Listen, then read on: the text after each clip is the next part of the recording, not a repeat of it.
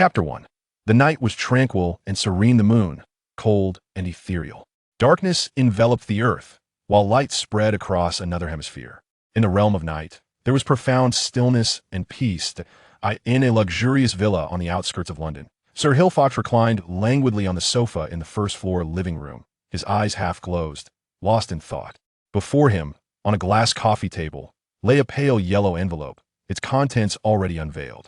The letter, now spread open, read as follows. Headmaster of Hogwarts School of Witchcraft and Wizardry, Albus Dumbledore. President of the International Confederation of Wizards, President of the Wizarding Association, Sir Merlin's first-class sorcerer. Dear Mr. Hillfox, we are pleased to inform you that you have been granted admission to Hogwarts School of Witchcraft and Wizardry. Enclosed is a list of required books and equipment. The term is set to commence on September 1st.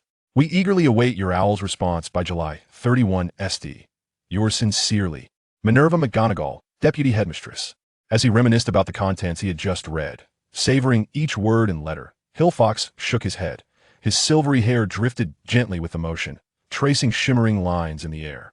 Seemingly having made a decision, he opened his eyes wide, his silver irises, transparent, pure, profound, and ethereal, rivaled only by the untainted snows atop mountains and the moonlight cascading like a gentle stream on a cold night.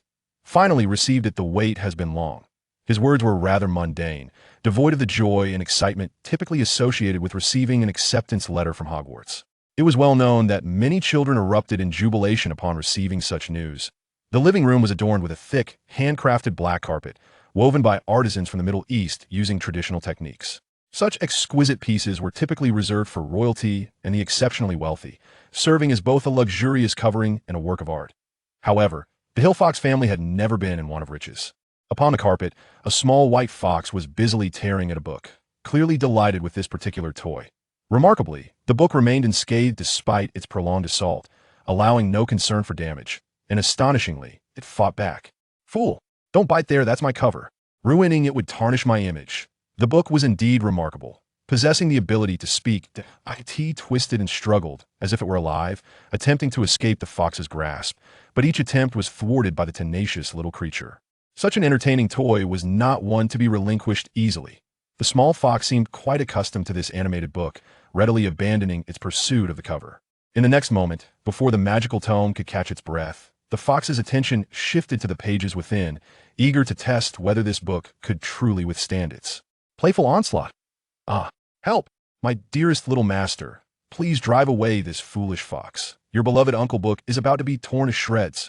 This book, or rather referred to as Book, struggled while emitting cries for help towards Hill, the only one capable of rescuing it. Ironically, it was Hill who had tossed the book to the little fox as a plaything. Hill lifted his teacup and savored a sip of his cherished black tea, only to furrow his brow slightly. The three essential elements of brewing tea: the ratio of tea to water, the temperature of the water, and the duration of steeping. Today's cup of black tea, for certain reasons, had steeped for a tad too long, resulting in a taste that fell short of perfection, especially when compared to the meticulously prepared brews of the past. Observing the small white fox, Kaka, eagerly pulling a page of book from its original 3 inches to an impressive half a foot, while listening to Book's incessant curses and pleas for mercy, a smile curved at the corners of Hill's mouth. Kaka, let go of Book if you continue to play with it like this. You will ruin it. Hill gently nudged the little white fox with his foot. Instantly, Kaka released Book and scampered up to Hill's shoulder. Oh, Kaka, a book that could never be torn was merely a toy. The master was everything. Finally liberated from Kaka's torment, Book propped itself up with its pages, standing tall, and with its cover supporting its form, displayed its pages marred with stains and claw. March to Hill. Look at what that fool has done to me. How infuriating. I am the noble, wise, and erudite, and much more, which shall be omitted, Lord Book. My handsome visage has been marred by that imbecile, and I am covered in its drool and claw prints. How am I to face anyone like this?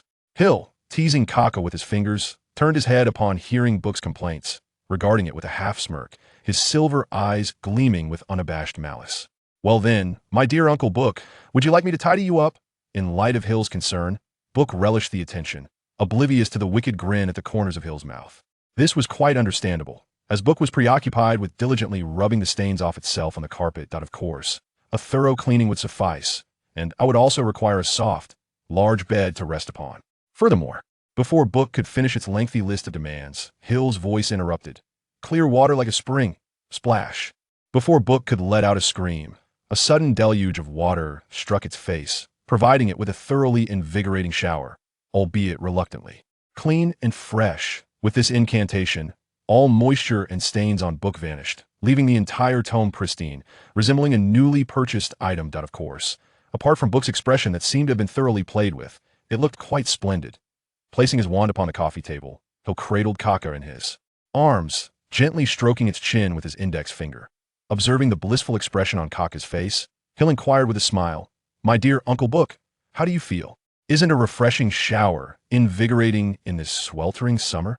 My most cherished young master, I confess my wrongdoings." Having endured a series of harrowing experiences, Book resolved to relinquish his dignity and principles to sincerely admit his mistakes. Well, in truth, those two virtues had long been squandered. You made a mistake? No. My dear Uncle Book could never err.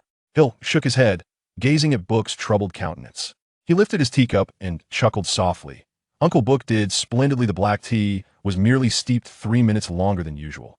Although the taste has suffered considerably, it has certainly enlightened me to the fact that black tea can indeed be quite unpalatable. With that, he raised the teacup and drained it in one gulp. Book's expression turned ashen. It was evident that Hill was genuinely displeased. After all, it was Book's brief nap during the tea brewing that led to the unfortunate oversteeping.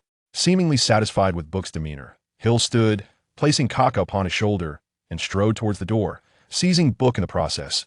Book, with a dejected demeanor, allowed himself to be carried without any resistance, appearing resigned to his fate. "Book, a letter from Hogwarts has arrived. Please check if there is anything else we need to prepare. I certainly do not wish to discover upon arrival that I have forgotten something." Upon hearing Hill's command, Book opened his eyes, a flicker of surprise crossing his face. Why, dear young master, have you finally forgiven the unfortunate Book?" "Well, I forgave you long ago. I have already punished you. Considering your attitude is somewhat agreeable, I shall let this incident pass. And remember, there shall not be a next time." "Oh, thank you, benevolent young master. I nearly thought you would cast me out." Hill paused, taking a moment to deeply regard Book. Book refrained from uttering such words in the future.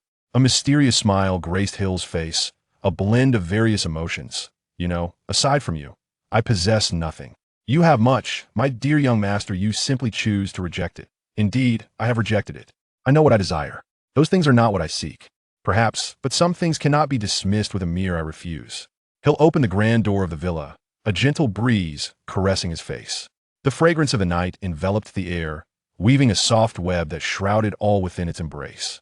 Nighttime is indeed the best, serene, cool, devoid of the clamor and filth of the day. Before stepping out for a stroll, Hill paused momentarily and asked, "Book, is there something I have forgotten?" "Gah?" A muffled sound escaped Booker, who was touched by the moment. Then, accompanied by the rustling of turning pages, his voice emerged once more.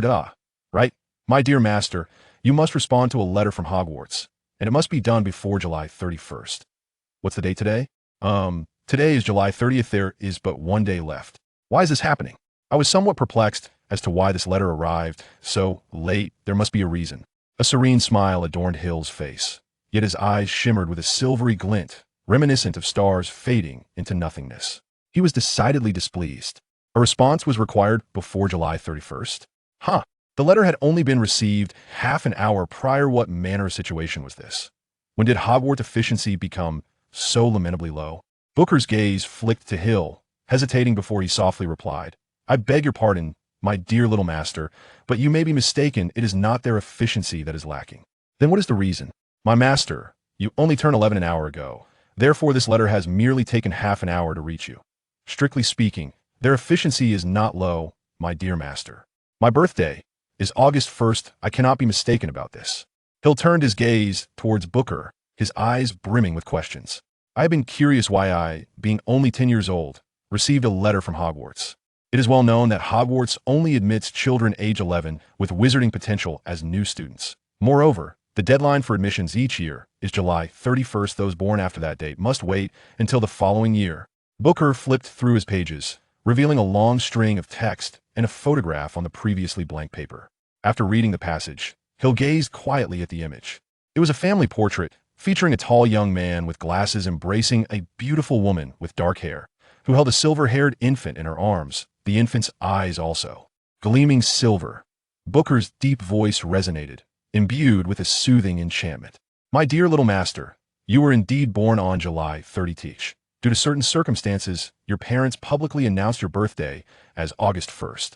This matter should have been conveyed to you by them, however. Due to some issues, it has fallen to me to inform you. I understand you have not erred in this matter. An emotion surged within Hill's eyes, only to dissipate like a receding tide, as if it had never existed. Father has passed, and mother is gone as well. So it is left to you to tell me. You have done well in this regard. Of course, it would have been preferable had you informed me sooner. My dear little master, your father is merely missing. No one has found his body. Perhaps not even a trace remains, Hill murmured, shaking his head. He gestured toward the wand resting on the table. Do you see that? It is my father's wand. It was discovered at the doorstep of the Potter residence, along with a pool of blood, all of which has been confirmed to belong to him. My father is no more. Book fell silent.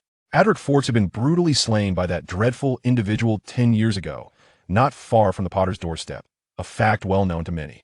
It was a tragic fate. Adric had persevered through the most arduous times, only to fall in the final hour before victory, leaving behind no body to be found. Hill brushed a stray lock of hair from his forehead. His hair had grown long enough to obscure his eyes, necessitating frequent adjustments to clear his vision. Let's put this matter to rest. Today is my birthday. Is there anyone who wishes to extend a birthday greeting? Kaka gently licked Hill's neck a few times, emitting a series of woof-woof sounds. After giving Kaka a light pat on the head, Hill nodded. Well then, I acknowledge Kaka's blessing. Thank you for your concern. I am fine, merely feeling a bit out of sorts. My dear young master, should you not respond to Hogwarts? Tomorrow is the 31st, Book interjected, sensing his master's low spirits and tactfully shifting the topic. Understood. I shall do so at once. Casting a wistful glance at the night outside, which would have been perfect for a stroll, Hill closed the door he had just opened and ascended the staircase to the second floor. He then pushed open the door to a room and stepped inside. The IT was a study, furnished with bookshelves, a table, several chairs, and a few sofas, all surrounded by towering bookshelves filled with an abundance of tomes. The collection here rivaled that of a small library, enhanced by an expansion charm that rendered the space several times larger than an ordinary study. When Hill was but a year old, he lost both parents and was sent to an orphanage, where he remained until the age of 6, before returning to this villa to begin a solitary life. He had been alone for quite some time, and now he still found himself in solitude. Whether the future held companionship remained uncertain, however, Hill had grown accustomed to living alone. Approaching the tall bay window, Hill drew back the curtains and opened the window. The silvery moonlight flooded the study, draping everything it touched in a veil of silver. Gazing at the round moon, Hill paused momentarily. In the ancient and mysterious East, there exists a festival known as the Mid-Autumn Festival. There, the moon symbolizes reunion, and on this day, families gather to celebrate together. On that day, the moon shines particularly round, perhaps even fuller than tonight's moon. Why ponder so deeply? I am no longer a child. I am already 11 years old. Shaking his head to cast aside those absurd sentiments, Hill approached his writing desk. He seized a piece of paper and a pen, crafting a reply with careful consideration. He then retrieved an envelope from the drawer, gently placing the letter within its confines. The envelope bore an emblema black circle adorned with the smiling visage of a fox. This was the insignia of the Fox family, where the name Fox and the word for the creature itself were perfectly aligned. With a sharp whistle, a majestic owl soared through the window, the family's designated messenger, known as Rushi, who had faithfully served the Fox lineage for 14 years. Though somewhat advanced in age, Rushi remained remarkably reliable, having never faltered in its duties. Hill intended for this mission to be the owl's last, granting it well-deserved retirement and the freedom it had earned. Hogwarts, Deputy Headmistress Professor McGonagall. She handed the letter to Rook, gently stroking the feathers of the owl, which had begun to lose their luster. Rook, once you have delivered the letter, you shall be free. Go wherever your heart desires. Hooting softly, Rook clasped the envelope with his talons and emitted a series of cries. With a smile, Hill gently patted Lucci's head, exclaiming, Of course. The Fox family is indeed a splendid place for retirement. You are most welcome to spend your twilight years here. With a satisfied series of hoots, Lucci seized the letter and soared out of the window, circling the villa a few times before swiftly heading northward. Watching Lucci fade into the night, Hill shrugged and then closed the French doors. Buck, perched on the desk, observed Hill's actions with curiosity and inquired, My dear master, have you taken it upon yourself to learn the language of owls? I thought it was miraculous that you could even converse with that foolish fox. With a casual motion, Hill scooped up Buck and exited the study, shutting the door behind him. In response to Buck's question, Hill merely shook his head, saying, "I lack the leisure to delve into the languages of animals. Perhaps in the future, but at present, I am entirely unversed in owl or fox linguistics." "Then how do you communicate with other creatures?" "It appears that you interact quite well with them." Hill gently cradled the accidentally dropped caca, stroking its fluffy, plump form. "It's nothing extraordinary. I simply engage with them earnestly, combined with an understanding of their conditions. Their thought processes are relatively straightforward, making reasoning not overly difficult." Ruffling Caca's head, he continued, "Foxes and owls are among the more intelligent animals. They can comprehend certain human actions and language, especially after prolonged interaction with us. Frankly, I am uncertain of the precise meanings behind their calls, but I can grasp the emotions they convey to some extent. I can't help but feel that their calls are rather similar. Lucci's incessant hoots and that foolish fox's incessant clucks, it's utterly perplexing," Buck humbly admitted, showcasing a commendable curiosity when confronted with the unknown. "This trait is indeed admirable, surpassing many, for most individuals are often engulfed by fear when faced with the unfamiliar, resorting to various theories to explain it, some accurate, others not. Lucci has been a devoted member of our family for 14 years, and it possesses a profound sense of belonging. Thus, when I informed it that it was free to leave, it was quite distressed, fearing I no longer wanted it. If you listen closely, you will discern that its calls are filled with yearning and reluctance. Hence, I assured it that it could remain here to enjoy its retirement." Observing Lucci's demeanor, "It seems you are indeed correct. Remember this, Buck. As long as there is life, there will be emotions, sadness, joy, and pain. I merely regard them as beings worthy of respect, treating them as equals. You are truly magnificent. To others, you might be perceived as an unequivocal oddity. I am particularly fond of a certain phrase, which resonates quite well with me. Would you care to share it?" "Certainly. The longer I spend time with people, the more I find myself drawn to dogs. It seems that we do not have a dog at home, but we do have a silly fox. Today is the 1st of August, which is also the nominal birthday of Hill. However, this day is destined to be just as unremarkable as those of the past. Devoid of greeting cards and blessings, merely an ordinary day." Leisurely reclining on the sofa, Hill grasped Caca in his arms, murmuring, "Caca, you truly ought to shed a few pounds. If this continues, I shall find it impossible to carry you soon. At that point, I will be unable to take you to Hogwarts." Caca's cries were filled with discontent. Indeed, the reality was as such. Caca was scarcely over a foot in length, and with the tail included, merely 2 feet, an entirely ordinary size. However, for the 11-year-old Hill, it was somewhat cumbersome. Currently, Caca struggled to maintain balance upon Hill's shoulder, given the limited stature of a child. Sighing, Hill lamented, "What can be done? Just look at how many times you have tumbled from my shoulder since last night. Was it 7 times or 8? You must find another perch. My shoulder can no longer accommodate you." With a few more cries, Caca wriggled free from Hill's embrace, leaped to the ground, and sprawled upon the floor. Hill gazed curiously at Caca's actions, utterly perplexed by the unfolding situation, as it had never occurred before, accompanied by a soft, mournful whimper. Caca's form gradually diminished in size until it reached a mere half-foot in height, transforming into a miniature fox. Hill gazed in astonishment at the significantly diminished Cac, then turned his attention to Booker, who was lounging in a corner of the sofa, resting. "What on earth has happened to Cac?" he pondered. "Well, it's merely a foolish fox capable of transformation. What is so remarkable about that?" Booker's tone was laced with disdain. He found himself at odds with this silly fox, which could only alter its size, enlarging or shrinking, yet never exceeding its original dimensions nor reducing beyond half its original size. Utterly disappointing, to say the least. Cac, upon hearing Booker's critique, may not have fully comprehended it, yet the scorn in Booker's words was unmistakable to it. Cac expressed its indignation, feeling quite irate at that moment. Hill smiled gently, bending down to lift Caca and resting him comfortably on his shoulder. After soothing the somewhat restless Caca, Hill turned his gaze towards Booker. "Today, the boy who lived, Harry Potter, shall venture to Diagon Alley for supplies, correct?" A newspaper, the Daily Prophet, lay on the coffee table before them, a relic from the previous day. Its prominent headline boldly proclaimed the return of the boy who lived, followed by extensive coverage detailing the remarkable exploits of the legendary Harry Potter. It must be today. Hagrid likely delivered the letter into his hands just yesterday, and now he was destined to visit Diagon Alley, where they would surely encounter the unfortunate Quirrell possessed by the Dark Lord. Booker struggled to rise, But after several futile attempts, it had to concede that its mobility was nearly non-existent, for it was merely a book, after all. Speaking of which, have you not already completed the entire Harry Potter series? Hill rubbed his temples, still a bit dazed from just waking up. It was an incredible situation, one that anyone would find hard to believe. The tale of Harry Potter, the boy who lived, and his 7 years at Hogwarts, including his encounters with that notorious figure, had all been meticulously chronicled. The manner of recording resembled a novel rather than the vague and obscure prophecies I had previously encountered.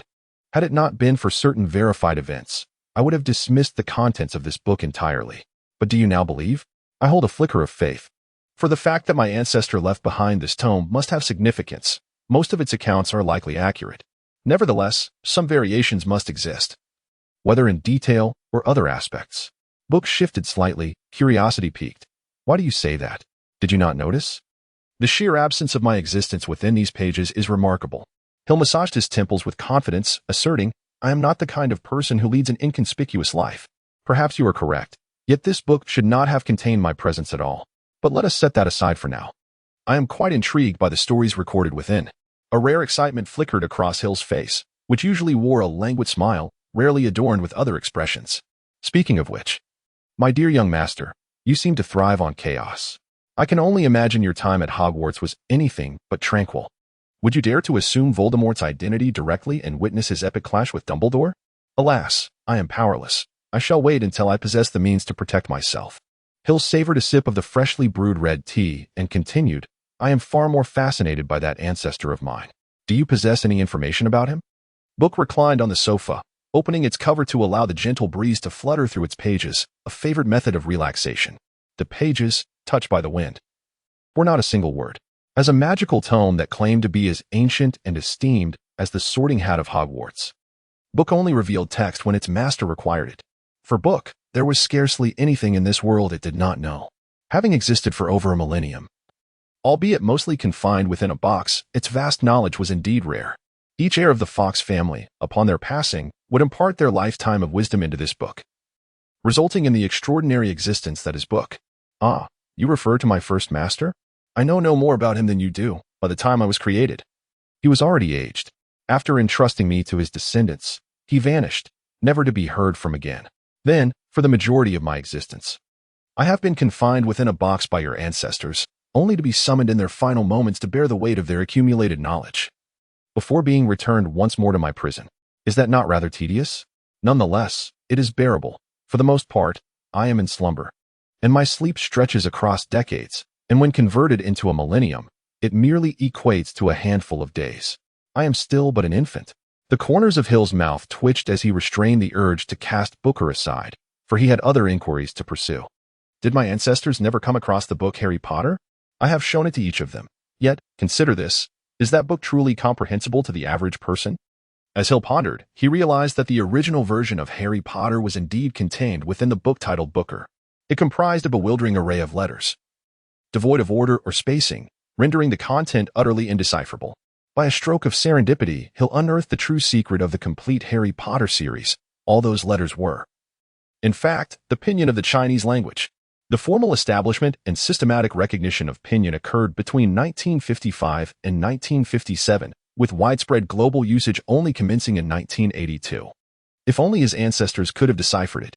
However, it is worth noting that Hill's father, Aldrich, might have had the opportunity to unravel this mystery.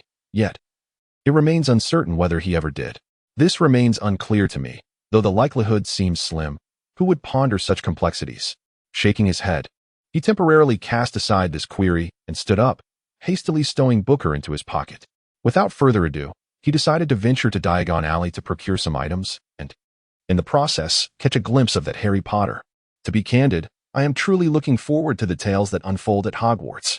Ah, Hogwarts. It has been ages since my last visit, and I have many old friends there. I wonder if they still remember me. Extending a corner of his coat from Hill's pocket, Booker exclaimed with great enthusiasm, I share your anticipation. Then silence yourself. Surely you do not wish to be discovered. Those individuals would fervently compete for you. Hill tucked the book back into his pocket, his concerns not without foundation. This extraordinary tome, known as Book, was undoubtedly coveted by every wizard. They would go to great lengths to seize it. Book muttered a few words, allowing Hill to stow it away. fully aware of the gravity of the situation. As he pushed open the grand door of the villa, golden sunlight cascaded upon Hill's silvery hair, weaving a resplendent halo of brilliance around him. Thus, Diagon Alley, here I come. Let me behold the boy who lived. The division line of the Leaky Cauldron. Diagon Alley boasts numerous entrances, yet to witness the legendary boy who lived, Harry Potter, entering through the Leaky Cauldron is most fitting. The Leaky Cauldron is situated in the heart of London, quite distant from the suburbs. However, having visited several times, Hill was well acquainted with its surroundings. Hill's infancy was spent in a nursery. It was not that he lacked relatives, for he had a few, yet he instinctively felt a sense of aversion towards them, preferring to limit his interactions. As an orphan, Hill resided in St. Mungo's Hospital for 5 years, until he reached the age of 6, at which point he resolved to leave and return to his current abode, the Fox family villa, once his home. Although Hill held little regard for those relatives, their assistance had been instrumental in affording him a life of comfort, free from want, with an abundance of financial resources. His days were primarily occupied with reading at home and occasionally venturing out for a stroll to clear his mind. It appeared to be quite a pleasant existence. The Leaky Cauldron, a place visible only to wizards, was a dingy, cramped pub, unremarkable in appearance and easily overlooked. Passers-by hurried past without a glance, their attention captivated instead by a nearby grand bookstore and a record shop on the opposite side, oblivious to the hidden establishment. Hill arrived just in time. Upon reaching the entrance, he was greeted by the raucous chatter emanating from the bar, and amidst the clamor, he discerned the mention of Harry Potter's name. After straightening his somewhat disheveled attire, he cradled Kaka in his arms and pushed open the door of the Leaky Cauldron. The cacophony that met him was so overwhelming that he could almost believe he had stepped into a bustling marketplace. I am cordially, Mr. Potter. I can hardly believe it. At long last, I have the honor of meeting you. What a privilege, Mr. Potter, what a privilege indeed. I have longed for the moment to shake your hand. My heart is racing. I am so delighted, Mr. Potter. Words cannot express my emotions. My name is Diggo. I have seen you before. As he sensed the arrival of a new guest, the noisy crowd momentarily hushed, and all eyes turned towards Hill at the entrance. Undeterred by the multitude of gazes fixed upon him, which he regarded as mere onlookers, Hill calmly nodded and shifted his gaze to the proprietor of the Leaky Cauldron, an elderly man with thinning hair resembling a deflated walnut. He was known as Old Tom. Unlike the awestruck crowd surrounding the boy who had narrowly escaped death, Hill approached the bar and gently tapped on the counter, rousing Old Tom from his observation. Old Tom, I'm back. I'd like a glass of lemon juice, please. Old Tom, familiar with Hill, pointed towards Harry Potter and chuckled. Little fox, forget about the lemon juice for now. We have a rather remarkable guest in our midst today. Wrong. There are 3 of us. Harry Potter, Voldemort, and myself. Following Old Tom's words, Hill turned his attention to Hagrid, who was enveloped by the crowd, his towering stature making him impossible to overlook. After considerable effort, Hill finally located Harry Potter beside Hagrid. Could this be none other than Harry Potter himself? A peculiar expression manifested on Hill's face. To be honest, he was quite astonished. Although he had long known from books that Harry Potter had endured a difficult life with his aunt, witnessing Harry in person took him by surprise. The boy was slender and diminutive, appearing no older than 7 or 8, clearly suffering from malnutrition. His dark, short hair sprouted in every direction, chaotic and astonishing, as if each strand possessed a strong desire for self-expression and a will of its own. Perched upon his nose was a pair of utterly tattered, exceedingly unrefined black-rimmed round glasses, which seemed to have been shattered multiple times, held together by layers of transparent tape that only accentuated their dilapidation. His large, emerald green eyes were set in a small face, which tapered sharply to a pointed chin below cheekbones that quickly receded. His complexion was somewhat pale, indicative of someone who rarely sees the sun. He wore an oversized shirt that draped well below his knees and baggy trousers, the hems of which were haphazardly rolled up. On his feet, he sported a pair of old white sneakers, the synthetic leather peeling back to reveal a dark inner lining. In comparison to him, I felt like a prince. It was inevitable. Both Hill and Harry were orphans, even having lost their parents on the same day. Yet the disparity between them was immense, not merely in appearance and attire, but also in their very essence. After some effort to push through the crowd of onlookers, Hill approached Harry. Hello, I am Hill Fox, but you may call me Hill. It is a pleasure to meet you, Harry Potter. There were no pretentious flatteries or insincere niceties. Hill merely stated his name followed by a casual greeting. He possessed his own pride and was a proud individual. He deemed the trivial behaviors of common folk beneath him. Harry, at that moment, appeared particularly busy, continuously shaking hands with the surrounding wizards while uttering pleasantries.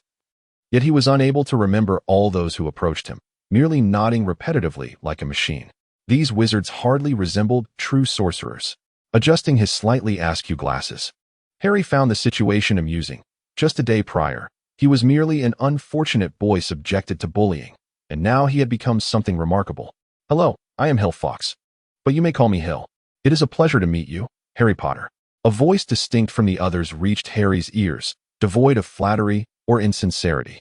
It was merely a remarkably straightforward greeting, as if its owner were addressing a passerby. Ah, finally, someone who wasn't overly fervent. Indeed, the enthusiasm of the surrounding wizards was overwhelming, leaving Harry somewhat at a loss. He yearned to seek a modicum of assistance from Hagrid. Yet Hagrid appeared to be engrossed in conversation with several wizards, entirely oblivious to the pleading gaze of Harry. With a faint sigh, Harry found himself weary of this atmosphere, inexplicably becoming the center of attention for so many. For an 11-year-old boy, particularly one who had previously endured bullying, this was quite intolerable. The sensation of being ignored was unpleasant, but being the focal point was even more daunting. Harry turned his head towards the direction from whence the voice had originated, his gaze meeting another set of eyes. It belonged to a boy of his own age, yet unlike himself. He was not diminutive and had begun to manifest the graceful form of adolescence. His somewhat tousled silver hair cascaded casually, yet possessed a striking elegance. Though silver, his hair was neither garish nor glaring. Rather, it exuded a soft, almost warm hue, pure enough to stir the heart. His silver eyes sparkled like stars, shimmering with a quivering light that seemed to conjure the ephemeral nature of celestial bodies. Against the backdrop of his dark attire, his skin appeared almost translucent, glistening in the morning light with a delicate halo, reminiscent of an angel. He stood casually, cradling a small white fox in his arms. Despite merely standing there, he drew the attention of those around him, rendering them breathless. It seemed as though even the dust around him instinctively quieted, and the restless air transformed into a serene calm. The entire environment appeared to have been muted, cold, aloof, imbued with a subtle detachment and indifference. Harry could not help but feel drawn to this boy, not for any particular reason, but simply because he perceived something familiar within him. My name is Harry Potter. You might already know that, and I am very pleased to meet you. Harry couldn't resist the urge to slap himself. Such an opening line was dreadfully lacking. Moreover, he had failed to grasp the boy's extended hand, a grave breach of etiquette. Merlin above, you were Sirius Black. Harry had never felt such genuine gratitude towards anyone, and Hagrid's words liberated him from his embarrassment. Thank goodness. Hagrid, I am truly grateful to you. However, Harry looked at Hagrid in confusion. Did this unfamiliar boy, Sirius Black, know Hagrid? Hill retracted his outstretched hand, his demeanor remarkably composed and natural, as though the previous awkwardness had never transpired. He then cast a puzzled glance at Hagrid, pondering how he could possibly know him. For Hill had no recollection of their prior encounter. My apologies, but may I inquire your name? I am Rubeus Hagrid, the keeper of keys and grounds at Hogwarts. I knew your father, Adric. He was a wonderful man. We worked together, and I often heard him speak of you, describing your silver hair and equally silver eyes. Truly exquisite. Hagrid's excitement was palpable, his words slightly jumbled and his enunciation not particularly clear, yet Hill grasped that Hagrid had indeed collaborated with his father. Hill had always harbored a profound curiosity about Adric Fox, as many of his memories had faded into obscurity, leaving him with only a vague impression preserved in photographs. He recalled a genteel young man with golden hair, adorned with black-framed spectacles, impeccably dressed, resembling a muggle businessman rather than a wizard. A confident smile perpetually graced his face, as if nothing could ever trouble him. However, Adric had passed away a decade prior. Listen to me, Harry, Hagrid said, giving Harry's shoulder a hearty pat that nearly toppled him. Little Fox's situation is quite akin to yours. His mother departed early, and his father has also passed away. The Fox family has always been among the most honorable wizarding families, and every member is a kind-hearted wizard. You should forge a friendship with young Fox. He will become your closest ally. Harry's mouth fell agape as he realized this silver-haired boy was also an orphan, much like himself. No wonder he felt an odd sense of familiarity, the subtle air of detachment and aloofness, perhaps a remnant of childhood misfortunes. Yet, why did he maintain that gentle smile? Unfazed even upon hearing about his own parents? How could he smile with such serene composure? Hey, little Fox, I hope you will look after Harry in the future. I mean, Harry has been raised in the Muggle world, and he is quite unfamiliar with everything in the magical realm. I trust you will assist him during your time at school." Hagrid nodded gently, expressing his willingness to assist without hesitation. That sufficed. For one must acknowledge that both Adrian and James are indeed good friends. Hagrid reflected with evident satisfaction. "Ah, is this young Fox the son of Adrian?" A pallid young man approached, his demeanor betraying intense anxiety, with one of his eyes twitching uncontrollably. "Professor Quirrell, a hapless soul ensnared by Voldemort's control. Professor Quirrell." A woeful figure, pitifully possessed by Voldemort. Upon hearing that characteristic stammer and observing the peculiar scarf, along with his trembling form, one could deduce that at this moment, the only person present, possessed by Voldemort, could be none other than Quirrell himself. Naturally, Hill was aware that Voldemort was lurking behind Professor Quirrell's facade. His expression remained unchanged. He merely nodded gently and inquired, "I am Hill Fox, and you must be Professor Quirrell. I heard your self-introduction earlier at the entrance. It is a pleasure to make your acquaintance. I have heard that you are to assume the role of the Defense Against the Dark Arts professor at Hogwarts. Truly, you are quite accomplished." As he spoke, Hill felt a twinge of nausea, faintly detecting the putrid odor emanating from Quirrell. However, it appeared that no one else seemed to notice. A faint flush crept across Professor Quirrell's pallid face as he extended a trembling hand to shake Hill's. It was damp and cold, reminiscent of contact with a corpse. At this moment, Quirrell bore little distinction from a lifeless body. "Oh, it's nothing. I simply consider myself fortunate. Dumbledore afforded me this opportunity." Hill was perplexed, pondering whether he was genuinely a stutterer or merely feigning it. As Hill conversed with Quirrell, Hagrid glanced at the time and remarked, "It's getting late. I still need to take Harry to purchase a few items. Little Fox, would you care to join us?" Eager to leave this place, Hill readily agreed, for Voldemort was certainly not a foe to be trifled with. "All right, Hagrid, I need to fetch my wand." Hill nodded and, with an apologetic expression, addressed Quirrell, "I'm sorry, Professor Quirrell, but I have to buy a few things. It's unfortunate that I cannot stay and chat longer. Let us continue our conversation after the term begins." "No worries, we shall meet again," Quirrell replied. Ignoring Quirrell's response, Hill followed Hagrid and Harry through the bar, arriving at a small courtyard surrounded by walls. Aside from a trash bin and some weeds, there was nothing else. However, this was the entrance from the Leaky Cauldron to Diagon Alley, one of its many entrances. Hagrid approached the trash bin and began counting the bricks on the wall above it. "What is he doing?" Harry inquired of Hill, feeling a sense of camaraderie due to their shared age and similar backgrounds. As Hill hailed from a magical family, he was well acquainted with such aspects of the wizarding world. There were numerous entrances to Diagon Alley, and this particular one hidden in the backyard of the Leaky Cauldron was about to be revealed by Hagrid. Hill smiled. He had visited this place several times before and was familiar with the method of opening it. "Remember how Hagrid opens the door. You may find it useful in the future." "Understood," Harry replied. While Hill and Harry conversed, Hagrid had already located the brick resembling a keyhole. "Count 3 bricks up and 2 across," he muttered softly. "All right, step back, Harry and Little Fox." Hagrid produced his small umbrella and lightly tapped the wall 3 times with its tip. The brick trembled and began to shift, revealing a small hole that widened gradually until a spacious archway appeared, wide enough for Hagrid to pass through, leading to a winding, cobblestone street that seemed to stretch endlessly. "Welcome," Hagrid declared, "to Diagon Alley." Noticing Harry's astonishment, Hagrid smiled broadly at him. As they walked through the archway, Harry turned to glance back, witnessing the archway narrowing before transforming back into a solid wall. Brilliant sunlight illuminated a stack of pots outside the nearest shop. Above the pots hung a sign: copper, brass, tin, and silver cauldrons, all sizes available, automatic stirring, collapsible. "Oh, you'll need to buy one," Hagrid said, "but first we must get some money." He then turned to Hill. "Little Fox, do you also wish to retrieve some money? If it's on the way, let us go together." Hill shook his head, stating that he had already withdrawn the necessary funds for this occasion, and had merely come to procure a few essential items. "You haven't purchased Harry's wand yet, have you? Then I shall await you at Ollivander's," he suggested. Hill was quite familiar with all that Diagon Alley had to offer, finding little of interest to behold. His purpose for this visit was simply to restock on items such as books and wands. Hagrid nodded in agreement, choosing not to voice any opinions. He had another significant task on this trip: to retrieve an item stored at Gringotts, a matter best kept from prying eyes. It was not that he mistrusted Hill, rather, it was a request from Dumbledore himself. Harry felt a pang of reluctance, for he had known Hill for scarcely half an hour, and he was his first wizarding friend. Moreover, It seemed that his newfound companion possessed a wealth of knowledge about the magical realm, and Harry had a multitude of inquiries he yearned to pose. With a graceful turn, Hill bid farewell to the two individuals and seamlessly melted into the bustling crowd of Diagon Alley, becoming invisible. The preparations required for Hogwarts were nearly complete. The books were satisfactory. The first-year textbooks remained unchanged from those of decades past. So Hill intended to utilize those left by his father.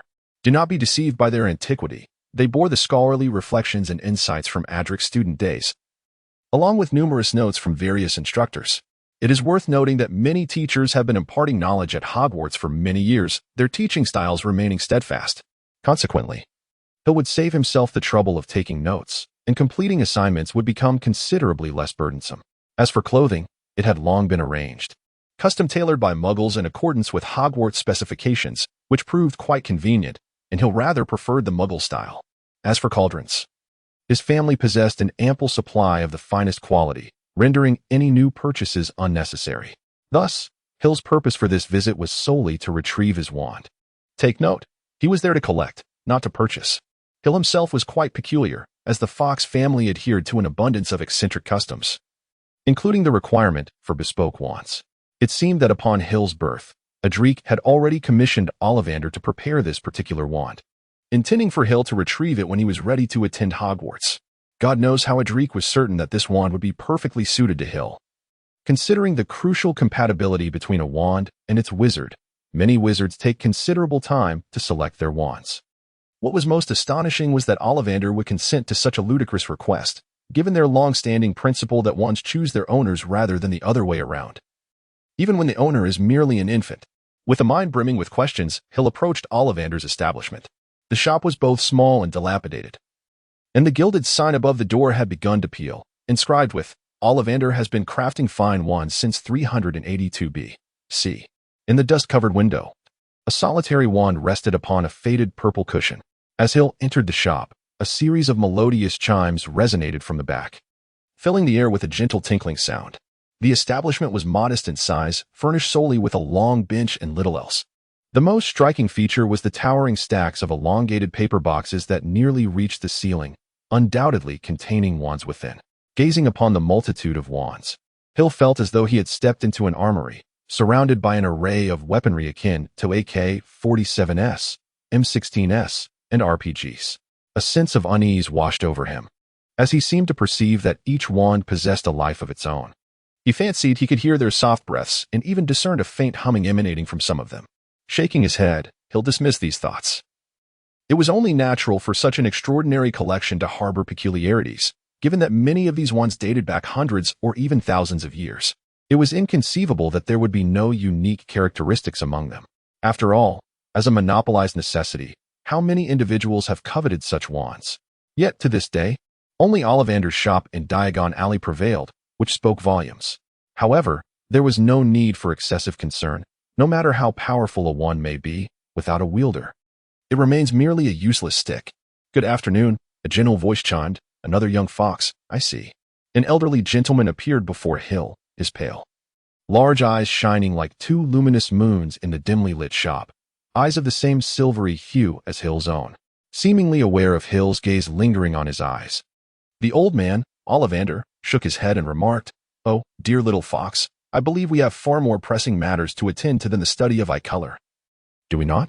Hill averted his gaze and shifted it towards the myriad of wands scattered throughout the room. He nodded, affirming, "Indeed, as per our agreement, I have come to retrieve my wand." After uttering these words, a flicker of uncertainty crossed his eyes. "Forgive my impertinence, Mr. Ollivander, but how did you discern that I belong to the Fox family?" "A mere guess. Do you believe it?" With a roll of his eyes, Hill thought, "I can hardly believe that. Every year, countless individuals purchase wands. Is it truly feasible to guess each one? Nevertheless, if he is unwilling to divulge, so be it. Mr. Ollivander, let us discuss the matter of wands, for I am eagerly anticipating a glimpse of my own." Hill was brimming with curiosity about his wand, the one destined for him since birth. Would it truly be a fitting match? The notion that the wand selects its master filled him with trepidation. What if it did not choose him? A blend of anticipation, curiosity, anxiety, and a hint of apprehension enveloped Hill's thoughts at that moment. Ollivander, a connoisseur of human nature, noted the myriad expressions on Hill's face without uttering any superfluous words. He turned and retrieved a slender, silver box from a table adorned with an array of wand materials, including various woods and feathers. This box bore the emblem of the fox family, a black fox face, suggesting that it contained Hill's wand. Upon opening the box, a layer of black velvet revealed a solitary black wand resting within. Hill grasped the wand, examining it with meticulous care. This wand, crafted from materials gifted by your father, Aldrich, is unfamiliar to my eyes, save for the core, which is made from a unicorn's horn. I have never encountered the wood from which it is fashioned. To be candid, the wands of the Fox family have always been custom-made by Ollivander, and this unique wood is a first for me. Observing Hill's hesitation as he held the wand, Ollivander offered a reassuring smile. Do not fret, young fox. Give it a gentle wave. A master selects a wand, and a wand selects its master. Let us see if this wand is indeed meant for you. With a sense of anticipation, Hill inhaled deeply and then gracefully waved the wand. It traced a magnificent arc through the air, dispelling the darkness within the shop. A brilliant silvery light erupted from the tip of the wand, illuminating the entire room as if someone were flashing a beacon of luminescence. Yet, this silver glow bore a closer resemblance to moonlight, with its uniquely frigid essence, a distinction Hill could never mistake. Marvelous. Congratulations. It appears this one has indeed chosen you. Ollivander beamed at the unfolding spectacle, stroking his untidy beard with a look of profound satisfaction. For this esteemed wand maker, there is no greater joy than witnessing the wands he has meticulously crafted find their rightful owners. These wands are akin to his children, and he holds a deep affection for them. Hill placed the wand back into its box, feeling an undeniable satisfaction with this wand, which truly suited him perfectly. How much? He inquired. Ollivander shook his head, refraining from answering the question of price. Instead, in his deep voice, he said, according to an ancient agreement, a very old agreement, my ancestors made a wager with yours. Every wand belonging to the descendants of the Fox family is custom-made by Ollivander upon their birth. When they come of age to choose their wand, if it is a good fit, they pay only half the price, if it is a perfect match. The wand is free. So, my dear child, this one comes at no cost. One must admit, the ancestors of the Fox family were quite intriguing. One wonders how many bets they placed and what peculiar rules they established. Since Ollivander declared it free, Hill had no objections. As Harry had yet to arrive, Hill decided to venture outside for a stroll, perhaps to stumble upon something delightful. It was during one such wander in Diagon Alley that he discovered Kaka. Speaking of Kaka, it seemed his supplies were running low, and he needed to replenish them. Gently lowering Kaka from his shoulder, Hill whispered, "Let us go buy you some food. Once at Hogwarts, it will be unavailable, and we must stock up." Kaka eagerly agreed. His special food could only be found at the pet shop here in Diagon Alley. Without additional provisions, life at Hogwarts would be rather uncomfortable. Cradling Kaka, Hill made his way to a nearby pet store known as the Magical Menagerie. Speaking of Kaka, the notice from Hogwarts stated that students were allowed to bring an owl, a cat, or a toad. However, Kaka was a fox. How would they resolve this dilemma? Kaka chirped, seemingly unconcerned. "Oh, not to worry. That's a splendid idea. After all, it doesn't he specify that a fox cannot be brought along. You are truly clever." Kaka, pushing open the shop's door, a cacophony of animal sounds greeted him, reminiscent of a zoo. The store was rather cramped, filled with cages housing various creatures. And even the walls were adorned with cages. The air was thick with odors and noise, as the small beings within their confines emitted a symphony of calls. Ignoring the din, Hill sought out a shopkeeper, asking, "Do you have any food for foxes?" The shopkeeper, preoccupied with changing the water in a fish tank containing a small black octopus, lazily lay at the bottom, stirring the sand and rendering the water murky. Without turning around, the shopkeeper replied, "Sir, we have several types of fox food, located on the shelf to your right as you enter. Please help yourself. I'm quite busy with this bothersome octopus that always muddles the water." Respecting the shopkeeper's busyness, Hill proceeded directly to the shelf he had indicated. Upon the shelf lay an array of pet food, including provisions for cats, dogs, and fish. Kaka's food was nestled in the corner, with 3 or 4 bags in sight, not in abundance, yet sufficient. 4 bags would suffice. The remainder could await his return after the holidays. After placing the 4 bags of fox-specific food into a paper bag, Hill settled the payment with another attendant and departed from the foul and raucous pet shop. Considering that Harry had many tasks ahead, with purchasing a wand being the final endeavor, Hill resolved to meander a while longer before returning to the wand shop. As he passed by Lehan bookstore, he hesitated momentarily but ultimately stepped inside.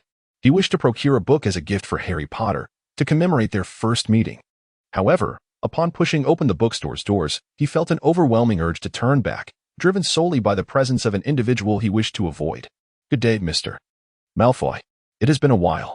Nonetheless, Hill chose not to retreat, for the individual within had already shifted his gaze towards him, Lucius Malfoy, father of Draco Malfoy, and, in a manner of speaking, Hill's uncle by marriage. Hill's mother is the youngest daughter of the Black family, and his sister Narcissa is the wife of Lucius. Lucius possesses a splendid mane of golden hair, meticulously swept back, and he stands tall, exuding an air of elegance. At this moment, he is quietly observing Hill, who wears an expression of serene composure, his face betraying no hint of emotion. Ignoring Lucius's gaze, Hill leisurely selected the items he desired in the bookstore. Searching for a book suitable as a gift. "Hill, will you not address me as uncle? What difference does it make whether I call you that or not?" Hill seized a book, gazing at its cover, where a fearsome werewolf howled at the moonlit sky, a creation likely from that foolish wizard. Best to set it aside for now. Well, let us not dwell on that matter. Are you here to purchase a book? What would you like to acquire? Allow me to procure it for you as a birthday gift. Lucius handed over a selection of carefully chosen books to the shopkeeper and then approached Hill. "Draco is attending Hogwarts this year. How unfortunate that you must wait another year to go. However, fret not. I shall ensure that Draco looks after you when the time comes. No need for that. Who knows who will be looking after whom then? I almost forgot to mention that I will also be attending Hogwarts this year. We are relatives, and that is a fact you cannot refuse. Besides, if it weren't for our constant care, would you be living so comfortably?" Hill regarded Lucius, a trace of mockery gracing his features, as though he were an audience member observing a clumsy jester's performance. "However, I have indeed compensated you, have I not? The seat at Wisingamot appears to have been temporarily commandeered by you under the pretense of my elder status, does it not?" Noticing the darkening expression on Lucius's face, Hill maliciously brushed past him, delivering a sharp elbow to his side. "The first tenet of the Malfoy family creed, born of nobility, with profit paramount." Lucius's visage was etched with fury, yet, due to his cultivated demeanor, he refrained from erupting. In truth, he had seized considerable advantages from the Fox family during the mourning of Hill's parents, which he chose not to pursue further, instead diverting the conversation. He gazed at Hill, a glimmer of insight flickering in his gray eyes. "No, you have not yet reached the age of 11. It is impossible for you to be accepted by Hogwarts. My birthday has always been misreported. It is not August 1st, but rather July 30th. Lucius nodded, signaling the conclusion of this matter. Although his countenance betrayed little, Hill discerned a hint of peculiarity. "Did you truly believe I was unaware of the implications of this? Very well then, have all the requisites demanded by Hogwarts been acquired? If not, you may accompany Draco to procure them. He is at Madame McKin's robe shop. I have procured everything already." Lucius accepted the assembled books but did not depart. He merely stood at the threshold, quietly scrutinizing Hill. With a slight smirk at the corner of his mouth, Hill thought to himself that if one wished to observe, so be it. He had numerous matters to attend to, and once he purchased his books, he would take his leave. Regarding someone like Lucius, Hill harbored no desire to engage with him, not even for a fleeting second, despite their familial ties. In truth, Hill had many relatives. His mother, Helena, was the youngest daughter of the Black family, with 2 older brothers and 3 older sisters, all of whom could be considered his kin. Bellatrix Black, who is wed to Rodolphus Lestrange, were both Death Eaters and are presently incarcerated. Andromeda Black, disowned by the family, is married to Ted Tonks and has a daughter named Nymphadora Tonks, making her Hill's cousin. Narcissa Black, Lucius's wife and Draco's mother, is a woman who deeply cherishes her son. Sirius Black, having run away from home, was also disowned and wrongfully imprisoned. Regulus Black, once a Death Eater, later betrayed Voldemort and stole a Horcrux, only to meet his demise when dragged into a lake by the Inferi. There are but a few relatives of Hill left. When one excludes the deceased and those imprisoned, only the families of Lucius and Andromeda remain in contact with him. His feelings towards Lucius are rather unfavorable, leading to a certain detachment. However, in truth, he also exhibits indifference towards the Andromeda family. Long ago, he declined Andromeda's invitation to move in with her. Living alone is the epitome of freedom. Not long after, Hill selected a book titled Hogwarts, a history, which would serve as a splendid gift for Harry, containing numerous insights about Hogwarts that would significantly aid in Harry's understanding of the esteemed institution. "Father, my robes are ready. Have you purchased the books?"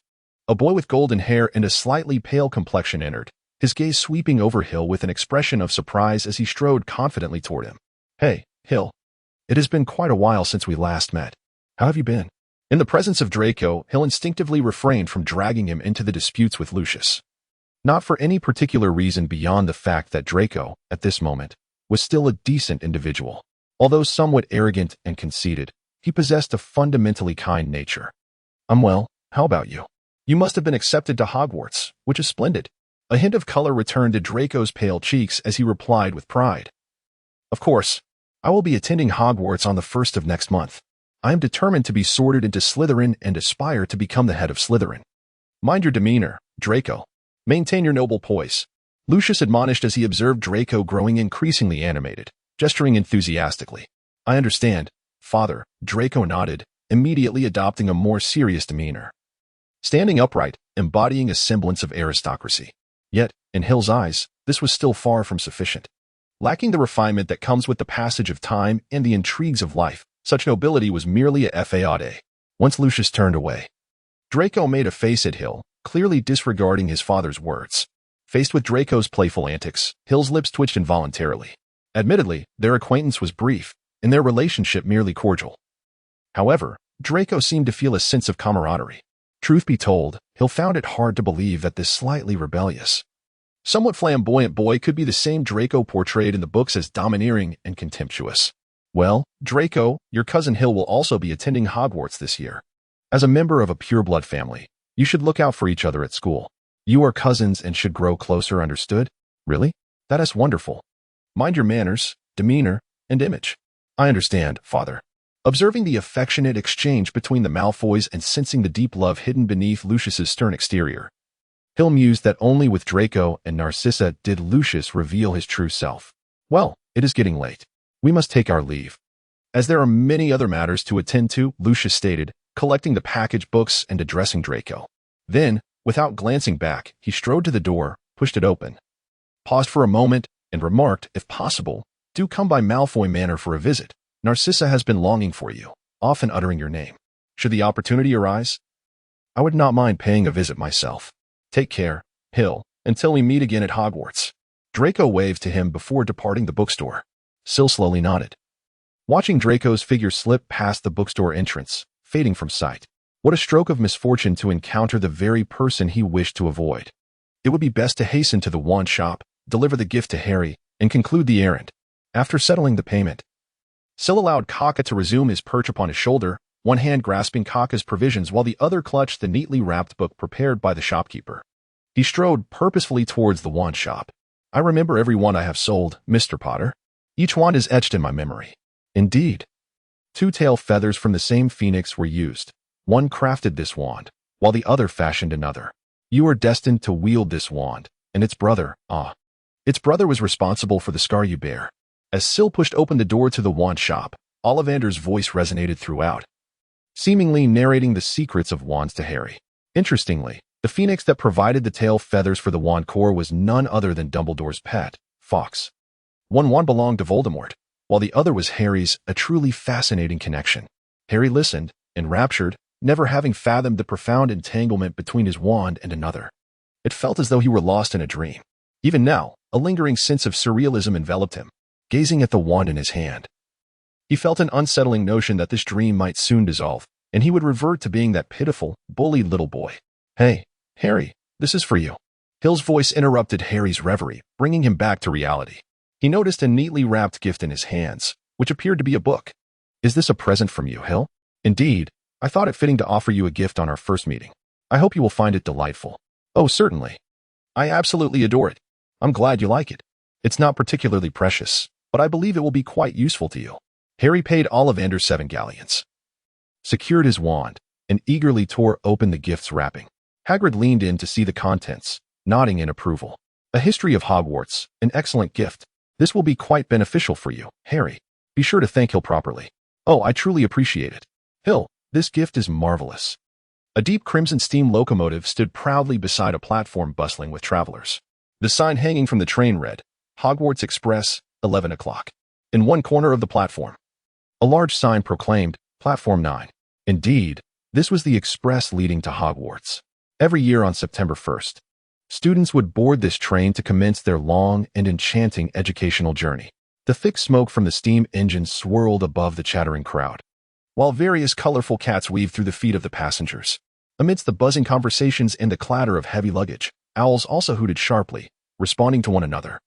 The first few carriages were already filled with students. Some leaned out of the windows to converse with their families, while others frolicked in their seats. "Hey, John. How was your summer?" "Not bad, though my grades were a bit disappointing. Dad gave me a good thrashing." "Well, cheer up. We're heading back to Hogwarts soon. And then we'll be free." "I hope so. Just the thought of Snape's greasy hair makes me nauseous. Last year, he gave me a failing grade. What do you expect? Being a Gryffindor." Listening to the commotion outside, Hill shook his head, turned around, and closed the window. Instantly, the carriage fell into a quieter state, filled only with soft breaths and the rustle of turning pages. Quack, quack, quack. Ah! Rolling his eyes, Hill displayed a flicker of exasperation. He offered a sheepish smile to a plump boy seated opposite him and remarked, "Kaka, let go of that toad. You're going to squish it." On the floor, Kaka was indeed pressing down on a toad, incessantly tapping its head with his paw, evidently tormenting the poor creature. Meanwhile, the round-faced boy across from Hill anxiously observed him, stealing glances at the commotion on the floor. Observing the toad being mercilessly assaulted by Kaka, a look of compassion emerged on the round face of the small boy.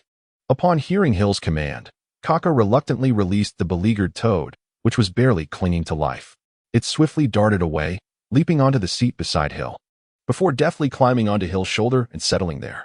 Naturally, Kaka's gaze remained fixed on the toad, and should an opportunity arise, it would not hesitate to torment the pitiful creature once more. The toad, freed from Kaka's torment, lay on the ground in a state of distress, motionless.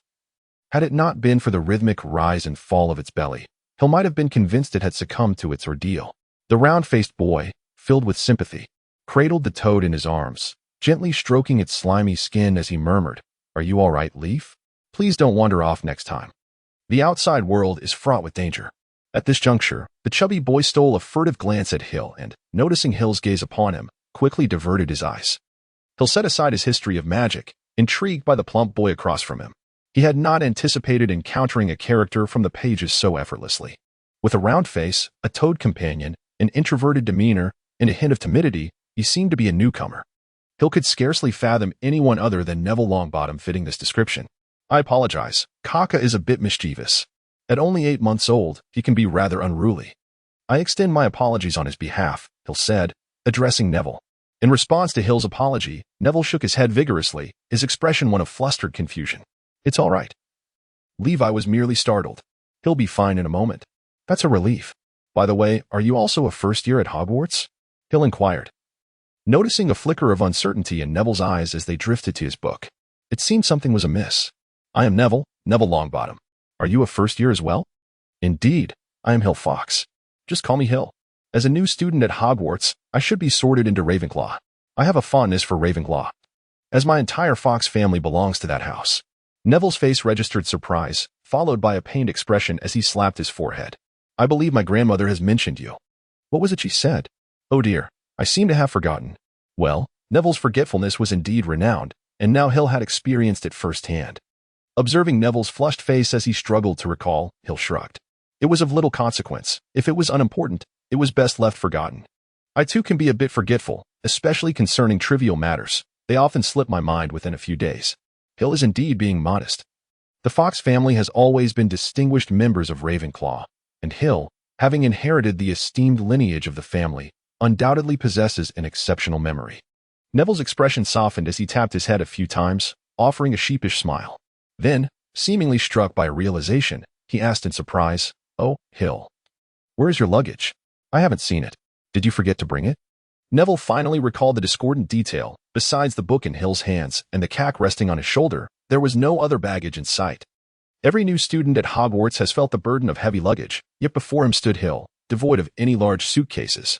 Hill smiled briefly, preparing to articulate his thoughts when the carriage door was abruptly pushed open. "Ah, splendid. There is still room here.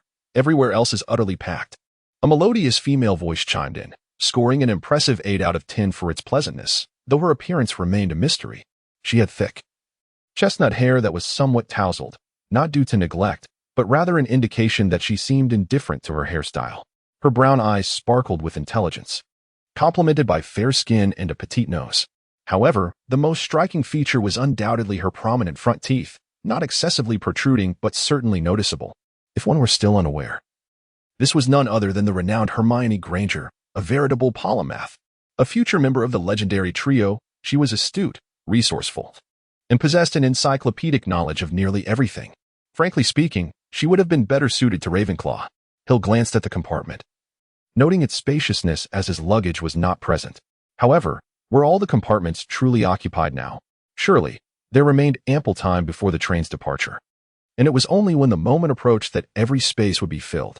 Hermione appeared to be grappling with a large trunk, and it was evident that she was struggling. Heaven knows what she had packed inside.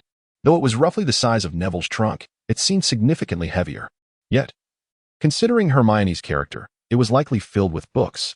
Could you not exhibit a modicum of gentlemanly demeanor and assist me in getting this trunk inside? Hermione had toiled for quite some time, yet she had not succeeded in maneuvering the trunk into the compartment. It was no wonder, as there was a threshold that, while not particularly high, posed a challenge for dragging it through. Noticing Neville still lost in thought, Hill shrugged and retrieved his wand, casting a spell with a flick towards the trunk. Wingardium Leviosa. A silver light flashed, and the trunk began to levitate effortlessly. With a graceful wave of his wand, it glided to the corner and gently settled down without a sound. Perfect. Here nodded gently. He had previously experimented with this spell using the wand left by his father, Aldrich, but he had not achieved such perfection at that time. He recalled the incident when he attempted to levitate a water bottle and, in a moment of carelessness, it fell to the ground, causing Kaka to tumble off his shoulder in fright. Is this what magic is? I have perused this spell in the Standard Incantations and Beginner's Guide, and it seems quite challenging to master. I practiced a few simple spells at home for the sake of training, and they all worked, albeit I come from a family entirely unversed in magic. Thus, when I received my acceptance letter, I was utterly astonished yet immensely delighted, for, as far as I know, this is the most esteemed school of magic. I have memorized all the textbooks, and I sincerely hope this will suffice. My name is Hermione Granger. By the way, may I inquire as to your names? Hermione expounded all in one breath, evidently moved by the impact of the levitation spell. For a child of Muggle descent, nothing is more exhilarating than witnessing another wielding magic. Were it not for a modicum of rationality and the modesty typical of young ladies, Hermione would have eagerly taken a seat beside her to engage in discussion. Neville remained lost in thought, though this time his focus was on the spell conjured by her, his mouth agape in astonishment as he gazed at her and the box. To be frank, his current demeanor was indeed comparable to that of the creature he held, Leaf. Putting away his wand, he gestured to the empty seat beside him, apologetically stating, "There is only this little space available. I hope you don't mind. By the way, I'm here Fox, a freshman at Hogwarts." Hermione unceremoniously took a seat, vigorously shaking her hands. It was evident that the earlier box had caused her considerable distress. At this moment, Neville finally snapped back to reality. However, the catalyst for his return was the sight of Leaf, who, upon seeing the door ajar, had wriggled free from his grasp and bounded out of the compartment. "Leaf, you can't go out. It's dangerous out there," Neville exclaimed, rising abruptly and chasing after the creature while calling out, "Leaf, where are you? Come back." He'll cast a glance at Kaka perched on his shoulder. If he was not mistaken, Kaka had just made a threatening gesture towards the unfortunate toad, which promptly took flight. Hermione's expression had also shifted momentarily. It was likely that few girls possessed an affinity for such creatures. The mere thought that a toad had shared her space just a minute ago, within a mere 3 feet of her, made Hermione's lips twitch. Fortunately, the toad had fled, thank goodness. Ah, that was Neville Longbottom, and the one that escaped was his pet, a toad named Trevor. He was also a newcomer to Hogwarts. Hill offered an apologetic smile, as it was indeed Kaka who had startled the toad away. Yet, one must ponder, had Kaka not been present, what would have prompted the toad to flee? Hermione snapped back to reality and smiled, revealing her well-maintained, pearly white incisors. "You must come from a magical family. It's evident that you wield your spells with great proficiency. Someone must have guided you." Without waiting for Hill's response, she continued, "In my family, no one understands magic. I have to practice alone. Some simple spells are manageable, but the more complex ones prove quite challenging." Listening to Hermione, Hill couldn't help but smile. If he was not mistaken, Hermione was evidently inspired by his levitation spell. It was no wonder, for as a top student among Muggles, encountering peers casting spells for the first time, especially a spell as intricate as levitation, must have been a considerable shock to her. Thus, Hermione provided herself with a rationale. Hill, hailing from a family of wizards with parental guidance, had a significant advantage over most, particularly Muggle-born wizards. Her earlier remarks were essentially a self-explanation, a means to salvage her dwindling confidence. Having comprehended all this, Hill chose not to elaborate. After all, with the extraordinary book, which contained an abundance of knowledge, its owner, Hill, derived assistance far exceeding that of an ordinary wizard's instruction. Speaking of the book, it was currently nestled in the pocket of Hill's robe, slumbering. It had claimed to be in search of a method to communicate with Hill without producing sound, allowing it to converse freely without the fear of being discovered by other wizards. Hermione scanned the compartment, noting that aside from Neville's large trunk and her own, there were no other cases in sight. "Where is your trunk?" "I don't see it." With a mysterious smile, Hill extracted a small cloth pouch from his pocket and placed it upon the table. "All my belongings are contained within," he declared. The pouch, dark in hue and seemingly bearing the marks of time, appeared rather unremarkable, its surface marred with faint discolorations. This inconspicuous little bag housed all of Hill's possessions. Observing Hermione's astonished expression, Hill nodded with satisfaction. He drew forth his wand, murmuring a few incantations, and with a swift motion directed it towards the opening of the pouch. Instantly, the originally small opening, merely the size of a teacup, expanded to about a meter, revealing a trove of belongings, neatly folded garments, stacks of books, and various sundries. As you can see, this is a magical artifact, designed for storage, with a capacity of approximately 3 cubic meters, suitable only for inanimate objects. Cack, perched upon Hill's shoulder, caught sight of the fox's provisions within the pouch and urged him to retrieve them quickly, clamoring for a hearty meal. Gently tapping Cack's head with his finger, Hill shook his head, saying, "No, Cack, this is your sustenance for the coming months. Consuming it all now would leave you wanting. Besides, did you not indulge in a substantial bowl this morning?" Cack protested vehemently, insisting, "No means no. You must control your diet, Cack." Hill, unwavering in his refusal, understood the predicament. Fox provisions were not easily acquired, having only spotted them at the pet shop in Diagon Alley. Moreover, Cack was particular, rejecting all other offerings. However, Hogwarts operated under a closed management system, preventing students from venturing out. With another flick of his wand, Hill returned the pouch to its original size, stowing it away before resuming his perusal of the book on magical history. Hermione's attention was drawn to Cack, finding herself utterly captivated. After all, it was hard for anyone to resist the charm of such an adorable creature, especially one as quintessentially cute as Cack. "Where did you acquire this fox?" she inquired. Her curiosity piqued. "It appears so delightful and serene. I had considered getting a pet myself, but I am not fond of owls, mice, or toads. I scoured the pet shop for ages without finding what I desired." Observing the pouting, slumbering Cack resting on Hill's shoulder, Hermione couldn't help but ask, "May I pet him?" Hill generously captured Kaka and handed it over to Hermione. "I discovered Kaka while wandering through Diagon Alley, and that wizard charged me a hefty sum of 10 galleons. It was quite exorbitant. Harry had only spent 7 galleons on a wand. Nevertheless, Kaka resonated with my preferences, being a rather clever creature." Hermione to Kaka, placing it upon her lap, and gently stroked its plump body, savoring the softness of its fur. Observing Kaka's contented expression, Hermione couldn't help but chuckle. "I must acquire a pet next year. It would be simply marvelous." However, finding a pet like Kaka would be a matter of luck. According to ancient Eastern philosophy, this is known as fate. The train's whistle blew, signaling that we were about to depart. With a heavy rumble, the red Hogwarts Express began to move, gradually accelerating faster and faster as it left the platform. Its destination was Hogwarts, where young novices would learn and eventually become competent wizards. Neville still hadn't returned, seemingly engrossed in a game of hide-and-seek with his pet. However, he must be close to tears, as he should have tied himself to his toad with a rope. Hill gazed at the history of magic in his hands, a book that once sparked his interest, yet now he found himself unable to absorb a single word. Perhaps it was merely a figment of his imagination, but he felt as though Hermione was stealing glances at him. However, whenever he pretended to turn the page and glanced over, he only caught sight of Hermione playfully interacting with Kaka. Perhaps he was overthinking. After all, it was merely their first encounter. Nevertheless, he decided to abandon the book altogether. He closed it and tossed it onto the table, leaning back in his chair as he turned his attention to Hermione. She remained engrossed in her playful antics with Kaka. and it was evident that she truly adored small creatures, especially ones like Kaka. Hermione, which house do you wish to join? Hogwarts boasts 4 houses: Gryffindor, Ravenclaw, Hufflepuff, and Slytherin. Ravenclaw seems most suited for me. I've heard that its members are exceptionally intelligent. I don't mean to suggest that the other houses are filled with fools, it's just that Ravenclaw. But then again, Dumbledore graduated from Gryffindor. So I suppose Gryffindor must be quite admirable as well. Observing Hermione's conflicted expression, growing increasingly muddled as she spoke, Hill couldn't help but smile, causing her cheeks to flush a deeper shade of red.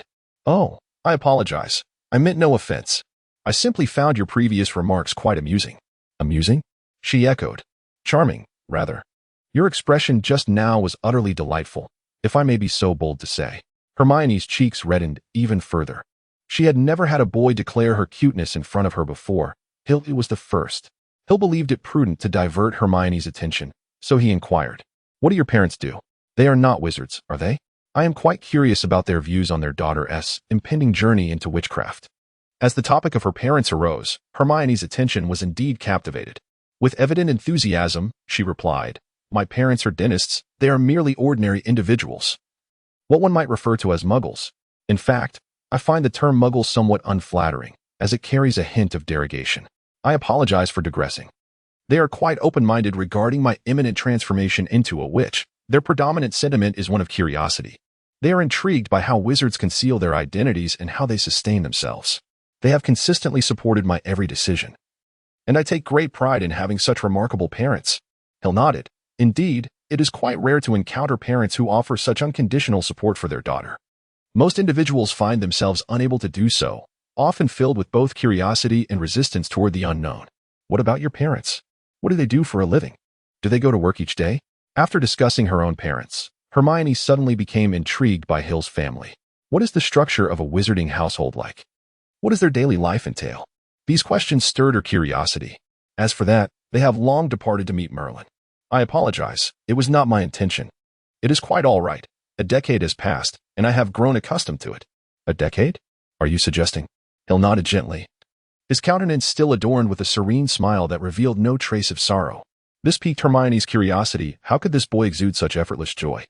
At the tender age of 1, his mother had passed away, and his father had gone missing just before a victorious moment, perhaps already lost to death. He had spent his formative years in St. Mungo's Hospital until the age of 6, after which he returned to his family home, inheriting all that belonged to his parents. Hermione felt her cheeks flush as she recalled her earlier words, when she had remarked that a boy like Hill, born into a wizarding family, started with an advantage over muggle-born wizards due to parental guidance. Yet, it was evident now that Hill did not rely on his parents but rather on his own determination. Just as Hermione's mind was engulfed in turmoil, a loud clattering echoed down the corridor as a cheerful woman with dimples entered the compartment, inquiring, "My dear, would you care for any snacks from the trolley?" Hill turned his head, gazing at the cart brimming with snacks and an assortment of toys, and smiled. Hermione, upon witnessing Hill's smile, felt as though the entire world had transformed into a brighter place. "I would like some pumpkin pasties, a cauldron cake, and a licorice wand. Nothing else, please." As she watched Hill gleefully accept a large quantity of food, complete the transaction, and wave goodbye to the vendor, Hermione felt somewhat bewildered. Perhaps when his parents departed, he was too young to comprehend the gravity of the situation, thus he did not dwell on it. "It's already noon. Aren't you going to eat something? There is still some time before we reach Hogwarts. You should indulge a little. These treats are unique to the wizarding world and cannot be found in the Muggle realm." Chewing on a licorice wand, Hill offered Hermione a variety of snacks. "This is merely a candy shaped like a wand. It has a delightful taste. You should give it a try." Hermione instinctively accepted a handful of snacks and placed them on her seat without tasting any. After a while, she regained her senses and observed the pile of food beside her, a bittersweet smile gracing her face. Such delicacies were always something she had avoided. Given that her parents were dentists, she had developed a habit of taking care of her teeth and had rarely indulged in sweets. "Where is Neville? It's been an hour. He must have searched the entire train by now, and still hasn't he found it?" Just as Hill was musing about Neville, he returned. Neville's expression was rather grim, and there was no sign of his toad, which indicated that he had, indeed, been unsuccessful in his search. Finding a pet like a toad, if it chooses to hide, can prove to be quite a challenge. Trevor is missing. This time he is truly gone. Although he often wandered off, I could always find him before. but I have searched the entire train and he is nowhere to be found." At this point, Neville could not help but sob. For despite the toad's frequent escapades, it was his beloved pet, and they shared a deep bond. Heaving a sigh, Hill was aware of Neville's plight. His parents had been driven mad by the Cruciatus curse, all of which transpired before the very eyes of the still tender Neville. Numerous subsequent trials had rendered him timid, causing him to withdraw into himself, unable to transcend that insurmountable barrier. Rising to his feet, Hill approached Neville, gently patting him on the shoulder in a gesture of comfort. "Do not worry, Neville. I am certain that Leaf is still aboard this train. Let us search once more. I shall accompany you." This was not merely a whim for Hill. Once he took a liking to someone, he would stand by them unwaveringly. Conversely, if he found someone disagreeable, he would hardly engage with them. Moreover, Neville bore a striking resemblance to both him and Harry. He was merely the most unfortunate manifestation of their shared predicament, one who had yet to surmount that daunting threshold. Calling out to Kaka, the nimble creature leapt onto Hill's shoulder, settling quietly in place, wiping away his tears. Neville followed Hill out of the carriage. Hermione hesitated for a moment before rising and trailing after them. Upon noticing Hermione's pursuit, Hill smiled, as this was entirely expected. Her inherently helpful, or perhaps meddlesome, nature ensured that she could not remain idle. Since Neville was unable to provide precise information, Hill and the others were left with no choice but to employ the most rudimentary method of searching, combing through each carriage one by one. Hill and his companions, positioned towards the front of the train, commenced their search in the rear carriages. "Excuse me, has anyone seen a toad? I apologize for taking up your time. But have you spotted a toad? Neville's toad has gone missing. Has anyone seen it?" Thus, Hill and the others continued their search from the front to the back of the train, yet they failed to locate the elusive creature, which had hidden itself remarkably well. However, Hill glanced at the cat perched on his shoulder, pondering whether its presence might be causing the toad to incessantly change its hiding spots. Hermione opened the door to one of the compartments and inquired, "Has anyone seen a toad?" Neville lost one. "We have already informed him that we haven't seen it." "Are you casting a spell? Then let us behold it." Hermione's attention was drawn to a boy in the compartment, who appeared to be preparing to cast a spell. Hill approached a little closer. If memory serves me right, this boy with red hair and a smudge on his nose must be Ron Weasley, one of the future trio, albeit the less impressive one. "Hey Hill, you're here too." Harry, who was in the same compartment as Ron, naturally noticed Hill and greeted him with enthusiasm. After their visit to Diagon Alley, he often chatted with Hill over the phone. When he boarded the train, he had looked for Hill but couldn't find him. "Hello, Harry. So this is where you are. No wonder I didn't see you in the front carriage," Hill said, shifting his gaze to Ron. "Have you made a new friend, Harry? Would you mind introducing us?" "Of course. This is my new friend, Ron Weasley," Harry replied, gesturing toward Ron. Ron nodded and looked at Hill, feeling a twinge of envy toward this striking silver-haired boy. There was no denying that he himself was rather ordinary in appearance. "I am Hill Fox. A pleasure to meet you, Ron." Hill extended his hand for a handshake. A flicker of confusion crossed Ron's eyes as he thought to himself, "I feel like I've heard that name somewhere before," but he couldn't quite place it. "In any case, it's a pleasure to meet you, Hill." Hill nodded, having noticed the wand in Ron's hand. It seemed that Ron was about to attempt that unsuccessful spell, a charm fraught with complications. Could he truly be oblivious to its flaws? Nevertheless, that rat was remarkably convincing. Peter Pettigrew, the traitor who had betrayed Harry's parents, once a friend of Sirius, now an adversary. The marvels of Animagus transformations were indeed fascinating. Perhaps it was time for him to delve into that art himself. As expected, Ron's magic yielded no results. Hermione couldn't help but chuckle, feeling much relieved that not every newcomer was as audacious as Hill. Subsequently, Hermione introduced herself, expressing considerable interest in Harry's identity. At that moment, Hill noticed 3 students approaching from a distance, one of whom was holding the very toad. With a sigh, Hill pondered the uncanny coincidence of Draco also arriving to join the fray, and behind him was a stout figure clutching none other than Neville's toad. Goodness, how could you be unaware of this? If I were in your position, I would certainly make every effort to gather every book that mentions me," Hermione interjected, inquiring whether the two of them had any knowledge of the houses they would be sorted into. "We ought to locate Neville's toad first. You both should hasten to change your clothes, as we are likely to arrive shortly." Neville stood despondently in the corridor, disinterested in Ron's magic. His sole focus was on finding his beloved Trevor. "Trevor, where on earth are you?" Quack, quack, quack. Following the sound, Neville spotted a coarse-looking, stout individual beside him holding a toad. Indeed, it was Trevor. "Ah, Trevor, you are here. Neville lunged towards Trevor, but grasped at empty air as the stout fellow tossed the toad to another similarly rotund and unsightly companion. "Give it back. That is my Trevor." The stout figure on the left tossed the toad into the air, casting a disdainful glance at Neville. "You claim this is yours? Do you have any proof? I could just as easily say it belongs to me. Trevor is mine. My grandmother bought him for me. I shall not return him to you." "And what will you do about it?" The little rotund figure shoved Neville forcefully, sending him sprawling to the ground. Hill observed as Neville was pushed down, his brow furrowing slightly. He turned to Draco and said, "Draco, for my sake, please return the toad to Neville." Although Hill was inclined to teach the two hefty boys a lesson, they were, after all, Draco's lackeys, and a modicum of respect was due to Draco. Draco nodded and addressed the hefty boy holding the toad. "Goyle, return that toad to the waste of space. It's slimy, aren't you disgusted? And remember to wash your hands afterward, or you shan't dine." The boy named Goyle tossed the toad onto Neville, disdainfully remarking, "You treasure a mere toad, Neville?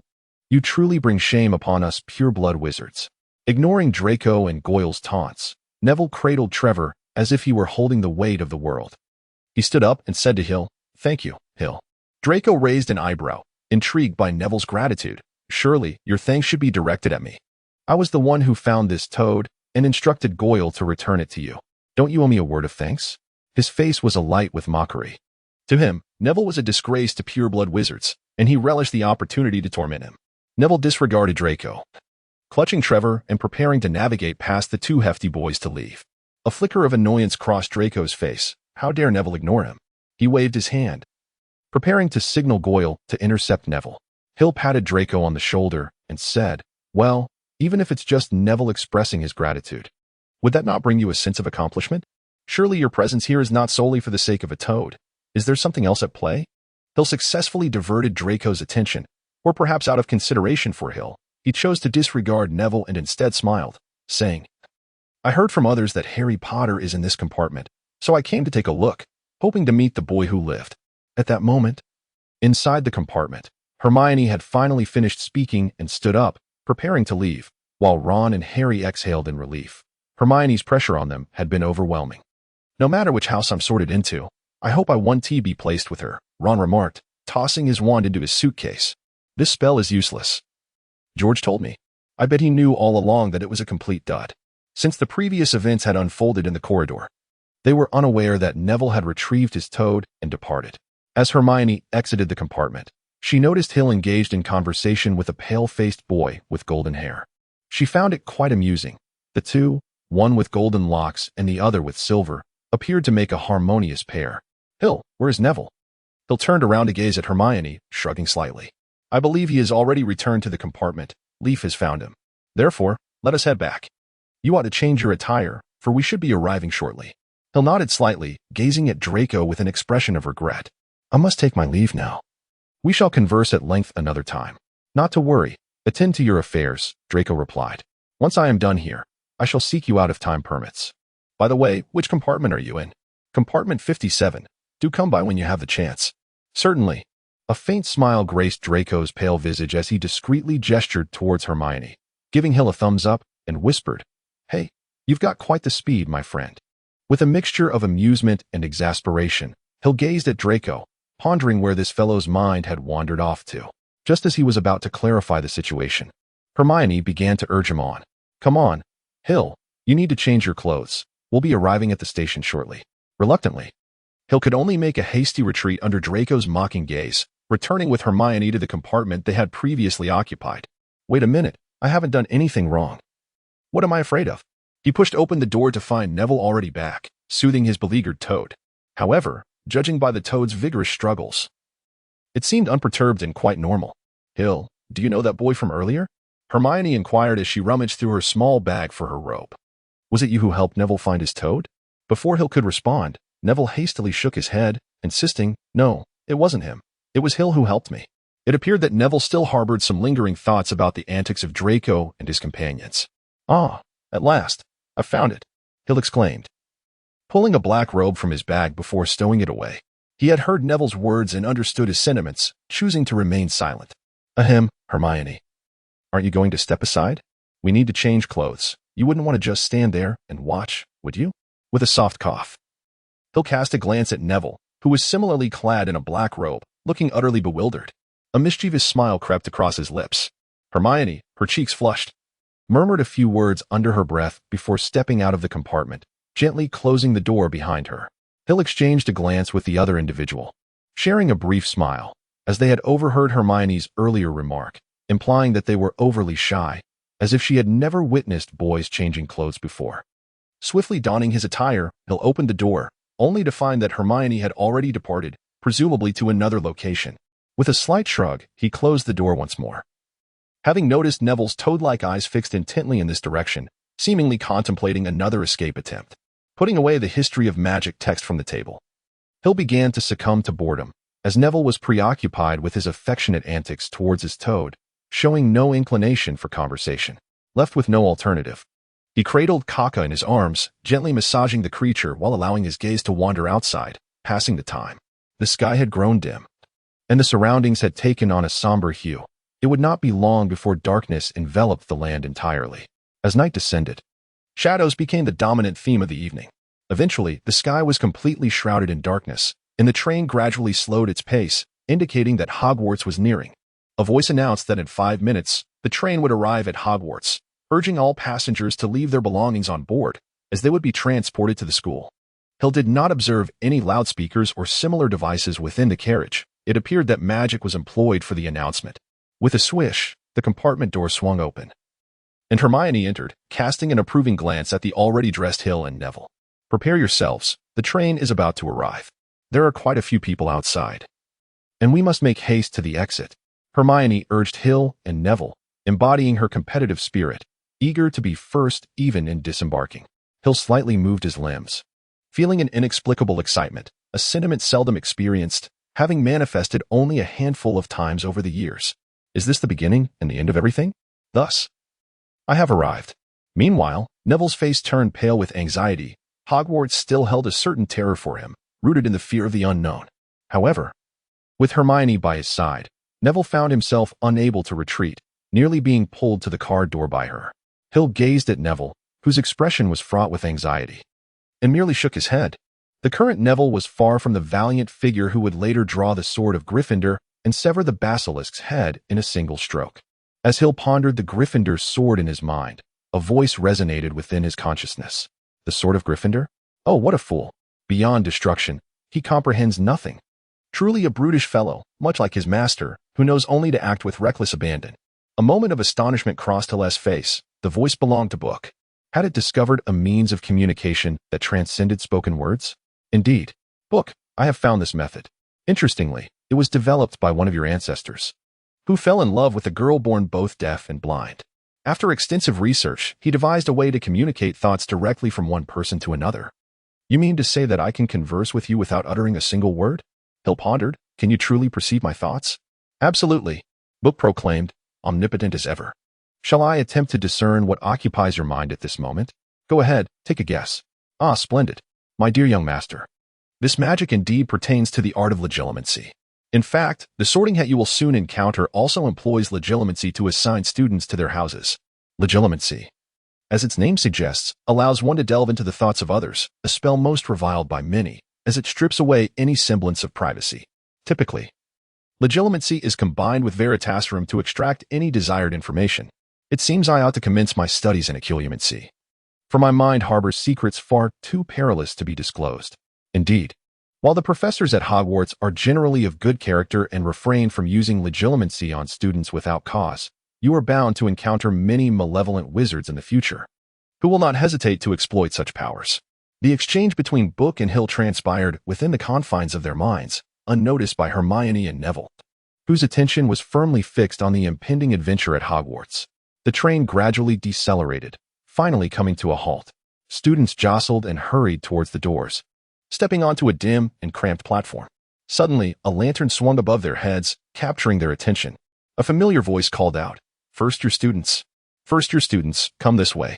Harry, over here. How are you?"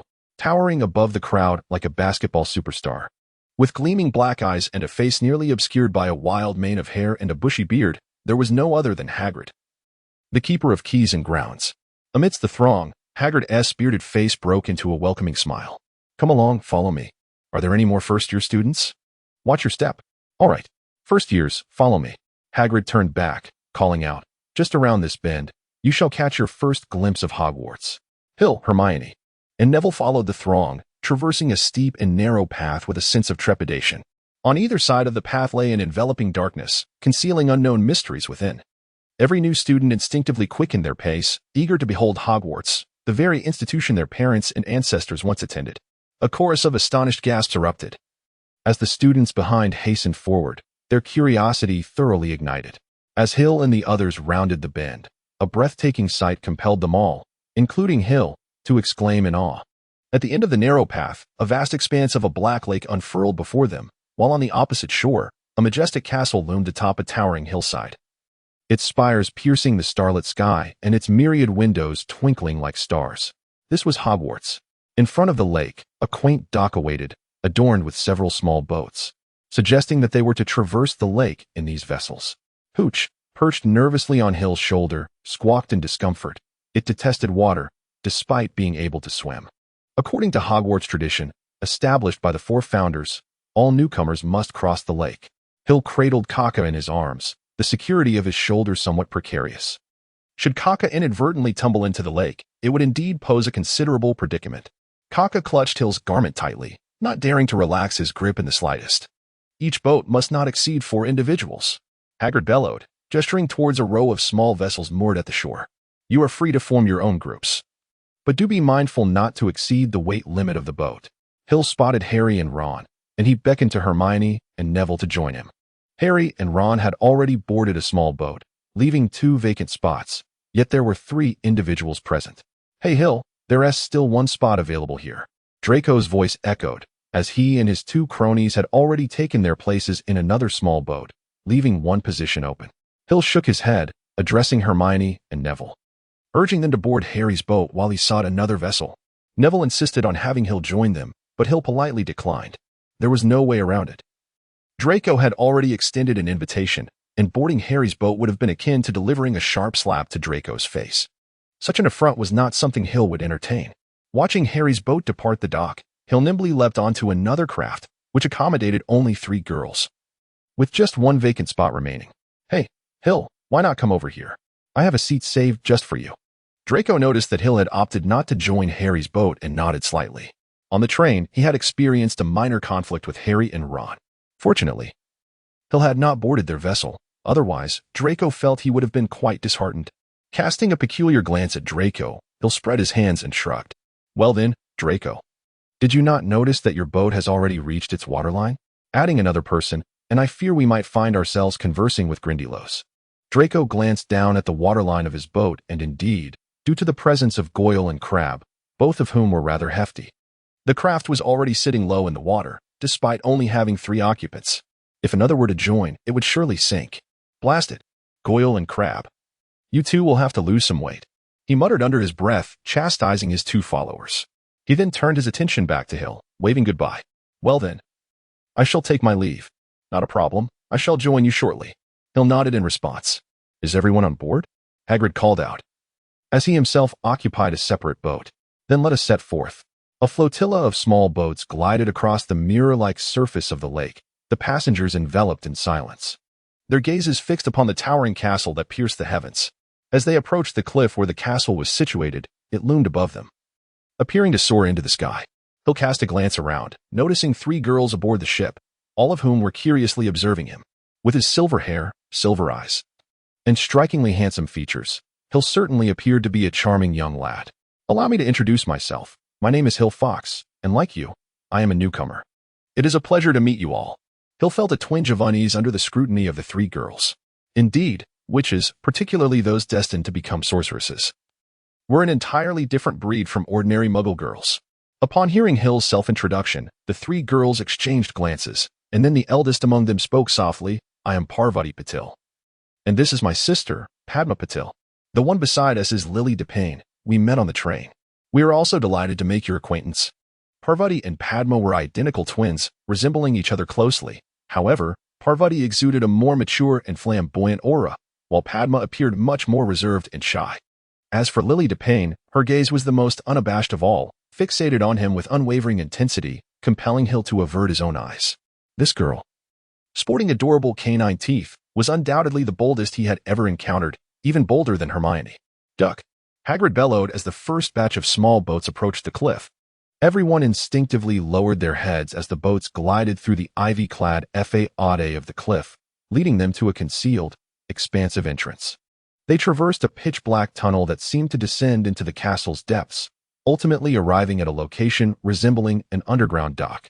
Before ascending onto a surface strewn with gravel and small pebbles, Hagrid disembarked and noticed Harry and the others at the forefront. However, he refrained from approaching them due to the overwhelming crowd and the narrow path that made passage inconvenient. After all, the difference in position was negligible. All the fledgling first years, illuminated by Hagrid's lantern, ascended a tunnel carved into the rock and eventually arrived at a damp, level patch of grass beneath the shadow of the castle. They climbed a series of stone steps, gathering before an enormous oak door. Is everyone here? No one has fallen behind, I trust? After counting the heads to ensure no one was missing, Hagrid raised his large fist and knocked thrice upon the castle's grand entrance. The door swung open instantly, revealing a tall witch clad in a flowing emerald green robe. First years, Professor McGonagall. Thank you, Hagrid. I shall take it from here, she said, pulling the door wide to unveil the interior. The stone walls were adorned with blazing torches, and the ceiling soared so high it was nearly impossible to see the top. A magnificent marble staircase ascended directly to the upper floors. Professor McGonagall led the first years to a small, vacant room at the opposite end of the hall, not far from the raucous sounds emanating from the Hogwarts Great Hall. The newcomers surged into the room, jostling against one another, their nervous gazes meticulously scanning their surroundings. Welcome to Hogwarts, Professor McGonagall announced. The feast is about to commence. However, before you take your seats in the dining hall, you must first determine to which house you shall belong. The sorting is a significant ceremony, as your house will become your home during your time at Hogwarts. You will attend classes with your fellow housemates, reside in the house dormitories, and spend leisure time in the common room together. The names of the 4 houses are Gryffindor, Hufflepuff, Ravenclaw, and Slytherin. Each house possesses its own illustrious history and has nurtured exceptional witches and wizards. Throughout your time at Hogwarts, your commendable achievements will earn points for your house, while any misconduct will result in point deductions. At the year's end, the house with the highest score will be awarded the House Cup, a prestigious honor. I hope that regardless of which house you are assigned to, you will bring pride to it. In a few minutes, the sorting ceremony will commence before the entire school faculty and students. I suggest you take this time to compose yourselves and appear more spirited. Once preparations are complete, I shall return to escort you, Professor McGonagall instructed. Please maintain silence while you wait. With that, she exited the room, presumably to report to Dumbledore in the Great Hall. Bored and listless, Hill listened to Professor McGonagall's narration, information he had long since internalized. However, he had no choice but to remain here, waiting. For some inexplicable reason, Buck had not responded to his calls. Thus, Hill occupied himself by teasing Kaka, passing the time in a state of ennui. Meanwhile, the first-year students surrounding him were visibly anxious, whispering among themselves about the impending events. Parvati glanced at Hill, whose demeanor was notably calm, even bordering on indifference, and curiously inquired, Hill, aren't you worried about the upcoming sorting? The other newcomers seemed quite tense. Indeed, many students displayed signs of nervousness, some even turning as pale as parchment. Their uncertainty stemmed from the mysterious nature of the sorting process. In reality, it was rather straightforward and not worth the apprehension. I've heard the sorting ceremony can be quite terrifying, potentially causing significant distress. Is that true? Padma, who had remained silent until now, expressed her concern. Will it hurt? I dread pain above all else. Hill rolled his eyes as he glanced at Ron, who was exuberantly promoting himself ahead. Indeed. This fellow possessed an innate talent for being a junior reporter. Such a farcical tale, when recounted by him, could easily deceive numerous first-year students. It wasn't as terrifying as it seemed, and I shall refrain from elaborating further, for that would spoil the air of mystery surrounding it. I assure you, it is undoubtedly an intriguing affair. Just as Hill was reassuring the anxious Padma, a sudden chorus of screams erupted from ahead. Abruptly, around 20 ghosts emerged from the walls. These pearly white, translucent apparitions glided across the room, whispering among themselves, seemingly oblivious to the first-year students, as if engaged in a spirited debate. These are the ghosts of Hogwarts, unique entities, each with their own tale to tell. Even Professor Binns, the ghost, serves as the history of magic instructor. A portly, monk-like ghost proclaimed, We ought to forgive and forget. I say, we should grant him another chance. My good monk, have we not afforded Peeves ample opportunities? Yet, he has bestowed upon us unflattering nicknames. You see, he doesn't even qualify as a proper ghost, I exclaimed. Just then, a ghost clad in a ruffled collar and tight-fitting attire suddenly noticed the first-year students. Hill observed the terrified freshmen around him, their expressions frozen in fear at the sight before them.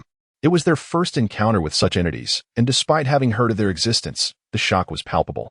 We are the new students this year, awaiting our sorting ceremony. Are you spirits? Hill inquired, stepping forward when no one responded. The plump ghost floated closer to him, curiosity glimmering in its ethereal eyes.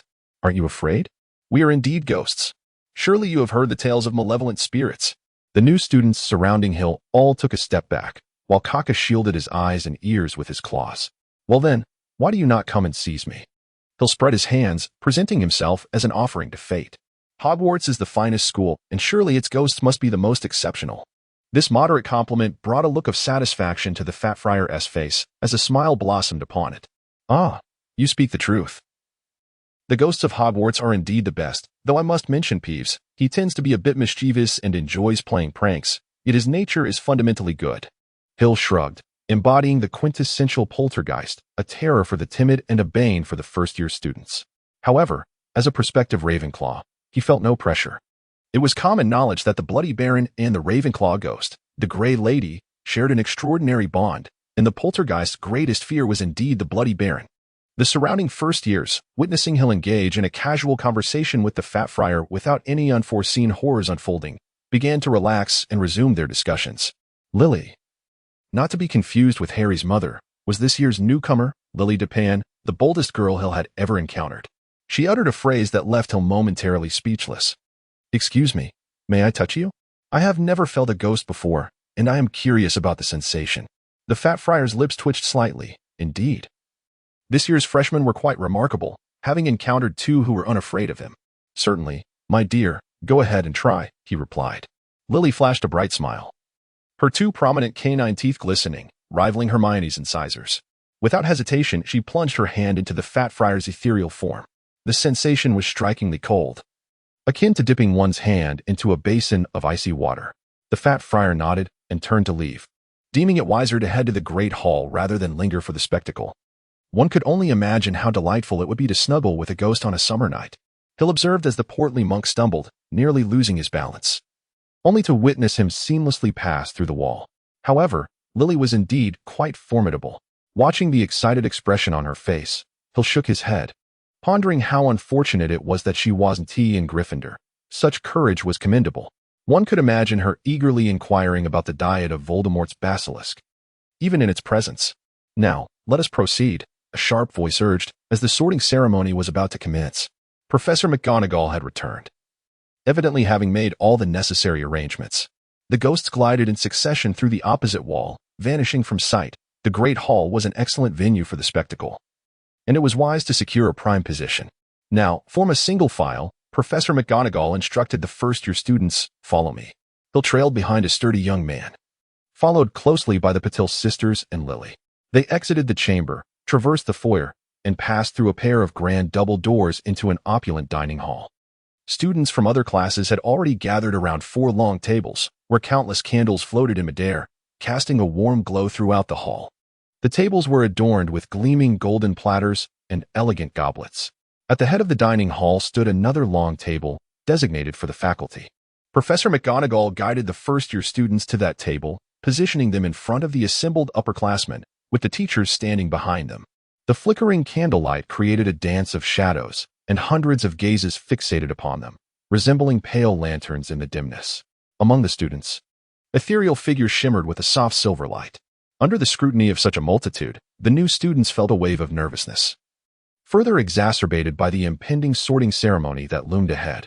Bored, Hill stifled a yawn, feeling rather unamused by the throng of novices surrounding the seasoned veterans. In truth, under the scrutiny of so many eyes, he felt no anxiety at all. At least their gazes lacked the piercing sharpness of Lily S., leaving him feeling utterly at ease. He glanced upwards, where the velvety black ceiling sparkled with twinkling stars. Enchanted to resemble the sky outside, it was hard to believe a ceiling truly existed above. or that the restaurant's rooftop was not open to the elements. Professor McGonagall gently placed a four-legged stool before the first-year students, atop which she set an old, patched wizard hat, its surface worn and grimy. The diners focused intently on the hat, and the hall fell silent. Then, the hat began to stir. A wide seam split open along its brim, resembling a mouth, and it commenced to sing. You may think me rather plain, but do not judge by mere appearance. If you can find a hat more beautiful than I shall gladly consume myself. You can make your top hat sleek and shiny, and your high-crowned silk hats stiff and pristine. For I am the sorting hat of Hogwarts, far superior to any hat you possess. Any thought concealed in your mind escapes not my keen and discerning gaze. So try me on, and I shall tell you to which house you belong. You might find yourself in Gryffindor, where bravery lies buried deep within your heart. Their courage, gallantry, and generosity set Gryffindor apart. Or perhaps you belong in Hufflepuff, where loyalty and integrity reign. Their students steadfast and honest, fearless in the toil of labor. If you are clever, you may join the wise Ravenclaw, where the learned and sagacious gather. Or perhaps you shall enter Slytherin, where true friends may be found, yet beware, for those treacherous and cunning will stop at nothing to achieve their aims. So come. Don me. Fear not. Do not panic or tremble. In my grasp, though I possess not a hand, you are undoubtedly safe, for I am a thinking hat. As the hat concluded its song, thunderous applause erupted throughout the hall, and the hat bowed to each of the four tables before falling still. Professor McGonagall stepped forward, holding a scroll of parchment. When I call a name, that person shall don the hat, take a seat, and await their house assignment, she announced. Hannah Abbott, a rosy-cheeked girl with 2 golden braids, stumbled out of the line, placed the hat upon her head, which nearly obscured her eyes, and sat down. After a brief pause, the hat declared, Hufflepuff. The hat called out. The individuals at the table to the right applauded and cheered for Hannah, welcoming her to their table, which must belong to Hufflepuff. Susan Bones, Hufflepuff. The hat proclaimed again. Susan swiftly made her way to sit beside Hannah. Terry Boot, Ravenclaw. This time, the second table on the left erupted in applause. As Terry joined their ranks, several Ravenclaw students stood to shake his hand.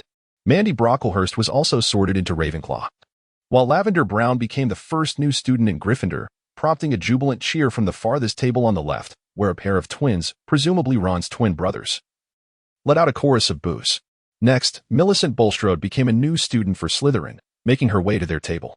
Justin Finch Fletchley, Hufflepuff. Occasionally, the sorting hat would immediately declare a student's house, while at other times, it took a moment longer to reach a decision. For instance, a boy with light brown hair, Seamus Finnegan, sat upon the stool for nearly a full minute before the hat announced his placement in Gryffindor. Hill exhaled softly, aware that the entire Fox family belonged to Ravenclaw, a fact that did not surprise him, although he might not embark on adventures alongside Harry and the others. He felt no regret. My dear young master, I have re-established contact with some of my old friends, many of whom are no longer at Hogwarts. Yet, the sorting hat remains, and it seems quite intrigued by you, echoed Book's voice in his mind, revealing that it had just been communicating with old acquaintances from Hogwarts. In that case, have it place me in Ravenclaw. I wish to avoid any disturbances. The Fox family has always been Ravenclaw, and I desire no upheaval. Rest assured. My master, the Fox family is destined for Ravenclaw, a stipulation established since Hogwarts' inception. What does that mean? Let us discuss it later. Your turn is approaching. Hill regained his composure as a new student was sorted into Hufflepuff, and then Professor McGonagall announced the next name, Hillafox. Hill turned around and slowly approached the chair, even taking a moment to glance at the teacher's table. His gaze lingered in the center of the distinguished guest area, where Albus Dumbledore sat upon a grand golden chair. The current headmaster of Hogwarts is widely regarded as the greatest wizard of the age, with well-known contributions that include vanquishing the dark wizard Grindelwald in 1945, discovering 12 uses of Dragon-S blood, and achieving remarkable success in alchemy alongside his partner, Nicholas Flamel. Dumbledore, adorned with half-moon spectacles and a crooked long nose, had silver hair and a beard cascading down. At this moment, he regarded Hill with a gentle smile upon his face.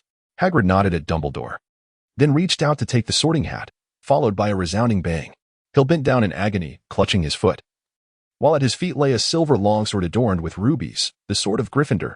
This remarkable blade, procured from goblins by Godric Gryffindor himself, one of the founders of Hogwarts, was unmistakably the same sword. The hilt was encrusted with rubies, and the blade bore the name of Godric Gryffindor. How could Hill be so certain this was Gryffindor's sword? Aside from this legendary weapon, what else could possibly fall from the Sorting Hat? Both Neville and Harry had previously obtained this sword from the very same hat. Only those who truly embody the qualities of Gryffindor may wield it in times of need. Yet, just moments ago, as Hill grasped the Sorting Hat, the sword of Gryffindor tumbled forth, striking him heavily on the foot. Oh, Merlin above! What have I just witnessed? By Merlin's beard, this is indeed Gryffindor's sword. How is this possible? This sword was not supposed to. A cacophony erupted among the professors, their whispers mingling in astonishment. The scene had been utterly extraordinary. A first-year student had merely donned the Sorting Hat, and lo and behold, Gryffindor's sword fell out from within. What was that? A sword emerging from the Sorting Hat. Goodness, that hat concealed a sword. I wore it just last year. What an unfortunate fellow to be struck by such a heavy blade. I can only imagine the pain he must feel. At the 4 long tables, the seasoned students regarded the sword and the pained Hill with peculiar expressions, relieved that they had not encountered such misfortune. Conversely, the first-year novices looked anxiously at Hill's Sorting Hat, jokingly pondering who would dare wear it again after such an incident. It was one thing for the hilt to emerge. What if the tip had come out instead? What if next time it was not a sword but a mace or an axe? A few timid girls were already on the verge of tears, their eyes brimming with moisture. Hermione, Neville, and Harry looked at Hill with deep concern, while Ron stood with his mouth agape, thoroughly startled. Hill, the very center of this commotion, crouched in pain, clutching his ankle, feeling as if his bones might shatter from the force of the sword's impact. The ground seemed to tremble beneath him. Professor McGonagall's face mirrored the astonishment of the crowd. She had heard of the sword of Gryffindor being hidden within the Sorting Hat, but witnessing it fall during the sorting ceremony as a new student received the hat was unprecedented.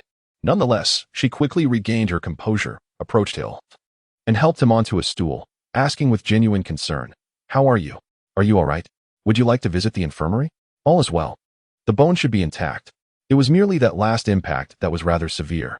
After a brief respite, I should be fine," Hill remarked, shaking his head as the pain in his foot began to subside, indicating that it was not a fracture. Professor McGonagall nodded, casting a glance at Dumbledore to seek the headmaster's opinion.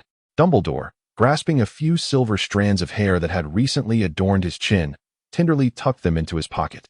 Allowing a smile to return to his face, he addressed Professor McGonagall. "Might I inquire about Mr. Fawkes? Is he unharmed?"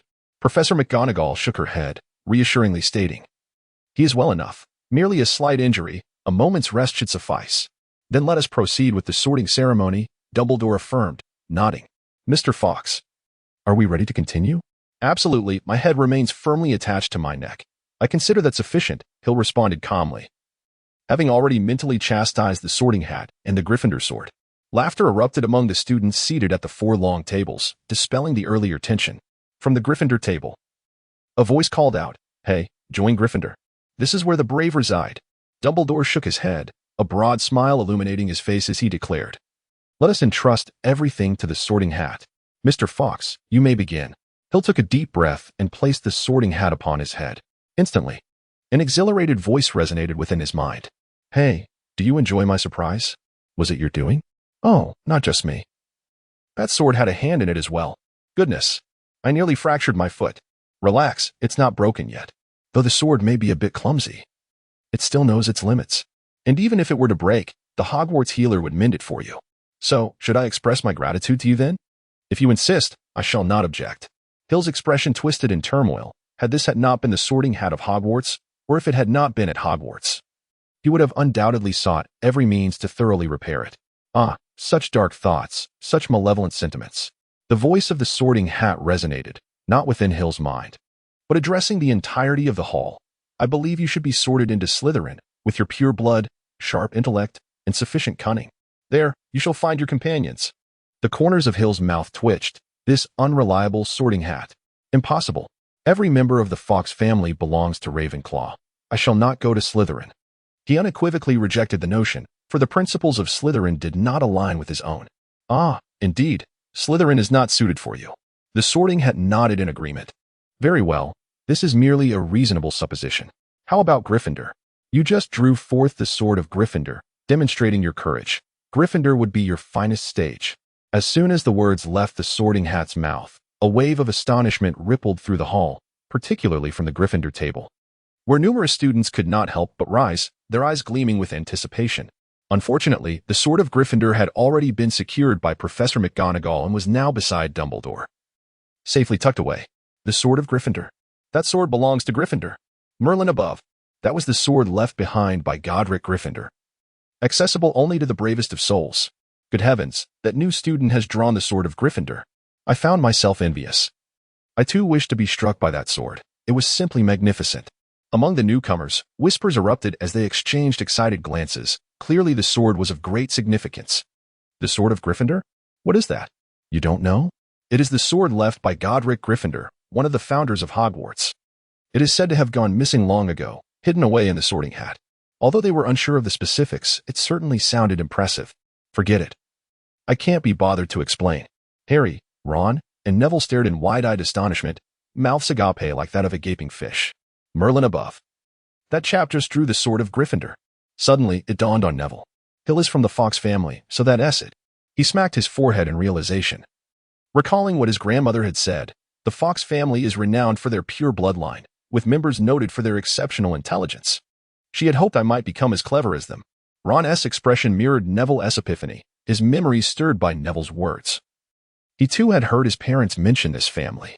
However, Ron S.'s countenance shifted to one of peculiar intrigue as he muttered, "Now this will be quite the spectacle." Harry and Hermione exchanged puzzled looks. While they were aware of some details regarding the sword of Gryffindor, they were entirely unfamiliar with the Fox family. Ron, what do you mean by a spectacle? Harry could not resist inquiring, as he and Hermione were both quite unaware of many wizarding families in the magical realm. The Fox family, as Neville mentioned, had long been distinguished for producing prodigies. Every Fox was a top-tier wizard. Ron echoed Neville's words, his expression shifting to one of peculiarity. So their family has always been associated with Ravenclaw, without exception. What? Is that so?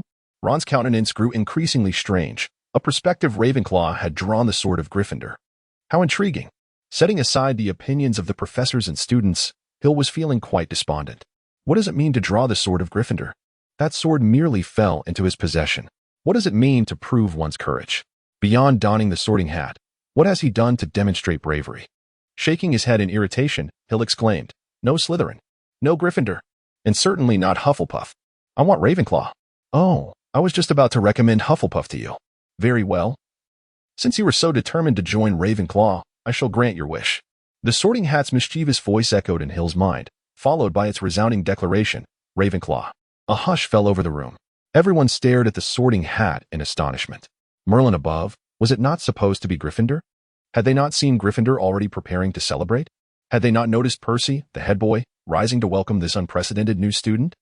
Did they not see the expressions on Ravenclaw's faces that clearly indicated this individual belonged in Gryffindor? Applause erupted. Dumbledore was the first to clap, followed by the professors. And soon, students from all four houses joined in. Thus, Hill removed the hat and, amidst the applause, limped toward Ravenclaw's table. Over at Ravenclaw, everyone looked at this new student with a mix of curiosity and disbelief. Well, since the Sorting Hat had made its decision, no matter how absurd or unbelievable it seemed, Hill was now officially a student of Ravenclaw. Feeling a slight ache in his foot, Hill found an empty seat and sat down, promptly grabbing a cup of lemonade and gulping it down. He was fatigued, thirsty, and still recovering from his injuries. After finishing a generous glass of lemonade, Hill stretched comfortably and began to survey his fellow classmates. Beside him sat a girl with black hair. Judging by her facial features, she appeared to be of Asian descent. Noticing Hill's gaze, she nodded gently, extended her hand, and softly said, "Hello, welcome to Ravenclaw." Taking her hand, Hill nodded in response. "I'm Hill Fox, a first-year student. It's a pleasure to meet you. My name is Qiu Zhang. It's a pleasure to meet you too." Qiu Zhang? A name flashed through Hill's mind. Qiu Zhang. A member of Ravenclaw, Harry's first love, a beautiful and enigmatic Eastern woman. "Are you from the land of mountains and seas?" "I am of Chinese descent." Qiu nodded slightly, her face displaying a hint of surprise. "You can speak Chinese?" "I picked it up after some time, rather muddled, to be honest. I'm not entirely sure how it happened." Hill continued to converse in Chinese, his pronunciation crisp and his Mandarin impeccable, an impressive feat as it happened. The book Harry Potter was written using Pinyin, and during the course of translating it, Hill inadvertently learned Chinese. Harboring the hope that perhaps one day he would visit that mysterious Eastern land, where fluent Chinese would prove immensely beneficial, Simultaneously, his curiosity about his ancestor grew deeper, pondering the significance of the book being rendered in pinyin. While Chiao and Hill were engrossed in their lively conversation in Chinese, the sorting ceremony progressed. Hermione and Neville were sorted into Gryffindor, while Draco naturally found his place in Slytherin. A humorous incident occurred when Neville, in his anxiety, tripped while rushing towards the stool. The sorting hat took a considerable amount of time to decide for Neville, and when it finally announced Gryffindor, Neville, still wearing the hat, ran off, only to return at a brisk pace amidst laughter, to return the hat to Professor McGonagall. Although some onlookers were still whispering and pointing towards Hill, the majority of attention had shifted to the sorting ceremony, for everyone knew that the boy who lived, Harry Potter, had also arrived at Hogwarts. And it was soon to be his turn. Harry Potter. As Harry stepped forward, a sudden buzz of murmured voices filled the hall, akin to the sizzling of tiny flames. Potter? Are they calling Potter? Is it that Harry Potter? The boy who survived? My brother has always wanted his autograph. He is the one who defeated the Dark Lord? He doesn't look like it. It was evident that Harry was quite nervous, shifting uneasily on the stool.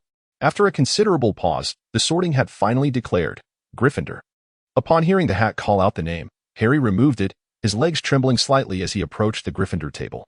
He had been chosen, and more importantly, he had not been placed in Slytherin, which brought him immense relief. He scarcely noticed the thunderous applause that greeted him. Prefect Percy stood up to shake his hand firmly, while the Weasley twins shouted joyously, We have Potter! We have Potter! It is evident that the members of Gryffindor are brimming with excitement. Indeed, Harry's celebrity status is nothing short of extraordinary. However, with Harry drawing the limelight, it is likely that Hill's days ahead will be considerably more pleasant, as he will not be besieged by inquiries regarding how he managed to extract Gryffindor's sword. Harry took his seat beside Hermione, and his gaze shifted towards Ravenclaw, momentarily colliding with Hill's eyes. Hill gave Harry a thumbs up, and Harry reciprocated with a similar gesture, their eyes meeting in a shared moment of joy. Just as they were exchanging silent camaraderie, a figure obstructed Hill's line of sight. It was Lily, recently sorted into Ravenclaw. Prior to that, Padma had also been assigned to Ravenclaw, while her sister found her place in Gryffindor. With a resigned gesture towards Harry, Hill indicated that he was somewhat preoccupied at the moment. Considering Lily's demeanor, Hill thought she would have been better suited for Gryffindor. After all, the Gryffindor table was filled with bold girls reminiscent of Lily, while Ravenclaw was predominantly composed of more introverted and demure individuals like Padma. Nevertheless, Lily's vibrant personality quickly drew attention, as she engaged in animated discussions with her fellow students, suggesting that the days ahead would be anything but dull. Hill had initially assumed Ravenclaw was merely a haven for bookworms. Ron, too, was delighted to be placed in Gryffindor, while the last student, Blaise Zabini, was sorted into Slytherin. Professor McGonagall rolled up the parchment and took the sorting hat with her, signaling the conclusion of the sorting ceremony. Albus Dumbledore rose to his feet, his face beaming with joy as he surveyed the gathered students, arms outstretched as if nothing pleased him more than the sight of them all together. Welcome, he proclaimed. Welcome to Hogwarts for a new academic year. Before the feast commences, I wish to share a few words. Fools, crybabies, rascals, twist. Thank you all. He then resumed his seat, met with applause and cheers. Such was Dumbledore, a figure who had triumphed over the dark wizard Grindelwald, led the Order of the Phoenix against Voldemort, and orchestrated the ultimate downfall of the latter. This legendary wizard, arguably the greatest of the 20th century, commanded respect in all his endeavors. Even his eccentricities were perceived as authentic expressions of his character. Lifting a goblet brimming with lemon juice, Hill silently toasted to Dumbledore, regardless of whether he noticed, before drinking deeply, a subtle homage to the esteemed wizard. With the sorting ceremony concluded and Dumbledore having spoken, all the students were free to indulge in the lavish feast before them. Particularly the first years, who had never before experienced such a wondrous banquet, were exhilarated and eagerly partook in the bounty laid out for them. Hagrid observed that Gryffindor exhibited the most atrocious table manners, while Slytherin displayed the utmost elegance, though this assessment must exclude Draco's two lackeys, whose eating habits were even more disgraceful than those of Gryffindor. Additionally, Hufflepuff adhered to a principle of modesty, consuming their food in a natural and unassuming manner. Yet their rate of consumption was the swiftest. Lastly, there was Ravenclaw, where everyone dined with a certain grace, occasionally engaging in hushed discussions about various topics, some pertaining to their studies, others to the trivialities of daily life, and even debates on which of the new students was the most handsome or the most beautiful. Hill felt immensely honored to be voted the most handsome among the myriad of girls from Ravenclaw. As for the title of the most beautiful girl, he did not catch the name, yet from his observations, Lily seemed to embody that beauty.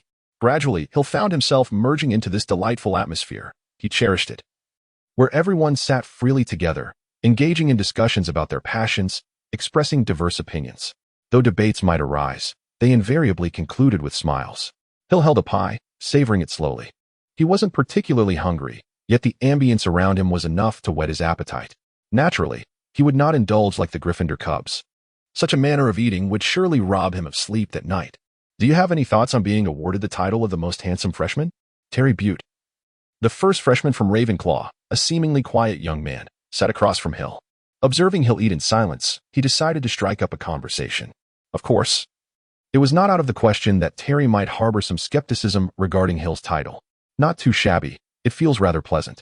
Hill glanced toward the professor's table and pointed at a rather unkempt teacher with greasy black hair, a hawk-like nose, and a waxen complexion, saying, "Perhaps he too once held the title of the most handsome." Laughter erupted from Terry, dispelling any lingering dissatisfaction regarding the title. A few other freshmen joined in the merriment, initially perceiving Hill as somewhat aloof, but now realizing he was quite amiable. However, it was only the inexperienced newcomers who laughed. The seasoned students wore peculiar expressions, stifling their laughter with great effort. Terry turned to a nearby boy, an upperclassman adorned with the badge of a head boy, presumably from Ravenclaw. "Robert, why is it that you all refrain from laughing so heartily?"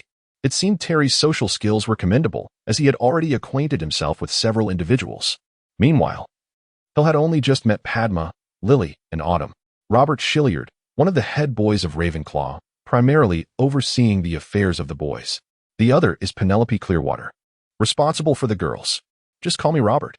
Of course, if you insist on using more superfluous words, I have no objections. Robert, a striking blonde with gold-rimmed glasses, exuded an air of sophistication. He was approachable and did not regard his position as head boy with undue importance, a stark contrast to Percy. "All right, Robert. Do you not find Hill's little jest amusing?" "Certainly, we all found it quite entertaining, but Hill's choice of subject was rather unfortunate." A peculiar expression crossed Robert's face again as he regarded Hill with admiration, stating earnestly, "Hill, do you know whom you jested about? Professor Snape, the potions master?" Hill swallowed a bite of pie and took a sip of lemon juice. "I've heard of him. A rather acerbic fellow, exceptionally biased, and also the head of Slytherin House." "Is that really Snape? The notoriously unpleasant potions master?" It is evident that Terry has also heard of Snape's name, which attests to Snape's notorious reputation. Nonetheless, it is of little concern, for the two houses of Gryffindor and Slytherin have perpetually been at odds, and his targets have consistently been the students of Gryffindor, showing little regard for those of Ravenclaw and Hufflepuff. Observing the flicker of anxiety and concern on the faces of several new students, Hill felt compelled to offer some words of reassurance. Really? He wouldn't punish us just for jesting about him, would he? Clearly, Hill's words did not allay everyone's fears. As Padma cast a worried glance at Robert, seeking a more definitive answer from him. "Oh, certainly. Hill is correct. Snape only targets Gryffindor," Robert affirmed with a nod. "You need not worry. As long as you do not err, he cannot take any action against you." Robert's reassurance calmed all the newcomers, redirecting their attention to other matters, and they resumed their discussions on various intriguing topics. "Robert, it seems you all harbor quite a fear of Snape," Hill whispered. "If Snape is truly so benevolent, why do these Ravenclaw students display such expressions of suppressed ire?" Robert nodded thoughtfully, leaning forward slightly. "You are not wrong, Hill. Your powers of observation and reaction are the finest I have encountered. We indeed fear him, and I encourage you to deduce the reason. Here is a hint. Snape is the head of Slytherin." Robert watched as Hill pondered, a glimmer of satisfaction in his eyes. This newcomer's responsiveness and observational skills were exceptional. It remained to be seen, however, how his critical thinking and leadership abilities measured up. If capable, he would be the ideal candidate for prefect. Over the years, Ravenclaw, though intelligent, had appeared somewhat mediocre, lacking any truly extraordinary individuals. Everyone knew that Snape was the head of Slytherin, but what relevance did this have to the students of Ravenclaw? They had not offended him, if anything. He ought to detest Gryffindor. Wait, Ravenclaw had not wronged him. So that was it. A glimmer of understanding flickered across Hill's face as he turned to Robert, saying with clarity, "I comprehend now. It is due to..." Hill refrained from voicing his thoughts, as he sensed a piercing gaze fixed upon him, rendering him as uncomfortable as if he were pricked by a thorn. Slowly, he turned around to observe the source of this scrutiny. There, a figure regarded him with a chilling demeanor, devoid of any semblance of emotion in his eyes. With greasy black hair, a hawkish nose, and sallow skin. Seated beside the absurdly scarfed Professor Quirrell, who else could this be but Severus Snape? Yet, why was Snape fixated on Hill? What fueled the flicker of resentment in his gaze? Snape, a man of intricate complexities, reserved his affections solely for Lily. Not the Lily seated beside Hill, but Lily Potter, the mother of Harry. If memory serves, this marked the first encounter between Hill and Snape. Yet, what prompted Snape to regard Hill with such intensity? Hill felt he had not transgressed against Snape, and certainly, the jest he had made could not have reached Snape's ears. For he had been engrossed in Quirrell's discourse. Upon noticing Hill's glance towards the professor's table, Snape turned to exchange a few words with Quirrell, thereafter averting his gaze entirely. "What's wrong, Hill? Is something amiss?" Robert inquired, concern etched upon his features. Given Hill's earlier demeanor, he had already deduced the situation, showcasing his remarkable analytical prowess. In Robert's eyes, Hill was an exemplary candidate for the position of Ravenclaw prefect, should no more distinguished students emerge in subsequent years. Hill would undoubtedly ascend to that role following Robert's graduation. Observing that Snape had shifted his attention, Hill also turned back, suppressing his confusion within. He smiled, adopting a nonchalant expression. "Oh, it's nothing. I merely felt as though someone at the professor's table was observing me, but upon looking back, I found nothing. Perhaps it was just my imagination. You certainly made quite a stir earlier, drawing the sword of Gryffindor as a Ravenclaw. It's only natural that some professors would take an interest in you. Have you found answers to your previous queries? I am quite eager to hear your thoughts. Is this a test? You seem to regard me with great significance. Perhaps it is. Ravenclaws are indeed a collection of astute minds. Yet intelligence does not always equate to making the right choices." Robert lifted his cup, clinking it with Hill's. "Thus, they require someone to guide their direction. The prefect, I presume." "Precisely." Robert nodded, unabashedly displaying his admiration for Hill. In Ravenclaw, the selection of a prefect does not hinge on tenure or academic performance, but rather on the capacity to lead Ravenclaw along the correct path. Hill shrugged, observing Robert's demeanor, which suggested a desire to appoint himself as the next head of the house. How shall one articulate this? The mindset of Ravenclaw diverges significantly from that of most wizards. Making such a decision based solely on a first impression seems rather hasty, does it not? Naturally, we shall continue to monitor your performance. Should you falter, we shall move on to the next candidate. If there exists someone more exceptional than you, you shall inevitably be supplanted. Robert appeared to decipher Hill's thoughts and provided an explanation. There are several candidates under observation, yet none possess your level of excellence, and they remain oblivious to our scrutiny of them. That sounds quite promising. Hill nodded, acknowledging that being head of the house is indeed a considerable honor. It is rare for only one or two students from several cohorts to attain such a position, making it a coveted aspiration among all elites. Now, do share your thoughts. You had just begun to express an idea before being interrupted. Hill instinctively felt the urge to glance back. His curiosity about Snape piqued, wondering about the source of the enmity directed towards him and why such hostility existed. However, with Robert awaiting his response, he suppressed the impulse to turn around. In truth, even if he were to look back 100 times, the answers to his questions would not be inscribed upon Snape's visage for him to decipher. Earlier, he had heard that Slytherin had seemingly claimed the House Cup for 7 consecutive years, a feat that appeared quite impressive. Indeed, Slytherin possessed formidable prowess. Yet Robert's assertion was only half the truth, and his meaning was unmistakable. Despite Slytherin's undeniable strength, they had not showcased their true capabilities, the kind that could secure 7 consecutive House Cup victories. The Slytherin motto, "The ends justify the means," undoubtedly resonated with Snape, a product of Slytherin himself. To achieve their goals, they employed unscrupulous methods, including exploiting his position as a professor to arbitrarily deduct points from students of other houses while awarding points to his own, thereby relying on such underhanded tactics to snatch the House Cup repeatedly. Robert nodded solemnly, a cold smile gracing his lips, a flicker of derision crossing his face.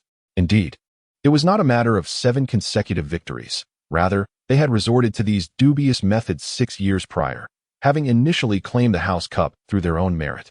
Subsequently, they had descended into a fixation on honor and victory, forsaking self-improvement and instead diminishing the scores of other houses to secure triumph. Hill shook his head. His gaze filled with pity as he glanced towards Slytherin. If this continued, Slytherin would ultimately be ruined.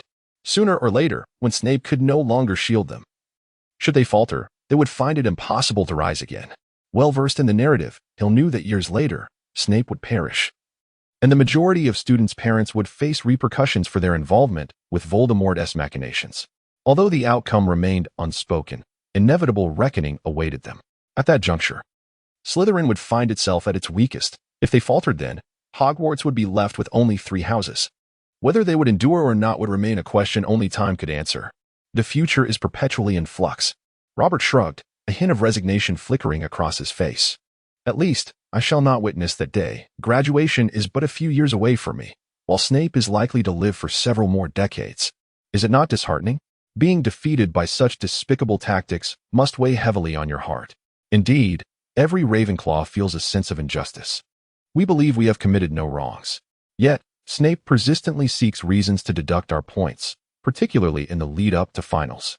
During that period, he was nearly omnipresent. The moment one displayed the slightest flaw, he would pounce, eager to penalize us. A look of keen interest adorned Hill's face, as if he found the situation rather amusing. Surely, he did not mind if I engaged with him a little. Of course, I would not involve Ravenclaw in any way. Engage? Robert's expression became peculiar, and he cast a puzzled glance at Hill. How do you intend to do that? We typically refrain from provoking him. It is better to avoid unnecessary trouble. He is a professor, and if he wishes to deduct points, he shall do so, even to the extent of rendering you failing in potions, which is quite troublesome. Robert, do take a look at what Snape is currently engaged in.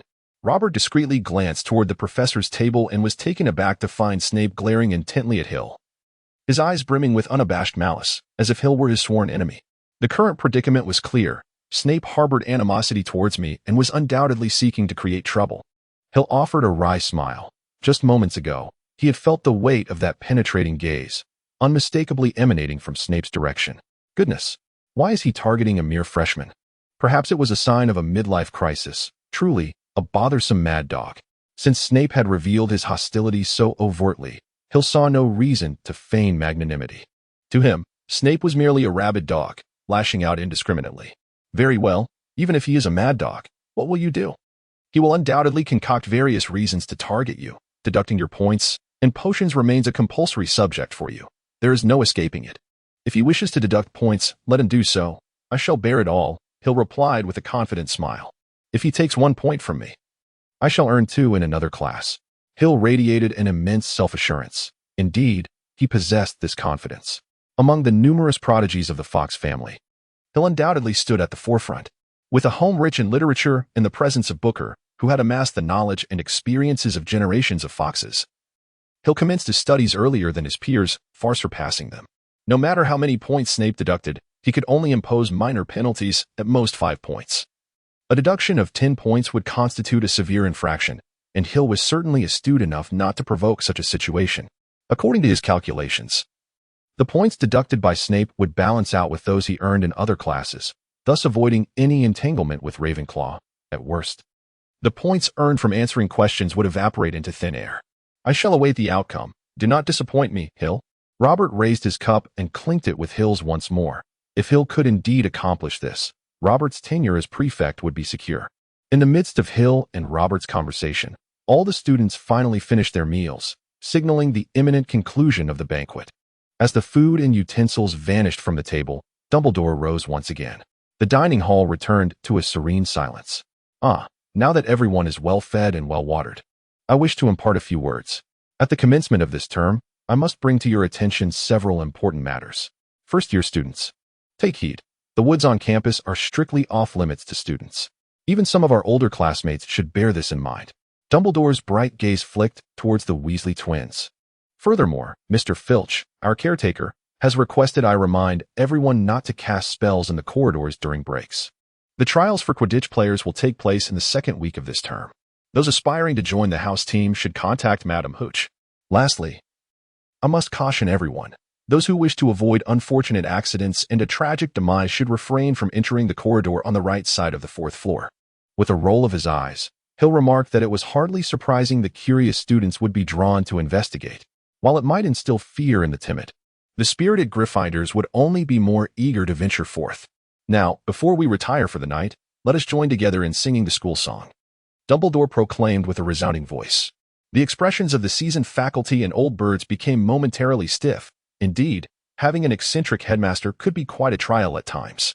With a gentle flick of his wand, Dumbledore conjured a long, golden ribbon that swirled through the air above the dining table, forming lines of text like a serpent. Each of you may choose your preferred melody, he instructed. Ready, sing. And so, the entire assembly of students and faculty erupted into song. Hogwarts, Hogwarts, Hogwarts, Hogwarts. Teach us the knowledge we seek. Be we balding elders or children with scraped knees, our minds are eager to embrace the wonders, for now, they are empty. Filled only with air, dead flies, and trivialities, impart upon us the wisdom we have forgotten. Do your utmost, and we shall take care of the rest. We shall strive to learn until we become dust.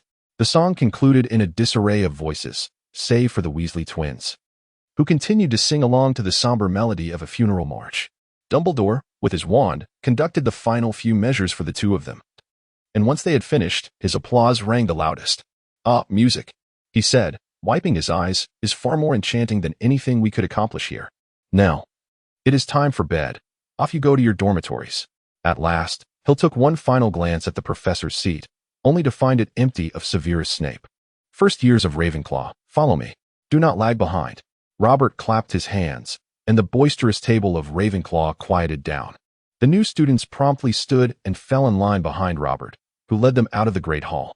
As they walked, Robert elucidated several essential points about Hogwarts, and they soon arrived at a landing where the path ahead was obstructed, or rather, the staircase was severed. Hogwarts is home to 142 distinct staircases, each varying in form, shape, and size. Some of these staircases redirect to entirely different locations on different days, thus one must remain vigilant of the moving staircases to avoid minor mishaps. After a brief wait, a shifting staircase aligned with the landing, allowing the first years to continue their journey under Robert's guidance. Our common room is situated at the pinnacle of Ravenclaw Tower, he informed them. The door is enchanted with a magical eagle-shaped bronze knocker. The common room is circular in design, and from the arched windows, one can gaze upon the various grounds of the school, the Black Lake, the Forbidden Forest, the Quidditch pitch, and the Herbology Gardens. No other house possesses such an expansive view as ours. All followed Robert to Ravenclaw Tower, or rather, the Astronomy Tower, where their astronomy classes would also take place. The curriculum primarily involves the study of celestial positions and their fluctuations, as many wizards believe that such shifts can foretell the future. Shortly thereafter, Hill and the others arrived at the entrance of the common room. The grand door stands at the top of a tall, winding staircase, devoid of a handle, featuring only a magically enchanted eagle-shaped knocker. I do not wish to boast, but indeed, this is the abode of the most astute wizards. Our founder, Rowena Ravenclaw, believed that knowledge is the most valuable treasure, and we share this conviction. While other houses conceal the entrances to their common rooms, we do not, for we have no need to. When one knocks, the knocker poses a question, and only a correct answer will grant entry. For nearly a millennium, this simple barrier has kept all but Ravenclaw members at bay. Robert turned to the new students, a smile gracing his face. Who among you would like to give it a try?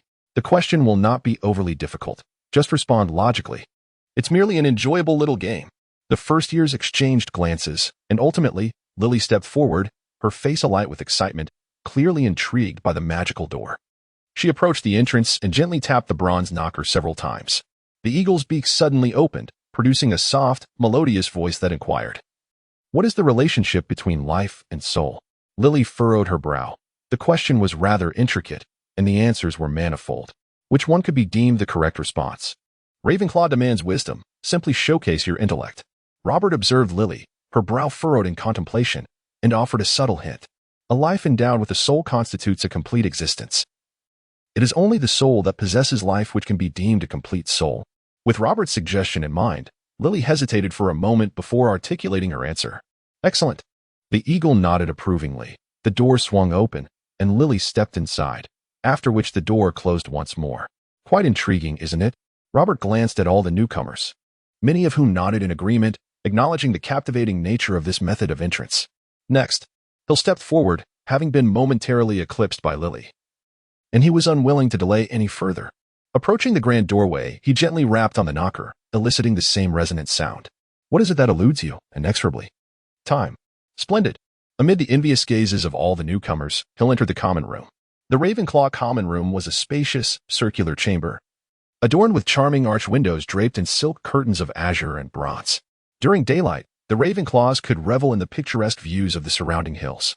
The vaulted ceiling was painted with stars, harmonizing beautifully with the deep blue carpet below. Within the room were tables, chairs, and bookshelves, while directly opposite the entrance stood a niche housing a statue of white marble. It was the likeness of Rowena Ravenclaw, strikingly beautiful, her face graced with a gentle smile. Crowned by an exquisite circle of white marble, the renowned diadem of Ravenclaw.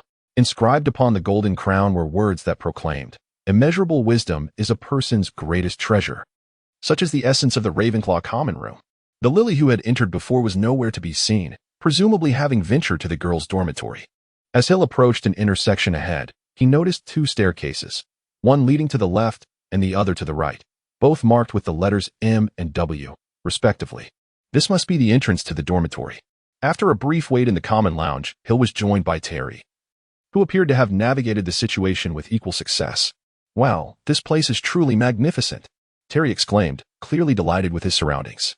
He meandered around the common area several times before finally coming to a halt, his face alight with excitement at the prospect of living here in the future. "Terry, let us proceed to the dormitory and take a look. I am utterly exhausted and in dire need of a restful slumber." Hill stifled a yawn. The events of the day had been overwhelming. The initial excitement and anticipation had given way to a profound weariness. Kaka, having just opened its eyes, had been slumbering since the sorting ceremony commenced and was now finally awake. "No worries, I shall feed you shortly. Just hold on a little longer." Kaka had only had a meal in the morning, and now it was ravenous. Hill had no doubt that if he delayed feeding Kaka any longer, it would unhesitatingly climb onto his face in the middle of the night, leaving behind an impressionistic masterpiece. Ascending the spiral staircase alongside Terry, they arrived at a corridor lined with numerous rooms, several of which stood ajar, presumably serving as the dormitories for the new students. He approached the doorway of a room, where a neatly affixed paper on the black door bore several names: Terry Butte, Hilfix, Anthony Goldstein, and Michael Corner appeared to be destined to share living quarters with the other three boys. Upon entering the room, they beheld their designated spaces, for beds adorned with four lofty posts, draped in deep crimson flannel curtains. The four-poster beds were topped with sky-blue satin comforters filled with duck down, and the gentle sound of the wind whispering through the windows instilled a profound sense of tranquility. Their trunks had already been delivered, save for Hill's, whose belongings remained tucked within his pockets. Hill's bed was situated closest to the window, allowing a splendid view of the school's various grounds: the Black Lake, the Forbidden Forest, the Quidditch pitch, and the Herbology Garden. After placing Kaka on the bed, Hill retrieved a small cloth pouch and began to unpack his belongings. Naturally, he took a moment to explain the pouch's purpose to Terry, who gazed at it with a look of envy. Indeed, possessing such an item alleviated numerous burdens. Once all his belongings were neatly arranged, with books placed on a small bookshelf beside his bed, Hill produced a white bowl, a white cup, and a packet of Kaka's food. Setting the bowl and cup in a corner, he poured a bit of pet food into the bowl, then took out his wand and gave it a gentle flourish. Clear water, arise. A large orb of water materialized from thin air. With a flick of his wand, Hill deftly divided the orb into two streams, directing them to flow into the bowl and the cup. The entire process was executed with precision, devoid of any missteps. Kaka, with an excited yelp, sprang off the bed and dashed toward the food, clearly famished. Sitting on the bed, Hill observed Kaka devouring its meal with great gusto, a smile blossoming at the corners of his mouth. "Oh, Merlin above, that was truly impressive." Terry had clearly witnessed Hill's spell casting, and the level of skill displayed was something he had only seen in a select few exceptionally talented wizards, the youngest of whom were already in their 20s, twice Hill's age. "Well, it's not so bad. Once you get the hang of it, it's easier." The beginning was quite chaotic, Hill shrugged. In truth, he had not practiced extensively. His aptitude for spells came naturally, and his control was remarkably fine-tuned, qualities that seemed more like innate talent. After Kaka finished its meal, Hill waved his wand once more, and the bowl and cup were restored to cleanliness. Such was the advantage of magic, simplifying many tasks. Hill dragged a large box from beneath the bed. Lined with a thick cushion, this was Kaka's bed. Kaka instinctively leaped into the box, rolled around, stretched languidly, and emitted a contented sigh. "Ah, good night, Kaka." Hill waved and then pushed the box back under the bed. After removing his shoes, Hill felt a remarkable relief in his feet. The pain that had once felt as if they were broken now vanished. With a lazy disposition, he reclined on the bed, enveloping himself in the quilt, overwhelmed by fatigue. He wished Terence a good night and closed his eyes. The events of the day flashed before him, meeting Neville and others, searching for Neville's toad, conversing with the ghost, being struck by a sword during the sorting, Snape's furious glare, and Robert's esteem. Letting out a gentle sigh, Hill prepared to drift into slumber. "Hey, my dear little master. I have something important to discuss with you." Booker's voice suddenly resonated in Hill's mind, tinged with urgency.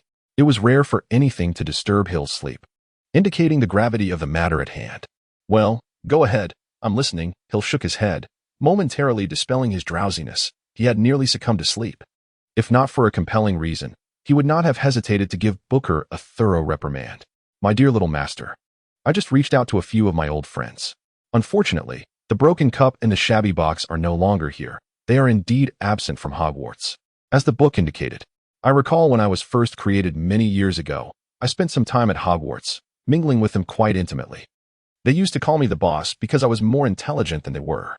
I am Booker, this unreliable fellow, whose inherent trait is to be loquacious, delighting in recounting a myriad of trivialities, often boasting about past glories, taking ages to arrive at the crux.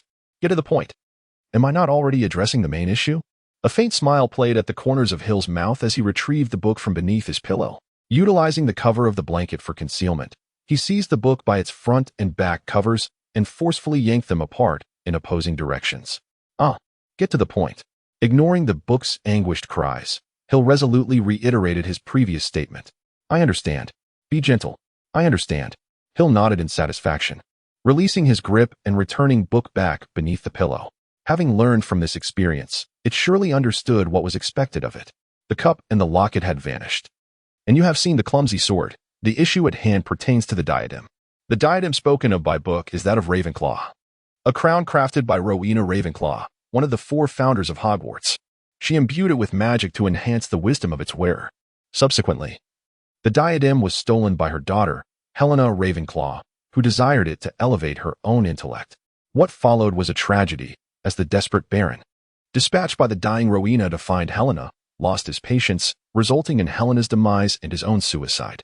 Rowena soon succumbed to illness, and the diadem was lost in a great tree within the Albanian forest.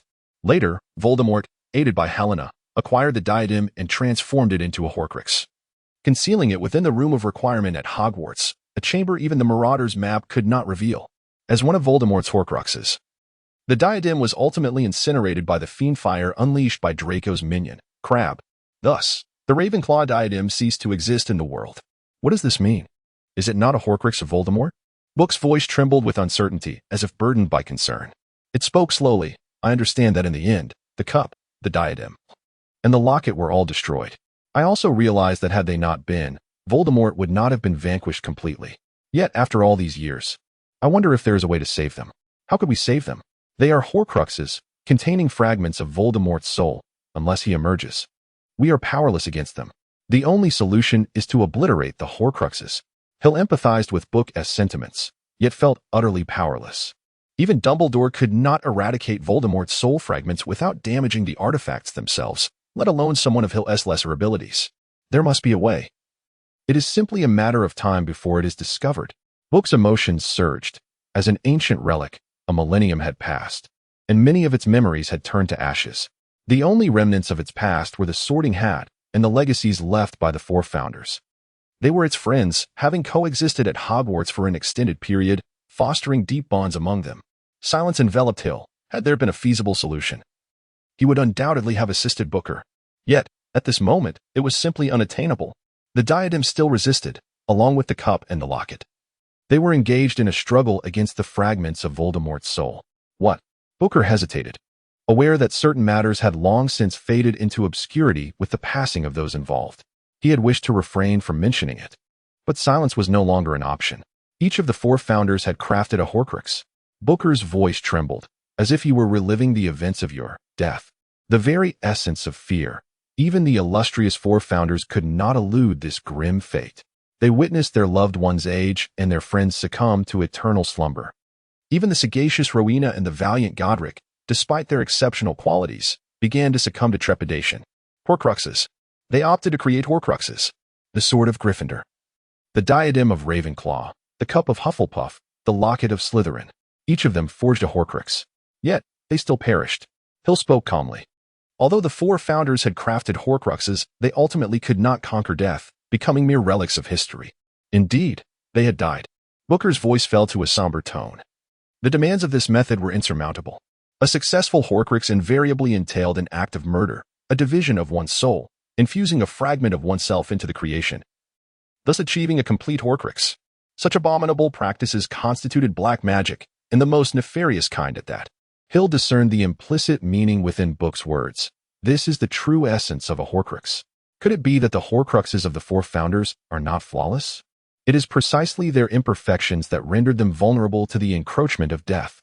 Indeed, prior to the creation of their Horcruxes, the four founders hesitated. Deeming the cost too steep, they refused to sacrifice an innocent life for the sake of their own immortality. Book's voice rose in fervor, brimming with pride. They chose the most arduous path, shattering their own souls through sheer effort to forge their Horcruxes. They aspired to create a pure and unblemished Horcrux. They failed. Did they not? No. They succeeded. The conflict between the protagonist and Snape erupted. It is impossible to navigate this year in tranquility. How could it be? Were they not all dead? If the Horcruxes had succeeded, they should be immortal. They indeed succeeded in crafting Horcruxes, flawless Horcruxes, pure Horcruxes. Yet, these Horcruxes could not bestow upon them eternal life. This is a grand deception. Book's voice resonated with anger, interwoven with sorrow and regret. The notion of Horcrux immortality is fundamentally a colossal ruse. A Horcrux conceals a fragment of one's soul within an object, ensuring that even if the body perishes, one does not succumb to death, for a portion of the soul remains unharmed, lingering in the world. This is the legend of Horcrux immortality. Why must a complete Horcrux be forged at the cost of murder? The life taken is, in essence, a sacrificial offering. With it, one may offset death. However, this offset is not eternal. The individual must continually commit murder, perpetually offering other souls as sacrifices to sustain their existence. How could the four founders ever engage in such acts? Upon discovering the truth, they chose to relinquish their pursuit. They would rather await death than cling to life through such sordid means. Thus, they ultimately perished, did they not? Indeed, they all met their demise. Yet the Horcruxes they created endured, preserving their lives in an alternative manner, as the four artifacts inherited their spirits and qualities. So, what am I to do? Or rather, what can I do? Within those three Horcruxes lie fragments of the souls of the four founders, the very essence of their souls. Although Voldemort successfully infused his own soul fragments into them, those three entities continue to resist fiercely. They have yet to yield. Book's words quickened in pace, as if envisioning those three friends valiantly battling against the encroachment of Voldemort's soul fragments. It was filled with urgency, yet felt powerless. I need time. I shall surely find a resolution. My dear young master, your humble servant Book beseeches you to safeguard those three entities until I can devise a solution. Without the slightest hesitation, Hill nodded, out of respect for the noble qualities of the four founders. He could not bear to witness the destruction of the crowns and other symbols that represented an alternative continuation of their lives. For years. No, grant me 4 years. I shall undoubtedly discover a means to rescue those three individuals. In the meantime, I hope you, dear master, will find and safeguard them well. No problem. Such a lengthy period is more than sufficient. I will retrieve those three items within 4 years. Splendid. Thank you, my cherished young master. Booker's voice softened. I shall not disturb your slumber any longer. It is time for me to rest. Wait a moment. Booker, is there truly no such thing as immortality? Hill pondered the question. Is there truly a means to achieve immortality? Death felt a distant concept, yet the tales of the four founders served as a sobering reminder. The soul objects, a mere band-aid solution, had proven utterly unreliable. If one day he were to confront death, would he resort to any means necessary to survive? I do not know, my master. Perhaps there is not, Booker replied, his voice imbued with uncertainty. By the way, I may not make frequent appearances anymore, as I must devote myself to seeking a way to save them. Only the most basic of functions will be available to you. You may consider me akin to Tom Riddle's diary. Of course, my capabilities far exceed that of mere parchment. It seemed that Booker was indeed serious this time. and their conversations would likely diminish. Very well, attend to your tasks. I am no longer the naive child I once was. I have grown immensely since those days. Then, my dear little master, good night. Good night. Feeling a serene calm envelop his mind, Hill exhaled softly. Even someone as irreverent as Booker would reveal a different side when faced with threats to what he cherished. He retrieved Booker once more from beneath his pillow, but this time, it exhibited no response. Its essence resembled that of an ordinary notebook, devoid of any distinguishing features. For years, I must gather the golden cup, the pendant box, and the crown within this time frame. As for the crown, it is temporarily set aside. It resides in the room of requirement, accessible at any time. The pendant box is with creature, and acquiring it should pose no considerable challenge. However, the golden cup is concealed within Gringotts. While not impossible, it certainly cannot be obtained in the short term. Hill devised a plan for the future. Recognizing that many endeavors were beyond his reach at present and would have to await several years for execution. Though somewhat challenging, such obstacles only add to the intrigue. With a sense of excitement and anticipation, Hill drifted into slumber, knowing that this time, no one would disturb him. Sleep divider, as Hill, Terry, and a few other roommates ambled along, they engaged in a lively discussion about the recently concluded history of magic class. Hey, did you all see? I actually answered Professor Ben's question and earned 3 points, exclaimed Anthony Goldstein, one of Hill's roommates, a boy characterized by his exuberance and sociability. The most outgoing among the four in their dormitory. Previously, Terry had made connections with several individuals at dinner, which had already astonished Hill. But Anthony had managed to befriend a dozen people, even forming friendships with a few from Hufflepuff. Oh, come now, we all witnessed it. Terry scoffed with a hint of playful derision, not malicious, merely wishing to temper Anthony's pride. You were asleep at the time, and when Professor Binns called on you. You looked utterly bewildered, but I still managed to answer, didn't I? Anthony retorted. That was only because Hill passed you a note, wasn't it? Came a soft voice from the quietest member of their dormitory, Michael Corner, who typically remained silent.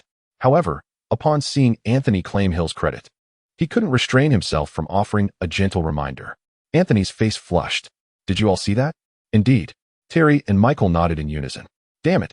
Anthony stamped his foot, frustration evident on his face. You all saw, so Professor Binns must have seen too. He may not have said anything, but he certainly remembers me. Great. He's going to call on me again in the next class. Oh, that is splendid. Our clever Anthony shall earn yet another 3 points for Ravenclaw. Terry clapped his hands in mock glee, relishing in Anthony's discomfort, which brought him a sense of satisfaction. You ought to focus on your studies. You can't rely on Hill forever. When finals come around, you'll need to depend on yourself, Michael advised earnestly, his kindness shining through despite his introverted nature. Anthony's face contorted with anguish. For him, studying was the most excruciating task. He had initially wished to be sorted into Gryffindor, but the sorting hat had placed him in Ravenclaw, citing his intelligence as the reason he belonged among the wise. Gazing at Hill, who had remained silent since the end of class, Anthony noted this unusual behavior. Before the history of magic class, Hill had been animated, laughing and chatting with others. Hill. Thank you for your assistance this time, Anthony said, patting Hill on the shoulder. However, upon witnessing the blank expression on Hill's face, a flicker of conflict crossed Anthony's own. Next time in History of Magic, please refrain from reminding me. Professor Binns must have noticed, and he will certainly call on me more frequently in the future. Hill gazed at Anthony with a peculiar expression, a suppressed smile evident on his face, reminiscent of that evening with Robert and the others. Professor Binns remembers you, does he? Are you certain, Anthony? Of course. He called on me to answer a question. How could he possibly forget me? Well then, please take a moment to reflect on it. Hill replied, shrugging as he glanced at their two roommates, who had already caught on. The smile on his face could no longer be contained. What did he call you at that time? Let me think. I didn't really pay much attention back then. Anthony fell into contemplation, pausing in the middle of the hallway while the others remained quiet, patiently awaiting his recollection. Goodness. Anthony's expression morphed into one of incredulity as he looked at Hill. He called on me and then said, Kirilvich, you answer this question. Is that right? So, he didn't even know who I was, did he? Ah ha ha ha. Terry could no longer contain himself, erupting into hearty laughter, drawing the attention of passing students. However, upon realizing they were from Ravenclaw, their gazes quickly averted. After all, Ravenclaw is widely acknowledged as the house with the most eccentric individuals, whatever strange antics its students might engage in, such as squatting in an open area counting ants. would be deemed perfectly ordinary. With a smile, Hill gently patted Anthony's shoulder and slowly elucidated, "Professor Binns is notoriously forgetful. Haven't you heard how he became a ghost?" Anthony and the others shook their heads. Indeed, they had never encountered such a tale. If they had, their reaction would not have been so pronounced. It is said that one day, while on his way to class, Professor Binns simply forgot to take his body along, thus becoming a ghost. The trio's jaws dropped in astonishment, as if they could easily fit an egg inside. "Now, Anthony, there's no need to worry about Professor Binns. In fact, the next class should be your concern." Hill held up a book titled Magical Potions and Elixirs, 1,000 Enchanting Herbs and Fungi, revealing that the upcoming lesson was Potions class, a subject that instilled dread in all Ravenclaw students due to the infamous Professor Snape. Potions class involves learning to identify and differentiate the properties of various herbs and concocting potions of diverse functions, a requisite for any wizard. The instructor, Snape, was the mad dog that Hill referred to. Regrettably, the next class was indeed Potions, and Hill was prepared for a confrontation with Snape. Unlike Neville, who was easily malleable, Snape was not one to be trifled with. Although Hill was the only member of the Fawkes family, his lineage traced back a millennium. Even if it was merely the tip of the iceberg, facing Snape was certainly manageable, despite some of his power being usurped by Lucius. Hill knew that if he were to negotiate with a fair offer, Lucius would have no choice but to relinquish what he had taken. As for Snape, Hill felt little fear. Rather, it was the formidable Dumbledore behind Snape that warranted caution, for he was no easy adversary. With a nonchalant demeanor, Hill, alongside the anxious Terry and others, entered the Potions classroom, which was located in a dimly lit underground chamber, far colder than the main castle above. Glass jars lined the walls, containing preserved animal specimens that could send shivers down one's spine.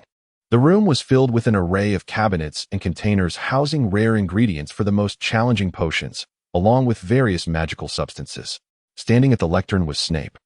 With his greasy hair and aquiline nose, his pallid complexion rendered even more sallow by prolonged exposure to potions. He coldly scrutinized each student who entered the classroom. Upon noticing Hill and his companions, his gaze sharpened, fixating on Hill with unabashed animosity, revealing a deep-seated fury and hatred. Feeling Snape's piercing stare, Hill merely regarded him with indifference, his expression betraying a mix of scorn, derision, contempt, and even pity. Indeed, pity. No one cared for him, not even the Lily he had always cherished. Even Dumbledore merely exploited him. He was like a rabid dog, ready to bite anyone in sight. Were it not for his utility, Dumbledore would never have tolerated his actions. Do you truly believe that the heads of the other 3 colleges are blind? Do you genuinely think that no one has lodged complaints with Dumbledore? Come now, Snape. Let me witness the extent of your prowess. With an expressionless demeanor, Snape stood there, coldly locking eyes with Hill until the classroom was filled to capacity, marking the commencement of the lesson. As per tradition, the first class began with roll call, which Snape perfunctorily concluded, uttering not a single superfluous word. "You have gathered here to study the intricate science and rigorous craft of potion making," he began, his voice barely above a whisper yet resonating clearly in every ear. Like Professor McGonagall, Professor Snape possessed a formidable presence that effortlessly commanded order within the classroom. Since there will be no foolish waving of wands here, many of you may find it hard to believe this is indeed magic. I do not expect you to truly grasp the marvel of the cauldron simmering over a gentle flame, exuding fragrant aromas. Nor will you comprehend the enchanting liquid that courses through the veins, evoking ecstasy and a sense of ethereal wonder. I can teach you how to elevate your reputation, brew glory, and even stave off death, but there is one caveat. You must not be the kind of foolish imbeciles I frequently encounter. A hint of sarcasm flickered at the corners of Hill's mouth. It seemed that the events destined to unfold for Harry on Friday were about to be prematurely enacted. Did he truly believe that everyone was a soft target? As anticipated, after a brief introductory remark, Snape immediately turned his ire towards Hill. "Fawkes, what would happen if I were to add daffodil root powder to an infusion of mugwort?" The combination of daffodil root and mugwort could concoct a potent sleeping draught, a veritable elixir of life and death. Hill smirked. The question had not even changed, rendering it rather tedious. "If I were to ask you to procure me a piece of bezoar, where would you go to find it?" A bezoar is a stone extracted from the stomach of a goat, renowned for its remarkable detoxifying properties. Now, can you elucidate the difference between aconitum and wolfsbane? Aconitum and wolfsbane refer to the same plant, commonly known as monkshood. Snape's inquiries were rapid, and Hill's responses were even swifter, oftentimes. Snape's questions had barely left his lips before Hill provided the answers. Wow, how impressive. He must have memorized the entire compendium of magical herbs and fungi. Perhaps so, truly, a testament to the brilliance of a Ravenclaw student. Hill maintained an air of composure, betraying no discernible shifts in emotion. One student aptly remarked that he had indeed memorized a myriad of extraordinary herbs and fungi, in addition to an array of other texts. In terms of memory, Hill considered his faculties reasonably adept. Snape appeared somewhat taken aback. He had heard of the scholarly reputation of the Fawkes family, yet Hill, an orphan without a mentor, seemed to be an unlikely vessel of such knowledge. Snape had anticipated this opportunity to humiliate Hill, but to his surprise, Hill was well prepared. Why don't you jot all of this down? Listening to the hushed whispers of the surrounding students, Snape snorted derisively and then addressed Hill, saying, "Not bad. Though one can only hope you will be equally fortunate next time." Hill offered a non-committal smile. It was evident that Snape would not relent. And their battle had only just begun. Snape divided them into pairs and instructed them on the intricacies of concocting a simple potion to cure scabies. While not overly complicated, it posed a considerable challenge for the first-year students who had yet to familiarize themselves with the art of potion making. Snape, draped in his lengthy black cloak, paced the classroom, observing as they harvested nettles and crushed the fangs of serpents. Almost all the students faced criticism, save for Hill. Certainly, Hill would not grant Snape any opportunity. He skillfully and precisely prepared all the materials, his movements deft and exact, leaving his companion Michael utterly astounded. This straightforward task was one Hill had performed countless times in the basement of his own villa, and the art of potion making was second nature to him. He meticulously added all the ingredients into the cauldron in a specific sequence, and after several operations, extinguished the flame, revealing a pale blue viscous liquid within the cauldron. It resembled a salve, albeit with a slight hint of black impurities. This was unavoidable. Hill's technique was flawless. Yet the potion's inherent purity posed a challenge. Higher purity resulted in fewer impurities, clearer color, and enhanced efficacy. Savoring the faint medicinal aroma wafting from the potion, Hill nodded in satisfaction, convinced that this was his finest concoction to date. He ought to express gratitude to Snape, had it not been for Snape's watchful gaze. He might not have achieved such perfection. Humph. Is this simple potion enough to make you feel smug? To me, it seems merely mediocre. Snape's criticism was utterly frivolous. If a novice could surpass Snape's performance, what purpose would Snape serve? Hill remained silent, merely casting a faint glance at Snape. Snape let out a cold snort as he observed Michael, who had been idle throughout, rendered inactive by Hill's actions. "Why has your desk mate not taken any initiative?" he questioned, attributing it to his indolence. "Ravenclaw loses a point. Mad dog." Hill articulated the word with clarity, having reached the limits of his endurance, unabashedly expressing his disdain for Snape. The classroom fell into a sudden silence, all eyes turned towards Snape as fear etched on their faces. It was evident that Snape would not let Hill escape unscathed. Indeed, Snape would not relent, finally seizing the opportunity. "What did you say?" he inquired. "I said mad dog." "Professor Snape," Hill retorted boldly, "for your insolence towards a teacher, Ravenclaw loses 10 points. A flicker of cold amusement crossed Snape's face. "Fawkes, should you attempt to challenge my authority with your foolishness, I wholeheartedly welcome it." Hill brushed aside a few strands of silver hair that obstructed his vision. As they had grown somewhat long, his silver eyes sparkled with mischief as he spoke in a grave tone. "Professor Snape, do you truly consider yourself a mad dog?" The classroom fell into a deeper silence, broken only by the suppressed gasps of the students. "Fawkes, do you dare to insult a teacher?" Snape felt his lungs might burst from indignation. This wretch from the Fawkes family bore no resemblance to his kin. He was a complete fool. Humph, Dumbledore is far too cautious. Merely an ignorant young lad flaunting his trivial cleverness. "Oh, by Merlin, I swear upon your esteemed character, I had no intention of insulting you. I merely uttered the term mad dog in passing, yet you took it to heart and deducted 10 points from me." Hill's tone softened further, his expression becoming congenial. And with his smile, Michael seated beside him felt as though he beheld a cunning fox. This was precisely how a sly fox appeared after successfully executing its schemes. Thus, may I infer that, Professor Snape, you too believe yourself to be a mad dog? For your impertinence towards a teacher, Ravenclaw loses another 5 points.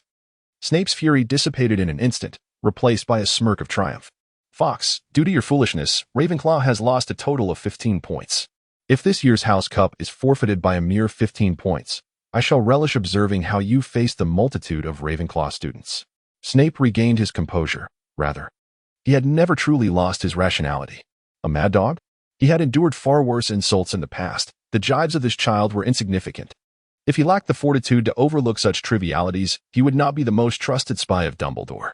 The fleeting look of surprise on Hill's face indicated that he had somewhat underestimated Snape. Resilience was indeed Snape's forte. Do as you wish. You are the professor. Feel free to deduct our points. How impressive you are. Hill retorted with a tone laced with sarcasm. However, we only have one potions class per week. Humph. For defying your teacher, I shall deduct 2 more points. What I mean to say is, if you deduct 1 point from me in potions, I shall earn 2 points in another class. Hill's silver eyes met Snape's unwavering gaze defiantly. In charms, transfiguration, history of magic, defense against the dark arts, herbology, astronomy, I find your deductions utterly inconsequential. Ignoring Hill's provocation, Snape merely cast a cold glance his way before turning to leave. He regarded Hill's challenge as trivial, after all. He had already deducted 17 points from him, meaning Hill needed to accumulate 34 points in other classes, and that had to be accomplished within a week. Before the next potions class, as Snape walked away, Hill chuckled softly to himself. 34 points, quite a challenge indeed. Yet, it is precisely that challenge which adds interest. Otherwise, watching Harry and the others embark on their adventures would be dreadfully dull. Seated behind Hill were Lily and Padma, who formed a pair. Although Lily possessed a lively and spirited disposition, her skills were undeniably deft. Apart from Hill, it was only this duo that had largely escaped Snape's reprimands. Hearing a pungent, acrid scent, Hill was reminded of the unmistakable aroma of sulfuric acid, a smell he had encountered in the Muggle laboratory. A noxious green vapor began to rise from Lily and her companion's experimental table, accompanied by a loud hissing sound. Their crucible had toppled, spilling its contents across the table and onto the stone floor, where it sizzled and emitted wisps of smoke. Some of the liquid splattered, nearly hitting Padma, who was frozen in shock, her startled scream echoing through the room. However, Lily had pushed her aside just in time, but at the cost of several drops of the caustic liquid splattering onto her own arm. Her skin was marred by several angry, swollen welts. A sight that was truly alarming. Fool! Snape bellowed, brandishing his wand to swiftly clear the potion from the floor. I assume you neglected to remove the pot from the flame before introducing the porcupine quills, did you? Lily was drenched in cold sweat. Yet she bore the pain in silence, offering solace to the softly sobbing Padma. Hill shook his head, realizing that Padma had made the same mistake as Neville. However, she was somewhat fortunate, as Lily had pushed her aside, leaving her merely startled. Drawing his wand, Hill gently waved it a few times, extracting a potion from the cauldron before him, just the right remedy for scabies, which should prove effective. Fox, what are you doing? Snape glared coldly at Hill, halting his motion to apply the potion to Lily's wound. Saving a life. Hill retorted, do you truly believe that your second-rate potion will be of any use? Snape seized every opportunity to belittle Hill. I have confidence in this. If we do not act swiftly, she will undoubtedly bear scars in the future. Hill engaged in a fierce debate with Snape, expressing his disdain for the man, this wretched creature, this mad dog. Did he truly grasp the gravity of leaving scars on Lily's wrist due to delayed treatment, a mark that would haunt her for a lifetime? And the guilt that would burden Padma eternally? Your arrogance holds no worth in my eyes. With a disdainful huff, Hill ceased his argument with Snape. His gaze fell upon the overturned cauldron on Lily's table, remnants of liquid still lingering within. A flicker of determination crossed his eyes as he set down his wand, rolled up one sleeve, and seized the cauldron, pouring the remaining liquid onto his own arm. Merlin above. He poured that substance onto his arm. What on earth was he attempting to do? I surmised it must be an attempt at potion testing. Good heavens! Did he not feel pain? Just the sight of it was agonizing. Confronted with Hill's almost self-destructive act, all the students averted their eyes. They had never witnessed such cruelty to oneself. Instinctively, a tinge of awe emerged toward Hill. The caustic liquid, reminiscent of sulfuric acid, dripped onto his arm, scorching it and leaving behind several grotesque blisters, transforming his arm into a harrowing sight. Lily's eyes were fixated on Hill's arm, which had become as disfigured as her own, if not more so. The usually carefree and boisterous girl felt an unsettling emotion welling up within her at that moment. It rendered her momentarily lost, unsure of what to say or do. Padma had ceased her weeping, watching Hill's potion trial. Her eyelid twitched violently, contemplating the excruciating pain he must be enduring. Regret, guilt, and self-reproach gnawed at her heart, compelling her to succumb to tears once more. Hill merely regarded Snape with a cold stare, his countenance still adorned with a placid smile. With a flick of his other hand, he summoned a portion of the pre-prepared potion for treating scabies and doused it upon his own arm. The potion, still warm, met the scabies, causing Hill's face to contort in agony. An unnatural flush spread across his features, and beads of perspiration trickled down his forehead. The veins in the hand gripping his wand bulged, the wand creaking ominously under his grip as if it were on the verge of breaking. Enduring unimaginable torment, Hill managed to force a smile, his silver eyes gleaming ever brighter. Snape, meeting his gaze, felt as though he were confronting a ravenous wolf, instinctively diverting his eyes. How could I be intimidated by a mere child? Professor Snape, surely this suffices. I have demonstrated the efficacy of my potion. Hill extended his arm, revealing that the potion had significantly ameliorated the scabies, with only a few stubborn remnants remaining, though they were considerably diminished. Hill's potion was indeed effective. Humph.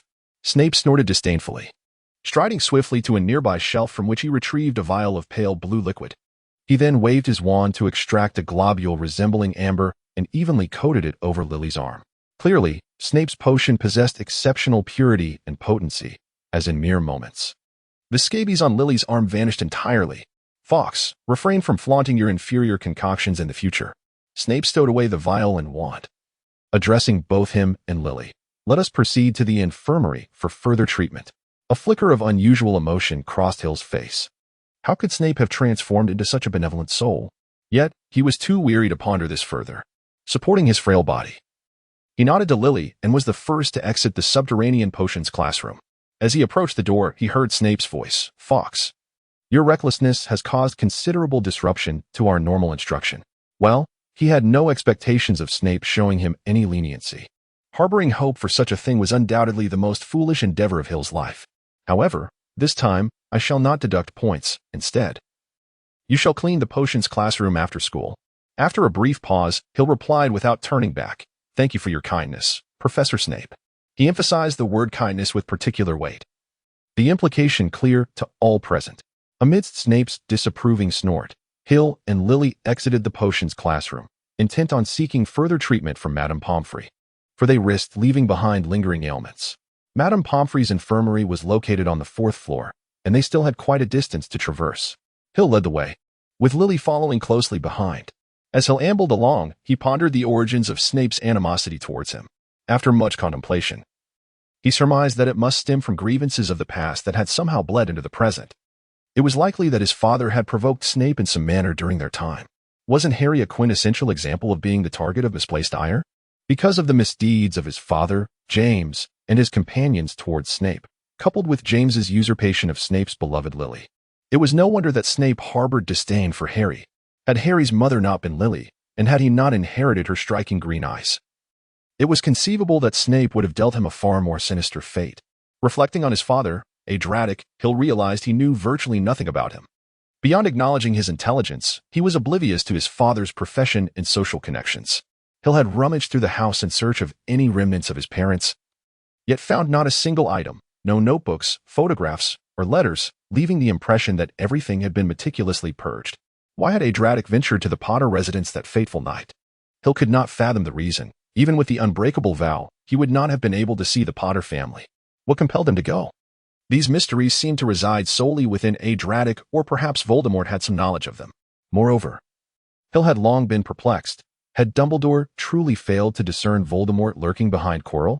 Such an inept performance, and considering Quirrell's interactions with Snape, it was utterly implausible that Dumbledore was oblivious. Yet, why did he allow Voldemort's machinations to unfold? Was it all in the name of nurturing Harry?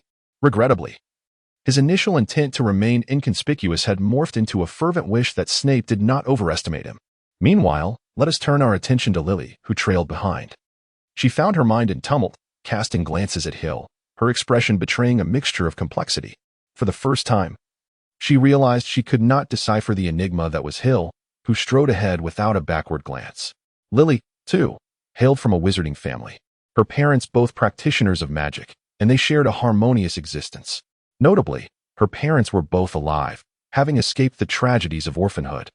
Her father worked at the Ministry of Magic, endowed with a delightful sense of humor, often bringing laughter to the family. Her mother, a unique individual, was a writer of horror tales, crafting narratives that could send children scurrying under their covers in fright. One of her mother's favorite pastimes was reading her own ghost stories to Lily before bedtime, often leaving the young girl too terrified to sleep. Raised in such an environment, her parents imposed little restraint on her character, granting her the freedom to flourish. Thus, Lily's character became quite intricate. To outsiders, she appeared somewhat unconventional, hardly resembling a typical girl. Her courage surpassed that of most boys. She relished reading, particularly obscure genres, such as ghost stories, and had perused several books on psychology, albeit with only a partial understanding. She was extroverted and vivacious, forming closer connections with boys than many other girls did. In essence, Lily exhibited traits more akin to a boy, yet her sensitivity and attentiveness often eclipsed that of numerous girls, a quality inherent in femininity. She was a complex individual, with her exterior and interior worlds starkly different, even entirely opposed to one another. "Hey, Hill," Lily called, watching as he turned, his face registering a look of perplexity that caused her heart to race unexpectedly. "Is there something you need?" "Thank you." Lily had never felt quite like this before. Gazing upon Hill's handsome visage, her heart fluttered as if a fawn were leaping within her. Many words lingered on her lips but were swallowed back, leaving her with only these three. "Oh, it's nothing. We're classmates. Helping each other is only natural," Hill replied modestly. "However, the price you've paid seems rather steep." Lily recalled Hill testing the potion, his gaze truly frightening, almost predatory.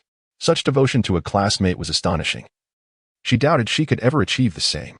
"Well, it is indeed a hefty price, but without such measures, I wouldn't be able to compel Snape to assist." Hill scratched his head, appearing somewhat embarrassed. "My potion still lacks perfection. If it leaves scars, I would bear the weight of that guilt for a lifetime. Snape, however, is different. Despite his somewhat harsh demeanor, his potions are remarkable. It's a gamble, betting on the sliver of humanity he possesses." Lily's gaze lingered on Hill's arm, where several sores had yet to fully heal. Observing his trembling limbs, she could only imagine the pain he endured. "Let us go check on Madame Pomfrey. I can't shake this feeling of unease without an examination," Hill suggested. "Madame Pomfrey is exceptional. It's said that when Snape was still a student at Hogwarts, she was already the school-as healer." "Oh, all right." As Hill turned, Lily hurried to follow him. To her, his silhouette appeared towering and reassuring, as if with him present, no issue could be insurmountable. "Just classmates, huh?" Lily murmured softly, recalling a Muggle fairy tale she had once read, a tale of a prince and a princess. But now, she pondered, did this prince truly see her as his princess? A diminutive seed has taken root in Lily's heart, yet whether it will yield sweetness or bitterness remains uncertain. One cannot deny that Madame Pomfrey's skills are indeed exceptional. With just a touch of ointment, the remnants of scabies on Hill's hand vanished entirely, and the faint marks on Lily's hand, after being treated with a specific potion, returned to their original pristine whiteness. Today's children, it seems, are rather careless in safeguarding themselves, often injuring themselves. As Madame Pomfrey tended to the scabies on Hill's arm, she mused, "By the way, child, what is your name?" "Hill Fox." "Oh, a little one from the Fox family. Your father is named Adric, is he not?" "I remember him well. A remarkably composed boy, more mature than many of his peers." It was only natural for Madame Pomfrey to be acquainted with Adric, given her long tenure as the school nurse at Hogwarts. However, she appeared to be quite familiar with him, leaving one to ponder whether she could divulge some insights about Adric. "Do you know my father? I mean, does he often visit the infirmary?" Lily, having finished tending to the wound, sat quietly observing the exchange between Hill and Madame Pomfrey.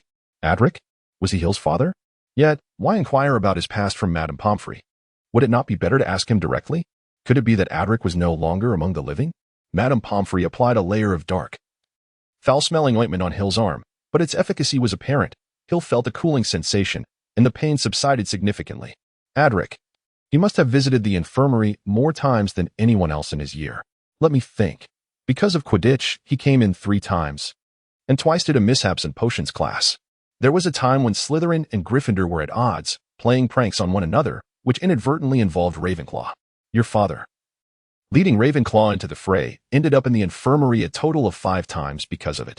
After reflecting on Adric's visits to the infirmary, Madame Pomfrey revealed that he was indeed quite an active individual back in his day, for beneath his calm and mature exterior lay a fervent spirit. A subtle smile played at the corners of Hill's mouth, suggesting that his father had not been entirely honest in his past. Is he well? It has been a long time since I last heard news of him.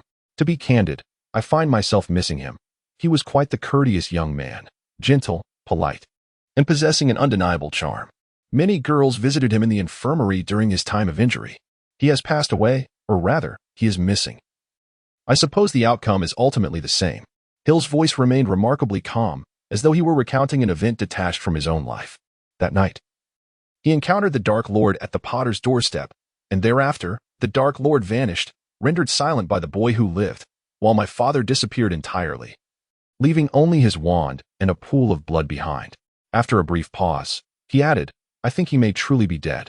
Oh, Merlin above. Madame Pomfrey's hand trembled, causing a bottle to slip from her grasp, only to be deftly caught by Hill.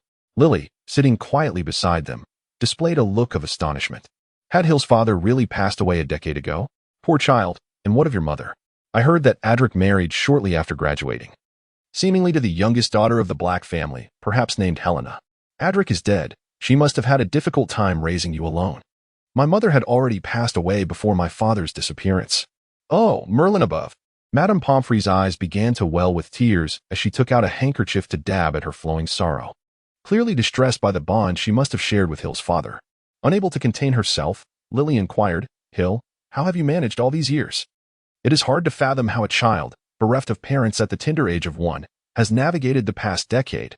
Surely, he has endured considerable hardship and suffering. It's been manageable. A few relatives of my father and mother have provided substantial support, and thanks to their assistance, life has been relatively smooth. Hill smiled faintly, reflecting on his years that, indeed, had been quite comfortable, free from want, and filled with liberty. Of course, living alone does carry a sense of loneliness, but I have grown accustomed to it.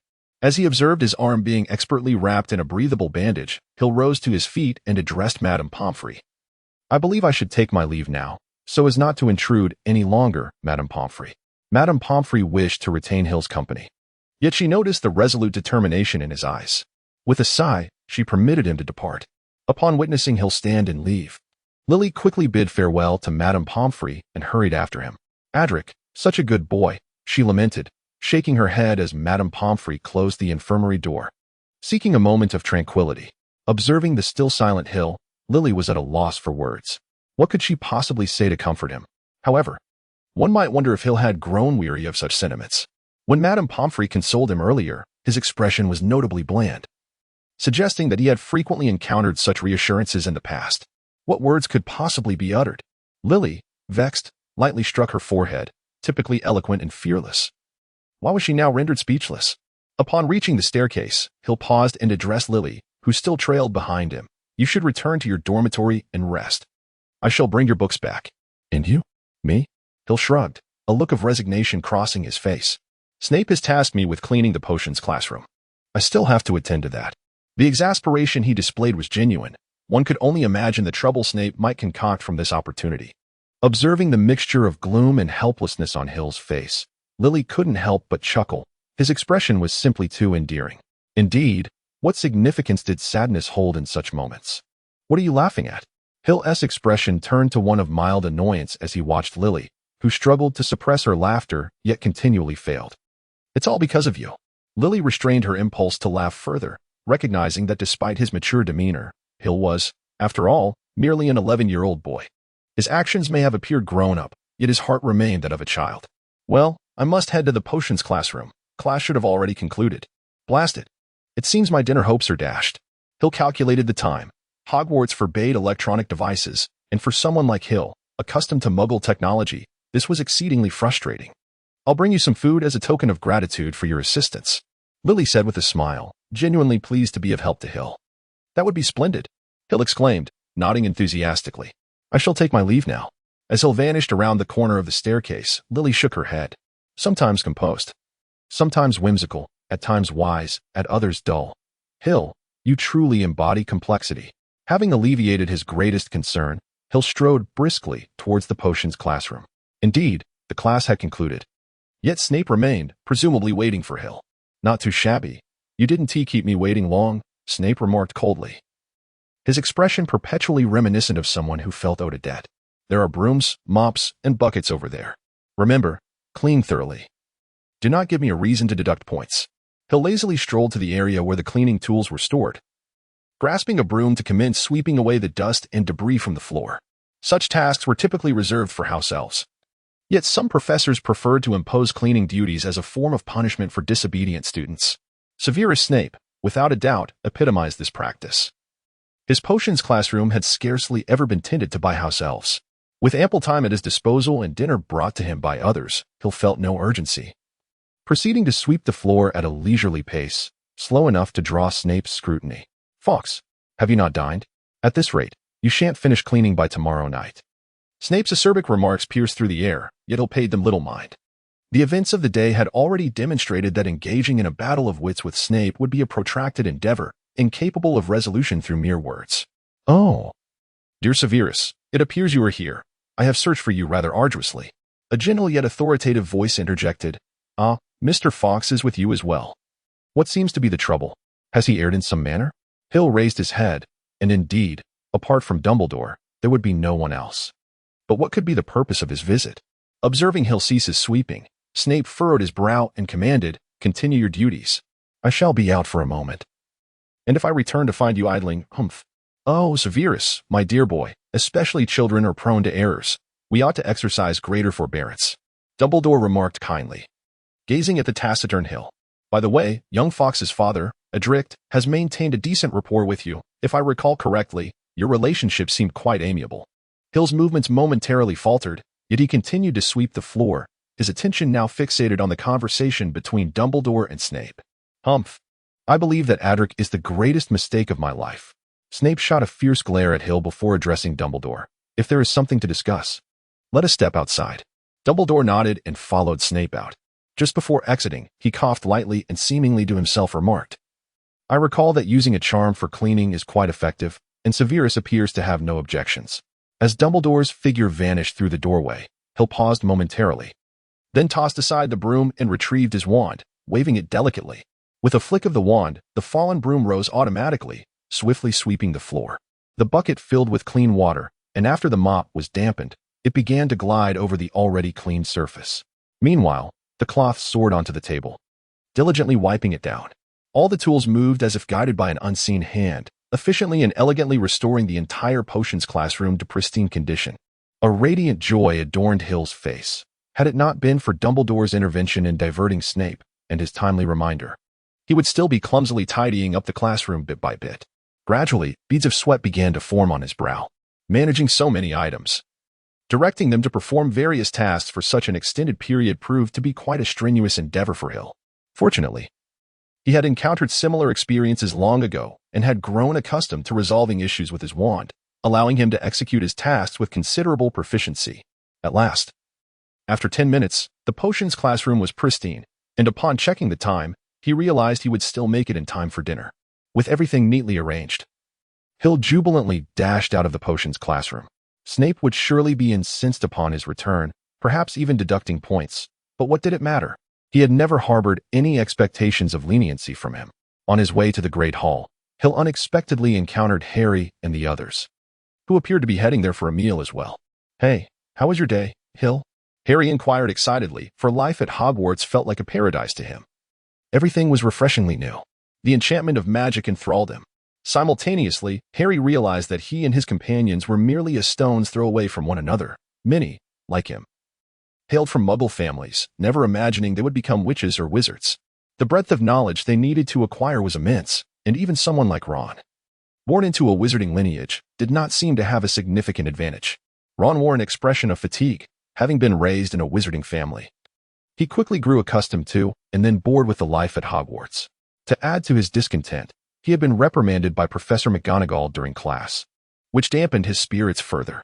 Hermione, on the other hand, was engrossed in a book and merely nodded at Hill as a form of greeting. The top student in the Muggle world, she believed she must also excel in the wizarding realm. Having long worried about being outpaced by her peers due to her Muggle background, she eventually realized that, aside from Hill, few could rival her in knowledge or understanding. She was indeed exceptional. It was all right. In potions class, I successfully managed to have Ravenclaw deducted 17 points, and as a consequence, I am to clean the potions classroom after school. Hill shrugged nonchalantly, yet his words left Harry and the others in stunned silence. 17 points? Plus a punishment of cleaning the classroom? What on earth did you do? Harry and his friends stared at Hill in disbelief, for he was typically the model student, proficient in everything. It seemed plausible to gain points in a class, but to lose 17 points in addition to facing punishment was utterly unfathomable. In fact, I performed splendidly, Hill replied, raising his hands in a gesture of innocence, inadvertently revealing his bandaged arm, which bore the marks of a fresh injury. Hey, mate, what happened to you? Ron noticed Hill's injury and felt considerably better. Anyone would be uplifted by witnessing Hill's misfortune. The situation unfolded as Hill recounted the events of the charms class. Harry and Ron exchanged incredulous glances, their eyes brimming with admiration for Hill's bravery, as few 11-year-old boys would dare to test such a dangerous spell. Simultaneously, a sense of trepidation began to creep in regarding potions class, for Hill had made it abundantly clear that Professor Snape harbored a particular disdain for Gryffindor. Hermione set her book aside, earlier startled by Hill's impressive display. She was well aware of his prowess. The levitation charm had taken her numerous attempts to master, and she couldn't fathom how long it would take to achieve the same effortless grace as Hill. Moreover, he was a self-taught prodigy. As they conversed while walking, they soon arrived at the Great Hall, where many had already begun their meals. After bidding farewell to Harry and the others, Hill took his seat amidst the peculiar gazes of the Ravenclaw students, beside the somewhat astonished Lily, raising his favorite glass of lemonade. He savored a sip while listening to the surrounding discussions. A faint smile crossed his face as he realized the news of his 17-point deduction had evidently spread. Gazing across the table at Robert, who seemed at a loss for words, Hill calmly smiled and asked, "Robert, how long do you think it will take me to earn back those 17 points? Or perhaps, how long until I reclaim 34 points and deliver a solid blow to Snape's ego?" His confidence was palpable, teetering on the brink of arrogance. In the relatively insular environment of Hogwarts, information traveled swiftly, particularly when it was intriguing. The tale of Hill's 17-point deduction and subsequent punishment circulated rapidly among the four houses, taking less time than a single meal to propagate. Ignoring the odd glances from others, Hill finished his meal with tranquility, even engaging in discussions with nearby students about the day's lessons and Professor Binns' lengthy, troublesome essay, a supplementary assignment that was optional. However, Professor Binns had mentioned that the best essay would earn an additional 5 points. Taking a bite of pumpkin pie, Hill glanced at a few first years and mused.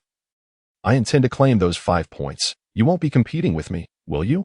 The students exchanged uncertain looks, and after a moment, Terry hesitantly remarked, "Of course. If you can complete it by tonight, as it's due tomorrow afternoon. Plus, we have Professor McGonagall's Transfiguration class in the morning. There will be no time then." Michael kindly reminded him, and the roommates were steadfastly supportive of Hill after his impressive performance that afternoon. "Honestly, Hill, you should have been in Gryffindor. Your bravery this afternoon was remarkable," Anthony exclaimed, his mouth full of food, yet his admiration for Hill was unmistakable. "Well done. Earn back 17 points quickly. No, 34 points." I can hardly contain my excitement to witness the expression on Snape's face. "Indeed. Let's give it our all, mate." Terry, along with the trio, clinked their glasses with Hill and then downed their drinks in one go. A radiant smile adorned Hill's face, not the insincere veneer of politeness, but a genuine expression of joy. His camaraderie with his roommates was truly delightful, a bond that transcended mere conversation. Today, Lily, unusually, refrained from engaging with the other girls. Instead, she quietly observed Hill and his friends as they reveled in their banter, exchanging playful jibes and competing for a chicken leg. She perceived a profound happiness among these young men, who felt unencumbered by the need to suppress their emotions. Unlike their female counterparts who often felt compelled to uphold a demure image, they laughed freely in joy, swore in anger, and wept in sorrow, embodying a spirit of unrestrained authenticity. "Hey, Lily, what are your thoughts on Hill's antics today? Aren't you touched?" The boys swiftly redirected the conversation towards her, their teasing lighthearted and devoid of malice. "Of course," Lily replied with a smile, revealing her gleaming canines. "How should I express my gratitude to you, Hill?" Hill shrugged, preparing to utter a casual remark about merely lending a hand without concern. However, he was abruptly interrupted by Terry and his companions. "Just one kiss. That is all it takes." Indeed, the prince rescues the princess, and the princess bestows a kiss upon her savior. Terry and Anthony, those two instigators, fanned the flames of chaos from the sidelines, suggesting that this year's crop of Ravenclaw boys would be better suited for Gryffindor. Although Michael remained silent, his eyes sparkled with excitement, clearly in favor of Terry's proposal. "You lot." Hill managed a wry smile at them before turning to Lily and saying, "Pay them no mind." Hill's words remained unfinished, his lips silenced. An ephemeral touch lingered at the edge of his mouth, the faint fragrance still dancing in the air before him, leaving him momentarily dazed. When he regained his senses, the teasing remarks of Terry and the others filled his ears, dripping with a hint of envy. Whose idea was this? After all, did they still feel that tinge of jealousy? Alas, he had chosen his friends poorly, mistakenly befriending those who would lead him astray. Kiss divider time had grown late. Most had retreated to rest, leaving the common lounge devoid of company save for Hill. He had tasks yet to complete. For Professor Bin's paper awaited his attention, and the workload was considerable. The grades in Professor Bin's class were notoriously difficult to achieve, as he often lost track of time, resulting in additional assignments with timelines that were unpredictable, sometimes a month, other times merely a day. Unfortunately for Hill, he found himself in the most challenging of circumstances. Certain resources required a trip to the library, which would further consume his time, making it nearly impossible to submit his paper by the afternoon of the next day. Yet, fortune smiled upon him, for he possessed the marvelous tome known as Booker, brimming with invaluable information that would save him considerable effort. It is worth noting that Booker was currently engrossed in research on how to decipher soul vessels, while Kaka spent most of his time confined to their dormitory. At first, this new routine felt quite alien to Hill. He had grown accustomed to Booker's incessant chatter and Kaka's playful antics. Now, as he sat alone in the common lounge, he felt a profound emptiness, particularly while laboring over his assignments. After completing another substantial passage, Hill stifled a yawn. It had been ages since he had exerted such effort on his studies. Even during his time in Muggle school, he had completed assignments with remarkable speed. Gazing out at the moonlit night, Hill flexed his fingers and returned to his academic struggles, estimating that he would soon emerge victorious in this battle. Perhaps in just half an hour. Hill felt his pant leg being nibbled, and then Kaka swiftly ascended his leg to perch upon his knee. With a sudden leap, Kaka sprang onto the table, his bushy tail sweeping dangerously close to toppling the inkpot. "Oh, Kaka, you seem more like a feline than anything else." Steadying the nearly toppled inkpot, Hill gently tapped Kaka's little head, remarking, "You nearly ruined an entire evening's worth of work." Hill slapped his forehead, a look of frustration crossing his face as he exclaimed, "Blast! I completely forgot your dinner." He then turned to Kaka, his expression filled with remorse. "I apologize, Kaka. Please bear with me for just a little while longer. I will finish in half an hour, and then you shall feast to your heart's content." "Ah, splendid. No problem at all. Indulge as much as you desire," Kaka replied eagerly. Observing Kaka's sudden quietness, Hill sighed. Yet again, it appeared to be another unfair agreement. For Kaka insisted on a sumptuous meal today, threatening mischief otherwise. "Hill, are you still awake?" Following the sound, Hill turned to find Lily, who was gazing at him with a look of confusion as he diligently worked at his desk. There was still half an hour left, and his progress was satisfactory. "What about you? Why aren't you asleep?" she inquired. "I'm having a bit of trouble sleeping, so I decided to take a stroll and happened to see someone here," he replied. Lily's eyes were fixed on the ground. It was her habit to avert her gaze from others when she was being dishonest. "Well, you should really get some rest. Staying up late isn't good for your health, especially for girls. I've heard it can lead to breakouts and dark circles." Hill continued without lifting his gaze, engaging in conversation while continuing with his assignments. Lily moved to the desk and sat in a chair directly opposite Hill. Her eyes swept over Kaka, and a hint of concern crossed her face. "What is wrong with Kaka? Why does he look so lethargic?" Kaka lifted his head slightly to glance at Lily before returning to his resting position, his tail wagging feebly, appearing rather unwell, as if he were ill. "It's nothing. He just hasn't had dinner yet, so he's lacking energy."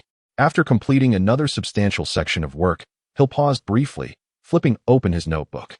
He wrote down some items to look up, and soon a passage of text materialized on the blank page, precisely what he intended to research.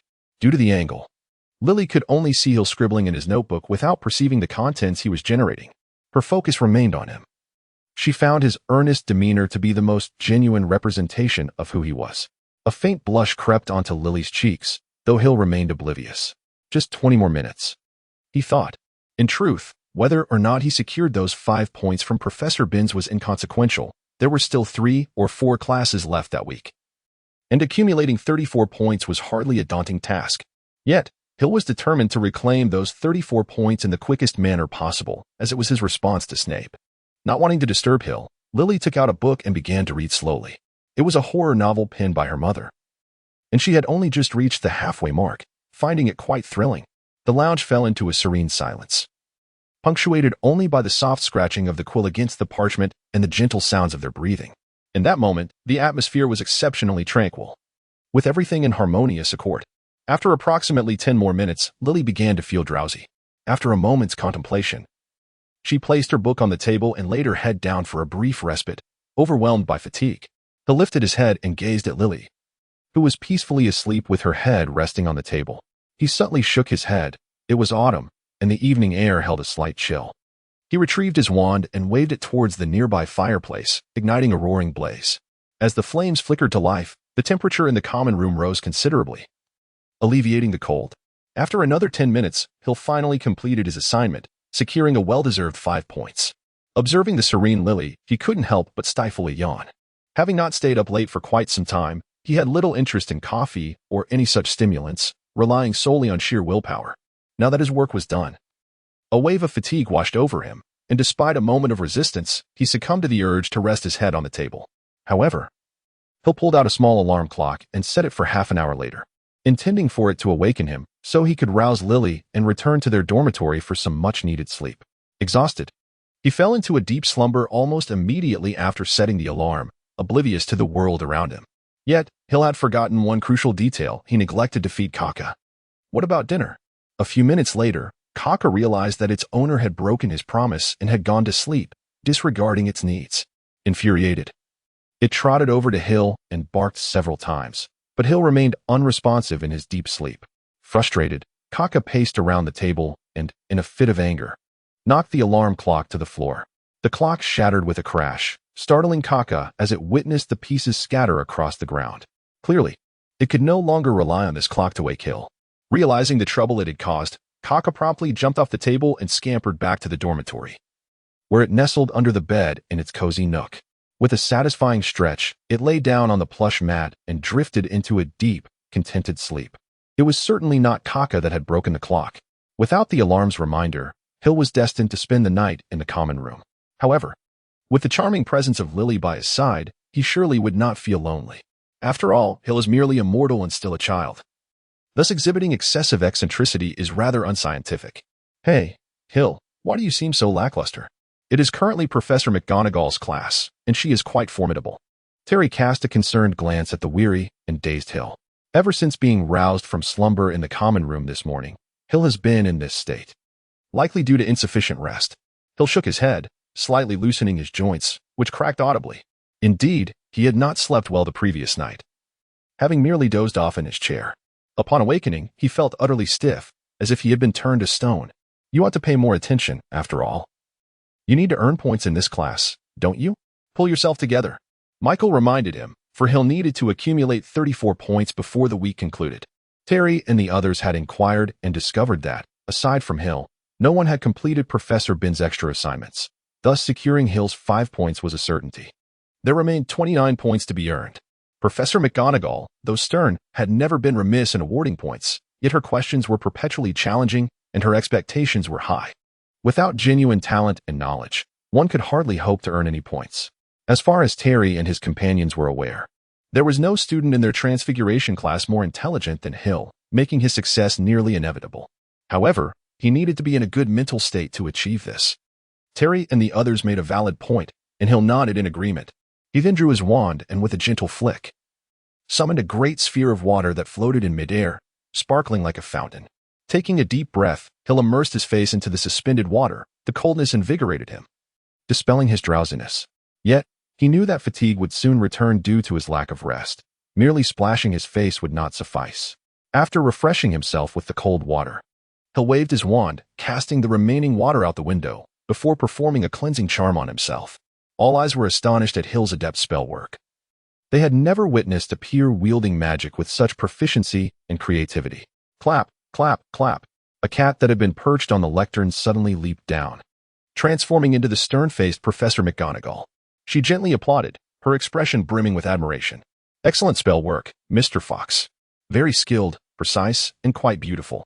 Thank you for your praise, Professor McGonagall, Hill replied. Yet, she maintained her serious demeanor, which rarely changed even when complimenting him.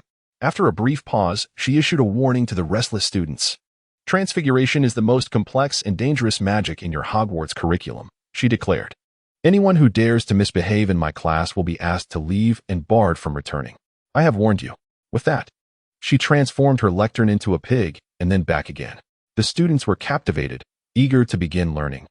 But they quickly realized that transforming furniture into animals would require considerable time and practice. Who can tell me the factors involved in the transfiguration formula? Professor McGonagall inquired. As this matter was not addressed in the text, most individuals exchanged glances, uncertain of how to respond. Wait, concentration. Hill raised his hand and, upon receiving permission from Professor McGonagall, softly articulated his answer. Excellent. Ravenclaw earns 3 points. Everyone gazed at Hill with envy, marveling at how effortlessly he had secured those points. Harry and Ron were filled with excitement. It seemed that acquiring points was remarkably simple, merely by answering questions.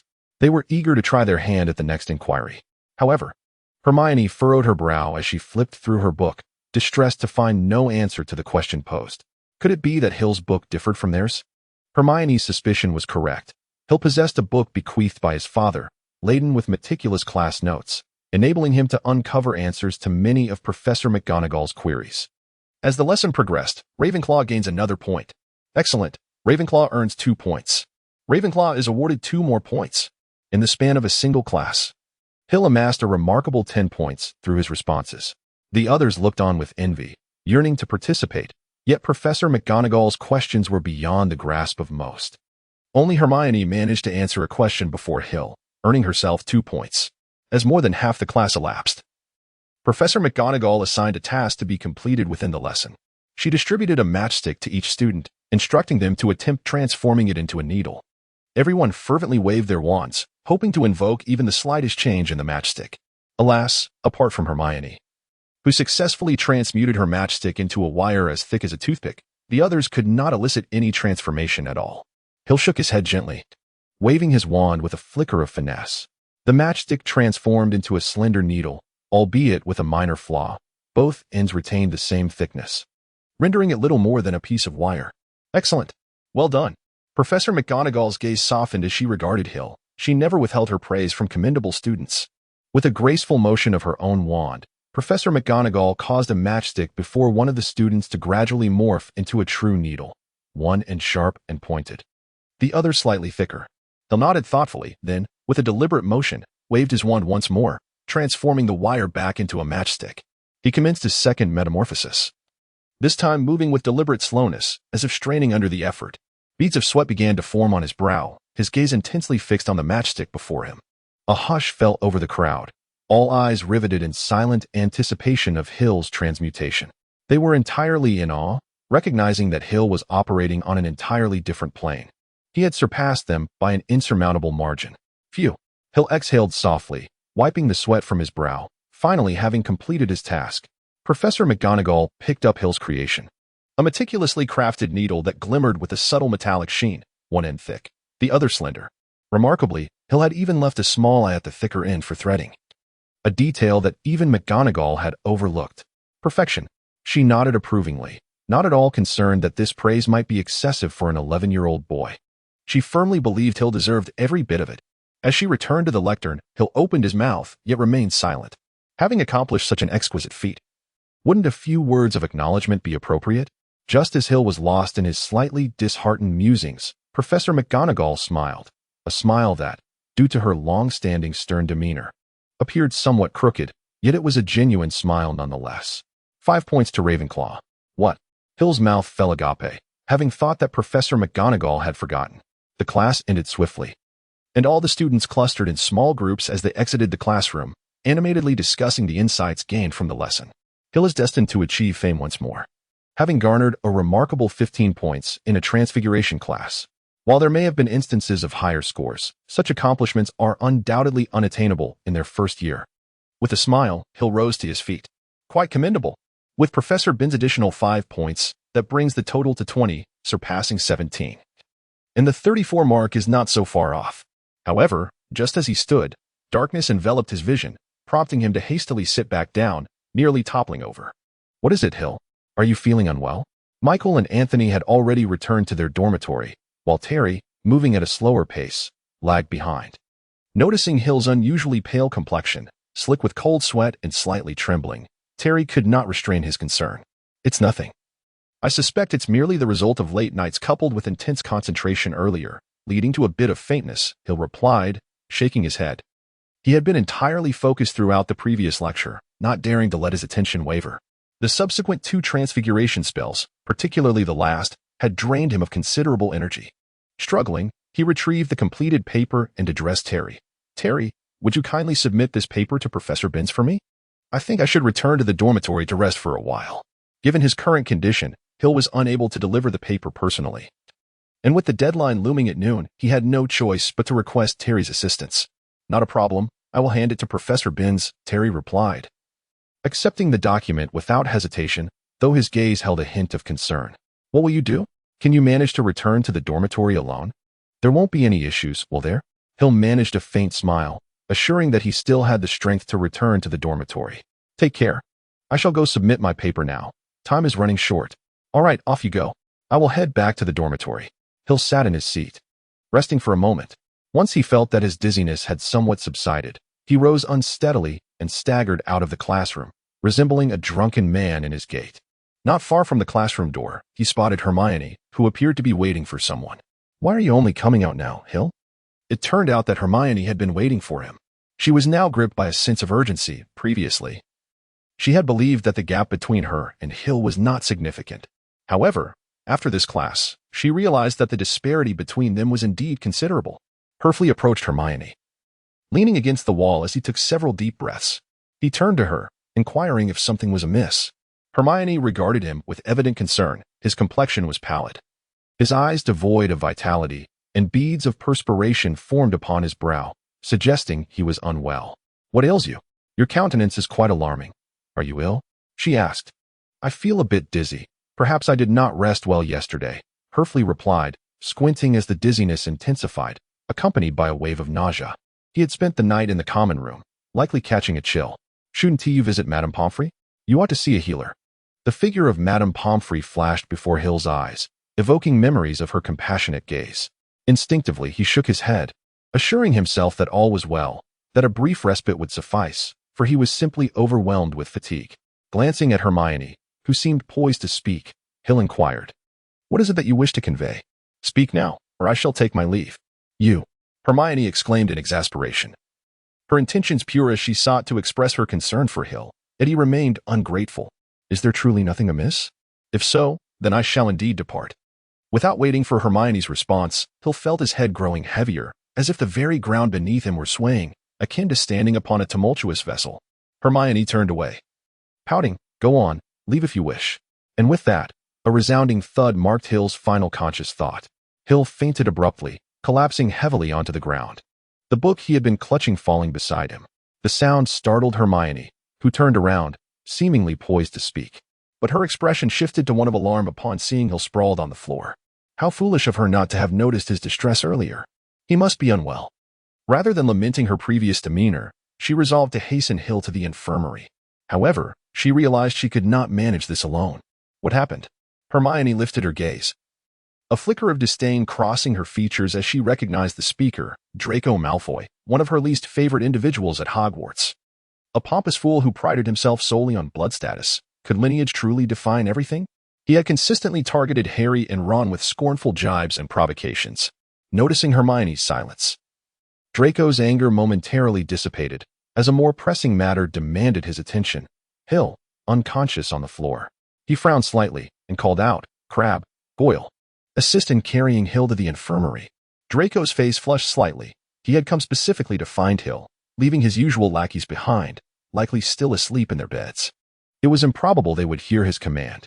Hermione glanced at the awkward Draco but refrained from mocking him. That was not in her nature. An eye for an eye. "I do not seek conflict," was Hermione's principle. Wishing to avoid further interaction with Draco, Hermione bent down to gather the scattered books. She inadvertently noticed that the Transfiguration textbook appeared to be filled with notes. Upon flipping through it, her face lit up with excitement. This book was brimming with insights, containing many points raised by Professor McGonagall. "Ah, I see," she mused, casting a slightly discontented glance at Hill, only to discover Draco had already lifted him and seemed ready to depart. "Where are you taking him?" Draco did not look back as he replied, "To the infirmary." "Of course. Can you not see he is ill?" "No," Hermione retorted. "Do you wish to see Hill perish?" Draco spun around, fury etched on his face, hostility radiating from him. It appeared that Hill and he shared a close bond. Shaking her head gently, Hermione recounted the events leading up to Hill's collapse, particularly his aversion to hospitals. Unbelievable, Draco muttered, frowning. I never thought it was true. Hill truly despises hospitals. What are you saying? Why should I tell you? Hermione's expression briefly flickered with mischief as she regarded Draco with disdain, declaring, I suspect you know nothing at all. Humph, who says I am unaware? Draco, so naively gullible, is indeed remarkably innocent. Pray, enlighten me. Hill and I are cousins. I am his elder cousin. The first statement left Hermione utterly astonished, as she could never have imagined that Hill and Draco, such disparate individuals, would be related by blood. Casting a suspicious glance at Draco, Hermione inwardly scoffed. They were entirely different kinds of people. Unbeknownst to Hill, Draco, oblivious to Hermione's expression, continued walking and remarked, Hill is an orphan, raised in St. Mungo's hospital. It was not until he turned 6 that he resolved to live alone in his family's villa. I presume that the hospital must have left him with many unpleasant memories. Unpleasant memories? Don't you know? Although St. Mungo's is a hospital, it is far from a nursery. The environment may be pleasant, and the doctors are kind, but the patients there are truly dismal. A flicker of fear crossed Draco's face as he recalled his first visit to see Hill with his mother. Patients of every kind were present, delusional, grotesque, and rambling. Indeed, it was a place filled with the most troubled souls. Upon first encountering Hill, his complexion was alarmingly pale, his eyes bloodshot, and his demeanor was that of a frightened creature. His gaze was devoid of warmth, exhibiting a chilling indifference to everything. One could only wonder what horrors he endured at St. Mungo's. Hermione fell silent, a child raised in such an environment. It was remarkable that he had not lost his sanity. 5 years. One can only imagine how he endured that span. Now, it appeared that Hill was more cheerful and optimistic than anyone else. He seemed perpetually composed, as if nothing could truly unsettle him. Could those 5 years at home have mended the wounds within him? Reaching the staircase, Draco paused and glanced at Hermione, steadfast in his resolve to visit the infirmary. Although the infirmary might evoke unpleasant recollections, it was surely preferable to losing one's life, was it not? Rest assured, he merely overexerted himself. A moment's respite would suffice. Overexerted? What does that mean? The line of demarcation in memories, my dear young master, it seems you have once again overexerted yourself. Have you been too frequent in your endeavors of late? Lying feebly on the sofa, Hill could hardly open his eyes. He merely emitted a faint sound in response, lacking the strength for further words. The practice of magic is a gradual process. Your current approach of exhausting your resources is not advisable. Worry etched across Book's face. For although all of this had been anticipated, witnessing Hill in such a state was nonetheless troubling. The boy's relentless pursuit of power was indeed a source of concern for Book, leaving one to ponder whether this path would yield good or ill. While it is said that overexerting one's magical abilities may result in a slight increase upon recovery, this method is far from the righteous way. Although progress may not come swiftly, it is merely draining your future. Furthermore, this pervasive sense of fatigue is certainly unpleasant, is it not? You appear to be somewhat overly eager. The living room has succumbed to silence, with only the crackling of the firewood in the hearth breaking the stillness. While Hill lies quietly in bed, resting, his complexion exhibits a sickly pallor, accompanied by an unusual flush. Booker, what level am I at now? Wizards are indeed classified into various ranks. The powerful ones like Voldemort, Dumbledore, and Grindelwald are at the pinnacle, while those of lesser prowess, such as Snape and Flitwick, are positioned lower. Booker possesses an antiquated system of classification that was once prevalent in the wizarding world, and Hill has gleaned a modicum of understanding regarding the hierarchy of wizards. My dear young master, your current level is merely second. Is that so? Just second? A flicker of disappointment crossed Hill's face. According to Booker's standards, wizards are classified into 10 levels, and he still has a considerable distance to traverse. Hey, you're making it difficult for other wizards. Some adult wizards are merely at the second level as well. Yet, the majority of adult wizards are above the 4th level. Booker strained to sit upright, gazing at Hill with a look of resignation. What separates you from them is simply time. You are but a child. Surely, one cannot expect a 9-year-old to surpass adult wizards in strength? After resting for half a day, Hill finally began to recover somewhat. He opened his eyes and stared blankly at the ceiling, murmuring to himself, what I lack the most is time. At the very least, I must possess the ability to protect myself. Otherwise, forget it. Booker, in what other aspects do you think I fall short? Considering you are merely 9 years old, you are already remarkably outstanding. To speak candidly, even in the prosperous era over 1,000 years ago, you would undoubtedly rank among the most brilliant. Booker's words brimmed with admiration. Indeed, he was a testament to the Fox family's success throughout the millennia, in the Golden Age before the establishment of Hogwarts. When wizards had not yet faced catastrophic blows, countless prodigies emerged, each more extraordinary than the last. Yet, in comparison to Hill, they paled significantly. What level are Dumbledore and Voldemort? Hill suddenly inquired. That depends on the period, Booker replied thoughtfully. During the battle against Grindelwald, Dumbledore had just reached level 8. Now he is at the pinnacle of level 8, merely a step away from level 9. By the time of his death, he was likely just above level 7. As for Voldemort, at his peak, he too reached level 8, but in his frail state, he was probably just over level 8. When he returned, he needed time to adapt, so he was likely only at mid-level 8. In the final confrontation, he should have still been at the pinnacle of level 8. And glaringly vulnerable at that. Even beings as formidable as Voldemort and Dumbledore remained trapped at the pinnacle of level 8, unable to ascend to level 9. The realm of the demigods. What about Nicholas Flamel? Hill asked. That ancient creature who has lived for over 6 centuries. Surely he must have reached level 9 by now. Besides the 3 supreme wizards of the time, there was also a renowned wizard and alchemist from centuries ago. One would think that after all these years, he would have accumulated enough to attain level 9. Do you believe level 9 is as common as cabbage? Booker rolled his eyes in exasperation. Even 1,000 years ago, there were only a handful who achieved level 9. The 4 founders, yes, your ancestor counts among them. It is not something that can simply be amassed over time. What is the distinction between level 9 and level 10? Hill pressed. It is a qualitative leap. Even an 8th level wizard is merely mortal, apart from magical prowess. They are not fundamentally different from a 1st level wizard. They remain human at their core. However, a 9th level wizard can be regarded as a demigod, while a 10th level wizard is a true deity, transcending the realm of mortals. Lastly, what do you think magic is? Hill fell silent. He had never contemplated this before, as his sole pursuit had been the enhancement of his magical power. True magic seeks to grasp the essence of this world, its origin, and unveil its reality. Wizards, in comparison to muggles, are merely more attuned to the truths of this world. It is akin to a radio receiver. They can pick up the signals, whereas muggles cannot. Incantations are indispensable to the practice of magic by wizards, serving as a profound summation of the world's truths as articulated by our ancestors. For instance, consider the blazing flames. What gives rise to fire? This world adheres to certain laws, and under the influence of incantations, the aspects pertaining to fire undergo transformations, resulting in its manifestation. To illustrate simply, it is akin to a piano. When one presses a key, a note is produced. This note embodies the effect of the incantation, while the pressed key represents the incantation itself, the catalyst. The strings within the piano symbolize the underlying rules and laws that, under the guidance of the incantation, produce sound and yield the desired effect.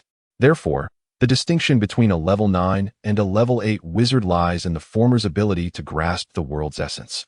They can manipulate basic laws and principles within a limited scope. In contrast, those below level 8 remain invincible. To exemplify, the manifestation of blazing flames necessitates a resonance with the laws governing fire. A level 9 wizard, with but a thought, can temporarily distort this incantation, rendering the foundation non-existent. Can the incantation still be invoked? Hill's eyes widened in astonishment. It was only at this moment that one could glimpse the semblance of a normal child within him. Magic is far more intricate than mere sorcery. Sheer magical power, at best, culminates in an 8th-tier pinnacle. You are more attuned to the true essence of this world than anyone else. From the very beginning, you have not been on the same starting line as those others. When Hill awoke, he found himself in his dormitory, nestled in the comfort of his own small bed. He felt a gentle fog enveloping his mind. Yet it was a marked improvement from before. Cack, nestled beside his pillow, upon noticing Hill's awakening, extended his tongue and delicately licked Hill's face several times. Evidently startled by Hill's previous unconsciousness. Grasping Cack in his arms, Hill struggled to sit up, leaning against the bed as he endeavored to recall the events leading to his fainting. He remembered engaging in conversation with Hermione before succumbing to darkness. Subsequently, a girl, presumably named Hermione, along with another boy, seemingly called Draco, escorted him to the entrance of their common room. Thereafter, Robert and he carried him back, administering a small dose of medicine, and after 3 hours of slumber, he finally regained consciousness. Hill shook his head, unable to recall anything from the period of his unconsciousness. That portion of his memory was utterly blank. He turned to Anthony, who was leaning against the doorframe, but only saw him alone. Unable to suppress his inquiry, "Where are the others?" Anthony shrugged, gesturing towards several vacant beds. "Terry went to submit your paper. Congratulations, you've secured a 5. Then, upon returning, Terry discovered you unconscious, and, after waiting for a while without any signs of awakening, he went to have lunch with Michael. Why didn't you go?" Hill asked. "I just returned from my meal," Anthony replied. What about the 2 who brought me back?" Hill inquired. "Did they say anything?" Anthony looked at Hill with an odd expression, and after a moment, he sighed, a look of indignation crossing his face. "I must say, I didn't realize you were anything special. It's only been a few days since school started, and you've already found yourself a girlfriend. And not just 1, but 2. Hill was at a loss for words, realizing that the entire fuss stemmed from this misunderstanding. "Must you spread rumors?" "What do you mean I found a girlfriend just 2 days into the new term? We are merely good friends, nothing more." He sighed in exasperation. Anthony wore an expression that suggested he found it hard to believe, as if he thought they were being foolish. Just look at Hermione's anxious demeanor. She nearly got into an argument with Draco. If there were no ulterior motives between them, it would indeed be peculiar. An argument? What happened? It's likely about Draco. He intended to escort you to the infirmary, to Madame Pomfrey, but Hermione insisted on bringing you back here, which led to the quarrel. Anthony remarked with a hint of jealousy. Having a roommate who excelled academically, was handsome, and exceptionally popular with the ladies was indeed a considerable source of pressure for him. "Oh, I see. I believe I mentioned wanting to rest in the common room. That explains it," Hill nodded. He had indeed conveyed his reluctance to go to the infirmary, and it surprised him that she had remembered. "What about Draco? Does he seek me for something?" Hill recalled that there were no classes for Slytherin in the morning, leaving Draco with no reason to appear in that classroom unless it pertained to a matter concerning Albert. "If you hadn't mentioned it, I would have nearly forgotten." Anthony wore a look of sudden realization. Who could tell if it was intentional? "That Draco asked me to convey to you that he would attempt to mediate the situation between you and Snape." "Mediate?" Hill gently shook his head. The discord between him and Snape was not something that could be resolved through mediation. The reasons for Snape's animosity towards him were unknown even to Hill himself. So how could an outsider intervene? Nevertheless, the intention was commendable. Draco had a fundamentally good nature, though heavily influenced by his family, much like Harry's cousin Dudley, essentially. They were quite similar. Think carefully. Is there anything you might have forgotten?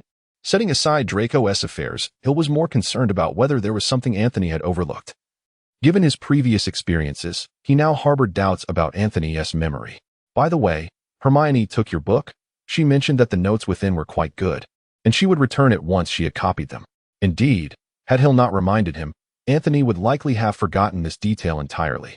As for Hermione borrowing the book, Hill held no objections. He had already read those books and memorized their contents, so it was not as if he would be lost without them. He even contemplated whether he should lend her the remaining books as well, allowing her to resolve everything at once. After confirming that Anthony had truly said all that needed to be said, Hill allowed him to depart, leaning back against his bed, gazing out at the scenery. Reflecting on his recent fainting spell, Hill could only sigh. After all, he was still an 11-year-old child, whose energy could not possibly compare to that of an adult. He needed to pay more attention in the future. One such incident was quite sufficient. With no classes in the afternoon, after mulling over various thoughts, Hill ultimately decided to take a nap to replenish his energy, especially since there was still a gap of 14 points to address. In the following days, Hill consistently earned points in various classes. However, since he was down to just 14 points, and other professors seemed intent on preventing him from answering questions, he did not encounter another instance of receiving 15 points in a single class. It was merely a few points here and there. Syl privately inquired of Professor Flitwick, the amiable head of Ravenclaw. His explanation was, "My dear Syl, your exceptional talents render our questions trivial for you. Thus it is quite challenging for you to earn points in your responses. It is akin to an adult wizard enrolling at Hogwarts and commencing their studies in the first year, which would be rather unjust to others." Hill was undoubtedly feeling quite disheartened. Would Snape ever discuss fairness with him? With a headmaster providing such formidable protection, it was certainly not an ordinary advantage. Nevertheless, through Hill's relentless perseverance, he managed to earn an additional 20 points before Friday, bringing his total to 40, surpassing his initial expectations by 6 points.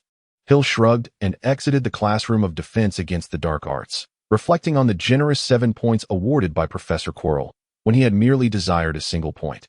Nevertheless, Quirrell's eccentric behavior had gradually become a norm among the students, who had begun to concoct explanations for his oddities.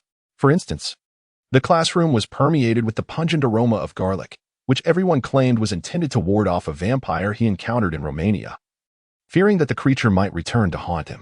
His oversized scarf also emanated a peculiar scent, leading the Weasley twins to insist it was stuffed with garlic as well. The students had grown accustomed to Quirrell's myriad quirks, and even many teachers had become desensitized, merely considering him a tad eccentric without further thought. Each time Hill encountered Quirrell, he felt an irresistible impulse to yank off the scarf, yearning to witness the impending clash between the exposed Voldemort and Dumbledore. It would surely be a spectacle to behold. The two maintained an unspoken understanding, feigning ignorance, which was undeniably amusing. However, upon assessing the disparity between himself and those two formidable figures, Hill reluctantly abandoned this captivating notion, believing there would be opportunities in due time. At worst, he could join the trio later to observe Voldemort's antics. Surely they would welcome him. Stepping out of the classroom, he silently calculated that the next class would have Slytherin and Gryffindor attending potions. With 6 points in hand, Hill felt a surge of audacity. He was ready to take the initiative. After all, it is only polite to reciprocate. Merlin bless, he encountered Harry and the others at the potions classroom door. Their expressions unusually grave. Ron and Harry looked particularly serious, while Hermione seemed to exude a hint of excitement. Women, truly formidable creatures. I've heard that Professor Snape harbors a profound grudge against Gryffindor, supposedly stemming from his own student days, which he has since redirected towards them. Are you saying he will target us, Ron? Indeed. Fred and George, well, they can be unreliable. Angelina, the one from the Quidditch team, also mentioned that Snape might deliberately create trouble for us, advising us to be cautious. Observing Ron and Harry's increasingly sluggish pace, Hill could not help but chuckle. If they continued to dawdle, their tardiness would likely spell disaster for them. Hey, Hill, what brings you here? Ron noticed Hill's laughter, his sensitivity heightened, causing him to glance around nervously at any disturbance. Oh, just passing by. I didn't expect to run into you. Harry and Ron exchanged bewildered looks.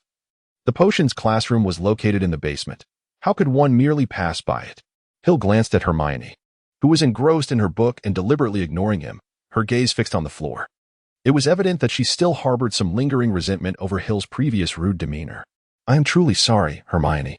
Acknowledging his misstep, Hill decided to offer a sincere apology. He wouldn't indulge in any temper tantrums. Wrong is wrong. His attitude had indeed been less than gracious that day, his mind clouded. In any case, I apologize to you. If you choose not to accept it, well, you should really accept my apology. All right, I accept your apology. Hermione smiled faintly at Hill's somewhat incoherent words. In truth, she had not held on to the incident. She was not one to lack understanding. Her true grievance lay with Hill's books, particularly the meticulously detailed and neatly inscribed notes within. Why had he not shared such valuable resources sooner? That was her true frustration. Clap, clap, clap. Ron and Harry applauded from the side. Although they were unaware of the specifics of Hill and Hermione's disagreement, they were delighted to witness their reconciliation, particularly Ron, who had only ever seen Hill manage to keep Hermione in check, something he had long wished for, as it would temper her often domineering demeanor. By the way, may I borrow your book for a while? The notes are excellent, and I wish to copy them. Of course, feel free to take it. I've memorized everything anyway, and I have others. Would you like more? Really? I would love that. All right, I'll bring them to you at dinner. Sounds good. Where did you acquire your book? It was left by my father, and the notes are all his as well. Quite useful. Observing the lively exchange between the two, Harry could not resist asking Ron, do you have notes in your book? It seems quite impressive. Goodness. My brothers have scribbled a mess of nonsense in mine. Percy might have taken notes, but he would never lend it to me. Ron expressed his frustration. If only he possessed a book filled with insightful notes, homework would be a breeze. After a while, he'll notice Snape appearing around a corner behind him. He feigned ignorance and began conversing with Harry and Ron. Would you like to know the procedure of Snape's class? Both Harry and Ron, filled with trepidation, eagerly nodded. Then they beheld Snape approaching them. His opening line was, I may not teach as well as some, but it suffices.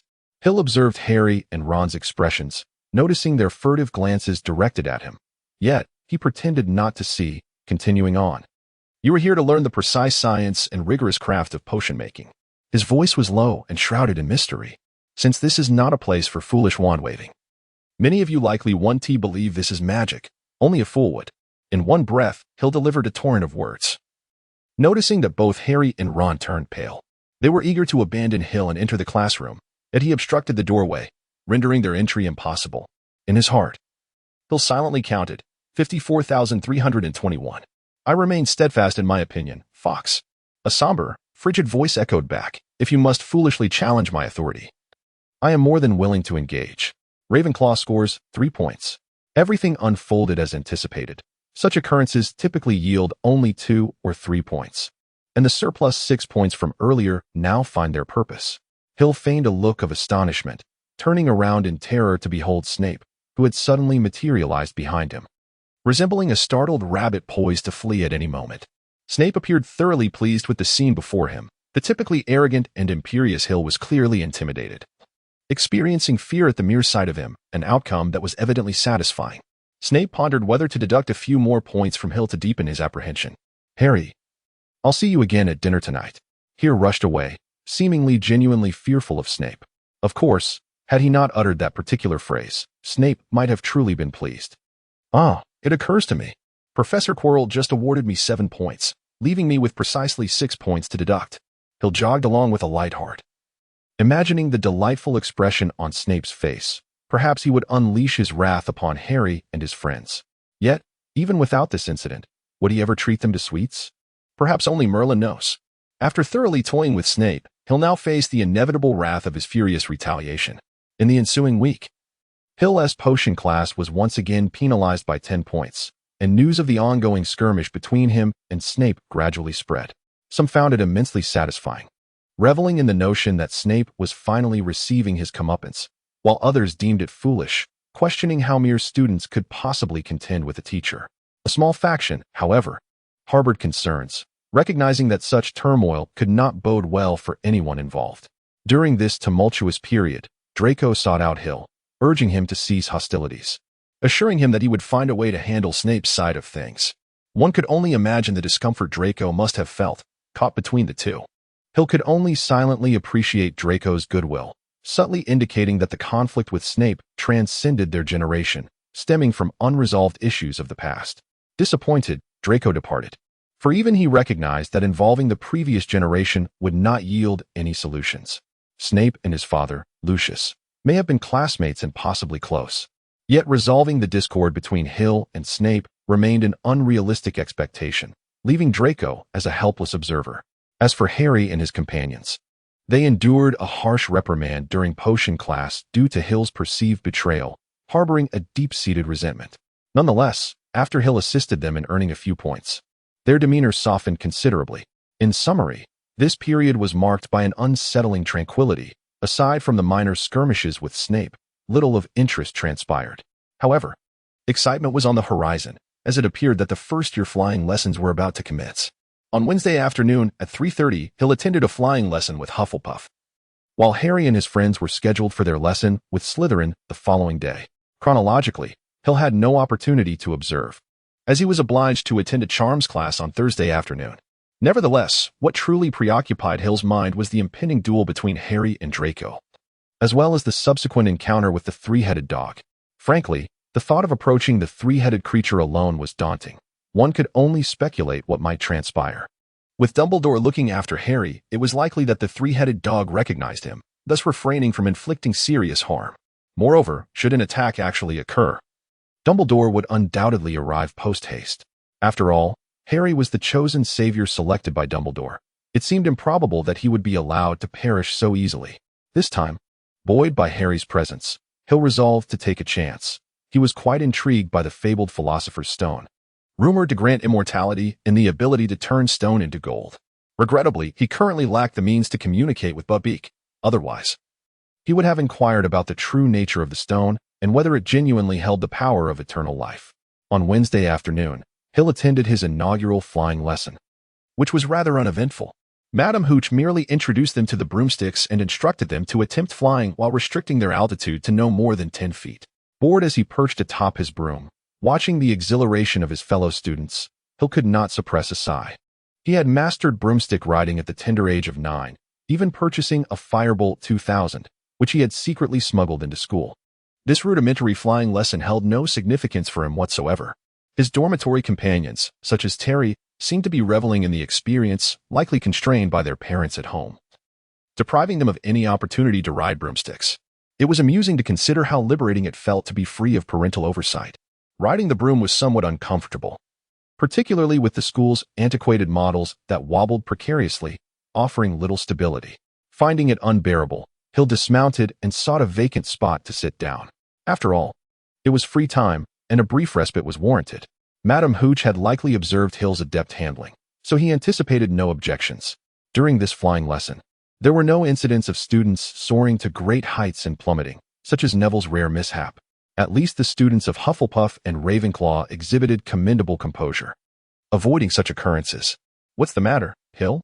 Upon noticing Hill's casual abandonment of his broom to rest beneath a large tree, Lily also set down her broom and joined him. Recently, her relationship with Albert had become rather distant, marked by an air of indifference. "What can we do? We aren't allowed to fly freely, so it hardly seems worth it. Besides, I already know how to ride a broom." Hill gazed at the exuberant first years, a faint smile of resignation gracing his lips, finding the experience utterly unremarkable. "Did you teach yourself?" Lily appeared quite astonished, feeling that Hill was indeed omnipotent, knowledgeable about everything. With nothing to occupy her time, she opted for self-study. After a brief moment of hesitation, a flicker of curiosity crossed her mind. What was Hill's childhood like? Tentatively, she inquired, "Do you not feel lonely being all by yourself?" Despite her reservations, she broached a rather delicate topic, still apprehensive that Hill might take offense. "Loneliness? Perhaps I experienced it once, but akin to sorrow, that feeling I so despise has long been cast aside." "Cast aside?" "Indeed, banished to a place unknown." "Are you having your last meal, Porter? When do you plan to return to the Muggles? Now that you are back on solid ground, with your little friends at your side, your courage seems to have swelled. I am ever willing to engage you in a solitary contest, should you have no objections. Tonight would suffice. A duel between wizards, using only wands without any physical contact." "What is the matter? I assume you've never heard of wizard dueling, have you?" "Of course he has. I am his assistant." "Who is your assistant?" Seeing Draco stride toward Harry, a smirk played upon Hill's lips. It appeared the show was about to commence, and to abstain from intervening would be an affront to the anticipation built over time. Feigning casualness, Hill approached Harry and Draco, then feigned surprise, exclaiming, "You are to duel? How splendid." "Shut up. Keep it down." Draco and Harry simultaneously admonished Hill, their voices so loud that several professors at the staff table turned their attention toward them, forcing the trio to feign a casual conversation. Once the professors' gazes shifted away, Draco and Harry exhaled in relief. Should the professors discover this, it would spell trouble. "Are you truly going to duel?" Hill asked with feigned astonishment, genuine excitement glimmering in his eyes.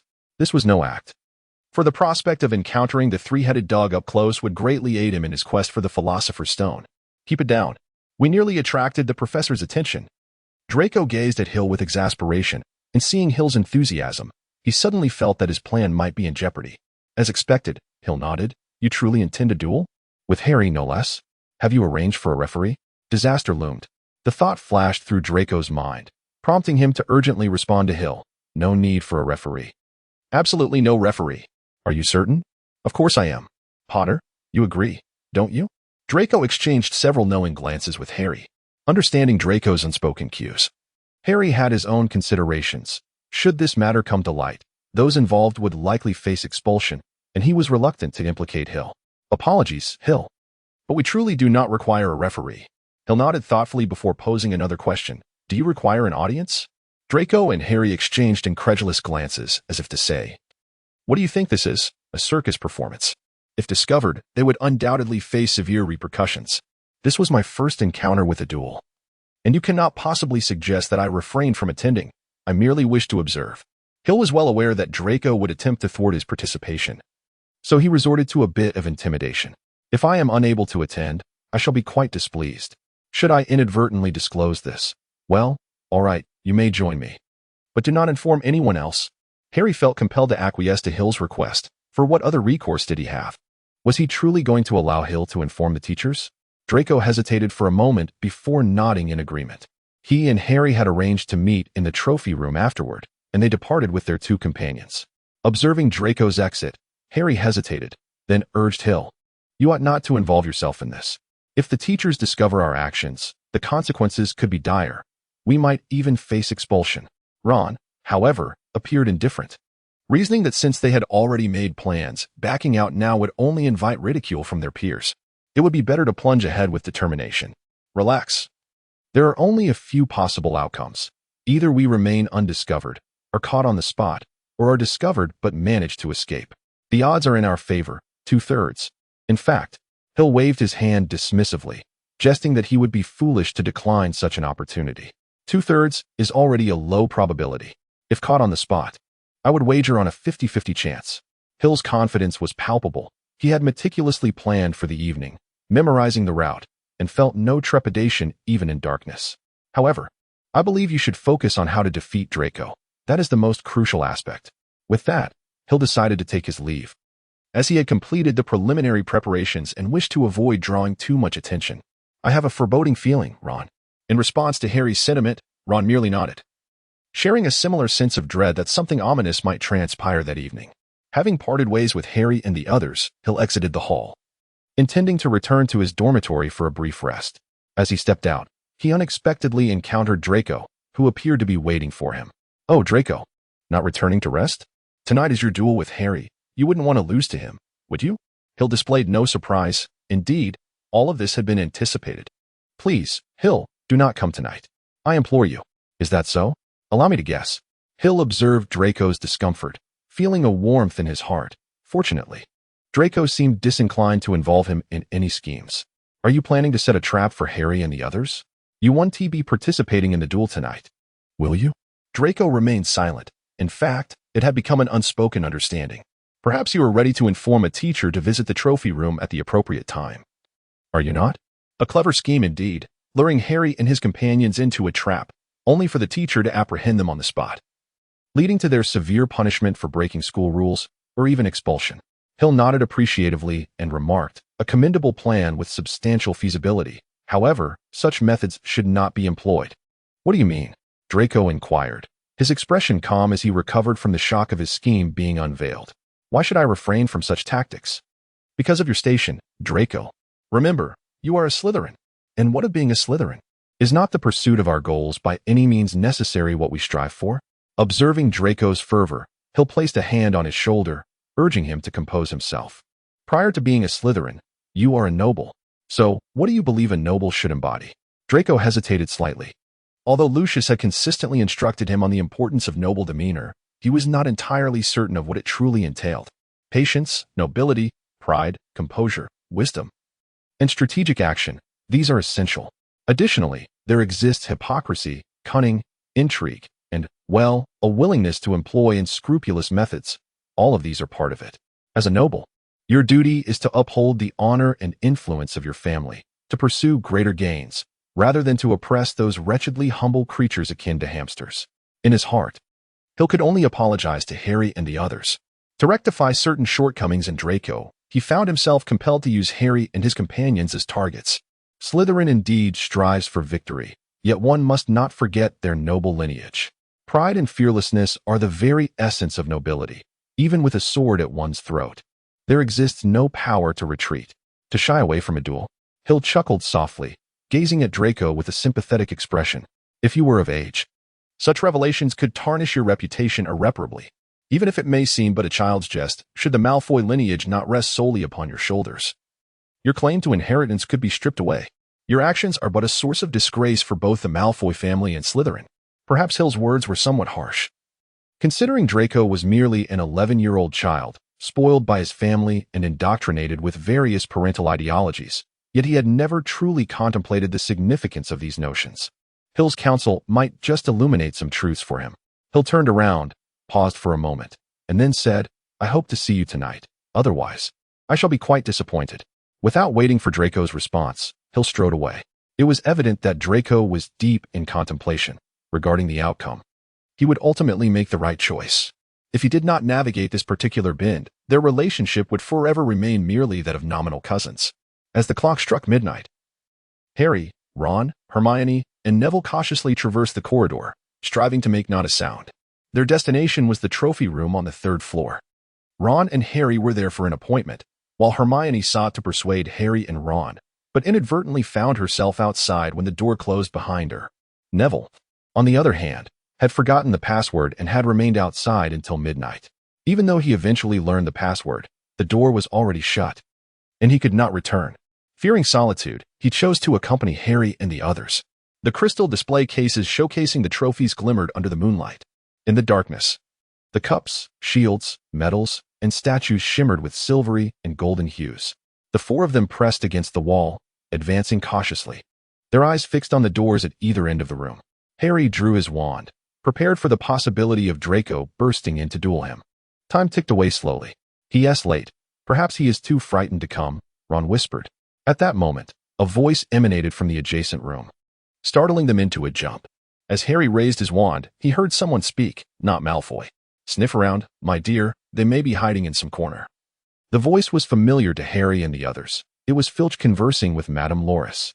"Hey, Harry, over here," came a very quiet voice, and a hand emerged from the shadows, waving towards Harry and his friends. Without hesitation, they followed, for it was Hill's voice. Behind a large shelf, shrouded in darkness, Hill and Draco crouched in a corner, appearing to have been there for quite some time. "What is going on? How did Filch arrive here?" Harry and the others pressed in closer, whispering, "Filch's timing is indeed too fortuitous." Hyle raised his hands in a gesture of helplessness and remarked, "I am at a loss. Draco and I arrived here not long ago, and then you all barged in, startling us, followed by the arrival of Filch. We are quite unclear about the specifics. Someone must have betrayed us." Ron glared at Draco with indignation, having always harbored disdain for him, and naturally, he directed his suspicions towards Draco. His instincts were not entirely misplaced. Had it not been for Hyle's warning, Draco might indeed have acted in such a manner. A trace of derision flickered across Draco's pale visage as he scoffed. "Do you think I am as foolish as you, Weasley? Foolish enough to ensnare myself in this predicament?" Ron fell silent, acknowledging the truth in Draco's assertion. No imbecile would willingly entrap themselves. Yet, Draco's words irked him, and he opened his mouth to retort, but was halted by Hermione. Hermione was evidently furious. Her face flushed and puffed with anger as she cast a disapproving glare at Harry and Ron. She had already cautioned them, yet they insisted on coming here. Now, they had been caught red-handed by Filch, and it was certain they would face severe consequences, perhaps even expulsion. "What about one more person?" Harry inquired, noticing Crabbe's absence. "He was feeling unwell, so I advised him to stay behind. Truth be told, I can manage alone. I suspect he was simply too frightened to show up." "Humph. Slytherin has no cowards." Just as Draco and the others began to engage in a hushed argument, Neville, who had remained silent, suddenly spoke up. His voice trembled, betraying his anxiety. "Have you all noticed something?" "What is it?" "Filch's footsteps have vanished." "What?" With resolute determination, Hill rose to his feet, crouching low as he stealthily advanced along a corridor adorned with suits of armor. Harry and the others trailed closely behind, with Neville bringing up the rear. Before long, they heard Filch's voice once more, murmuring lowly, evidently in search of them. The sound emanated from the very vicinity they had occupied earlier, indicating that Filch had, through his encounters with students, acquired numerous strategies to outwit them. The method of approaching silently, as they had just demonstrated, was undoubtedly a skill honed through extensive practice. "We must leave this place at once," Hill whispered, to which Harry and the others nodded in silent agreement. Counting silently in his mind, Hill began, 54,321. As he reached the end of his count, a tremendous clamor erupted throughout the trophy room. Neville, having stumbled, collided with Ron, who was in front of him, and together they tumbled against a suit of armor. The cacophony was sufficient to rouse the entire castle. At this juncture, no further words were necessary.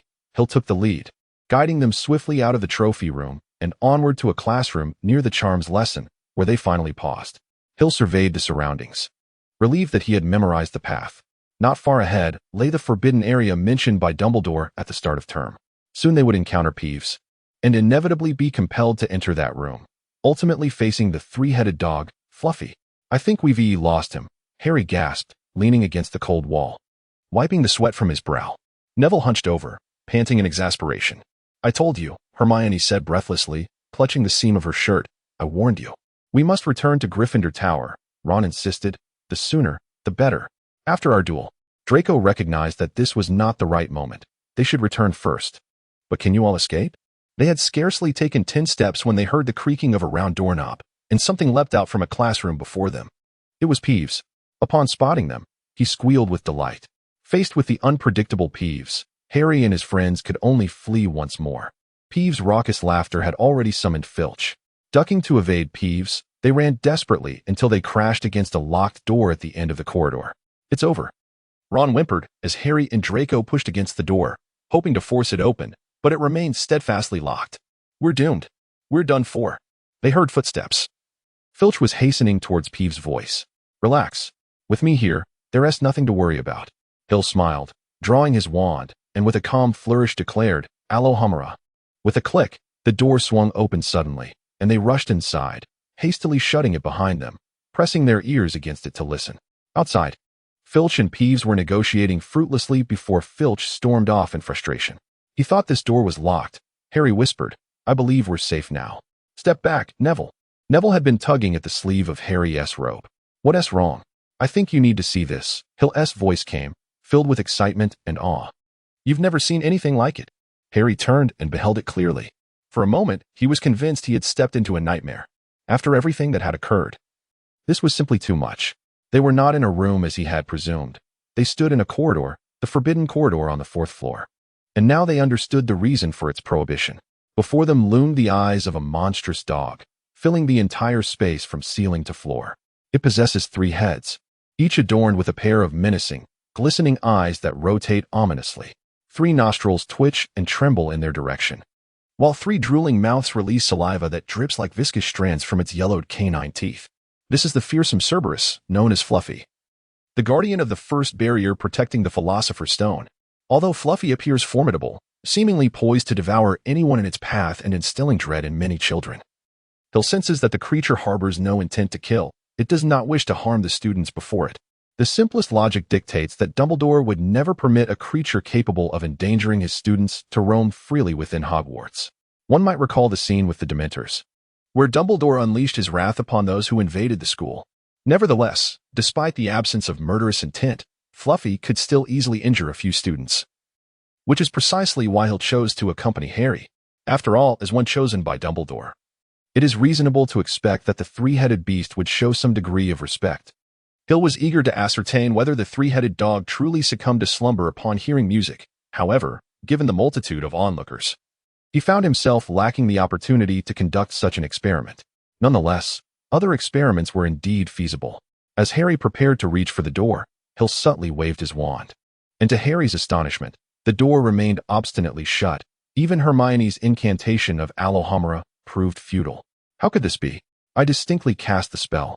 With a faint smile, Hill had just sprinkled a touch of magical potion upon the door lock. This particular potion was exceedingly sensitive to temperature. Should it fall below a certain degree, it would solidify, thereby sealing the door and rendering it unyielding, even to spells. However, with a slight increase in temperature, the potion would soften, allowing the door to open effortlessly. There was no escape now. Harry and his companions closed their eyes, resigned to their fate. Hill produced a small gray pouch, giving it a gentle shake, and soon, a substantial piece of meat bone appeared on the ground, intended to entice the formidable creature before him. Surely, no dog could resist the allure of a savory bone. Dogs, by nature, relish such delicacies, and this 3-headed beast was no exception. However, the peculiarity lay in the fact that this creature possessed 3 heads. One head seized the bone, while the other 2 remained fixated on Hill and his companions, suggesting that no matter how many bones were offered, at least one head would remain vigilant, observing them intently. The 3-headed hound consumed the bone with remarkable speed, licking its lips with an air of insatiable desire, as if yearning for more. Its gaze radiated disdain, as if to challenge, "Unleash all your tricks upon me." Hill had long anticipated this. That piece of meat was no ordinary bone. "Hill, it seems this bone might not suffice," said Nai, his heart pounding as he gazed at the 3-headed dog. The single meat bone had seemingly awakened its appetite, and Cerberus, inching forward, brought its head mere feet away from Hill and the others.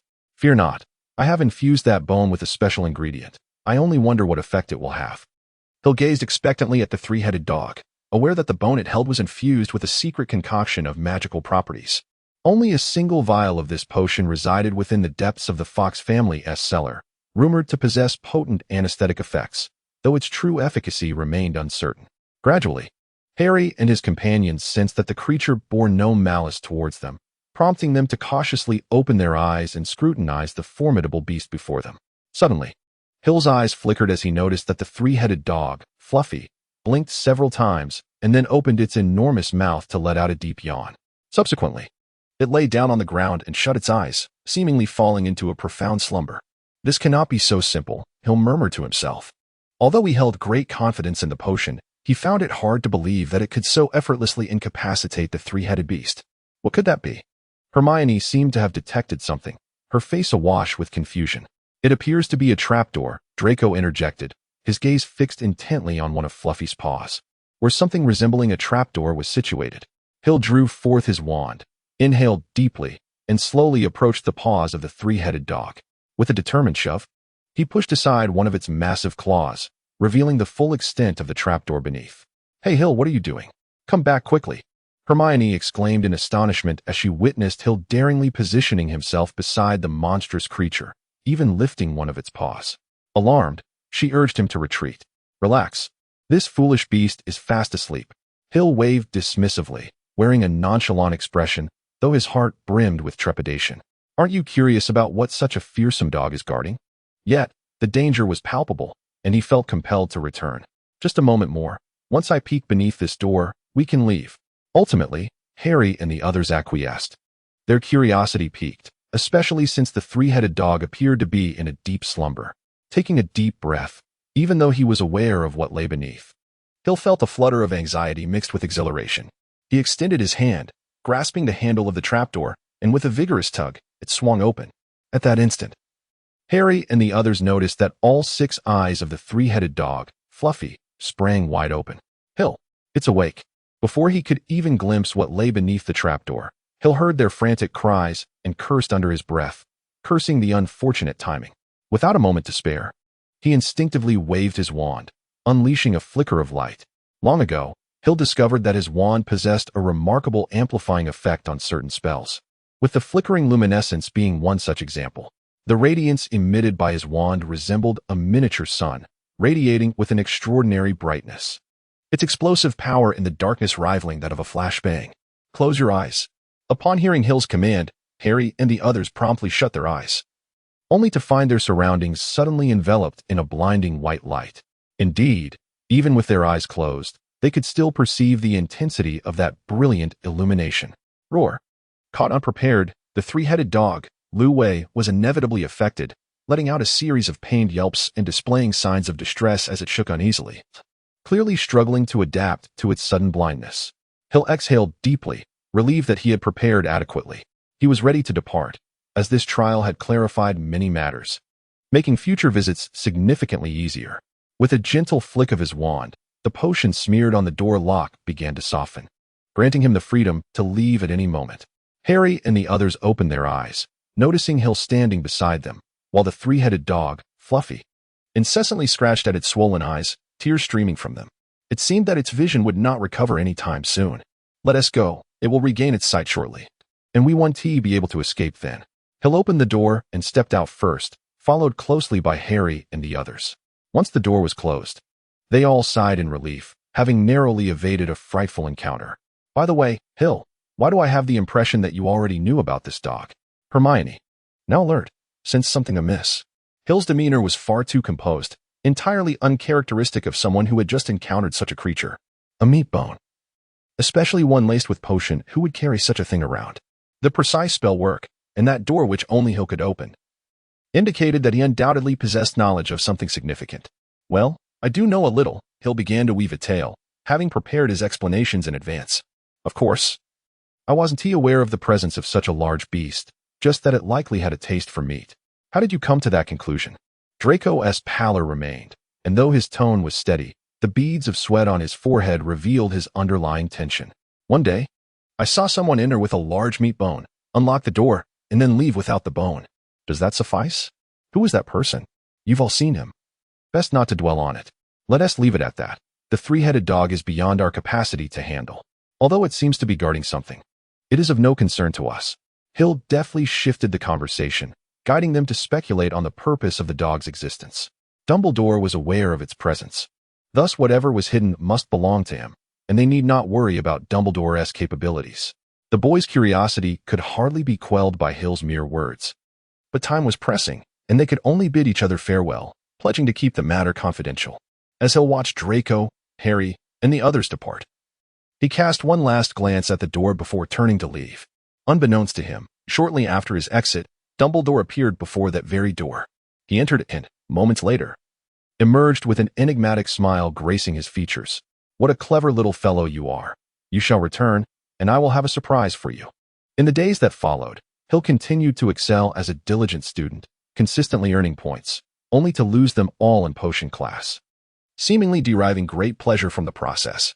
It is merely that Terry and others feel it is a great pity, for those are indeed valuable points. Hill was indifferent.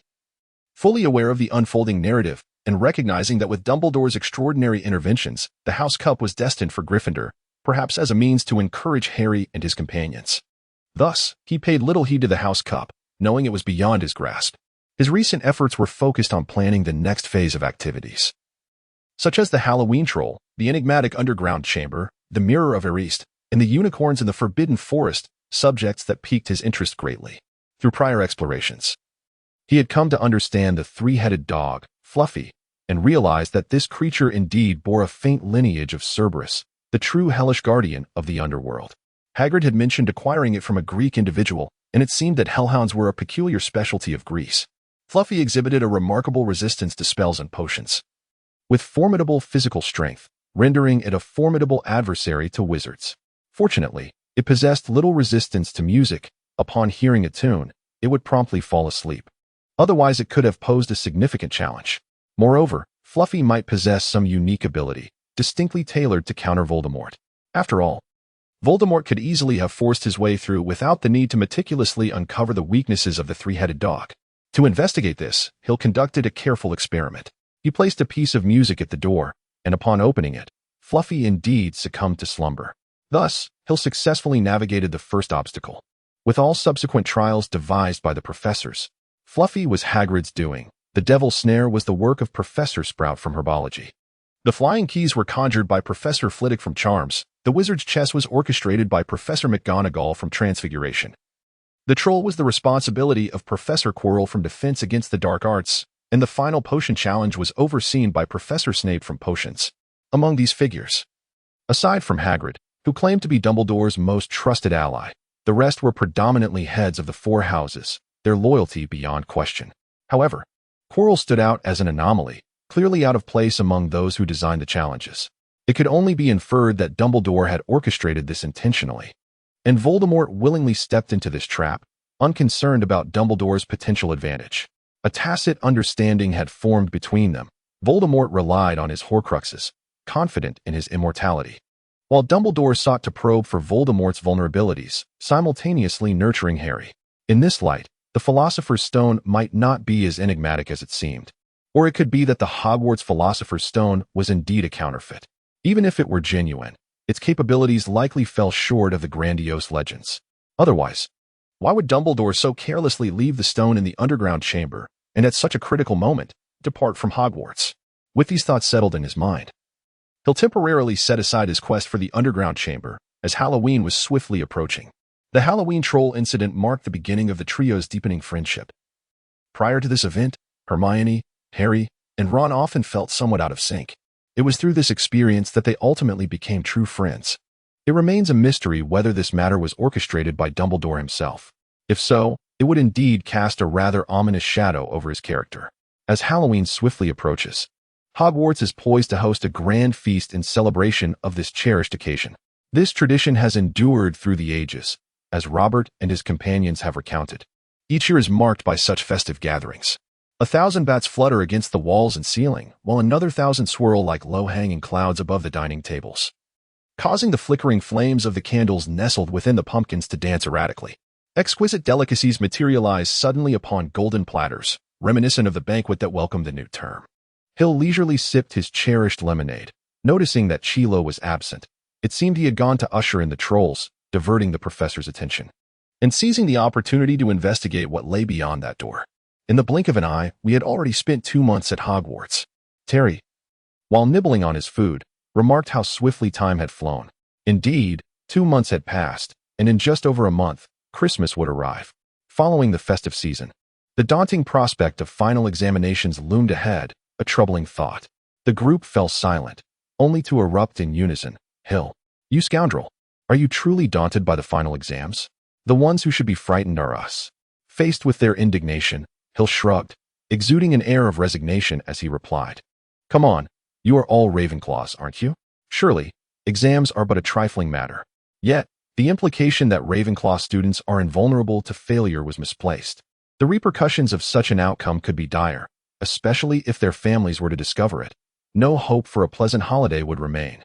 Then begin your revision now. And I assure you, success will be yours. There are still months until the exams. We can worry about that later. Oh, you. I can hardly bear to discuss this any further. Hirsch cast a glance towards Gryffindor, and indeed, Hermione was absent. It appeared that there was still some discord. When the troll eventually entered, it would be prudent to investigate. Any misstep could lead to dire consequences. After a brief interval, a stumbling figure burst into the great hall, his voice captivating the attention of every student present. The troll in the dungeons was presumably a known fact. At that moment, aside from Quirrell, it was unlikely that anyone else at Hogwarts would behave in such a manner. No sooner had he uttered those words than Quirrell collapsed onto the floor, unconscious. Whether his fainting was genuine or feigned mattered little. What was significant was that he had successfully incited chaos. The dining hall erupted into pandemonium. Dumbledore was compelled to emit several sharp, explosive sounds from the tip of his wand before order was restored. Head boy, he intoned gravely. Immediately escort your fellow students to the dormitories. Robert and Panino organized the students' exodus from the Great Hall, while the Ravenclaw students departed in an orderly fashion. Making their way outside, Robert then took a head count. Something was amiss. One student was unaccounted for. Furrowing his brow, he meticulously checked each individual before turning to Panino and inquiring, Have you seen Lily? Lily? She is not here? Indeed, she is absent. I have verified her absence. After ascertaining Lily's non-presence multiple times, Robert addressed the assembly. Has anyone seen Lily Depan? Everyone exchanged glances, and finally, Padma raised her hand. I saw her. She mentioned feeling a bit unwell and went to the restroom. Hill had initially intended to make a discreet exit, but the impeccable order of the surroundings rendered such a retreat inconvenient. However, upon hearing that Lily had also gone to the restroom, Hill could no longer maintain his composure. This was an unprecedented development. Ahem, my stomach is not feeling well. I shall make a quick trip to the restroom. With that, Hill darted away from the gathering of Ravenclaw students and seamlessly blended into the chaotic throng ahead, vanishing from sight. Damn it, Robert muttered, stamping his foot. After a moment's hesitation, he addressed Panino. You escort the students back. I shall inform Dumbledore of the situation. Go ahead, I've got this covered. As the crowd in the hall gradually dispersed, Quirrell, who had been ignored on the floor, slowly sat up. He dusted himself off and surveyed the now deserted hall, a satisfied smile spreading across his face. Fool, this is not the time for relaxation. Quickly fetch me the Philosopher's Stone. I have had enough of this limbo between human and ghost. A sinister voice echoed through the air, causing Quirrell to tremble. He bowed even lower, saying, My master, please be patient. I shall procure the Philosopher's Stone for you at once. Wait, first remove that wretched scarf. I wish to gaze upon this hall once more. As you command, my master. Quirrell raised his hand and untied the scarf from his head. It fell away, revealing his remarkably small, bald head. He then slowly turned around in place. Where Quirrell's neck should have been, a horrific face emerged, a visage that was grotesque, menacing, and terrifying. Its chalky white skin contrasted with the vivid red of its eyes, beneath which were two elongated nostrils reminiscent of a serpent. This was the face of Voldemort. Oh, at last, after all these years, I returned to this hall. In my youth, I spent 7 remarkable years here. How familiar this scene is, after all this time. Nothing has changed. Hogwarts is eternal, and I shall be eternal as well. With a sudden movement, Voldemort turned his face toward the entrance of the hall and waved his hand gently. The figure that had been poised to flee seemed to be ensnared by an invisible force, drawn forth to stand before Voldemort. Soul extraction, Dementor's kiss, obliviate. With Quirrell's assistance, Voldemort successfully seized control of the individual before him and delved into the depths of his memories. Interesting, it seems our plans must undergo some adjustments. Meanwhile, Hill dashed boldly toward the girls' restroom, convinced that the troll was likely lurking there, and he feared that both Lily and Hermione were trapped within. His concern for Lily, the one who should not have been there, overshadowed his thoughts about Hermione, who was expected to be in that location. Throughout the ages, Hill's greatest reliance has been the complete collection of Harry Potter. The events that have transpired have affirmed that the tales chronicled within this tome pertain to his world, foretelling the occurrences yet to unfold. With this book in hand, Hill resembles a player wielding a cheat code in a game, intimately familiar with every plot twist. Adept at navigating peril and seizing advantage, transforming misfortune into fortune, this is his paramount source of confidence. The unfolding events have consistently adhered to the narrative of the book, with no deviation whatsoever. It is precisely for this reason that Hill has dared to engage in numerous seemingly perilous endeavors, emboldened by the assurance of his calculations. However, the unexpected appearance of Lily in the girls' restroom, a scenario that should never have transpired, has transpired, casting doubt upon the book's reliability. Hill pondered for a moment and resolved to postpone all actions, contemplating his decision with careful consideration. After all, life is but a singular journey. Oh dear, that is the ladies' restroom. In the distance, the voices of Harry and Ron could be heard, as it appeared that the reckless little lion had locked the restroom door, sealing in Hermione, Lily, and the troll along with them. Stand aside. With a thunderous roar, Hill realized that every fleeting moment could dictate the life or death of an individual. He could scarcely afford to wait for Harry and Ron to leisurely open the door. In a cacophony of splintering wood, the door to the ladies' restroom shattered into fragments under Hill's spell, forcefully propelled inside, crashing heavily atop the giant's head. Within the span of mere breaths, Hill swiftly darted past Harry and Ron and entered the restroom, his gaze sweeping the surroundings, only to feel a sinking sensation in his heart. Why was it only Hermione? Crouched in the corner, Hermione appeared on the brink of fainting, while directly opposite her loomed a towering giant. A foul stench assaulted Hill, a nauseating blend of soiled socks and the odors of an unkempt public lavatory.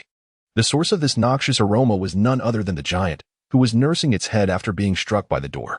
The giant stood 12 feet tall, its skin dull and lifeless, resembling grimy granite. Its massive, clumsy body resembled a mound of earth, crowned by a head no larger than a cocoa bean. Its stout legs were as thick as tree stumps, ending in broad, calloused feet. The stench emanating from it was repugnant enough to induce nausea. Clutching a thick wooden club, the giant's long arms dragged the weapon along the ground. As Hill frantically searched the vicinity, the giant regained its composure, malice flickering in its beady eyes, fixating on Hill, the very person who had attacked it moments before. With a furious swing of its club, the giant aimed its wrath not at Hill, but at Hermione beside him. Petrificus totalis. Hill cast a petrification spell upon the ogre. However, the creature's resistance to magic was formidable. Its movements merely faltered for a moment before it continued its onslaught, accompanied by a howling gust of wind. Down went Hermione. Ineffectual. Obstacles abound. One blow and shattered. After attempting several spells, Hill wielded his wand to teleport Hermione out of the ogre's range, then turned his full attention to the creature. Huffing and puffing, observing that Hermione had safely distanced herself from danger, the ogre wasted no time and swung its massive club towards Hill, the nearest target. Look out! Harry and Ron shouted in alarm. A 12-foot-tall ogre wielding a thick, heavy club could obliterate everything in its path. Get Hermione to safety. I shall deal with it at once. Without looking back, Hill shouted as he leapt aside to evade the attack of the monstrous creature. If it were merely a beast, he would not be concerned at all. However, sensing the violent aura of murderous intent emanating from the creature, he recognized that this giant was unlike the three-headed dog Cerberus. It was truly capable of killing. This was precisely why it was placed in the final stages, designed not to easily harm the reckless students who dared to intrude. One wonders, though, how does this monster compare to Cerberus in terms of ferocity? Even in the face of the raging giant, Hill remained as composed as ever. Danger? Huh. Merely a seasoning, an ingredient to make this academic life all the more intriguing. A mundane existence, that slow decay, the frailty of the soul, and the despondency of the will. TCH, Hill had long grown weary of such days. Why did Hill come to Hogwarts? Merely out of boredom. If his days at the academy were to be spent languidly, what difference would it make whether he attended or not? In pursuit of a more intriguing existence, he boldly confronted Snape, and having an adversary finally alleviated his ennui. The friendships he forged brought him unprecedented joy. At present, the so-called troll merely served as a diversion from Hill's monotony. He was simply playing, with steps akin to a waltz. Hill demonstrated to Harry and his companions the art of graceful combat. Despite the troll's formidable magical resistance, the spells that struck its body invariably caused discomfort. Yet Hill never ceased casting his enchantments, which fell upon the troll like a torrential downpour. Whenever the troll attempted to retaliate, various restrictive spells rendered its attacks futile. It was a one-sided mockery. Corresponding to its immense strength, the troll's intellect was rather dim-witted. However, ignorance does not preclude the ability to think. Unable to land a blow on the diminutive figure before it, the troll finally succumbed to fury. With a roar, the troll aimed for Hill's next position and hurled its club with all its might. This was its final gambit, simple, brutal, devoid of elegance, yet exceedingly practical. Hill was taken aback. As he came to a halt, he beheld a colossal club hurtling directly towards him. Good heavens, he muttered under his breath, immediately conjuring a formidable barrier and enveloping himself in a protective iron shield before swiftly diving to the side. Boom! The wall was obliterated by the tremendous impact. Debris including tiles, stones, and shards of glass scattering in all directions, a testament to the ferocity of the strike. Fortunately, thanks to the preemptive casting of the iron shield, he remained largely unscathed, though his vision was temporarily obscured by the chaos. As his sight cleared, he found the ogre looming before him, its malevolent grin unmistakable. Faced with the creature's sinister expression, Hill merely waved his wand and remarked contemplatively, "Whoever claimed that ogres are dim-witted clearly underestimated their intellect." His gaze turned mocking as he assessed the ogre, pondering its reputed high resistance to spells. "Is it due to that thick hide of yours? I wonder. Do your eyes possess similar resilience?" Puffing audibly, he noted that his wand seemed to enhance light-based magic. Perhaps it was the unicorn horn that served as its core that bestowed such power. Confronted by the roar of the giant, Hill continued to speak at a leisurely pace. While nearby, a now alert Hermione, Harry, and others had already witnessed the colossal creature raising its massive fist. "Be cautious. One of my ancestors, blinded during an experiment, devised a spell aimed at inducing blindness. The principle involves concentrating flickering fluorescence into an exceedingly fine and focused beam of light, subsequently directed at the opponent's eyes to produce a blinding effect, with a chance of permanent sight loss. You are fortunate to be my inaugural test subject, so brace yourself." Aurora. A silver glimmer danced upon the tip of Hill's wand, and Harry and the others merely caught a fleeting glimpse of something that vanished before their eyes, utterly elusive. A roar erupted from the giant, not born of rage, but of agony. In the instant following Hill's casting of the aurora, the creature's eyes were rendered blind. Wingardium Leviosa. Hill levitated the giant's massive club and dealt a powerful blow to the back of its head, the creature's most vulnerable spot.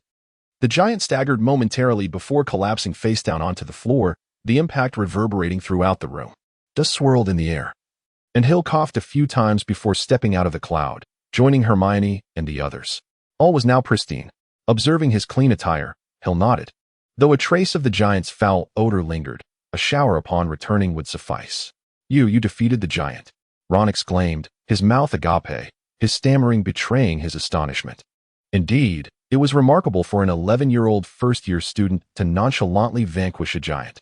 It seemed almost unbelievable, were it not for Ron's own eyes bearing witness. He would have been incredulous. "That was perilous, you know? We should have waited for the professors to handle it." "Do you really think you could have held out until the professors arrived, Hermione?" With a look of helplessness, Hill resigned himself to the fact that Hermione had once again embarked on her campaign for her code of conduct for exemplary students. Unfortunately, Hill was unequivocally a troublesome student when it came to matters beyond academics. In fact, his diligent studies were aimed at equipping him with the knowledge to perpetrate mischief one day.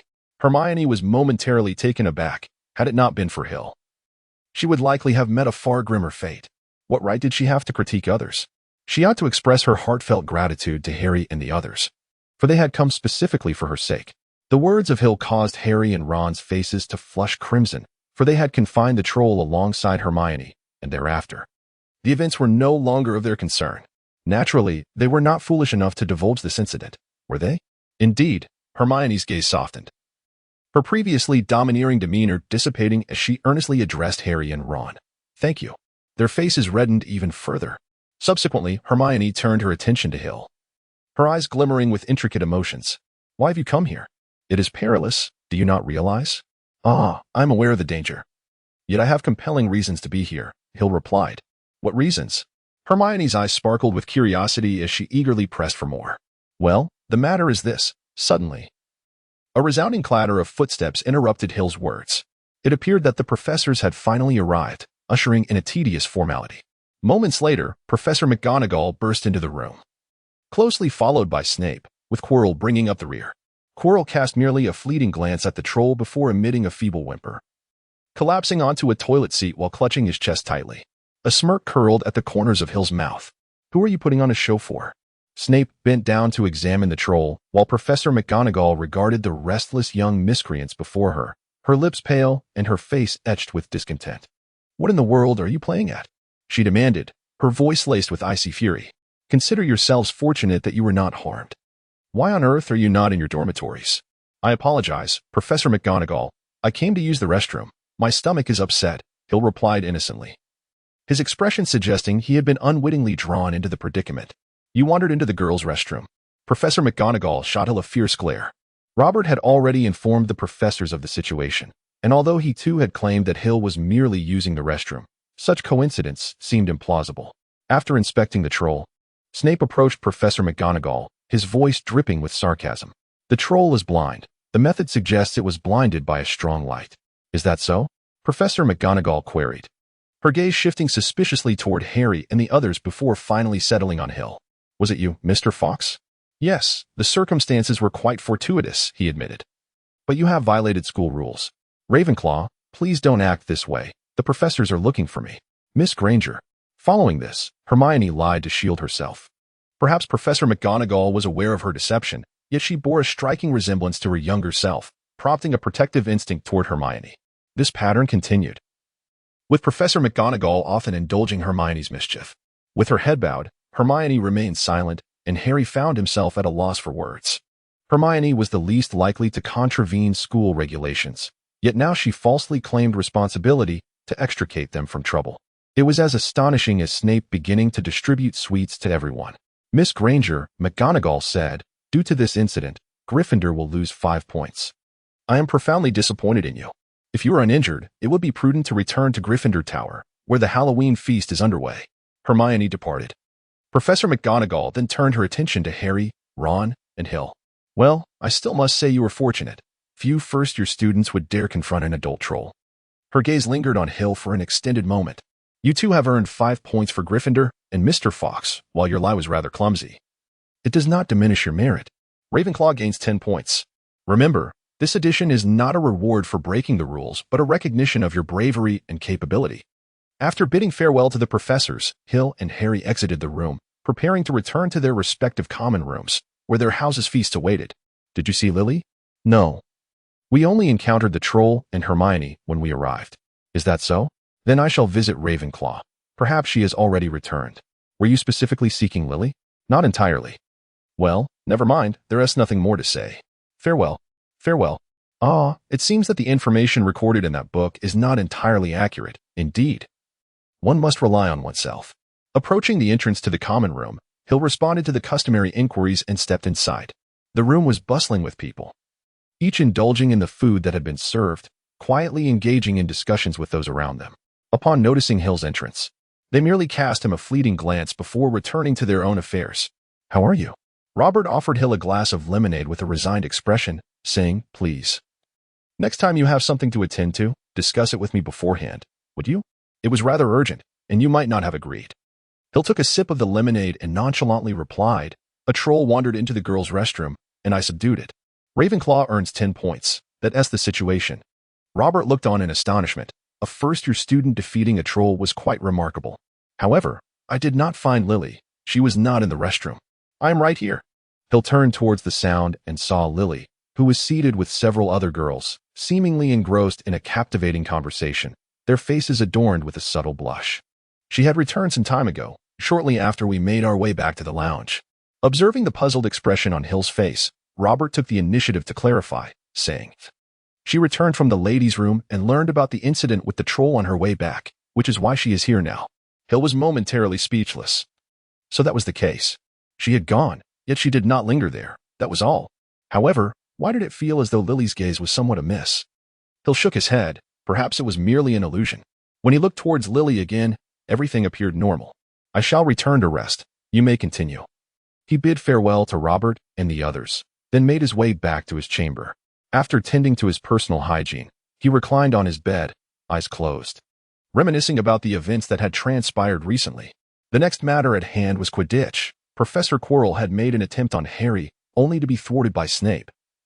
And ultimately, Hermione had unraveled the spell. It seemed rather unremarkable, merely following the plot. Yet, Was this truly sufficient? The original narrative was rife with coincidences. Hermione inadvertently disrupted Quirrell's incantation. But what if Quirrell had not been interrupted, or had been delayed just a moment longer? Quirrell's scheme appeared exceedingly juvenile. Likely not orchestrated by Voldemort himself, but rather a design of Quirrell's to curry favor with the Dark Lord. The reasoning was straightforward. In Quidditch, falling from one's broom was commonplace, and Madam Hooch, as the referee, bore the crucial responsibility of rescuing those who tumbled. Furthermore, how could such a proud individual as Voldemort allow another to vanquish his adversary? At worst, he could simply position himself near Quirrell at the start of the match, ignite the chaos, and thus resolve the issue, especially since Voldemort himself harbored no great faith in this plan. With these thoughts resolved, Hill finally laid down his burdens and drifted into a peaceful slumber. Yet, some changes in circumstances are not always perceptible. After Halloween, November officially commenced. With the arrival of November, the weather turned bitterly cold. The mountains surrounding the school were shrouded in a gray mist, blanketed in ice and snow, while the lake's surface resembled tempered steel, cold and hard. Each morning, frost coated the ground. From the window above, Hill could see Hagrid, swathed in a long coat of mole fur, adorned with rabbit fur gloves and enormous beaver skin boots, defrosting the brooms on the Quidditch pitch. The Quidditch season had finally commenced, and in just 2 days, the match between Gryffindor and Slytherin would take place, an important contest indeed. Should Gryffindor emerge victorious, their standing in the House Cup would ascend to second place.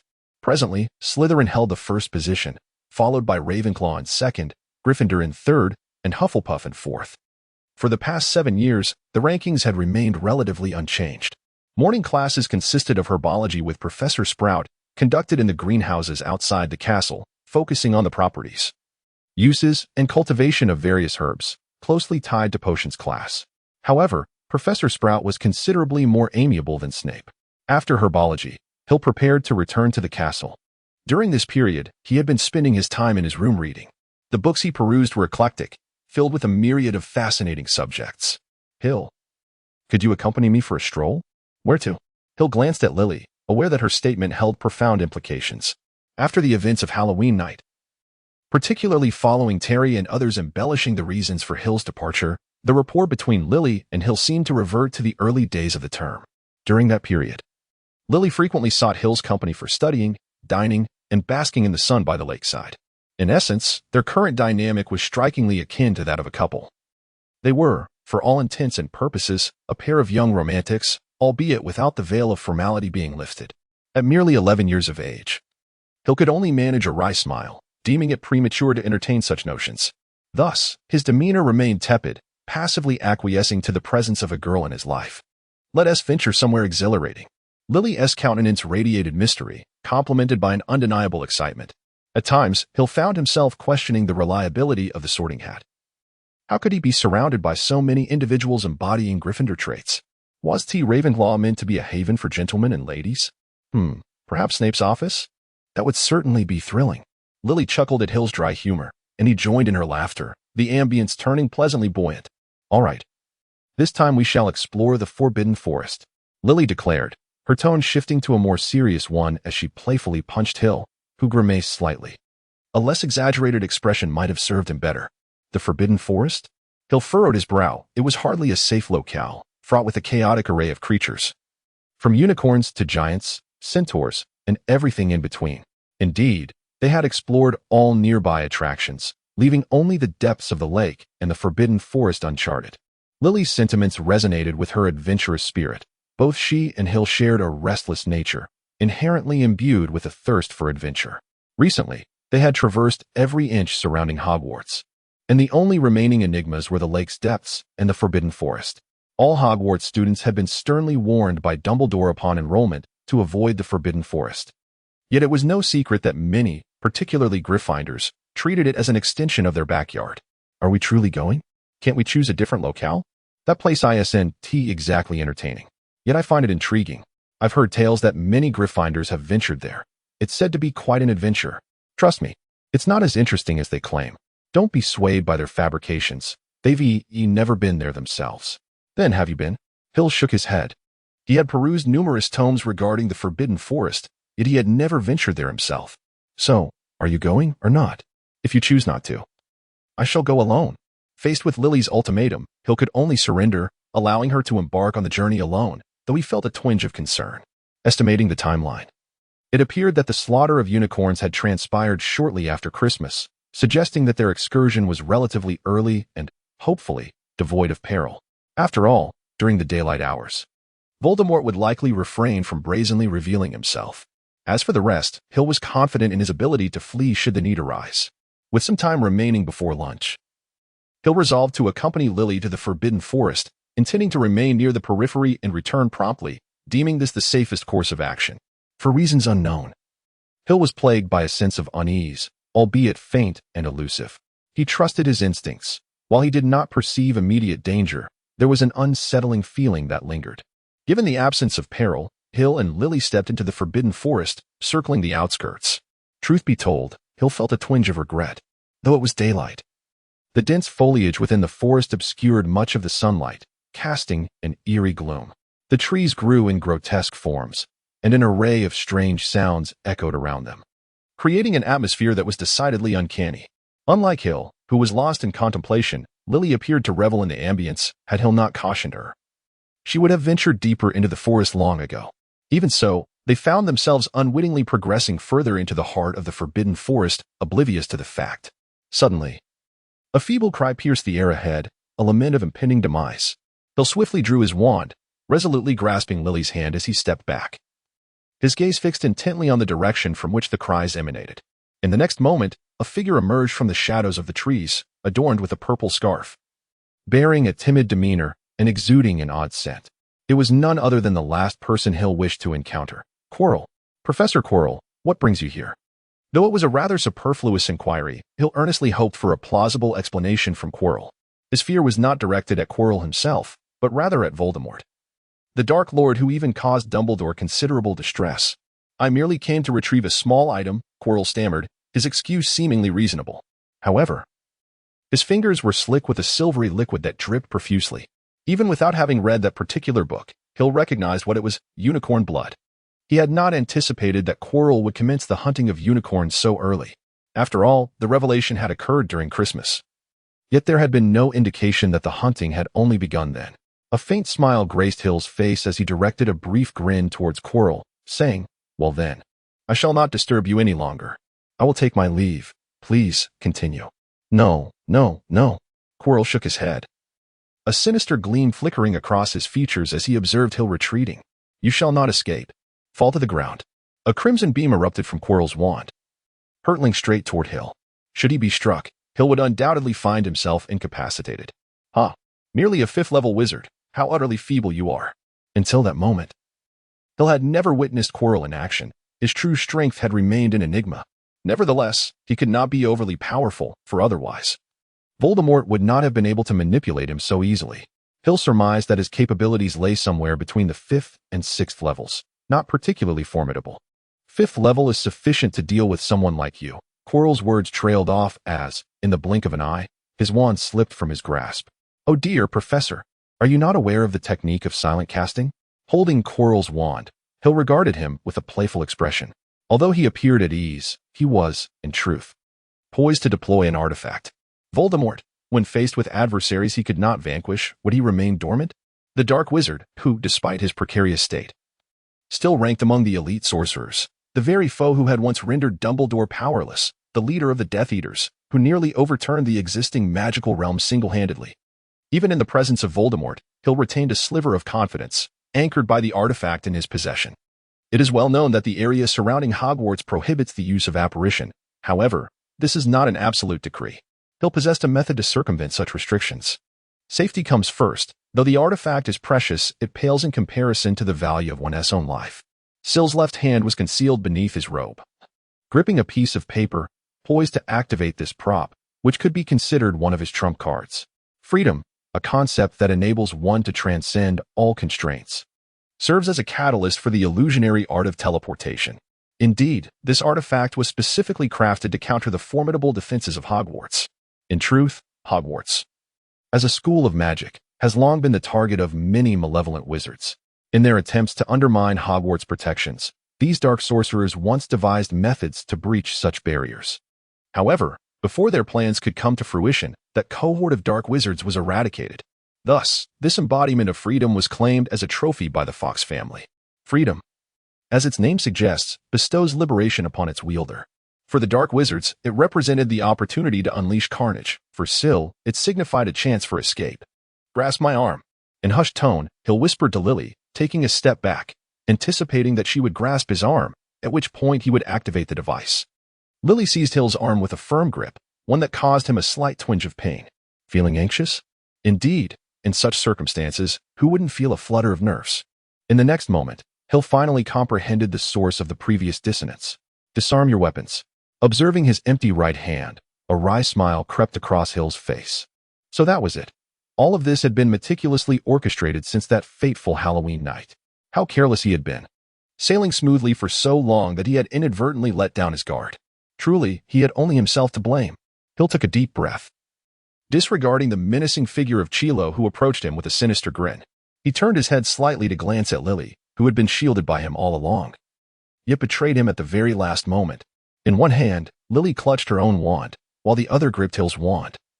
The second disarming spell was indeed cast by her. A mere glance at Lily was enough for Hill to turn away, for he was clearly under control. Whether it was the effect of the soul-binding curse or a potion mattered little now.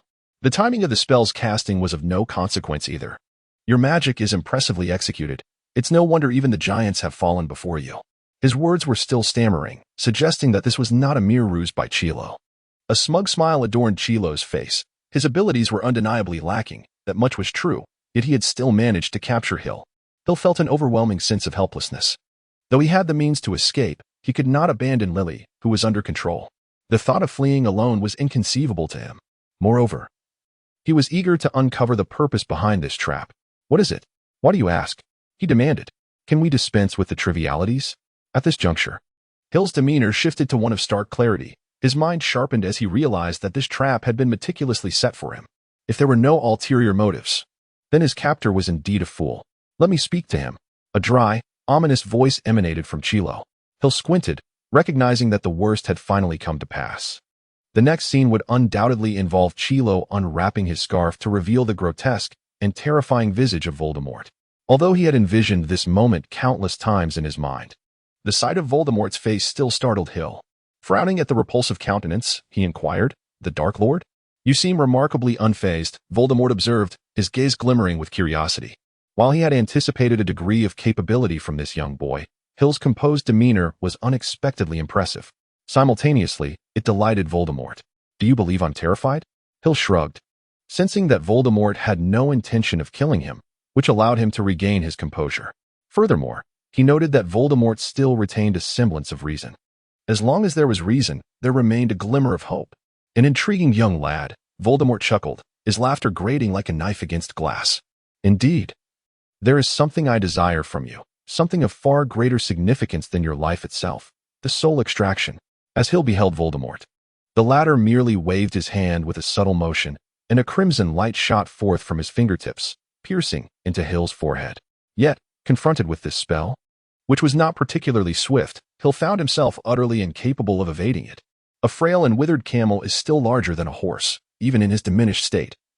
Voldemort had no difficulty in dealing with Hill. The Dark Lord sought to extract Hill's memories through the use of the soul-sucking spell. Hill harbored numerous clandestine thoughts, particularly his most profound secret, or rather, the greatest secret of the Fox family book. Moreover, the copy of Harry Potter that Hill had perused also lingered in his memory. It appeared that Voldemort possessed a certain awareness of the Fox family. He approached Hill with unerring directness, devoid of any hesitation. Prior to the commencement of the school year, Hill had contemplated initiating his practice of mental defense, thereby shielding himself from memory probing. However, before he could embark on this endeavor, he encountered Voldemort's use of the soul-sucking charm upon him. At that moment, Hill's mind was in disarray. He suddenly felt an overwhelming sense of powerlessness as he sensed a tendril infiltrating his brain, seizing something within. Yet, he found himself incapable of resistance. Standing there in a daze, the intriguing solitude of his childhood as an orphan urged him to delve deeper. For the objects of his quest were not to be found in this place. A satisfied smile spread across Voldemort's face, particularly as he observed Hill's pallid countenance, his furious gaze, and his immobile state of helplessness. The sensation of controlling another was truly exhilarating. Should Voldemort uncover the memories Hill concealed in the depths of his mind? The next moment would herald Hill's demise. Hill had grown weary of contemplating the subsequent actions of Voldemort. Despair had overtaken him. He gazed at Lily, who stood beside him in a daze, her expression vacant and her eyes hollow. Soon, it seemed, they would both become mere fertilizer for this forbidden forest. "Oh, I sense your despair. How delectable it is." Hill, indifferent to his surroundings, fixated his gaze upon the ground, awaiting his inevitable conclusion. Suddenly, a radiant silver light enveloped the deepest recesses of Hill's being. Amidst the cascading waves of shimmering silver, a shadowy figure, cloaked in a flowing robe, gradually materialized. This apparition was an elderly man, his face both serene and wise, exuding an aura of the extraordinary. He looked down upon the tendril of darkness that Voldemort had extended into Hill's mind, resembling a deity surveying his domain. "The soul of this child is under my blessing and protection," the figure spoke softly. In that moment, the tendril that Voldemort had thrust forth began to disintegrate into ashes, ultimately fading into nothingness. Voldemort, in a state of shock, widened his eyes in horror as streams of blood poured from his 7 orifices. The guardianship of the soul. Hill was bewildered by the events unfolding in his mind. He simply felt an invigorating clarity, and then he beheld Voldemort's astonished expression. "My dear young master, you nearly encountered a grave predicament," said Book. "Ah, it is indeed I, unmistakably." The voice retained its characteristic tone, tinged with a hint of mischief. This was the singular essence of Book. "Aren't you supposed to be engrossed in deciphering the means to dismantle the Horcruxes? Have you succeeded?" "There's been a modicum of progress, yet overall, I still have a considerable way to go. I must return to my research shortly." Book's voice was slightly hurried, indicating that it had momentarily ceased its work to converse with Hill. "Just now, I activated the Soul Guardian, so you need not fear anyone casting soul-related spells upon you." "What does that mean? What is happening?" Hill's mind was a tumult of questions, curiosity piqued by the recent occurrences. "What exactly is the Soul Guardian?" Book seemed reluctant to linger on this topic, vaguely stating, "It is a powerful enchantment left by your ancestor, which can be bestowed upon an individual, rendering them immune to all soul-related spells. Beyond that, your access is insufficient. I cannot divulge more at this time." "What do you mean by access? How much are you withholding from me?" "That I cannot disclose. Just know that access exists. Once you obtain the necessary permissions, I will be able to unlock the next phase of information. It is imperative that you acquire the next tier of access swiftly." "How do I obtain it?" "Within the basement of your home, at the 73rd bookshelf, there lies a section of floor beneath which you will find a piece of parchment. Follow the instructions therein." "Very well, I shall resume my research. If anything arises, I shall seek you out." "Damn it, clarify your words." Alas, no matter how fervently Hill called out, Book offered no response, evidently engrossed in its study. Cursed be this. How could it possibly be the Soul Guardian? In Hill's mind, the exchange with Booker transpired in an instant, while in reality, Voldemort glared at Hill with a fury that shattered his previously mocking and composed demeanor. At this moment, Voldemort resembled a gambler blinded by rage, devoid of the formidable presence that instilled fear in others. "It seems that your soul extraction spells are utterly ineffective against me." At this juncture, Hill felt an overwhelming sense of triumph. Despite his own confusion, it did not hinder him from feigning profundity. "With the protection of the Soul Guardian, under your current circumstances, you are utterly incapable of casting any soul-related spells upon me without my consent." To Hill, the notion of soul magic being ineffective was merely an exaggeration. How could there possibly be absolute invincibility? Yet, he was mistaken. The power of the Soul Guardian far exceeded his imagination. Perhaps it was not invincible, but within the current magical realm, only a coalition of a few ancient beings could hope to breach it. However, would one expect Voldemort, Dumbledore, and Grindelwald to unite? Voldemort's expression grew grim. He possessed a modicum of knowledge about the Fox family, which harbored something of great significance. Yet, throughout history, only those belonging to the family were privy to this secret. It appears I cannot penetrate the Soul Guardian. It seems my original plan must be abandoned." Voldemort regained his composure, his face now devoid of any emotion save for a slick smile. "So, shall we engage in a discussion? What is there to discuss?" A cold smile crossed Hill's lips as he contemplated the current predicament. Voldemort's primary objective had become unattainable, yet Lily remained in his grasp, leaving both parties in a tense standoff. It appeared that Voldemort intended to shroud this affair in secrecy, perhaps employing some means to compel him to keep silent. "A transaction. Advantageous for both you and me. I am quite apprehensive about striking a deal with you." You possess no alternatives, and the terms of the agreement will undoubtedly please you. Confidence radiated from Voldemort's countenance, as if he were certain that Hill would not decline, regarding the whereabouts of your father, Adric. What? Hill could no longer maintain his composure. The matter concerning Aldrich had always been his foremost concern, for he was his father. No one else could be more aware of Aldrich's whereabouts than I, for I was the last person to have seen him. Voldemort spoke leisurely, clearly pleased with Hill's reaction. He was not dead, he still lived. When Voldemort uttered the name of Adric, Hill had already ascertained that his father was still alive. However, upon hearing Voldemort articulate it with his own lips, he was enveloped in a sensation of astonished delight. Is there any evidence to substantiate this? Yet, based solely on your word, I find it difficult to believe. As for this, I possess an object belonging to Adric. Perhaps you might recognize it. Voldemort extracted a black pouch from Quirrell's robe and subsequently retrieved an item wrapped in a silver handkerchief, tossing it to Hill. Without a moment's hesitation, Hill seized the timepiece. Unconcerned about the possibility of it being a trap, his thoughts were solely consumed by Adric. He unfurled the handkerchief to reveal a silver pocket watch. Adorned with the emblem of the Fox family, a visage of a fox, yet it bore no other remarkable features. If one were to identify something distinctive, it would be the intricate engravings that adorned the watch, reminiscent of arcane script, though Hill could not decipher their meaning. Upon opening the case, he was met with a pitch-black dial, devoid of hands or markers, merely a transparent crystal covering a dark face, leaving one to ponder how this watch could possibly tell the time. Perhaps it was not a pocket watch at all. Hill scrutinized the watch intently. Indeed, it belonged to Adric. In the sole surviving family portrait, Adric was seen with this very item. This is my father's possession. Yet it does not necessarily indicate that my father is still alive, does it? Hill carefully placed the pocket watch into his pocket, then regarded Voldemort with disdain. Perhaps he is deceased, and you merely possess his belongings. That alone signifies nothing, does it? Ha ha ha, an amusing little fellow. Voldemort chuckled nonchalantly.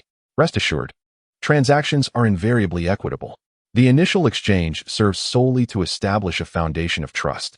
Thus its contents are rather mundane and straightforward. This watch, along with the accompanying message. In exchange for my secret of granting you entry into Hogwarts? No, not that. I do not require you to keep secrets for me. Voldemort shook his head. Do you think Dumbledore is unaware of my existence? Then what do you seek in exchange? Goodwill. What does that mean? It means this watch is a gift to you. Voldemort wore a broad smile. Though it appeared quite human, the watch holds no value for me, yet it is of considerable worth to you. Nevertheless, gifting it to you is a fine gesture of my goodwill. It is apparent that your animosity towards me is not as profound. Rather, it seems to stem more from your connection to Adric. Silence enveloped Hill for a moment. He harbored no genuine animosity towards Voldemort, though a tinge of hostility lingered due to Adric's circumstances. So, I have spoken the truth, have I not? The smile on Voldemort's face blossomed with increasing brilliance. Yet it also revealed an unsettling truth. We are not irreconcilable enemies, are we? This matter can only be settled once I ascertain my father's condition. Trust me. Adric is alive and well. Voldemort's expression was one of sincere intent, for Adric was the subject of the second transaction. Upon the completion of this second deal, I shall return him to you. What is it that you desire? The Philosopher's Stone. That is utterly impossible. It seems you are aware of the stone's existence. A glimmer of intrigue flickered in Voldemort's eyes, his gaze piercing as he fixed it upon Hill. It appears you possess knowledge beyond what I had anticipated. I am truly tempted to employ the Cruciatus Curse to delve into your thoughts and uncover what lies within your mind. Then come forth. Hill retorted without hesitation, for with a guardian spirit at his side, he feared not the Cruciatus Curse. But let us set that aside for now. You must be aware that the Philosopher's Stone resides in the basement. Am I correct? Hill nodded, realizing there was no need for concealment any longer. I am aware that numerous perilous challenges lie ahead, with the magical stone hidden at the very end. Alone, I am utterly incapable of approaching it. No, you will find a way, for I shall reveal to you the means to overcome each challenge. Voldemort's face was etched with a sinister smile. I had long since acquired the solutions to all the trials. It was merely that Dumbledore had been watching me closely, preventing any action on my part. How does one deal with the three-headed dog? Hill could hardly believe that Voldemort had obtained the methods to surmount the challenges so soon. Was it not after Christmas, when Hagrid received the dragon egg, that he should have learned of it? Music. Just a touch of music, and he will fall into slumber. Hill was utterly astonished. That fool Hagrid remained as foolish as ever, revealing everything with just a few careless words. Voldemort wore a scornful expression. His classmate was indeed lacking in certain respects. The day after the traps were set, I already knew how the three-headed dog could be bypassed. Naturally, to deceive Dumbledore and the others, I refrained from attempting those challenges. In fact, I even deliberately sought information about the three-headed dog's weaknesses, leading them to believe I had no inkling whatsoever. Previously, Hill had regarded Voldemort with a hint of disdain, but now a subtle fear had crept into his heart. Even without a complete soul and lacking a physical form, Voldemort remained Voldemort. He was one of the few who had battled Dumbledore for a significant portion of his life without ever being at a disadvantage. Contrary to expectations that he would have succumbed to madness as merely a residual spirit, Voldemort exhibited remarkable intelligence and even sought allies. Do not be overly anxious. I require your assistance. Therefore, until you succeed or fail, I shall not harm you. Pleased with Hill's fear, Voldemort paused momentarily. I have chosen the perfect time. During the Quidditch match between Gryffindor and Slytherin. Why then, you may wonder. All the professors will be present, and I shall attend as well. Since I will be there, Dumbledore must also make an appearance. He may not show himself, but he will undoubtedly be in attendance. After all, I intend to kill Harry Potter. A sinister smile crept across Voldemort's face, for he harbored a deep-seated desire to eliminate Harry Potter. You cannot kill him. There are too many professors present. Unless you reveal your identity. Hill shook his head. With so many professors present, including several core members of the Order of the Phoenix, it was utterly improbable that one could simply rely on a wayward broom to bring about Harry's demise. The only exception would be if Voldemort were to reveal his identity and unleash destruction, which might present a slight possibility. After all, he possessed Horcruxes, rendering him nearly immortal. If I were to expose my identity to intervene, then Harry would undoubtedly perish. I possess that confidence. Voldemort, seemingly assured of his victory, slowly elaborated in response to Hill's skepticism. Precisely for this reason, Dumbledore must be present, for there is no one else who can impede me. It appears that Voldemort remains oblivious to the true potency of the protective charm, or perhaps he simply disregards its significance, believing he has alternative methods to eliminate Harry. The Philosopher's Stone was my desire, but so too was Harry Potter's life. If the stone remains unattainable, then taking Harry's life would suffice. However, it is not worth it. One Harry Potter is not equivalent to the Philosopher's Stone. Indeed, this is why Dumbledore has not coerced me. He has left me a glimmer of hope, a chance to attain the stone, and he awaits my move. Even the leaks from those professors were tacitly approved by him. Hill felt that the tumult he experienced today surpassed that of the past 11 years. These old adversaries were increasingly insidious and cunning, leaving him utterly outmatched. So your objective that day was to delay the inevitable conclusion of the match for as long as possible? Indeed, I intend to obstruct both teams' pursuit of the Golden Snitch, thereby prolonging the game and granting you ample opportunity to seize the Philosopher's Stone. But what if I fail to acquire the stone? Or if it is not even present? Or if I am impeded by the challenges? The answer is simple. Should you be discovered, I shall spare no effort to eliminate Harry Potter. If your failure lies in mere absence or inability to overcome obstacles, then regrettably, the moment you obtain the Philosopher's Stone, I shall return your father to you. Voldemort stated nonchalantly. For him, the Philosopher's Stone was not an absolute necessity. It merely expedited his recovery. He found his current predicament exceedingly unsatisfactory. Very well, it is settled. Hill pondered for a moment before nodding, for he had his own calculations. He then turned to Lily, who still stood nearby, and added a stipulation: lift her soul-binding curse, or I shall refuse. No problem. Surprisingly, Voldemort did not haggle with Hill. Without hesitation, he released Lily from her curse. Such magnanimity is a rare trait indeed. Now, I must take my leave. I cannot remain away from the castle for too long, lest Dumbledore come searching for me. Voldemort picked up his scarf, wrapping it around himself with a grimace as he passed by Hill. One final question. Has Lily's recent affinity for me been orchestrated by you? Hill inquired, unable to restrain himself as he glanced at Lily, who lay in his arms, a flicker of hesitation in his eyes. He posed the question nonetheless. Merely a nudge. This young girl seems to harbor feelings for you. I merely guided her to express such emotions. Quirrell paused, and Voldemort's voice resonated with reflection. Love, familial bonds, friendship, Hill. You have betrayed friendship for the sake of love and kinship. Do you not feel a pang of conscience? Silence enveloped Hill for a moment, as Voldemort appeared disinterested in his response, swiftly departing from the forbidden forest, vanishing from sight in an instant. Thus, my answer is unequivocal. I shall never betray any sentiment. Transaction divider Hill, are you truly not going? This is Quidditch, after all, and the match between Gryffindor and Slytherin promises to be particularly riveting. No doubt filled with intriguing occurrences. I have a few matters to attend to. You may simply relay the results to me afterward. What a pity. Very well. We shall take our leave. Indeed, farewell. As Hill gazed at the now desolate dormitory, he inhaled deeply. It was time to commence.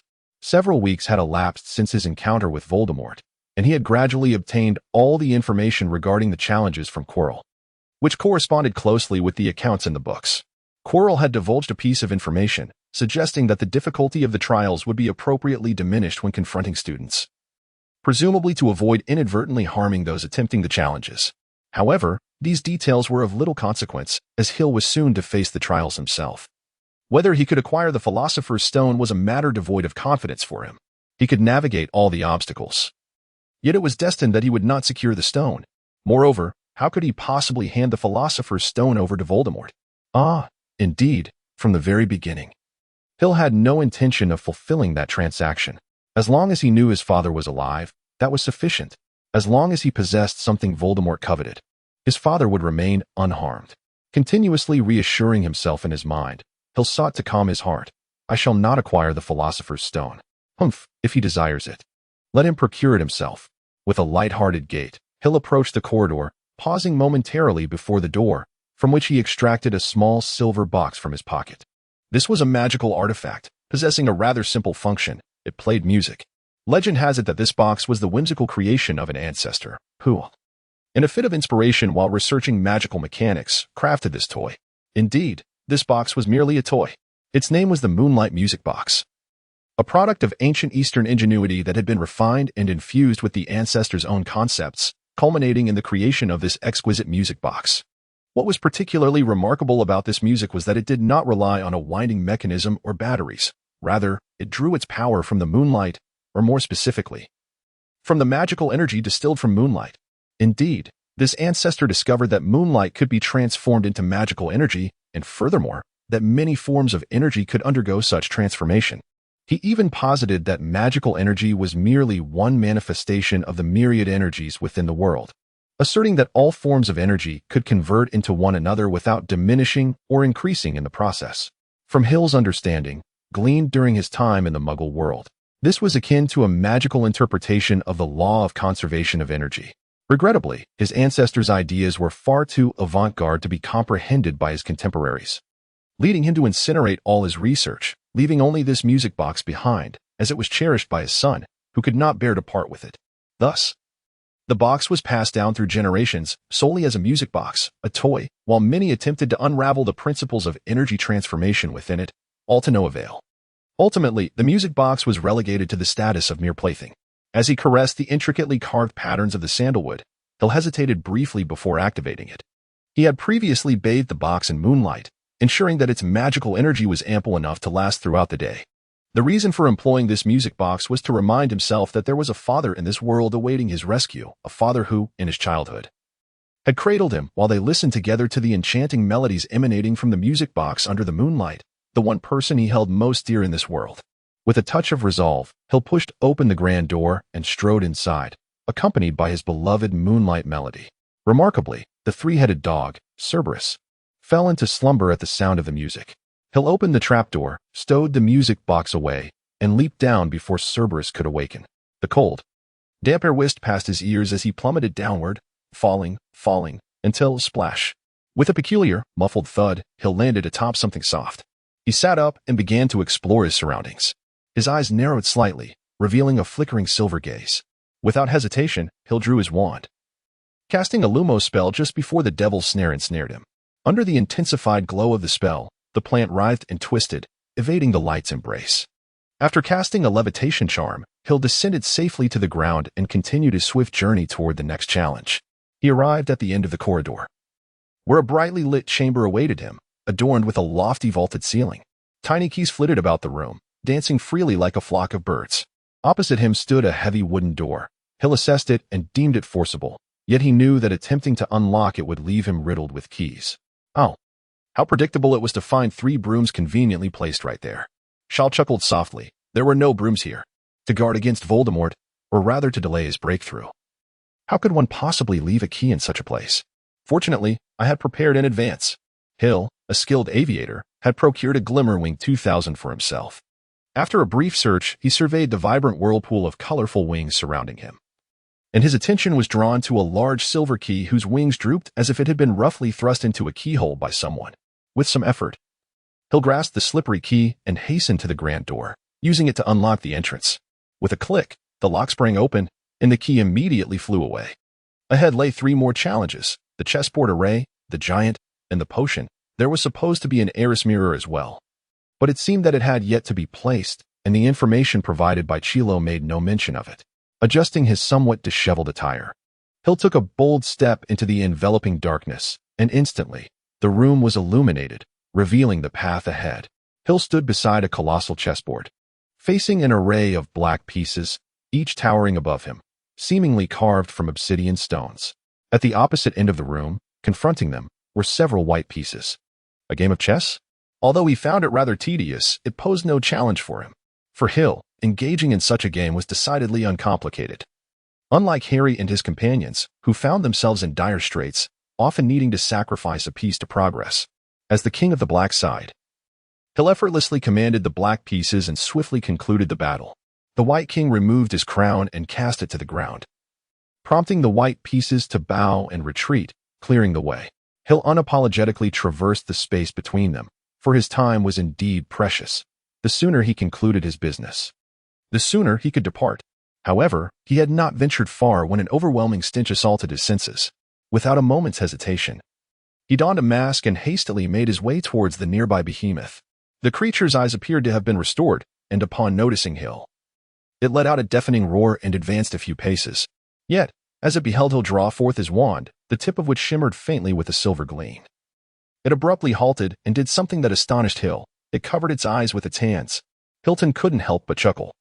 It seemed that the giant had indeed been intimidated by him. Well, perhaps it was time to cease the torment and grant it a swift conclusion. While he appreciated its ability to learn a lesson, he still insisted, "Please, just lie down quietly." With a floating spell, he effortlessly knocked the giant out with its own club, encountering virtually no difficulty at all. Shaking his head, Hilton hastily traversed the room, even with a mask. The stench was enough to induce nausea at mere thought. In the next chamber, the decor was quite austere, featuring merely a table adorned with 7 uniquely shaped bottles. The logical reasoning displayed by Snape was indeed commendable. It was likely that most wizards would find themselves perplexed, as the wizarding world lacked any semblance of logical deduction. While praising Snape's design, Hilton candidly remarked, however, in the Muggle world, even a child of 7 or 8 could effortlessly tackle such logical reasoning. As Hill crossed the threshold, a surge of flames erupted behind him, sealing the entrance. This flame was extraordinary, a deep hue of purple. Simultaneously, black flames leapt up from the doorway ahead, trapping him in between. It appeared that this fire possessed a peculiar effect on the soul. Perhaps it could scorch the very essence of a being, much like hellfire. Hill picked up the parchment on the table, and as expected, it bore a riddle of logical reasoning. Peril lies before you, safety behind. Among us, 2 can assist you. Drink them. One will guide you forward, the other will return you to your origin. Both contain nettle wine. 3 are assassins, patiently awaiting their turn. Choose wisely, unless you wish to linger here for eternity. We also offer 4 clues to aid your selection. First, regardless of how cunningly the poison conceals itself, it stands to the left of the nettle wine. Second, the contents of the bottles at both ends differ, and they will be of no use if you seek to advance. Third, you will discover that the bottles vary in size. Neither the giant nor the dwarf harbors the Grim Reaper. Fourth, the second bottle from the left and the second from the right, although differing in appearance, share the same flavor. After a moment of contemplation, Hill remarked, among the 7 vials, 3 contain poison, 2 are filled with wine. One grants safe passage through the black flames, while another allows one to return through the purple flames. However, it seems rather implausible to simply let the challengers pass without any cost, especially considering that fellow Snape would never relent without making them pay a price. Hill spoke of intelligence derived from Quirrell, revealing that indeed all 7 potions were toxic. Undoubtedly, given Snape's ruthless nature, he would show no mercy to those who dared to challenge him. Naturally, Dumbledore would not consent to such a course of action. Thus, Snape modified the concoction. substituting the poison with an enhanced version of the elixir of life. Unless one possessed an extraordinary constitution or the antidote, they would inevitably fall victim to its effects. Of course, Quirrell obtained the genuine potion from Snape and subsequently handed it over to Hill. Hill would never experiment on himself. He had far better subjects at his disposal. From his pocket, he retrieved a small cage containing a mouse, which, with only 4 toes on its front paws, appeared restless and agitated, as if yearning to escape at any moment. Ban, it seems the burden falls upon you this time. Indeed, Hill had brought Ron's pet, Ban, to test the potion. After all, if this unfortunate creature were to perish, Hill would bear no remorse. He held a particular disdain for traitors, forcefully administering the potion provided by Snape. Hill then hurled the cage, along with its occupant, into the ominous black flames. To his satisfaction, the outcome was unproblematic. Hearing Ban's squeaks, Hill nodded in approval. Surely. Snape would not provide a counterfeit potion. After all, a mere animal test would reveal the truth. If it were a sham, Snape's loyalty would be called into question. Thus, Hill was confident that what Snape offered was genuine. Of course, he would never admit to deliberately using Ban as a test subject. After consuming the potion, he stepped through the black flame portal, securing the cage containing Ban. Straightening his attire, he prepared for the path ahead, knowing there were no further obstacles in his way. At least, according to the information provided by Quirrell, the Philosopher's Stone lay beyond Snape's challenge, although he was aware that it could not possibly be so simple. And that a formidable trial awaited him, Hill had never anticipated that this challenge would be of such magnitude. As Hill pushed open the door, the first sight that greeted him was an elderly man wearing a wizard's hat, with a mane of white hair and beard, and a slightly crooked nose. Smiling warmly at him, "Good morning, Headmaster. I just remembered I have a few matters to attend to, so I shall take my leave." Hill turned and fled without hesitation. It was no jest. With Dumbledore as the final boss, anyone who dared to approach, aside from Voldemort in his prime, would be met with certain defeat. "Good morning, Mr. Fox. Please, do not rush away. Let us have a proper conversation first." Dumbledore gently waved his hand, causing the door before Hill to vanish into thin air. In the blink of an eye, Hill found himself in a room adorned with an array of portraits. He also noticed a shelf in one corner, upon which rested the Sorting Hat, and in another corner, a brilliantly colored bird regarded him with curiosity. "This is the Headmaster's office." "Indeed, this is the Headmaster's office. Do you require anything? I can make some recommendations." "No, I do not want anything." Hill unhesitatingly declined, fully aware that Dumbledore possessed an exquisite taste that set him apart. However, his own preferences were rather commonplace. Those rare treasures of Dumbledore's were better suited for other unfortunate souls. "Oh, what a pity." A look of disappointment flickered across Dumbledore's face, as if he genuinely felt regret, yet Hill remained impervious to it, his mind in a state of disarray. Just moments ago, he had been in the basement, and now he found himself in the Headmaster's office. What on earth was happening? "Is there something you wish to inquire about?" Dumbledore, noticing Hill's glum expression, offered a gentle smile and inquired softly. Taking a deep breath to steady himself, Hill thought, first and foremost, "Why have I found myself in the Headmaster's office?" He knew he must remain composed in the presence of such a cunning old fox. He could not afford to lose his composure. "Hogwarts is a wondrous institution," Dumbledore explained. "As the Headmaster, I possess certain privileges that others do not. It may sound marvelous. The ability to traverse anywhere one desires. Within Hogwarts, any location is merely a thought away for me. Indeed, being a Headmaster must entail some unique advantages," Hill mused. "These are the extents of my authority, though there are other privileges I am not privy to." A sudden jolt coursed through Hill as the word authority resurfaced before him, evoking a profound sentiment within. What, then, is authority? This query eludes a straightforward answer. It is a term I gleaned from my predecessor, perhaps akin to a form of power. A peculiar glimmer flickered in Dumbledore's eyes, suggesting a keen interest in this notion. "Might I presume you have encountered it elsewhere?" The old fox. Hill silently cursed in his mind, yet his demeanor remained unchanged, feigning curiosity as he nodded. "I have heard of it." "Oh. When did you come across this?" "Just a moment ago." He. Dumbledore chuckled, and Hill joined in the laughter, as if they had stumbled upon something remarkably amusing. At the corner, the Sorting Hat cracked open a seam, exclaiming, "Boring." Beside it, a resplendent and exquisitely adorned bird, known as the Phoenix Fox, tilted its head, curiously observing the two who were inexplicably amused. "And now, the third question. What do you intend to do?" After a brief bout of laughter, Hill's smile faded, replaced by a grave expression as he regarded Dumbledore intently. his hand slipping into his pocket to grasp his wand. Should the situation turn unfavorable, he would fight valiantly. Even at the cost of failure. Dumbledore's countenance remained benevolent, and hearing Hill's inquiry, he merely nodded, amused by Hill's tense demeanor. Do relax. I harbor no ill intentions toward you. Then please elucidate what purpose you have in bringing me here. Simply to engage in conversation, nothing more. With a cold chuckle, Hill set aside the wand he had been gripping. It appeared that this cunning old fox had his own schemes. Mr. Fox, you have posed 3 questions to me. May I inquire of you one in return? Dumbledore asked with a beaming smile, his expression reminiscent of Voldemort's smile, setting aside the matter of their aesthetic appeal. Their smiles bore an uncanny similarity. Casually, may I decline? Hill replied, Of course, you are under no obligation. I will not compel you to do anything, Dumbledore responded. As long as you remain my student, I shall treat you with equal regard. Then go ahead and ask, though whether I shall respond is uncertain. Very well. Then here comes my question. What are your thoughts on Voldemort? At that moment, Dumbledore's eyes suddenly sparkled with intensity as he scrutinized Hill. Paying close attention to his every reaction, dragging his weary frame, Hill departed from the headmaster's office. On his way back, he encountered Ron and Hermione. You all saw it. Snape is plotting against Harry. He was secretly casting spells to disrupt Harry's broom. Indeed, Snape is also intent on stealing that object. Though I do not know what it is, he has been fixated on it. Hagrid let it slip that the object was related to Nick and Dumbledore. So it must be of great significance. Observing the trio whispering amongst themselves, Hill shook his head and approached them with a greeting. Hi, what are you discussing? Only then did Harry and the others notice that Albert had joined them, their faces betraying a look of panic, akin to children caught in mischief. It's nothing, really.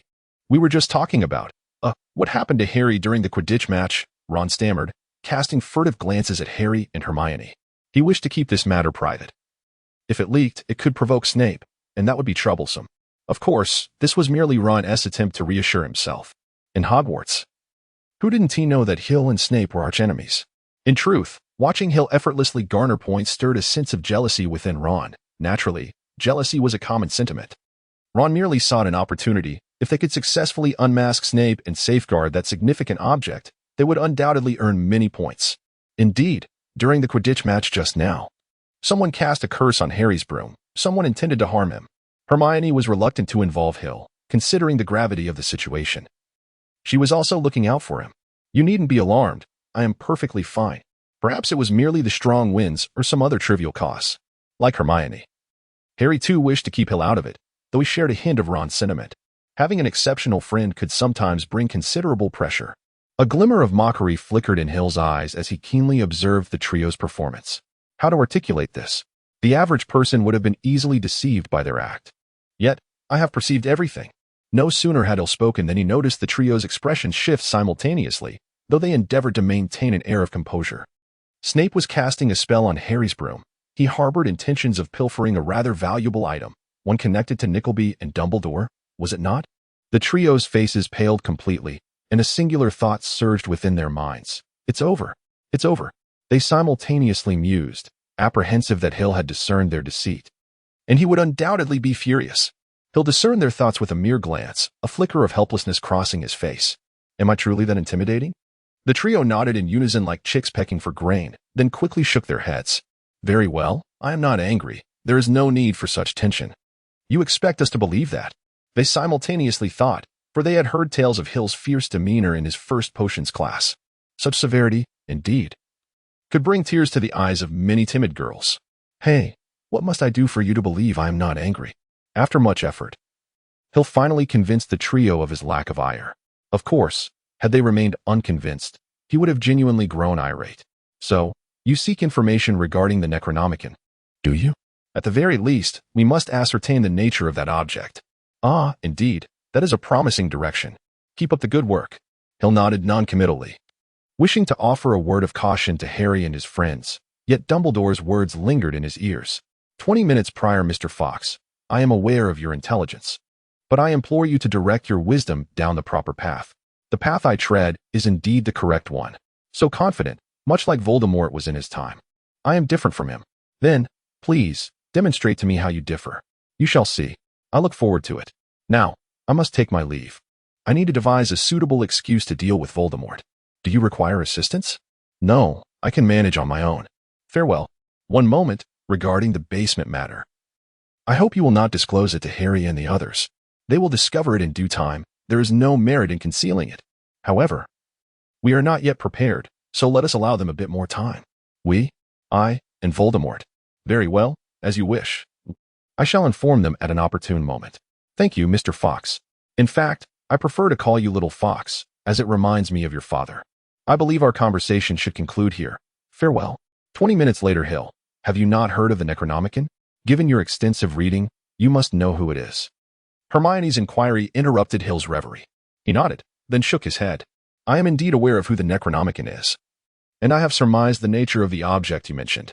However, I cannot divulge that information. Why can't you say, if it truly is that object? Then those who covet it possess powers beyond what you can contend with. Hill coldly regarded the trio, a trace of mockery flickering across his face. Do you truly believe that a thief audacious enough to covet Dumbledore's possessions and a burglar capable of breaching Gringotts are foes you can contend with? Have you overestimated your own prowess? Ron's face flushed crimson. He could scarcely endure being addressed with such disdain. He glared at Hill and spoke each word with deliberate intensity.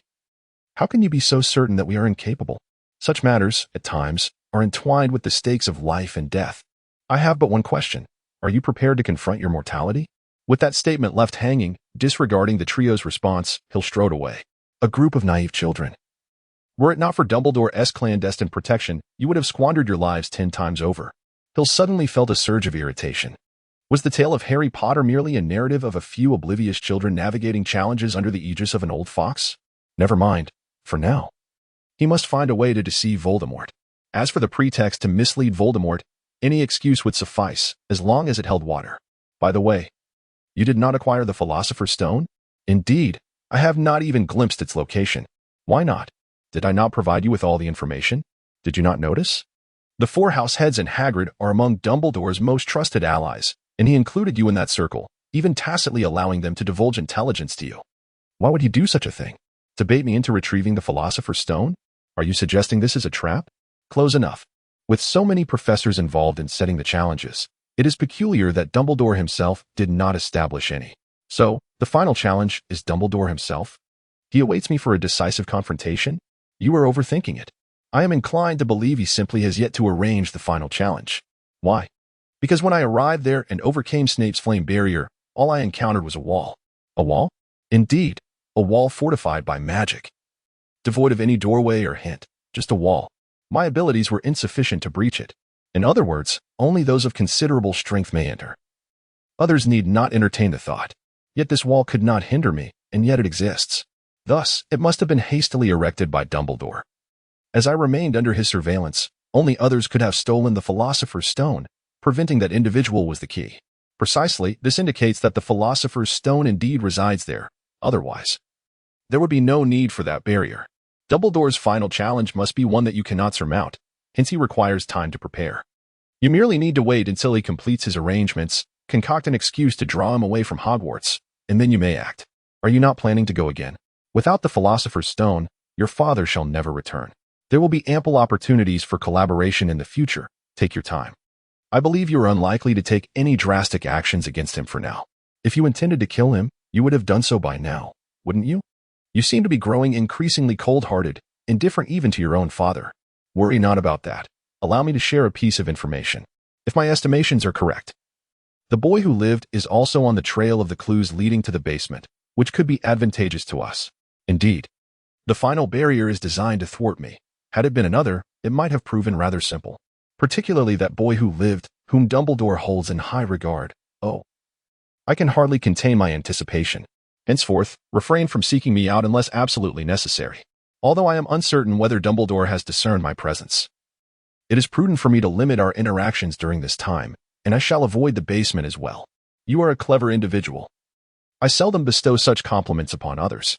Hill, should there ever come a day when you find yourself unable to thrive at Hogwarts, I would welcome you to seek me out. Let us hope such a day never arrives. Oh, ha ha ha. As Christmas approaches, on a mid-December morning, the students of Hogwarts awaken from their slumber to discover the ground blanketed in several feet of snow, the lake frozen solid.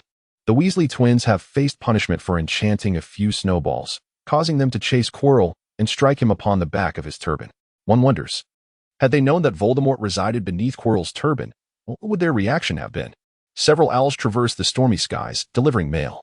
After enduring harsh conditions, they must recuperate under Hagrid's care before they can take flight once more. Hill resolved to return home for Christmas. Yet the matter of the authority that Booker had mentioned lingered in his mind, compelling him to seek clarity upon his return. However, prior to that, he yearned to behold the fabled mirror of Erist, said to reveal the deepest desires of one's heart. Thus, on the eve of his departure, Hill ventured to the room he had previously discovered. Lacking an invisibility cloak, he instead employed the disillusionment charm to navigate his way, fortunate enough to evade any disturbances. Ultimately arriving at the chamber, it appeared to be an abandoned classroom, with numerous desks and chairs haphazardly stacked against the walls, casting dark, shadowy masses. Additionally, an overturned wastebasket lay in disarray, yet on the wall directly before him rested an object that seemed out of place, as though it had been temporarily abandoned due to a lack of space. Hill recognized this as the item he sought, for reasons unknown. Dumbledore had inexplicably placed this mirror here. This was no ordinary mirror, it was a magnificent piece, soaring to the ceiling, adorned with an opulent golden frame, supported at the base by 2 clawed feet. Inscribed at the top were the words, Eristra eru oit ube kafru oidon wosi. The inscription read, I show not your face, but your heart's desire. Hill understood the significance of these letters and was eager to discover what he would see within the mirror. This was indeed the mirror of Erist, capable of revealing one's most profound and ardent longings. Only those in the world who truly comprehend the value of contentment could utilize it as a mere reflective surface. Standing before the mirror, it was no surprise when it revealed a family of 3, a tall young man with glasses embracing a beautiful woman with dark hair, who cradled a silver-haired infant in her arms, the child's eyes also glistening silver. As anticipated, this was precisely what he expected to see. He sighed, having long anticipated what he would behold. In a certain sense, he and Harry were kindred spirits. However, he possessed a clearer vision than Harry. Consequently, he bore a greater burden of anguish. The memory of a blissful family life remained indelible in his mind, leaving him perpetually ensnared in despair. It was not until one fateful day that he encountered Booker, who imparted a method to Hill. Hill shook his head. Let those painful memories remain where they belong. There were still numerous tasks awaiting his attention. At the very least, his father was still alive, and that was the direction in which he must strive. After casting one last glance at the enchanted mirror, Hill turned to depart. However, his foot advanced only halfway before retreating, for he beheld the image within the mirror transform. This was. Hill gazed into the mirror, his eyes widening in astonishment. Reflected in its depths was a dimly lit room, sparsely furnished with merely a table, a bed, and a bookshelf, resembling a rudimentary bedroom. At the desk, a young man with silver hair, akin to Hill's own, was hunched over, scribbling something. Hill could only discern his silhouette, leaving the nature of his writing and his appearance shrouded in mystery. A seemingly ordinary scene. Yet why was it manifesting on the Elysian mirror? The Elysian mirror reveals the most fervent and profound desires buried deep within a person's soul. But how could this image represent Hill's innermost longings? The art of crafting the Elysian mirror has long been lost, and few of such enchanted mirrors remain intact in the world. Many have endeavored to replicate this ancient technique, such as solidifying a soul's essence within the mirror or encasing a boggart inside. However, the mirrors produced by these methods lack even half the functionality of the genuine article. Hill was utterly convinced that this enchanted mirror was genuine. How could a mirror capable of concealing Voldemort be anything but authentic? Yet, what could account for the image before him?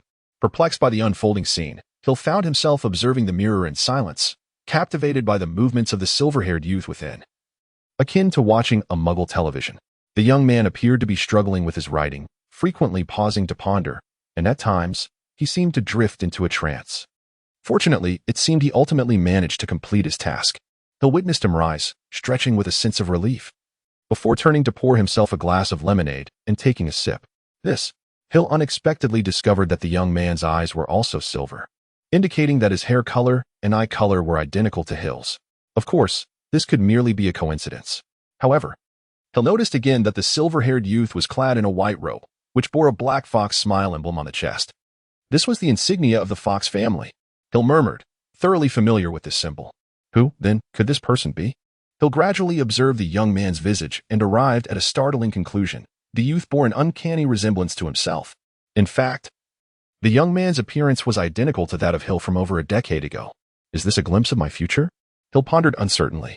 Yet, The style of attire and the arrangement of the surroundings seemed unlike anything of the present. Could it possibly be a fashion of the future? The silver-haired youth finished his lemonade.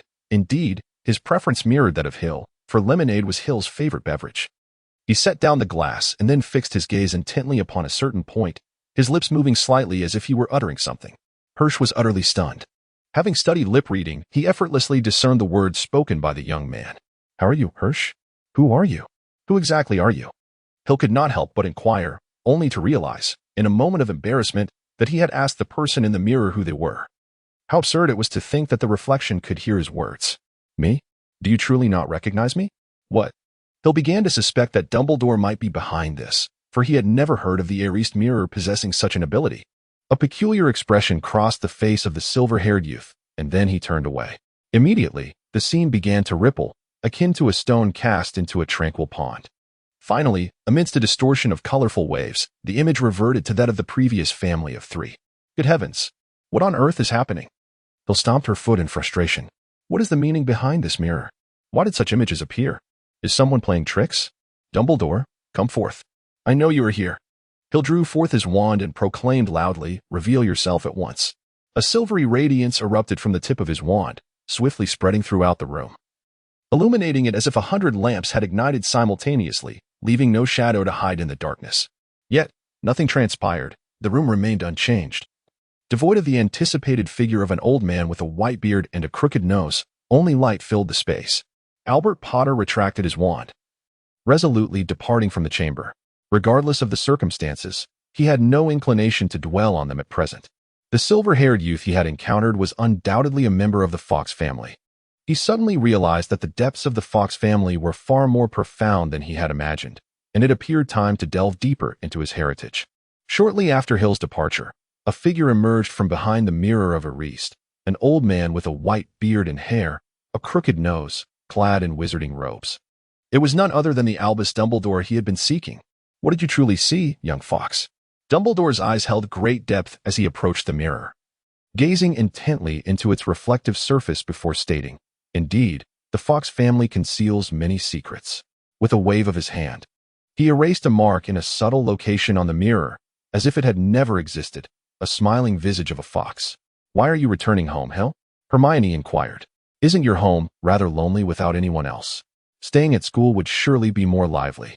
In response to Hermione's question, Hill merely smiled, stating he had some matters to attend to at home, and once resolved, he would be fine. "And what gift do you wish for this Christmas?" Hermione asked, having chosen to return home just like Hill, while Ron and Harry opted to remain at school. It was worth mentioning that due to recent events, Hill's relationship with Harry and Ron had grown somewhat strained, and they had not spoken in quite some time.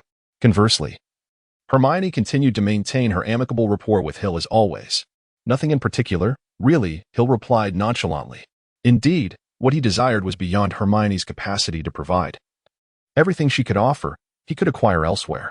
"Very well, then. I shall gift you that."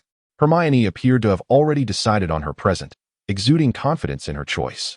"I, too, have determined what I shall give you. Await my gift." Hill smiled back, having already conceived a present for Hermione that he was certain she would cherish. Hill gazed at Hermione, yet another figure flickered through his mind. Curiously, Lily had chosen to remain at Hogwarts, despite her parents being at home. It seemed rather peculiar that she would forego a family reunion. Although Voldemort had lifted the soul-binding curse on Lily, it appeared that, as Voldemort had suggested, he merely guided her emotions. Consequently, the bond between Lily and Hill remained as intimate as ever. Regarding the recent events, he had inquired with Voldemort, only to be informed that this matter was of no concern to him. As for the gift for Lily, Hill had yet to settle on an idea, while gifts for others were considerably simpler. Harry received a brand new pair of glasses, enchanted with a minor spell to enhance clarity and durability. Ron was gifted a collection of Muggle currency, both coins and notes, as he seemed quite fascinated by Muggle artifacts. Terry and the others had prepared their own presents, and Hill was confident they would be pleased.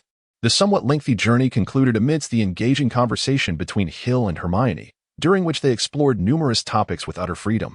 Hermione was astonished by Hill's extensive knowledge of Muggle matters, as well as his broad understanding of many aspects of the magical world. Hill could not help but marvel at Hermione's remarkable intelligence and comprehension. Aside from his own prodigious talent, none in their cohort could rival her academic prowess. Naturally, This was in reference to their studies. After bidding farewell to Hermione, Hill hurried back to his family's villa, clutching Buckbeak as he dashed toward the basement. Incidentally, Kaka had not accompanied him, seemingly enjoying its time with Lily, so Hill had decided to leave it with her. The villa appeared to possess a certain history. Having undergone several renovations and enhancements, and the house was imbued with protective charms to deter muggles from entering. Most importantly, the basement was fortified with an array of powerful spells. A moment of carelessness could result in an explosion that would send the entire villa skyward.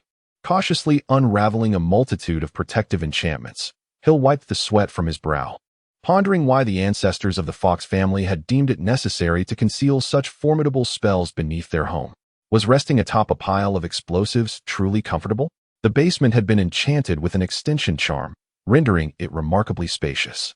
Countless bookshelves stood tall, rivaling the collection of Hogwarts Library, 1,000 years of accumulation undoubtedly formidable.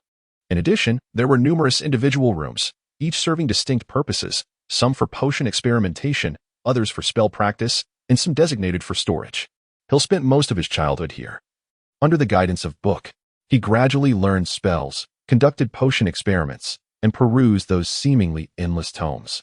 That period was destined to be one of solitude and melancholy.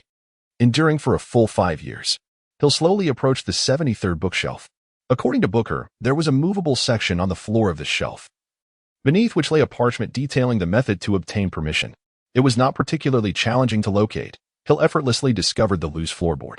Upon prying it open, he revealed a silver metal plate adorned with intricate patterns, several lines of text, and a groove. Hill glanced at the text, which read, "Place the token in the groove to unlock the seal. Forceful breach will result in unknown consequences." As for the groove, Hill felt fortunate, for it seemed that the token had indeed come into his possession. As for the unknown consequences, were they not merely a matter of mutual destruction?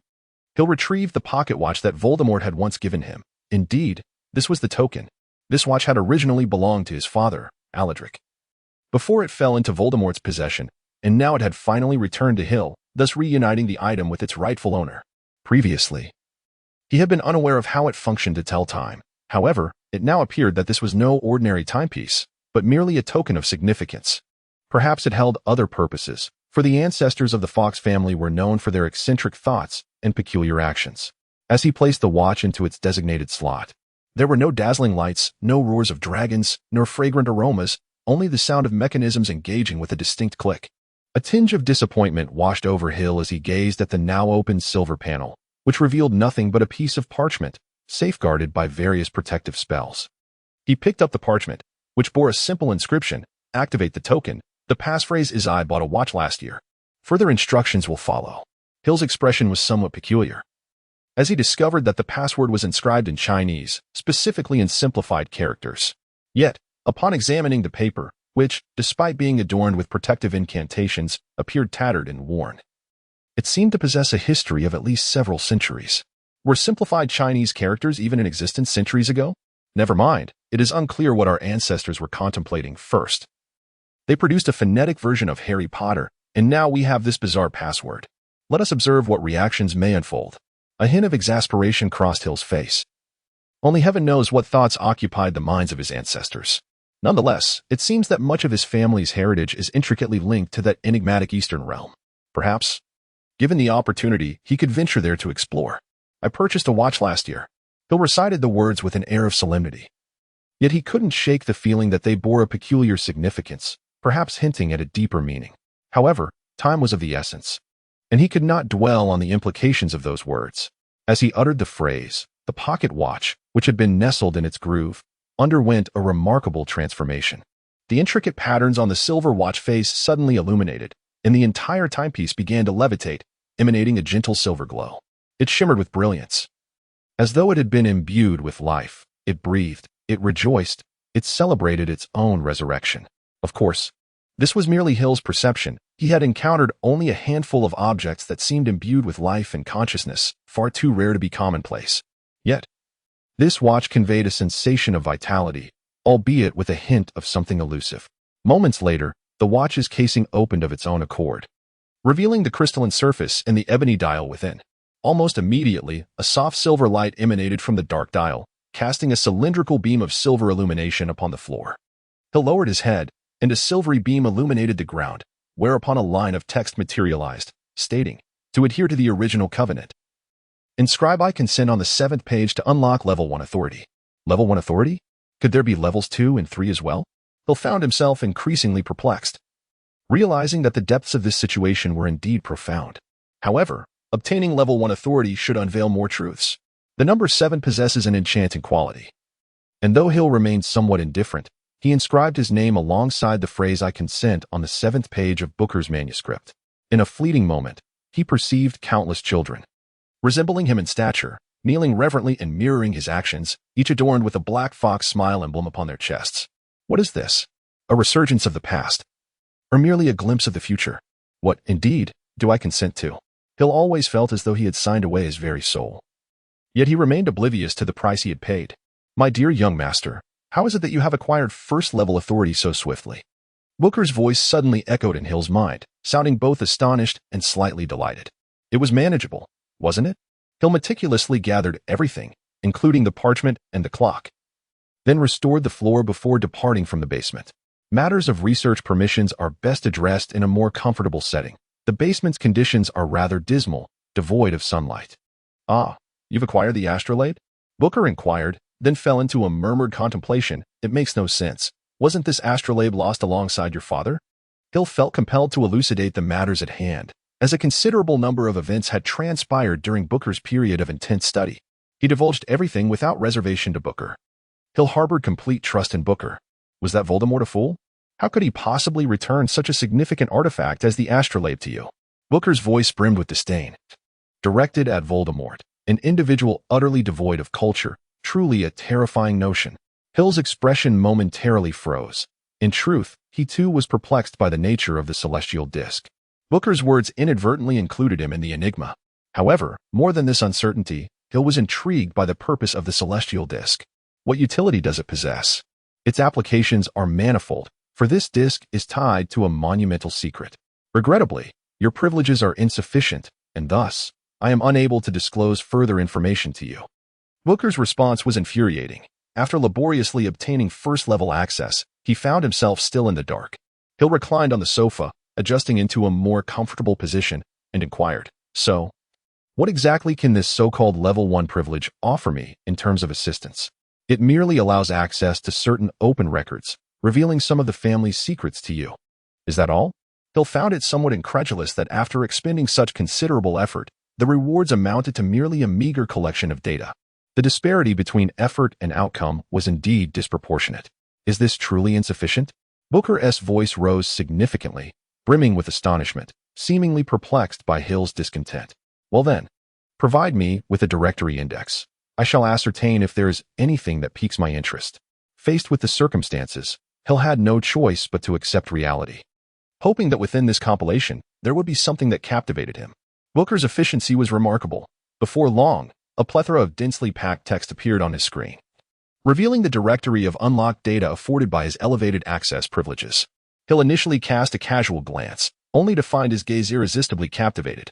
The Chronicles of Illustrious Heirs.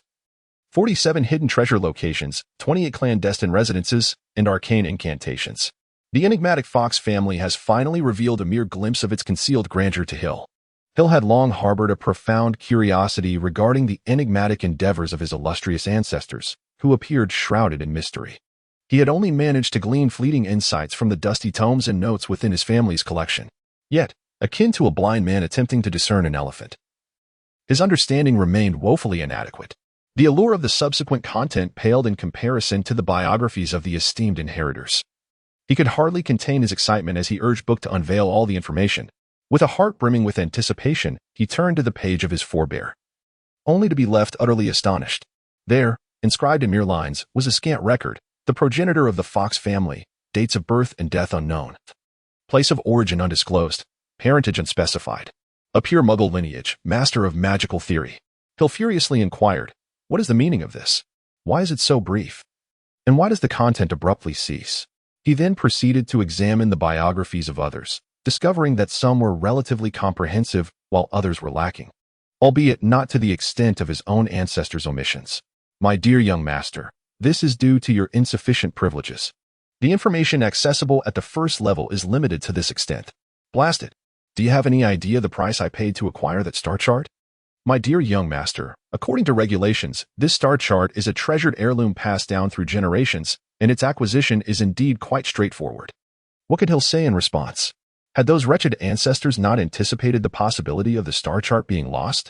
Rubbing his aching temples, he wearily asked, so, how does one obtain second-level privileges?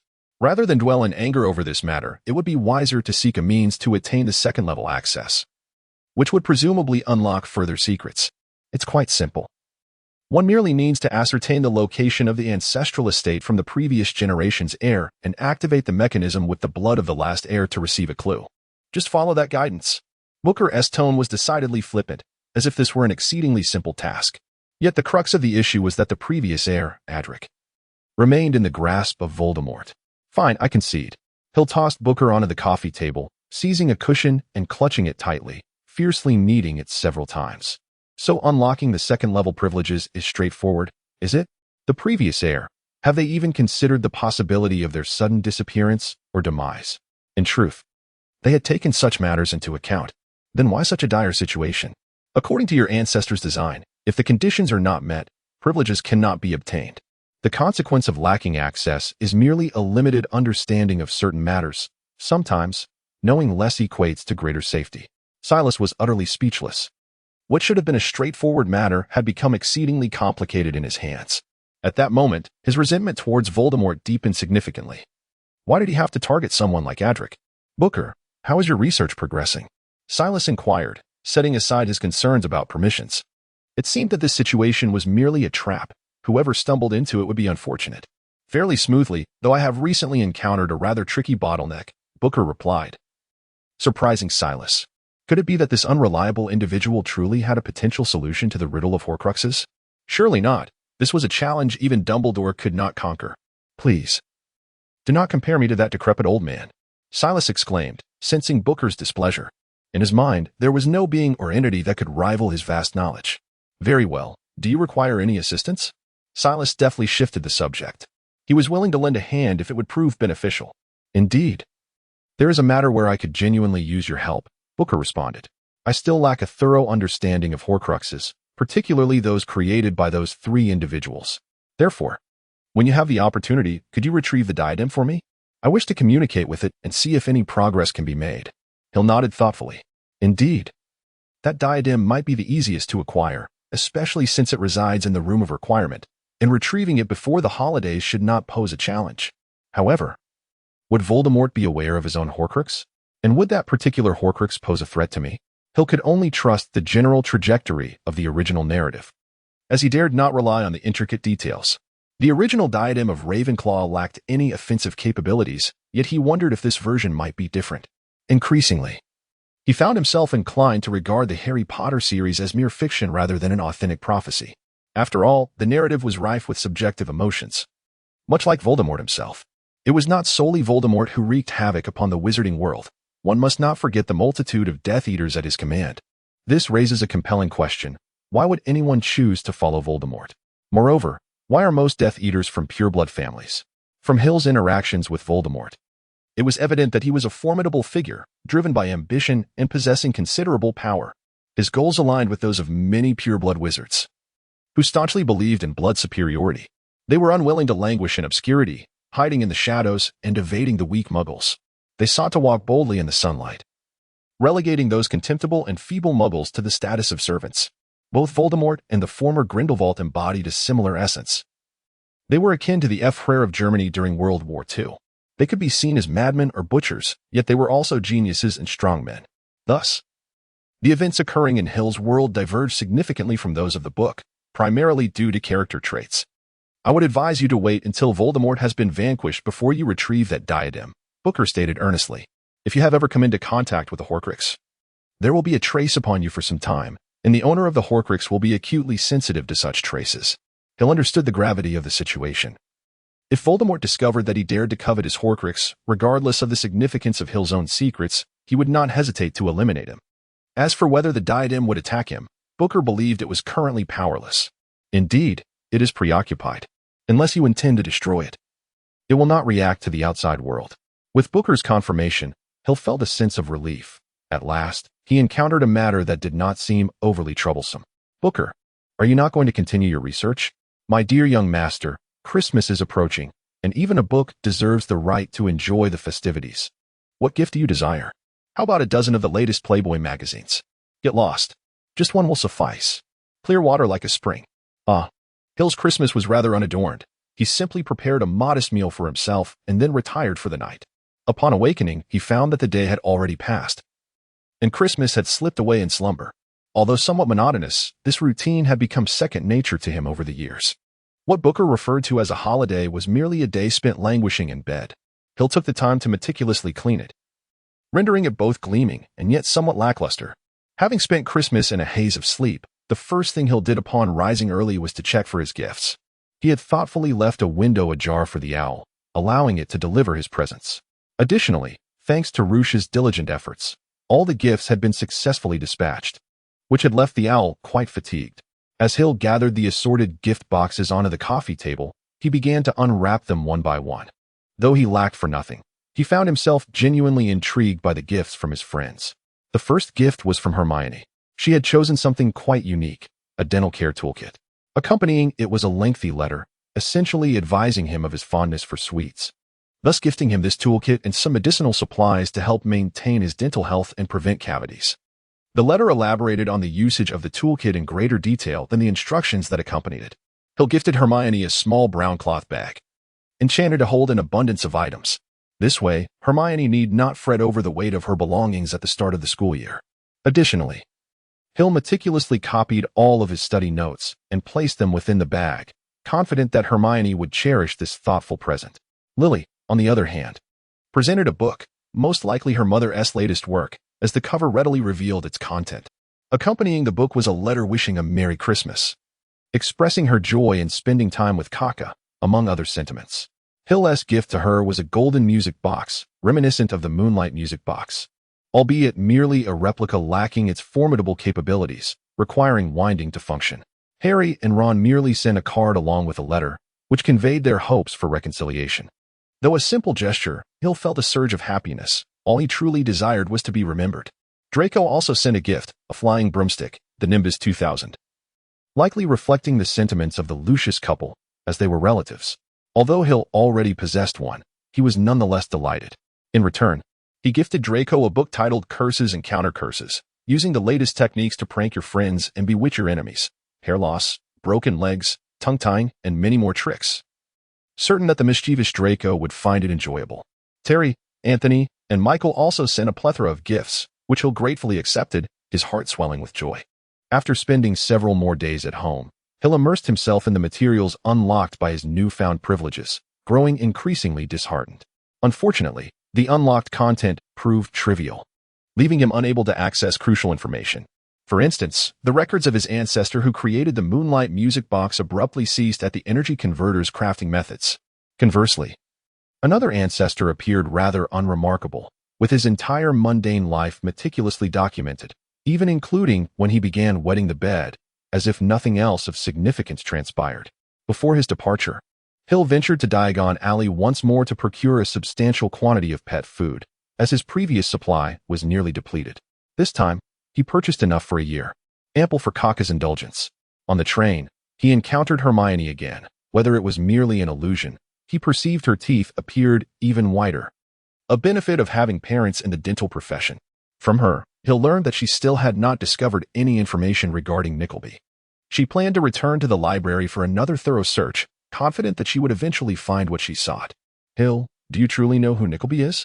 Hermione pondered, perplexed by Hill's reluctance to share even the slightest details. Was it possible that Nickleby was entangled in something perilously significant? I know, and sharing it is no issue. But please, do not disclose this to Harry and the others. After a moment of contemplation, Hill pondered whether this would violate Dumbledore's regulations. After all, Hermione was still trustworthy. Yet, why was it forbidden to divulge the information? I could assert that Dumbledore instructed me to act in this manner. Would you believe it? Hill, disinterested in beating around the bush, dropped this bombshell. Hermione's mouth opened slightly, but ultimately, she refrained from uttering a word. Dumbledore did not wish for Harry to be aware of this matter so early, thus he sought me out in advance. instructing me to remain tight-lipped until Harry discovered the truth for himself. However, what could be the reason behind Dumbledore's decision? What are your thoughts on Harry? What kind of person do you perceive him to be? Hill shrugged and, without waiting for Hermione's response, continued, in my view. Aside from his impressive Quidditch skills and considerable courage, he is no different from any other student. Yet, why does Dumbledore show him such care? Has Dumbledore ever truly shown concern for Harry? I mean, he rarely makes an appearance, and I fail to see any particular qualities in Harry that might warrant such attention. Even if there were, it could merely be attributed to his identity, the boy who lived, orphaned and burdened with a tragic past. Hermione's brow furrowed with increasing uncertainty. Could a mere Nicklerm truly elicit such complexities? You are correct. It is precisely due to his identity. Hill exclaimed, straightening his posture and lowering his voice. Harry has vanquished the seemingly invincible Dark Lord, and that status is surely enough for Dumbledore to regard him with special favor. I apologize. But while I understand that is the narrative, I find it difficult to envision an infant of merely 1 year defeating such a formidable dark wizard. Could they have been mistaken? Moreover, what significance does that status hold? The Dark Lord is dead. As Hermione reached this point, she instinctively covered her mouth. Her gaze fixed intently on Hill. Are you suggesting that the Dark Lord is not truly dead? I hope you can keep all of this confidential, even from your closest companions. Even if I were to inquire further, you must remain silent, as if you have never heard any of this. Otherwise, I would have no choice but to cease our conversation here. Hill once again felt a profound admiration for Hermione's intellect.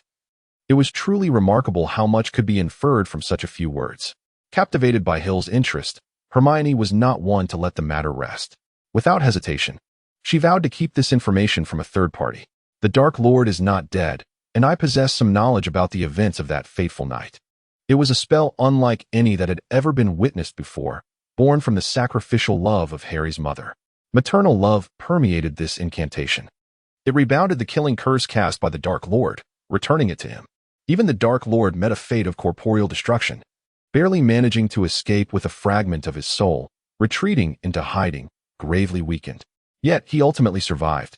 Hill was utterly astonished by the events of that fateful night. Despite years of studying magic, it seemed that wizards remained woefully ignorant of its true nature. They appeared to have merely picked up a grain of sand on the beach, while the genuine magic lay in the vast ocean beyond. Dumbledore, it seemed, was a fatalist. He held a belief in a prophecy that foretold Harry would be the one to vanquish the Dark Lord. This belief was the reason he regarded Harry with such distinction and chose to nurture him. Was he exploiting Harry? Hermione furrowed her brow. Dumbledore had always given her a favorable impression, akin to that of a slightly whimsical neighborly grandfather. However, as Hill pointed out, Dumbledore was evidently using Harry. Uncertain of Dumbledore's true intentions, whether he was indeed manipulating Harry or genuinely looking out for his welfare, Hill felt uneasy about the burden of such grave responsibilities being placed upon an 11-year-old child. Hill seemed to overlook the fact that he, too, was merely 11 years old, shouldering a weight no less than Harry's. At least Harry was still oblivious to the challenges ahead, with Dumbledore at his side. Do not bear too heavy a burden, he advised. Regardless of Dumbledore's actions, Harry remains Harry. He will always be your friend. Observing Hermione's troubled expression, Hill sought to reassure her before shifting the topic. Regarding nearly headless Nick, you all have been mistaken about one crucial detail. What detail? Hermione's attention was piqued. He is not a modern wizard, in fact. He just celebrated his 665th birthday last year, Hill revealed, addressing the misunderstanding that had persisted among them. Moreover, he is the sole possessor of the Philosopher's Stone in this world, which is rumored to have granted him such longevity. The Philosopher's Stone? What is that? It is an artifact that should not exist, the ultimate goal pursued by all alchemists. It has the power to turn stone into gold, and potions brewed from it can bestow immortality, among numerous other miraculous properties. A flicker of doubt crossed Hill's eyes.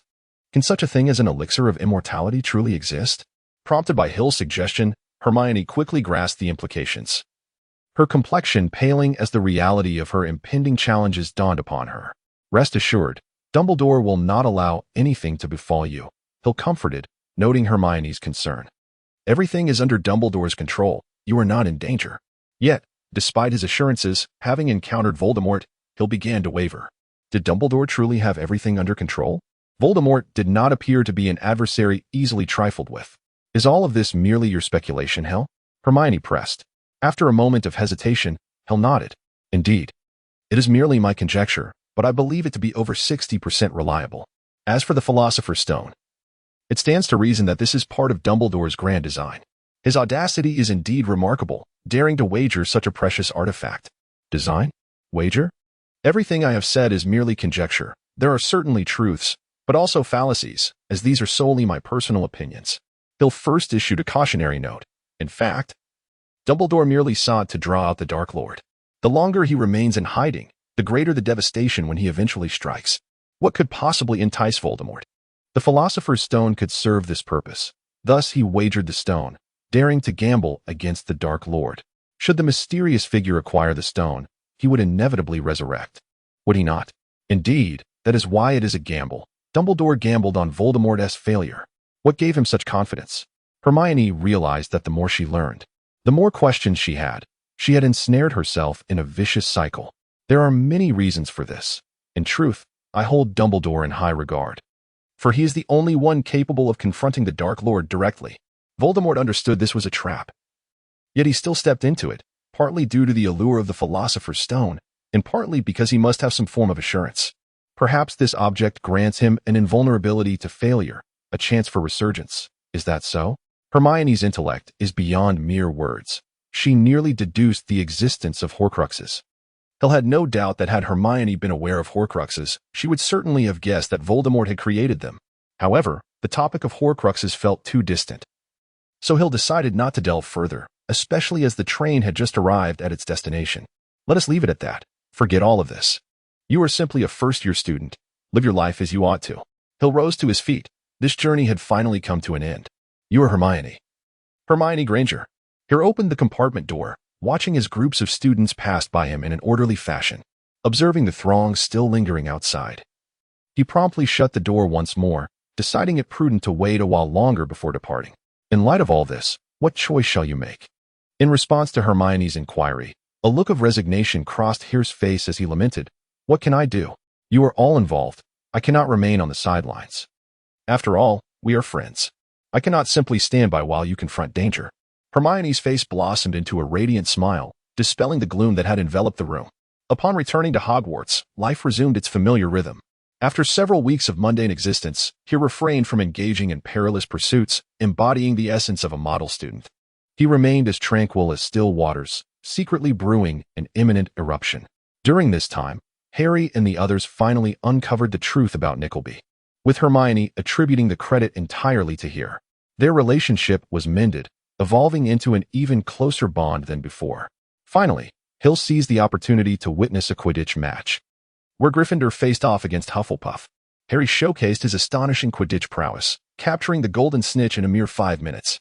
As Hill watched the exhilarating match, he hesitated internally, contemplating whether to join Ravenclaw's Quidditch team next year. "Hill, your skills on the broom are remarkable. Why not join Ravenclaw's team?" spoke Lily, seated beside him, her excitement palpable as she watched Gryffindor triumph. When she observed Harry being hoisted by Gryffindor students in celebration, she turned to Hill with her inquiry.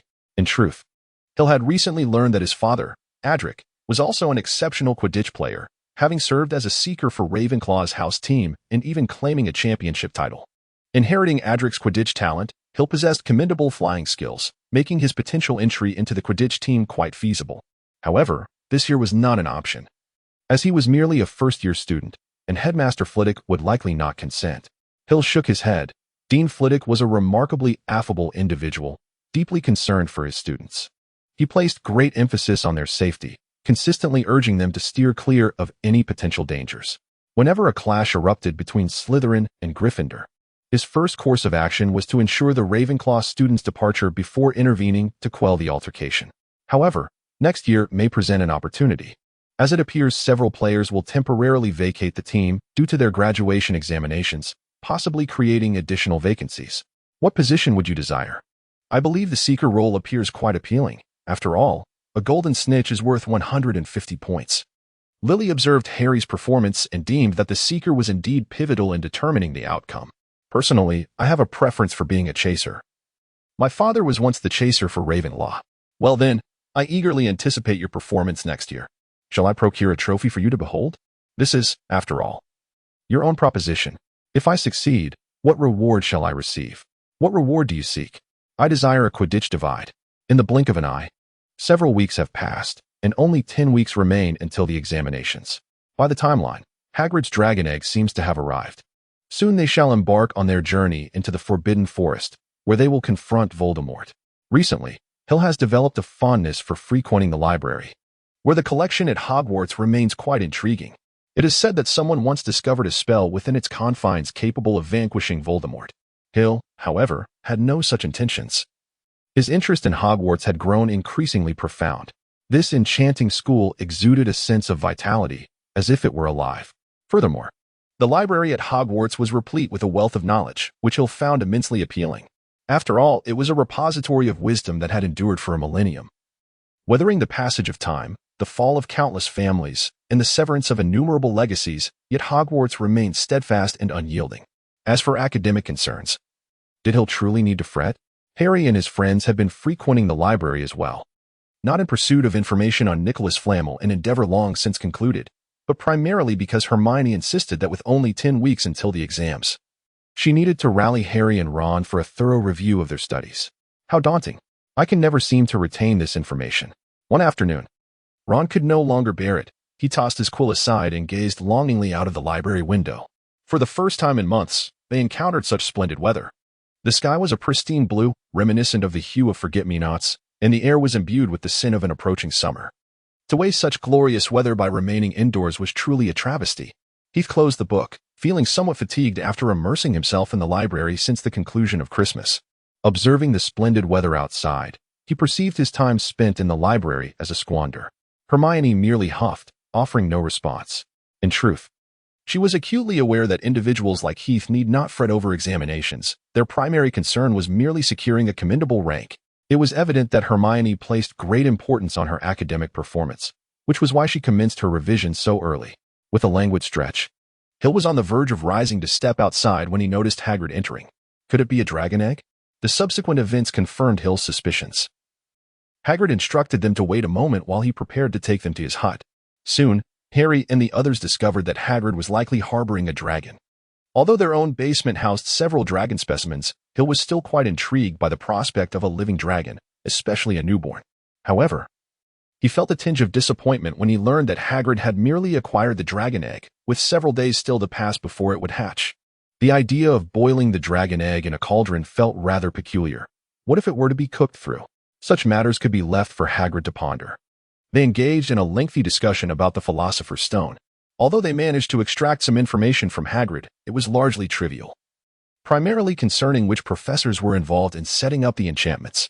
On their return journey, Harry and the others continually deliberated over the issue of Snape, believing him to be the one attempting to steal the Philosopher's Stone. Naturally, Hermione pondered more deeply. She had already deduced that Voldemort had infiltrated Hogwarts. Yet she remained uncertain about which professor it could be. Hill? Could it be Snape? Noticing that Hill remained silent, Hermione could not help but inquire. Subconsciously, she had come to regard Hill as an omniscient figure. Whether this was a privilege or a burden for him, one could not say. It could be argued both ways. But one thing was certain, Hill had harbored a disdain for Snape for quite some time. Hill's response was ambiguous, however, to Harry and his companions. It seemed as though Hill was insinuating that Snape was indeed the thief. Of course, Hermione began to harbor doubts. Could Snape truly be the culprit? As the end of term approached, assignments piled up, and Terry and the others lamented their burdens. Fortunately, they had a remarkable roommate who could complete his work in the shortest of times, offering them a reference. I suddenly felt grateful that I had been sorted into Ravenclaw. During breakfast, Terry sipped his oatmeal while reflecting aloud. Indeed, choosing Ravenclaw was the wisest decision of my life. Anthony nodded in agreement, while Michael smiled and echoed his approval. Hill shook his head in exasperation as he spread jam on the bread and handed it to Lily, who was seated beside him. She smiled graciously as she accepted the offering, then returned the gesture by presenting him with a glass of lemonade. Come on, must you flaunt it so shamelessly in front of us? Anthony lamented, his face a portrait of despair. His primary goal in his first year was to find a girlfriend. Yet he had made no progress thus far. Meanwhile, Hill, who had been idly passing time, was now the recipient of affectionate attention from a beautiful woman, leaving anyone in his position feeling a profound sense of imbalance. Just close your eyes, and you won't see it. With a sharp retort, Hill silenced them, prompting a low chuckle from Terry and the others. Now, The relationship between Hill and Lily had matured. He had grown accustomed to her presence by his side. They exchanged no words, yet a profound understanding lingered between them. After breakfast, Hill noticed Harry's owl swooping in, signaling that Hagrid's dragon egg had likely hatched. He spotted Draco standing near Harry and the others, seemingly eavesdropping on their conversation. Moments later, Harry approached and leaned in to share the news of the dragon egg's successful hatching. "I understand. We have no classes this morning, so I shall head over first," Hill remarked. Harry nodded and departed, as they had a herbology class to attend. Once Harry had left, Lily quietly inquired, "Where are you going?" "To witness the hatching of a dragon," Hill nonchalantly replied, knowing that such a reason might not be readily believed by most. Yet, Lily appeared to be an exception. "Really? May I accompany you?" she asked eagerly. Faced with her request, Hill found it difficult to refuse. At worst, he could explain the situation to Harry and the others later. Confident in Lily's discretion, observing Draco prepare to leave the Great Hall, Hill rose and pursued him, realizing that some matters required a change in approach. "Hey, Draco. Where are you headed?" Draco halted, a faint smile breaking across his face upon seeing Hill. "Oh, nothing much, just heading back. We have no classes this morning." Hill did not expose Draco's deception. He merely smiled and, with an air of mystery, remarked, "There is something that I believe will pique your interest. Would you care to hear it?" "What is it?" "Hagrid has a dragon." Draco's expression shifted to one of bemusement. He had heard this news from Harry, and it should have remained a closely guarded secret. Yet, why was Hill divulging it to him? "Oh, I see." Draco nodded nonchalantly, but upon noticing Hill's skeptical gaze, he feigned surprise. "Ah, Hagrid has a dragon?" Rolling his eyes, Hill shrugged and replied, "Indeed, Harry and the others want me to witness the hatching of the dragon egg." "Which is happening today." "Well, congratulations are in order." A hint of envy flickered across Draco's face. He had always held a fondness for dragons, though Lucius forbade him from keeping one. Nevertheless, he had secretly sought out numerous books on dragons to indulge his fascination. Hill chuckled softly, glancing around before leaning closer to Draco and inquiring, "Would you fancy a close encounter with a dragon?" A flicker of excitement passed across Draco's face, only to be swiftly replaced by disappointment as he shook his head. "Harry and the others would never want me to go, though he hasn't extended an invitation." "Wouldn't you consider finding a way?" "What do you mean?" "Ahem, I said nothing. I know nothing. I have matters to attend to, so I shall take my leave." Upon realizing that Draco had grasped his meaning, Hill excused himself and departed. Some matters are best alluded to rather than articulated overtly.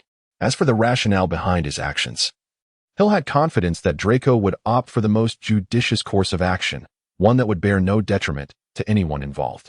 Perhaps Harry and his companions might feel a tinge of discontent, yet they would incur no losses. Since the hour was still early, Hill decided to take a stroll outside the castle with Lily, enjoying their time until they felt a touch fatigued before proceeding to Hagrid's hut. Arriving early posed no issue. Moreover, the hut was sealed tightly due to the dragon egg incubation process, with a large fire blazing within, creating a warm atmosphere. It was evident that Hagrid felt a hint of nervousness upon seeing Lily, casting a dubious glance at Albus, questioning, "Who is this?" "I am Lily, Lily Dupin." "A pleasure to meet you, Hagrid." Lily cheerfully extended her hand, her laughter bubbling forth as she observed Hagrid still somewhat taken aback. Hagrid's gaze wavered, the name evoking a multitude of memories. However, he quickly regained his composure, offering Lily what he believed to be a congenial smile and stepping aside. "Come in. You are a friend of Hill S, so that is perfectly fine." Watching the somewhat clumsy Hagrid, Lily chuckled once more, her laughter resembling the sound of silver bells, leaving Hagrid momentarily dazed. How many years had it been? Was the dragon egg still in the process of hatching? Settling into a spot alongside Lily, Hill noted that the dragon egg was still simmering in the cauldron. Ah, hatching. It would soon be ready, just in time for when Harry and his friends finished their lessons. When Harry and the others arrived, their expressions were somewhat peculiar, as they discovered an additional person present, engaged in some rather odd activities. For instance, a sharp crack echoed through the air, causing Harry and the others to shudder involuntarily, instinctively checking their teeth. At last, Hagrid's rock cakes had found an admirer. The trio simultaneously pondered this thought, then questioned, "What is she doing here?" Here stared at Lily as she munched on Hagrid's rock cakes, the crisp sounds of her chewing punctuating the air.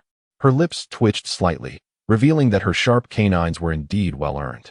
It was evident that she had devoted considerable attention to the care of her teeth. "Ah, you've arrived. If you had delayed any longer, that dragon would have hatched." Hill noticed Harry and his companions entering and greeted them. Subsequently, he observed that the trio's attention seemed to be fixated on Lily, prompting him to clarify, "This is Lily. Lily DePan, a first-year student from Ravenclaw. You must have met her before." "I know she is Lily," Hermione replied, seating herself beside Hill, appearing rather displeased. Though Hill remained oblivious to her mood. "How did you bring her here? This matter is highly confidential. How could you disclose it to others?" "Well," Lily expressed a keen interest in dragon hatching. "And then you decided to bring her along?" Lily is quite tight-lipped. She won't divulge any secrets." Upon noticing the conversation between Hill and Hermione, Lily hesitated, setting down the rock cake she had picked up. She stood and, with an apologetic demeanor, addressed Hermione. "I'm sorry, it was my insistence that led Hill to bring me along. If I have caused you any trouble, I sincerely apologize. Perhaps I should take my leave." "Don't go." Hermione shot a reproachful glance at Hill and Hagrid, her tone softening.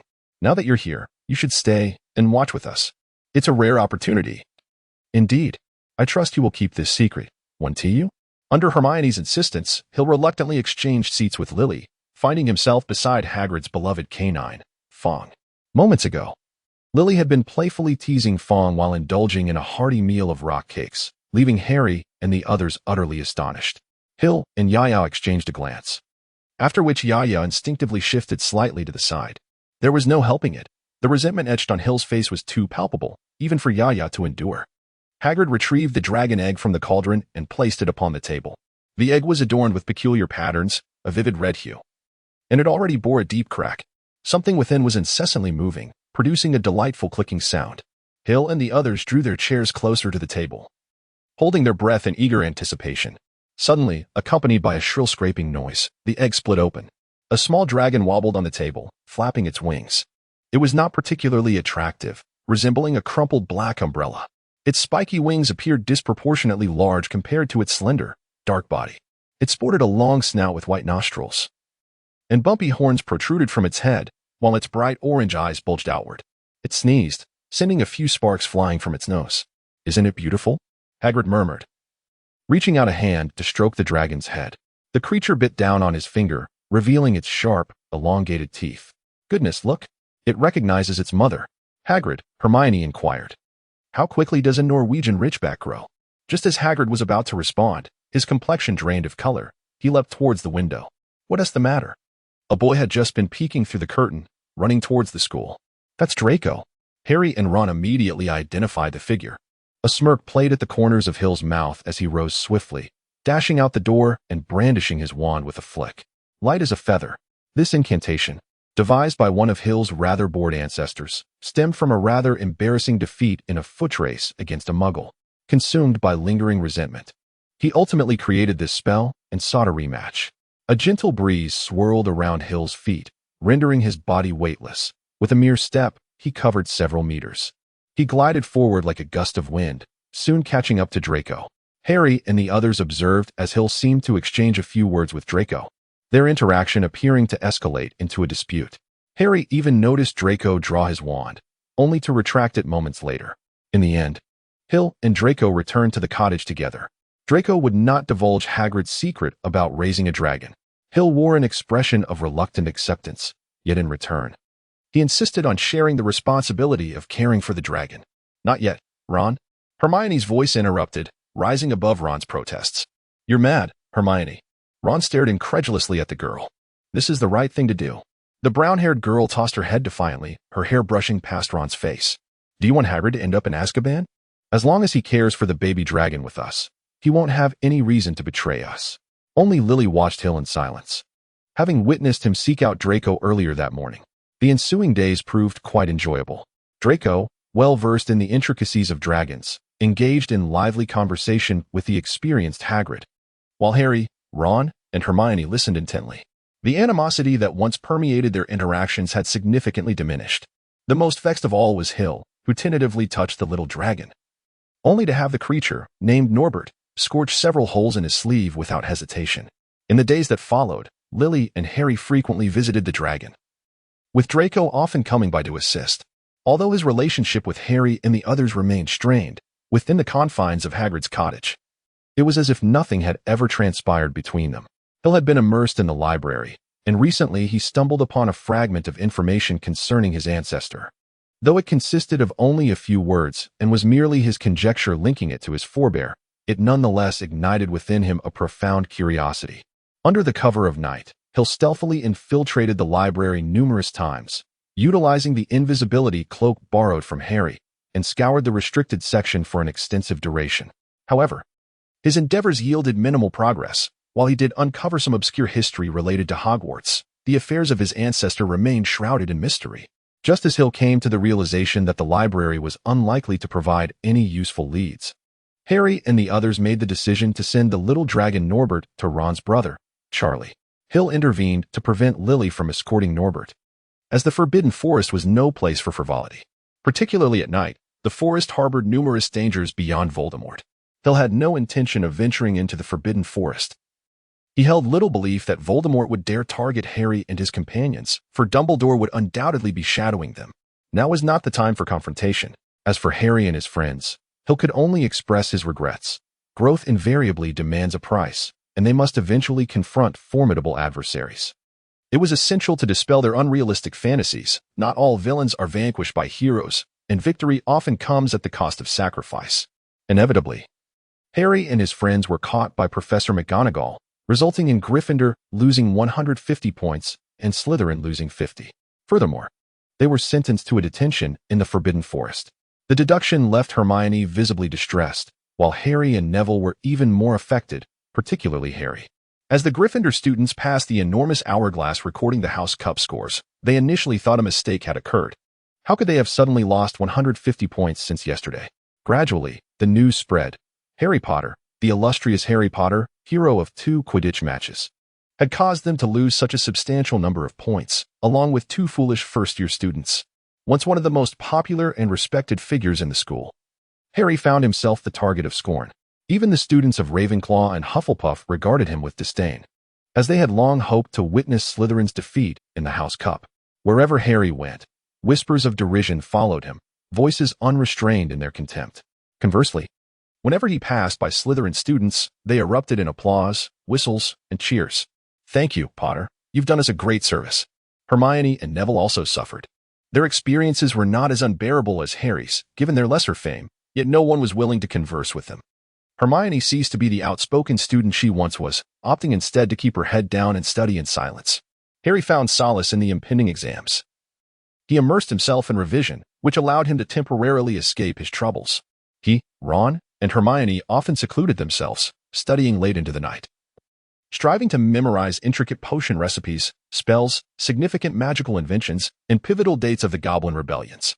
"Things will eventually pass," Hill reassured, observing Harry's dejection. "It's merely 50 points. Hardly a daunting matter." Harry rolled his eyes and managed a wry smile. "I am not you, Hill. I lack your talents. 50 points? I haven't even exceeded 10 points in positive scores this semester." Ron, intrigued by Hill's point deduction, inquired, "How many points have you lost to Snape, Hill?" After a moment of calculation, Hill replied with a figure, 53 points. "Look, Hill has also lost quite a few points, hasn't he?" "Harry, just relax. In a while, no one will care about this matter." Ron's attempts at consolation seemed only to deepen Harry's despondency as his face nearly pressed against the book before him. "Ron, you must understand one thing. Although Hill has been deducted 53 points, he has also earned a remarkable 100 points. Hermione could not help but counter Ron's reasoning, adding, "Moreover, his deductions were incremental, unlike our hefty 50 points taken all at once.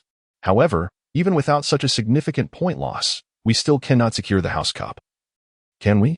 Ron shifted the topic, realizing his previous comments were ill-conceived. Previously, Gryffindor had ranked 3rd. The first-place Slytherin had an 80-point lead over us, and the second-place Ravenclaw exceeded us by more than 50 points. "You're mistaken once again, Ron." Hill interrupted Ron, who was about to continue. "They will not ponder this.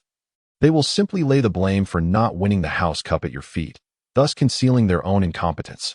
"Well, Hill, I appreciate your consolation," Harry sighed, unable to suppress his exasperation, "but I am also a Gryffindor. Please refrain from saying such things in the future."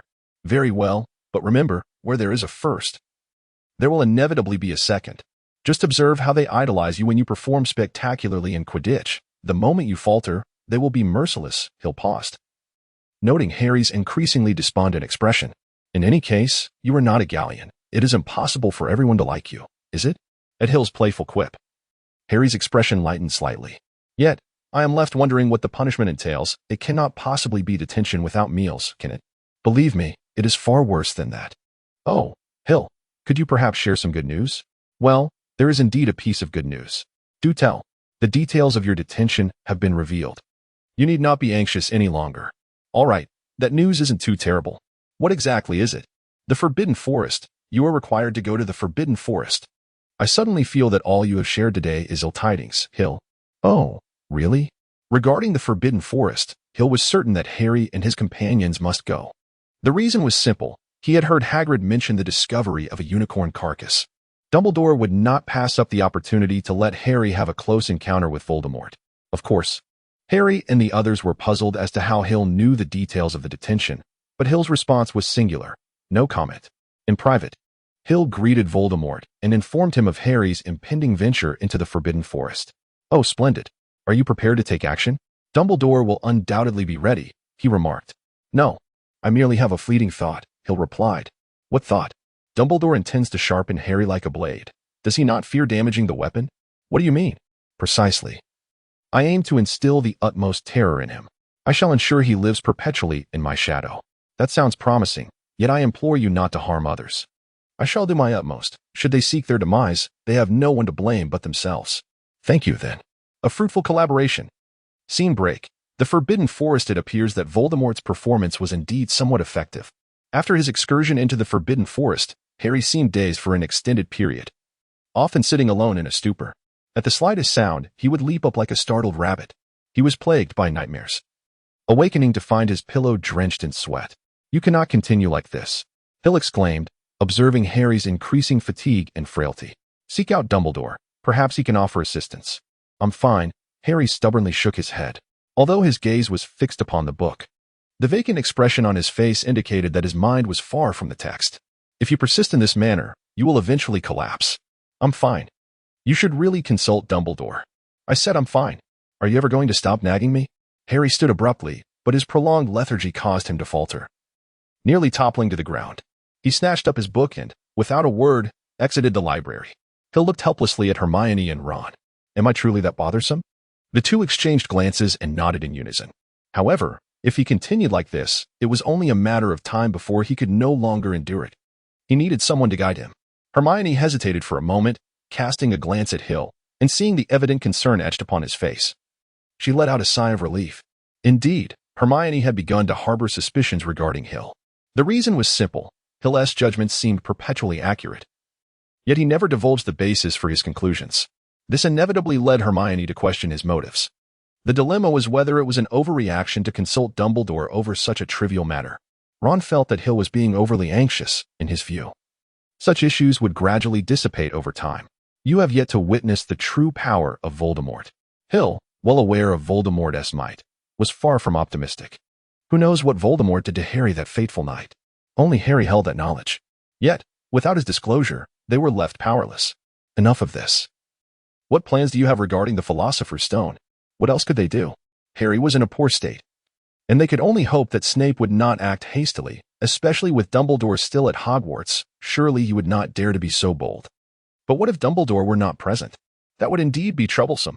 As time progressed, Hill encountered his first final examination at Hogwarts. Why were the quills used for the exam all enchanted against cheating? After completing the last exam in History of Magic, Anthony emerged with a face full of indignation. He had specifically purchased a quill designed to aid in cheating for the journey home at Christmas. Yet, the teachers had issued them new quills, all of which were enchanted to prevent dishonesty. Hogwarts had been established for nearly a millennium. Do you truly believe there are still any cheating methods that our predecessors have not already employed? Terry looked on with disdain, relishing the opportunity to undermine Anthony. With those subpar tactics of yours, I am genuinely disheartened by your lack of wisdom. As Anthony and Terry exchanged barbs, Michael wore a grim expression, seemingly burdened by some misfortune. What's wrong, Michael? Did you not perform well on the exam? Michael nodded dejectedly. Is it serious? Yes. Quite serious. What exactly happened? I missed one fill-in-the-blank question. Alas, I shall not achieve a high score now. You are digging your own grave. Observing his three boisterous roommates, Hill could only strive to distance himself, feeling utterly embarrassed. After the history of magic exam, they would have a week of vacation, a period that could very well coincide with Voldemort's malevolence. Hill observed Draco walking ahead, his two lackeys mysteriously absent.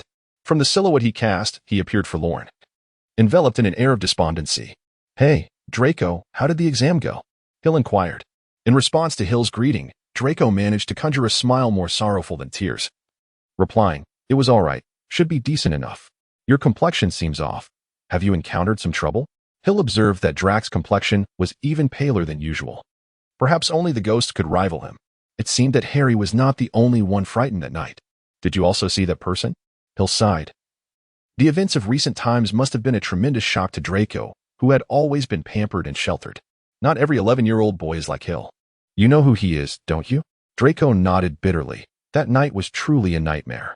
He had always idolized Voldemort, enamored by his power, his ruthlessness, his notoriety. Everything about him captivated Draco. This is what a true wizard embodies. Draco had always believed this, as his parents, former Death Eaters, had painted countless vivid images of Voldemort. In their portrayals, Voldemort was a paragon of perfection. However, that night, lying on the ground, like a wild dog lapping up unicorn blood, exuding an aura of death, devoid of any semblance of humanity, was that truly Voldemort? Draco's disheveled state was not merely a result of fear. It stemmed from the shattering of his idol and the resulting disarray. How much do you truly know about Voldemort? Don't tell me what your parents have said. Tell me how well you understand him yourself. Do you genuinely grasp who he is? He is powerful. He is ruthless. Draco stammered, uttering a few disjointed words that failed to form coherent sentences. In truth, he knew nothing about Voldemort. "You know nothing at all, do you?" Hill's words fell upon Draco like a bucket of cold water, awakening him to the realization that what he had witnessed that night was not the true Voldemort. Draco hesitated, then nodded. "Then allow me to enlighten you. What you witnessed is far from the essence of Voldemort." Hill scoffed. "The real Voldemort is even more despicable and grotesque than what you encountered. He has ceased to be human. But he wasn't he always like this, was he? He was indeed powerful and perfect. But take heed, that was in the past." Hill's voice grew increasingly somber, yet his words stirred a tempest within Draco's heart. "The era of Voldemort has ended. Why cling to that half-dead wretch? You can usurp him." Gazing at the somewhat dazed Draco, Hill shook his head. He had planted a seed within Draco, a seed named ambition. As for what would transpire next, that remained uncertain. After all, this world has never lacked for ambitious souls. Yet few reached the finish line. Hill harbored no desire to live in a harmonious world. He was the type who thrived on chaos. "By the way, you must still be troubled by your score of 50, right?" Patting Draco on the shoulder, Hill prepared to depart. "Here's a hint. Harry and his friends are planning an operation, and if successful, it could yield significant rewards. The choice is yours to make. And be prepared to face that individual once more. Brace yourself." Leaving the perplexed and entangled Draco behind, Hill cheerfully hummed a tune as he made his way back to the dormitory. He had no desire to traverse the various challenges guarding the Philosopher's Stone once more. After all, there was no possibility of acquiring the stone, rendering the endeavor futile. Speaking of which, with the use of Floo powder, it would be but a mere thought for Dumbledore to return, wouldn't it? Although it might afford them a moment's respite, the likelihood of encountering Dumbledore remained rather high. Was it possible that Voldemort had a backup plan? After contemplating for quite some time without arriving at a conclusion, Hill decisively chose to abandon the thoughts. As it was time to dine. On his way to the dining hall, Hill was intercepted by the trio, who seized him and hurried towards Dumbledore's office. "Hey, what's going on?" he exclaimed, but there was no time for explanations. They would discuss matters further upon reaching Dumbledore. "Let go. I can walk on my own." Hermione released her grip, and Hill shook his wrist, which had nearly been dislocated. It was somewhat painful. She certainly had a strong hold. Nevertheless, her hands felt quite smooth. A pleasant sensation. Ahem, now was not the time for such thoughts. "Is this the way to Dumbledore's office?" Hill inquired, observing that they were nearly sprinting towards the astronomy tower. The corner of his mouth twitched, unable to suppress his curiosity. Suddenly, Ron, who was leading the charge, came to an abrupt halt. Harry, unable to stop in time, collided into him, while Hermione was pulled back by Hill, avoiding a pile-up. "Ron, what route are you taking?" "We're almost at the astronomy tower." "How was I to know?" "None of you reminded me," Ron retorted. "Don't you know the way, Ron?" "I've never been to his office before. How could I possibly know?" Observing the trio's amusing squabble, Hill felt compelled to intervene and put an end to the pointless argument. Enough. Just follow me. I know where the headmaster's office is. Why didn't you say so earlier? The trio chorused in unison. You never asked me. After a series of convoluted twists and turns, they eventually arrived at the door to the headmaster's office. What are you all doing here? Professor McGonagall inquired, clutching a large stack of books. We wish to see Professor Dumbledore, Hermione replied. Wish to see Professor Dumbledore? McGonagall echoed, seemingly skeptical of their intentions. Why? Dumbledore arranged to meet with us today, they explained. With an unchanging expression, Hill told a lie, leaving Harry and his companions astonished by his quick thinking. You have arrived too late. Professor Dumbledore departed 10 minutes ago. Professor McGonagall's demeanor softened as she recalled receiving an urgent letter from the Ministry of Magic, prompting her immediate flight to London. He has left? Harry exclaimed anxiously. At this moment, Professor Dumbledore was an extraordinary wizard, perpetually occupied, for time was of the essence. Is what you wish to convey of greater significance than the Ministry's affairs? Harry? Indeed, Harry replied, casting caution to the wind. It pertains to the Philosopher's Stone. Professor McGonagall had not anticipated this matter at all. The book she held slipped from her grasp, tumbling to the floor, and she made no effort to retrieve it. How do you know? She stammered. Professor, I believe I have reason to suspect that someone is attempting to steal the Philosopher's Stone. I must speak with Professor Dumbledore. McGonagall regarded him with a mixture of astonishment and skepticism. Professor Dumbledore will return tomorrow, she finally stated. I am unsure how you learned of the Philosopher's Stone. But rest assured, it is under stringent protection, and there is no chance of it being stolen. But, Professor, then we shall take our leave, Professor McGonagall. Herein Hermione pulled Harry away, and Ron, momentarily stunned, glanced at Professor McGonagall, whose face was ashen, before he too decided to depart. We must take action. Harry's complexion was grave.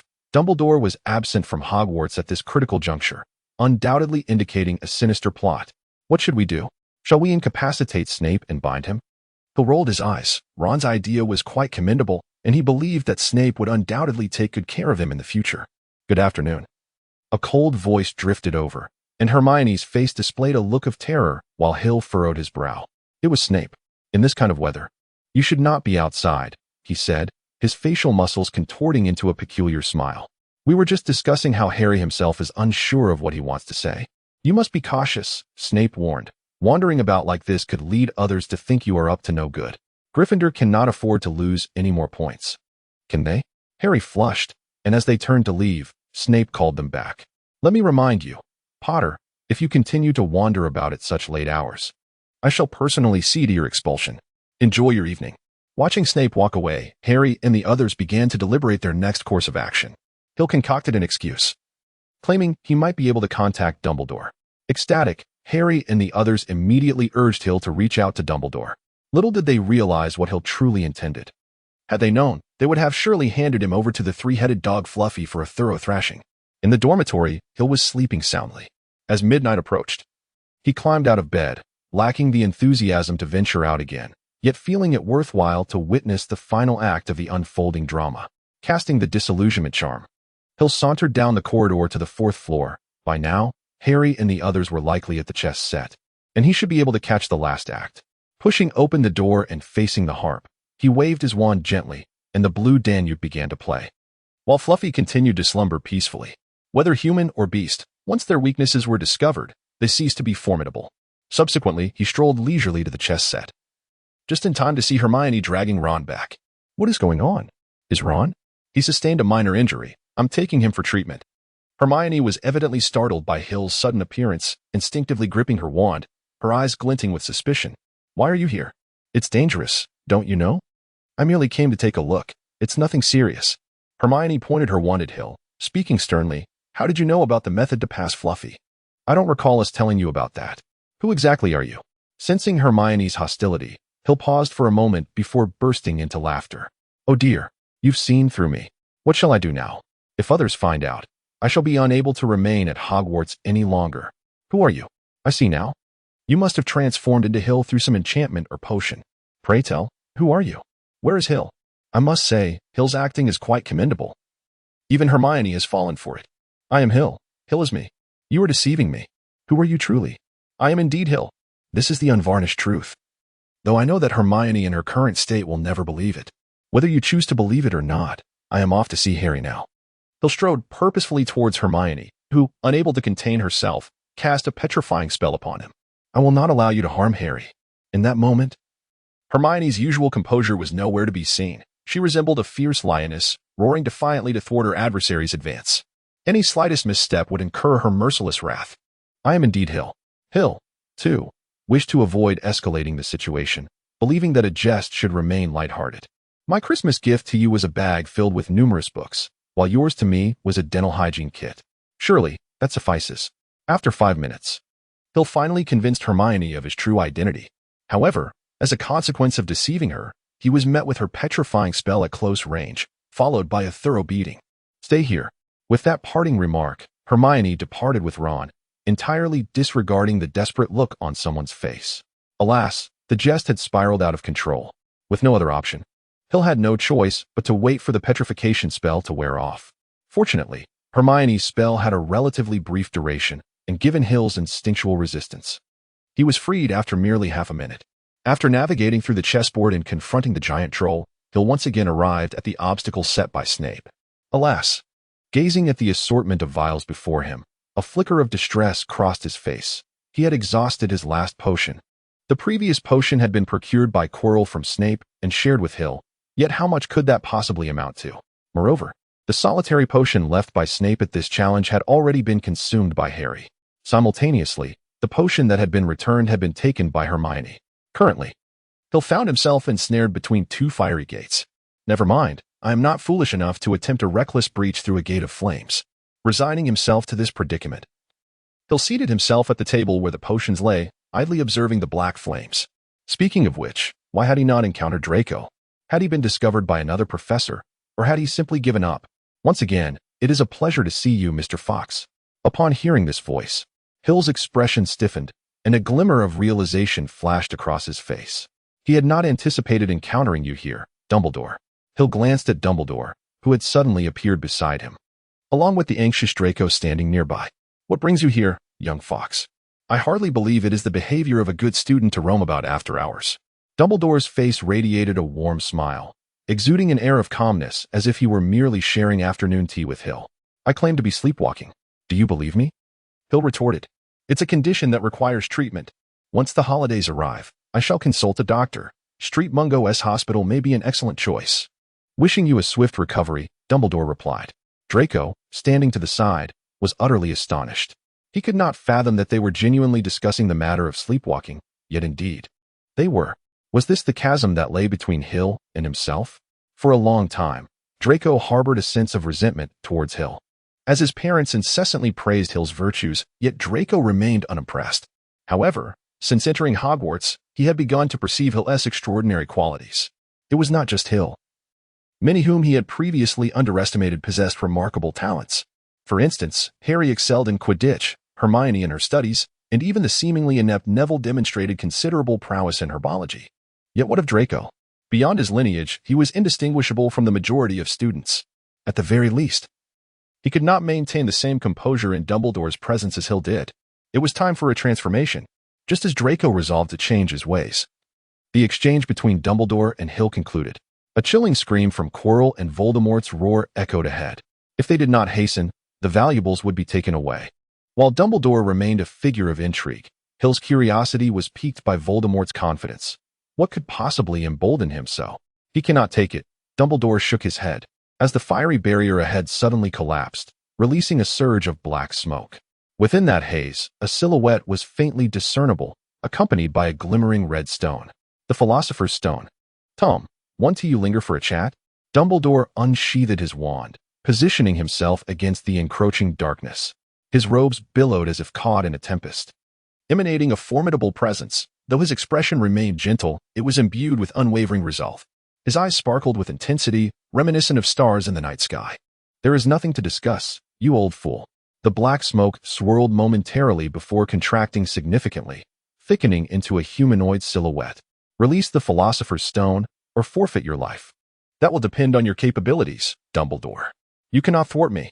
Gazing at the undulating, elusive magical stone, Dumbledore suddenly erupted into laughter, his mirth resonating with genuine joy. As if he had glimpsed an event of profound delight. What brings you such amusement? you old relic!" Voldemort roared, instantly suffusing the modest chamber with an ominous and chilling atmosphere, rendering it unbearably oppressive. Silently, Hill retreated a few steps and then pulled Draco towards the corner of the wall. They were now unable to intervene. Feeling as insignificant as ants in the presence of what could be described as the two most formidable wizards of their time. "Do you see, Draco?"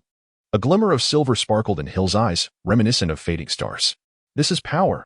Draco's gaze was fixated on the confrontation between Dumbledore and Voldemort, his heart echoing the sentiment that had been planted by Hill.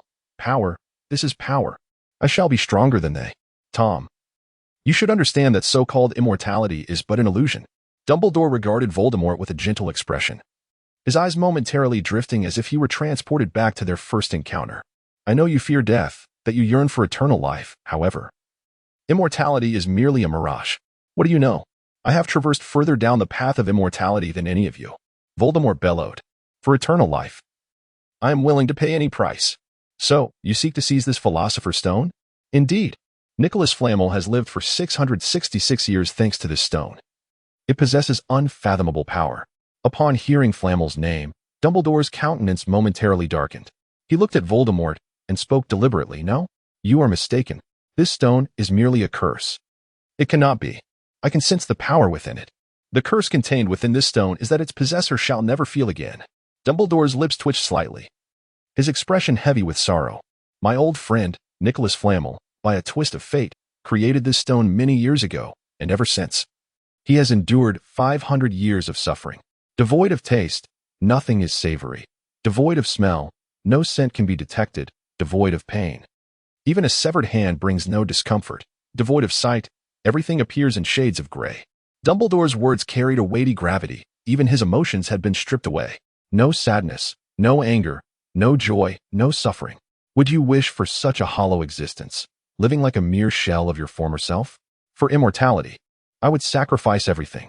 Voldemort let out one final roar and charged at Dumbledore, utterly disbelieving the words that had just been spoken, convinced they were nothing but Dumbledore's deceit. Yet, had Dumbledore ever lied? With a faint sigh, Dumbledore waved his wand. "I am sorry, this stone must be destroyed. It cannot be allowed to leave with you, Tom." With a resigned shrug, Hill retrieved a scroll and, without hesitation, tore it open. Extreme Guardian. This scroll contained a potent defensive spell capable of withstanding a certain degree of assault. However, the method of its creation had long been lost to time, intertwined with the mysteries of ancient runes. Astonishingly, in a wizarding world that had suffered through the Muggle anti-wizarding frenzy, no one remained who could craft such scrolls. Gritting his teeth at the fragments of the scroll in his hand, Hill lamented that he possessed only a few of these scrolls. Each one he used diminished his stock. That said, it seemed his family had numerous hidden repositories, perhaps still harboring some reserves. Indeed, one gets what one pays for. Hill's scroll effectively mitigated the aftershocks of the clash between Dumbledore and Voldemort. Yet, this reprieve was largely due to the restraint exhibited by both Voldemort and Dumbledore. Had they not held back, the outcome would have been dire. The two wizards were locked in a fierce contest, both being the pinnacle of magical prowess. Even though Voldemort was but a remnant of his former self, Dumbledore had grown frail with age, no longer the formidable force he once was. Their battle lacked the dazzling displays of light and sound characteristic of typical wizarding duels. Hill could only perceive spells colliding in midair, annihilating one another. In the space between them, ripples of energy surged, only to be intercepted by the protective enchantment just as they approached Hill and his companions. Clearly, in the short term, Voldemort still possessed sufficient strength to contend. However, such an equilibrium was destined to be fleeting. In a purely magical duel, Voldemort would undoubtedly fall short against Dumbledore. As the tides began to turn against him, Voldemort's gaze shifted, locking onto Draco and Hill, who were concealed nearby. A sense of foreboding washed over Hill. Hill exclaimed, "Voldemort has set his sights on them." Humph. Voldemort, undeterred by the curse cast by Dumbledore, retaliated with a killing curse aimed at Hill and Draco. Clearly, he was attempting to compel Dumbledore to intervene. Despicable. Dumbledore snorted coldly, his visage reflecting an intensity of anger that had reached its zenith. As long as that individual remained a student at Hogwarts, he would undoubtedly receive his protection. Voldemort was indeed trying to leverage this fact to restrain Dumbledore. But what of his treachery?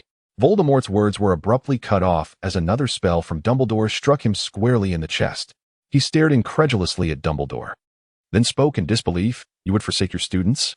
Just moments ago, Voldemort had presumed Dumbledore would come to their aid, yet he did not, allowing the killing curse to hurtle towards Shield and Draco. Seizing this opportunity, he dealt a devastating blow to Voldemort once more. How could this be? I would never abandon my students. Dumbledore smiled at Voldemort and declared, "My old friend, come forth." "So be it. My old friend." Voldemort's eyes widened in astonishment as he fixed his gaze on the empty space before Shield and Draco. The previously vacant ground suddenly materialized a figure, clad in a brown wizard's robe adorned with intricate and ornate patterns that would leave an ordinary person dizzy. This was an application of ancient magic that endowed the robe with formidable defenses. The newcomer appeared remarkably youthful, seemingly in their 20s, with striking features and piercing eyes. Anyone who beheld this young man would harbor but one thought: perfection. This ethereal youth wore a faint smile, extending his hand to gently touch the killing curse. Uttering the word, "Extinguish," the curse vanished at his touch, truly embodying the meaning of the word. "Who are you?" Voldemort, bewildered, took several steps back, staring in astonishment at the young man, unable to restrain his inquiry. "As for me, I possess many titles, so many that I nearly forgot my own name. The Great Sage, the Grand Alchemist. Oh, yes. My friends call me Nicholas." The youth wore an expression of sudden realization, nodding as he reiterated, "Indeed, I am Nicholas. Furthermore, I am the creator and possessor of this Philosopher's Stone you hold in your hand. I personally advise that you relinquish the stone, for it is truly not a good thing." Voldemort gazed greedily at the Philosopher's Stone in his hand, then shifted his attention to Nicholas Flamel. His gaze lingered on Flamel's youthful form for a moment before reluctantly retracting it. "You must be over 600 years old," he remarked. "Yet you appear to be merely in your 20s. "Indeed, I am 666 years old this year," Flamel replied. "As for the reason behind my youthful appearance, it is undoubtedly the effect of the Philosopher's Stone. Do you truly believe I would relinquish it?" Voldemort's voice suddenly rose in pitch, his expression dripping with disdain as he regarded Flamel, akin to a fool. Flamel seemed troubled, scratching his head before shrugging and declaring, "In that case, I shall take it myself." He took a step forward, paused momentarily, then advanced again, hesitating slightly before moving forward once more. After 5 steps, he found himself less than 3 meters away from Voldemort. This was a perilous proximity. Any spell cast could be instantaneous, leaving little chance for evasion. Yet, for beings of their caliber, evasion held little significance. "You are no match for me." Flamel's words, surprisingly verbose, were uttered just before the impending confrontation, evidently provoking Voldemort. "Then let me witness the prowess of a wizard who has lived for over 6 centuries. Voldemort's demeanor shifted to one of seriousness. He was confident in his own abilities. Despite Flamel's longevity, Voldemort doubted his strength, recalling that Flamel was more renowned for his alchemical skills. Furthermore, if he were truly formidable, where had he been during the reign of Grindelwald and Voldemort? "Then, as you wish," Flamel proclaimed, and with those words, his aura surged dramatically, seemingly overshadowing both Dumbledore and Voldemort. Crack! Hill gazed in astonishment at the protective shield before him, now marred by cracks. Although considerable energy had already been expended, it seemed implausible that Nickelmay's mere pressure could lead to this outcome. Dumbledore, with narrowed eyes, stepped before Hill and his companions, nodding at Nickelmay to indicate that he need not concern himself with anything else. Unencumbered by worries, Nickelmay slightly adjusted his joints and turned to face the gravely serious Voldemort, signaling the commencement of their confrontation. Voldemort refrained from acting impulsively. The aura that Nickelmay had exuded earlier had made it abundantly clear that this wizard, renowned for centuries, was far more than just an alchemist. "Where is your wand?" Voldemort inquired, grasping Quirrell's wand. Although it felt unwieldy, it was certainly better than having no wand at all. A wand is the weapon of a wizard. A wandless wizard can sometimes be less capable than an ordinary muggle. Many years prior, numerous wizards had lost their wands, only to find themselves condemned to the stake by muggles, perishing in flames, while those of their caliber could manage wandless magic without much difficulty. In a confrontation between such preeminent wizards, it could prove somewhat impractical. Wandless magic is not devoid of magic. It consumes significantly more magical energy than usual. As for my wand, I lost it long ago. Lost it? Indeed, it was destroyed in battle hundreds of years ago, Nickelmay continued, seemingly oblivious to the fact that he was turning the conflict into a casual chat. That was during the final battle of the Third Wizarding War, quite unfortunate indeed. I was besieged, and my wand shattered. Voldemort fell silent, and Hill observed a fleeting hint of hesitation cross his face. What was he contemplating? Hill, what is the Third Wizarding War? Draco inquired. As the name implies, the Third Wizarding War was said to be a devastating conflict. That battle severely wounded the magical community, which has yet to fully recover. Countless families were obliterated in an instant, and many legacies turned to mere dust of history. Hill recalled the books he had read and spoke slowly. Prior to that, there were the Second and First Wars, both of which were reportedly no less grand in scale than the Third. Applause erupted, and Nickleme smiled appreciatively at Hill, exclaiming, "From the Fox family? Truly commendable." He paused for a moment, a look of nostalgia crossing his features, then nodded before shaking his head, choosing to remain silent thereafter. "Then let us commence." Nickleme gently waved his hand, and a faint golden light shimmered upon his fingertips, weaving delicate golden threads to form an expansive net. "Bind." His finger pointed, and the golden net surged toward Voldemort. Naturally, Voldemort would not allow this peculiar net to ensnare him. He brandished his wand, summoning a heavily armored knight clad in black. "Go forth. Annihilate everything before you." Voldemort issued a command, and the once closed eyes of the Black Knight suddenly flared open, revealing a blood-red hue. With a decisive step, the Black Knight advanced, swinging the colossal hammer in his grasp at the oncoming net. Was it a unique application of transfiguration? Nickleme observed the Black Knight locked in a stalemate with the immense web, a glimmer of cunning flashing across his face. His lips barely parted and closed a few times.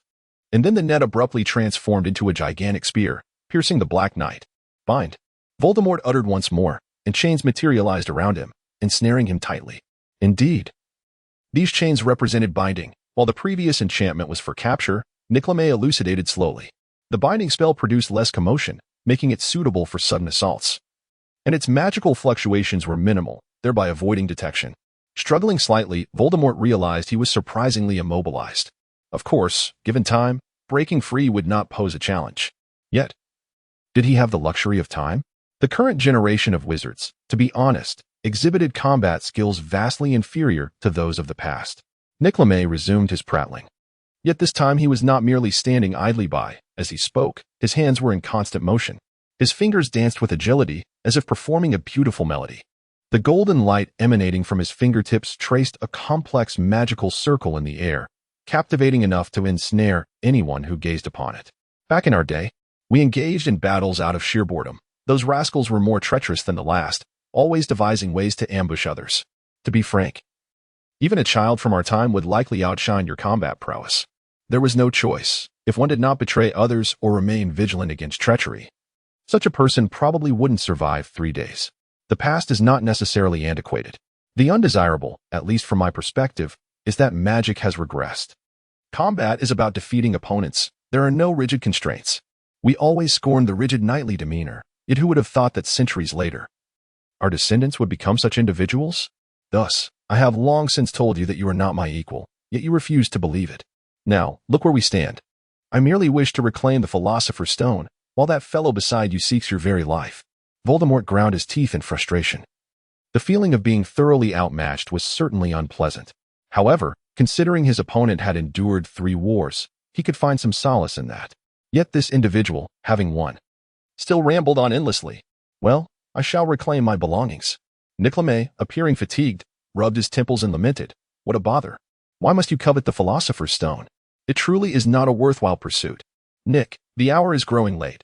We should hasten to retrieve the Philosopher's Stone." Dumbledore gently nudged Nick, who seemed on the verge of descending into trivialities once more. Dumbledore observed a fleeting expression of helplessness and regret on the face of Voldemort. What was this regret about? Was it for Voldemort, or was it something else? Indeed, time was of the essence. Today was the most opportune day for action. Uttering a seemingly nonsensical remark, Nickleme hastened his movements. He pointed at the magical array and then pressed it against Voldemort. "What have you done?" Voldemort bellowed in a mix of fury and dread, the fear stemming from the uncertainty of the array's purpose. "I truly desire to strike you. How dare you meddle with my possessions?" Nickleme's tone underwent a dramatic shift, imbued with a brazen audacity. "Ah, how dare you not reflect upon your own insignificance? Not only did you take my belongings, but you also intend to merge them within yourself, forcing me to exert such effort to retrieve them." You Voldemort roared in anger. Yet he found himself bound tightly by Nickleme, unable to extricate himself. "How dare you? That is mine. Do you understand? It was acquired at the cost of my life, and that of a multitude of friends. Do you comprehend that? Nickleme shot a fierce glare at Voldemort before turning to Dumbledore, unleashing a torrent of invective. Dumbledore, you are no paragon of virtue either. Why must you use my Philosopher's Stone as bait? You must be doing this out of jealousy, envious of my youthful good looks, are you not? Oh. Even at the age of 666, I still attract the attention of beautiful women on the street. Unlike you, you have grown old. Hill and Draco stood in astonishment. Could this truly be the greatest alchemist of modern times? It was evidently nothing more than a scoundrel. Dumbledore, unfazed, merely smiled and inquired. Nick, my old friend, how do you feel? Marvelous. Unprecedentedly splendid. It's a sensation I haven't experienced in several hundred years. Nearly headless Nick seemed to leap about in a frenzy, waving his hands exuberantly before exclaiming, Tonight, I shall seek out 5 lovely ladies to spend the night with. No, I shall pursue 10. Silently, Hilmer wiped the cold sweat from his brow, and then addressed Draco, Forget everything you have seen. Let us instead cherish the memory of the formidable and dependable Nickleme. Draco nodded stiffly. Congratulations on regaining your senses. However, if my memory serves me correctly, Perennial should also have regained hers. If you fear she might feel envious, I wholeheartedly endorse your decision, Dumbledore remarked with a smile. Unexpectedly, Hill discovered that the previously exuberant Nickleme had suddenly fallen silent, his body trembling slightly, and his lips moving gently as if uttering something. I never want to eat pasta again. This was what Hill deciphered through lip reading, a revelation that left him and Draco exchanging bewildered glances. All right, let us begin. Time is of the essence. Nickleme's voice took on an inexplicable tone as he remarked, My time is limited. We must act swiftly. Though brief, this moment is sufficient. Is it not? We shall embark on another journey thereafter, and we will await your arrival, Dumbledore. With that, Nickleme turned away, obscuring his expression. Excess can be detrimental. The balance between gain and sacrifice is seldom equal. This is my final counsel. The Philosopher's Stone, the bane of my existence. It is time to bring your reign to an end. You should never have existed. Nickleme spread his arms wide, a formidable pressure emanating from him, surpassing even the intensity of his battle with Voldemort. Come forth. Nickleme grasped, his hand penetrating Voldemort's body, seizing the undulating Philosopher's Stone. Boom. Dumbledore brandished his wand, conjuring a shimmering silver shield before him, safeguarding both himself and Hill, Draco. Voldemort's visage contorted in agony, as if Nickleme's actions inflicted immense suffering upon him. It seems you have found your next master. Will you abandon me? Nickleme spoke coolly. Yet, such a thing as you should never have come into being. You cursed stone. As Hill reminisced about Dumbledore's earlier words, he had already grasped the full extent of the matter. The Philosopher's Stone was not the flawless entity one might expect. For its creator, Nicholas Flamel, it was a cursed stone, a haunting nightmare throughout his existence. It seemed that the stone granted him eternal youth. Yet the cost was the loss of all sensation, rendering him akin to a living corpse. Presently, the stone appeared to have chosen Voldemort as its master, beginning to merge with him. Consequently, its former owner, Flamel, was cast aside, thus attaining a form of liberation. However, for both personal and moral reasons, Flamel could not permit the existence of the stone in this world. In that tome, he seemingly destroyed the Philosopher's Stone. Yet, just as Flamel had extracted the stone, Voldemort suddenly stirred. The stone is mine, it belongs to me, he cried. Flamel was evidently unprepared for Voldemort's ability to move, or rather, he had not anticipated the profound connection between Voldemort and the stone. Alone, Voldemort lacked the power to break Flamel's enchantment, but with the stone, the situation transformed. Was it the knowledge of impending destruction that sparked this sense of urgency? Flamel murmured, shaking his head. To him, it was merely a desperate struggle of a cornered beast. Under the overwhelming pressure of absolute power, all was but an illusion. He hastened his actions, gradually pulling the stone outward. Though slow, it was a continuous process. In a mere half-minute, the stone would be extracted. This half-minute was crucial. Voldemort, clearly unwilling to allow Flamel to proceed unimpeded, prepared to flee without hesitation. Although Hogwarts prohibited apparition, like Hill, he had his methods to escape. Be honest with me, Flamel commanded, observing Voldemort readying to activate a certain device for his departure. With a gentle swipe of his hand, a scroll materialized in his grasp. He cast a fleeting glance at it before tossing it to Dumbledore. Here, take it. Freedom is a rare commodity. Initially, that group created 15 of these, distributing them among the strongest 15 dark wizards. However, their plan was leaked. leading to their ambush and demise. Thus, these 15 scrolls are scarce. Dumbledore accepted the scroll, stowing it away without a second glance. For him, within Hogwarts, utilizing his authority as headmaster meant that reaching any location was merely a thought away. However, such authority came at a cost. Previously, he was indifferent to this. But now he had to take heed. Dumbledore's authority as headmaster was more akin to power and capability, while Hill's was closer to mere permission, a key-like existence, devoid of any extraordinary power. Flamel's nonchalant acquisition of one of the life-saving artifacts, the Freedom Scroll, left Voldemort's eyes wide with disbelief. This was one of his trump cards. Simultaneously, he gained a profound understanding of Nicodemus's formidable prowess. Truly, he was a wizard who had survived the cataclysm of 3 wars. As 15 seconds elapsed, beads of sweat began to form on Nicodemus's brow. Voldemort attempted to flee multiple times, only to be thwarted by him.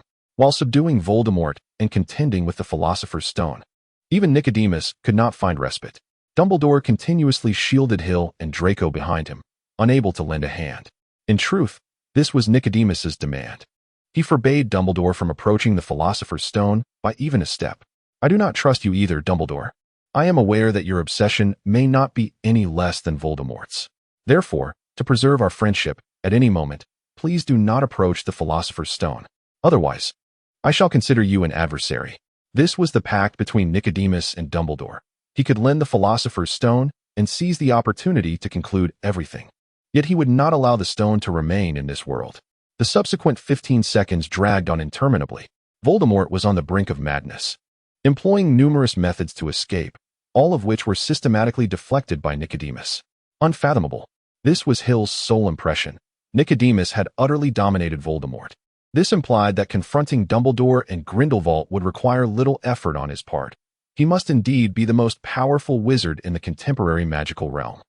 Nicodemus remained at the pinnacle of level 8, yet his displayed strength surpassed Dumbledore's by a considerable margin. Perhaps he had already grazed the edge of level 9. Regrettably, such a potent wizard had spent the majority of his life shackled by the Philosopher's Stone, and only now did he possess a glimmer of opportunity for liberation. Following his emancipation, after relishing a fleeting semblance of tranquility, he was destined to perish. In a quiet moment of the night, he would sit peacefully on the sofa with his wife, who had accompanied him for much of his life, patiently awaiting the arrival of death. Shaking his head, he'll cast aside his impractical fantasies. Such a mighty wizard, his demise could hardly be mundane. A death befitting his stature could only be accompanied by thunder and lightning, torrential rain, and the earth splitting apart. Yet, Hill remained unaware that while many yearned for a grand exit, this was not Nicodemus's desire. He sought nothing more than a tranquil end. He had witnessed the spectacle of a dramatic death long ago. Reluctantly, the Philosopher's Stone was ultimately extracted by Nicodemus. As he toyed with the stone in his hand, a flicker of hesitation crossed his face. For him, the stone was the nightmare of his existence. However, it was also a treasure earned at the cost of countless comrades' lives. Should he destroy it? That would render his comrades' sacrifices utterly meaningless. It would deny their sacrifices and the shared history they had forged. Should he keep it? This is the cursed stone, the very wellspring of misfortune, the source of all malevolence. Such an object is beyond the control of any mortal. None possess the merit to wield it. Perhaps only a deity is worthy of your power. With a sigh, Nicoline prepared to stow away the magical stone, having made his resolution. The process of destroying the stone is intricate and demanding. The current circumstances are insufficient, and thus, he must await his return to address the matter. Hill faintly heard a sharp, piercing cry, akin to a dying wail, brimming with reluctance, despair, and resentment. Draco suddenly exclaimed, shaking Hill's shoulder fervently. Look, Hill. He need not remind him.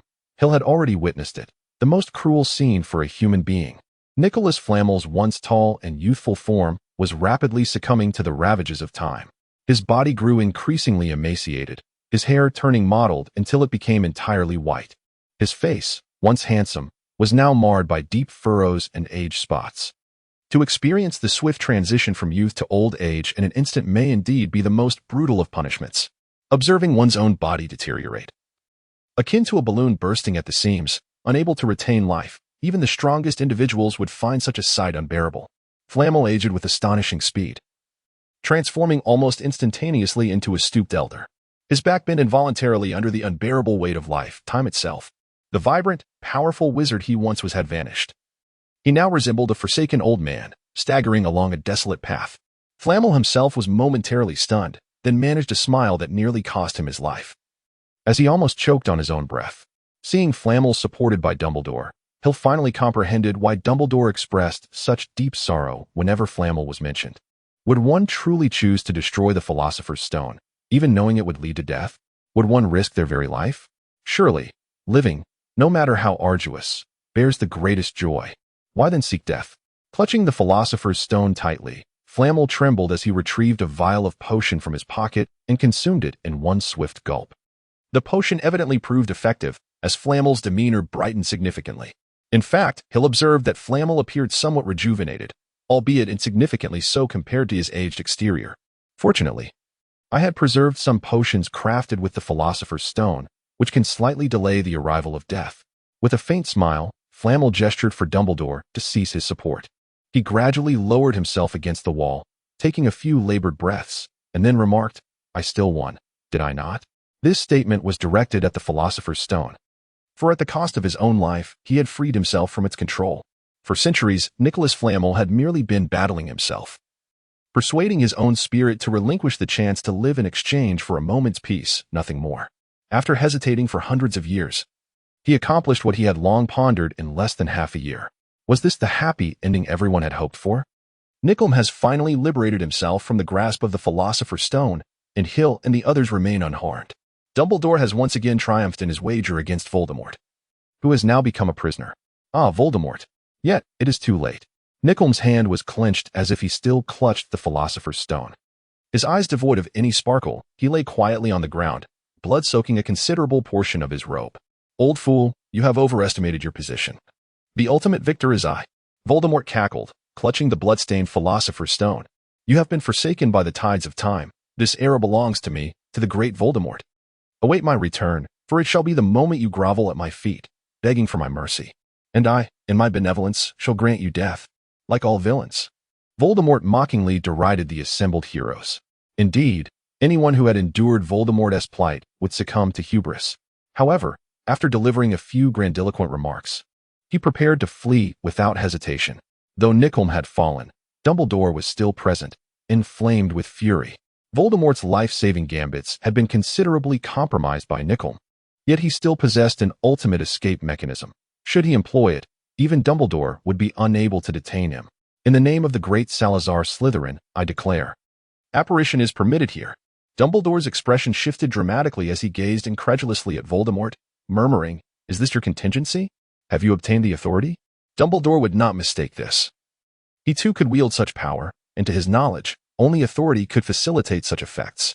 The four founders, wary of the school being exploited by malevolent forces, had not fully opened Hogwarts. They concealed numerous secrets, including hidden chambers and various artifacts they had left behind. Indeed, their authority endured. The four founders were not akin to the headmaster. Their status was far more exalted, transcending all, existing in a realm above the mundane. Hogwarts, as their most distinguished achievement, encapsulated their devotion. For instance, the enchanted ceiling was a tribute to Rowena Ravenclaw's passion for astronomy, solidifying her legacy. Though they have passed, they have left behind remnants of their essence. Upon hearing Dumbledore's words, Hill was taken aback, unlike Draco, who appeared utterly bewildered. He understood all too well what such authority entailed. Even an 8th-level wizard is unable to perform apparition within the confines of Hogwarts, a truth universally acknowledged over the centuries. Originally, Voldemort was incapable of such feats, and neither Dumbledore nor Hill anticipated that Voldemort had somehow acquired this privilege. Even more astonishing was the fact that, in that moment of grave peril, he chose not to employ his final trump card. He was gambling. A glimmer of insight flashed in Hill's eyes as he realized that he had been wagering on the belief that the Philosopher's Stone would not abandon him. In truth, Voldemort had come to trust Dumbledore and Nick's words. He had grasped the nature of the Philosopher's Stone. After all, he had been in contact with it. He could sense that this stone was not merely an inanimate object. It possessed a form of life. The essence of life here does not imply that it has an independent personality like the Sorting Hat or Buckbeak, but rather that it embodies the most fundamental instincts of living beings, self-preservation and the pursuit of benefit. Voldemort could perceive the joy conveyed by the stone upon their first contact. It was elated. It was thrilled. He even faintly sensed a subtle wave of hunger emanating from it, a desire to be satisfied.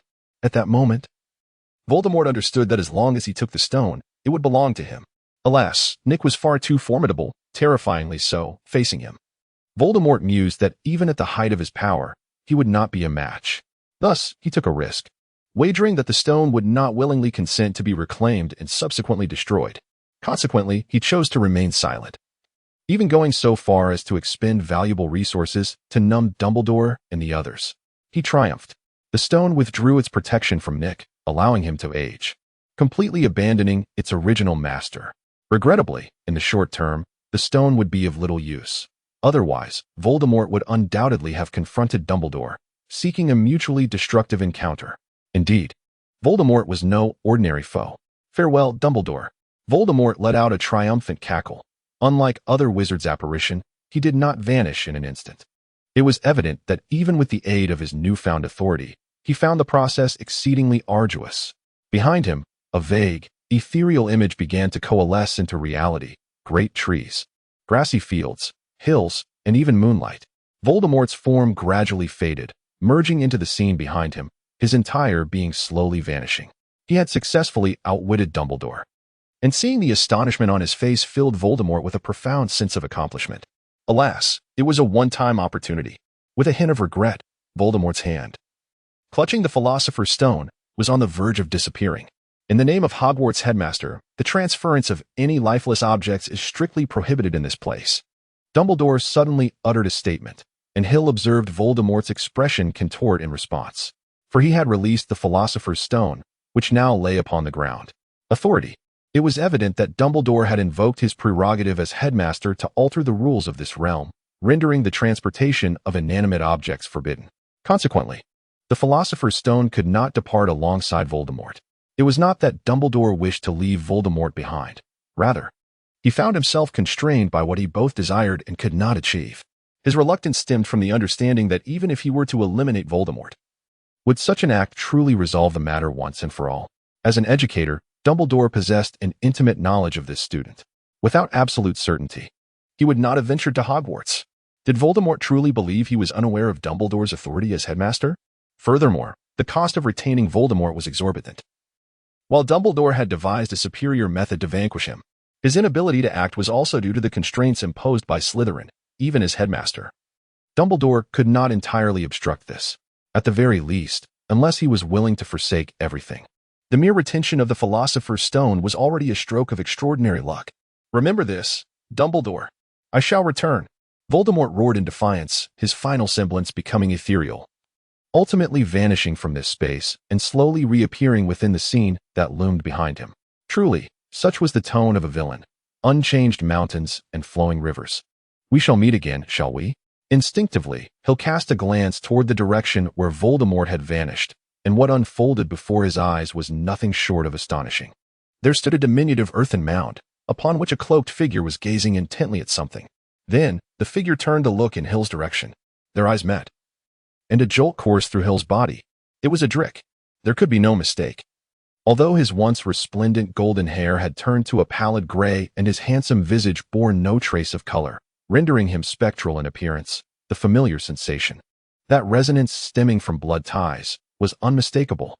In the next moment, Adric turned away, directing his gaze toward the looming presence of Voldemort, and then, astonishingly, he knelt. Adric had knelt. Adric had bowed before Voldemort.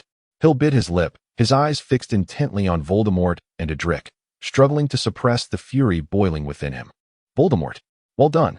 Previously, Hill had been perplexed as to why Voldemort did not expose him, considering he was also an accomplice. Now he understood, there was simply no need. Voldemort's words might not sway Dumbledore, but what Dumbledore witnessed would undoubtedly be believed.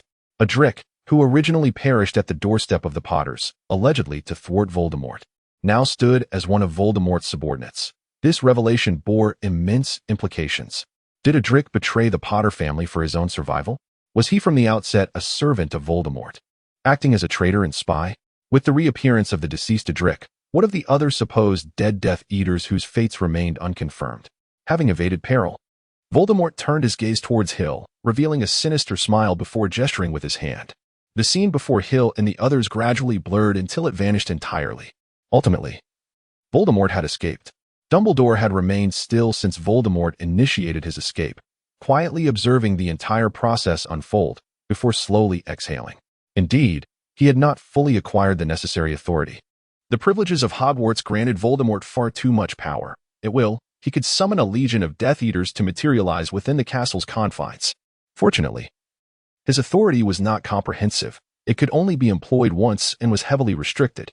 When Dumbledore witnessed Adric kneeling before Voldemort, a glimmer of insight flickered in his eyes as he glanced at Hill, noticing the blood drawn from his own lip, oblivious to his own pain, yet radiating anger and hatred. Adric, you are indeed still alive. With a slight shift of his gaze, Dumbledore conceived a new plan. Perhaps this course of action would be advantageous after all. With Voldemort's matter resolved, the next step was damage control. Numerous issues required attention, the foremost being the Philosopher's Stone. As Hill looked at the Philosopher's Stone at his feet, he could not help but glance at Nickleby, who lay on the ground. Voldemort's ambush had nearly cost the old man his life. Had it not been for the remarkable defensive properties of his wizarding robes, he might have been lost. At present, the 666-year-old had fallen into a coma, but Dumbledore had urgently tended to him, ensuring he would be safe for the time being. Bending down, Hill picked up the Philosopher's Stone, acutely aware of a searing gaze fixed upon him throughout the process.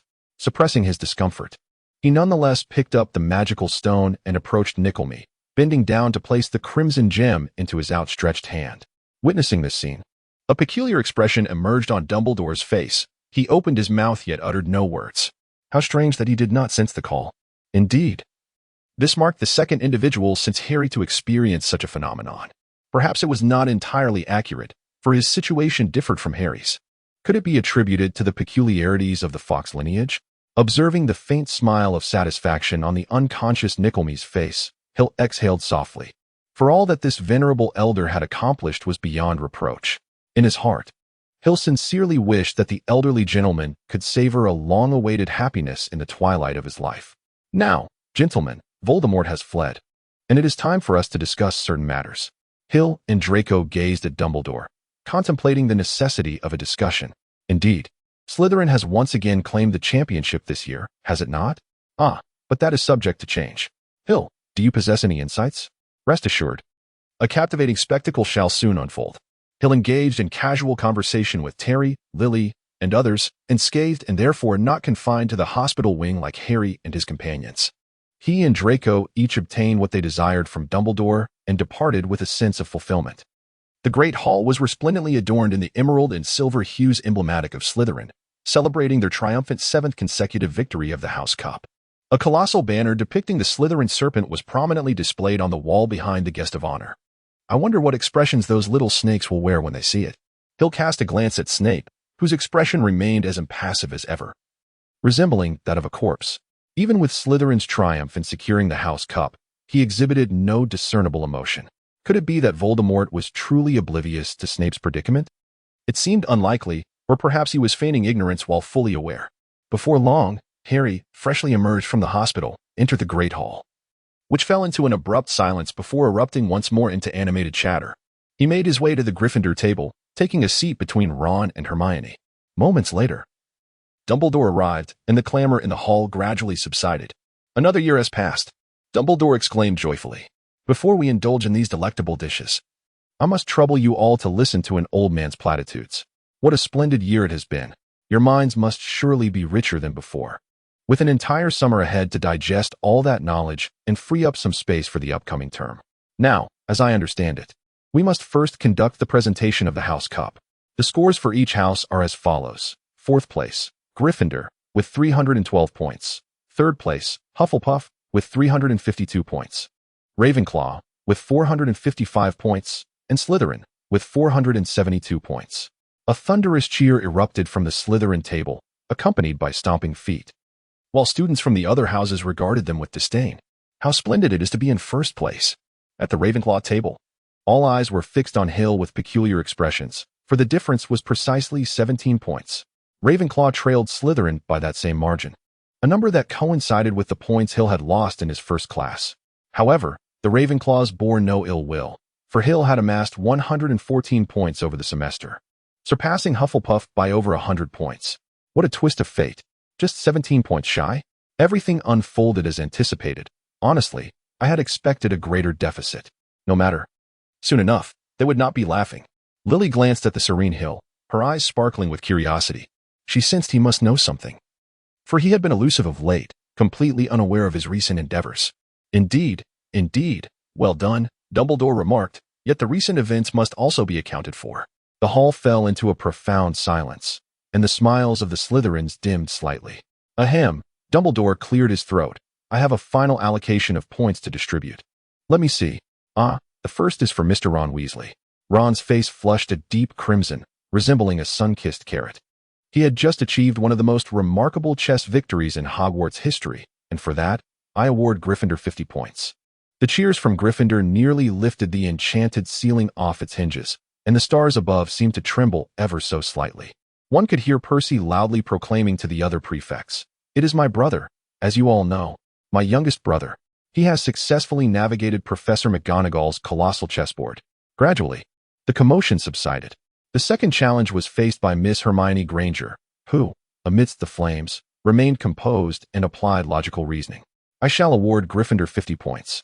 The Gryffindor students erupted in jubilation, leaping at the table as their scores surged by 100 points. The third participant was Draco Malfoy, as Dumbledore announced. An immediate hush fell over the hall.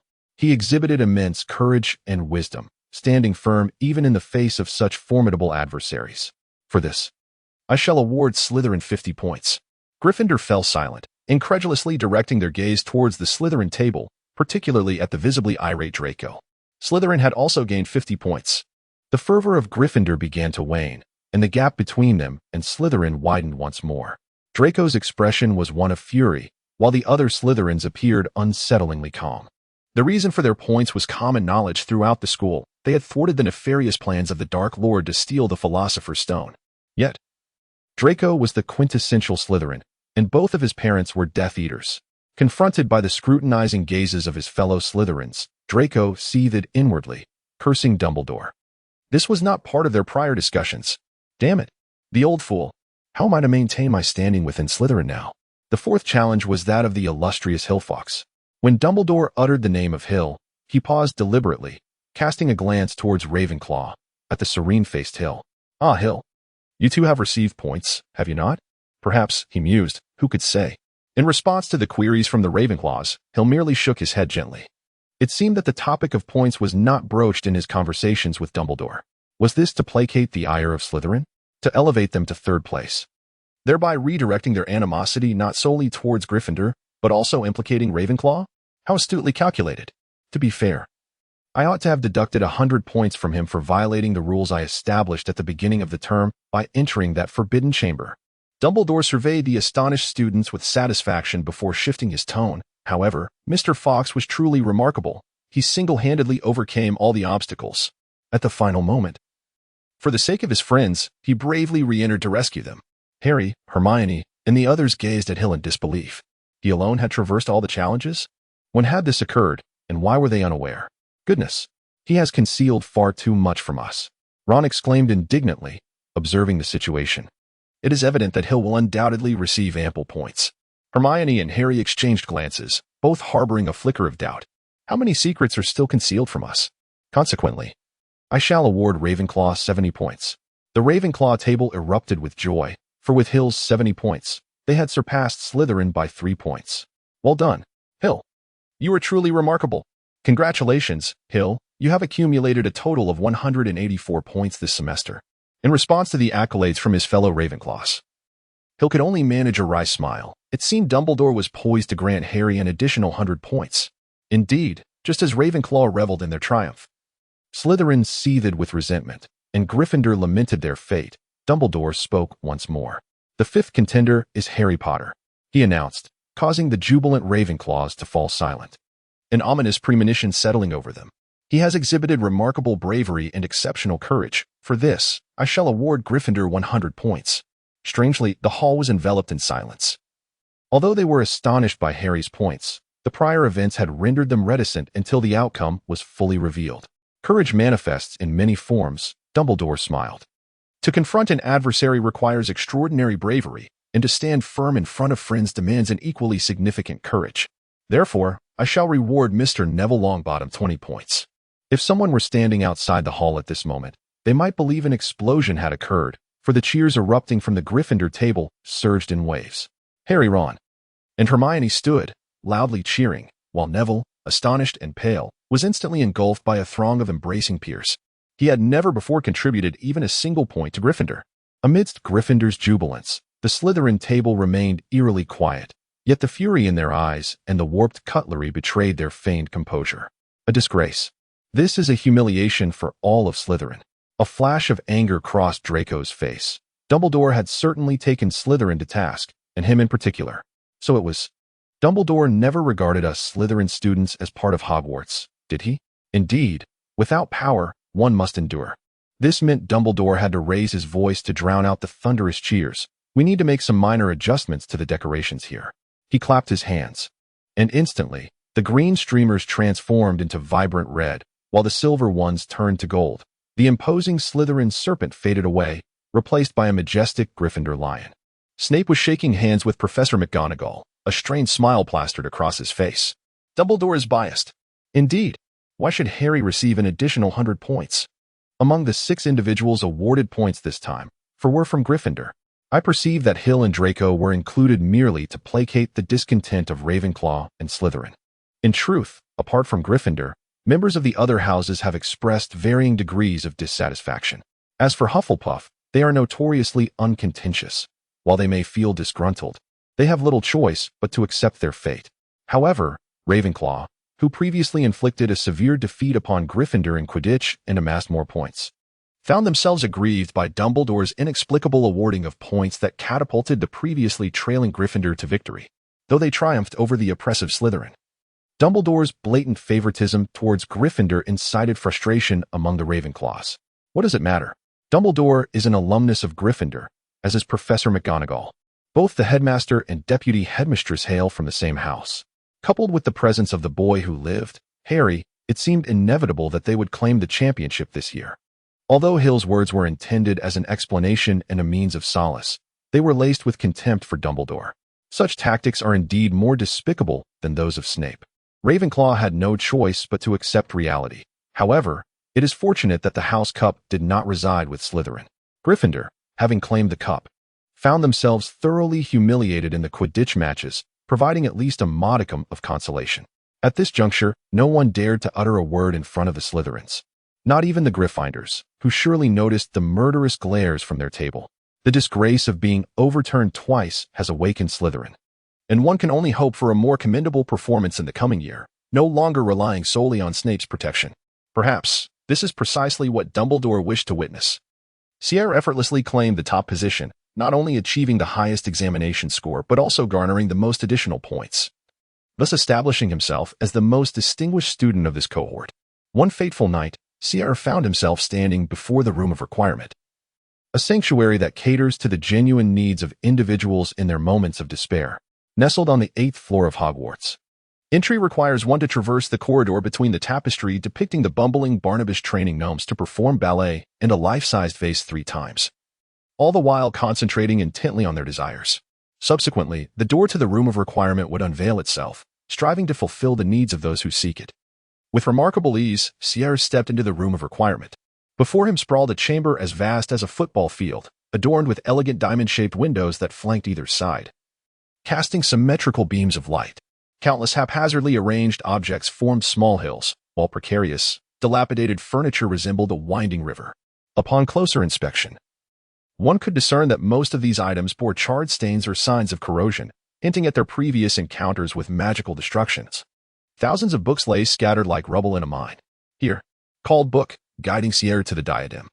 He spotted the half-length statue of an unsightly wizard atop a long rectangular crate, accompanied by a diadem tarnished with dark rust. There shouldn't be any issues, right? Sierra mused, aware of the dangers posed by Horcruxes and mindful of the need for caution. With the protection of soul guardians, as long as one does not wish for harm, no one can jeopardize their soul. Moreover, it seemed that the situation was far more favorable than he had anticipated. The diadem was in good condition and had begun to suppress the fragments of Voldemort's soul. Reassured by Book, Sierra decisively seized the diadem. Observing its weathered and rust-stained surface, he furrowed his brow and carefully searched for an inscription, ultimately discovering the phrase, "Invaluable wisdom is a person's greatest treasure." After securing the diadem in his bag, Sierra slowly exited the room of requirement, feeling an overwhelming sense of urgency. He could not abide the thought of his father succumbing to Voldemort's influence.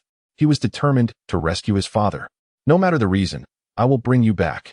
As they approached their farewell, Sierra bid adieu to Kaka and Harry, expressing that the past year had flown by and that the time ahead might pass even more swiftly. "It has been a genuine pleasure to meet you all." Harry appeared quite exhilarated, having forged numerous friendships and shared many experiences throughout the year, which had deepened their bonds. "During the summer, feel free to come out and play. I'll go mad cooped up at home."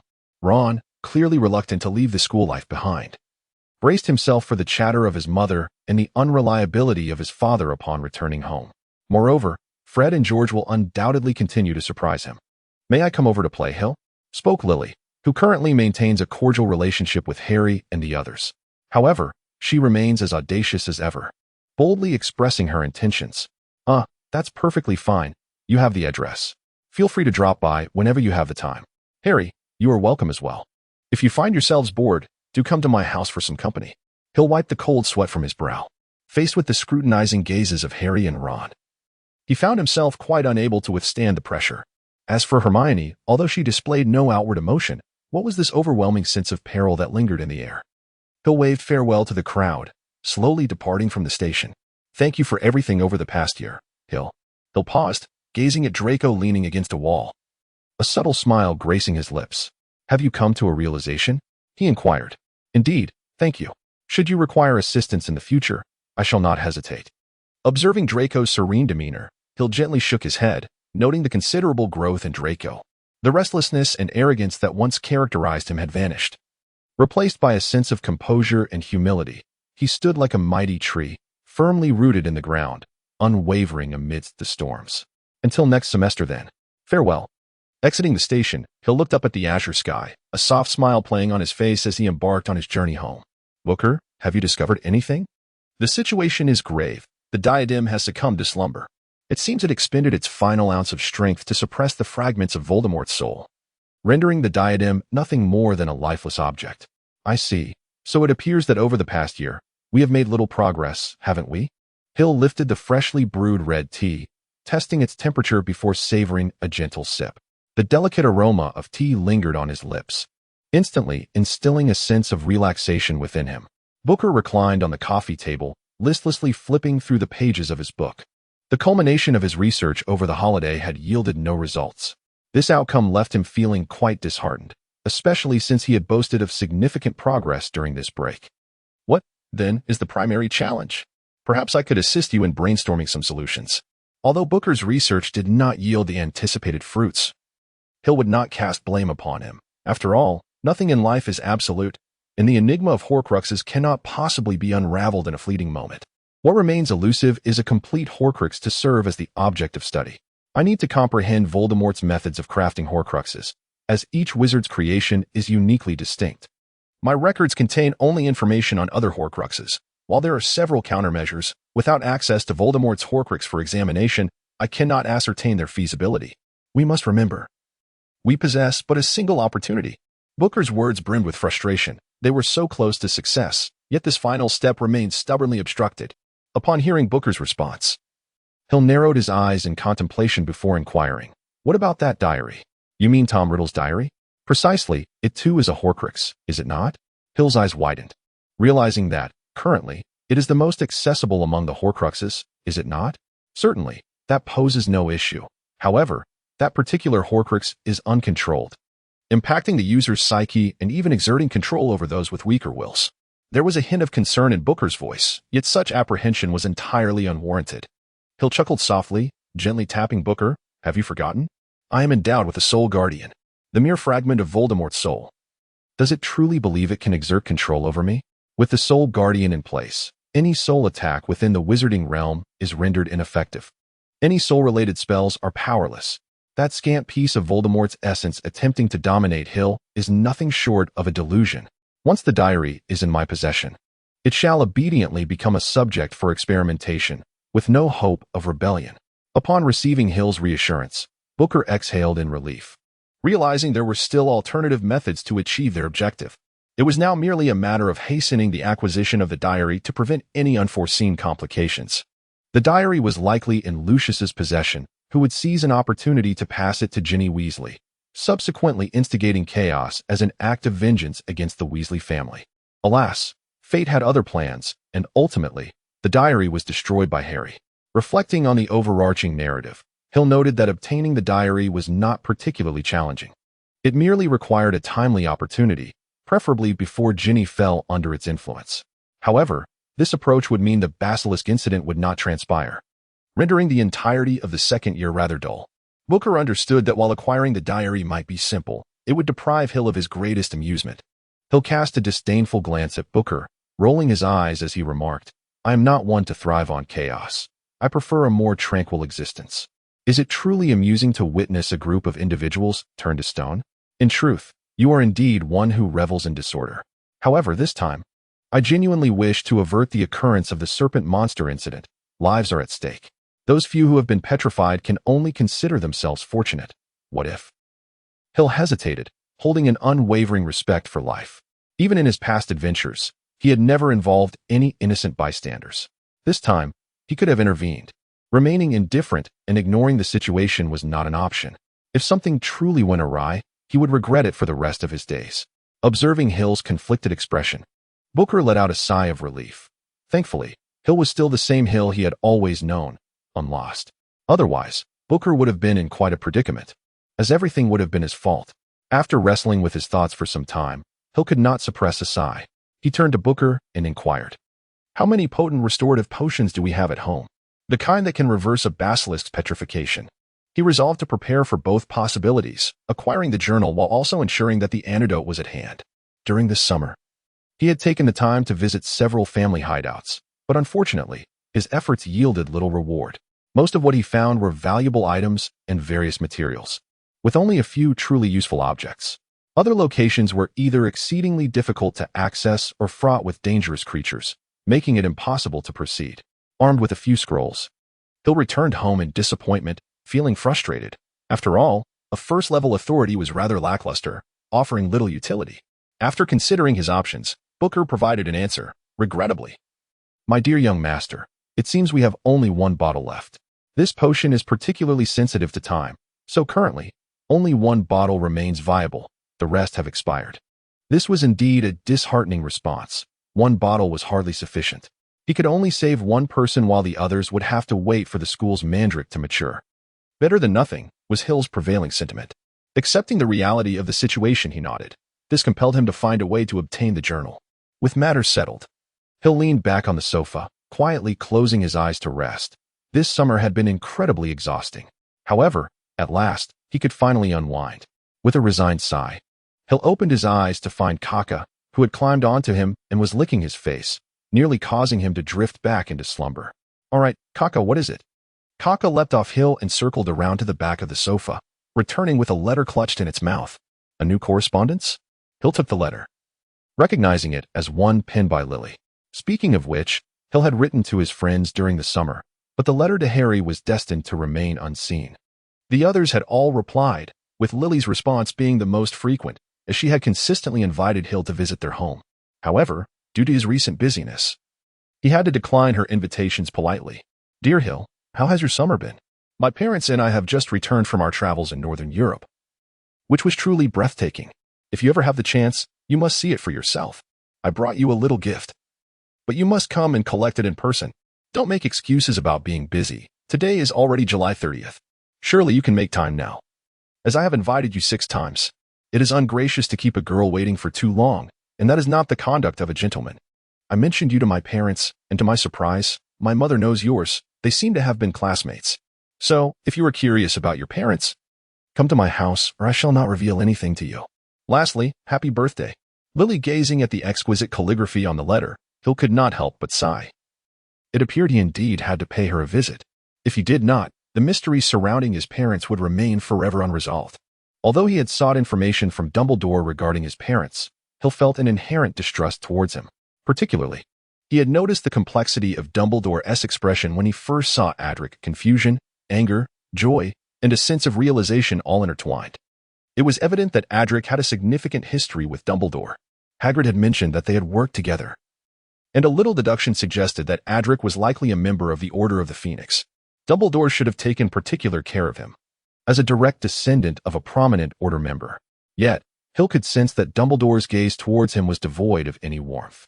Indeed, while Dumbledore's demeanor was often genial, his words gentle and frequently accompanied by a smile, there was never a trace of kindness in his eyes when they met Hill's. That gaze instinctively reminded Hill of Voldemort. When Voldemort first encountered him, it was with a similar look. Subsequently, Voldemort had attempted to use the Cruciatus Curse to extract Hill's memories. Clearly, Dumbledore likely harbored some interest in Hill's memories, or, more specifically, in the Fawkes family. Perhaps there lay something he wished to obtain. Regardless, that wretched old man was utterly untrustworthy, and Hill resolved that he would not place any faith in him whatsoever. Contemplating these matters now seems utterly futile. One can merely exercise caution.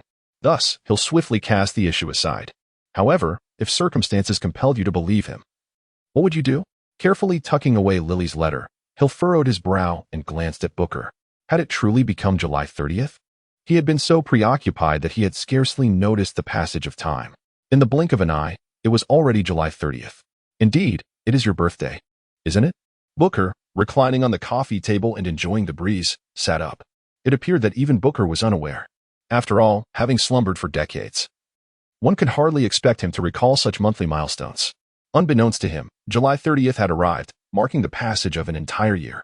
Hill stared vacantly at his teacup, reflecting on how swiftly the year had flown by. Indeed, the days of yesteryear had not passed with such rapidity. Back then, a single day felt as lengthy as a year. As Booker was animatedly recounting this, Hill inadvertently spilled half a cup of red tea onto him. Observing the sudden silence from Booker, Hill remarked coolly, "Let us refrain from discussing the past. I do not wish to hear about it again. Understood?" After a moment of silence, Booker nodded obediently, realizing that such matters were best left unspoken. "Very well, prepare yourself. I must pay a visit to Lily's home. I hope to obtain what I seek."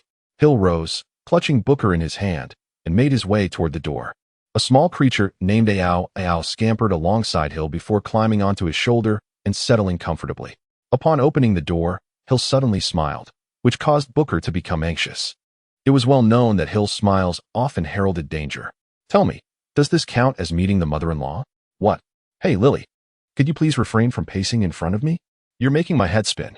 Watching Lily nervously flit about the living room, Stonda felt overwhelmed. Simultaneously, he harbored immense frustration toward the individual responsible for his daughter's peculiar behavior, the scoundrel named Hill Fawkes. "Oh no, this vase should be placed here."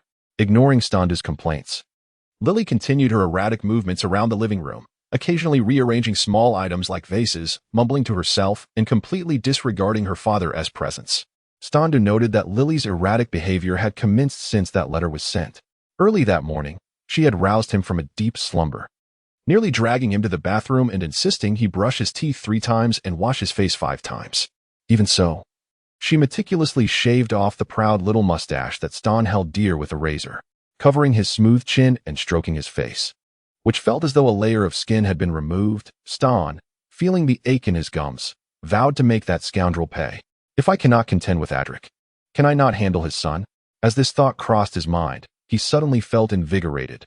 Just for this reason alone, he could not easily forgive that rascal. However, "Are you certain your daughter would allow such a thing to occur?" Somewhere distant, Hill let out a heavy sneeze, raising his head to glance at the brilliant sunshine. He shook his head, convinced that someone was talking about him. "It must be Lily." "Apologies, it is a strange uncle who is speaking of you. Not the Lily you had anticipated." Furrowing her brow and wandering for several hours, Lily confirmed that there was nothing left to tidy in the living room before shifting her focus to the kitchen. There, her mother, Tina, was preparing a meal. Upon seeing her dutiful daughter enter, Tina tossed a few sausages into the pot, turned around, and with a sly look, gazed at Lily, who wore a serious expression. Unable to suppress her curiosity, "How can you be so sure that Hill will come today?" Without a moment's thought, Lily replied emphatically, "He will definitely come today." Seemingly aware that her emotions were slightly askew, a faint blush crept across Lily's face. Tina smiled, realizing that her daughter might have someone special in her heart. Yet, would there be a resolution? "His name is Hill Fawkes, isn't it?" Although she already knew the boy's name, Tina felt compelled to confirm once more, as his father. Adric lingered in her thoughts. Adric, even you must face mortality, mustn't you? Lily nodded vigorously, as if struck by a thought, her face brimming with curiosity. She inquired, Mother, you mentioned you were classmates with Hill's father. Is that true? The reason Lily was so certain Hill would return today was that she had used information about Hill's parents as bait. After a year of acquaintance, she understood Hill's obsession with his parents, an intense desire to uncover everything about them. However, she wasn't entirely sure if her mother was indeed a classmate of Adric's. What if her parents did not know Adric, or if the Adric they knew was not Hill's father? Observing Lily's conflicted expression, filled with hope and anxiety, Tina felt a moment of nostalgia. Her daughter bore an uncanny resemblance to her younger self. In her youth, she too often found herself in such turmoil. Though her daughter possessed far more strength than she ever did, Lily embodied the courage that Tina had always yearned for, a quality Tina had long sought. Each time she believed she had mustered that courage, when faced with him, she would swallow her words back down. Upon returning to her dormitory, she stomped her feet in frustration, tugging at her hair, overwhelmed by regret. Just as she mustered the courage to express her feelings in those final days, he preempted her with a statement that utterly shattered her emotional defenses. Helena has finally agreed to marry me. Courage, the timid version of herself, now seems so loathsome in retrospect. Mother, what are you thinking? Tina felt her body jostled by an unseen force. She snapped back to reality to find Lily, having noticed her distraction, pulling her from her reverie. I apologize. I was lost in thought, Tina replied, a hint of remorse on her face. Though she wished to avoid revisiting the past, she felt compelled for the sake of her daughter. Mother, do you truly know Hill's father, Adric? Tina nodded, turning to retrieve the sausages from the pot before adding other ingredients. This was also a means to conceal her expression. She must not allow her daughter to witness her discomfort. Adric Fox, right? I indeed know him. We were quite good friends in the past. At this, a tremor coursed through Tina's body as she recalled his wife, Helena, and their son, Hill. Indeed, your father was a Hufflepuff, while I was a Ravenclaw. We graduated in the same year as Adric, a year that included many, including the parents of Harry Potter. Oh right, you are also a Ravenclaw. How could I forget? Lily gently tapped her forehead with her fist, realizing that knowing Adric was hardly surprising. So, what kind of person is Adric?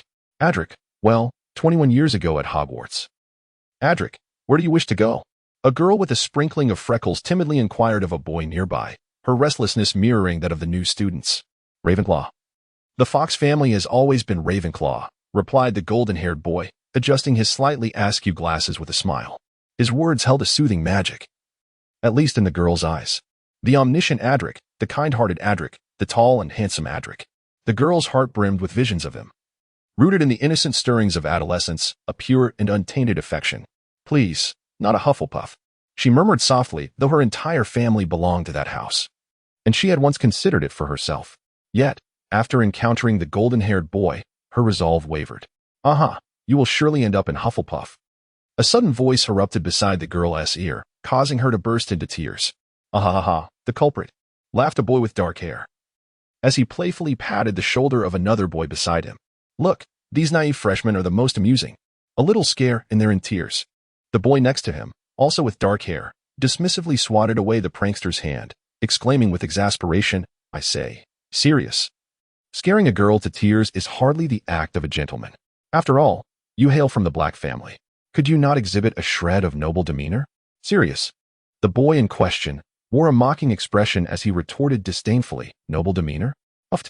James, do you truly believe that once I join Gryffindor this year, that old codger will not disown me from the family? The two began to debate their respective families, completely disregarding the sobbing girl, for to them, it seemed inconsequential. You must apologize to her. Sirius turned to see Adric, his expression grave. A smirk crept across his lips as he remarked, well, if at ISNT the all-knowing Adric. What is this? You're standing up for her? Sirius held a deep-seated animosity towards aristocrats. You must take responsibility for your actions. Adric's gentle smile vanished, replaced by a serious and resolute demeanor. One might find it amusing for an 11-year-old to be so earnest, yet Adric's face bore no hint of jest. His intent was unmistakable. You shall apologize to that girl. It was merely a joke. What is the big deal? Sirius finally acknowledged the still weeping girl and sensed something was amiss. Goodness, why was she crying so fervently? Had he truly gone too far? For the first time, Anger flashed across Adric's face.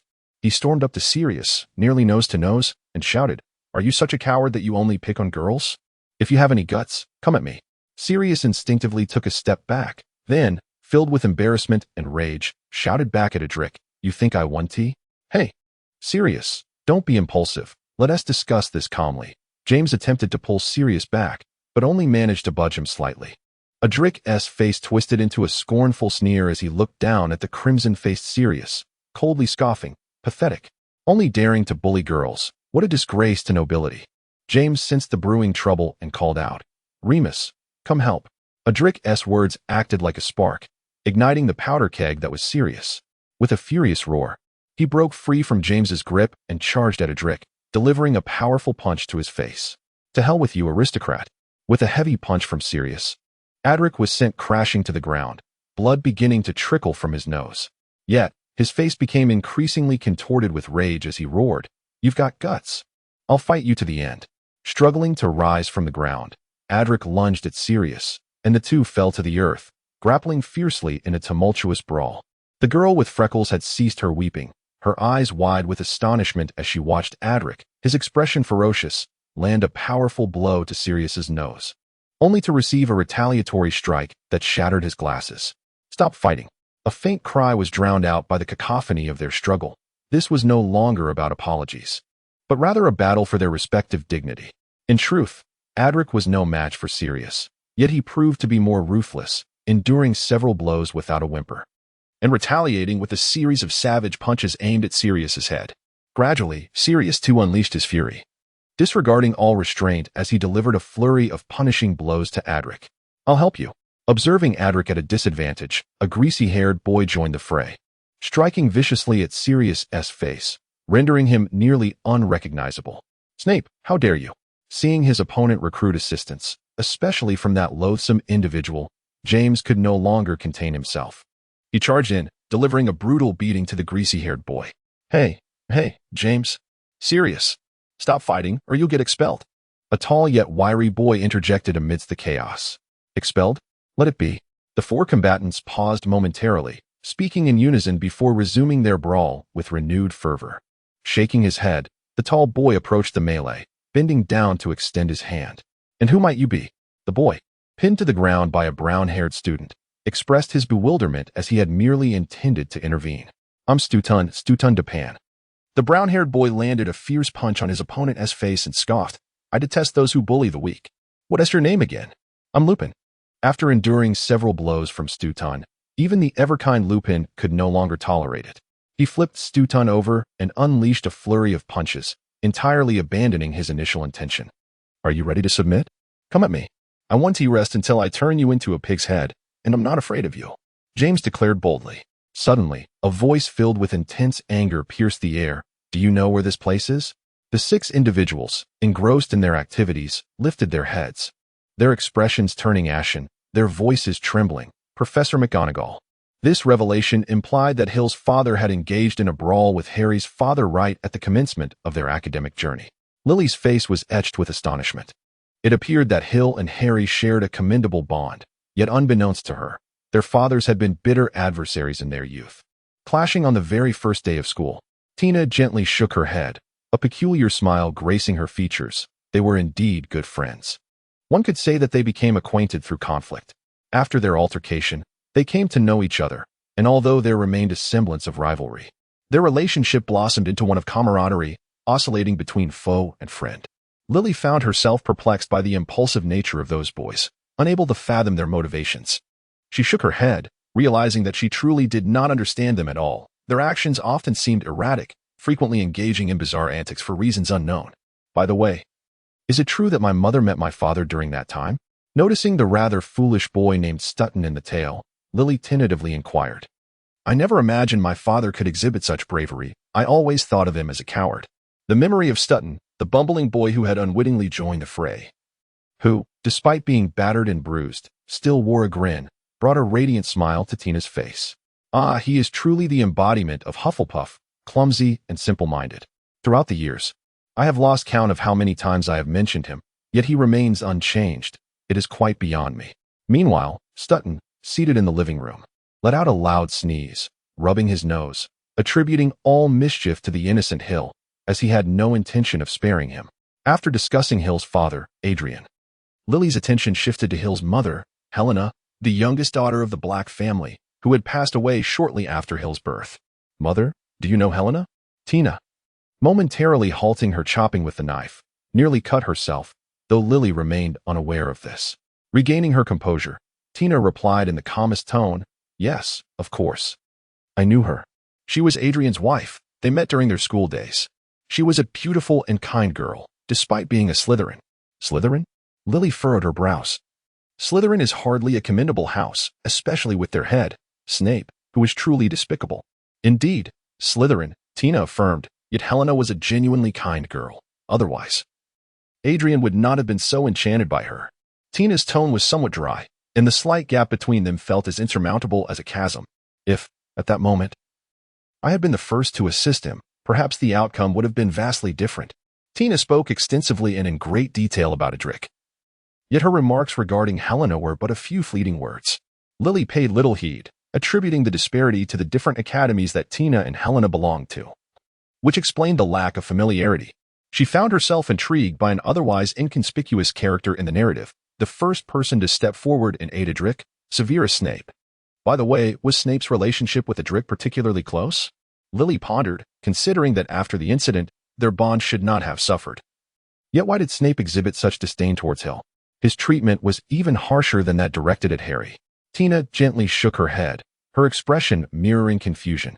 Upon hearing about the discord between Snape and Hill, she too was taken aback. Their relationship had always been amicable, at least during their school days. James and his friends frequently bullied Snape, while Edric consistently sided with Snape in those matters. As for the animosity you mentioned that Snape harbors towards Hill, it might have emerged after graduation. This remains the only plausible explanation, yet what could have transpired to provoke such a drastic shift in Snape's demeanor? Ding dong. The ring of the doorbell interrupted the musings of mother and daughter. A look of surprise illuminated Lily's face as she darted out of the kitchen. Passing through the living room, she roused Stun, who had been dozing on the sofa, straightened his attire, and then hurried to the door. Taking a few deep breaths to calm her fluttering heart, and ensuring everything felt natural, Lily opened the door. The dividing line of Hill reaffirmed the accuracy of the address. He pressed the doorbell and awaited a response in silence. Lily's residence was situated in a quaint town in northern England, and Hill had swiftly arrived here by means of a flying powder, following the address provided by Lily. Before him stood a modest apartment building, slightly weathered yet exuding a natural charm. The lawn in front was evidently well maintained, its evenness unmarred by a single blade of grass that dared to rise above the rest. The walls, somewhat mottled, were adorned with climbing ivy, enveloping the entire structure in a lush green, creating a pleasing aesthetic. This abode had been cast under the muggle-repelling charm. Invisible to non-magical folk, accessible only to wizards. Hill observed that there appeared to be several similar wizarding households in this town, imbued with a sense of familiarity, as if something deeply known lingered in the air. Just as Hill was idly waiting, a voice from Booker echoed in his mind, delivering an unexpected message. Could one discern what it was? Hill furrowed his brow. The small town appeared quite ordinary. What could possibly evoke such a sense of familiarity in Booker? It was unclear, sporadic, and not particularly evident. Booker's voice hesitated before finally stating, "Perhaps it is merely an illusion. I have been rather anxious lately." "Do you even possess nerves?" Hill quipped, disregarding Booker's remark. In truth, Booker was quite anxious, for it had uttered a falsehood. The apprehensive Booker feared that Hill would uncover its deception. Yet it could not divulge this matter directly to Hill. It had to await the opportune moment. This situation also illuminated certain aspects that had previously eluded its understanding. So it was, indeed, a clever calculation. Hill had no time to pay attention to Booker, for at that very moment, Lily had already opened the door. Upon seeing the weary and long-traveled Hill, Lily was overwhelmed with excitement, rendered momentarily speechless. Meanwhile, Hill found himself at a loss for words, uncertain whether to greet her with a simple hello, comment on the fine weather, or express how long it had been since their last encounter.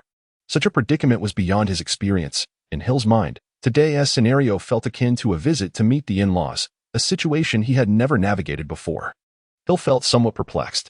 Despite having read numerous books, he found himself rather inexperienced in matters of romantic interaction between men and women, managing only slightly better than those who could not utter a single word. Speaking of which, did none of his ancestors ever pen a guide on the intricacies of courtship, or how to bring joy to one's girlfriend? In truth, one of his forebears had indeed authored a similar tome, recounting his exploits in wooing 19 women. Booker's lewd voice echoed in Hill's mind. Yet, to his surprise, he did not feel repulsed. On the contrary, he was filled with curiosity and a keen interest in uncovering the secrets of seduction that his notorious ancestor had left behind. It seemed he had perused every book in his home, but he had no recollection of such a volume existing. Of course, it would not exist. Booker's tone dripped with a sense of inevitability. How could such a book possibly be found on the shelves? Did you think that the women of past generations were blind to such matters? Hill was rendered speechless. Indeed, a book of such nature would likely not find a place upon the shelf, even if that ancestor possessed the utmost audacity. For the discovery by his own wife would be intolerable. Thus, he chose to conceal this book within my records. A glimmer of excitement sparked in Hill's eyes. With the possession of such a guide to wooing women, not to mention the prospect of engaging with someone like Lily would surely be a breeze. However, an apology followed, for this book required a level 3 access to unlock. Booker's voice resonated with a mischievous triumph, and indeed, it was said that 3 days without a reprimand would embolden even the boldest of spirits. Such was the essence of Booker. He had seemingly forgotten the terror that Hill once instilled in him. Hill's previously calm smile shattered entirely. Although he had engaged in an extensive conversation with Booker, only a few seconds had elapsed in the real world. Struggling to suppress the impulse to violently confront Booker, Hill faced the eagerly expectant Lily and finally managed to utter, "The weather is quite pleasant today." Hill endeavored to muster a radiant smile, but in the next instant, a torrential downpour cascaded upon him, an unexpected deluge. His lips twitched momentarily as he produced his wand, casting a waterproof charm upon himself. Then, turning to Lily, who was stifling her laughter at the doorway, he said, albeit weakly, "All right, shall we proceed?" "Of course," she replied, stepping aside to allow Hill to enter. After changing into appropriate footwear, they made their way to the living room. The layout of Lily's home was rather minimalist, starkly contrasting with the opulence of Hill's residence. The decor in this apartment was scant but imbued with a sense of warmth. Indeed, standing within, Hill felt enveloped in a cozy embrace, a warmth distinctly different from that of his villa. A complex expression flickered across Hill's face. It was reminiscent of the days 10 years ago, when his family's villa bore the same air. "Father, this is Hill, my classmate at Hogwarts." Lily's voice, as melodious as silver bells, interrupted Hill's reverie. Following her gaze, he furrowed his brow slightly. Something about the situation felt amiss. "Humph." Stunnon, holding his teacup, regarded the silver-haired youth with a scowl. There was no mistaking it. This was undoubtedly the son of that rascal, Adric. The signature smile they shared could not be mistaken. "Adric, humph. If I can't handle you, can I not manage your son?" With a stern expression, Stunton's tone darkened as he directed an almost menacing glare at Hill, demanding, "Are you Hill?" "Indeed, I am Hill Fox," he replied, nodding slightly. The chill in Stunton's demeanor intensified as he gritted his teeth and warned, "Do you dare approach?" With a raised eyebrow, Hill inquired about the situation. He turned his gaze towards Lily, who appeared equally indignant, glaring at Stunton, seemingly prepared to intervene and prevent him from uttering any more nonsensical remarks. "Are you Mr. Stunton Dupin?" Hill asked. The interrogation-like questioning was not to his liking. He casually settled onto the sofa opposite Stunton, propping his chin on his hands, maintaining a composed gaze locked with Stunton's. A flicker of embarrassment crossed Stunton's face. This rascal was surprisingly calm. However, today would be his downfall. "Just look at the trouble you've caused." Stunton slammed his hand down on the coffee table with force, inadvertently losing control of his strength, causing the table to topple over, scattering teacups across the floor. Hill and Ston nearly trembled in unison, their gazes momentarily averting before converging once more in silent accord. It appeared as though nothing had transpired, however. The beads of cold sweat that unconsciously formed on Ston's forehead and the slight quiver at the corner of his mouth betrayed him. Hill exhaled softly, sensing that Stun was in for a misfortune. "Father, there is something I wish to discuss with you." With a warm smile adorning her face and dimples that enhanced her charm, Lily uttered the words that would undoubtedly cause Stun the greatest anguish. Stun failed to anticipate his daughter's demeanor. Although this scoundrel was the son of Adric, he was nonetheless a guest invited by his own daughter. Moreover, this young rascal was the very first boy Lily had brought into their home. Stun cast a pleading glance at Hill, realizing that only he could possibly extricate him from this predicament. However, until Stun was dragged away by Lily, Hill merely responded with a calm smile. infuriating Stan to the point where he nearly brandished his wand to teach this heartless scoundrel a lesson. Humph. Did he think this would thwart my intentions? Such naivety. With keen interest, Hill observed as Lily dragged Stan into the kitchen, the latter casting a resentful glare at Hill. However, Hill remained completely indifferent to Stan's ire, reasoning that it was a matter of domestic affairs that did not concern him. As he watched Stan and Lily depart from the living room, Hill stretched lazily, leaning against the sofa with Kaka in his arms, aimlessly surveying the furnishings of the room, though nothing particularly striking caught his eye. Meanwhile, in the kitchen, Lily unleashed a torrent of reproaches upon Stan. Dad, weren't we in agreement? Hill is my guest. How could you behave this way? With her head bowed, Lily clenched her fists tightly, exuding an air of fierce determination that left Stan feeling apprehensively uneasy. Ahem, it was merely a joke. Stan's explanation fell flat. His usual eloquence that could outsmart even the shrewdest of wizards rendered ineffective in the face of Lily's indignation. Under the piercing glare of his frustrated daughter, Stan found himself swallowing back the retorts he had prepared. Tina observed Stan's crestfallen expression and Lily's lingering fury, a smile curving her lips into a delightful arc. This father-daughter duo truly was a precious gift bestowed upon her. All right, Lily, perhaps your father genuinely intended to jest. Let us not dwell on it any longer. Tina began to mediate on Stan's behalf, well aware after years of marriage of his whimsical nature, understanding that such light-hearted banter was indeed commonplace. Lily hesitated for a moment, but ultimately nodded, granting a reprieve to the pitiful Stan. Stan wiped the cold sweat from his brow, attributing the entire debacle to Hill, pondering how his beloved daughter could treat him so harshly if not for Hill's influence. Oh, how the once adorable Lily has transformed into such a fierce individual. Adric, you scoundrel, must you contend with me on everything? Before Stan could fully devise a plan to confront Hill, he was suddenly seized by a sneeze. Confused, he glanced around until his gaze settled on Tina's beaming face. Lily, could you step outside for a moment? Your father and I need to discuss something. Having learned the background of the situation from Lily, Tina excused her and then turned to Stan, offering a smile even warmer than usual. Of course, the inexplicable shadow that loomed behind Tina was best left unacknowledged. Stan had resigned himself to his fate. Bullying Adric's son was sufficient reason for Tina to reduce him to mere threads to feed the owls. Yet, he felt wronged, lamenting that he had barely begun to prepare for anything. After an anxious wait, the anticipated frying pan did not descend upon him, nor did the expected scolding rain down. Even the nostalgic 540-degree spin he had once endured was conspicuously absent. In this peculiar silence, it seemed that either Tina had devised a more terrifying means of dealing with him, or, Stan, are you still unable to let go? In the living room, Lily expressed her sincere apologies to Hill, elucidating the reasons behind the situation, that Stan was merely jesting. As she spoke, a wave of trepidation washed over her. She wondered if Hill would find such an excuse implausible and whether he might storm out in anger. Observing the anxiety and inner turmoil etched across Lily's face, Hill gently shook his head. How could he possibly cling to such trivial matters? Surely, Lily underestimated him. It's quite all right. Your father possesses a delightful sense of humor, and conversing with him is rather enjoyable. Upon hearing Hill's remarks, Lily found herself increasingly uncomfortable. She attributed all the blame to Stuton, convinced that once Hill departed, Stuton would undoubtedly regret his actions today. He would lament not having brandished his wand to give Hill a good thrashing. At least that would have provided some measure of relief. The two of them settled onto the sofa, discussing various matters pertaining to their summer break. In stark contrast to Hill's vacuous experiences, Lily's summer was brimming with richness. This year, the three of them journeyed to Northern Europe, where they indulged in 2 weeks of unrestrained enjoyment. Hill, what did you do over the summer? Hill shrugged. This summer, he had merely visited a few family storage locations to retrieve a few items.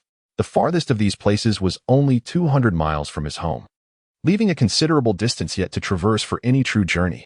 He had not ventured far. Instead, he remained at home, indulging in books and other pastimes. Why not take a stroll? He was uncertain of where to go or what to do, and, truth be told, he felt rather lethargic. Lily was taken aback, as she suddenly realized that Hill lived alone. Indeed, she often overlooked the fact that he was an orphan. His demeanor bore no distinction from that of other children from intact families. It was reminiscent of Harry Potter, that boy who had miraculously survived, who also showed no sign of his orphan status.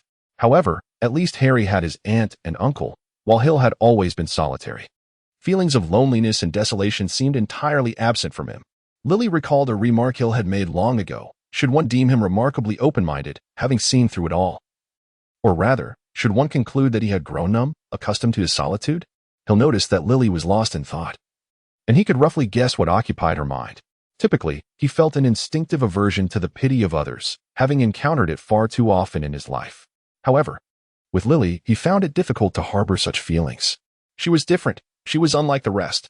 Unlike the conventional pity exhibited by others. Lily's sentiment was rooted in understanding. She endeavored to comprehend Hill's emotions and sought to unravel the intricacies of his past, even when Hill himself felt numb. Lily frequently displayed a sorrowful expression, grieving for the shadows of his history. How remarkably kind of her. After a moment of hesitation, Lily mustered her courage to ask, "Do you have any plans for the upcoming summer?" She intended to spend the time with Hill, hoping to bring joy into his life. In her eyes, every individual deserved a blissful childhood. Perhaps Hill had missed out on so much, and now she wished to help him fill in those voids. With a raised eyebrow, Hill pondered whether the pace of recent developments was indeed too swift. "You are Hill?" A gentle, melodious voice intervened, presumably belonging to Lily's mother. To Hill's surprise, she appeared considerably younger than he had anticipated. Given that she had a daughter as mature as Lily, he had assumed she must be at least in her 30s. However, Tina's visage bore no signs of the passage of time. In fact, Hill sensed that even a decade from now, she would likely remain untouched by age. "I am Hill." "Hill Fox," he replied. Upon hearing this, Tina felt her heartbeat quicken. Yet another fox. Slowly, she approached the sofa and settled beside Lily, while Stun cautiously took a seat behind them, careful not to make a sound. The living room fell into a hushed stillness, with Hill reclining on the sofa, cradling Kaka in his arms. Opposite him sat Lily and her family, all of them fixated on Hill. This sensation felt rather peculiar. Tina regarded Hill with a somewhat dazed expression. Over 20 years ago, another fox had similarly occupied a seat before her. She recalled their first meeting on the Hogwarts Express, when that gentle, courteous boy had assisted her in moving her luggage to her compartment, sitting just like this, with a standard spellbook in hand. Yet, there were distinctions. Adric had hair that gleamed like gold, while Hill's was silver. Adric's icy blue eyes were framed by spectacles, whereas Hill possessed silver irises and wore no glasses. Beyond their appearances, their auras diverged significantly. Adric was forever exuding confidence, pride, and warmth, while Hill, as Tina observed, appeared far colder. Indeed, he was frigid. Although a smile graced his lips, it lacked genuine warmth. His eyes seemed perpetually indifferent, as if nothing truly mattered to him. Was this a defense mechanism toward strangers?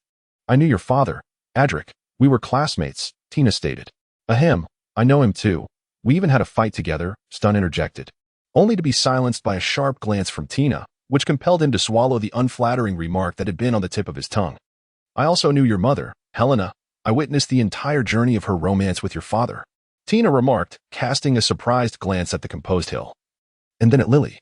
Wasn't it said that Hill cared deeply about his parents? Why was there no reaction now? With a slight movement of his lips, Hill finally spoke. His first words being, "My father, he is still alive." Stun was initially sipping his tea when he heard those words, causing him to spray the beverage across the room. He cautiously glanced at Tina, only to find her equally astonished, her face a canvas of disbelief. "Did my father leave something behind here?" This time, Stun was not as taken aback. Rather, a sense of perplexity enveloped him. As for Tina, she maintained her composure, elegantly lifting her teacup to savor the tea. A faint realization dawned upon Hill. Indeed, Booker's previous sentiments were not mere illusions. Adric had concealed something within these walls. From the moment he entered this room, Hill sensed an underlying disquiet. Initially, he perceived the space as inviting and cozy, reminiscent of his home a decade ago. At first, he assumed it was merely a figment of his imagination. However, in truth, that very sensation was the most unsettling aspect of all. Hill had visited the homes of others before, yet he had never experienced a sensation quite like today's. It felt as though this place was his true home. Or perhaps it held remnants of things he had once encountered. Moreover, this particular object bore significant relevance to him. Otherwise, he would not have felt such a connection. "Mother, what does this mean?" "Tina, what is that rascal saying?" In response to the inquiries from her husband and daughter, Tina quietly finished her cup of tea, set it down, and turned to Hill, asking, "How did you know?" "Intuition." Tina nodded, seemingly accepting this rather dubious explanation. "Come with me. You are now entitled to this knowledge." Rejecting Lily and Stanton's request to accompany them, Tina led Hill to the basement, where she produced her wand and waved it gently. Instantly, A trapdoor materialized on the floor, previously concealed by a spell. Then, Tina guided Hill through this trapdoor into a vast chamber. As he beheld the scene before him, Hill's lips moved slightly before he uttered a seething declaration filled with fury and a desire for vengeance. "I will never forgive you, Adric. Forgive me." Spare me your words. You are not at fault, Adric is." Leaning against the sofa, Hill stared vacantly at the ceiling. A week had passed since that fateful day. Yet the haunting images of what he had witnessed continued to resurface in his mind. "Booker, why did Adric do this? I cannot forgive him." Hill's face was etched with murderous intent. For the first time in his life, he felt an overwhelming hatred for someone, a desire to see him dead. Ironically, just recently he had felt relieved that Adric was still alive, and now he yearned for his demise. "You are mistaken, my dear young master." "In what way am I wrong? Is what Adric did justified?" The calm and composed demeanor typically exhibited by Hill was nowhere to be seen. He resembled a powder keg, ready to explode at the slightest spark. It was not a lack of poise that troubled him, but rather a particular event that rendered him unable to maintain his composure. "While I cannot divulge specifics, I wish to convey one sentiment. You ought to place your trust in your father." Booker, too, had shed his usual unreliability, now exhibiting a remarkable seriousness. He had consistently assumed the role of Hill's mentor, and at this juncture, a single misstep could lead to dire consequences. Was it a matter of insufficient authority? Hill pondered in silence, ever since he learned that Adric was still alive. A nagging feeling had taken root within him, that Booker might indeed forsake him. Authority, without a doubt, favored Adric, who possessed significantly greater power than Hill. This meant that if Adric so desired, he could effortlessly take Booker away, who would likely lack the capacity to oppose him. While authority was one aspect of the situation, it merely constrained your awareness of certain information, such as what you observe and its intended purpose. The crux of the matter is that Adric is not as insufferable as you might imagine. Hill shrugged lightly, shaking his head as he gestured towards a letter on the table. "Adric, I shall eventually confront him for clarification. I have a premonition that I will see him soon. Now, let us consider how to address this matter." The letter had arrived only today, its contents intriguing yet perplexing, leaving him momentarily bewildered regarding its true meaning. "From Nickleme? Why has he sent you a letter?" Booker examined the correspondence, which was indeed dispatched by Nickleme, or rather, relayed through Dumbledore. The essence of the message was an invitation for Hill to visit him. The invitation from the most formidable alchemist was curious, as Hill believed their only prior encounter occurred during Voldemort's attempt to seize the Philosopher's Stone. However, at that time, Nickleme's focus was predominantly on the stone itself, leading Hill to doubt that Nickleme would remember him. "Is it related to the Fox family? It seems my ancestor must have had some connection with Nickleme, prompting him to recall me now." After considerable contemplation, Hill arrived at this conclusion. At the age of 666, the only link he could conceive was with the forebears of the Fox family. If his calculations were accurate, Nickleme's end was near. He should be preparing to destroy the Philosopher's Stone, or perhaps he had already done so. His demise was imminent. Booker estimated the time, realizing that the most powerful alchemist was approaching death. What could his invitation to Hill signify before his passing? It likely wasn't malevolent. In any case, it was an opportunity for a stroll. After some reflection, Hill resolved to accept the invitation, which seemed to be located in Devonshire. Dumbledore had assured him he would accompany Hill. However, dealing with that cunning old fox was quite vexing. "Ahem, my dear young master. Did you not promise to spend time with your classmate?" Booker reminded Hill, recalling the multitude of commitments Hill had made to dissuade Lily from probing into the basement's secrets. There was no other option. Besides, it was merely a visit and wouldn't he consume too much time. "That is true, but it would be prudent to inform her in advance." "Indeed, I shall write a letter. By the way, why doesn't Lily's family have a telephone? That would certainly simplify matters." An inexplicable invitation.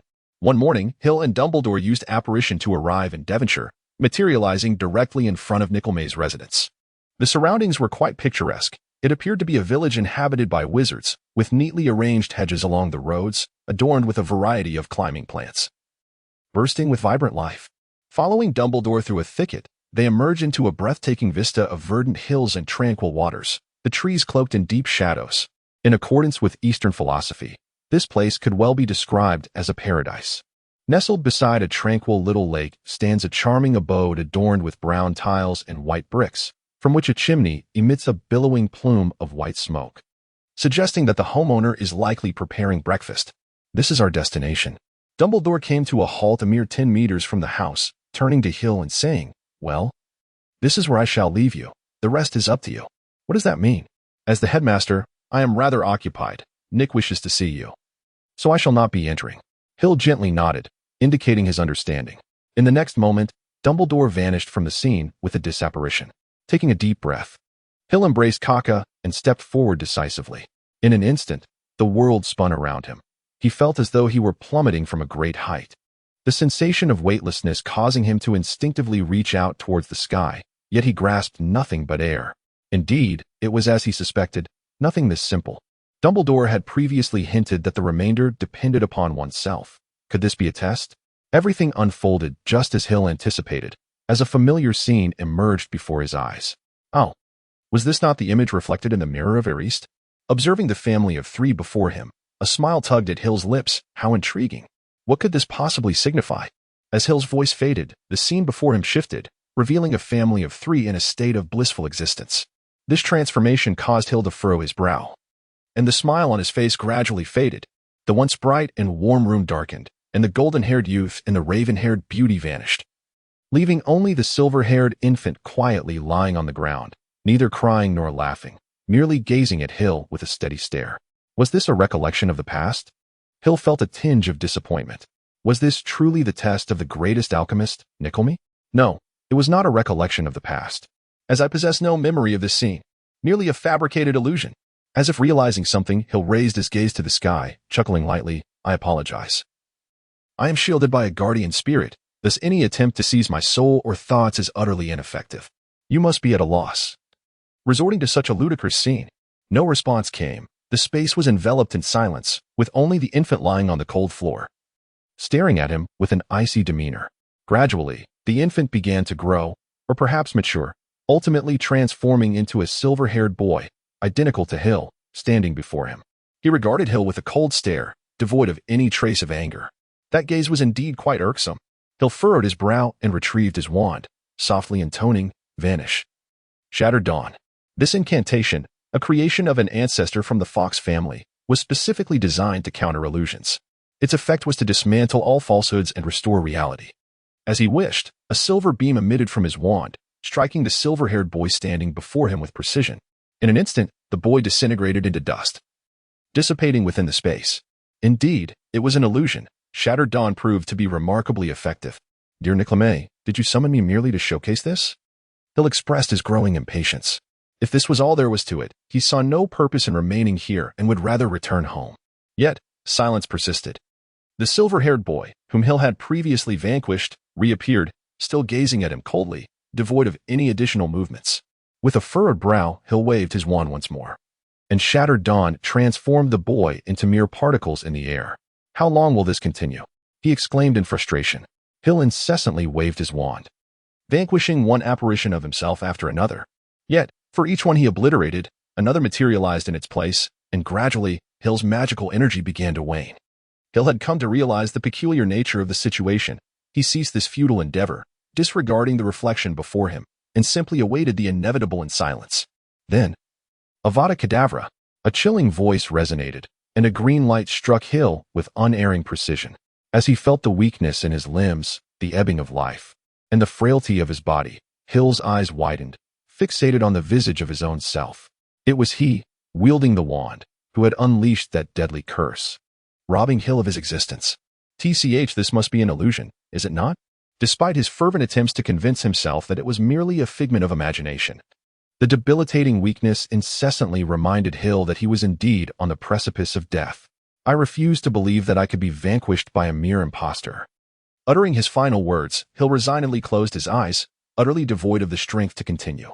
Then came the thought, had that child awakened? Not yet. All due to the test you orchestrated, nearly costing this child's life. Who could foresee such changes? It has become quite troublesome. How troublesome, you ask? It is not merely a dream. One could say it represents a potential future, where one day he might take his own life. Hill sensed a whisper near his ear, and as he drowsily opened his eyes, he was greeted by a celestial expanse. No, it was not the night sky. Rather, it was an enchantment cast upon the ceiling, projecting the outside world within. Child, you have finally awakened. On a day in mid-August, the atmosphere was shrouded in a gray haze, with clouds obscuring the sun and a gentle drizzle washing away the usual clamor. leaving an unexpectedly serene ambience. Ah, how could the dead utter sound? Standing before a modest grave, Hill wore a solemn expression. A flicker of light danced in his eyes, and though his lips moved several times, no sound escaped. Can we depart, Hill?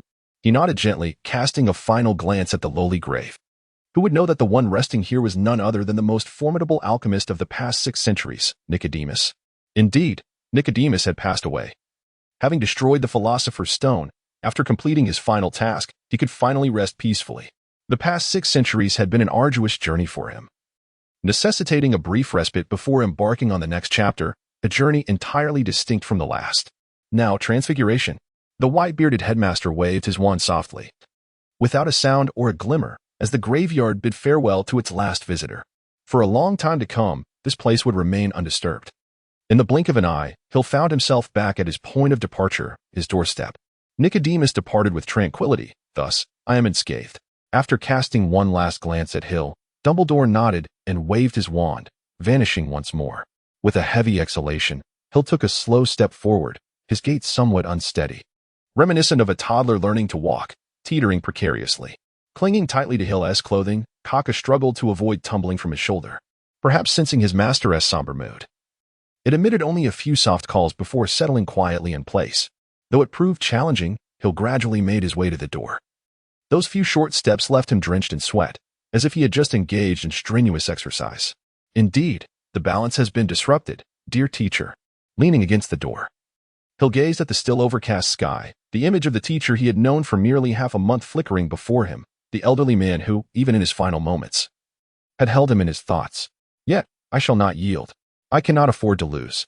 The dividing line of equilibrium. As he beheld the Malfoy father and son before him, Harry felt his fleeting sense of goodwill evaporate. Although this summer had been exceedingly dreadful, akin to a prisoner's existence, the time spent at the Weasley home had provided him with a semblance of comfort. Although an unexpected incident led me into the perilous alley of overturned fortunes today, I fortuitously encountered Hagrid and Hermione. In an inexplicable turn of events, I found myself posing for a photograph with Gilderoy Lockhart, and before I could fully comprehend the situation, I was confronted by the insufferable Malfoy duo. Indeed, they are quite detestable. Draco requires no elaboration. Throughout the entirety of our first year, we have been embroiled in a relentless rivalry. Although our relationship experienced a slight thaw during the dragon-rearing days, our conflicts persisted unabated. It is safe to surmise that our disputes shall continue. As for Lucius, he may present a seemingly polished exterior, yet the chilling aura surrounding him leaves Harry distinctly unsettled, especially when Lucius unabashedly mocked the Weasley family. Harry wished to sever any lingering ties with him. In response to Lucius's provocations, Arthur Weasley did not hesitate to engage him in a scuffle, resulting in utter chaos within flourish and blots. Hagrid strode over, deftly maneuvering through the scattered books, and in the blink of an eye, he separated Arthur and Lucius. Arthur's lip was bloodied, while Lucius bore a bruise on one eye from a volume of the Magical Mushrooms Encyclopedia, still clutching Ginny's tattered Transfiguration textbook. He thrust the book into her hands with a malevolent gleam in his eyes, saying, "Here, little girl, take your book. It is the finest gift your father can offer." He broke free from Hagrid's grasp and beckoned to Draco before storming out of the shop. As Lucius departed, the silver-haired boy, previously unnoticed, set down the book he had been holding and approached the bewildered red-haired girl. "May I borrow your book for a moment?" he inquired. The girl, taken aback, instinctively handed over her worn Transfiguration textbook. The boy accepted it with ease, his eyes narrowing slightly as he leafed through its pages. Raising an eyebrow, he nodded in approval. "This is quite a remarkable book. The notes within are rather useful. However, it is an old book," the girl replied, casting a glance toward her parents, who were engrossed in conversation with a few others, oblivious to their exchange. "Does that matter?" The silver-haired boy returned the book to her, and as their gazes met for the first time, they momentarily paused before instinctively looking away. "But I wish to move beyond the old one," he stated. "Then, I shall exchange this one for yours. Would you be willing?" As if by magic, another pristine Transfiguration textbook appeared in the boy's hands, suggesting his intention to trade this new volume for her old one. The girl hesitated, tightly gripping her tattered book, although she longed to swap it for the new one. After a moment of contemplation, she gently shook her head. "Then, this book is a gift for you." The boy, without uttering a word, pressed the new book he held into the girl's hands, then bestowed upon her a gentle smile before turning away and vanishing into the crowd. Gazing at the new book in her hands, the girl rubbed her eyes vigorously, and upon confirming its novelty, a faint smile graced her face. Outside the bookstore, in a secluded corner, the previous silver-haired boy observed the diary in his hands, his brow furrowing slightly. Booker, is this truly Tom Riddle's diary? Why do I not sense anything extraordinary about it? My dear young master, as a Horcrux, this artifact possesses remarkably concealed powers. In truth, only a few methods exist to discern the authenticity of a Horcrux. Thus, I merely wish to ascertain whether this book is indeed a Horcrux. I cannot say for certain. I need to conduct further research and testing to determine that. Now, shall we return? Are you not going to greet your friends? It has been an entire summer since you last saw them. Not at all. At present, I have no desire to encounter them. With all due respect. Do you not think your choice is somewhat? Isn't this the simplest course of action? The bookstore's dividing line. Disappointment closed yet another door. And Lily could not help but exhale a sigh. She still had not located that fellow, Seer. When had they last met? It seemed a month had slipped by. Promises to hang out were continually postponed due to his engagements, and now, with school commencing, he was still nowhere to be found. Not even a letter had arrived. Rafe, where are you? Approaching her was Neville, wearing a concerned expression. It appeared his toad had escaped once more. Just as it had the previous year. Although she had already given up hope, Lily mechanically inquired, Neville, have you seen Seer? Neville's response filled Lily with a renewed sense of purpose. At last, she had a lead. Seer, yes, he is in a cubicle with me. Cubicle 87. Rubbing his head in confusion, Neville glanced at the empty space before him, gently shaking his head as he continued to search for his prized toad. Standing before the entrance of cubicle 87, Lily paused to catch her breath, having hurriedly trotted over with her luggage. After a brief moment, she reached out and knocked on the door, asking, is anyone there? Is that you, Lily? The voice that responded was devoid of emotion, striking Lily as peculiar.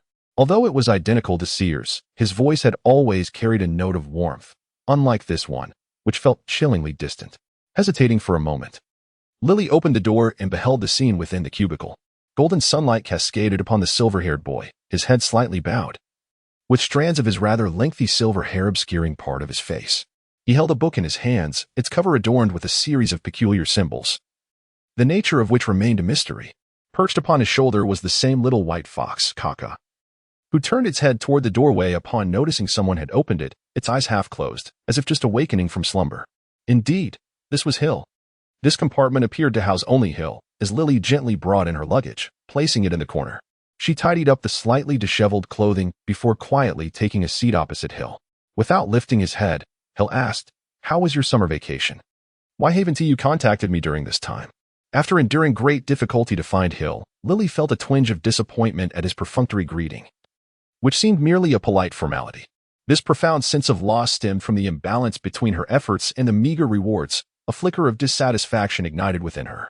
I've been quite busy, so I didn't reach out, she replied, her words flat, devoid of emotion, as he continued to avoid her gaze, conveying an air of complete indifference. What have you been so busy with? Undeterred, Lily pressed on. She would not relent until she had clarity. It's something very important. What exactly is it? Can't I choose not to disclose it? I require your explanation. On what grounds? Lily fell silent, pondering the validity of Hill's stance. Never mind, I'll just tell you, Hill finally said, setting down his book. He lifted his head to meet Lily's gaze and spoke deliberately. Word by word, a respected elder of mine passed away recently. I had been staying at his home, and he taught me a great deal. Consequently, I had no time to write to you. By the time he passed, the school year was nearly upon us. After attending his funeral, I rushed back, overwhelmed with tasks. Hence my lack of communication. So are you satisfied now? Lily perceived the frigid detachment in Hill's tone. Although summer lingered, she felt an unsettling chill, as if standing on the precipice of an abyss. Her eyes locked with his, and in the face of his cold stare, she whispered in her heart, is this truly Hill? This cannot be Hill. Absolutely not. No. Though his exterior remained unchanged, the boy before her exuded an entirely different aura. The Hill she knew, despite appearing mature, retained the spirit of a carefree boy, one who seemed impervious to worry and sorrow, an embodiment of eternal sunshine. Yet, the person before her now radiated an unsettling chill. It was as though she were clad in thin clothing amidst a frigid winter, an inexplicable cold enveloping her. Who are you, really? I am Hill Fox. The exchange of questions and answers appeared rather superfluous. Yet Lily found it exceedingly difficult to believe that the boy before her was indeed Hill. Though he bore a faint smile, his eyes were devoid of any emotion. What once sparkled like stars now seemed to harbor a tempest, voraciously consuming everything in its path. The room succumbed to a profound silence, punctuated only by the soft sounds of breathing and the rustling of pages, enveloping them in an atmosphere of tranquility. Perhaps he had encountered some unpleasantness during the summer break. Could this be the reason for his transformation? She recalled him mentioning the passing of a respected elder. Was this the cause of his distress? Lily began to seek justifications, searching for a suitable explanation for Hill's aberrant behavior, ultimately to soothe her own troubled heart. Gazing at Hill, who sat with his head bowed in silence, a flicker of grievance crossed Lily's eyes. Hadn't they promised to enjoy their time together? She remembered that day vividly. Hill's complexion had been ghastly pale, almost ethereal in its translucence. Ever since he had accompanied his mother on an outing, he had returned in a daze, his spirits seemingly adrift. The once sumptuous dinner concluded amidst a stifling silence, only for Hill to regain his composure just before their departure, offering Lily a fleeting smile of apology and a promise to spend time together during the summer. Why was it so? Hill, why can't you reveal the burdens you carry within? Is it truly bearable for someone like you to endure such weight alone? Setting aside Lily's contemplations, Hill remained engrossed in the book before him, one of the remnants left by Nick LeMay, containing his insights on magic. Although somewhat obscure, Hill found it invigorating. My dear young master, is this truly the path you wish to tread? It seems you have long been silent. Is there something troubling you? The fingers of Hill ceased their rhythmic dance upon the pages, his consciousness ensnared in a dialogue with Booker. Ever since their visit to Diagon Alley, Booker had remained silent. To be honest, I deeply regret my previous actions. I truly should not have acted as I did. Was it not a mistake? Had I not taken that path, Hill would now merely be a forgotten name, and existence itself would be the greatest fulfillment. Yet, is this truly for the best? With matters having reached this point, I can only forge ahead. As you know, I have no retreat, nor shall I choose one. If success eludes me, then so be it. Lily felt a chill sweep through the air, instinctively wrapping her arms around her shoulders, her gaze shifting to Hill. She observed a faint, ominous gray aura enveloping him. It was a harbinger of misfortune. Suppression is not a viable long-term solution. The disruption of balance necessitates the establishment of a new equilibrium. Relentless oppression will only yield adverse consequences. The harsher the suppression, the more terrifying the backlash you shall face in the future. I understand. Then, why not opt for a different approach? Were I still the person I was before attending Hogwarts, I would unhesitatingly choose to seek counsel. However, now I am filled with trepidation, fear. It is truly astonishing to me that you harbor such emotions. Hill slightly lifted his head and glanced at Lily, who was curled up due to the cold. A fraction of the chill in his eyes melted away. He then consciously reined in the icy aura emanating from him, confining it to the surface of his body. In Lily's perception, the gray aura surrounding Hill had thickened significantly, a despair-laden darkness swirling restlessly around him. It resembled a black hole, and merely gazing upon it felt as though one's very soul might be drawn in. Shaking his head vigorously when she looked back at Hill, all traces of that darkness had vanished, and the entire compartment had transformed into a haven of warmth, as if nothing of the previous chill had ever occurred. As you can see, I fear harming them. Thus, you choose to suppress rather than release them? The past weighs too heavily. If I were to release it, you see, even a gentle release results in this. Therefore, I can only suppress it. And that too is for their own good. Is that so, my dear little master? It seems you have matured. Oh, is that so? Was I, in the past, rather selfish? Extremely selfish. Indeed, I have truly changed. Feeling the warmth gradually rising around her, Lily slightly parted her lips in realization.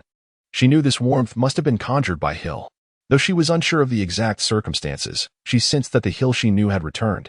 Hill, oh hey. Have you seen Harry and Ron? Just as Lily was about to inquire about what had transpired, the door to the compartment swung open, and a melodious voice rang out. Moments later, a figure appeared before Lily and Hill. Hermione, long time no see. How was your summer? Upon seeing Hermione enter, Lily had no choice but to halt her original question and greet her. They were, after all, acquaintances. It was fine. Provided we overlook what happened that day in Diagon Alley, Hermione replied with a smile, directing her gaze toward Hill, who had kept his head lowered and had not even glanced at her. How was your summer, Hill?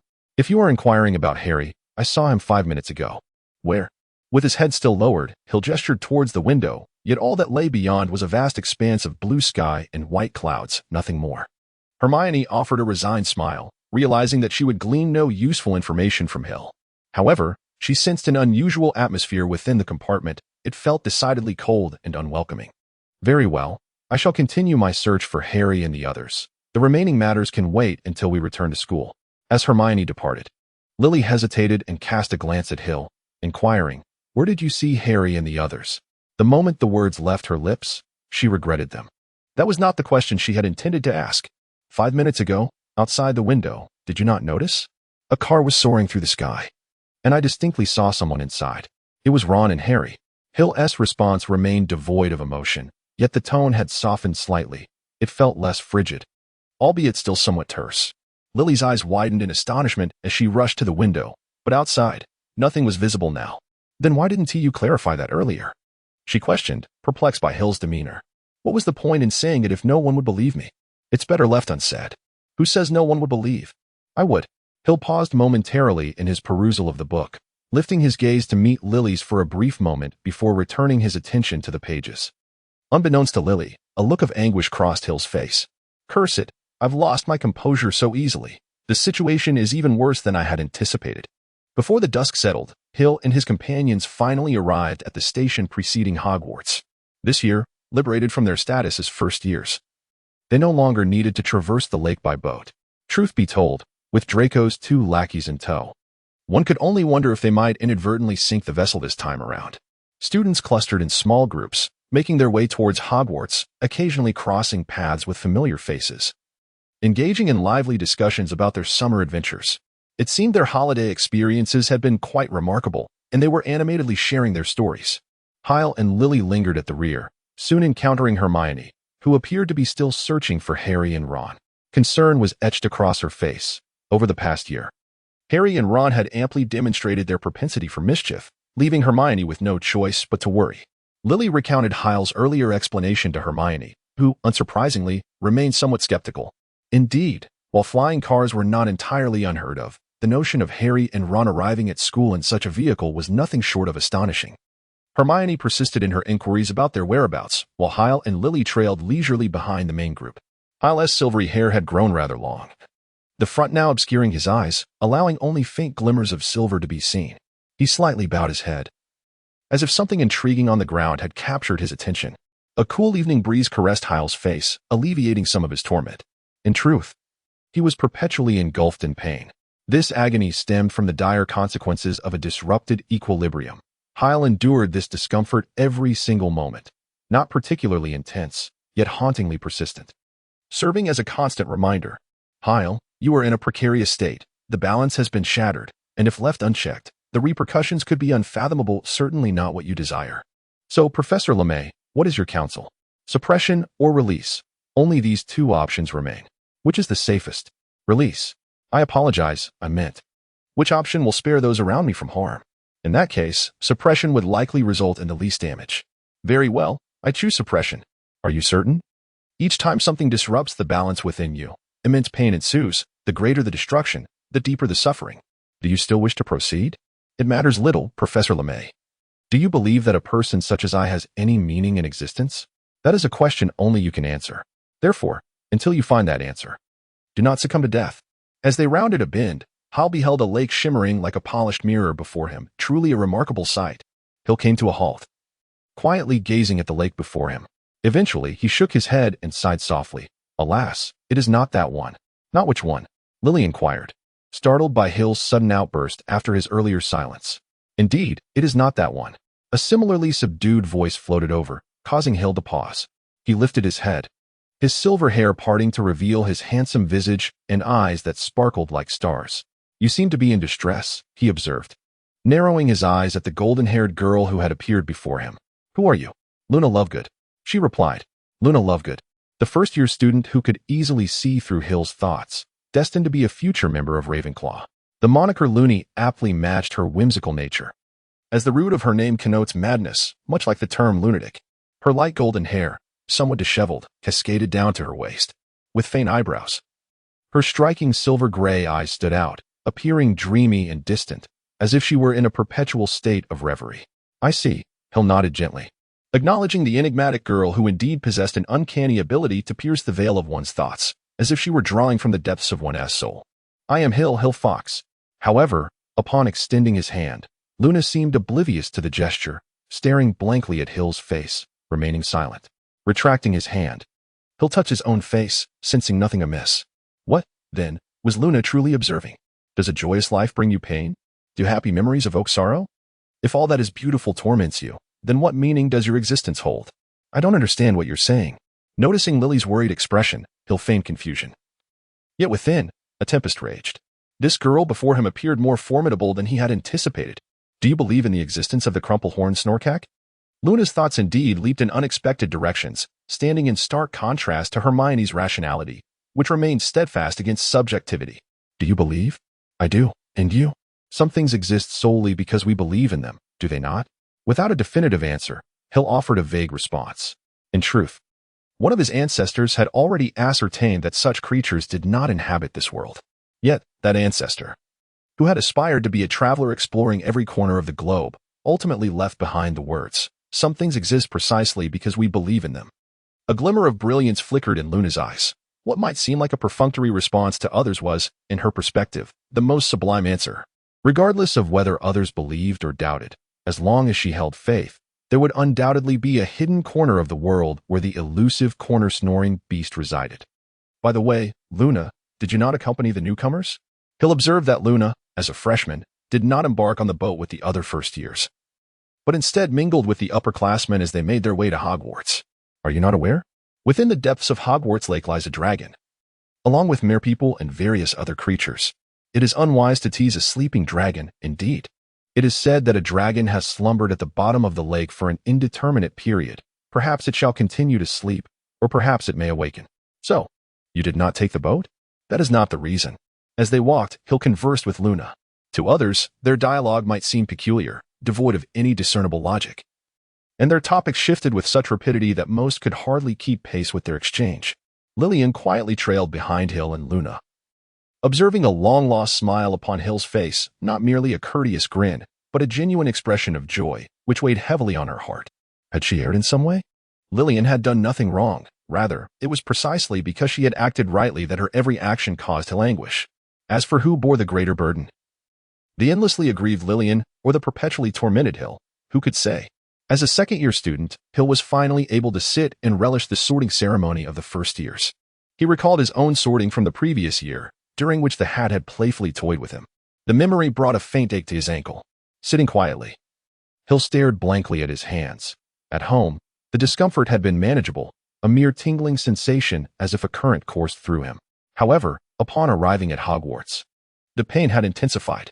Had it not been for his considerable endurance, he might have already emitted a sound of distress. Suppression is not a solution. You truly ought to consider your own well-being. It is nothing, just a minor inconvenience. I can endure it. What concerns me is your future. If you continue in this manner, I fear you may find sleep elusive. I have brought sufficient potion for life and death. That is adequate. You are indeed well prepared. Thank you for the compliment. As Hill engaged in conversation with Booker, the sorting ceremony continued unabated. Luna was successfully sorted into Ravenclaw, taking a seat not far from Hill. However, before long, those around her began to regard her with peculiar glances, unconsciously creating distance between themselves and her.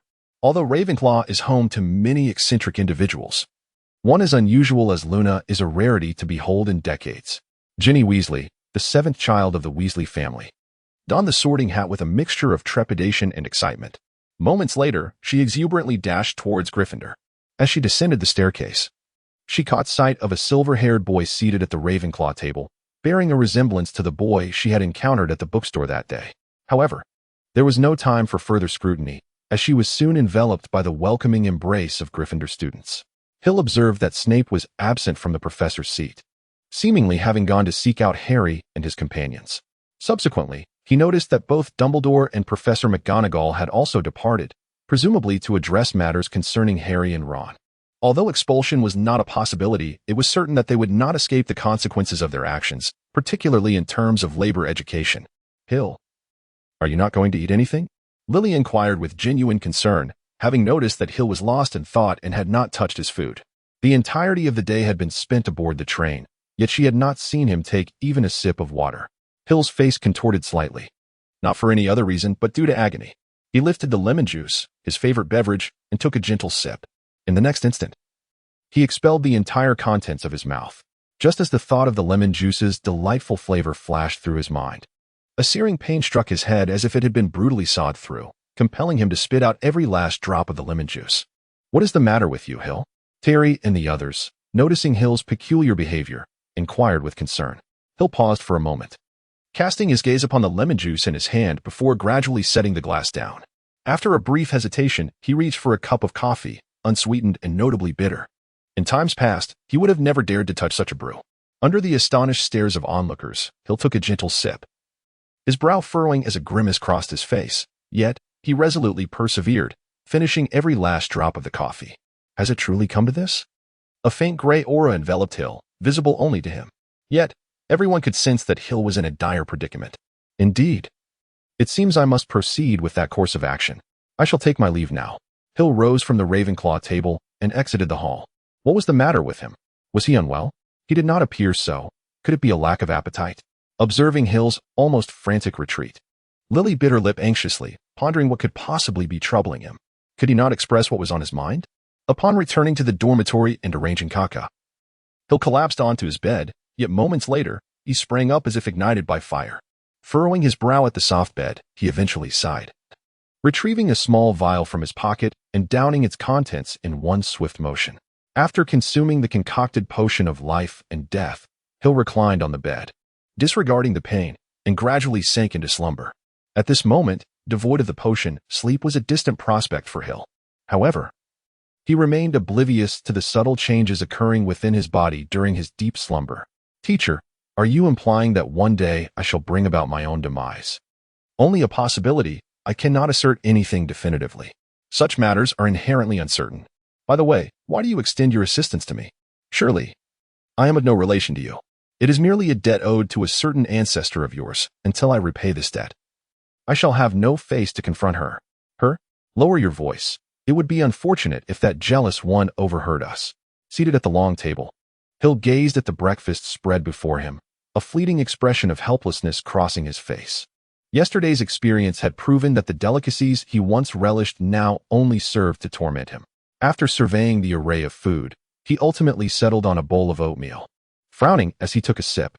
Oatmeal, a staple of his early childhood before the age of 5, was a reminder of his time at St. Mungo's hospital, a period devoid of joy. Thus, the oatmeal offered him no satisfaction, which paradoxically made it easier for him to consume. Stifling yet another yawn, Hill set down the half-finished bowl of oatmeal, squinting as he drifted into his thoughts. Meanwhile, at the Gryffindor table, Ron received the very thing he dreaded most. "Oh, no," Ron exclaimed. "It's all right. He is still alive," Hermione reassured, gently poking Errol, the elderly owl who had just tumbled into her jug. Had Ron not rescued him, he might have met a watery fate. "Not that," Ron said, pointing to the red envelope. To Harry and Hermione, the envelope appeared mundane, yet to Ron and Neville, it seemed as if it might explode. "What is the matter?" Harry inquired. "My mom sent me a howler," Ron replied, his voice laced with defeat. "You'd best open it, Ron," Neville suggested timidly. "Not opening it is worse. My grandma sent me one once, and I ignored it." He took a breath. It was terrifying. Harry gazed at their expressions of terror, then glanced at the crimson envelope. "What is a howler?" he inquired. However, Ron's attention was entirely fixated on the letter, the corners of which had begun to emit smoke. "Open it quickly," Neville urged. "There are only a few minutes left." Ron extended his trembling hand, cautiously retrieving the envelope from Errol's beak and tearing it open. Neville plugged his ears with his fingers, and Harry immediately understood why. At first, he thought it had exploded. A thunderous sound filled the entire hall, shaking loose the dust from the ceiling. "Stole the car. If they expel you, I want you to be surprised. Just wait to see how I'll deal with you then. You probably never considered how your father and I felt when we discovered the car was missing," came Mrs. Weasley's voice, amplified 100-fold, sending the plates and spoons on the table clattering. The echoes from the stone walls were deafening. Everyone in the hall turned to see who had received the howler, while Ron shrank in his seat, revealing only his flushed forehead. "Last night, when we received Dumbledore's letter, your father nearly died of shame. We raised you with such care. And yet you have done this. You and Harry nearly lost your lives. This is infuriating. Your father will face scrutiny at work, and it's all your fault. If you do not behave, we will come to fetch you immediately." Startled by the sudden outburst, Seamus blinked awake, turning to the Gryffindor table. Upon realizing that Ron was the recipient of the howler, he chuckled softly before quickly lowering his head. His face contorted once more. Ravenclaw's first lesson of the day was charms. After breakfast, or rather, as Seamus observed others finishing their meals, he, along with Terry and the others, made their way toward the charms classroom. Hill appeared somewhat distracted, his gaze fixated on the ground, nearly losing his footing on a banana peel. His complexion was notably paler than usual, evoking an impression of illness. "Hill, are you all right? Hill? Hill?" Faced with Hill's puzzled expression, Anthony pressed his forehead, pondering how many times he had called out to him. "Hill, are you unwell? You seem to be in poor condition." Michael ventured tentatively, sensing Hill's distress.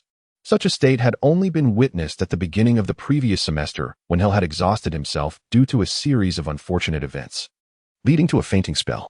At that time, his pallor had been even more pronounced, culminating in a sudden collapse. After a brief pause, Hill retrieved a mirror and scrutinized his reflection. No, this cannot continue.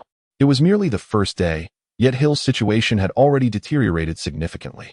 The semester had only just commenced, and a long journey lay ahead. Could he endure until then?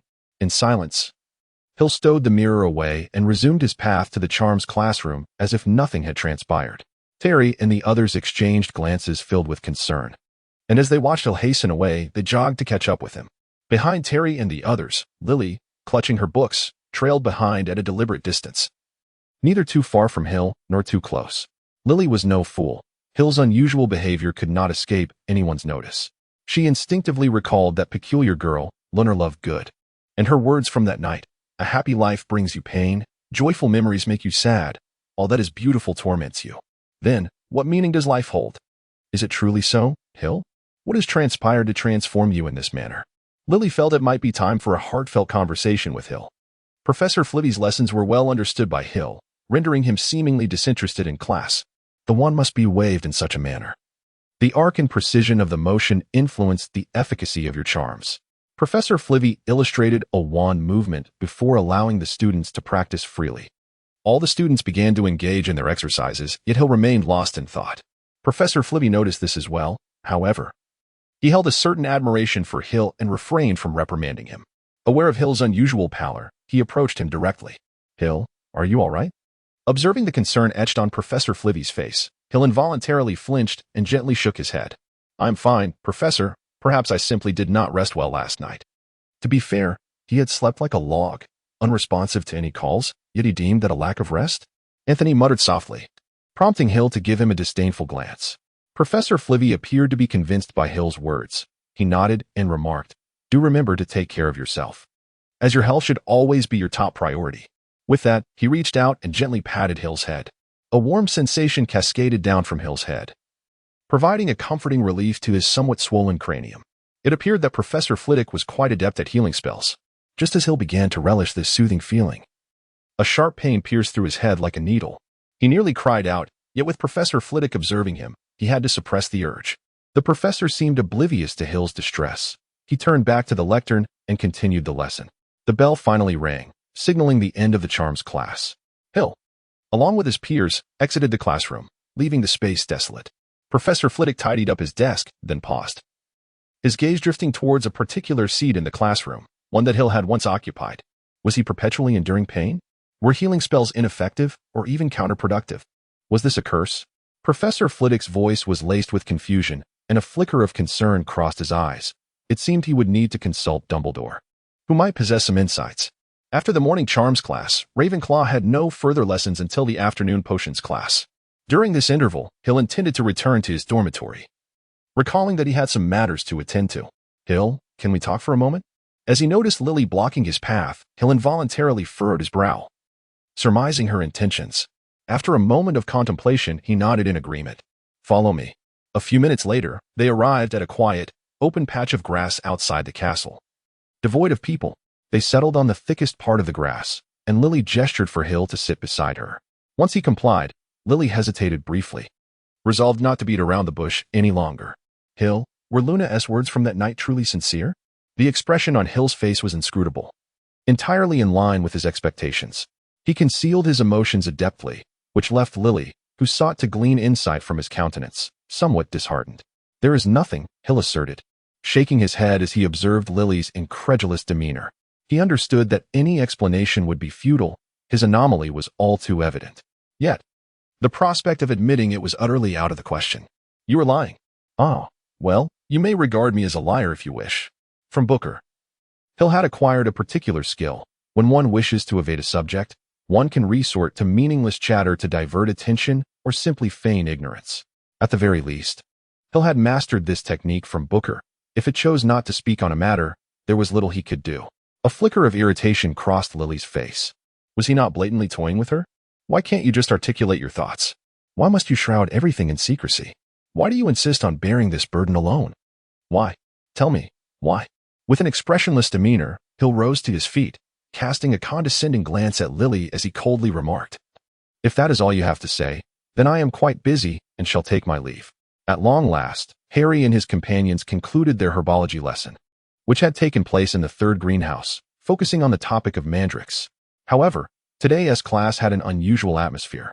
The newly appointed Defense Against the Dark Arts professor, Gilderoy Lockhart, appeared to be at odds with Professor Sprout, even with ear protection. The cries of the mandrakes were still quite deafening, and their appearance resembled that of exceedingly unattractive infants, strikingly peculiar. Lockhart seemed rather inept, merely a master of words. Ron felt a surge of annoyance at the slick-tongued Lockhart. Throughout the lesson, he had done little more than boast about his supposed exploits and wear a silly grin, revealing none of his purported skills. "Who said that? Haven't you read Lockhart's books? They claim he has subdued numerous dangerous creatures and resolved countless troubles," Hermione protested, visibly displeased, as she had a fondness for Lockhart and could nearly recite his works from memory. "Humph, we have his class this afternoon. We shall see what he is truly capable of." Ron, having been warned by countless previous experiences, knew better than to engage in a verbal sparring match with Hermione, as he would invariably end up the worse for wear. "Humph, he will astound you." Observing his two friends, Harry shook his head, perplexed by the inexplicable arguments that frequently arose between them. "What is our next class?" Harry inquired, more concerned about the upcoming lesson. He had not touched a book all summer and wondered how much he still remembered from before. "Transfiguration with Professor McGonagall," Hermione replied, glancing at her schedule. Harry noticed she had encircled all of Lockhart's classes with heart shapes, but he chose not to comment on it. Ron let out a mournful wail at the mention of McGonagall's class, harboring a sense of foreboding that he would have an especially unfortunate day. Examining his nearly broken wand, Ron felt it was time to acquire a new one. "But you just received a howler this morning. Your mother will undoubtedly send another one." Hermione bluntly dispelled Ron's hopeful fantasies, never one to hold back her opinions on him. As the two began to bicker, Harry felt a headache coming on. He scanned the surroundings and called out, "Hey, isn't that Hill and Lily over there?" The mention of Lily's name stirred memories of his mother in Harry's heart. Last summer, Hagrid had gifted him an album, which he had held close, crying alone for quite some time. "Where? I don't see them." Ron and Hermione clearly lacked Harry's keen eyesight. As a seeker, he excelled at spotting distant objects. "Follow me." It had been quite a while since Harry had last seen Seer. Last night, he and Ron had missed the opportunity to enter the hall due to the incident with the flying car, and today, the mood was further dampened by that dreadful howling letter. Having not seen Seer throughout the summer, Harry found himself missing his friend dearly. Ron and Hermione exchanged glances, both letting out a soft hum in unison, before they followed Harry. As Harry ran, he sensed something amiss. It appeared that Seer was inclined to leave, as he had already risen and begun to depart. "Hey, Seer, wait up," Harry shouted, though the distance was considerable, and he was uncertain whether Seer could hear him. However, Harry knew Seer had heard, for he paused and turned to look back. Yet, moments later, he continued on his way, quickening his pace noticeably. Despite Harry exerting every ounce of his strength to run, by the time he reached that spot, Seer had vanished, having already entered the castle. Watching the direction in which Seer had disappeared, Harry bent down, panting heavily, his heart laden with confusion. "Harry, why are you running so fast?" gasped Ron, breathless as he surveyed the area, finding no sign of Seer. Instead, Lily sat on the grass nearby, her back turned towards them. "Where's Seer? Didn't you say you saw him? Why is it just Lily here?" Hermione, lagging behind Ron, managed to avoid his state of disarray. Harry shook his head, perplexed. He had no idea what had transpired. Seer had definitely seen him, yet he chose to leave without waiting for them. Unable to glean any answers from Harry, Hermione approached Lily, only to discover that she was quietly weeping. "What is going on, Lily?" she asked softly, taking a seat beside her and gently patting her shoulder. There was no response. In fact, the only answer to Hermione was the silent flow of Lily's tears. He'll never imagine that he could inflict such deep pain upon another. He could only bitterly smile within, for he had initially chosen restraint to avoid harming others, yet paradoxically, it was Lily who bore the brunt of his actions first. What is the essence of heartache? At the moment he witnessed the first tear cascading down Lily's cheek, Hill felt a profound ache in his heart. It is indeed ironic. He had always believed he would never again experience the pangs of sorrow. Throughout the years, no matter how arduous or torturous life became, his heart remained steadfast. Yet today, he found himself shaken to the core. He yearned to reveal everything to Lily in its entirety, to lay bare his soul, and to share with her the memories of his past, whether they be joyful or sorrowful. He carried an overwhelming burden, a heavy weight that constricted his very beings, leaving him ensnared and shackled. For so long, he had lived in a void of emptiness. Hill has long believed that he has severed many emotional ties. However, the human heart is most elusive. One may think that love is a closed chapter, yet around the next bend, true love may emerge unexpectedly. One may believe that tears have run dry, yet tomorrow may bring forth an individual worthy of one's sorrow. One may presume that everything has been relinquished, yet the burdens persistently linger upon one's shoulders. Hill has become exceptionally adept at suppressing his true emotions. He can confront everything, including his own demise, with an unwavering facade. As long as he wishes, even Dumbledore would struggle to discern any hint of his inner turmoil from his countenance. Yet, does this truly deceive himself? Before leaving, Hill had already noticed Harry and the others, yet he did not stop, for he was at a loss on how to confront them, unsure of how to articulate his thoughts. Indeed, he was utterly flustered. And this disarray stemmed solely from the sight of a girl shedding tears before him, the first girl to weep for him. Consequently, Hill almost fled the scene, resorting even to the aid of a spell. Despite facing Voldemort without a flicker of fear, he possessed no courage to confront his friends. Instinctively avoiding the other students, Hill found himself at the threshold of the room of requirement. He paused momentarily, contemplating his desire for a tranquil space to think, before stepping inside. The room materialized according to Hill's wishes, conjuring an empty house devoid of furnishings save for a solitary sofa. It was dimly lit, yet remarkably serene. This setting resembled the living room of Hill's home, albeit in a more simplistic form. Throwing himself onto the sofa and disregarding the faint discomfort that accompanied the comfort, Hill closed his eyes, determined to reflect on his next course of action. "I believe it would be best for you to lay everything bare." Book was in a state of deep conflict. Among all its many masters, Hill proved to be the most perplexing. This boy appeared remarkably mature, executing tasks with precision, far surpassing his peers. Yet, due to certain past experiences, he struggled profoundly with matters of the heart, or rather, when faced with such situations, he fell short even compared to ordinary individuals. A classic case of high intellect coupled with low emotional intelligence. Hill gently shook his head, confessing that he truly found it impossible to be candid. This path was destined for him to traverse alone, with no opportunity for retreat, though it was undeniably harsh. Hill had never regretted the choices he had made in the past. "Hey, I'm not talking about you, but what's so wrong with being honest?" Booker, feeling a tinge of impatience, believed that such matters should be resolved swiftly. The longer they lingered, the more troublesome they became. All of Hill's previous masters had dealt with their issues decisively, unlike his current predicament. However, was Hill's situation truly comparable to that of his predecessors? He understood his own hesitation all too well, yet even if he were to deliberate 100 times longer, he would not deem it excessive. With his eyes closed, he leaned back against the sofa, lost in contemplation for an indeterminate length of time. Finally, he opened his eyes, and a streak of dazzling silver light flickered through the dim room. "My dear young master, have you made up your mind?"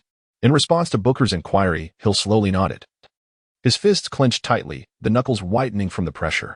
He bit his lips so hard that it had drawn blood, and in a voice tinged with hoarseness, he laboriously articulated, "Then let us proceed with greater resolve." "Huh? That ritual, you know, the one we used once before. I've studied it, and it can be employed in reverse. Can't it?" Hill squinted slightly, his face twitching as he made a difficult decision. "Reverse usage? Are you suggesting?" "Indeed. I have already utilized it in the forward direction, and the results were remarkable, were they not?" A faint, elusive smile graced Hill's lips, yet a bitter undertone lingered beneath. Thus, it followed that the reverse application would yield satisfactory results as well. Booker fell silent for a moment before firmly rejecting the notion. Absolutely not. Using that ritual once was my greatest regret. To employ it again is simply out of the question. This is my decision. You will support me. Just as you always have, will you not? Hill retrieved various materials from his pocket, the blood of unknown creatures, potions of varying hues, beast bones, and even a large bathtub. As Booker beheld the array of ritualistic ingredients spread across the floor, it became evident that Hill had long been prepared. Or perhaps he had foreseen this day arriving. Was there any point in refusing now? Great as you are, since you have witnessed this moment, why not intervene to prevent it all? You are fully aware of the consequences that await. Booker, help me. I cannot continue like this. Faced with Hill's intense gaze, Booker felt a wave of disorientation wash over him. When had he last encountered such a fervent Hill, uttering those familiar words? Memory flashback. 6 years ago, Booker. Help me. I cannot continue like this. My dear young master, the consequences of this ritual are far too grave. Would you not reconsider? At the tender age of 6, Hill stood in the basement with eyes red-rimmed, facing Booker. His expression was one of profound anguish, his complexion ghostly pale, and his frail frame appeared emaciated. Although already 6 years old, he seemed to embody the fragility of a mere 4-year-old. So exceptionally thin was he. Consider? What more is there to contemplate? Do you understand? Every moment of my existence is a torment. I long for death. I truly wish to perish. Hill screamed, grasping Booker tightly as he declared, Yet, I cannot die. I refuse to succumb. Why must I bear this unjust fate? Why? Do you comprehend the feelings that engulfed me upon finishing that book? Oh, how we have been ensnared within the confines of a fictional narrative.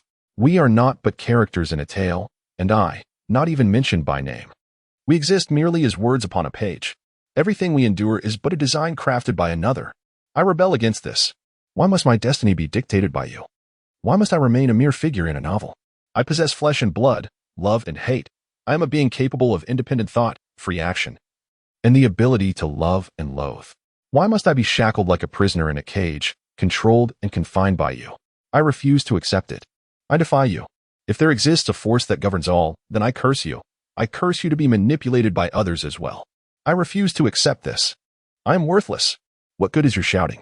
Does it make you feel powerful? In stark contrast to his prior silence, Booker erupted in vehement cursing directed at Hill. Merlin's ghost. I should not be here, embroiled in chaos with a mere child. What nonsense about the Fox family being the most successful. How absurd. Who do you think you are? Do you hold yourself in such high regard? Do you intend to utter something as pretentious as my fate is mine to command? What folly! What nonsense fills your mind? Is there any intellect within that skull? Could you not spare a moment to ponder? This book, do you grasp what it signifies, what it implies? How dare you speak without understanding the situation, making noise for no reason? I once held a glimmer of hope for you. Yet you have proven to be the most inept master I have encountered in all my years. Curse it. Do you even know what it means to bear the name Fox? If I could find other family members, I would have fled long ago, rather than remain here playing in the mud with you, a mere child. With a final exclamation, Booker ceased his tirade after a lengthy half-hour of invective. Gazing at the somewhat dazed Hill, he smacked his lips, suppressing the urge to continue his denunciation. Whether you can endure this trial rests solely upon you. Do not let me down. Returning from the other side, Booker, I implore you. I can no longer endure this existence. Thus, I hope you shall not regret the decision made today. Let us discuss regrets when they arise. Perhaps this choice will prove to be the most astute of my life. I tire of this conversation. I require rest. Is it then that the matter of the diary must rest solely upon my shoulders? Of course. You are aware that this ritual is rather cumbersome. So let us commence. Very well. Following Booker's guidance, Hill prepared the necessary items for the ritual. Ready to initiate it. The procedure is straightforward, albeit it is destined for infrequent use. Now, let us begin. I hope this endeavor proves to be thorough. It is indeed challenging. Employing it in reverse is no less difficult, and achieving perfection is unattainable. The ritual itself harbors significant flaws. It was conceived imperfectly, as the designer believed that one should never overreach and should always leave room for error, thus neglecting refinement.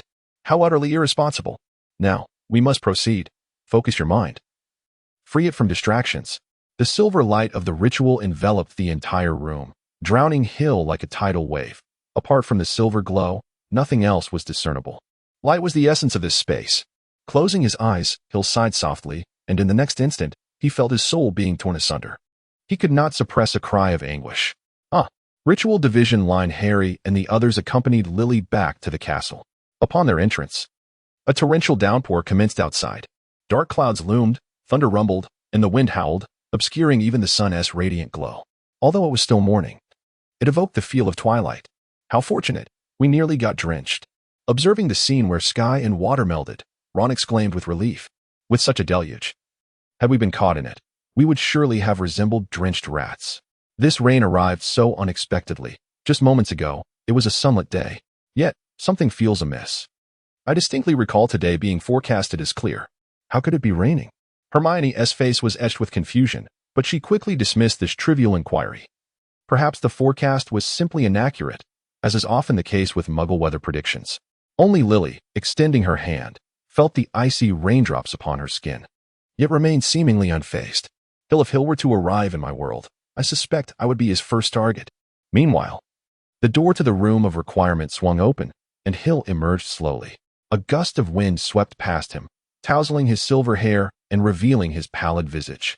Thunder roared as a lightning bolt streaked across the sky, illuminating the dim corridor. Hill took a step forward, just a single step, emerging from the shadowy corner.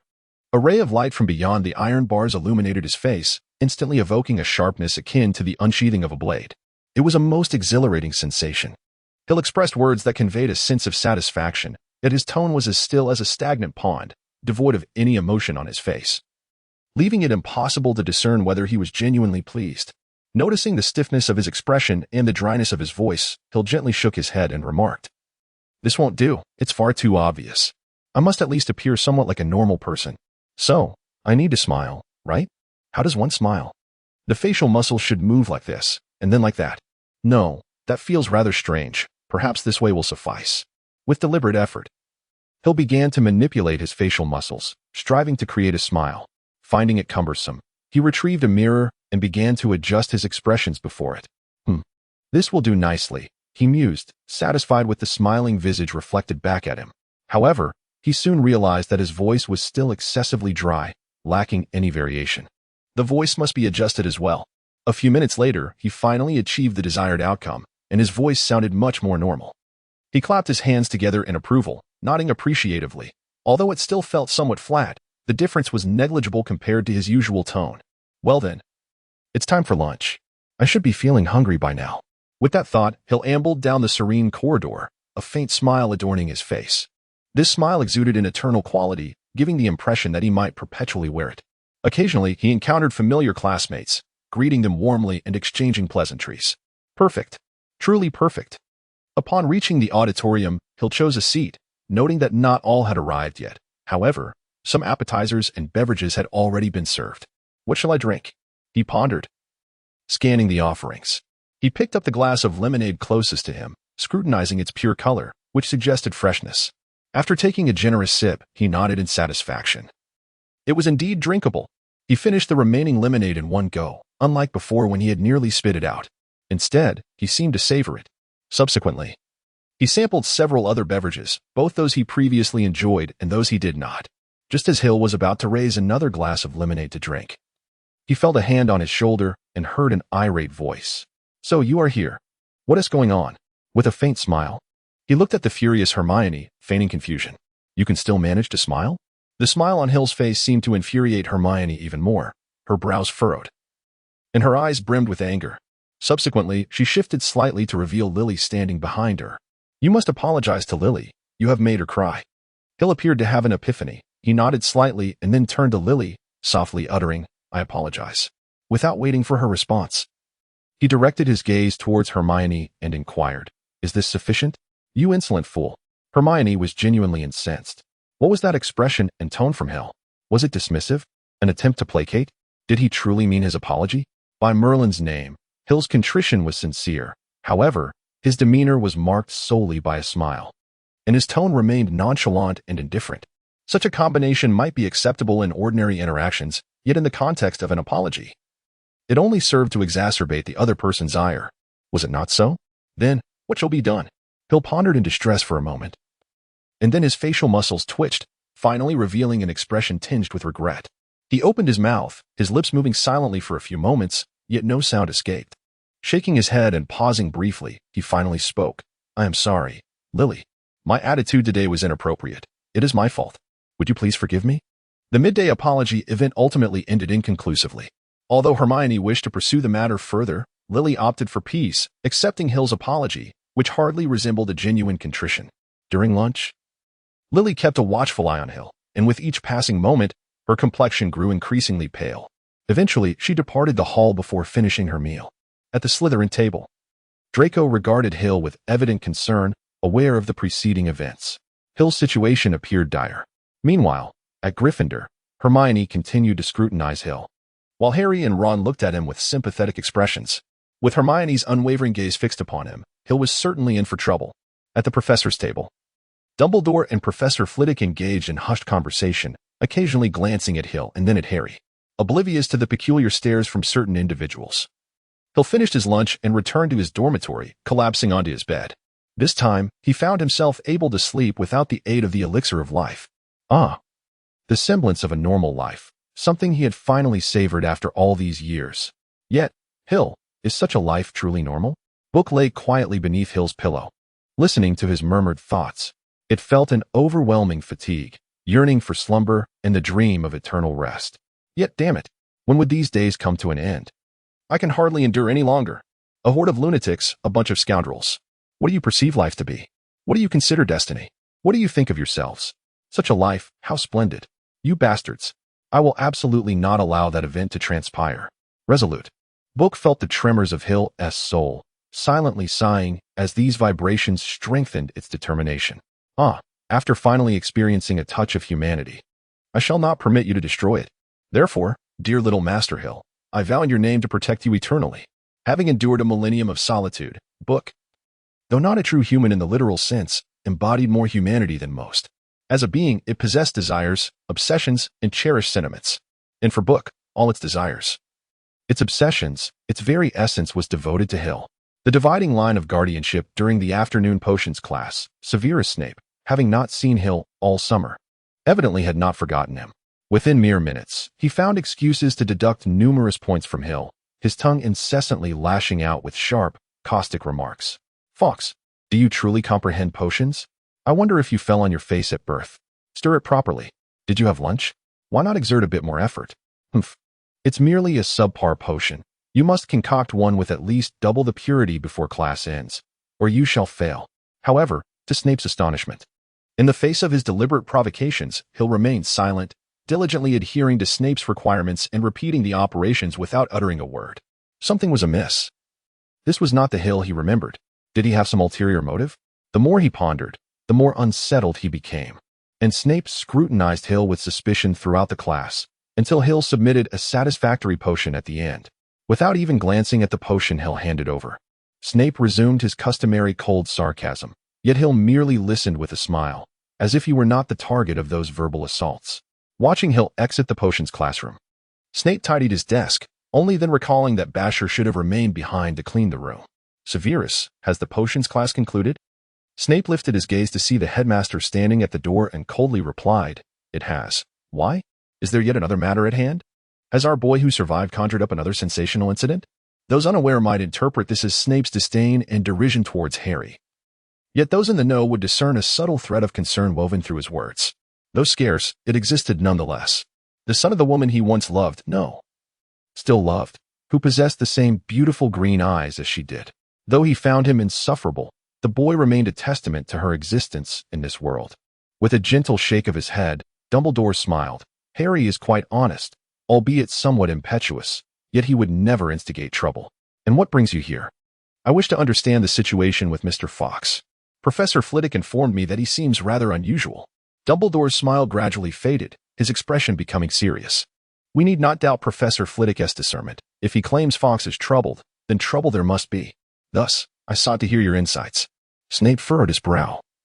The surname Fawkes always reminded him of a certain individual, the despicable, shameless, wretched scoundrel. He spoke with evident displeasure. What is unusual? He is just like any other student. Thoroughly chastised by me, not daring to utter a word more. I truly cannot fathom how he mustered the audacity to confront me last semester.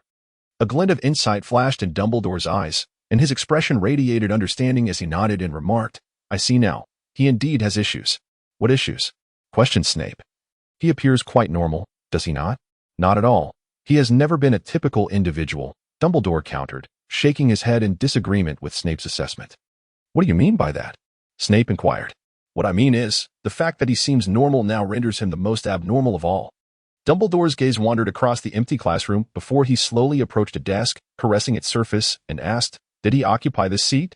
"Indeed," came the response. Dumbledore nodded. Settling into the chair, his hands gliding over the equipment as he closed his eyes, sitting in silence for 5 minutes. Snape regarded Dumbledore with a heart full of skepticism. It was rare to witness such behavior. What could possibly be troubling that child from the Fox family to elicit such concern from Dumbledore? As anticipated, the Fox family did not disappoint. Dumbledore opened his eyes, filled with excitement and desire. "My dear young master, do you recall the purpose of your journey to Hogwarts? The objective for your second year?" Listening to the echo of Booker's voice in his mind, Hill smiled gently. "Of course.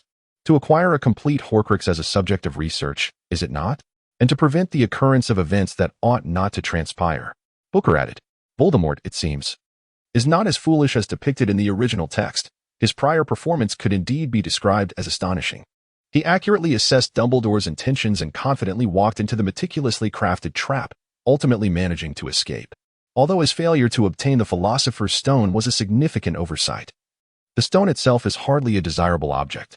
Voldemort's ruthlessness, meticulous scheming, precise situational judgment, and ample patience left a profound impression on Hill. As for the memory of Voldemort at the age of 16, the Horcrux he created that year may not be as terrifying as the man himself. Yet Hill could not afford to be complacent. Speaking of which, the diary we acquired was a counterfeit, was it not?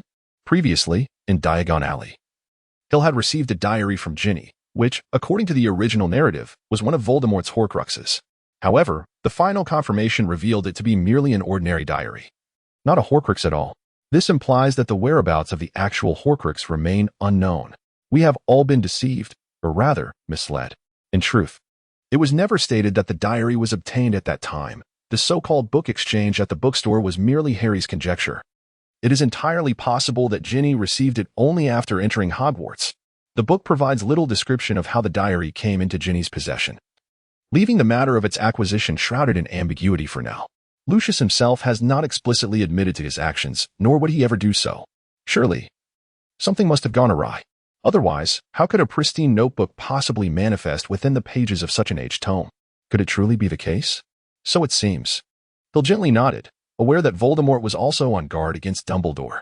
It was evident that Voldemort would return, a notion Dumbledore was surely prepared for, especially after Voldemort audaciously invoked the powers of Slytherin last year.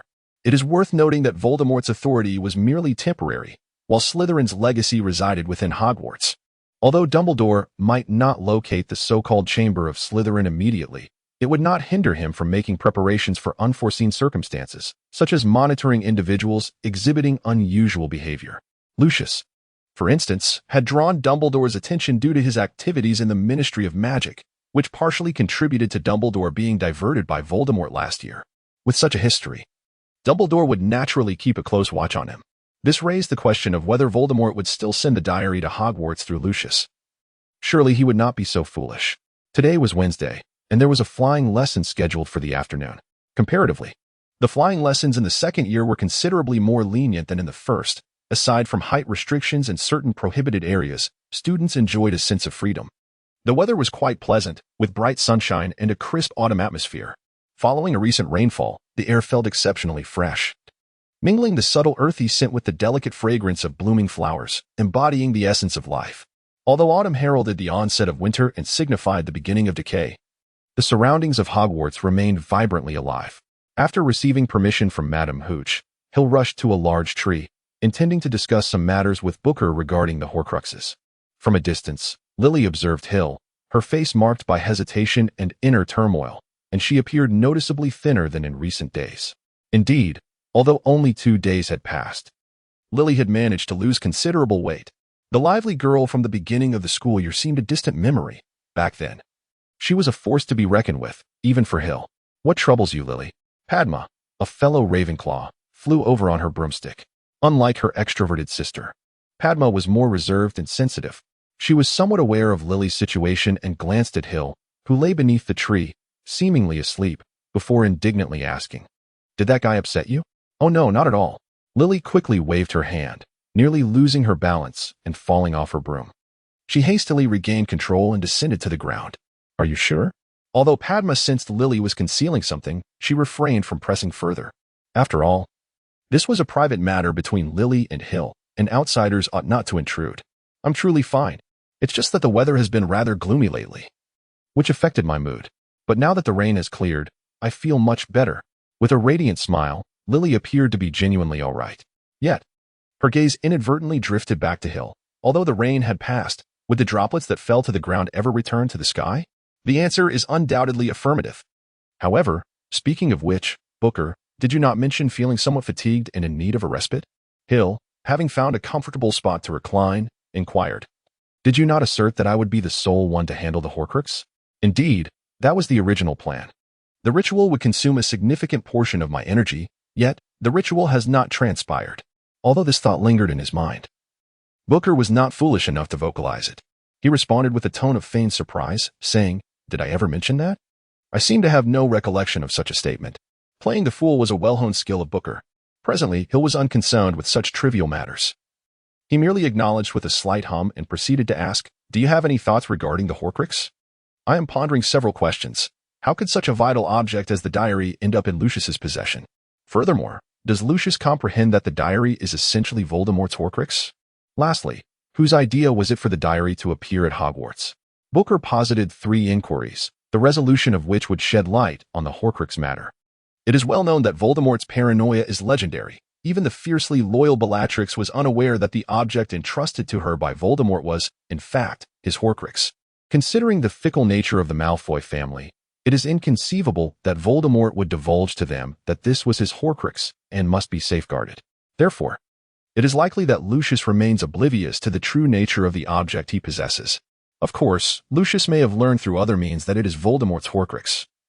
But the methods of identifying a Horcrux are not common knowledge that any random wizard could ascertain. To Hill's knowledge, even Boko from Nocturne Alley, who frequently interacted with Lucius, was unaware of how to identify a Horcrux. Lucius may have acquired the diary, but he certainly would not recognize it as a Horcrux. So, how does Lucius perceive the diary? According to the original narrative, Lucius appears to have sought to frame Ginny, treating the diary as a formidable dark magical artifact. But is it truly that straightforward? Voldemort, at the age of 16, crafted this diary. What were his thoughts at that time? After a moment of contemplation, Hill inquired, "Booker, do you know the nature of the authority Voldemort wielded that day?" At the end of the last school term, when Voldemort personally seized the Philosopher's Stone, he employed his authority, circumventing Dumbledore's intervention, and directly transported himself from the otherwise inaccessible Hogwarts to another location. Indeed, it was a matter of authority, one inherited from Salazar Slytherin. As anticipated, it appears that during those years, Voldemort did acquire certain advantages. Slytherin's legacy is certainly more profound than mere tomes, and possessing authority was to be expected.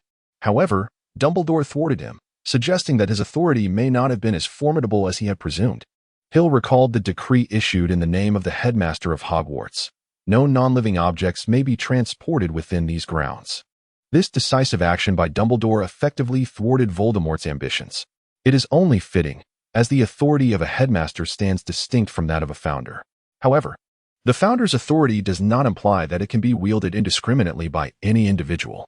Booker elucidated that such matters are known only to artifacts of ancient lineage. In truth, it was not solely Slytherin who bequeathed a legacy. Each of the other founders also left behind their own inheritance. Authority constitutes merely a portion of this legacy, albeit a paramount one. Thus, the challenges in acquiring it are formidable, are they not?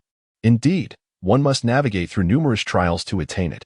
Salazar Slytherin, that old curmudgeon, was, how should one say, somewhat extreme and radical, yet at his core, he was a commendable wizard. At that time, the 4 founders united to establish Hogwarts as the ultimate sanctuary, subsequently rallying the strength of many powerful wizards to deliver a crippling blow to the church, thereby preserving the wizarding race from annihilation. Annihilation? Was it truly that dire? Let us not dwell on that. Your authority is insufficient. In any case, Salazar was fundamentally a principled wizard. Throughout his life, although he vociferously advocated for the expulsion of Muggle-born wizards, he never resorted to violence against children. He never committed acts of murder. Indeed, His departure was prompted by his unwavering resolve to punish dark wizards, employing any means necessary. Without Booker, Hill might have remained oblivious to that chapter of history. This, one could argue, is indeed true. Yet, having endured such a cataclysm, the wizarding community had already suffered grievously and could not afford further sacrifices, even though those dark wizards had committed heinous acts. The upper echelons of the wizarding society were not inclined to impose severe punishments, but rather chose to extend leniency. Salazar was incensed, declaring, "If you are incapable of handling this, then allow me to take charge." Thus, he departed in anger, and in the ensuing years, numerous brazen dark wizards met their demise at the hands of a mysterious wizard employing exceedingly ruthless methods. All speculated that this enigmatic figure was none other than Salazar himself. Regarding dark wizards, regardless of their malevolence, they are first and foremost wizards. In this light, the actions of the higher-ups were not entirely devoid of rationale. Nevertheless, Salazar's approach was not without merit. Without a modicum of discipline, they would never learn to appreciate their place. It is said that while the upper echelons played the role of the benevolent, Salazar assumed the mantle of the enforcer, one wielding the carrot, the other the stick, with results that were decidedly effective. Therefore, concerning Voldemort, who had harmed Hogwarts students, he ultimately failed to secure the complete authority he sought. Voldemort completely misunderstood the essence of Salazar's greatness. Booker's tone dripped with disdain. Voldemort, who so proudly claimed to be a descendant of Slytherin, knew nothing of Salazar's sacrifices. Salazar would never harm any student of Hogwarts, even if that student descended from Muggles. Such pride as his would never permit him to raise his hand against a mere child. Thus, since Voldemort's attack on Myrtle, he has been unable to acquire the inheritance. Some may believe that the survival of everyone in the Chamber of Secrets was due to their avoidance of directly meeting the basilisk's gaze. However, the basilisk possesses numerous methods to eliminate them. It can be said that it is not a matter of inability, but rather a lack of desire to kill. Naturally, Ginny's own resistance played a significant role, and the basilisk itself may have harbored some reluctance. So, is Voldemort planning to return to reclaim Slytherin's legacy? I believe that is indeed the case. Interestingly, it now seems that the diary's emergence at Hogwarts may have been orchestrated by Voldemort himself, with Lucius following his intentions by sending the diary to Hogwarts. Of course, motivated by a hint of selfishness, he chose Ginny Weasley. However, it appears that the diary is not in Ginny's possession, as Hill had verified in the bookstore that day. If that is the case, have the clues momentarily come to a halt? Hill whispered softly, as if sensing a subtle shift in the circumstances, deviating from the anticipated script. Not quite, he continued. Ginny remains a suspect. We cannot dismiss the possibility that Lucius employed alternative methods. My personal recommendation is to adopt a watchful stance once the attack transpires. It is certain that clues will emerge. Booker offered a rather cautious suggestion, acknowledging that in the face of Voldemort, a single misstep could inadvertently alert the adversary, jeopardizing all prior efforts. Silmarin, certain matters are destined to remain concealed, for they are difficult to elucidate. Thus, he chose to adopt a passive stance, patiently awaiting the unfolding of events. For him, the acquisition of a complete soul artifact has become paramount. Other concerns hold little interest. My dear young master, have you forgotten your original intentions? To prevent the sacrifice of the innocent is indeed your noble goal. All that Booker could do was sigh, for everything was inextricably linked to him. Time seemed to drag on, though this was merely Silmar's perception. To others, the flying lessons passed swiftly. Glancing at his broomstick nearby, Silmar mused, "It appears I shall be joining the house Quidditch team this semester. It has been quite some time since I practiced. It is indeed time to hone my skills." With that, he mounted his broomstick, kicked off the ground, and soared into the air. What Hill failed to notice was that two pairs of eyes were observing him within the confines of Hogwarts Castle. The Fawkes family was undeniably eager. The grandson of Moon. How intriguing, truly fascinating. Indeed, my awakening has not been in vain. The boundary of the flying lesson. On Wednesday, Ravenclaw was to attend their first defense against the dark arts class of the term, taught by the notorious charlatan Gilderoy Lockhart. It is noteworthy that to achieve the level of deception displayed by Professor Lockhart, even earning the Order of Merlin, is truly remarkable. Of course, this refers to his skills in trickery and performance. The professor's memory charm appeared to be rather potent, which is the only aspect in which Hill held any regard for Lockhart. One skill suffices to conquer all. Ravenclaw's defense against the dark arts class was scheduled for Wednesday, while Gryffindor had theirs on Monday, where they had already witnessed the prowess of Professor Lockhart. It was nothing short of a nightmare. Neville Longbottom merely wished to offer us some practical experience. Hermione Granger expressed her desire to never see him again. Harry Potter remarked that he was nothing but a braggart.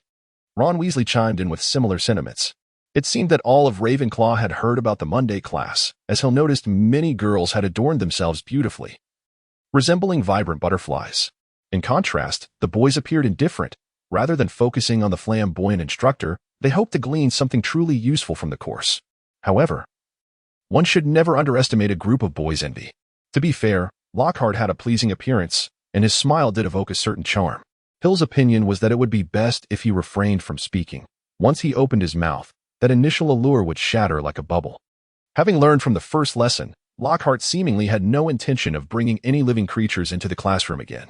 Instead, Hill and his classmates were greeted with a hefty stack of paper exams on the desk. "I see you have all acquired my complete works. Splendid. Today, let us begin with a little quiz. Do not be afraid.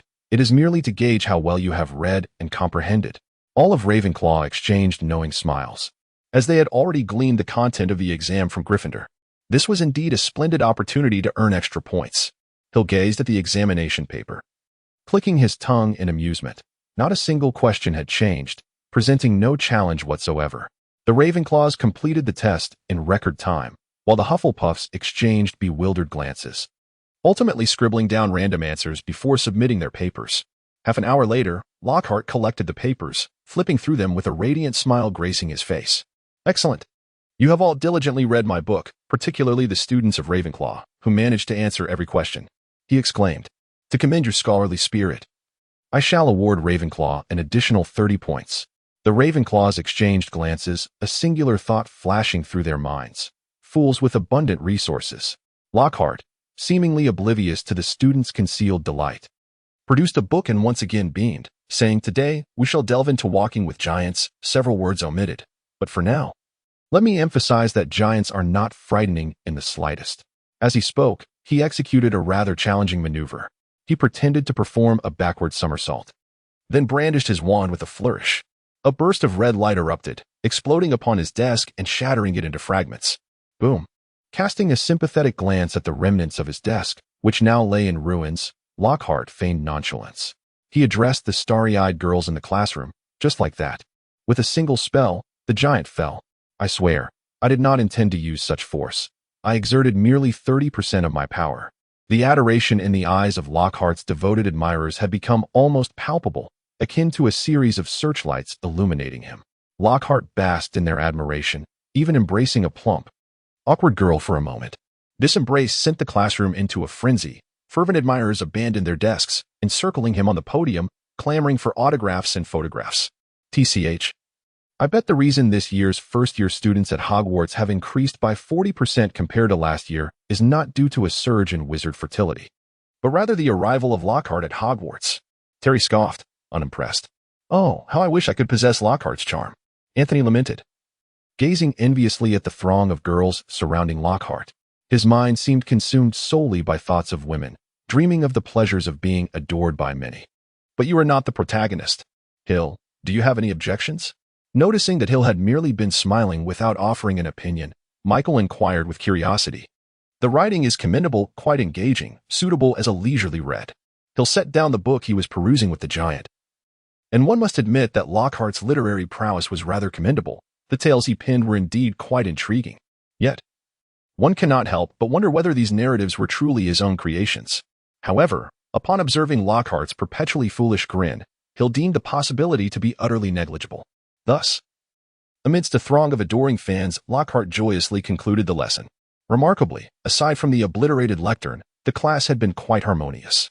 This prompted Lockhart to resolve to perpetuate such a teaching style, his mind brimming with visions of his admirers surrounding him.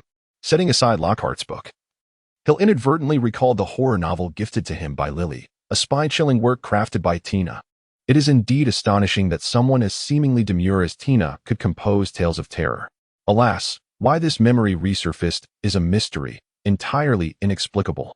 Hill sensed that something was amiss, yet he swiftly dismissed the feeling, subconsciously ignoring it as if it had never crossed his mind. Phew, that was close. He nearly got caught. If sweat were to flow, Booker would surely be drenched in a cold perspiration. Indeed, it had once again deceived Hill.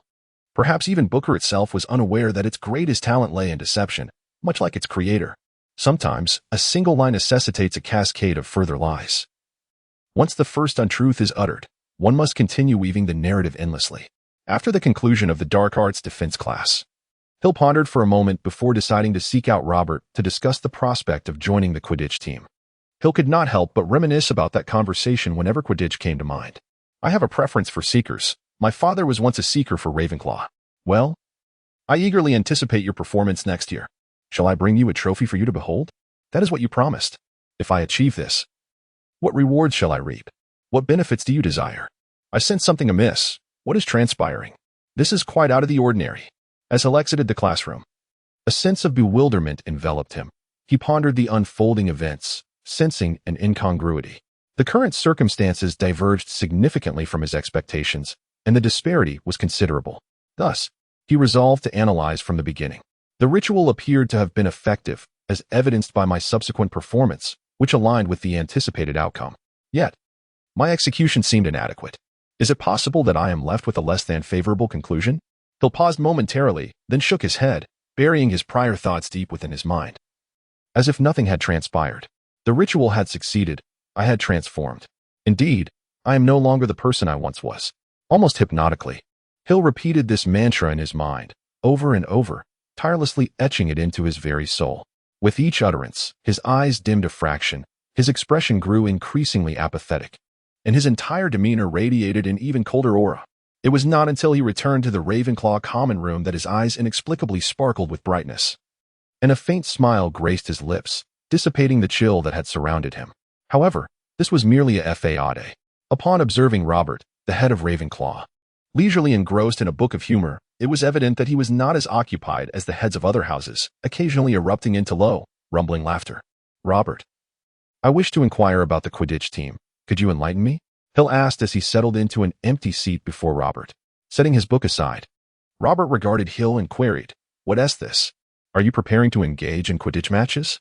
"Perhaps. Such a monotonous existence lacks excitement," Hill replied with a light chuckle. Robert shrugged, saying, "I still believe you should have been sorted into Gryffindor. Perhaps it would have suited you better." Indeed, Hill stood apart from his Ravenclaw peers, yearning for adventure and thrill. Given his personality and preferences, Gryffindor would have been the most fitting house for him. "Alas, our family has always been Ravenclaw," Hill replied with a semblance of resignation. "What an eccentric lineage. It is astonishing that no one from your family has ever been sorted into another house.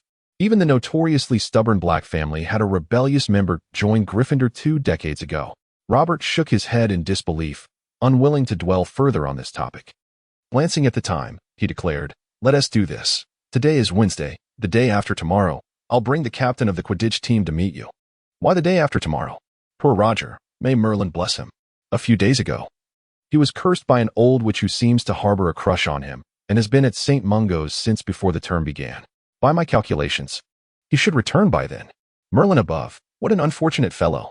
A 70 or 80-year-old old witch is truly a spine-chilling thought. This is none other than Roger Davies, the captain of the Ravenclaw Quidditch team." Robert pointed to the somewhat frail-looking boy behind him as he introduced him to Hill.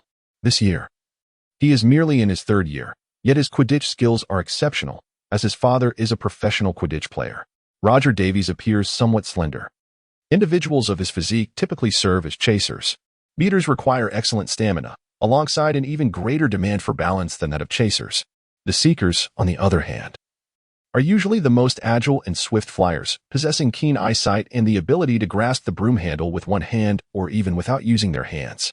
The role of the seeker in a match is of paramount importance, as capturing the golden snitch often turns the tide in favor of their team, thus altering the outcome of the game. Consequently, they are frequently the targets of fouls from opposing players.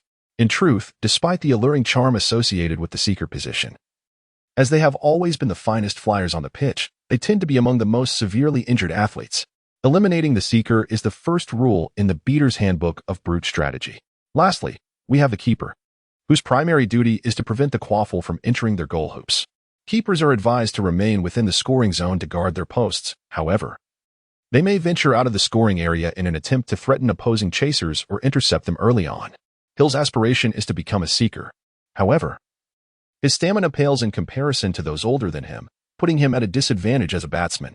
His flying skills are commendable, and he possesses a certain agility, making him a viable choice for the seeker position.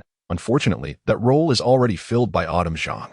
I have heard of you from Robert, and it seems your flying techniques are exceptional. I recall witnessing your performance in flying class. You appeared to be lounging on your broom as if in slumber, correct? It seems Roger has also been keeping a watchful eye on Hill, noting even his conduct during flying lessons. What can be said of this? Surely, Roger must wish to recruit Hill into the team, hence his attentiveness. Nodding in tacit agreement, Hill remarked, I believe my flying skills are quite proficient.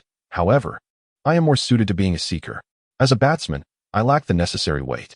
Is there anyone else in the seeker position? Roger and Robert exchanged glances, and he chuckled, saying, It appears that Ravenclaw will soon welcome a remarkable seeker. I always knew Hill had it in him. Observing the relieved expressions on their faces, Hill smiled in return, feeling a sense of accomplishment. As dusk fell, Roger prepared to assess Hill's skills, yet time was not on their side. Thus, they agreed to meet the following morning, Saturday, to test his abilities on the Quidditch pitch. Hill had no objections to this timing. It seemed the Slytherins would be rather boisterous in their attempt to seize the Quidditch field, and Harry and his friends were likely to confront Draco directly. However, after a year of experience, would Draco still embody the impetuousness and folly depicted in the books? Yet, what relevance does this hold for Hill in the present moment? After a restful night, Hill rose early, careful not to disturb his slumbering roommates as he quietly departed the dormitory. In the common room, Roger awaited him, dressed casually in a black shirt and black athletic pants, eschewing his competition attire. Noticing Hill's gaze, Roger stood from the sofa, smiling as he explained, Today is merely a test, primarily to gauge your abilities, so just relax. Nodding gently, Hill followed Roger out of the common room and towards the Quidditch pitch. Along the way, Roger briefed Hill on the current state of the Ravenclaw Quidditch team. You've arrived at just the right moment. Our seeker has graduated, leaving an open position. If your performance is satisfactory, you could join the team directly. It must be said that Ravenclaw's enthusiasm for participating in matches is rather subdued. Or perhaps they prefer the role of coach over that of athlete. Consequently, the Ravenclaw Quidditch team often comprises merely 7 players, without even substitutes. Nevertheless, these 7 individuals possess commendable skills, maintaining a respectable average level of proficiency. Thus, the substantial victory over Gryffindor, despite Harry's absence at the end of last year, was not merely a stroke of luck. Who are the current team members? Bradley serves as the goalkeeper, Chambers is the chaser, Chio is the seeker, and I am also a chaser. As for the beaters, they are Andre and Rondo. The other chaser graduated last year. He was previously the captain, and this year I have taken on the role of captain. Roger is quite familiar with his teammates and proceeded to introduce their personalities and characteristics to Hill, which will aid Hill in understanding his future companions. Throughout the journey, Hill remained a mere listener, refraining from expressing any opinions, occasionally posing questions while maintaining an air of tranquility. This demeanor prompted Roger to nod in quiet approval.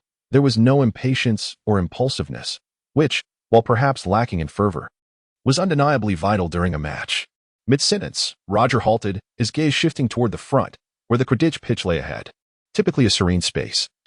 The Quidditch pitch buzzed with energy at this moment, resembling a bustling marketplace, as the green-clad Slytherins faced off against the red-robed Gryffindors. With a slight furrow of his brow, Roger led Hill into the Quidditch arena, where all eyes turned upon them. The sight of Ravenclaw elicited a collective scowl from the opposing teams. It was Slytherin who first broke the silence. A burly figure, resembling a gorilla, shouted at Roger with little courtesy, This Quidditch pitch is reserved for Slytherin today. You should go elsewhere and not disturb our practice.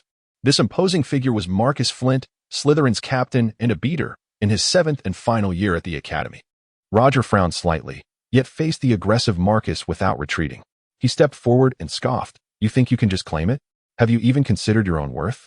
Marcus's expression darkened considerably as he advanced, towering over the seemingly slender Roger like a wall.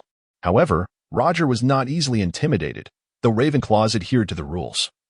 It did not imply they were pushovers. Those engaged in Quidditch were known for their fiery tempers. As for any physical threats, please.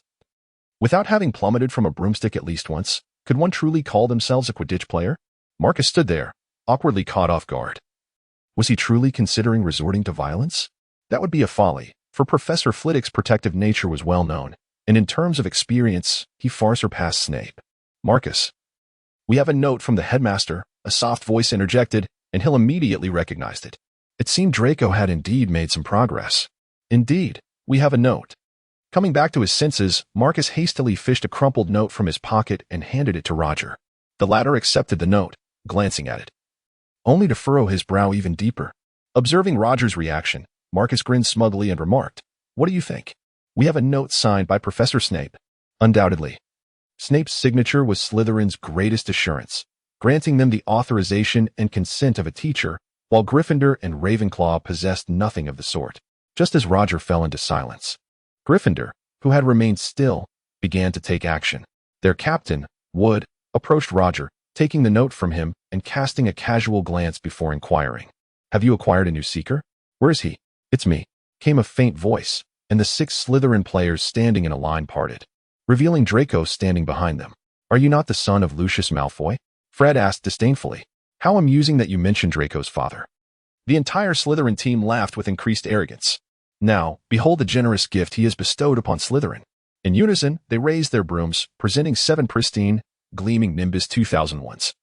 Their golden lettering shimmering in the morning sunlight, dazzling everyone's eyes. The latest model, just released last month, Marcus remarked nonchalantly, brushing a speck of dust from his broom. "I trust it is significantly faster than the outdated Nimbus 2000 series." As for the antiquated Clean Sweep 7s, he cast a malicious grin at Fred and George, who each clutched a Clean Sweep 5. "Perhaps you should use them to sweep the floor." The Gryffindor team found themselves momentarily speechless, for it was, indeed, an undeniable reality, a gap that was simply insurmountable. Hill observed a flicker of scorn upon Draco's face, not directed at Gryffindor, but rather at his own teammates. Indeed, the performance of Slytherin was abysmal. What was this? The demeanor of nouveau riche? How laughable, to take pride in a borrowed Nimbus broomstick. TSK, TSK. Slytherin truly seems to decline with each passing generation. Although Gryffindor had already glimpsed the notice, they remained unwilling to depart, lingering in defiance. Roger, harboring his own thoughts, chose to stay behind and observe the unfolding situation. Clearly, the Slytherins held them in contempt, as Marcus had already begun orchestrating preparations for training. During this interval, Hill exchanged a brief nod with Draco, their eyes communicating unspoken sentiments. It appeared that Draco had matured significantly, his previous impulsiveness replaced by a tendency to speak less and act more. Yet, Hill still sensed a hint of dissonance, an odd feeling. Was he still not sufficiently mature? After all, not everyone could be as peculiar as himself. Harry felt somewhat exasperated, having been dragged to the Quidditch pitch by Wood early in the morning, only to encounter this situation. Gazing at the arrogant Slytherin players and then at the worn-out brooms in the hands of his own teammates, he could only sigh. He noticed that Hill had also arrived, seemingly prepared to join the Quidditch practice. Could it be that he would participate this year?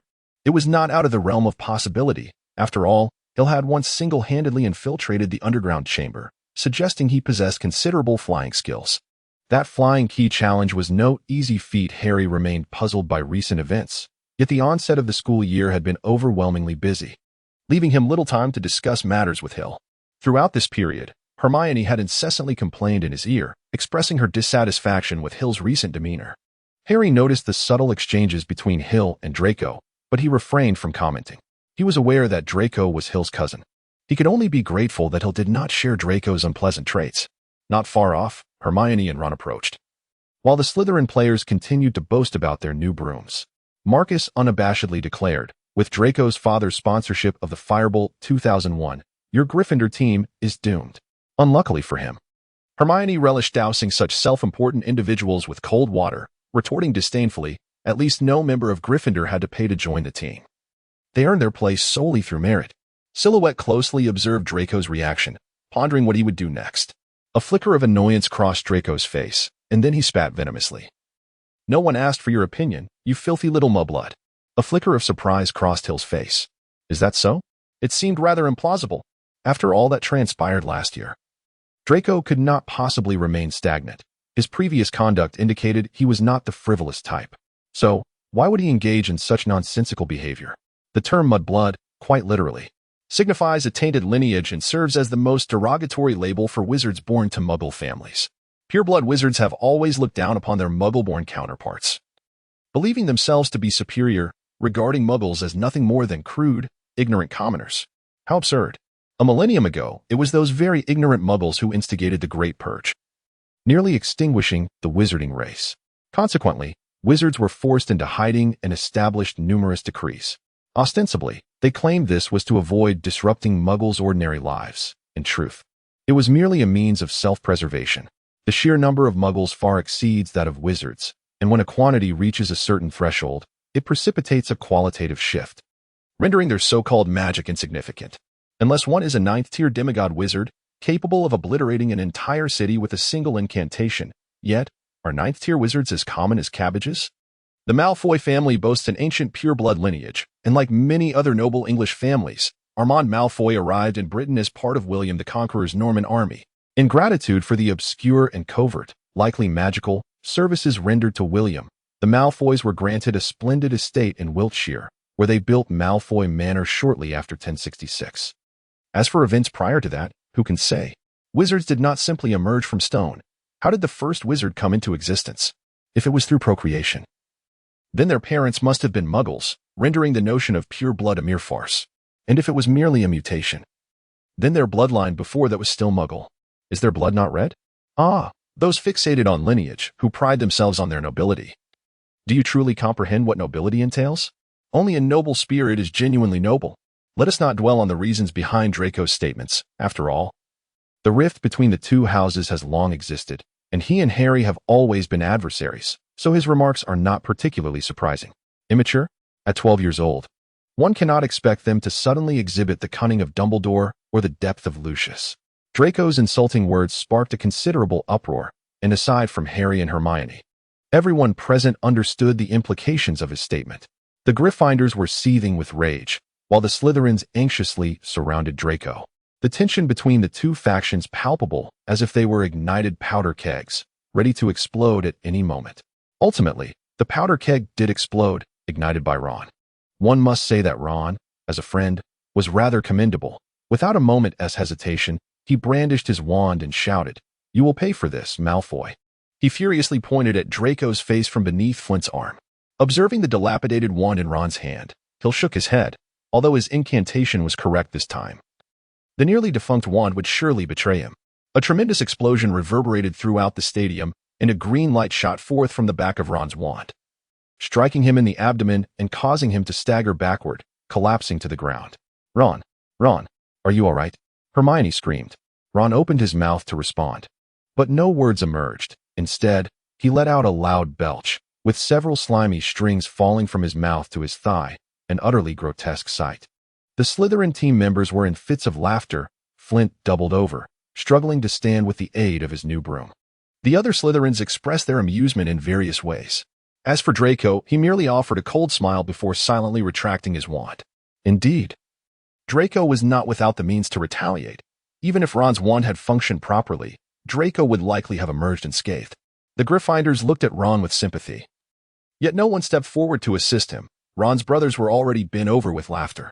With such a pair of mischievous siblings, Ron was left uncertain whether to cry or laugh. "We should take him to Hagrid. It's the closest place," Harry suggested to Hermione, who bravely nodded in agreement. They grasped Ron's arms and lifted him up. Then, Hermione glanced at Hill, her intent unmistakable. Would he come to assist?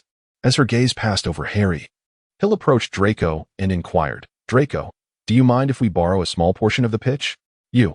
Hermione, seething as Hill's indifferent gaze swept over her, became even more incensed. "Honestly, do you have friends like this?" "Ugh." Ron expelled another slimy string, his face a mask of dismay. This was truly an embarrassment. "Hang in there. We will get you to Hagrid soon." Harry tugged at Hermione, who shot a fierce glare at the unfazed Hill before resolutely helping Harry support Ron towards Hagrid's hut. "Wait," Hill shouted at them, and under their knowing gazes that seemed to say he wouldn't dare, he nonchalantly produced a large wooden bucket and handed it to Ron, then chuckled, "Mind your hygiene. Don't spill it on yourself. You scoundrel. Don't be like that. Let's go find Hagrid first." Once again seizing the nearly explosive Hermione, Harry looked at Hill with exasperation and said, "Could you not speak so much?" Complying with the request, Hill promptly turned back to his original position and began to engage in a casual discussion with Draco. "You are certainly doing this on purpose." Taking a deep breath, Hermione nearly single-handedly dragged Ron toward Hagrid's hut, while Harry followed behind, his expression one of resignation. "Hill, you have caused me great distress. Now I shall endure Hermione's incessant nagging once again." Hill seemed unfazed by previous events, continuing his discussion with Draco regarding the venue. However, matters were not so uncomplicated. As Lucius Malfoy's son, Draco was indeed a suspect. "How was your summer, Draco?" he inquired. With an air of indifference, Draco replied, "It was all right. I didn't go far. Just stayed at home for a few months, rather dull. What about you?" "Similar situation, quite boring at home, just reading books," Hill responded, a look of regret crossing his face. He continued, "Congratulations on joining the Slytherin Quidditch team." A rare smile flickered across Draco's face, slightly shy. As he waved his hand dismissively, "It's nothing much. Weren't you also accepted into the Ravenclaw Quidditch team? Congratulations to you as well." "Not yet. I'm just here for the tryouts today," Hill shrugged, feigning modesty as he asked, "Would you mind if I borrowed a small portion of the field? Just a little will suffice." Marcus appeared to be about to speak, but a sharp glance from Draco silenced him. It was peculiar, after all. Marcus was the captain and should not have displayed such timidity. "Not a problem. That area is yours for as long as you need it." Draco generously designated a large section of the field, ample space for Hill to maneuver. Marcus, behind him, seemed to want to say something but merely clicked his tongue, ultimately remaining silent. "Thank you," Hill replied, contemplating a need to investigate any recent happenings within Slytherin, sensing some changes but unsure if they aligned with his thoughts. Roger clearly preferred to minimize interactions with Slytherin, intending to leave directly. However, upon witnessing Hill secure a section of the field, he decided to stay. "Are you quite familiar with that fellow named Draco?" Roger casually queried, though suspicion lingered. What if Hill were to let things slide during the competition? It was evident that Roger's understanding of Hill was insufficient. In truth, most individuals at the school held a rather superficial perception of him. To them, Hill was merely a studious student, nothing more. Many of his actions remained known only to a select few, while the majority remained oblivious. "He is my cousin." Hill discerned Roger's thoughts and smiled. "However, he is Slytherin, and I am Ravenclaw." Understanding the implication in Hill's words, Roger nodded, refraining from further chatter. The truth of the situation would eventually reveal itself. He gestured to the broomstick he held, asking, "Shall we begin? May I use this?" Hill glanced at the aged flying broomstick in Roger's hand and took out his Nimbus 2000. Although it was last year's model, he had grown accustomed to it and found its performance quite satisfactory. Roger's lips twitched slightly, and he couldn't help but reflect on the wealth of the Fox family. Acquiring a Nimbus 2000 was effortless for them.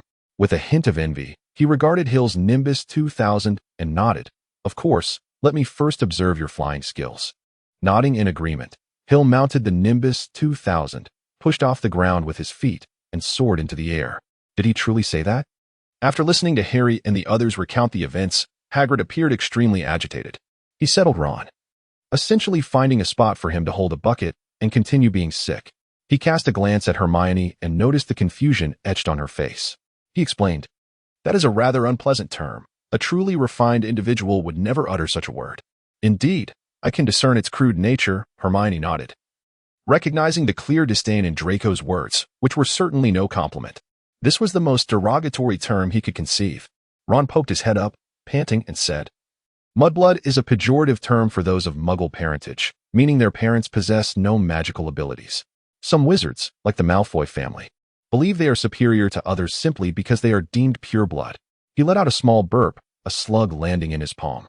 Discarding it into the basin, he continued, "In truth, the rest of us know that it makes no difference.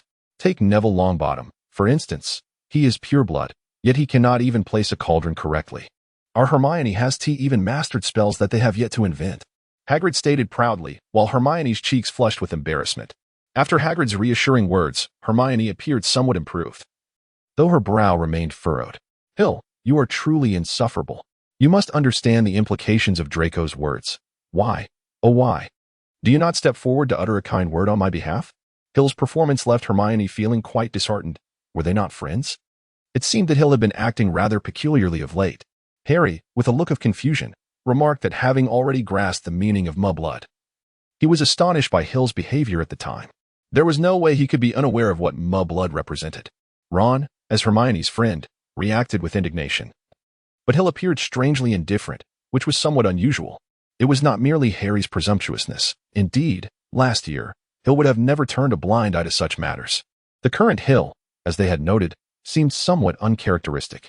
With great success, Hill passed Roger's test and officially joined the Ravenclaw Quidditch team as a chaser. Roger privately gathered the members of the Quidditch team to introduce them to Hill, and thus, they were acquainted. Autumn seemed quite taken aback by Hill's inclusion in the Quidditch team. In her mind, Hill belonged to a category of individuals who shunned all forms of involvement in activities. His participation in the Quidditch team was indeed remarkable. Constantly scrutinized by Autumn's curious gaze, Hill inquired, "Is there something on your mind?" "Not really, I just find it surprising. You don't strike me as someone who enjoys Quidditch." "It seems you haven't watched many matches," she replied. "Well, during the first year, it was virtually impossible to join the Quidditch team, so I had no interest. However, now that I'm in my second year and can join the house team, I've developed a bit of an interest in Quidditch," Hill explained, though this was not the true reason behind his newfound enthusiasm. "In any case, welcome aboard," Autumn said with a genuine smile, prompting Hill to smile back. He pondered for a moment before producing a Firebolt 2000. He possessed two Firebolt 2000s, one he had purchased himself and the other gifted by Draco. The one he held was his own, somewhat worn, yet still in excellent condition. Autumn gazed at the broomstick he offered, her face a picture of bewilderment. "What does this mean?" "I happen to own two Firebolt 2000s. And since I have no use for this one, I thought it best to lend it to you," Hill said, almost as if it were a mere straw. This was not an act of ostentation on Hill's part. He merely felt it necessary to bolster Ravenclaw's strength. It was worth noting that Slytherin was fully equipped with Firebolt 2001s, while Gryffindor's Harry possessed a Firebolt 2000, leaving Ravenclaw at a considerable disadvantage. Although Hill's addition had significantly enhanced their prowess, it remained a team sport, and one individual's strength could only go so far. Hill was aiming for the championship. Considering this goal, such an investment was trivial. "This is far too valuable. I cannot accept it," Autumn protested, though she cherished the Firebolt 2000. To an average person, it was indeed a precious item. A flying broom is not a necessity. Few would indulge in such a luxury. "Who claimed it was a gift for you?" Hill chuckled, extending a finger as he proclaimed, "This is rented to you, and I shall be collecting the rent, 1 gallon per year. Indeed, this rental fee is remarkably modest when compared to the price of a Nimbus 2000. Nonetheless, Autumn, you should accept it." "I doubt Hill would welcome a return from anyone else, would he?" Roger approached, interrupting their seemingly endless conversation with a timely interjection. He smiled, took the Nimbus 2000 from Autumn's hands, inspected it, and nodded, saying, "As a seeker, a fine flying broom is paramount.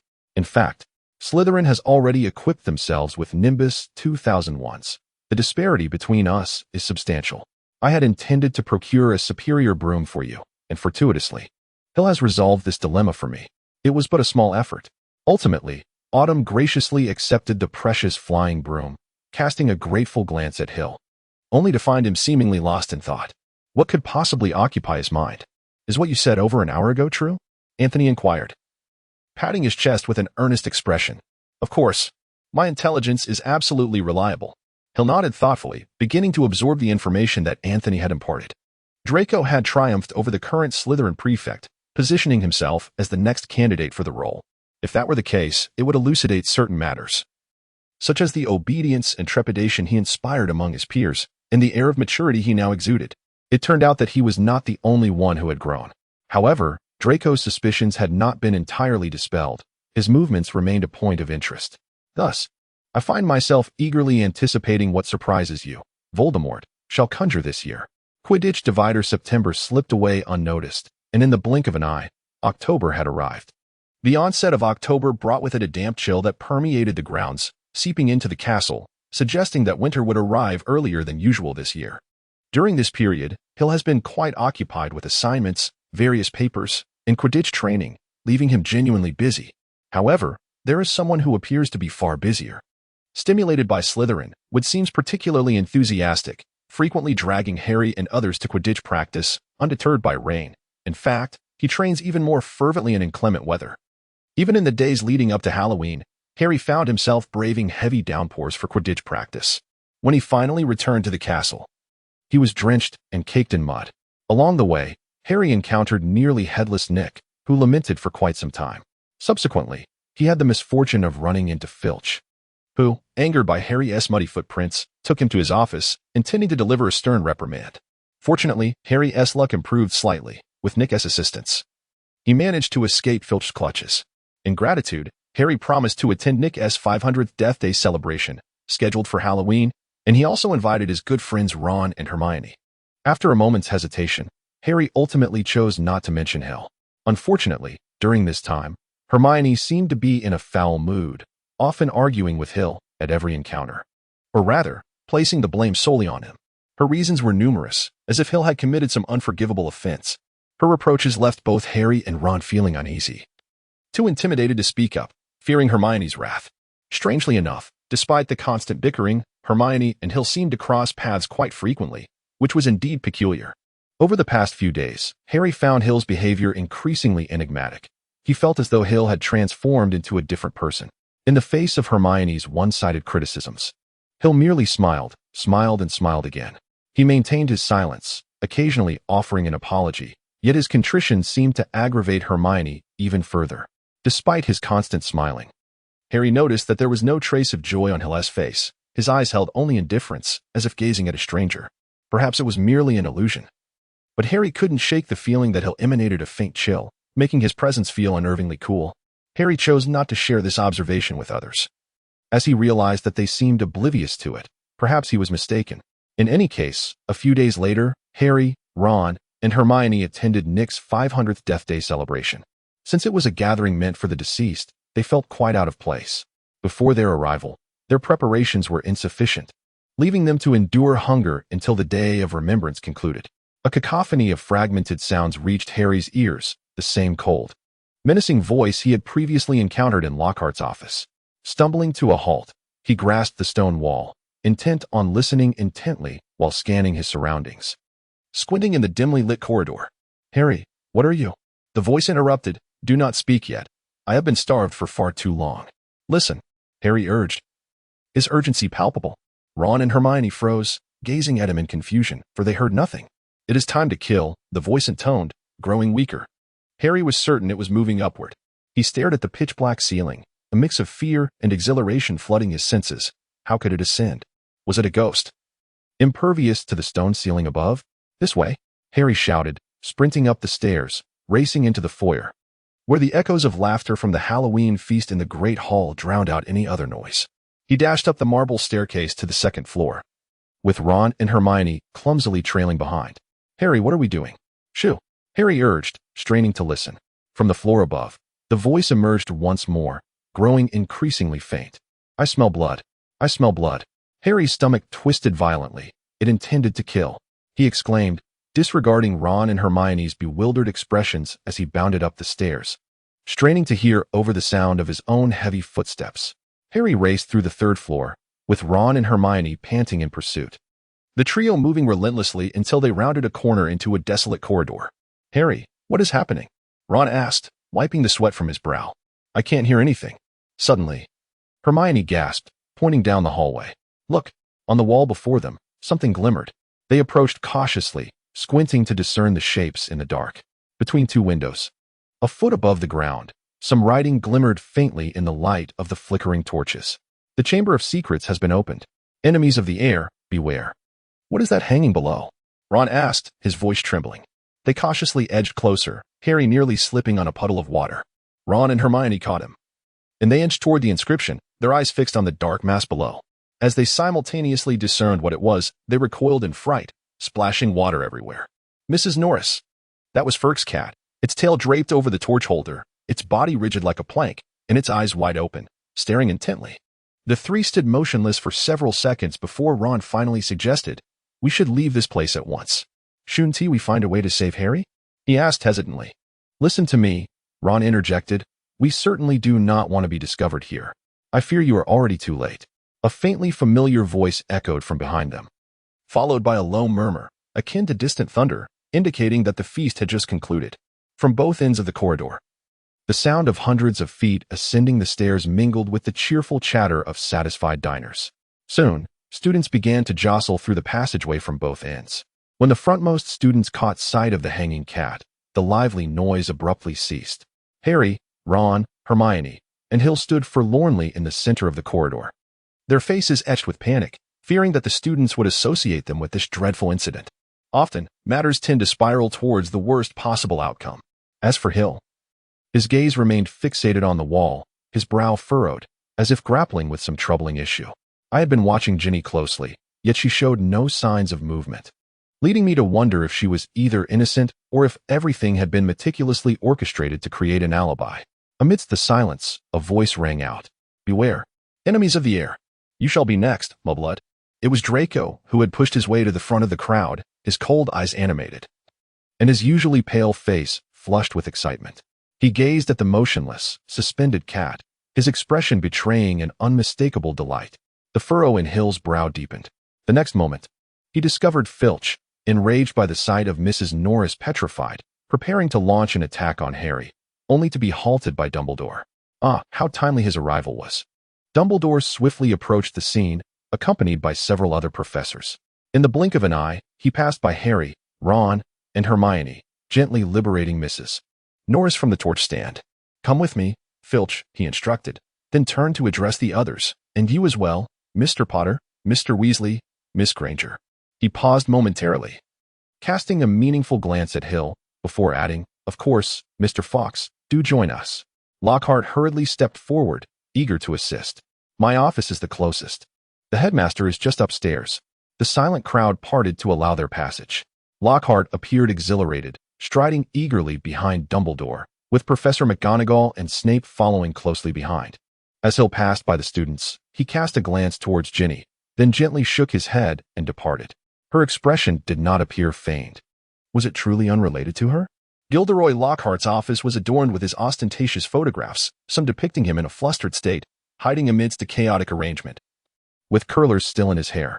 At that moment, the real Lockhart lit the candles upon the desk and retreated to the back. Dumbledore placed Mrs. Norris upon the polished tabletop and began to examine her meticulously. Harry, Ron, and Hermione exchanged anxious glances before taking their seats on the chairs shrouded in shadows, observing closely. Meanwhile, Hill meandered aimlessly about the office.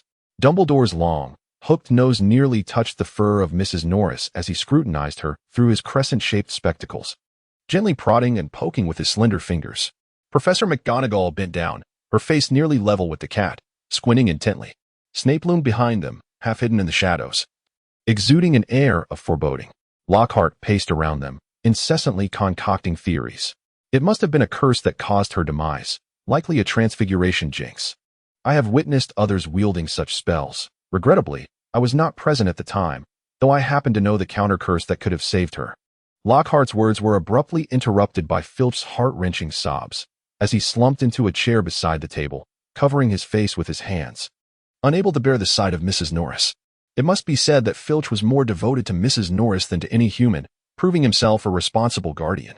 At that moment, Dumbledore murmured some strange incantations and tapped Mrs. Norris with his wand, yet there was no response. She remained rigid and lifeless, akin to a freshly prepared specimen.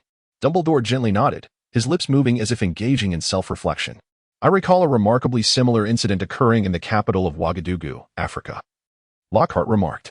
"A series of attacks transpired, extensively detailed in my autobiography. At the time, I provided the populace with an array of protective charms, which promptly resolved the issue."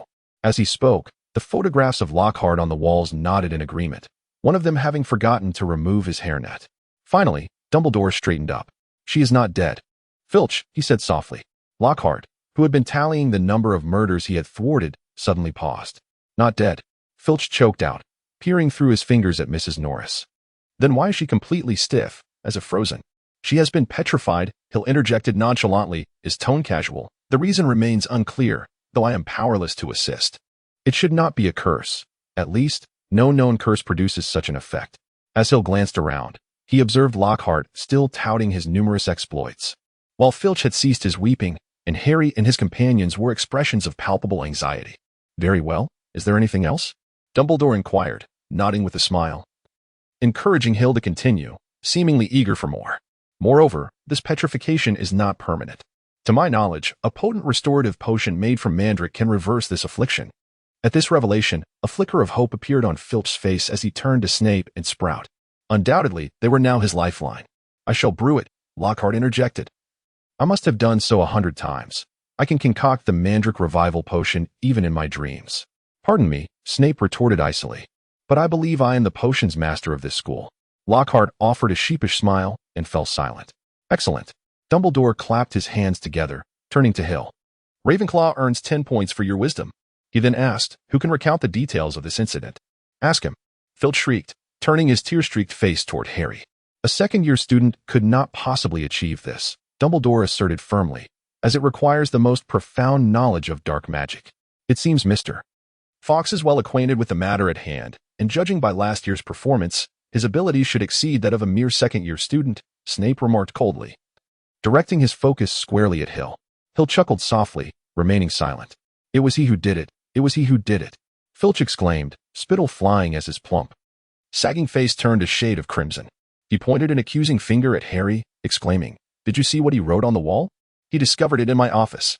He knows I am a Filch's face contorted in horror. He knows I am a squib. I did not lay a finger on Mrs. Norris," Harry shouted, suddenly aware that all eyes, including the painted likeness of Lockhart on the wall, were upon him. "I don't even know what a squib means." "Nonsense," Filch bellowed. "He saw my letter about the quick spell course. I'm afraid I don't think that would be a reason for him to attack your cat," Hill interjected calmly. "He has far more ingenious ways to take revenge, such as spreading the word that you are a squib. But would he?" At this, Hill turned to Harry. Harry hastily shook his head, speaking at a rapid pace. "I certainly wouldn't he do that. I also did not attack your cat. If I may interject, Headmaster," Snape said from the shadows, and Harry's uneasy feeling intensified. He was certain that Snape's words would bring him no benefit. At that moment, he noticed Hill, who stood there with an air of calm. For some reason, his own heart began to settle. Perhaps Potter and his friends simply should not have been in that place at that time, Snape remarked, his lips curling in a slight sneer, as if he held deep skepticism about it. "But we certainly have encountered a series of suspicious circumstances. Why were they in the corridor above? Why did they not attend the Halloween feast?" Harry, Ron, and Hermione hurriedly explained that they had been at the Death Day party. "Hundreds of ghosts attended. They can vouch for our presence. But after that, why not attend the feast?" Snape inquired, his dark eyes glinting in the candlelight. "Why go to the corridor above?" Hill could not suppress a yawn, while Snape's animosity toward Harry seemed to far exceed his own. Instead of inquiring about Hill, he chose to pursue Harry instead. This was prompted by Harry's admission that his heart raced uncontrollably. He vaguely felt that if he were to tell them he was led there by an intangible voice audible only to himself, it would undoubtedly sound implausible. "We are weary and wish to retire early." "Not having dinner?" Snape inquired, a smug smile flickering across his gaunt face. "I suspect the fare provided by the ghosts at the party may not be suitable for the living." "We are not hungry," Ron declared loudly, just as his stomach let out a rumble. Snape's unappealing smile became even more pronounced. "In my opinion, Headmaster, Potter has not been entirely truthful. Perhaps we should rescind some of his privileges until he shares the complete story with us. Personally, I believe it would be best to remove him from the Gryffindor Quidditch team until his attitude improves." "To be frank, Severus," Professor McGonagall interjected sternly, "I see no reason to prevent this child from playing. After all, that cat was not struck on the head by a broomstick. Moreover, there is no evidence to suggest that Potter has committed any wrongdoing." "Pardon my interruption," Hill chimed in with a smile, "for I have prepared food for them. You see, it is all right here."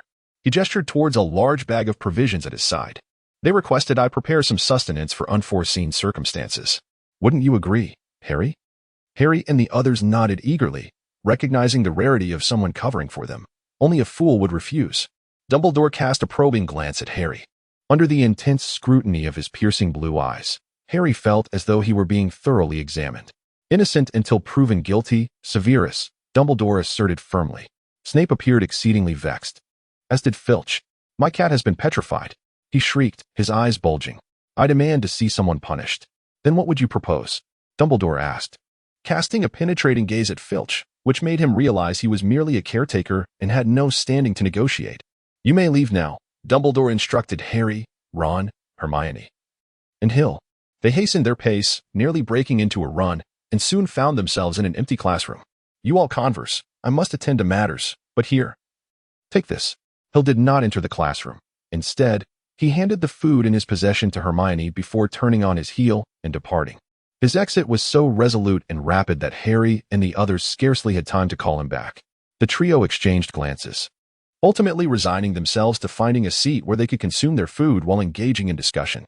"Do you think I should mention the voice I heard?" Harry inquired. "Don't," Ron replied without hesitation. Hearing a voice that others cannot is not a good omen, even in the wizarding world. Harry detected something in Ron's tone and asked, "You believe me, don't you?" "Of course I do," Ron quickly affirmed, "but you must admit, It is rather peculiar. I know it is peculiar, Harry responded. The entire incident is bizarre. What about those inscriptions on the wall? What does it mean that the Chamber of Secrets has been opened? Oh, that reminds me of something. Ron said slowly. I think someone once told me that the Chamber of Secrets at Hogwarts is probably Bill. What is a squib? Harry queried. To his astonishment, Ron burst into a fit of giggles, covering his mouth. It's not actually funny, but in the context of Filch. He said a squib is someone born into a wizarding family but without any magical abilities. A squib is the opposite of a muggle-born wizard, though squibs are quite rare. If Filch wanted to learn magic through a correspondence course, he would certainly be a squib. This explains a lot of things, like why he harbors such animosity towards students. Ron said with a satisfied grin. P.S. just jealous. Harry nodded, noticing Hermione deep in thought, unable to contain his curiosity. Hermione, what are you pondering? There is something amiss with Hill. Hermione replied, gently nodding. Did any of you notice that he appeared right behind us when we discovered that cat? So what? Ron said nonchalantly, taking large bites of the sandwiches Hill had brought, mumbling, wasn't he just delivering our food? Or did you plan it out, Hermione? Thank goodness you asked Hill for help, or we would have gone hungry. Bang. Hermione slammed her hand on the table, startling Ron so much that his sandwich fell to the floor. That is exactly it, she exclaimed, her face illuminated with realization. In fact, I never asked Hill to prepare food. She turned to Harry. If I'm not mistaken, you didn't ask Hill to prepare food either, did you? Harry nodded, and a flicker of shock crossed his eyes as he too grasped the implication. Well, what of it? Ron asked, still somewhat oblivious. With a look of exasperation directed at Ron, Hermione exclaimed, This is serious. Thus, the primary reason for Hill's presence there has become moot. Moot? Indeed. Observing Hermione's escalating ire, Harry hastily elucidated to Ron. Hill claimed his reason for being there was to deliver provisions, yet we had never requested such an offering. Our presence was solely for the memorial, and I had heard an eerie sound. So what compelled Hill to forsake dining in the Great Hall and venture there alone? Indeed. What could it possibly be? Ron's response was rather sluggish. Do not hinder me. I must help him gain some clarity. Calm down. After a bout of commotion, Harry and the others settled back down, and Hermione shot Ron an exasperated glare, while he remained engrossed in his meal, ignoring her entirely. Thus, Hill's appearance there becomes increasingly suspect. With unwavering confidence, Hermione remarked, Have you all noticed that none of us realized when he arrived? Harry nodded. Hill's voice had emerged abruptly, devoid of any prior indication. Yet, they had previously overlooked how Hill had approached. In other words, he had materialized out of thin air. It seems Hill possesses the disillusionment charm, does he not? Hermione continued her line of reasoning, methodically deducing, is it possible that Hill had been hiding there for quite some time? In truth, Hermione's deductions were nearing the truth. Hill had indeed concealed himself there long before. Considering his odd behavior tonight, he must be involved. After a moment's hesitation, Harry could not help but inquire, Are you suggesting that Hill is the one who opened the Chamber of Secrets? That is impossible. He is not that sort of person. However, he is certainly a suspect. If he were the one who opened the chamber, then why would he analyze the situation of Madame Loris? He even identified the antidote. Hermione wore an expression that conveyed her understanding. Her face radiated confidence. You see, the truly cunning perpetrator always seeks to eliminate their own suspicion at the earliest opportunity. His actions could very well be an attempt to exonerate himself. You are aware that there is currently no antidote. His words are inconsequential. Do you still maintain that Hill is the one who opened the chamber? Harry's tone was somewhat harsh. Hill was also his dear friend, and he did not wish to witness Hermione's unfounded accusations against him. How could that be? A sly expression crossed Hermione's face, and she pondered aloud.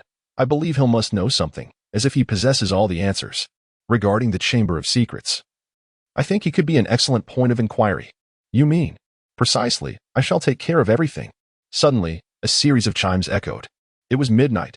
Harry declared, We should hurry to bed, lest we wait for Snape to come looking for us and accuse us. Then it is settled, let us return. Hermione declared as she rose and followed Harry out of the classroom. Wait for me, Ron exclaimed, clutching the bag filled with food, as he hurried to catch up with them. A line of skepticism separates us from the first petrification incident, which has now been several days past. Yet, Hill remains at a standstill, devoid of any significant clues. The narrative appears to have shifted.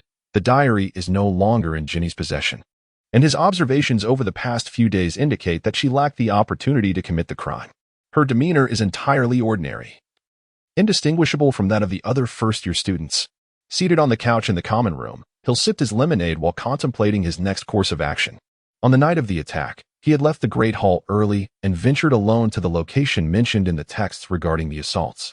Subsequently, he cast the disillusionment charm, hiding in the shadows to ascertain who was responsible for the incident. However, his efforts yielded no results. He did not encounter any suspicious individuals at the scene. What puzzled him was the realization that, despite having stepped away briefly, the short interval was insufficient for an attack to occur, leave marks, and then retreat unnoticed. The reason for Hill's abrupt departure was his observation of Draco emerging from the Great Hall. Out of an abundance of caution, he decided to follow him. However, it appeared that Draco had merely taken a brief trip to the restroom, returning shortly thereafter, and thus had no opportunity to commit any wrongdoing. Among the current suspects, it seems that each individual possesses an alibi, as they were all present in the Great Hall at the time of the petrification incident. Moreover, the entire occurrence transpired within a mere minute, a notion that is utterly inconceivable. Hill felt an undeniable urge to revisit the scene, perhaps uncovering something previously overlooked. Acting on this impulse, he rose from his seat and approached the door. Just as he was about to grasp the handle, the door to the communal lounge swung open on its own. Standing in the doorway was Lily, her countenance appearing quite unwell. In truth, her pallor had been distressing for several days now, evoking deep concern in others, except for Hill. With an expression of indifference, Hill brushed past Lily, uttering not a single word, as if he were merely traversing thin air. Lily's complexion paled further, and she trembled slightly, nearly losing her balance. Grasping the doorframe for support, she gazed at Hill's retreating figure and whispered, "Hill." Hill made no pause, seemingly oblivious to Lily's words. Soon, his figure vanished at the staircase. As if drained of all strength, Lily released her grip and sank helplessly to the ground. It was as if everything that had transpired before had dissolved into nothingness. Hill ambled alone down the corridor on the 3rd floor. During this period, Firk could often be found pacing at the scene of Lady Loris's demise. As if anticipating the return of the assailant, he had attempted to scrub the inscriptions from the wall with a miraculous cleaning agent, yet his efforts were in vain. The words continued to gleam luminously upon the stone surface. When not patrolling the crime scene, Firk lurked in the corridor, his eyes a fiery red, ready to pounce on unsuspecting students, conjuring any excuse to confine them, be it the volume of their breaths or their playful demeanor. Fortunately, Hill encountered no sign of Firk upon his arrival. At this moment, Firk was likely busy seeking out trouble with the students. Approaching the wall, Hill cast a glance at the inscriptions that had yet to fade, shaking his head slightly. The script was chaotic and disordered, rendering it impossible to discern the identity of the author. As his fingers brushed lightly over the markings, Hill felt a slickness, as though inscribed with some peculiar reagent. In comparing it to the myriad of substances etched in his memory, he found no match. Perhaps it was a unique formula altogether. Hill attempted to extract a small amount of the potion from the wall, yet he found it utterly impossible. Although this concoction bore an uncanny resemblance to genuine blood and possessed a similar texture, it had become irrevocably fused with the wall's surface. With no other recourse, he seized the opportunity, and in the absence of witnesses, gently chipped away a fragment of the wall, securing the potion-laden piece in his pocket. Upon returning, he intended to meticulously analyze this substance, hoping it might yield some clues. Subsequently, he approached the place where Lady Loris was said to reside. It was a torch holder. Seemingly unremarkable, and despite his thorough examination, Hill could detect no anomalies. Eventually, his gaze shifted towards a nearby pipe, and he cast another glance at the water pooling on the ground. If all were as it should be, the serpent creature would have emerged from the pipe, leading to Lady Loris's encounter with it in the water, culminating in her petrification. Yet, something felt amiss, imprinting the scene in his mind. Hill took one last look around before turning to leave. As he departed, his brow furrowed slightly as he glanced toward the window, then continued on his way. That was a close call. He had nearly been discovered. Removing the invisibility cloak that had shrouded her, Hermione let out a sigh of relief. She had been trailing Hill from the Ravenclaw common room all the way to this location. Initially, she had harbored a flicker of hope, believing she might uncover some valuable information from him. However, Hill merely glanced around before making his exit. Frustration mounted as she stamped her foot. Hermione donned the invisibility cloak once more and resumed her pursuit of Hill. Surely, there must be some clue. This was not merely Hermione's fixation on Hill, rather, last year's events had instilled in her a profound curiosity about him. During the incident with the Philosopher's Stone, she, along with Harry and others, had been aimlessly scurrying about, while Hill appeared to possess an almost prophetic awareness of the outcome. Although he had not been particularly active, his every action seemed impeccably timed. Especially during their conversation on the train, Hermione realized that Hill likely knew far more than she had assumed. The secrets he had revealed struck her as exceedingly credible. Thus, faced with Hill, who seemingly knew everything, Hermione instinctively believed that he must possess knowledge regarding the petrification incident. Yet, like the previous year, he remained reticent. Hermione could not help but feel anxious. The message inscribed on the wall was unmistakably clear, hinting that Muggle-born students were at significant risk of attack. As a Muggle-born witch, she had every reason to be concerned for her safety, especially regarding a petrification that even Dumbledore could not reverse. Recognizing that even if she were to inquire of Hill, he might remain silent, Hermione opted to continue following him, hoping to glean some useful information from him. In contrast to Hermione's restless mind, Hill was absorbed in contemplating the findings of his earlier investigation. How was this alibi fabricated? Generally speaking, an alibi is constructed through misdirection. It is commonly employed as a means to elucidate one's actions, providing evidence that they were not present at the time of the crime. Human thought processes possess a certain inertia, and perpetrators typically mislead others through a meticulously crafted series of actions and clues, steering them towards a predetermined direction. Consequently, individuals may find themselves ensnared within the labyrinth they have constructed, unable to extricate themselves. What the eyes perceive is not necessarily the truth, nor is what the ears hear invariably accurate. Those elements you consider potential clues may indeed be traps set to draw you deeper into the maze. He'll gradually analyze the events unfolding in his mind. The initial petrification incident appeared to be merely a common assault. The cat, having glimpsed the serpentine creature through the puddle on the ground, was subsequently turned to stone, while the assailant left traces upon the wall. However, could all of this truly have transpired in less than a minute during Hill's absence? Hill had examined the area, noting that the serpent creature's presence would undoubtedly leave traces and produce notable disturbances. However, he found no evidence of such. This was utterly astonishing, given its substantial size. It seemed implausible that it could make no sound or leave any sign of its passage, all while executing an ambush and retreat within a mere minute. Hill could not shake the notion that this serpent possessed such capabilities. The only clue remained the inscriptions on the wall, hinting at the source of the mysterious potion. Nevertheless, Hill harbored little confidence, as one could not ascertain whether this potion was intentionally left as a trap. A subtle epiphany dawned upon Hill. This attack was far less intricate than it appeared, undoubtedly simple in its essence, for it is only the most straightforward of criminal acts that leave behind fewer clues. Yet, in the immediate moment, Hill remained at a loss. Throughout the day, Hermione felt as though her legs might give way. She had traversed nearly the entirety of the castle in Hill's wake. She witnessed Hill entering Snape's office and, taking advantage of Snape's absence, pilfered a potion before making her way to the library. There, she and Hill spent an entire afternoon seated among the tomes. It was an undeniably peculiar sensation. Cloaked in invisibility, Hermione sat directly opposite him, unabashedly observing his every move. Unbeknownst to her, Hill was engrossed in retrieving a substantial stack of books from the shelves. Despite Hermione's own fondness for reading, watching another read proved to be an exceedingly dull affair, particularly as Hill maintained this state for 3 or 4 hours on end. At one point, she could no longer contain herself and stepped away for a brief respite. Upon her return, Hill was still engrossed in the same task. "You truly are diligent," she thought, rolling her eyes in exasperation, resting her head upon the table to gaze at him. Such tranquility, lying quietly while observing another, was a remarkable experience for Hermione. Always busy, she had never paused to catch her breath.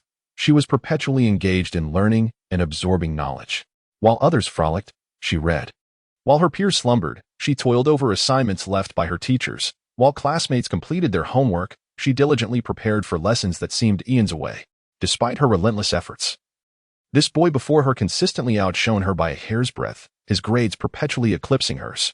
This sense of frustration was a sentiment Hermione had not encountered in quite some time. Since her academic journey commenced, she had never been bested by another. Before her, Hill exuded an aura of profound mystery. He appeared to possess an encyclopedic knowledge, no matter how challenging a query posed by the teachers. It transformed into an inconsequential matter in his presence. His mastery over every subject was remarkable. He could effortlessly pinpoint the answer to any question without consulting a text. Citing the exact page and line, Hermione occasionally grappled with despair, confronted by this seemingly insurmountable mountain of knowledge. and contemplated surrendering on several occasions. Yet, her pride forbade her from conceding defeat. With a faint smile, she gazed at Hill, her heart quietly lamenting. Could you pause for but a moment? Do you know that despite our relentless efforts, we cannot even glimpse your silhouette? It would be utterly impossible for Hermione to claim she harbored no affection for Hill. A person of such exceptional caliber would surely captivate any girl's heart. However, Hermione had never contemplated matters of the heart, nor had she ever considered engaging in a romantic relationship with a boy. Setting aside Hermione's internal turmoil, Hill admitted to feeling quite unwell. He found himself ensnared in a labyrinth, a deliberately constructed maze, and he had yet to discern the method employed by the perpetrator, thus unable to extricate himself from it. Closing the final book, Hill shook his head, returned all the volumes, and departed from the library. As he approached the vicinity of the Ravenclaw Tower, he turned towards the staircase and said, "Come out now. You've been following me all day, aren't you tired?" There was no response, as if Hill were conversing with the air. "So, shall I take matters into my own hands, Hermione?" No sooner had he spoken than a figure emerged from the previously empty staircase. It was Hermione. Clutching the invisibility cloak, Hermione, with a furrowed brow, inquired, "When did you realize I was here?" A flicker of uncertainty crossed her face as she gazed at the cloak.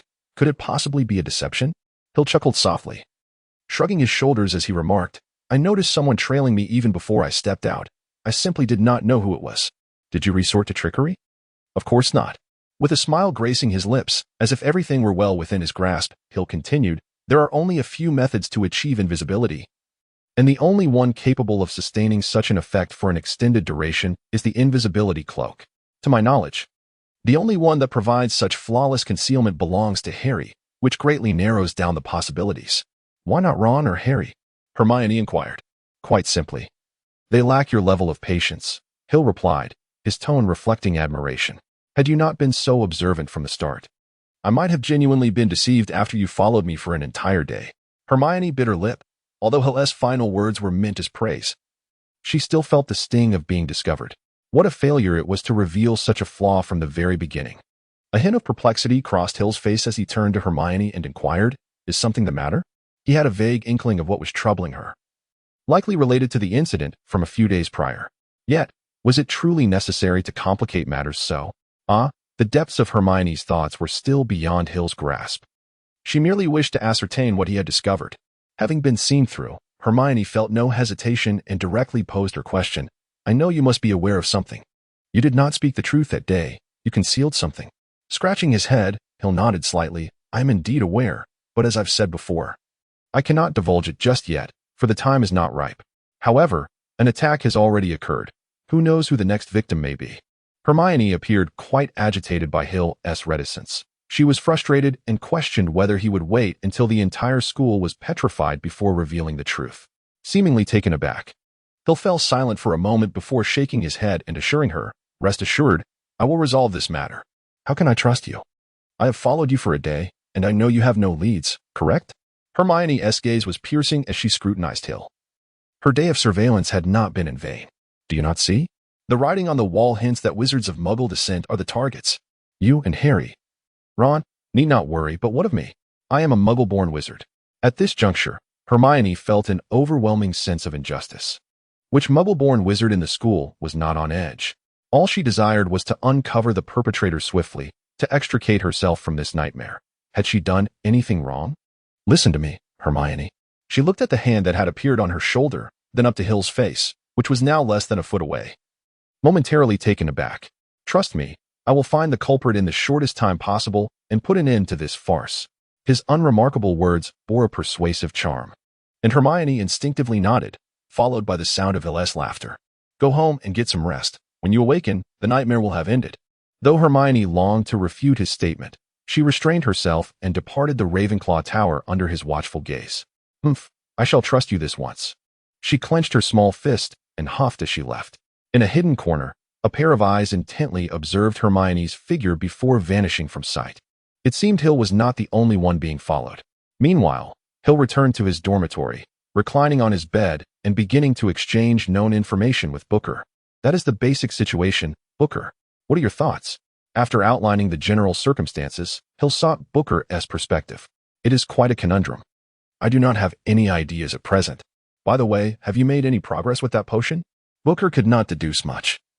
He could only suggest that Hill approach the matter from a pharmacological perspective. In a shadowy corner, a hushed murmur echoed through the air. The plan was indeed flawless. Everyone had been deceived. Of course, dealing with these dim-witted wizards was a trifling task. However, Hill seemed to warrant caution. He appeared to be somewhat oblivious to the situation. We must not be negligent. Last year's events have proven that this individual is far from ordinary. The Fox family, Moon's grandson. One must not underestimate him based solely on that. By the way, you weren't detected during your surveillance today, were you? Naturally. With the spell you taught me, he was utterly unaware of my presence. Interestingly, there is someone named Hermione who is tailing Hill. Oh, is that so? This is becoming increasingly intriguing. Then, let us expedite the second wave of attack. The more chaos in the school, the greater the opportunities. As you wish. At this juncture, Hill paused and inquired, do you know, Booker, that there exists a type of spell that is trigger-based and only activates under specific conditions? There are many kinds of spells, and the trigger-based spell Hill mentioned is one of them. Such spells are typically employed to safeguard hidden items, like those in Gringotts vaults. They only take effect when the requisite conditions are met. Is there indeed such a spell? What does it have to do with this matter? Hill nodded and then shook his head, stating, I'm not entirely certain at this moment. But the only method I can conceive that could produce such an effect is this one. We have indeed fallen into a misconception. What misconception? Booker inquired curiously. We were all mistaken, erroneously believing that the corridor was the crime scene, where the cat was petrified. A sly smile crept across Hill's lips. Who said that the cat must have been petrified there? This is a classic case of cognitive bias. We tend to instinctively designate the location of our discovery as the primary scene, if that place was not where the petrification occurred, but rather where the incident was later relocated, we would certainly fail to uncover any clues. At this point, Hill could not help but exclaim, what a clever ruse. We nearly fell for it. Booker pondered for a moment. Hill's assertions were not without merit, for no traces of the basilisk had been found there.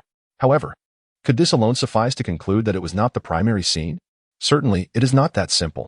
Hill extracted a piece of parchment from Booker and, with a pen in hand, sketched a rough outline of the corridor.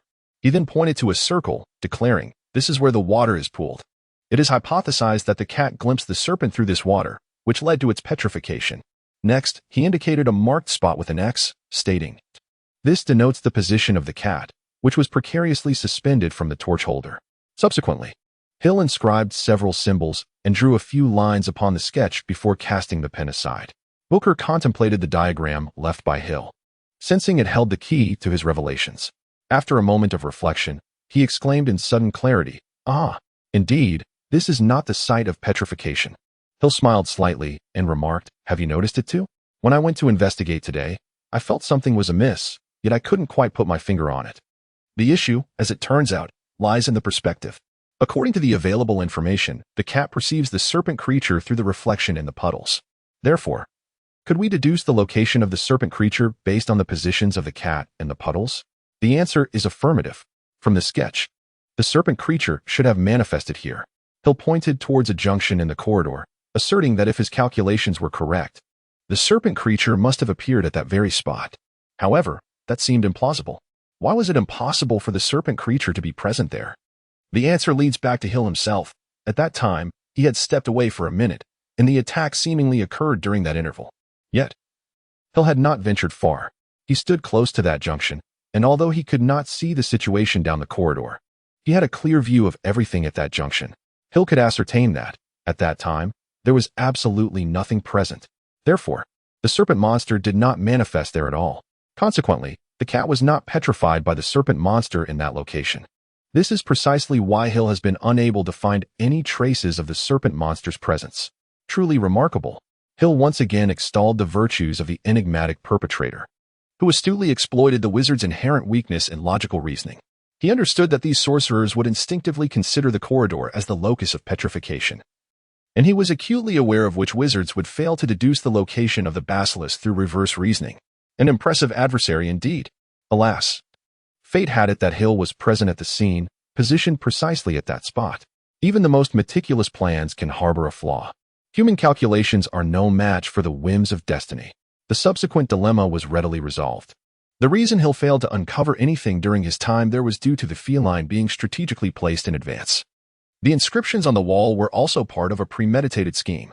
To reconstruct the sequence of events, the cat was petrified beforehand, then relocated to that spot, where a triggering enchantment concealed it, and the wall bore markings, similarly enchanted. Thus, everything appeared unremarkable. Even Hill, standing there for an extended period, discerned nothing unusual. Soon after, Harry and his companions arrived, perhaps having fulfilled certain conditions, leading to the revelation of the hidden cat and the inscriptions. Consequently, a flawless alibi was established. As everything had been meticulously orchestrated beforehand, there was no need for the perpetrator's presence. Merely waiting patiently for the cat to be discovered sufficed. Thus, Hill successfully navigated the first maze. Having unraveled the methodology of the crime, Booker was left with a multitude of inquiries. It asked, why did that individual choose the cat as the initial target? Furthermore, the use of enchantment surely could not have escaped Dumbledore's notice. Did he not perceive it? You appeared to be quite troubled earlier, yet your current demeanor suggests you were aware of this long ago. Why is that? Although Hill seemed to have identified the criminal technique, the evidence remained insufficient. It could only be deemed a possibility rather than a definitive conclusion. Hill shook his head and remarked, the first question is why the cat was attacked. Frankly, it is of little consequence. Perhaps it was mere coincidence, or perhaps the cat simply did not appeal to someone. There are myriad reasons. However, all of this is trivial. This incident should merely serve as a precursor to the next attack, instilling panic first, then allowing one to exploit the ensuing chaos. He continued, as for the second question, Dumbledore has indeed noticed. Did you observe? When he examined the cat, his lips moved subtly. I have studied lip reading, and I discerned his words. He uttered a spell, one designed to detect whether an object has been cursed. Subsequently, his expression shifted slightly, though not overtly. It was evident that the cat had indeed been enchanted. The third question pertains to my previous demeanor, which starkly contrasts with my current self. But did you notice? In addition to Hermione, there was another individual trailing behind me. What? The turning point Hermione's fruitless efforts left Harry and his companions considerably disheartened. They had hoped to glean some valuable information from Hill. Particularly, Harry was on the verge of rushing to Hill for clarification. Nonetheless, Hermione restrained him, arguing that inquiring would yield no fruitful results. Rather than make a futile trip, it would be more prudent to pursue their own investigation. Finding Hermione's reasoning compelling, Harry and Ron commenced their inquiry. A week following the first petrification incident, on a Wednesday, they attended their History of Magic class. Hermione intended to pose a question to Professor Binns regarding the Chamber of Secrets. This was unavoidable, as Hogwarts historical texts had been thoroughly borrowed, and Hermione's copy was unfortunately not at hand. As for Harry, his own book lay forgotten at home. Regrettably, Professor Binns provided no valuable answers. In fact, much of the information he shared was erroneous. After class, the disillusioned trio exited the classroom and made their way to the site of the initial petrification event. The scene before them mirrored that fateful night, yet the petrified cat no longer dangled from the torch bracket. Instead, it leaned against an empty chair beside the wall inscribed with the message indicating the chamber had been opened. Filch has been standing guard here all along, Ron whispered. They exchanged glances. The corridor was devoid of passers-by. Let us search for clues, Harry suggested, discarding his bag and crawling along the floor in pursuit of leads. Burn marks, he exclaimed. Here and here. Come quickly and take a look at this, Hermione urged, intrigued. Harry rose and approached the window adjacent to the inscriptions on the wall. Hermione pointed to the upper pane of glass, where approximately 20 spiders scurried frantically, seemingly eager to escape through a small crevice in the glass. A long, silvery thread dangled like a rope, seemingly the very means by which they hastily ascended, fleeing towards the window. Subsequently, they followed the accumulated water to the lavatory of the Myrtle. This was the darkest and most oppressive place Harry had ever encountered. Beneath a large mirror, marred by stains and fissures, lay a row of stone wash basins, their surfaces peeling away. The floor was damp, and a few candle stubs flickered feebly in their holders, casting an eerie glow that rendered the floor even more sinister. The wooden doors of the cubicles were peeling and scarred. One door hung precariously, its hinge detached and swaying. Here, they beheld a familiar figure. Hill, Harry exclaimed. What brings you here? What are you doing? At this moment, Hill was gazing at the wall, lost in thought. Upon hearing Harry and the others, he turned around, offering no response to their inquiries, merely gesturing for them to leave. He then led the way out. Harry and his companions exchanged glances before following Hill outside. Hill, what are you doing here? Have you made any discoveries? Hermione asked, a glimmer of excitement on her face. Hill's presence must have signified a reason, suggesting that their previous investigation might indeed be on the right track. Well, I cannot say it is entirely unworthy of mention. I do have a slight revelation regarding the Chamber of Secrets, Hill replied, guiding them into an empty classroom. He found a seat and motioned for Harry and the others to sit as well. What have you discovered? Harry inquired eagerly. Having always felt a connection between the chamber and the strange sounds he had heard, I have known about the chamber for quite some time. My current contemplation revolves around who opened it, Hill stated, tapping his fingers on the desk. The chamber indeed exists, left behind by Salazar Slytherin, one of the 4 founders. Within it lies his legacy, and whoever obtains it can ascend to greatness. I have long believed Salazar Slytherin to be a deranged old lunatic, Ron muttered, harboring no fondness for Slytherin. No, you are mistaken. Salazar Slytherin is one of the greatest wizards, a genius, albeit eccentric. Hill rebutted with a smile. As one of the 4 founders, he deserved the respect of all Hogwarts students. Moreover, I find his legacy quite intriguing. All right, Ron waved his hand dismissively, unwilling to continue the debate. He turned to Hill and asked, now that we know the chamber indeed exists, who opened it? And who petrified Filch's cat? Ron was utterly uninterested in the contents of the chamber. Even if it held a legacy that could elevate someone to greatness, he wished to have no part in it. His primary concern was to uncover who had opened the chamber and who had attacked Filch's cat. At present, there are no leads on that matter, only one suspect. Hill paused before continuing. Who is that suspect? Hermione asked impatiently. Ron grimaced before speaking. I think Malfoy fits the bill. He is, after all, a Slytherin. Perhaps he has learned how to access the chamber and subsequently opened it. Harry nodded in agreement. Ron's reasoning held some merit, albeit clouded by personal bias. Hermione frowned. Although she had a distaste for Draco, she did not believe he would stoop to such depths. After all, such an act would be tantamount to declaring war on the school. If the situation escalated, not even Lucius could protect him. Based on past behavior, Draco might lack the audacity for such a venture. Unexpectedly, Hill nodded in agreement with Ron's statement. Indeed, the most suspicious individual at present is Draco. A point on which I have no dissent. Harry and the others gazed at Hill in disbelief, fully aware that Draco is Hill's cousin. They presumed Hill would surely defend him. Do not look at me in such a manner. It is simply the truth. He is indeed the prime suspect. Nonetheless, I shall continue my investigation to uncover the true culprit, Hill remarked nonchalantly. He glanced at the time and added, I apologize, but I have Quidditch practice. So I must take my leave. Should you make any discoveries, do not hesitate to inform me. Likewise, I shall not conceal anything from you that requires disclosure. As Hill exited the classroom, Ron turned to Harry and inquired, does this imply that he does not intend to collaborate with us in the investigation? Harry shrugged, a look of resignation on his face, and responded, naturally, Hill has already made numerous discoveries, yet we remain at an impasse. Accompanying him would only hinder his progress. Who says we would merely be a burden? Hermione suddenly slammed her hand on the table, her cheeks flushed with indignation. I have a plan to determine whether Malfoy is indeed the one who opened the Chamber of Secrets. Just imagine the surprise on Hill's face. What plan? Harry and Ron asked with curiosity. Well, it is not an easy task, and it is perilous, extremely perilous. We are likely to violate 50 school rules, Hermione replied uncertainly, appearing to hold back. If Hill were present, he would inform them that this endeavor would breach 67 rules. In about a month or so. If you are willing to share with us, you will tell us, correct? Ron said impatiently. Very well, it is no harm to divulge it now, Hermione said calmly. What we need to do is infiltrate the Slytherin common room and pose a few questions to Malfoy, all while ensuring he does not recognize us. That is impossible, Harry remarked, while Ron chuckled. No, it is indeed possible, Hermione insisted. We merely require some polyjuice potion. What is that? Ron and Harry asked in unison. A few weeks ago, Snape mentioned it in class. In potions class, is there anything more interesting to do than listen to Snape lecture? Ron grumbled. This potion allows you to transform into another person. Just think, we could become 3 Slytherin students. No one would suspect us. Malfoy might reveal everything to us. At this very moment, he is likely boasting in the Slytherin common room. Regrettably, we cannot hear him. I find this polyjuice business a bit dubious, Ron said, furrowing his brow.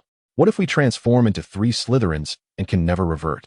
The effects will wear off after a while, Hermione said, waving her hand impatiently. However, acquiring the recipe is quite challenging. Snape mentioned a book titled Powerful Potions, which undoubtedly resides within the library's restricted section. To borrow a tome from this forbidden area One must acquire a note bearing the signature of a teacher. We have no reason to seek that book, Ron declared, as none of us intend to concoct such potions. I believe, Hermione interjected, that if we feign a genuine interest in the theory, there might be a glimmer of hope. Oh, come on. The teachers won't be so easily deceived, Ron retorted, unless they are utterly foolish. Harry and Hermione exchanged a knowing glance, as Ron's words reminded them that there was indeed a teacher who met the criteria. Meanwhile, Ravenclaw had secured the use of the Quidditch pitch. Consequently, Roger seized the opportunity to train, as the Quidditch match loomed on the horizon. Mounted on his broom, Hill appeared somewhat aimless, exhibiting signs of boredom. Considering his status as a newcomer, Roger refrained from burdening him with an extensive training regimen, instead allowing him to meander about the pitch and engage in basic exercises such as rolling. As Hill pondered various matters, he skillfully maneuvered his broom, executing a series of intricate maneuvers, flips, dives, accelerations, and more. For him, multitasking had never posed a challenge. Just today, he had met with Harry and the others, imparting trivial information before exploiting their presence. Indeed, Hill had taken advantage of Harry and his companions. It was on that very day that Hill discovered his stalker was none other than Ginny. Unsure of her motivations, he refrained from launching an investigation. The sensation of being followed made him realize that the individual who had opened the Chamber of Secrets had been observing him closely. What did this imply? It suggested that the one who had accessed the chamber must be acquainted with him. Furthermore, this person likely possessed a thorough understanding of Hill's capabilities, which explained their cautious approach. Few were privy to Hill's true nature, significantly narrowing the circle of suspects. However, the diary contained a fragment of Voldemort's soul, which was quite knowledgeable about Hill. Thus, the scope of potential suspects widened once more. Nevertheless, Hill was aware that the person who had opened the chamber harbored reservations or perhaps even an interest in him. Currently, due to the unraveling of the crime's methodology, Draco and Ginny had once again come under Hill's scrutiny. Draco was suspected purely because he had both the opportunity and the means. As for Ginny, the diary's choice of her was not without reason. Firstly, Ginny harbored many discontentments with reality, yet her introverted nature made her averse to social interaction. Therefore, when a diary that resonated with her emerged, it was only natural that she would be drawn to it, gradually stepping into the trap meticulously crafted by Voldemort. Secondly, the factor of willpower cannot be overlooked. Horcruxes cannot directly control others. The capabilities of a mere fragment of a soul are limited. Thus, the host's willpower becomes a crucial element. The weaker the host's will, the easier it is for Voldemort to manipulate them. Girls like Ginny typically possess relatively low willpower. Lastly, even in seeking a host, Voldemort is not one to settle indiscriminately. Have you noticed? As a fervent believer in blood purity, how could Voldemort choose a Muggle-born wizard as a host? Ginny's lineage is relatively pure, which would likely appeal to him. Although Ginny appeared perfectly ordinary, Hill nonetheless decided to temporarily focus his attention on her. The mere act of following Hill without cause warranted investigation. As for Draco, Hill deemed the likelihood of his involvement to be minimal. Despite his considerable suspicion, it ultimately held no significance. There were numerous students in Slytherin, many with a lineage akin to that of the Malfoy family. His status as a Slytherin student alone was hardly credible. Furthermore, regarding Lucius's character, while Hill held a low opinion of him, it was evident that he valued Draco highly. Knowing Voldemort's plans and being adept at self-preservation, the duplicitous Lucius would hardly jeopardize his own son, would he? In undertaking any endeavor, one must first prepare for the worst conceivable outcome. Lucius could not possibly disregard the specter of failure and the consequences that would ensue should he be exposed. Ultimately, it is Draco's own volition that matters. It is imperative to recognize that Draco, at this juncture, no longer harbors the same reverence for Voldemort as he once did, following the events of the past year. The halo that once surrounded Voldemort has faded, revealing merely a despicable and contemptible creature before Draco's eyes. Thus, will Draco still obediently serve as Voldemort's lackey? Consequently, Hill merely tasked Hermione and her companions with probing Draco, while he concentrated his efforts on Ginny. As for other considerations, Hill had contemplated alternative candidates, yet found himself at a loss for leads. He resolved to address the immediate concerns at hand first. Strictly speaking, unraveling the first labyrinth offered little substantial aid to Hill, merely confirming that his adversary was both cunning and cautious. Such an opponent cannot be easily uncovered. As for the avoidance of extraordinary measures, such as truth serum or soul extraction, this is but a game. Every participant, including Dumbledore, must adhere to the established rules of engagement. Exercise caution, Hill. Hill instinctively glanced in the direction of the sound, his pupils constricting as he fixated on the approaching wandering ball. He quickly assessed the situation and executed a nimble flip to evade the sphere. It had been an exceedingly perilous moment. Chio approached, her heart racing, and she patted her chest in relief. The wandering ball had been sent by Andre with the intention of distracting Chio as part of a simulated training exercise. Chio had deftly dodged it, but the consequence was that Hill, positioned behind her, had narrowly avoided being struck. "Are you all right?" Seeing Hill remain silent, Chio inquired with genuine concern. "I'm fine. I was just a bit lost in thought. I truly apologize for that." Hill shook his head, refusing to be intimidated by such trivial matters. He was contemplating how to address the issue concerning Ginny. "Chio," he inquired suddenly, "if I wish to discern whether someone has committed a certain act, what should I do? Is it a matter of good or ill?" He continued. "It ought to be regarded as a misdeed," he concluded. "Is that so?" Chio paused momentarily, pondering before uncertainly suggesting, "Perhaps you should simply ask them directly." "Ask directly?" Hill echoed. "Indeed," Chio elaborated. "There is a saying in the kingdom of Shanghai. A guilty conscience betrays itself. It implies that those who have done wrong are perpetually anxious about being discovered. If she is innocent, her response will undoubtedly be quite normal. However, if she is guilty, no matter how adeptly she attempts to disguise it, perfection is unattainable, and flaws will inevitably surface." With a nod, McGonagall seemed to grasp something significant. "Thank you for your suggestion. I believe I now understand what must be done." On Friday morning, as the bell rang signaling the end of class, Professor McGonagall announced the dismissal and hurriedly exited the classroom. Following the attack, although Hogwarts had been thoroughly searched, the elusive Chamber of Secrets and the individual who had unlocked it remained undiscovered. Professor McGonagall was acutely aware of the chamber's existence in its previous opening, which had tragically resulted in a student's death. Consequently, she had been diligently reviewing relevant literature with other faculty members, hoping to uncover information concerning the chamber. McGonagall cherished Hogwarts, as it had become her sole sanctuary since the passing of her husband.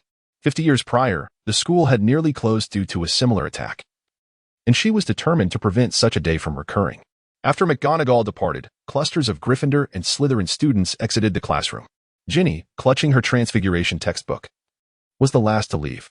Just as she reached the door, she found herself blocked by someone. "Excuse me, could you please move aside? I would like to exit," she murmured. The youngest daughter of the Weasley family was indeed quite shy, perhaps even self-conscious, as she dared not lift her gaze while speaking. "Oh, it's you, Ginny. Just finished class?" a familiar voice inquired. Ginny looked up and was momentarily struck dumb. Standing before her was Harry Potter.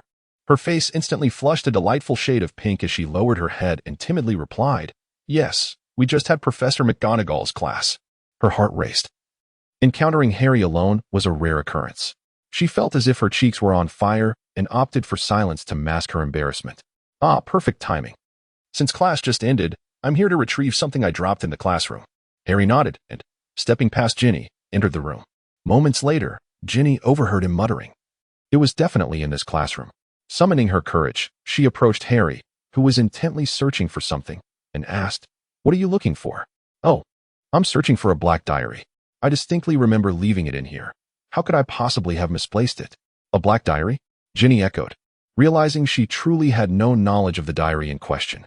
Hill picked up a stone and, with a vigorous throw, watched it plunge into the lake, sending ripples radiating outward.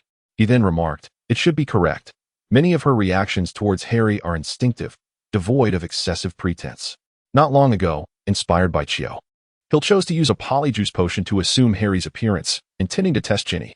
The notion of a guilty conscience is indeed accurate, however. Questioning a thief unprepared would yield far more effective results. Fearing that his presence might induce anxiety or wariness in Ginny, Hill opted for Harry as his instrument of inquiry. Ginny's reaction was entirely natural, without any discord, as if she were truly unaware of the existence of a black diary. As for her following Hill, the reason was simple. She recognized him as the individual from the bookstore and felt compelled to express her gratitude, trailing him for a considerable distance. Ultimately, however, she lacked the courage to thank Hill. The possibility of deception was immediately dismissed by Hill. How could he, so casually, be someone who could be deceived? If anything were amiss, he would undoubtedly sense it.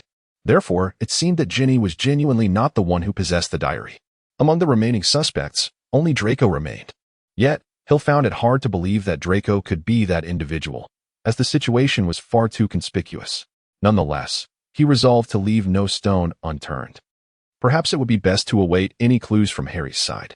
Hill concluded this phase of his endeavors, acknowledging that the clues were still insufficient, and he could only wait for results from Harry or the occurrence of a second attack. As for why Hill did not probe Draco, the reasoning was straightforward. He deemed it futile. After all, Lucius would never willingly place his son in peril. Speaking of which, the second attack was imminent, and new leads would soon emerge. On Saturday morning, Hill joined Roger and others at the Quidditch pitch, selecting a spot with a good view, ready to watch the match. This year's opening Quidditch game featured Slytherin against Gryffindor, followed by Hufflepuff versus Ravenclaw, then Slytherin against Ravenclaw, and finally Gryffindor versus Ravenclaw. Although the match between Gryffindor and Slytherin was still some time away, Roger was already preparing for the upcoming confrontation. Hufflepuff, despite having a commendable captain and seeker in Cedric Diggory, lacked the quality of players that Ravenclaw possessed. It must be said that capturing the Golden Snitch earns 150 points, essentially sealing victory.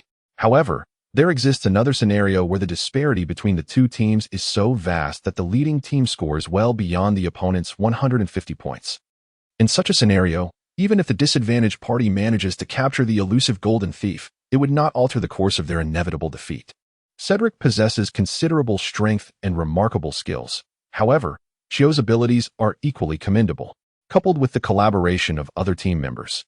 Cedric finds himself without the opportunity to seize the Golden Thief in the immediate future.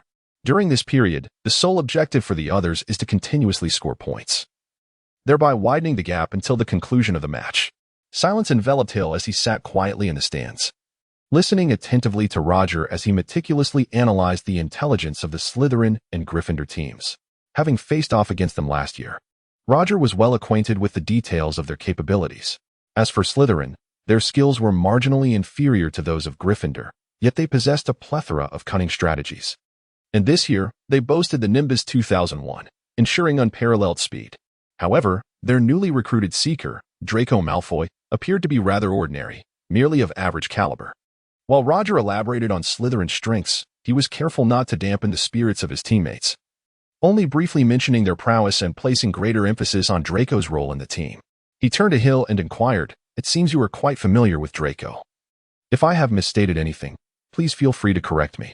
The Ravenclaw Quidditch team operated not as a dictatorship, but with considerable freedom, relying on the self-discipline of its members during practice.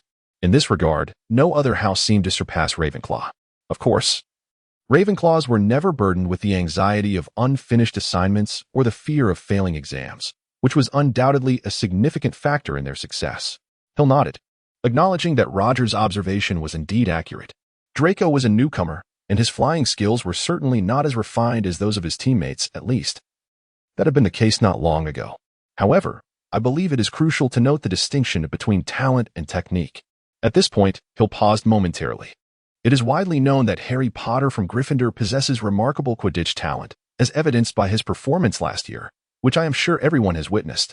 He may have spent only a quarter of the time flying compared to the rest of us, yet he excelled brilliantly. This leads me to my first point, talent.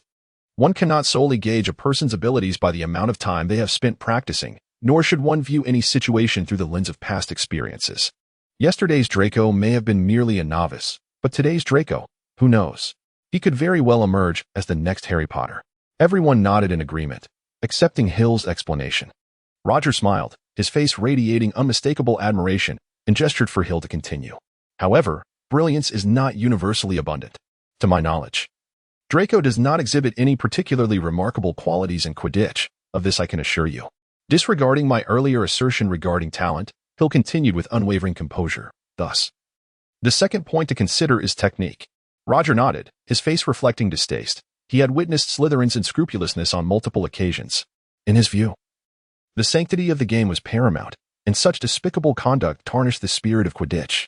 The ruthless nature of Slytherin is indeed their most daunting characteristic. In their pursuit of victory, they are often willing to engage in actions that provoke outrage. I believe many of you present have experienced being unseated from your brooms by Slytherin's underhanded tactics. With a slight smile, Hill continued, "We do not fear defeat. We only dread the humiliation of losing ignobly.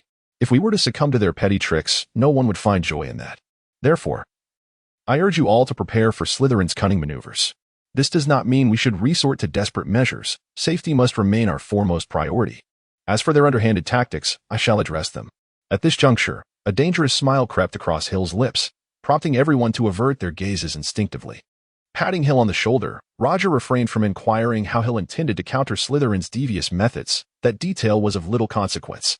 He had faith in Hill and in Ravenclaw, and that was sufficient, was it not? Next came Gryffindor. Although we had not faced Harry Potter last year, we must remain vigilant. Autumn's broomstick was subpar and might not keep pace with Harry's. However, the current circumstances are uncertain. It all hinges on the respective skills of each player. Once more, Roger firmly patted Hill's shoulder. Sensing that the championship title was tantalizingly within reach, perhaps this was Ravenclaw's most promising year for victory. With this thought, he could not help but steal another glance at Hill. In this upcoming match, the greatest asset remains this ever-smiling silver-haired boy. At 11 o'clock, the match finally commenced. Not long after the match commenced, Harry found himself devoid of any anxiety, for a bludger relentlessly pursued him with frenzied determination. On several occasions, had it not been for Harry's swift reflexes, he would have surely been knocked off his broom. After narrowly evading yet another assault from the rogue ball, Harry cast a glance towards the stands. Given the similar incident that transpired the previous year, his instinct led him to seek out Snape, seated in a solitary tower-like section of the stands.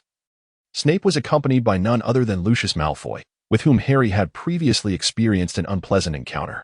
With no time to ponder the identities of those conspiring against him, Harry heard the rush of wind behind him and promptly leaned forward on his broom. Almost immediately, he felt a gust brush past his back, accompanied by a sharp whistle that pierced his ears. Though Fred and George attempted to divert the bludger's focus, their efforts proved futile. The bludger remained tenacious in its assault on Harry, while Slytherin seized the opportunity to score several goals. After a brief pause, rejecting the assistance of his teammates as if he were a solitary knight, Harry embarked on a battle of one.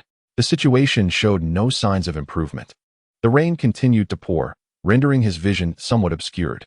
Whether it was an illusion or not, Harry felt the rain intensifying, soaking his clothes and weighing him down significantly, which clearly diminished his speed. He heard the whistling sound behind him, realizing the bludger was once again in pursuit. Ascending higher, he executed sharp turns, rapid spins, and abrupt descents, all the while weaving through the air in a zigzag pattern. A slight dizziness enveloped him, yet he kept his eyes wide open.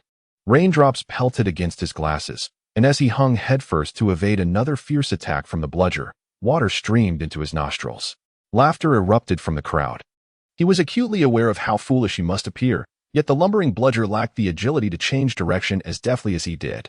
He began to soar along the edge of the pitch like a glider, squinting through the silvery curtain of rain towards the Gryffindor goalposts, where he observed Dean attempting to outpace Wood. A sharp whistle echoed in his ears, and Harry knew the bludger had once again narrowly missed him. He swiftly turned to race in the opposite direction. "How does it feel, Potter?" a voice laced with mockery called out, seizing the opportunity while the bludger veered away. Harry glanced over. He had long recognized the speaker. Draco, arms crossed, watched with amusement as Harry frantically evaded the bludger's onslaught, occasionally emitting derisive laughter. "Are you practicing ballet, Potter? Do you know what your movements resemble? Ah, you certainly couldn't guess. You look just like a drenched chicken.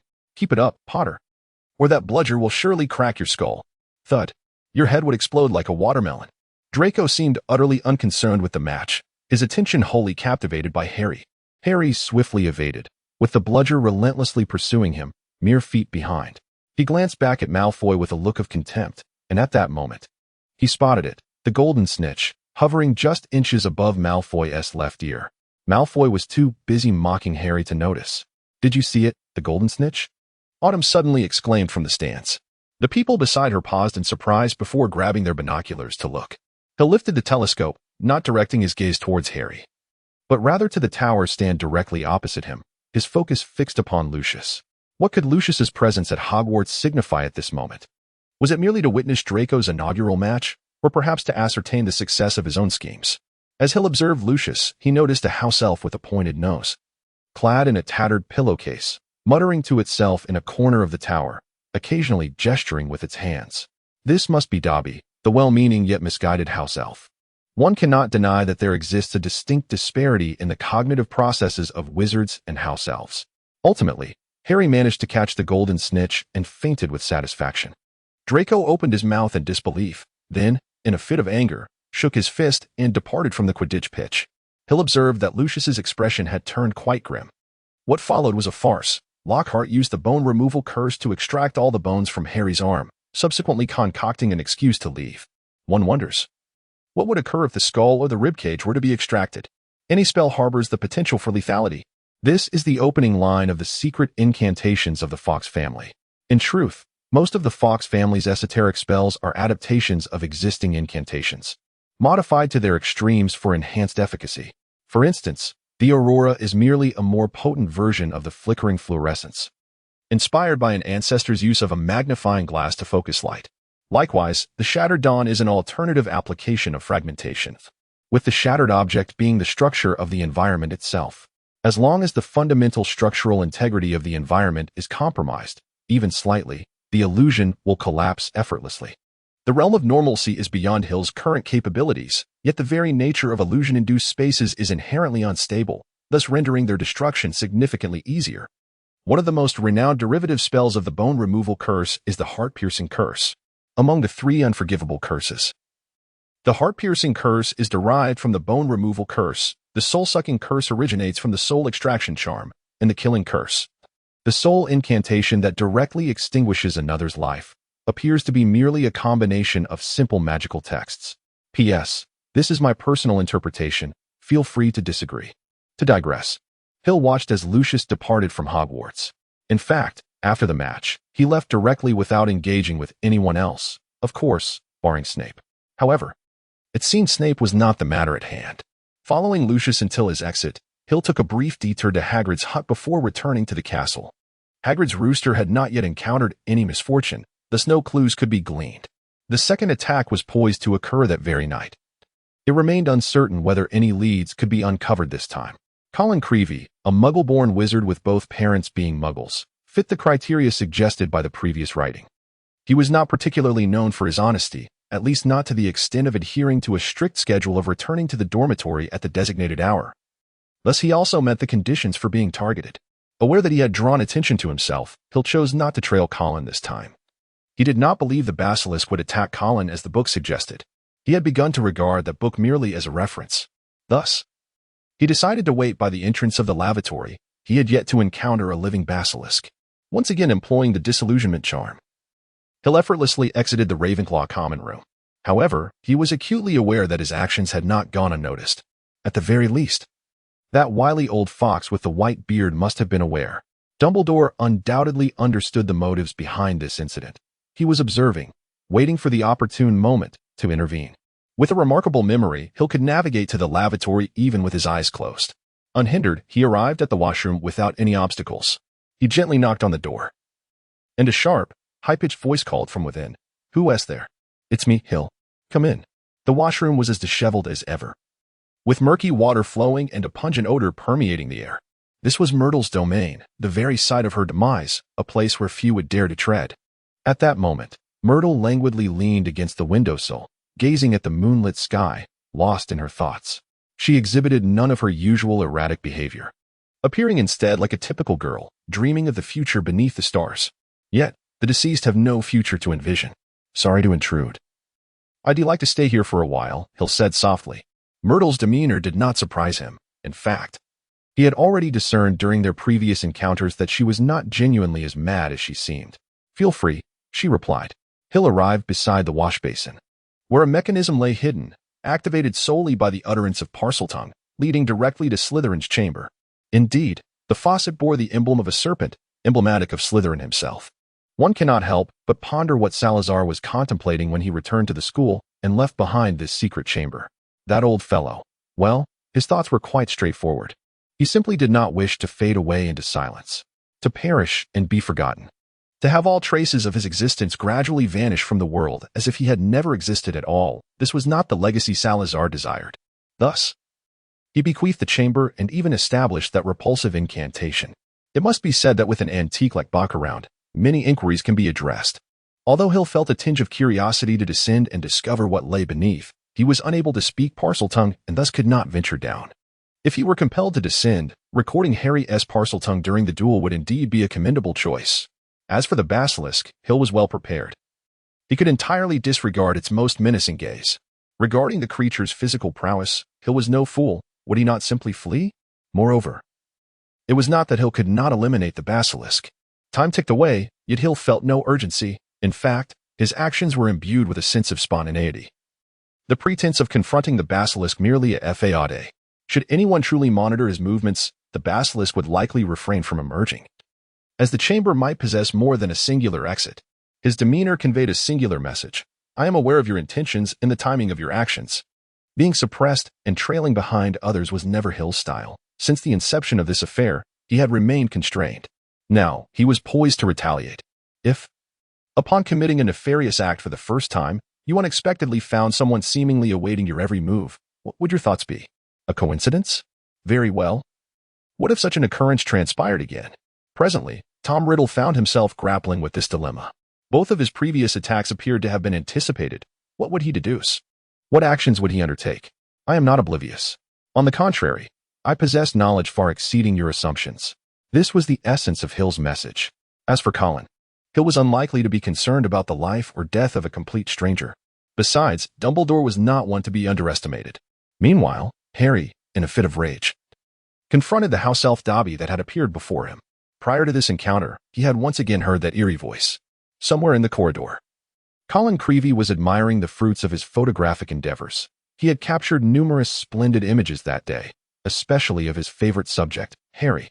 He intended to return and develop the photographs, making multiple copies to adorn his entire room. As he rounded a corner, he raised his camera and peered ahead. He cherishes this camera dearly, fearing any potential issues. Then, with a sudden exclamation, "Ah, you belong to the Fox family, do you not?" asked Myrtis. Hill nodded and said, "Indeed, I am a member of the Fox family. Do you happen to know someone named Moon?" As she spoke, the tone of Myrtle's voice grew hesitant. Yet she completed her query. After a moment's contemplation, Hill replied, "If memory serves me right, he should be my grandfather." Casting a glance at Myrtle, he inquired, "Do you know my grandfather?" Myrtle nodded and asked, "Is he well?" Despite her apparent effort to mask it, Hill could discern the tremor and excitement in her words.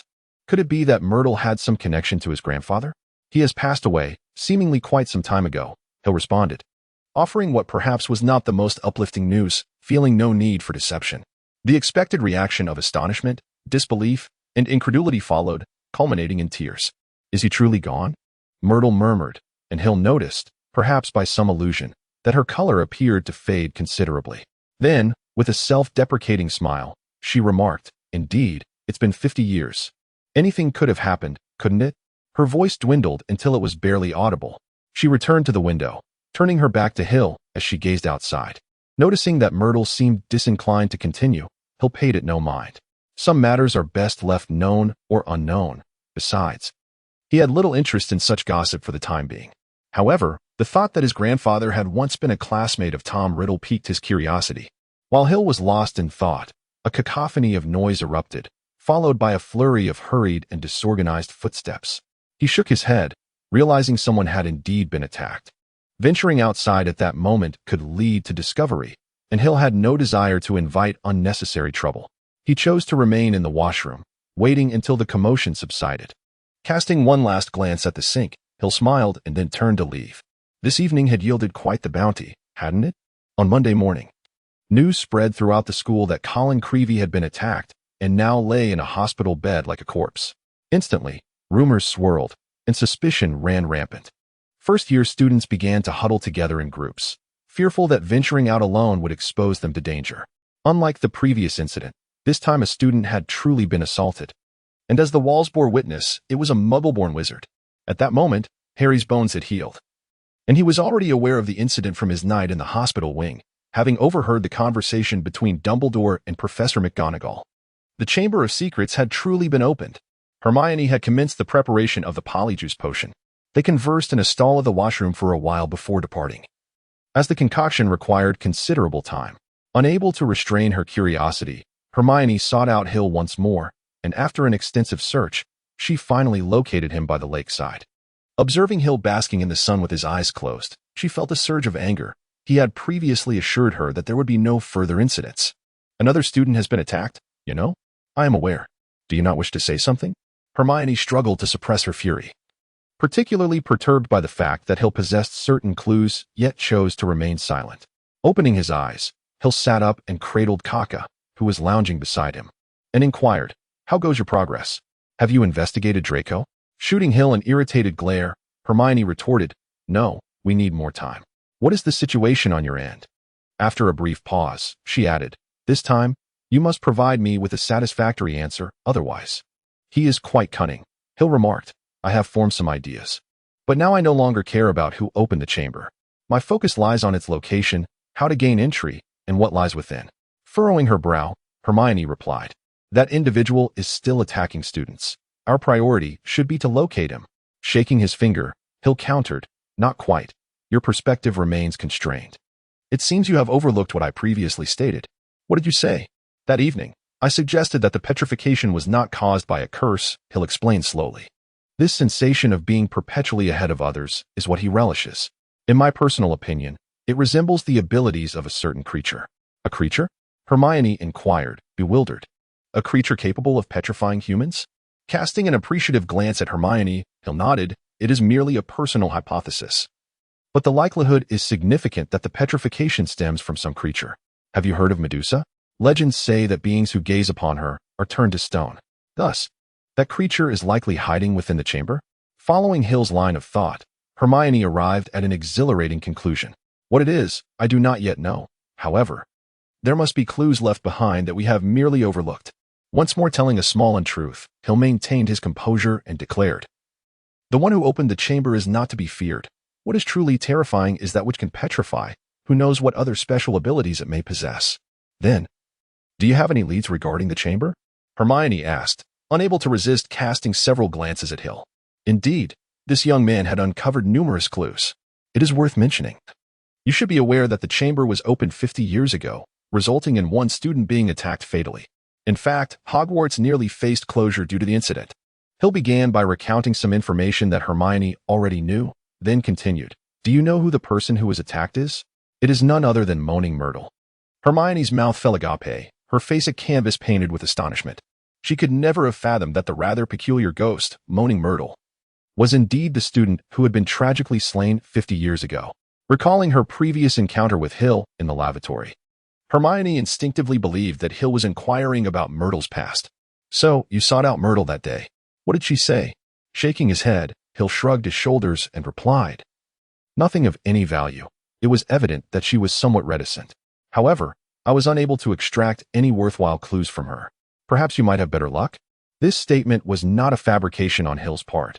Indeed, Myrtle was holding back, and the events of that year seemed to be more convoluted than they appeared.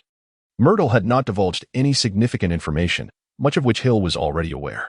Thus, we arrive at the following conclusion. 50 years ago, someone had breached the Chamber of Secrets, releasing something within, subsequently attacking and killing Myrtle, leaving the matter unresolved. Now, the chamber has been opened once more. But this time it has merely petrified, and no lives have been lost. The perpetrator audaciously inscribed words upon the wall, seemingly intent on sowing panic to obscure their intentions. This encapsulates the current situation, with Draco being the primary suspect. Analysis segment. Did you know, Booker, that human perception can be deceived? What we see may not necessarily be the truth. I have studied this. The information we receive ultimately returns to the brain, where it is processed before dictating the body's normal responses. I conducted an experiment wherein I successfully deceived a person's senses, rendering them devoid of the sensation of pain. To put it plainly, with a minor alteration and a block, I paralyzed the nerves responsible for transmitting pain, thus the individual no longer felt discomfort. This led me to ponder, if sensation can be deceived or obscured, what of our emotions? Can joy, anger, sorrow, and happiness be shielded or eradicated? If so, could humanity exist solely in a state of bliss, casting aside the burdens of sadness and despair? I succeeded, Booker. I managed to free an individual from the shackles of sorrow. They shall never again experience sadness. Very well. This method shall remain a secret with you. I realize now that I was mistaken. Every emotion holds its own significance. To be devoid of any one of them renders a person incomplete. To lack the capacity for joy, anger, sorrow, and happiness is akin to living as a mere shell of existence. Is that truly living? Remember, Booker, Let this method remain in eternal slumber. I do not wish for anyone to repeat my mistakes. The hour has grown late, and all the students have succumbed to slumber, including Hill, who sleeps profoundly. Tomorrow marks his inaugural Quidditch match, an event of great significance. Lying beside Hill's pillow, Booker is lost in contemplation. The wild imaginings of a certain individual from years past have ultimately come to fruition. It is aware of the consequences that such actions entail, and it understands that this path was its only option. It is acutely aware of the ramifications. Everything was within your foresight, was it not? Yet, you must have witnessed the outcome, and one cannot help but ponder whether this is not excessively cruel for a child, from the perspective of a rational being. The child named Hill appears but an incomplete entity, yet this very incompleteness is essential for certain things. Imperfection is not necessarily detrimental at times. One must relinquish certain aspects to gain more. Every individual harbors secrets, confiding them to no one, keeping them buried deep within, perhaps never to be revealed even upon their passing. As for Booker, it possesses many secrets. When they shall be unveiled depends on the accuracy of that individual's foresight. Good night, my dear young master. After bidding Hill good night, Booker prepares to rest, feeling somewhat fatigued from recent events that demanded its involvement. It has been a considerable time since it last enjoyed a proper respite. Just as Booker is on the verge of slumber, it perceives a peculiar sound, a series of soft murmurs imbued with a strange enchantment that captures Booker's attention. After listening intently, the sound dissipates. Yet the sensation lingers in Booker's memory. Curiosity piqued, Booker analyzes the sound, and a tremor passes through it. So, has the time arrived? The weather is splendid. The sky is as clear as a mirror, with wispy clouds obscuring the already gentle sunlight. The breeze is mild, allowing Hill to feel no resistance as he rides upon his broom. Receiving the quaffle passed to him by Roger, Hill performs a swift maneuver to evade his opponent's bludger and launches the ball with great effort. Ravenclaw's chaser, Hill, scores once more. Currently, Ravenclaw leads Hufflepuff 120-60. Lee Jordan's voice booms through the loudspeakers, announcing the impressive performance of Ravenclaw's newcomer, Hill, who has already netted 5 goals. Exchanging a high five with the passing chaser, Chambers, Hill pivots his broom and resumes pursuit of the quaffle. As anticipated, Hufflepuff proves no match for Ravenclaw, even in Hill's absence. Ravenclaw boasts more than a 60% chance of victory. Focus on teamwork. Hufflepuff's captain, Cedric Diggory, feels a sense of urgency as the score significantly favors the opposing team. Yet as a seeker, he finds himself momentarily powerless. Thus, he could only command the other Hufflepuff players by shouting loudly, striving to make some progress. The Hufflepuff team evidently grasped their captain's intent. Previously, several opportunities had been squandered due to passing errors, allowing Ravenclaw to seize the ball and score.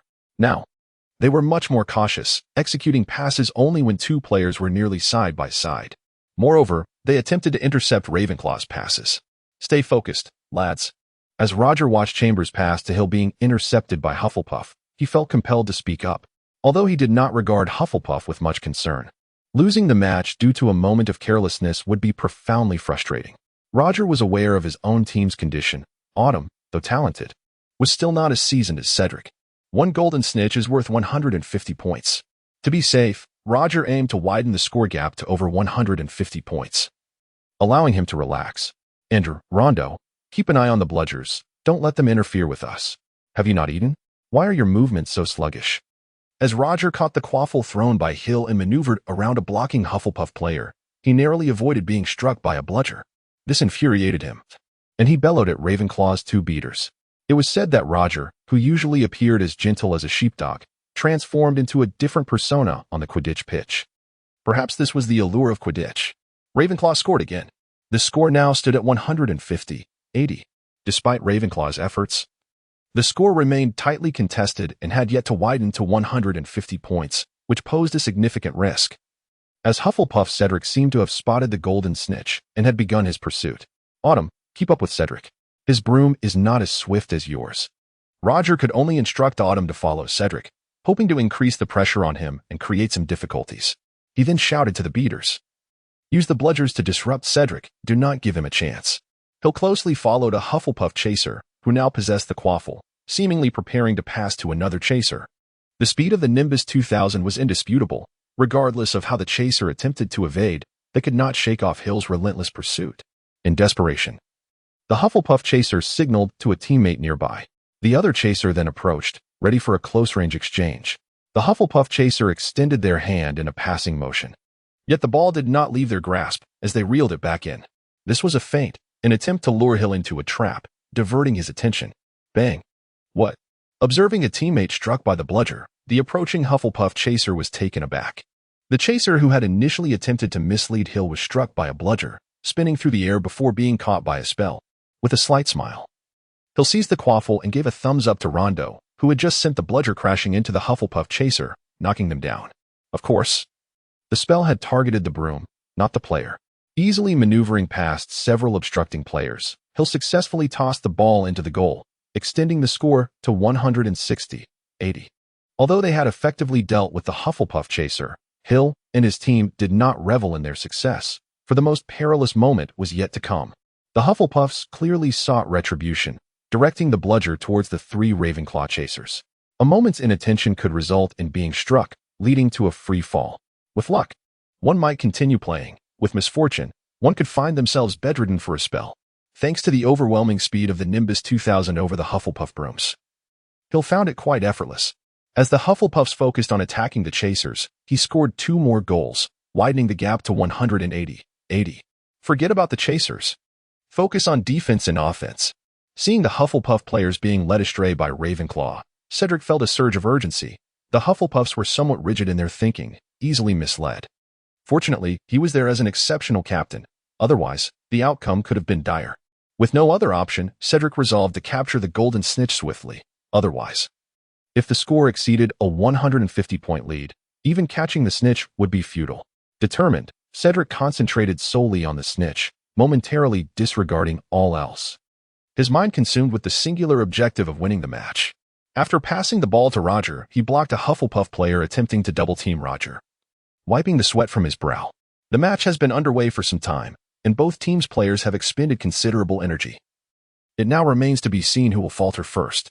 The current score stands at 230-100, indicating a significant lead, with the gap of 150 points narrowing. Meanwhile, Cedric has come perilously close to seizing the golden snitch on several occasions. Autumn, entangle Cedric. Rondo, Andre, disregard us and focus on Cedric. Roger, feeling the pressure, is acutely aware of Cedric's formidable skills. Apart from Harry, he is likely the most exceptional seeker. Consequently, he has sacrificed the protection of his 3 chasers, deploying all 3 to impede Cedric's advance. Without the safeguard of the chasers, the bludgers relentlessly target Hill and his companions, forcing them to evade and scramble. Fortunately, Hill and the others possess commendable skills, so they are not in immediate danger, but their offensive efforts have stagnated. This situation cannot persist.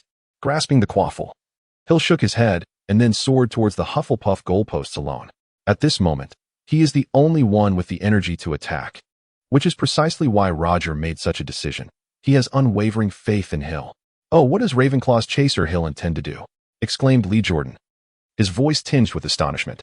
In truth, he is not alone in his surprise. Many spectators were taken aback by Hill's bold maneuver.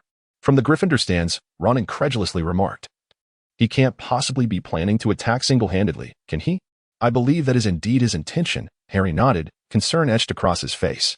No one understands the perils and challenges of such an undertaking better than he, a Quidditch player himself. On Hufflepuff's side, aside from 3 players keeping an eye on Roger and Chambers, and Cedric preoccupied with chasing the snitch, the remaining 3 are poised for action. "Go, Hill." Hermione suddenly produced a loudspeaker from somewhere and shouted enthusiastically. Harry and Ron exchanged glances, then shrugged. They had not seen Hermione exert such fervor during previous matches.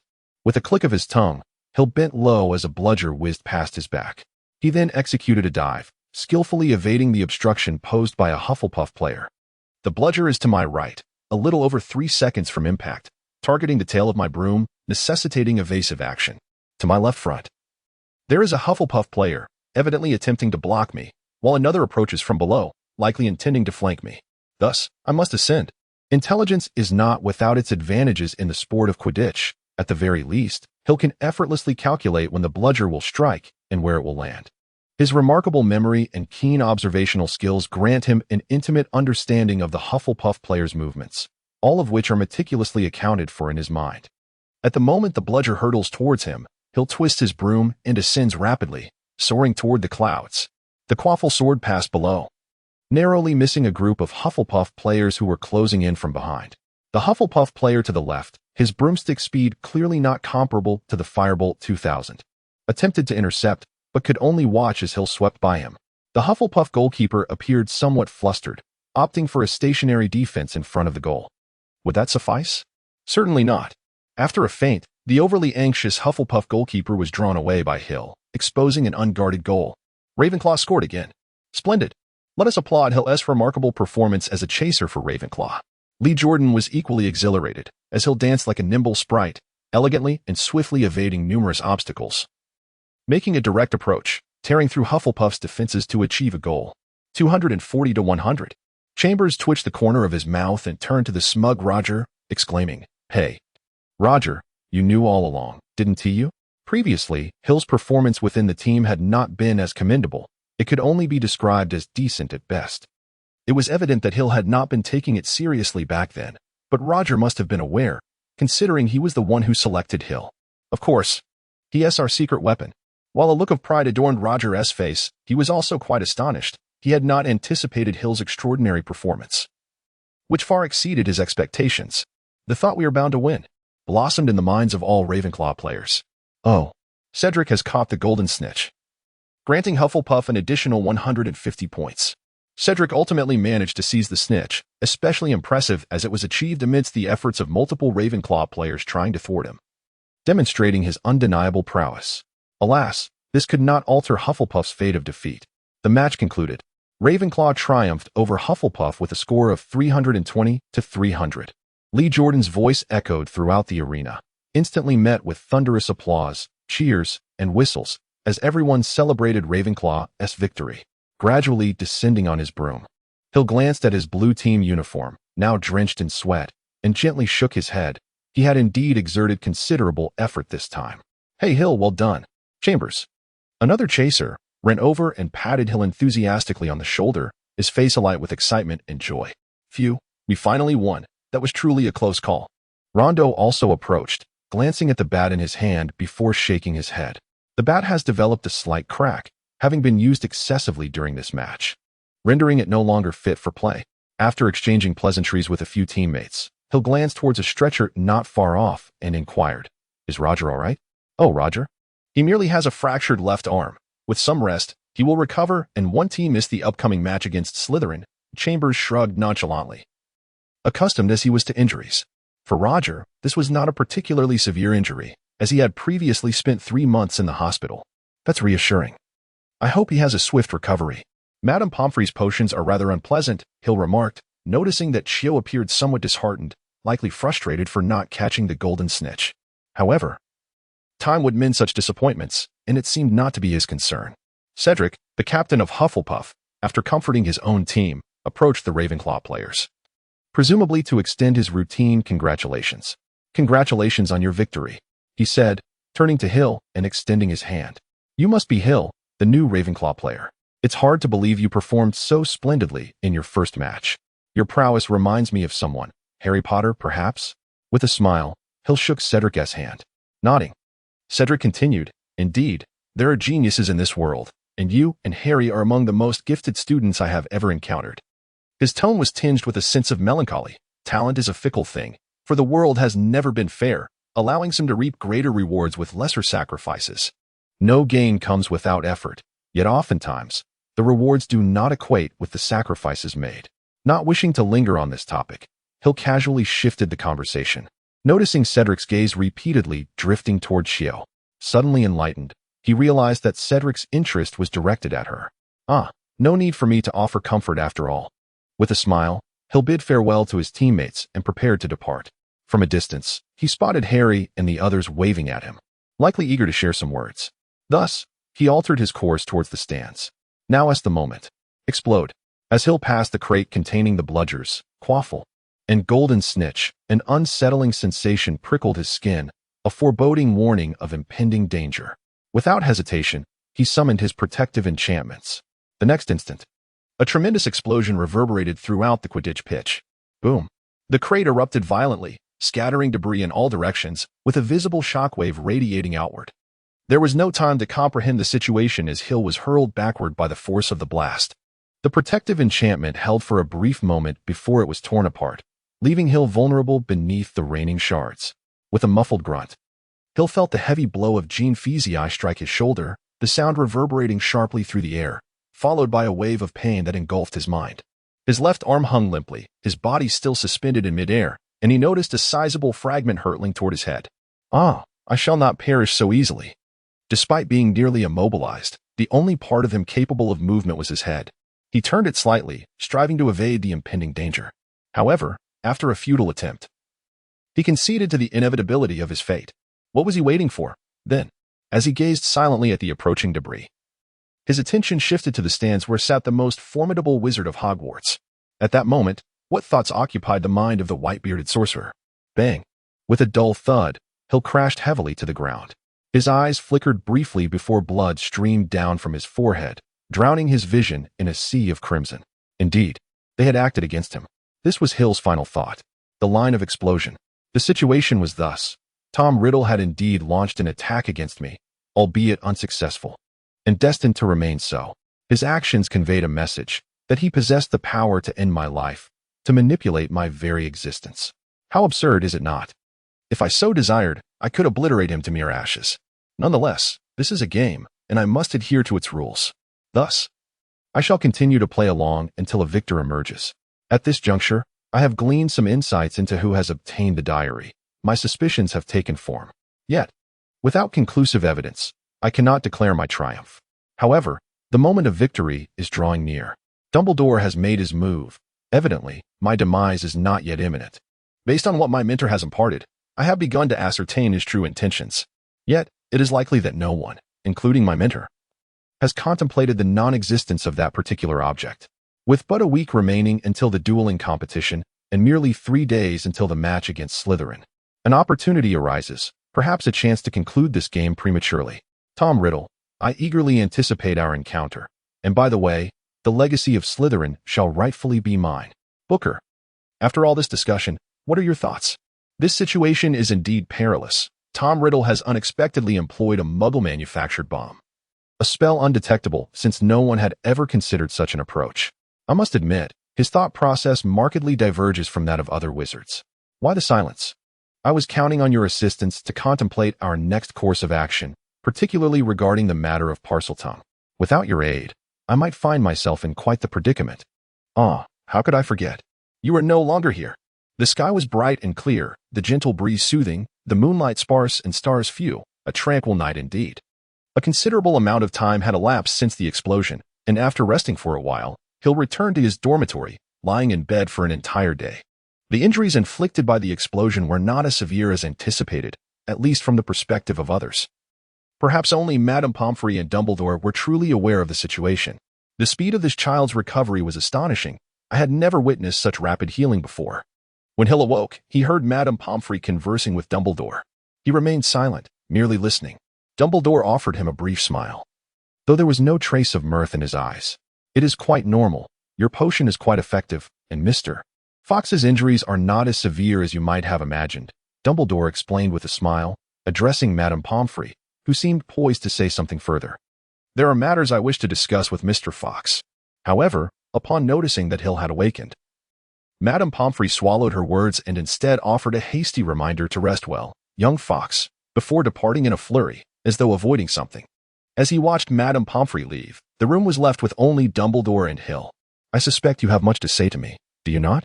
Dumbledore inquired, taking a seat beside the bed and adjusting his somewhat disheveled attire with a smile. I'm afraid I don't think there's much for us to discuss, Hill replied. Removing his glasses and slowly polishing them, Dumbledore responded, Nick and I are good friends.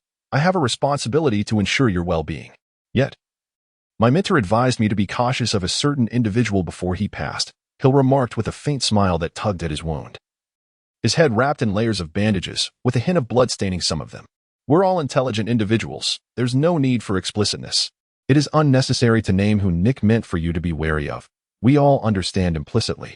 Sometimes, it truly feels as if you are not a mere 12-year-old child. Compared to you, Harry seems rather naive, Dumbledore mused. Though he appeared to have chosen the wrong audience for his reflections, Hill, indifferent to his sentiments, merely yawned. If I were truly just an ordinary 12-year-old boy, I might not have lived to see today, Hill remarked with a self-deprecating smile, glancing at Dumbledore before asking, "Do you have any leads?" Shaking his head, Dumbledore replied, "It was a thorough explosion, and not accomplished through magic. It was Muggle explosives, which is why it had not been detected earlier. Furthermore, due to the chaos at the time, many clues have been obliterated. Thus, it remains unclear who was responsible. But you must have your suspicions, do you not?" "Indeed. But we lack evidence. Until we can prove that he is the one, that he committed these transgressions, he remains my student." "You are truly remarkable." Hill's tone carried a hint of sarcasm. "Alas, many lessons from the past have imparted certain truths upon me." Indifferent to Hill's jibe, Dumbledore spoke solemnly. "I know you possess considerable knowledge, and though you are reluctant to share it with me, I do not wish to pressure you. Nevertheless, there is one question I hope you can answer truthfully. It depends on the nature of the issue. He has returned, hasn't he?" Sitting by the lakeside, gazing at the tranquil surface of the water, Hill found himself somewhat lost in thought. His eyes appeared vacant, aimlessly scanning the surroundings, devoid of focus or purpose. He had lost something. Although he was aware that such a day would eventually arrive, he had not anticipated it would come so soon. A rare note of despondency crept into Hill's voice. It was an unusual occurrence. Life without you has indeed become rather unfamiliar. Shortly after Hill awoke, he was abruptly struck by the realization that he had lost all connection with Booker. Simultaneously, the very Booker that had been nestled in his pocket had vanished. Upon realizing that Booker was indeed nowhere to be found, Hill comprehended the situation. Adric had arrived. This notion had previously crossed his mind, faced with both Adric and Hill. Two qualified masters. Whom would Booker ultimately choose? Undoubtedly, Booker would opt for Adric, as his authority was undoubtedly superior. Adric's presence was anticipated by Hill. After all, he was currently a subordinate of Voldemort, being one of the few individuals available for use. Voldemort was likely to summon him to Hogwarts to clandestinely assist his Horcrux in acquiring Slytherin's legacy. The act of seizing Booker might merely be a trivial task for Adric, accomplished amidst the chaos of the explosion, a feat not difficult to achieve. What concerned Hill was Adric's motives. Why would he take Booker? It was essential to consider that Adric was under Voldemort's command. What could his intentions be? Was it at Voldemort's behest or his own volition? If the former, how much did Voldemort truly know? If the latter, did it imply that Voldemort's control over Adric was not as stringent as presumed? As for why it was not Dumbledore or others who took the diary, the answer was simple. They were incapable of severing the connection between Booker and Hill. This had been confirmed through both Nickelme and Booker.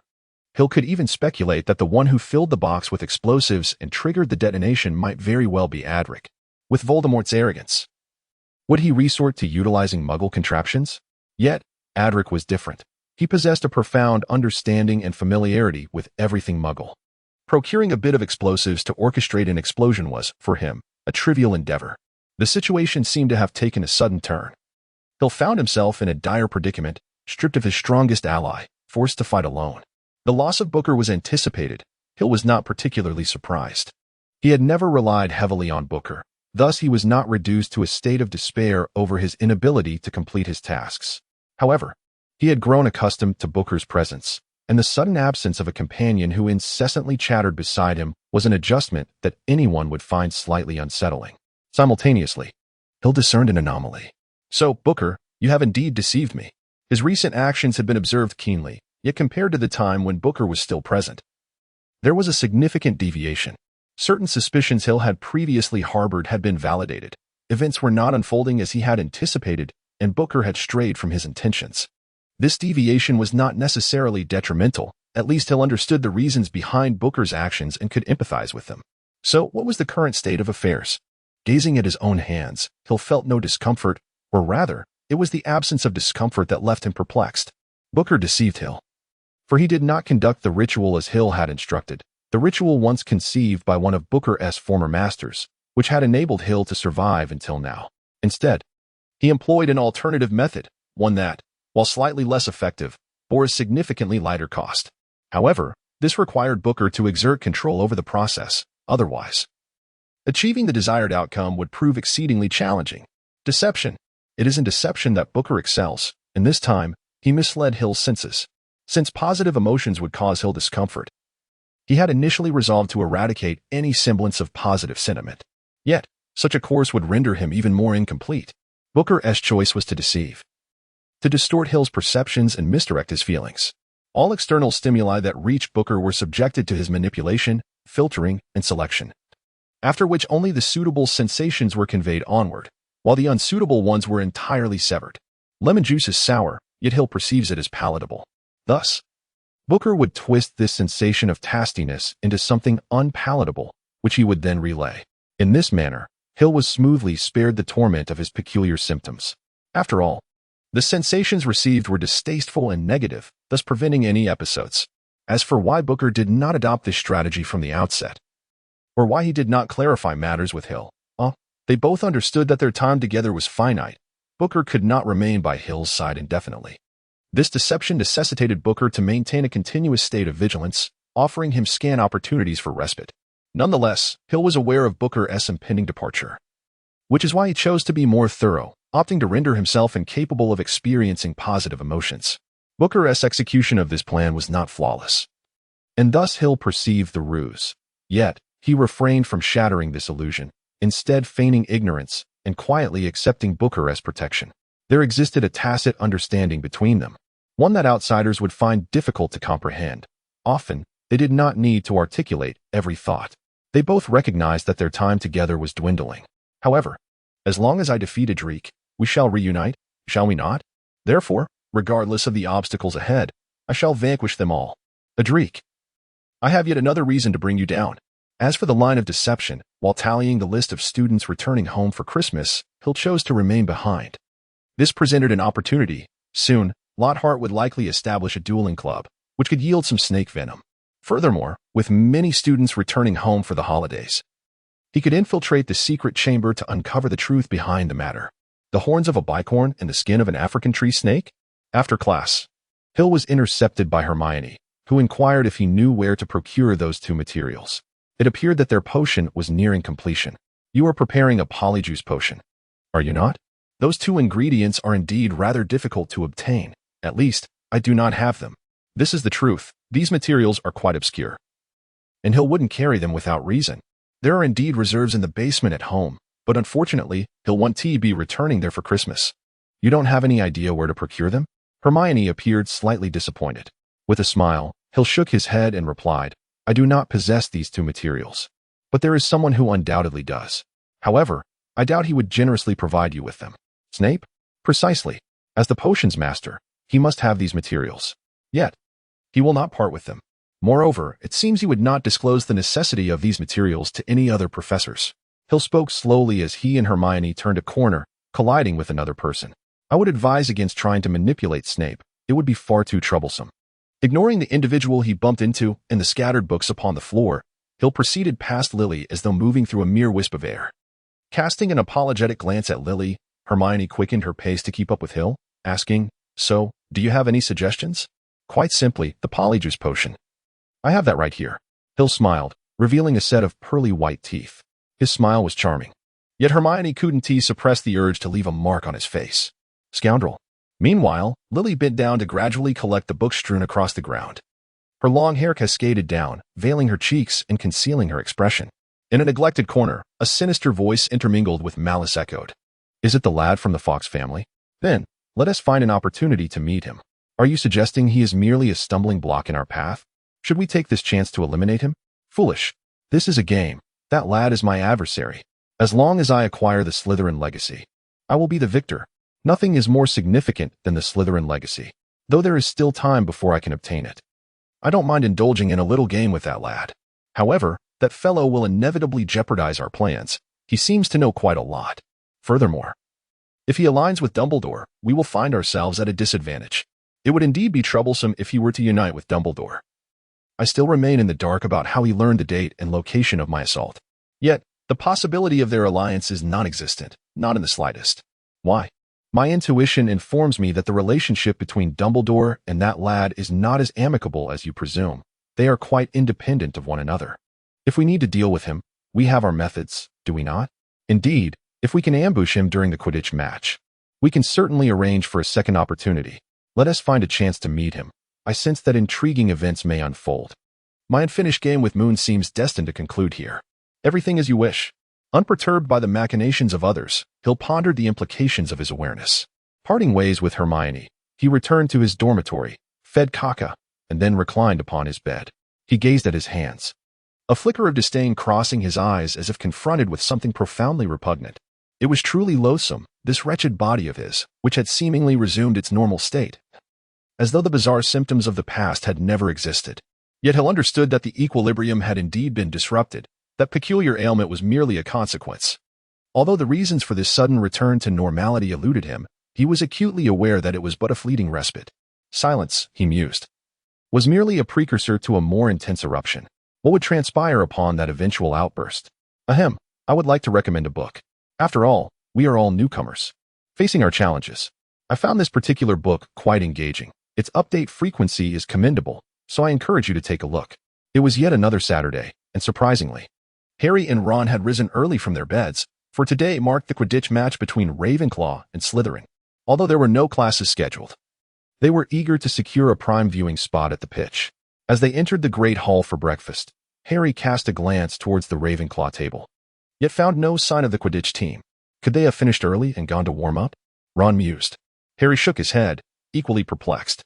Simultaneously, he noticed an odd expression among the Ravenclaw students, as if they were struggling to suppress laughter. What on earth is happening?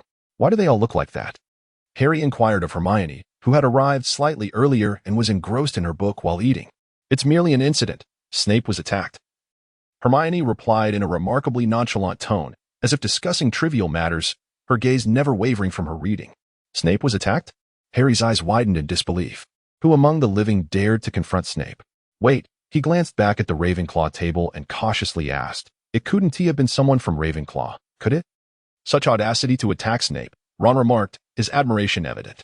Those Ravenclaw folks usually appear so reserved. It's astonishing to see such wildness from them. Oblivious to Hermione's increasingly darkening expression, Ron continued, I would love to see Snape's reaction, but alas, we've arrived too late. Bang. Harry's lips twitched as he raised a bowl of porridge to conceal his almost uncontrollable smile. Ron, with a look of exasperation, clambered to his feet and tossed the book that had struck him on the head to Hermione, dutifully beginning his breakfast without daring to utter another word.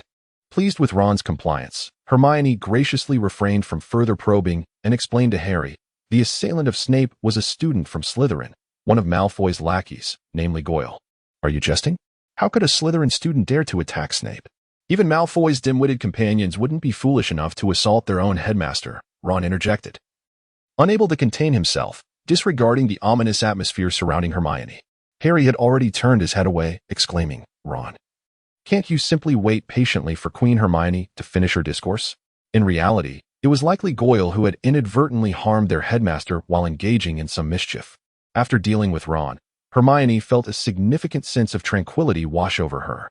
Ignoring Harry's expression akin to that of someone suffering from constipation, she continued, it appears Slytherin is plotting to orchestrate some incidents to weaken the Ravenclaw Quidditch team before the match begins, but unfortunately, an unforeseen event occurred, resulting in Snape's accidental injury. What unforeseen event? Harry inquired, instinctively recalling his Ravenclaw friend, hoping it was not connected to him. In the Ravenclaw Quidditch team's lounge adjacent to the pitch, the players gathered for breakfast, enjoying food directly sourced from the kitchen, untouched by foul play. This was a necessity, as they had narrowly escaped a previous ambush in the Great Hall. After stuffing the last piece of bread into his mouth, Roger accepted the yogurt that Autumn handed him, took a hearty swig, and exclaimed, this is delightful. It's a rare pleasure to see Snape in such disarray. If only it could happen more often. The other teammates rolled their eyes. After all, the earlier incident had been purely accidental. And hoping for Snape to encounter more mishaps was as futile as expecting Draco's sidekick Goyle to suddenly become more astute. However, reminiscing about the events in the Great Hall brought smiles to their faces. As Roger had aptly put it, witnessing Snape in such a fluster was indeed quite gratifying. Downing his glass of lemonade, Hill began inspecting his broomstick. Despite having thwarted Slytherin's initial attack in the Great Hall, they were aware that greater challenges awaited them on the pitch. Indeed, the root cause of Snape's accidental injury was none other than Hill himself, as that large platter of eggs had originally been prepared for him. The sight of Snape's expression when struck by the flying eggs was enough to elicit laughter from Chambers, who savored the memory, knowing it would remain a cherished recollection. Once graduated, when encountering senior alumni from Hogwarts, he could regale them with tales of having witnessed Severus Snape in his most disheveled state, evoking envy from those who had previously fallen victim to Snape's schemes.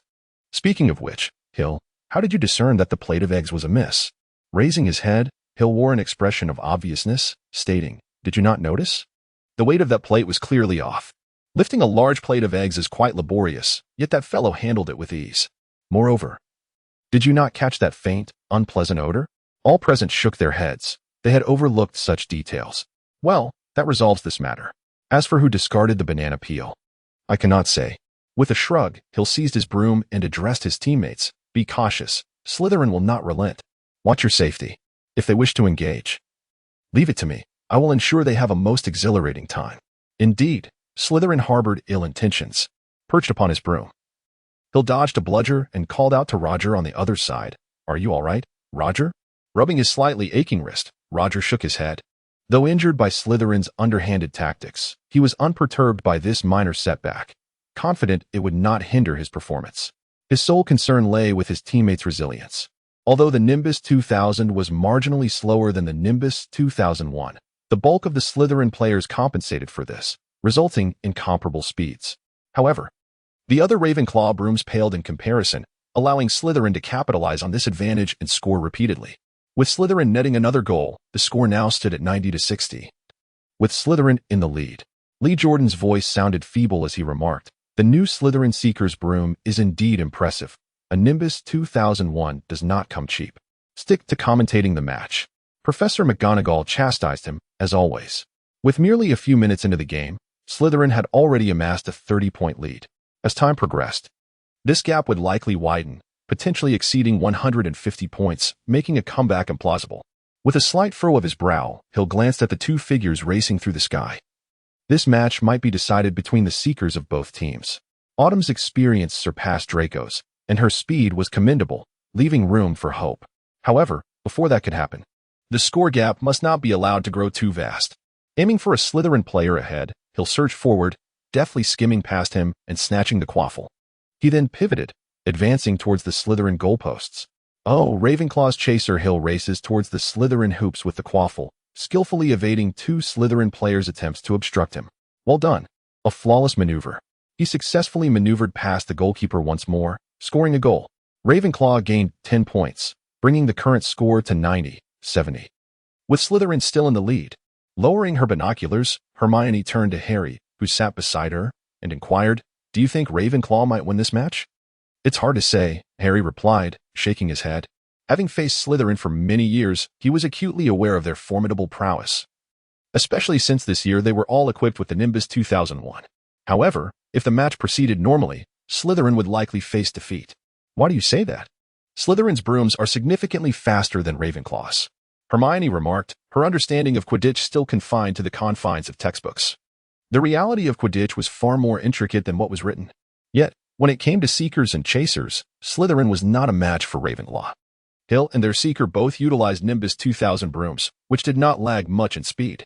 In fact, their skills far surpassed those of the Slytherin players in the same positions.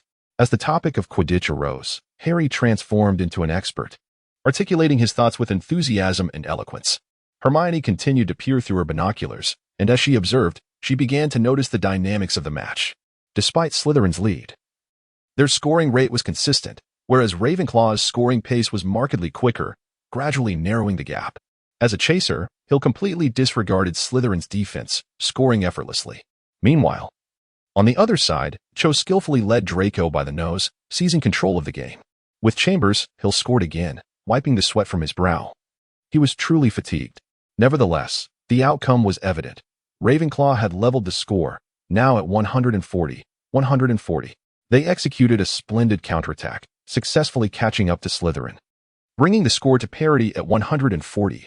On Slytherin's side, their robust captain, Marcus, exchanged knowing glances with his teammates, who nodded in understanding.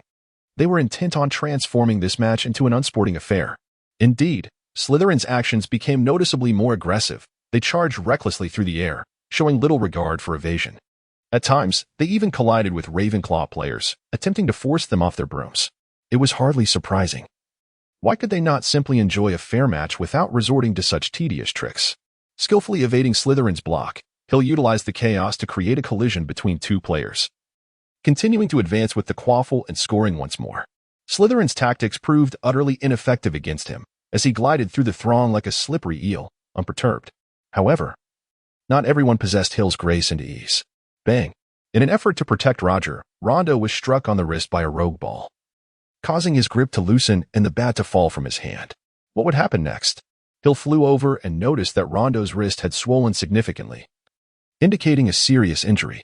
After several attempts, Rondo helplessly exclaimed, "I can't. My wrist lacks strength. I can't grip the bat." In fact, he could hardly even make a fist. Roger wore a face of frustration and annoyance. Could those Slytherin brutes not play a fair match?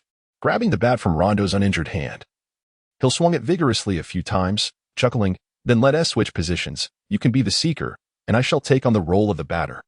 Following a discussion with Madame Hooch, Hill transitioned to the position of batter, while Rondo became the seeker. Although Rondo's role as a seeker was rendered almost futile, as he merely needed to ensure his own safety. Thus, Ravenclaw was effectively pitted against Slytherin with 6 players against their 7, and surprisingly, Hill, the scoring point, had taken on the role of batter. Ravenclaw's lineup was adjusted. Rondo, originally a batter, became the seeker, while Hill, initially a seeker, transitioned to the batter. Merlin above. Were they contemplating forfeiting the match? Lee Jordan's voice resonated with astonishment and regret. Would the Ravenclaw team, now devoid of a scoring point, still stand a chance against Slytherin? Hermione, setting down her binoculars, angrily turned to Harry. What is Hill thinking? He's gone to play as a batter. What about Ravenclaw's scoring?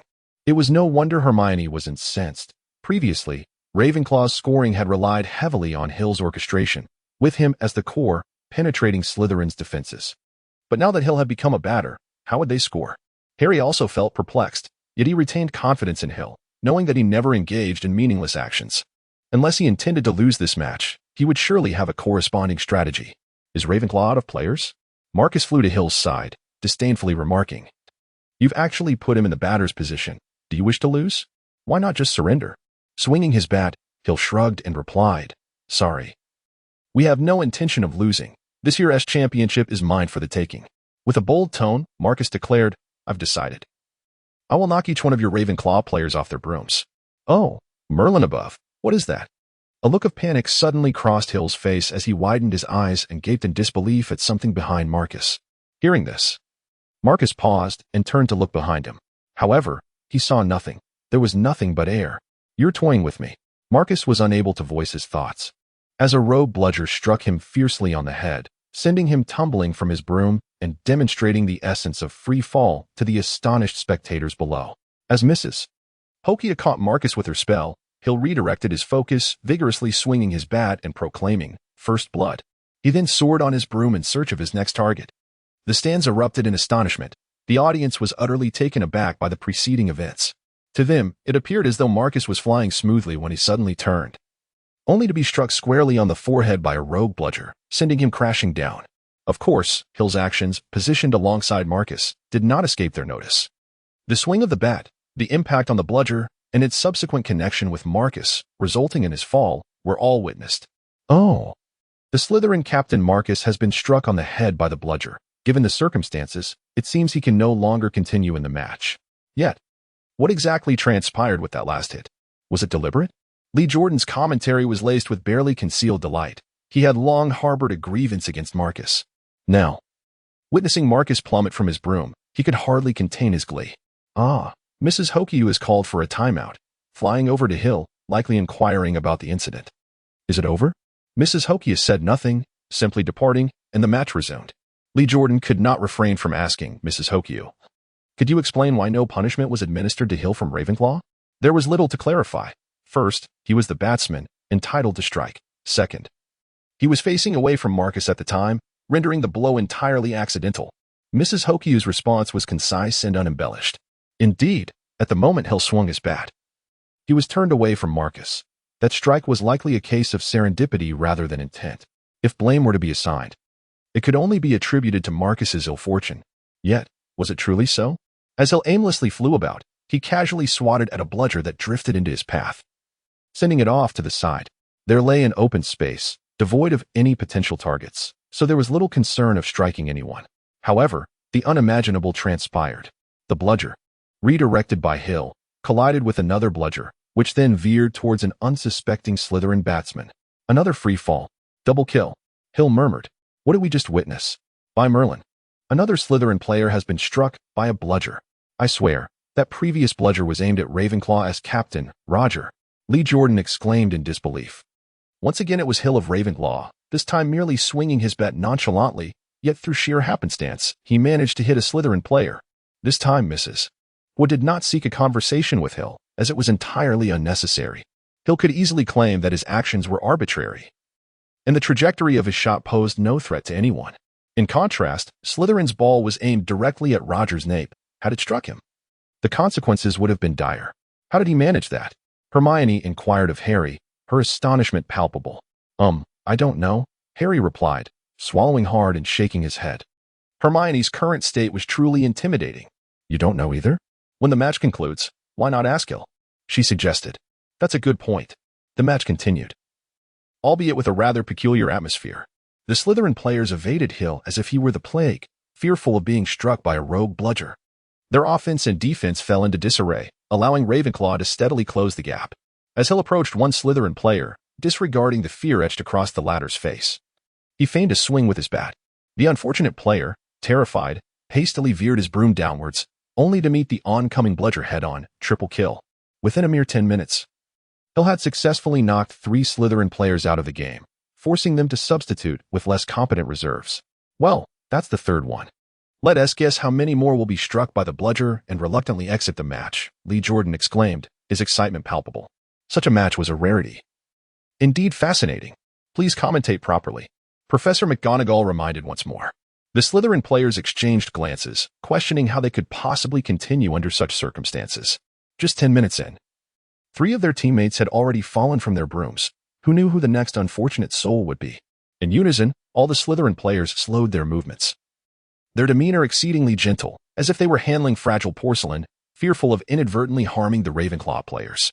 They had realized that anyone intending to undermine the Ravenclaw team was invariably dispatched from their brooms by Hill. Chambers flew to Roger's side and asked, Roger, was this part of your plan too? His face was a canvas of confusion. When had Roger devised such an unconventional tactic? Should I tell you that I am equally oblivious? Although entirely unaware, this did not prevent Roger from showcasing his supposed sagacity to his teammates. Adopting an expression of complete control, he mysteriously whispered, This is a secret weapon, specially devised for Slytherin. Is that so? Do you have a plan for Gryffindor? Chambers inquired, noting that Ravenclaw was now virtually assured of victory.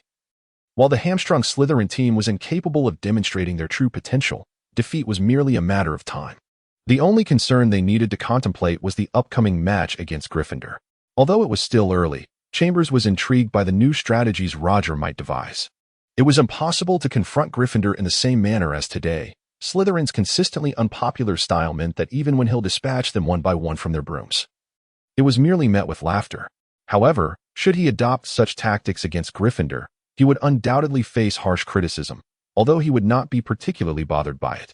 You do talk a lot. Focus on preparing for the offense and secure this match first. Unsure of how Hill would proceed, Roger chose to disregard that remark and promptly dismissed Chambers. He then turned his gaze towards Hill, a peculiar smile gracing his lips. Oh, what a fortunate discovery. Meanwhile, observing the chaos among the Slytherin players, Hill shrugged and soared towards Draco, who was entangled in a chase for the golden snitch with Cho. Noticing Hill's approach, Draco remained indifferent and continued his pursuit, albeit his technique appeared somewhat unrefined, as he found himself being outmaneuvered by Cho. He seemed unfazed, devoid of any anxiety or emotional turmoil, and simply accompanied Cho in their chase for the snitch. What is he planning to do? Hermione inquired of Harry. He can't possibly intend to knock Malfoy down, can he? That would be splendid, Ron muttered, having long harbored a dislike for Malfoy. I doubt it. After all, they are cousins and seem to have a decent relationship, Harry replied, shaking his head. Still, it's impressive how effortlessly he managed to send the Slytherin players off their brooms. Indeed, perhaps this is what they call genius.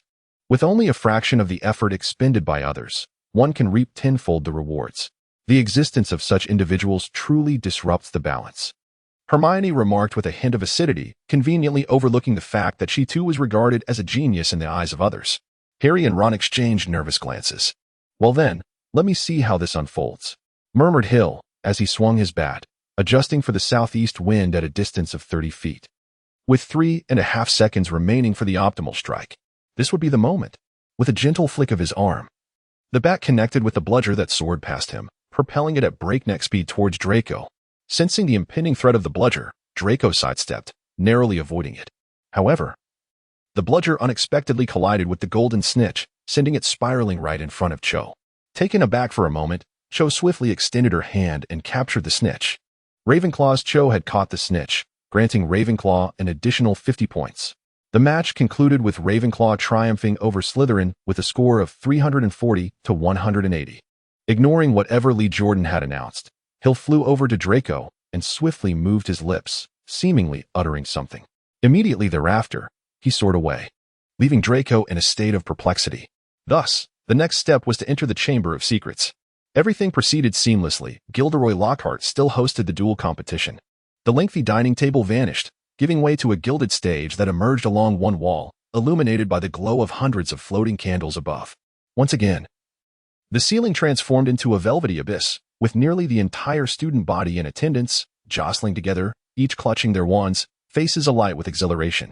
Hillmore caressed the wand in his hand, his gaze fixated on a person, as if he had stumbled upon a revelation. To his surprise, it was you, indeed. It was somewhat unexpected. Hermione cast a curious glance at Hill, for she stood beside him, or rather, he stood among Harry and his companions. Today marked the occasion of Lockhart's dueling club, and a multitude of students had gathered. Some were merely there for the spectacle, others to observe Lockhart, while a few hoped to glean some knowledge. What followed was a farcical display, as Lockhart was effortlessly sent flying by Snape. Though he seemed poised to make some boastful remarks, a mere glare from Snape rendered him instantly subdued. The demonstration concludes here. I shall now mingle among you to pair everyone into duos. Professor Snape, if you would be so kind as to assist me, Lockhart announced, maneuvering through the crowd to form partnerships. Lockhart paired Neville with Justin Finch-Fletchley, but Snape approached Harry and Ron first. The dream team should be dispersed, he remarked with a sneer. Weasley, you shall partner with Finnegan. Potter, Harry instinctively leaned closer to Hermione. I beg to differ, Snape replied, his face adorned with a frosty smile. Malfoy, come here. Let us see what you can make of the illustrious Potter. And as for you, Miss Granger, you will be paired with Miss Millicent. Seemingly satisfied with the unease displayed on Harry's face, Snape said little more, turning his furrowed brow towards Hillmore, and then impatiently added, as for you, Fawkes, just stand aside and observe. It is truly perplexing what Dumbledore sees in him. Naturally, Hill harbored no objections. He was utterly disinterested in such trivial play-acting. As he toyed with the music box nestled in his pocket, he prepared to document the serpent tongue that Harry was about to demonstrate, for it was indeed the key to entering the Chamber of Secrets. The subsequent events unfolded with remarkable simplicity. Harry, employing his ability to converse in Parseltongue, successfully deterred the snake from attacking Justin, yet he received no gratitude in return. Instead, Justin exclaimed, "What sort of trickery is this?" Before Harry could respond, Justin spun on his heel and dashed out of the hall. Severus Snape approached, waving his wand to transform the serpent into a wisp of black smoke that vanished into thin air. He regarded Harry with an expression that was unexpectedly shrewd, a look that Harry found rather unsettling. He became acutely aware of the ominous whisper circulating among the crowd. At that moment, he felt a tug at the back of his robes. "Come on," Ron urged in his ear, "let's get out of here." Leading the way, Ron guided him out of the hall, with Hermione and Hill flanking them. As they exited, people parted like the sea, seemingly eager to avoid any association with the unfolding drama. Harry remained bewildered by the entire situation, and Ron, Hermione, and Hill offered no explanations, merely propelling him onward until they reached the deserted Gryffindor common room. Once inside, Ron shoved Harry into an armchair and said, "You're a Parselmouth. Why didn't you tell us?" "What am I?" Harry inquired. "A Parselmouth," Ron reiterated. "You can speak to snakes." Subsequently, Ron and the others elaborated on the nature of Parseltongue, leaving Harry feeling quite discontented while Ron and the others appeared exasperated. "Well, it's not as dire as it seems," Hill finally interjected. "Whether or not you are the heir of Slytherin, Harry, you know better than any of us, do you not? If you claim you are not, as your friends, we shall simply believe you. As for the opinions of others, I maintain that you cannot expect everyone to like you. But Harry can speak Parseltongue, and that old madman Salazar could as well," Ron interjected. Casting a glance at Ron, Hill shook his head and then opened his mouth, producing a chilling hiss that sent shivers down their spines. Ron and Hermione's faces paled while Harry looked on in bewilderment. As you can see, Parseltongue is not particularly difficult. Hill shrugged, continuing, "At least I remembered it and could repeat it. There's nothing challenging about that." "You mean you were just repeating what Harry said in Parseltongue?" Harry, fully aware of the truth, nodded. Indeed, the words he had spoken earlier were the very same that Hill had just echoed. It was simply that Hill had retained it after hearing it just once. Thus, if someone were to compile a dictionary of Parseltongue over the past millennium, I would not be the least bit astonished. Talent merely alleviates the burden of effort. Those devoid of innate talent are not necessarily incapable of achieving what the gifted can accomplish. Hill remarked, stroking his chin. Thus, Harry may not be the sole individual possessing the ability to converse with serpents. Conversely, those who can communicate with snakes would undoubtedly refrain from revealing this ability so recklessly. Hill's words evidently brought Harry a sense of comfort, and he cast a grateful glance in Hill's direction. Meanwhile, Hermione and Ron appeared visibly relieved. Such remarks granted Harry an opportunity for explanation. It seemed that Hill discerned their thoughts and shattered their illusions. There was no need to contemplate an explanation, for it would be futile. Why? Because everyone requires an outlet for their frustrations, and regrettably, you have become that outlet for them. They will perceive you as the one who unlocked the Chamber of Secrets, believing that distancing themselves from you will ensure their safety. Akin to an ostrich burying its head in the ground, convinced it will remain unharmed. They will not heed your explanations, for that would imply the one who opened the chamber is among them, a notion they are unwilling to accept. With a wry smile, Harry remarked, "So, I have become the target then?" "Quite so. The human psyche is invariably intricate," Hill replied. "Take Justin, for instance. Do you genuinely believe he fears you because you are a Parseltongue? Isn't that the case?" Harry countered. "In the past year, have you ever heard the name Justin?" "Aside from the sorting ceremony, of course." Hill slowly elucidated, for in certain respects, Harry was remarkably naive. Yet, this was entirely normal, was it not? Reflecting on it, Harry shook his head. "So, he intends to seize this opportunity for fame, and you are merely the means to that end." At this point, if Harry did not grasp the implications of Hill's words, he might as well dash his head against a wall. "I see," Harry responded, his expression one of irritation. Anyone being exploited would feel discontented. Ron evidently held a differing viewpoint, stating, "Could it not genuinely be that he is terrified? You will gradually discern the truth." Hill assured with a smile, "Do not fret, for I have uncovered some intriguing information, and results will soon manifest." A flicker of anger crossed Hermione's face as she inquired, "Are you planning to act alone again?" "You've caught on. Well done." Hill replied, "Damn it, Harry. Do not restrain me. I am determined to teach that scoundrel a lesson. Separation of the duel. The key must have already been acquired by that individual. I suspect you will meet him soon." How fortuitous, yet something feels amiss. Nevertheless, the key was destined to be delivered into that person's hands, thus saving considerable effort. "Are you truly certain you wish to meet him?" "I understand your concerns. You fear your affairs may be exposed. Rest assured, he holds no interest in someone of your insignificance. If I am not mistaken, he is likely intrigued by the legacy of Slytherin. Moreover, you need not involve yourself.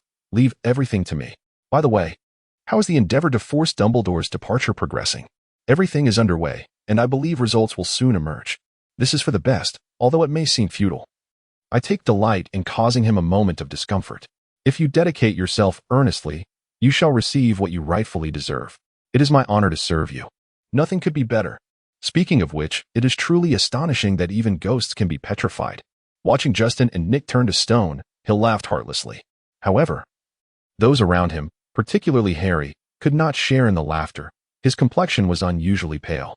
"Come with me, Potter," Professor McGonagall instructed. "Professor," Harry quickly interjected. "I swear I had nothing to do with this. This matter is beyond my control."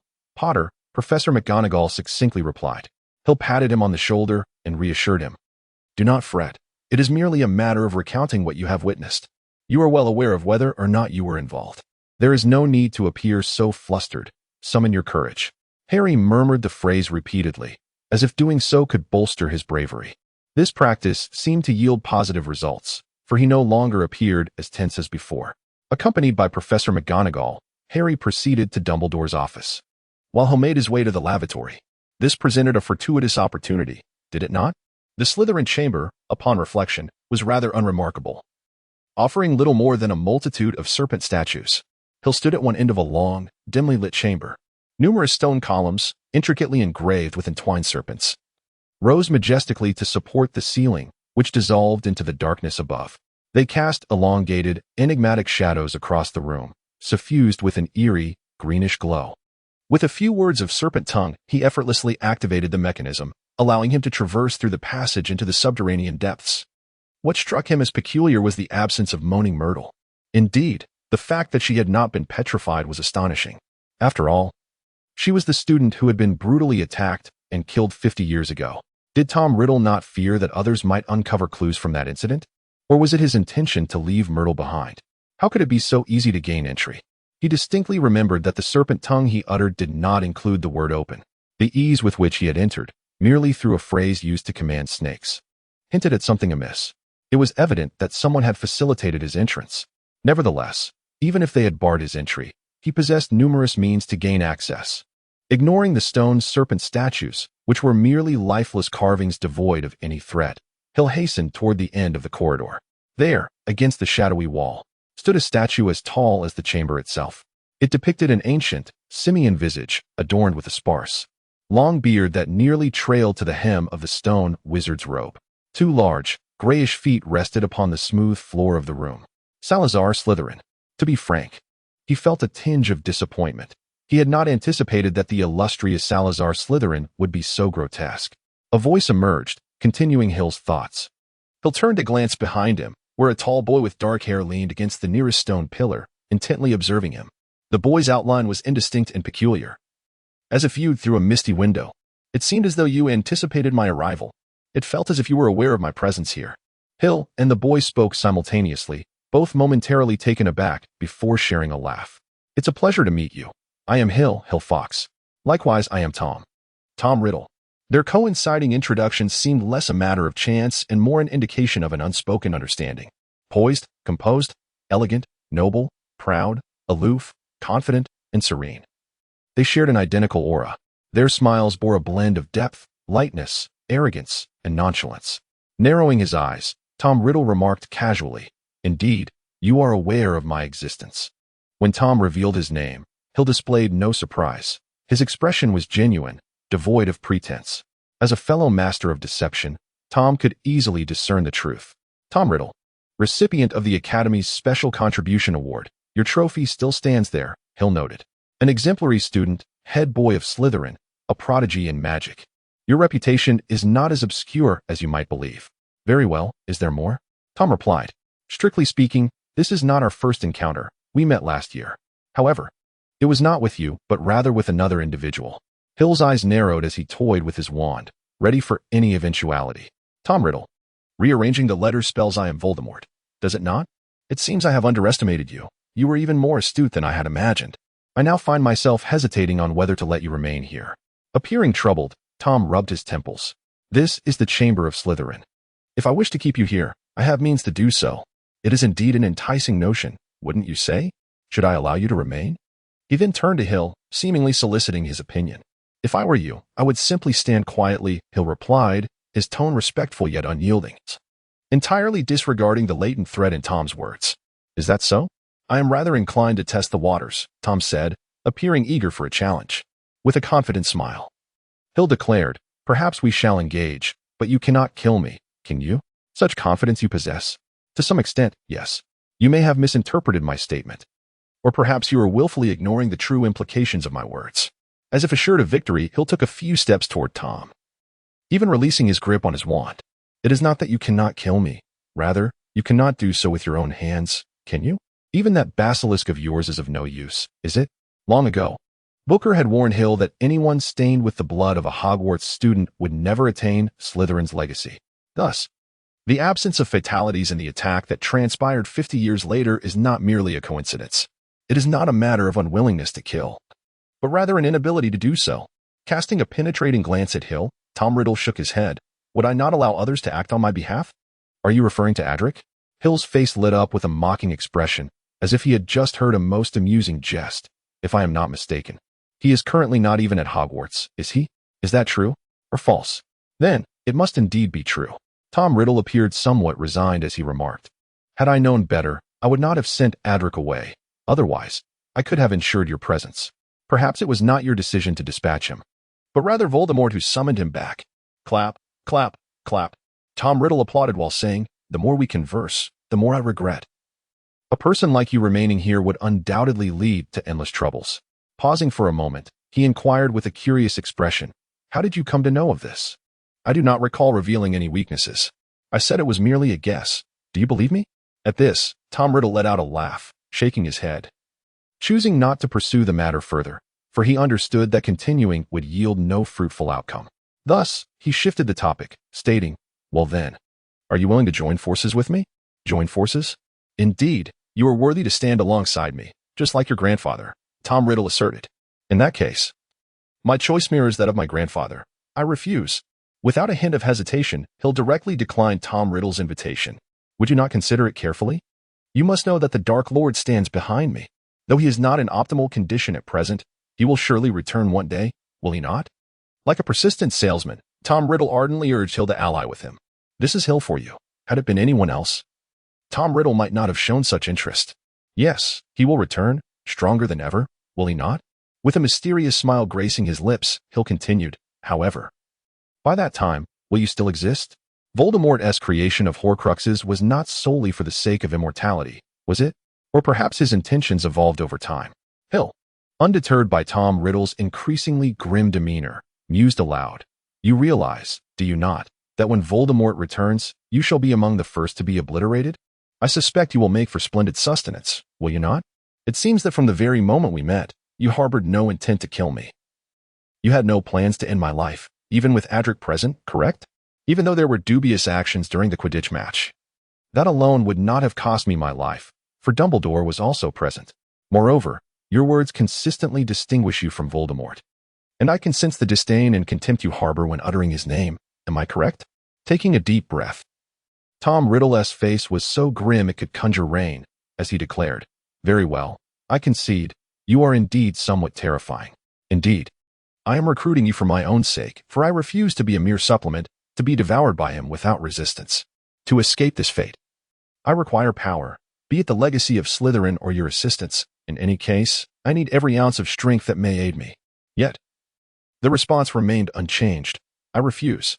Even after hearing Tom Riddle's explanation, Hill opted to decline, stating, "I'm sorry, both you and Voldemort must be eradicated. Your existence poses a threat to this world." Of course, that was the official stance. The truth was, I couldn't care less about your lives. With that, Hill turned on his heel and departed without hesitation. "You shall pay the price for your recklessness, ignorance, and arrogance." An irate Tom Riddle tore away his gentle facade, bellowing at Hill's retreating figure before vanishing into a cloud of darkness. This Tom Riddle was not his true self. TSK, I initially believed we were of the same ilk, but it seems I have overestimated you, Tom Riddle. The confrontation with Tom Riddle was anticipated by Hill, though he had not expected such a dismal display from him. Indeed, when provoked, one's true nature is often revealed, as was the case with Tom Riddle's underlying insecurity. How could one who cannot confront their past ever aspire to ally with me? In the weeks following their encounter, Hill faced numerous perils, including poisoned food, various machinations, and even an encounter with a basilisk. Yet, he navigated through all of them unscathed. Casting a glance at the venomous serpent cowering beneath his covers, Hill shrugged, deftly dispatching the creature and tossing it out the window. Such occurrences had become almost mundane for him. While they did not pose a threat, they were certainly bothersome. "So, do you truly wish for death, Tom Riddle?" A rare emotion surfaced in Hill's voice. He was genuinely incensed by Riddle's incessant harassment. Yet, despite possessing far greater and more effective means to eliminate me, he resorted to such base tactics. It appears I have stumbled upon something rather remarkable." Gazing out the window, a mysterious smile crept upon Hill's lips. "So, your control is not as steadfast as I had imagined. However, before addressing this matter, I must await Adric's return. Scaring him off would indeed complicate matters. Thus, you shall live a few more days, provided you do not overstep your bounds." Hill was not averse to swiftly resolving the matter of Tom Riddle. However, Adric had yet to return. Should he hastily address Tom Riddle? It is highly probable that Adric would not come back. After all, Booker was still in Adric's custody. Calculating the time, it seems he would return in a few days. "Tom Riddle, Voldemort appears to harbor some doubts about you, having sent Adric to surveil your actions. I am quite intrigued to see how you intend to execute a grand scheme without Voldemort's knowledge." Christmas arrived as it always does, yet Hill chose not to return home. During this period, he must remain at Hogwarts to avert any unforeseen disruptions. On Christmas night, Hermione summoned Harry and Ron to the prefect's bathroom. Today presented a splendid opportunity to masquerade as Slytherin students in order to glean information from Draco. Although the Polyjuice potion was readily available, the timing for its use required careful consideration. Hill advised that fewer people were preferable. After all, if two identical individuals were to suddenly appear, it would be evident that something was amiss. Moreover, the fewer the witnesses, the lower the chances of being discovered. How repulsive. Do we really have to drink this? Ron grimaced at the sight of the potion in the cup. It was, indeed, an unappetizing sight. Seemingly fresh and bubbling, it resembled thick, dark syrup akin to viscous mud. Additionally, it emitted a pungent odor that was quite unbearable upon mere glance. This is an unfinished product.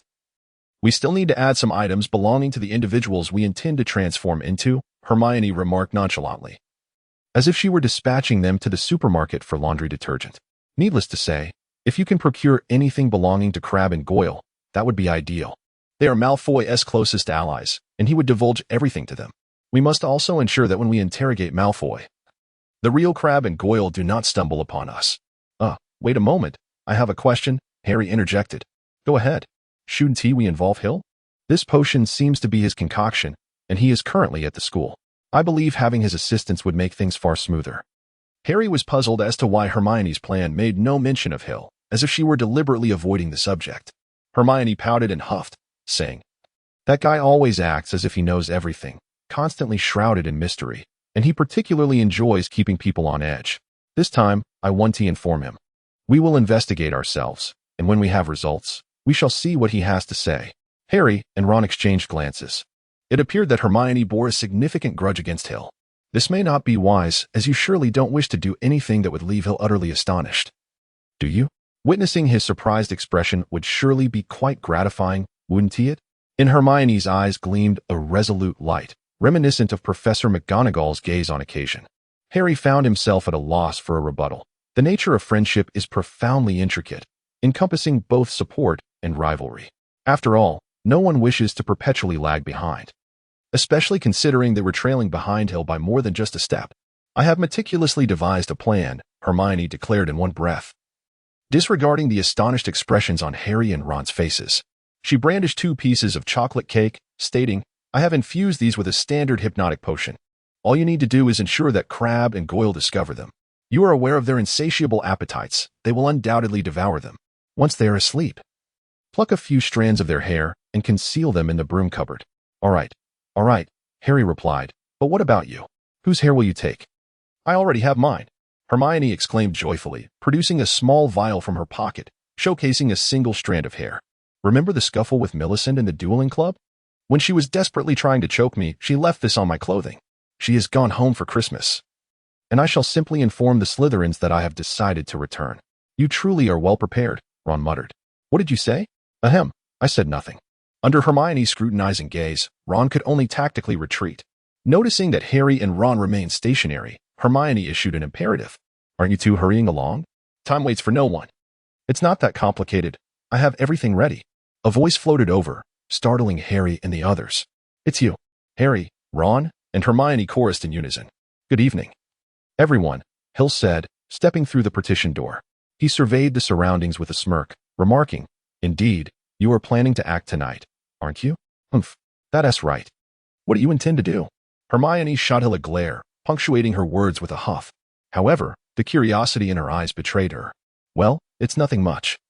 I have already acquired strands of hair from Draco's 2 lackeys." Hill extracted a vial from his pocket and tossed it to Harry. "So, you needn't bother running off to pluck their hair. It is entirely unnecessary." "Hey, who gave you the right to take matters into your own hands?" Harry retorted. "Give him back the vial. You two can go and collect those fools' hair yourselves." Hermione appeared quite displeased, and understandably so. Her meticulously crafted plan had been disrupted by Hill's interference, which was undoubtedly frustrating for her. Harry acknowledged her words but remained rooted to the spot. He was now troubled, pondering why the 2 intelligent friends he knew always seemed to be at odds with one another. "Hurry up, Harry. Why are you just standing there?" "Well, it's not entirely his fault. I suspect that aside from me, only Dumbledore knows where those 2 fools are at Hogwarts right now." A mischievous expression adorned Hill's face. as he disregarded Hermione's almost lethal gaze and remarked nonchalantly, "If we were to seek others, I hardly believe any Slytherin would be easily fooled." "You!" Hermione exclaimed, her frustration evident as she stamped her foot and glared at Hill, yet he remained utterly unfazed. "Hermione, Ron and I are going to extract information from Malfoy." Unbeknownst to them, Harry and Ron had already buried their heads in the blankets, pinching their noses to drink every last drop. They then gathered the clothes Hermione had prepared and exited the cubicle. "What are you still doing here?" With only Hill remaining in the cramped space, Hermione was ready to usher him out. She pointed towards the door and declared, "I need to prepare to take my potion, so you must leave." Suddenly, Hill stepped forward, closing the distance to less than a foot from Hermione. "What are you going to do?" Hermione said, a hint of panic in her voice as she instinctively prepared to retreat. However, the cubicle was so small that she was already pressed against the wall, leaving her with no room to step back. Hill grasped Hermione's hand, the delicate touch sending a fleeting shiver through him, yet he swiftly cast aside such emotions. He and Hermione locked eyes, their gazes brimming with playful mockery and jest. Initially, Hermione averted her gaze several times, but ultimately, unable to evade it any longer, she chose to meet Hill's gaze head-on. Hill's face was in close proximity to Hermione's, and she could feel the warmth from his breath occasionally brushing against her eyes. His silver pupils sparkled like stars, almost too dazzling to behold. Nevertheless, Hermione stubbornly chose to meet his gaze. With a soft chuckle, Hill suddenly inquired, "Can you guess what I am about to say?" "I cannot fathom it," Hermione thought, her heart racing like a fawn. Unbeknownst to her, her cheeks had turned as crimson as a ripe apple, evoking an irresistible urge to plant a kiss upon them. The mockery in Hill's eyes intensified, yet Hermione remained oblivious, as if she were wandering in a dream, filled with a sense of unease. Hill took a deep breath, lowered his head, and then cleared his throat. But the anticipated kiss did not occur. He leaned closer to Hermione's ear and whispered softly, "It seems you have made a mistake." "What mistake?" Hermione felt a tickling sensation in her ear, a result of Hill's warm breath brushing against her skin. The sensation was peculiar, tingly, warm, and electrifying. "You seem to have taken the wrong hair," Hill suddenly exclaimed, withdrawing his head from her ear, releasing the hand he had been holding, and inadvertently taking a small vial from her palm. Hermione appeared momentarily dazed, her expression still somewhat bewildered. "The hair in question was evidently not human, based on my experience. It should belong to a cat. If I am not mistaken, it likely fell from a cat onto Millicent and was subsequently acquired by you." Hill held the vial up to his eyes for a closer inspection and continued, "Thus, if you were to use this hair in the concoction of a potion, I dare say it would yield fascinating results." At last, Hermione regained her composure. She touched her flushed cheeks and lowered her gaze, clenching her fists tightly. "So, what I mean to say is that you have taken the wrong item." Hill smiled cheerfully, then paused for a moment before adding, "Hermione, you seem rather unwell. Do you require a visit to the doctor?" "I am perfectly fine, but you are in trouble." "Hill, you scoundrel." Bang. Thus, one reaps what one sows. If one does not court danger, one shall not meet with demise. This is a hard-earned lesson, paid for with the blood of countless predecessors.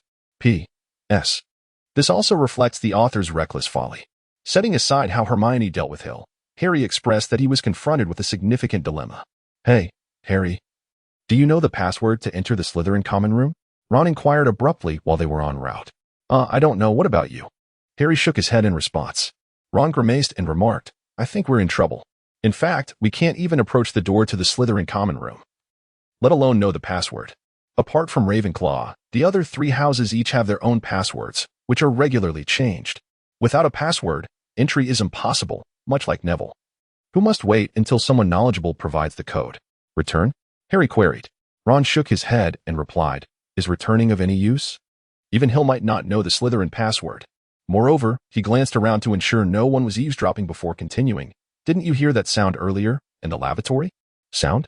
Ron displayed an expression of exasperation, cleared his throat, and said, "Did you not overhear the conversation between Hill and Hermione? All right, I'll repeat it. There's something I've been meaning to tell you." That was Hill speaking, followed by Hermione asking, "What are you going to do?" "Did you notice?" Hermione seemed quite flustered. Harry's curiosity was piqued. Those 2 statements conjured certain images in his mind. "Guess what I'm about to say?" Hill continued, his tone seemingly mischievous. "I can't guess." Hermione must have been trembling, her voice slightly quavering. "Harry, Use your imagination and ponder what could have transpired that would render Hermione so distressed yet refrain from summoning us for assistance. Ron wore a mysterious expression, his face emblazoned with the word gossip, reminiscent of tabloid journalists. Having reached this point, Harry, not being dim-witted, had indeed watched his share of Muggle films. His eyes widened in disbelief, and he exclaimed, "Could it be?" "Exactly." Ron slapped Harry on the shoulder with vigor and declared, "According to my deduction, Hill must have, well, in summary, Hill has conquered Hermione." "Wait a moment." Harry interrupted Ron's fanciful musings, perplexed. "By your deductions? Are you implying that the lengthy segment that followed was not something you actually heard?" With an awkward chuckle, Ron's thick skin disregarded Harry's inquiry as he continued, "But we did emerge afterward, so we didn't hear it all. Still, aside from this possibility, could there be any other? Ahem, it is indeed rare to encounter alternative possibilities, such as the classic remark about a beautiful woman with a leaf of vegetable caught in her teeth." Harry was rendered speechless. If only Ron could allocate half the energy he devotes to such gossip towards his studies, he would not perpetually find himself at the mercy of Hermione. Nevertheless, Harry himself found himself in agreement with Ron's perspective, or rather, he was quite pleased to witness the outcome Ron had described. "Everything rests upon you, Hill. Handle Hermione, so she won't be perpetually preoccupied with minning Ron and me." A yawn escaped from a figure in the distance, who rubbed their nose and muttered, "How unfortunate. The blow was rather severe. Ugh, let's return and rest." After a prolonged gossip session, Harry and Ron had to confront the stark reality of locating the Slytherin common room and its password once more. Speaking of which, couldn't they simply inquire with the student? Observing Ron meandering about, searching for any signs, Harry, feeling particularly embarrassed, exclaimed, "Blimey, why didn't you mention this sooner?"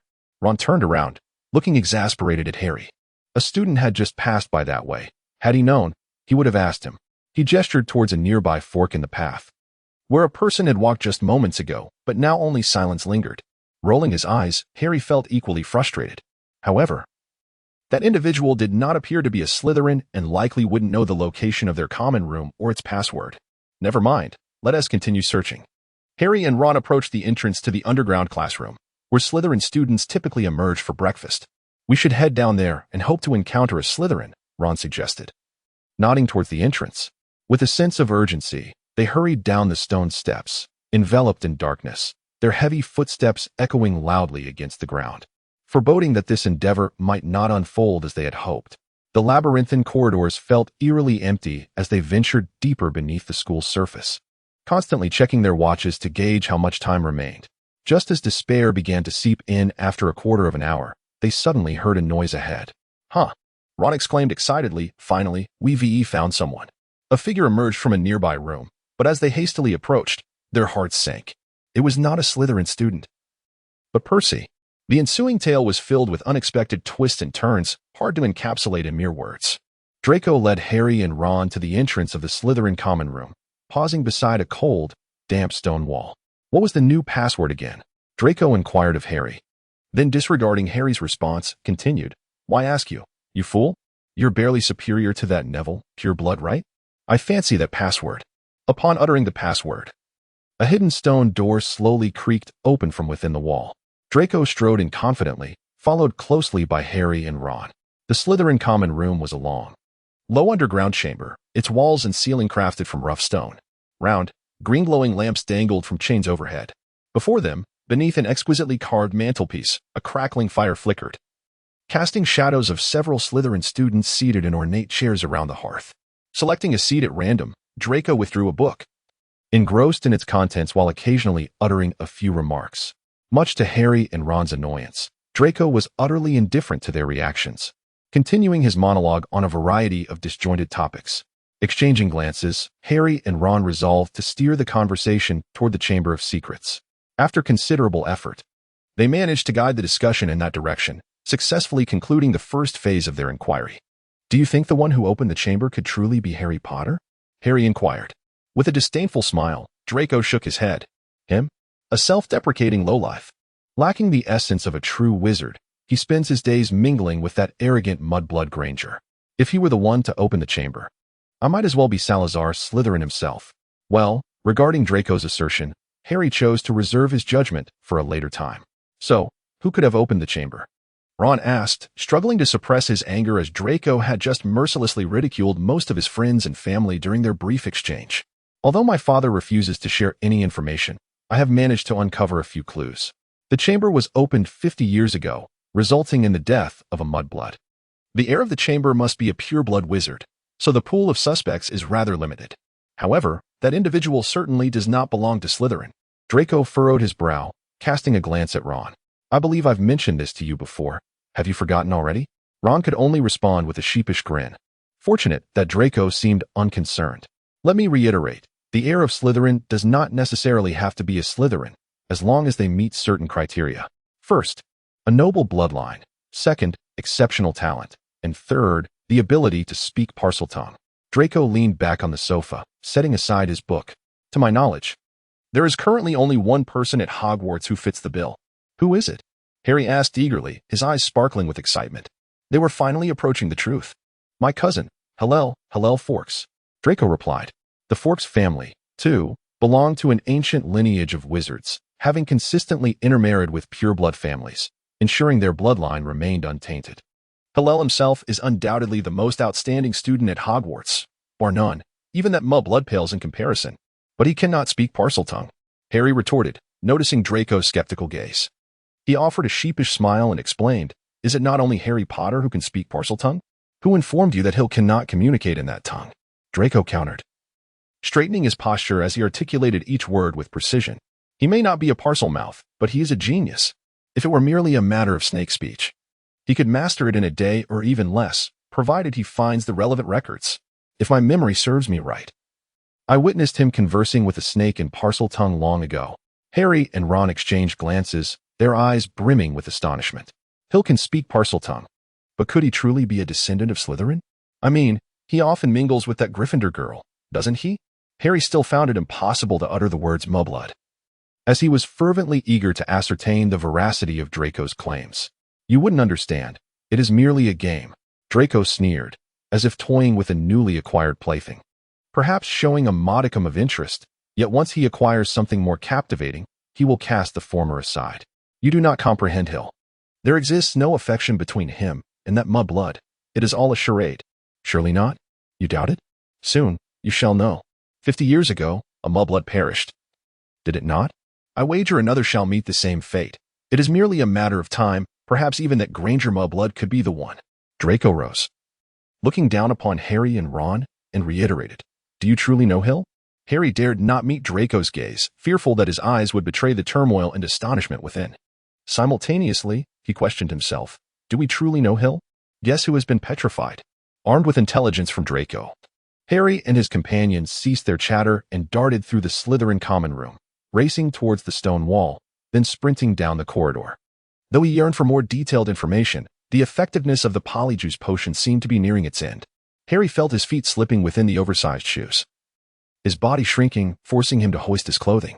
They dashed up the staircase, entering the dimly lit entrance hall.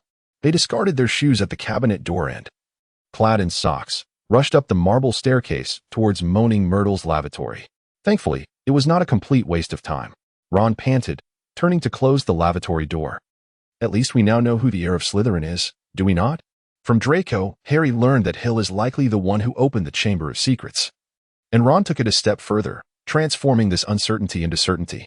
Harry frowned, remarking, this is merely Draco's word. Do you genuinely believe what he says? Harry was skeptical of Draco's assertions. He had never doubted that Hill was the one who opened the chamber, even if Draco's reasoning seemed quite sound.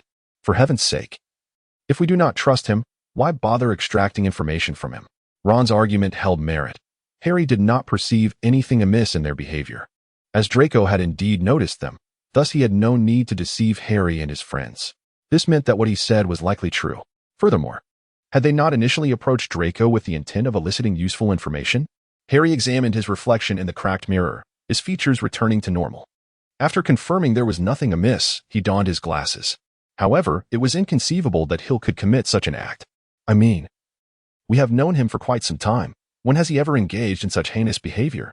I believe Malfoy is merely spouting nonsense, undoubtedly slandering Hill. Harry explained to Ron, though his words seemed more an attempt to convince himself. It cannot be. Hill is not that kind of person. He is our friend. Ron appeared somewhat impatient, having called for Hermione numerous times without a response. Upon hearing Harry's incessant explanations, he turned and said, "Then why would Draco slander Hill? They are relatives and share a close bond. You saw it yourself." He lent the pitch to Hill, and Hill refrained from retaliating during the Quidditch match. Not to mention last year's events. But to us, the person who opened the Chamber of Secrets is a villain, yet for Malfoy and his Slytherin ilk, that individual is their idol. Do they really need to casually select an idol to worship? Furthermore, Malfoy's claims have substance. And Hill does indeed fit the criteria he described. Have you noticed that Hill seems to be present at every attack? Do you genuinely believe that is mere coincidence? The more Ron spoke, the more fervent he became, feeling an unprecedented clarity of thought, as if a torrent of words was pent up within him, yearning for release. Are you saying you would rather believe Malfoy's words than trust Hill? Harry retorted, angered by Ron's insistence that Hill was the one who opened the chamber. Could it be that he was swayed by Draco's single utterance? Just because of that one statement, Ron no longer believed in his friend? Harry felt a level of disappointment he had never experienced before. That's not it. I just think Hill is under serious suspicion. Draco has pointed out that we hardly know Hill. We didn't even know he could speak Parseltongue, and he has deceived us with lies. Ron felt a wave of embarrassment wash over him. To retract his words would mean admitting he was wrong. Although he felt a tinge of regret, he pressed on. But Draco thought we were Goyle and Crabbe. Naturally, they wouldn't know Hill. So do we understand him? Ron scoffed. Aside from knowing he is intelligent and had a rather unfortunate childhood, what else do we know? How many secrets is he keeping from us, do you realize? Reflecting on the times Hill had led him by the nose, Ron suddenly felt quite unsettled. No wonder we have been so lost. Hill has been meticulously erasing his tracks while misleading us. How could we possibly find any clues? Harry shoved Ron aside, pushing him away from the door, and declared, "I'm done talking to you. Let us disclose everything to Hermione and allow her to determine who is in the right." He called out to the stall, "Hermione, come out for a moment. We have something of great importance to discuss." The only response to Harry's call was the gentle sound of dripping water. "Hermione, are you there? We truly have something significant to share with you." Harry shouted again, while Ron, standing beside him, rolled his eyes and remarked, "We just spoke loudly enough.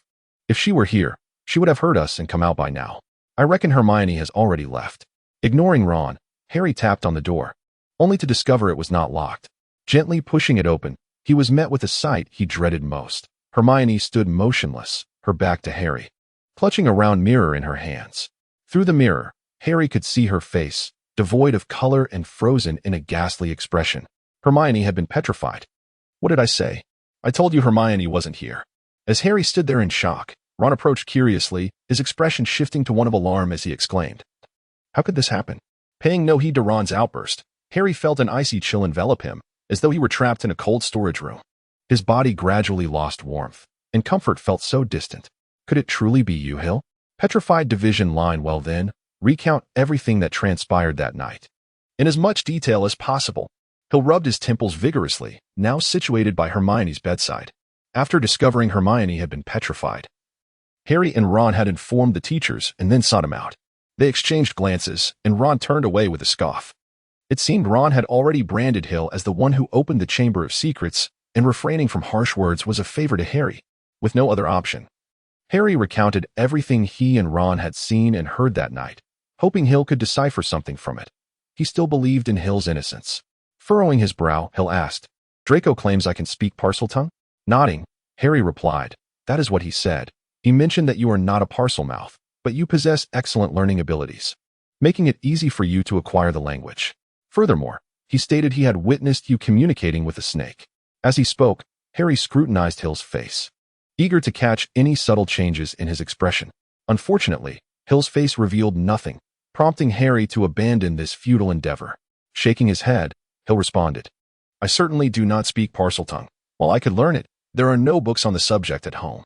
Books on such rare languages are exceedingly scarce. Moreover, I have never communicated with a snake. I detest them."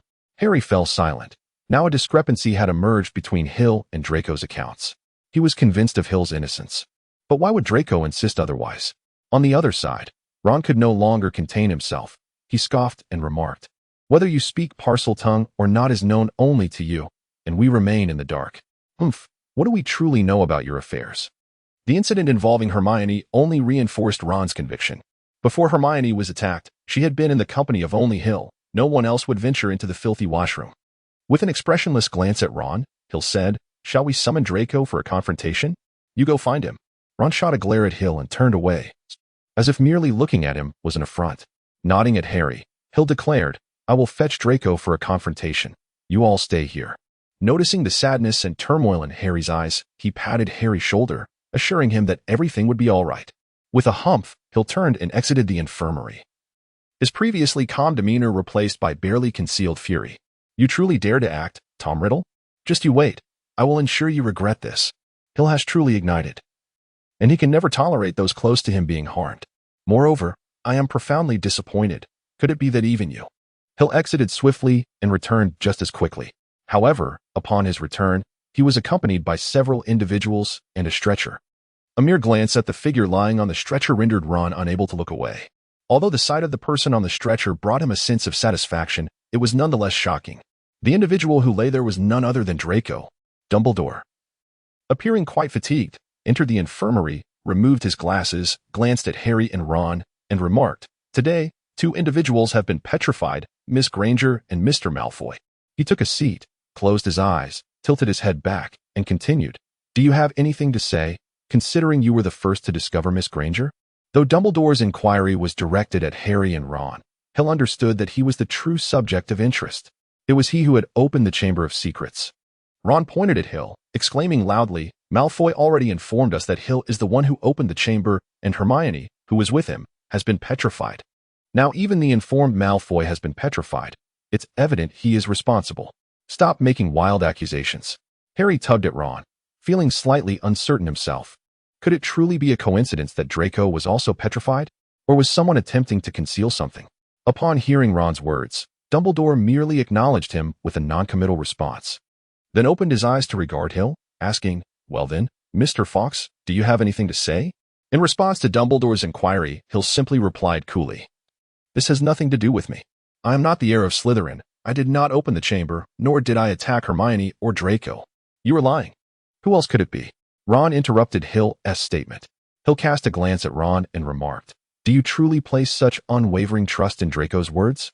I recall that you two have been bitter adversaries. What accounts for this sudden shift in allegiance?" With a scoff, he continued, "Our intelligence was gleaned from a polyjuice potion impersonating Malfoy's lackey, extracted directly from his lips. While I harbor no fondness for Malfoy, one cannot deny the validity of his assertions, can one?" Ron retorted, stealing a glance at Dumbledore, who remained silent, prompting him to press on. "The two individuals assaulted today share profound connections with you. Do you not find this to be exceedingly coincidental? Thus, this is no mere happenstance. It is an act of treachery. Someone is framing me." Hill responded coldly. "Who is framing you?" "The true heir of Slytherin, the one who opened the Chamber of Secrets." Hill answered without hesitation. He then added, "But let us set that aside for now. I possess a means to reverse Hermione's petrification." He retrieved a potion prepared with mandrake from his pocket and approached Hermione, ready to administer it. "Who desires your potion?" Ron exclaimed, swinging his hand to forcefully collide with Hill's, sending the vial spiraling from his grasp, tracing an arc before shattering upon the floor. Bang! Hill's expression suddenly darkened significantly. In his moment of concern, coupled with the distraction of his thoughts, he had inadvertently allowed Ron to knock the potion from his grasp. He cast a fierce glare at Ron. This was the last vial of restorative potion, and there would be no second one readily available. Dumbledore opened his eyes and glanced at both Hill and Ron, finally fixing his gaze upon the shattered fragments of the vial and the potion that had begun to spread across the floor. This was a restorative potion concocted from mandrake root, capable of reversing petrification. This was the final vial. Do you comprehend? Hill made a concerted effort to calm himself, striving to suppress the overwhelming urge to pummel Ron. Ron, seemingly taken aback, quickly retorted, "Who knows if what you're saying is true or false? What if you were holding a vial of poison? If Hermione drank it, she would truly perish." Ron's heart raced with uncertainty. If that were indeed the antidote, he would have made a monumental error. "No, I am right. How could it possibly be the antidote? Indeed, Hill is the one who opened the Chamber of Secrets.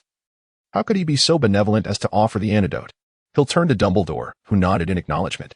With a flick of his hand, a fragment of a potion flew into his palm. Donning his glasses, he scrutinized it for a moment, even tasting it. Finally, he cast a penetrating glance at Hill and said, "This is indeed a restorative potion, capable of reversing petrification. Alas, it has unfortunately lost its efficacy. Ron was taken aback by Dumbledore's response and exclaimed, "No, Professor, you must be mistaken. How could this possibly be a restorative potion?" In his haste, he caught sight of Snape standing stoically to the side, his expression inscrutable. With a glimmer of hope, he turned to Snape, saying, "Professor Snape, you are the expert in potions. Surely you can discern whether this is an antidote or a poison, can't you?" In an unprecedented effort to avoid inciting Snape's ire, he even resorted to using formal address. Snape regarded him with disdain, and noticing the pleading look on Ron's face, he stated, "This potion is certainly not a restorative." Observing a flicker of hope on Ron's countenance, Snape continued, "What kind of second-rate concoction could ever be deemed a restorative? Although the ingredients are correct and the brewing method is sound, it is simply too old. I will never acknowledge this nearly expired restorative potion as legitimate." Despite Snape's insistence that the vial contained no restorative properties, the individuals present were not dim-witted. They could easily discern the true meaning behind his words. This was indeed a restorative potion. Though merely a bottle on the verge of expiration, it unquestionably held restorative qualities. "Nonsense, Snape, you are spouting absurdities," Ron shouted at Snape. But under the latter's intense gaze, he recalled Snape's formidable nature and instinctively took a step back, quaking with trepidation. Hill observed Ron's performance, which resembled nothing more than a pathetic clown act, disgusting, pretentious, and utterly tedious. As Ron seemed poised to utter more, Hill, growing impatient, interjected, "Weasley, enough already. I may be foolish, but I would never poison someone in front of the greatest wizard of our time and a cadre of professors." Harry, unable to endure the spectacle any longer, shook Ron vigorously, hoping to rouse him from his stupor. The forceful shake brought Ron back to reality, and he noticed the eyes of the room upon him, filled with disdain from Snape, ire from Hill, and reproach from Professor McGonagall. He took a step back, nearly retreating behind Harry for cover. After casting a final glare at Ron, Hill turned to Dumbledore, enunciating each word with precision, "I am not the heir of Slytherin. I did not open the Chamber of Secrets, nor did I attack any fellow students." This was his last attempt at explanation. If no one believed him, so be it. A pack of fools. So easily manipulated, it was no wonder they had never triumphed over Voldemort. What could possibly be clouding the minds of these wizards? Did they not perceive the troubling manner in which Draco addressed Harry and his companions? Such tone was not befitting that of a mere follower. It was clear that Draco recognized his minions had been masquerading as Harry and Ron. Gazing at Draco, lying on the hospital bed, Hill shook his head gently. "Truly, Draco, you have a knack for extricating yourself from such predicaments." At this juncture, how could Hill remain oblivious? Tom Riddle's affairs were evidently entangled with Draco's. "I have a question that I hope Mr. Fawkes can address." Snape smirked, malice radiating from his visage. "The duration of the restorative potion is quite limited and seldom used. How is it that you possess such a potion? Furthermore, why did you not utilize it during the previous attack? Lastly, is this truly your final vial of restorative potion?" Everyone present furrowed their brows, directing their gazes toward Hill, demanding an explanation. Having a counter-petrification potion yet choosing to conceal it during a prior incident suggested foreknowledge of an impending petrification. Just how much did Hill know? How did he come by this knowledge? "This is indeed the last vial of restorative potion. I possess many other potions, and the restorative is merely one among them," Hill replied, his countenance icy as he surveyed the gathered crowd. "Why should I concern myself with the fates of those individuals? Quite frankly, this final vial was not intended for those unrelated to him. Given its singularity, it could only be bestowed upon the one closest to him, Hermione. As for the others, did Hill share such intimacy with them? Moreover, should he successfully reverse Hermione's petrification, a significant portion of his own suspicions would likely dissipate. In that case, what was inherently wrong with his actions? As for selfishness, are all present truly saints? Do they not harbor their own thoughts? A palpable silence enveloped the room, with several professors, including Professor McGonagall, poised to admonish Mr. Hill, asserting that such conduct is unacceptable. However, Dumbledore spoke first, declaring, "Until conclusive evidence emerges, I maintain that Mr. Fawkes is innocent. Nevertheless, to provide everyone with reassurance during this period, you must remain within the sight of all and refrain from acting alone until this matter is resolved." Hill gazed at Dumbledore, observing the unwavering resolve in his eyes, and understood that there was no room for negotiation in this matter. Reluctantly, he nodded and said, "Very well. As you wish." Deep down, he dismissed Dumbledore's words, thinking that the notion of not acting independently was merely a facade for others. Certainly, Dumbledore would not be concerned. He was acutely aware that, apart from himself, no one at Hogwarts could keep such a close watch on Hill. The expressions of the other professors were somewhat more amiable. Save for Professor Flitwick, their eyes betrayed a mix of hostility and vigilance. It was evident they intended to monitor Hill closely. During this period, they all recognized the immense pressure Dumbledore was under, as the Ministry of Magic relentlessly compelled him to expedite the investigation. In fact, among the gathered faculty, there were those ready to hand Hill over to the Ministry, as he was the prime suspect, with existing evidence casting him in an unfavorable light. Thus, the events of the day would unfold as such. Remember, as long as there is no evidence proving that Mr. Fox is the one who opened the Chamber of Secrets, he remains a student of Hogwarts. As educators, if we cannot protect our students, what merit is there in our role? Dumbledore's final words served as a reminder to the teachers not to forget their responsibilities. Being a teacher is far more than merely imparting knowledge. You three should return and rest early.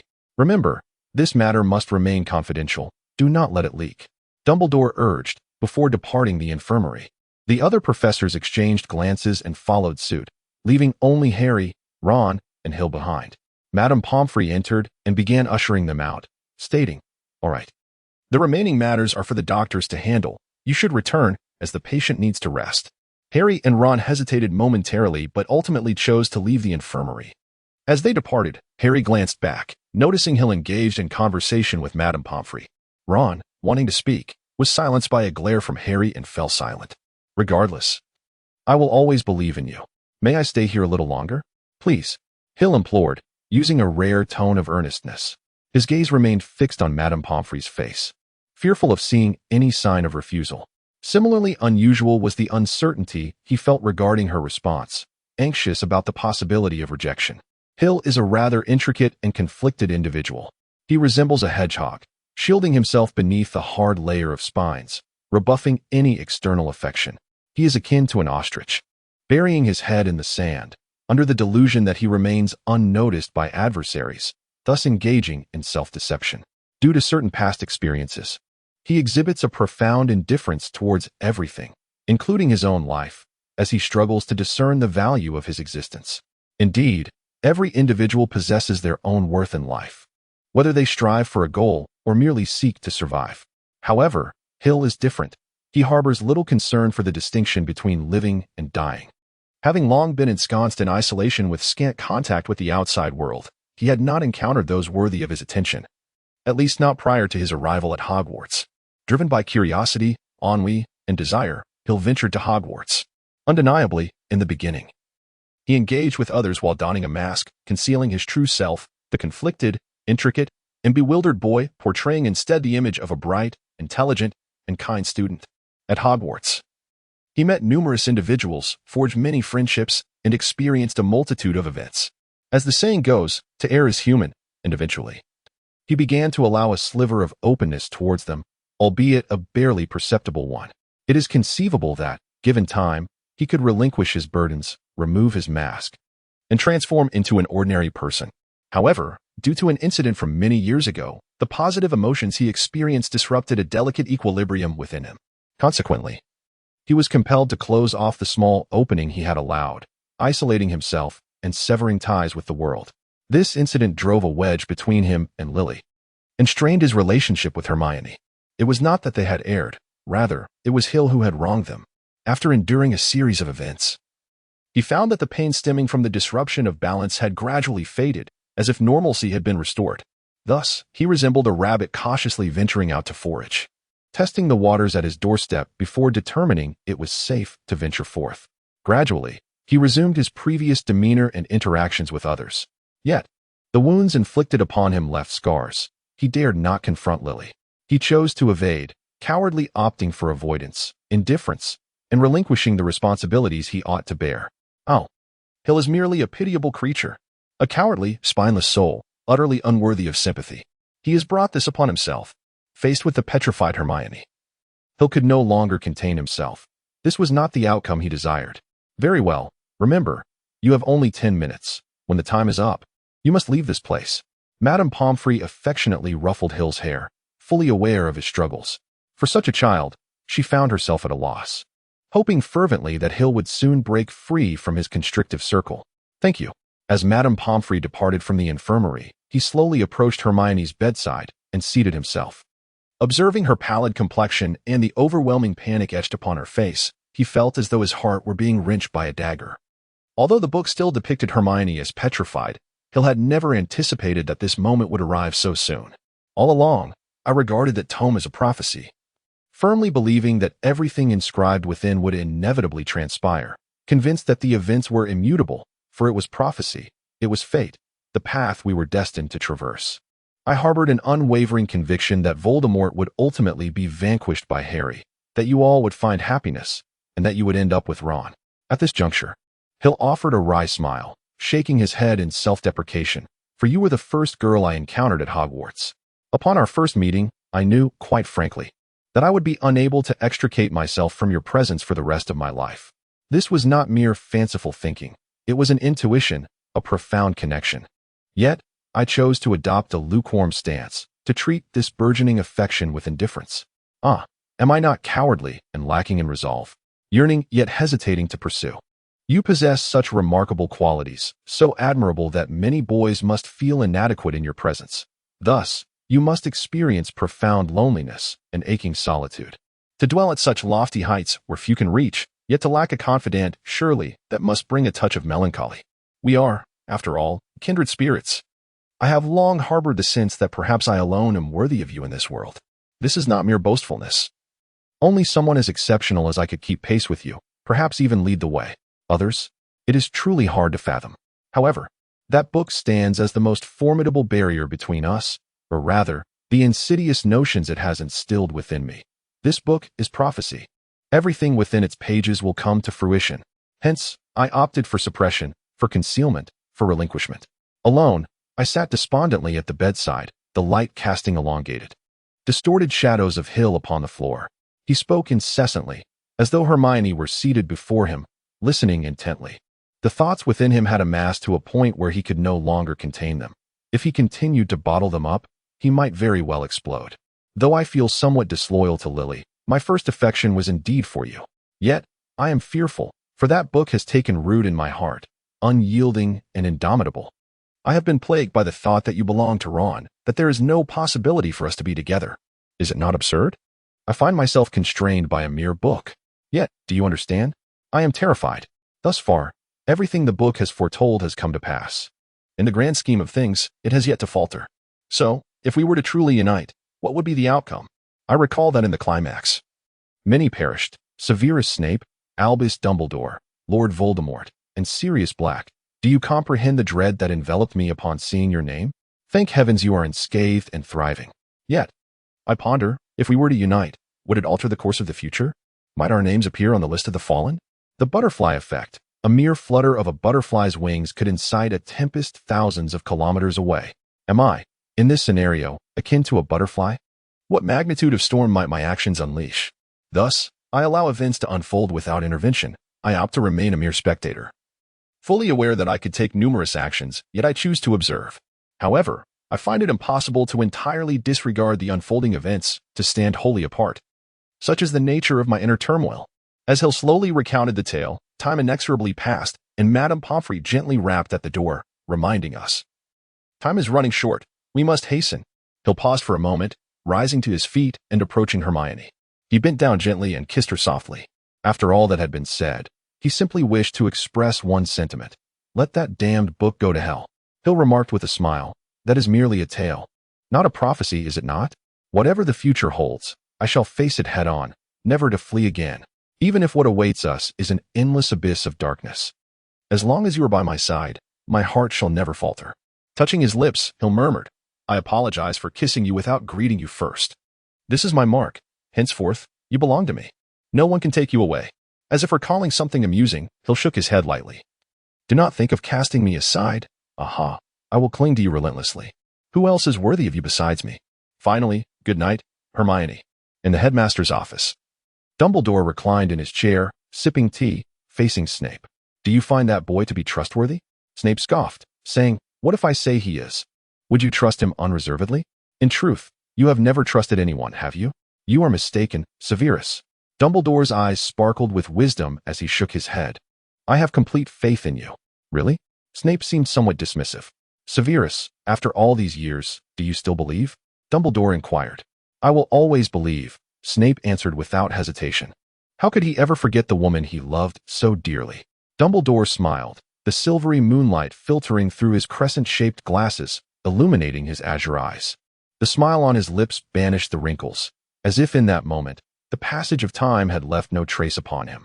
Indeed, as long as one possesses something for which they are willing to sacrifice everything, something they believe in with their very life, then they are worthy of trust. Therefore, teach him. Let him believe as steadfastly as you do.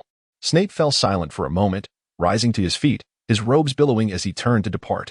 What does all this have to do with me? Aha, it is time for book recommendations again. I shall once more suggest a book.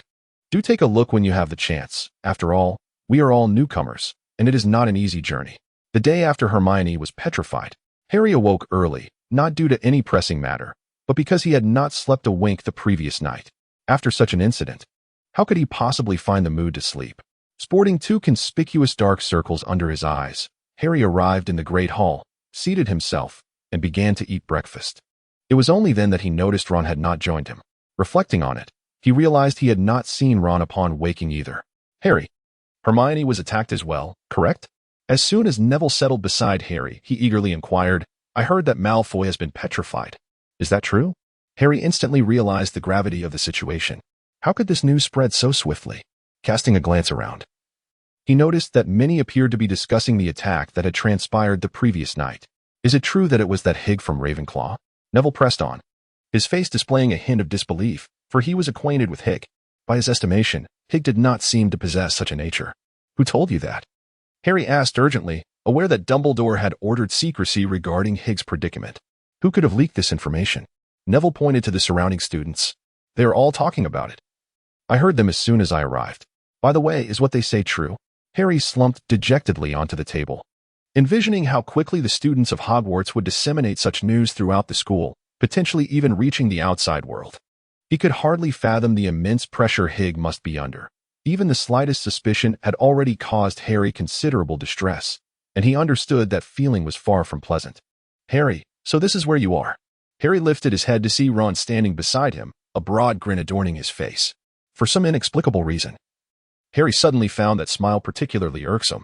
Did you spread this? He pointed at the nearby students who were whispering to one another. Not me. How could it be me?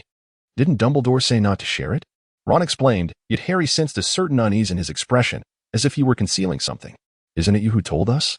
A Gryffindor student stood up, addressing Ron. You're talking nonsense. When did I ever tell you anything? Ron stammered, his response only deepening Harry's suspicions. The student scoffed. This morning, at the common room entrance, weren't you talking to yourself? We heard everything clearly. That's impossible. I was asleep in bed. I just got up. Ron quickly clarified, but the expressions on everyone's faces conveyed disbelief, amplifying his sense of helplessness. He turned to Harry, pleading, Harry, listen to me, bang.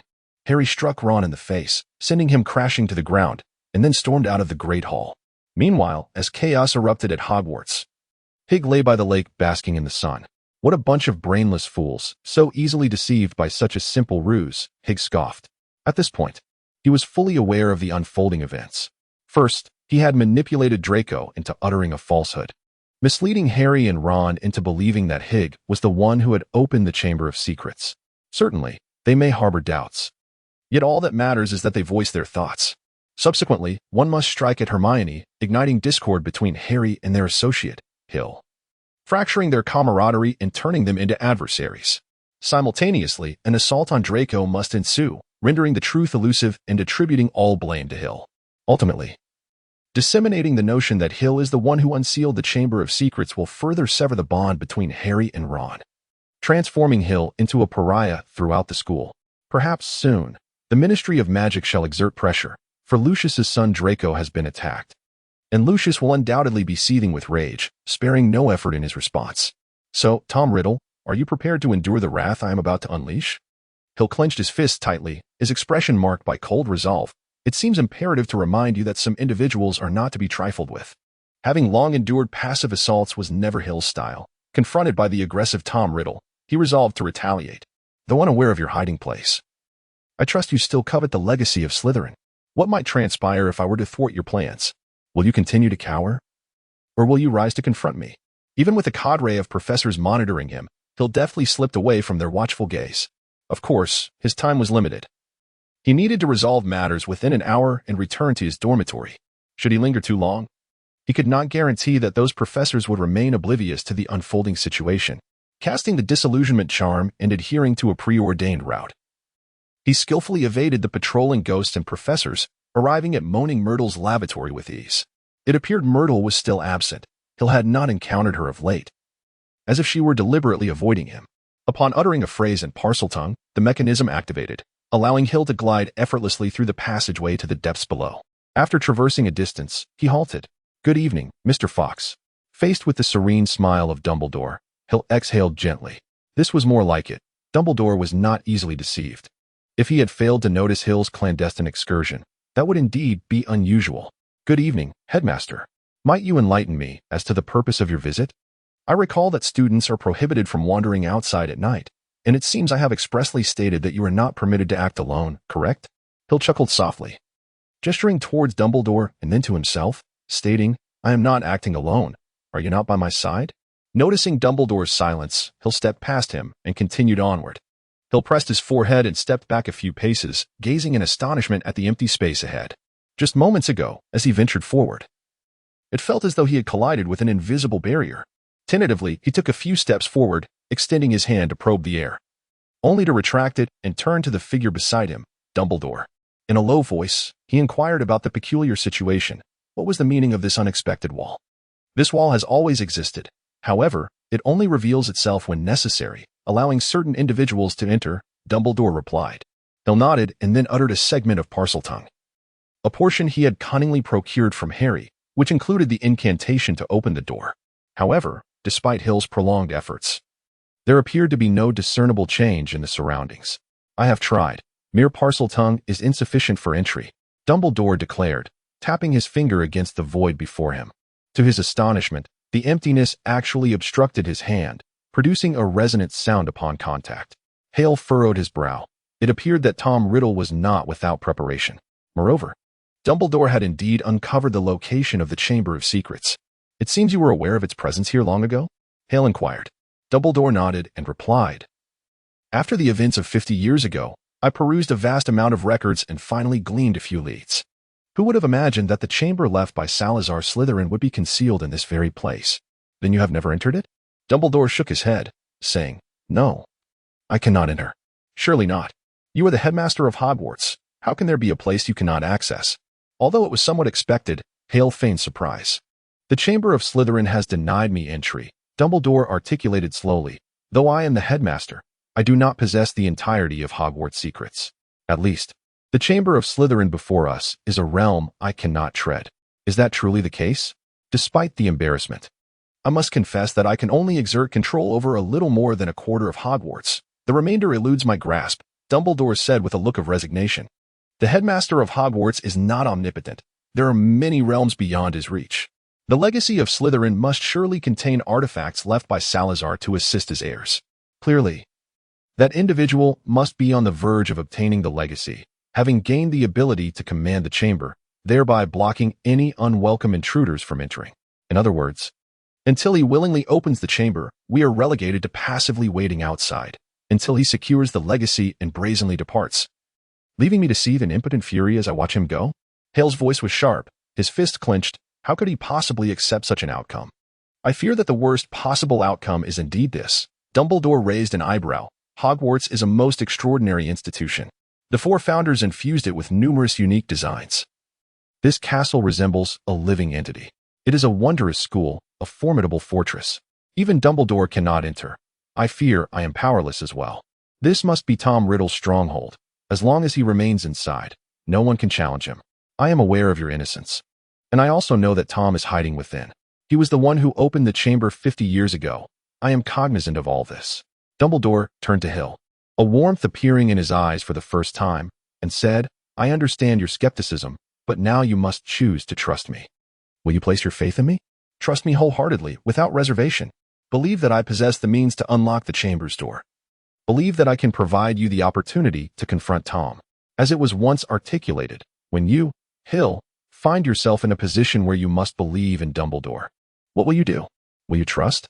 Or will you refuse? Do you place your trust in him? Sitting by the lake, Hill hugged his knees, gazing into the water. Lost in thought.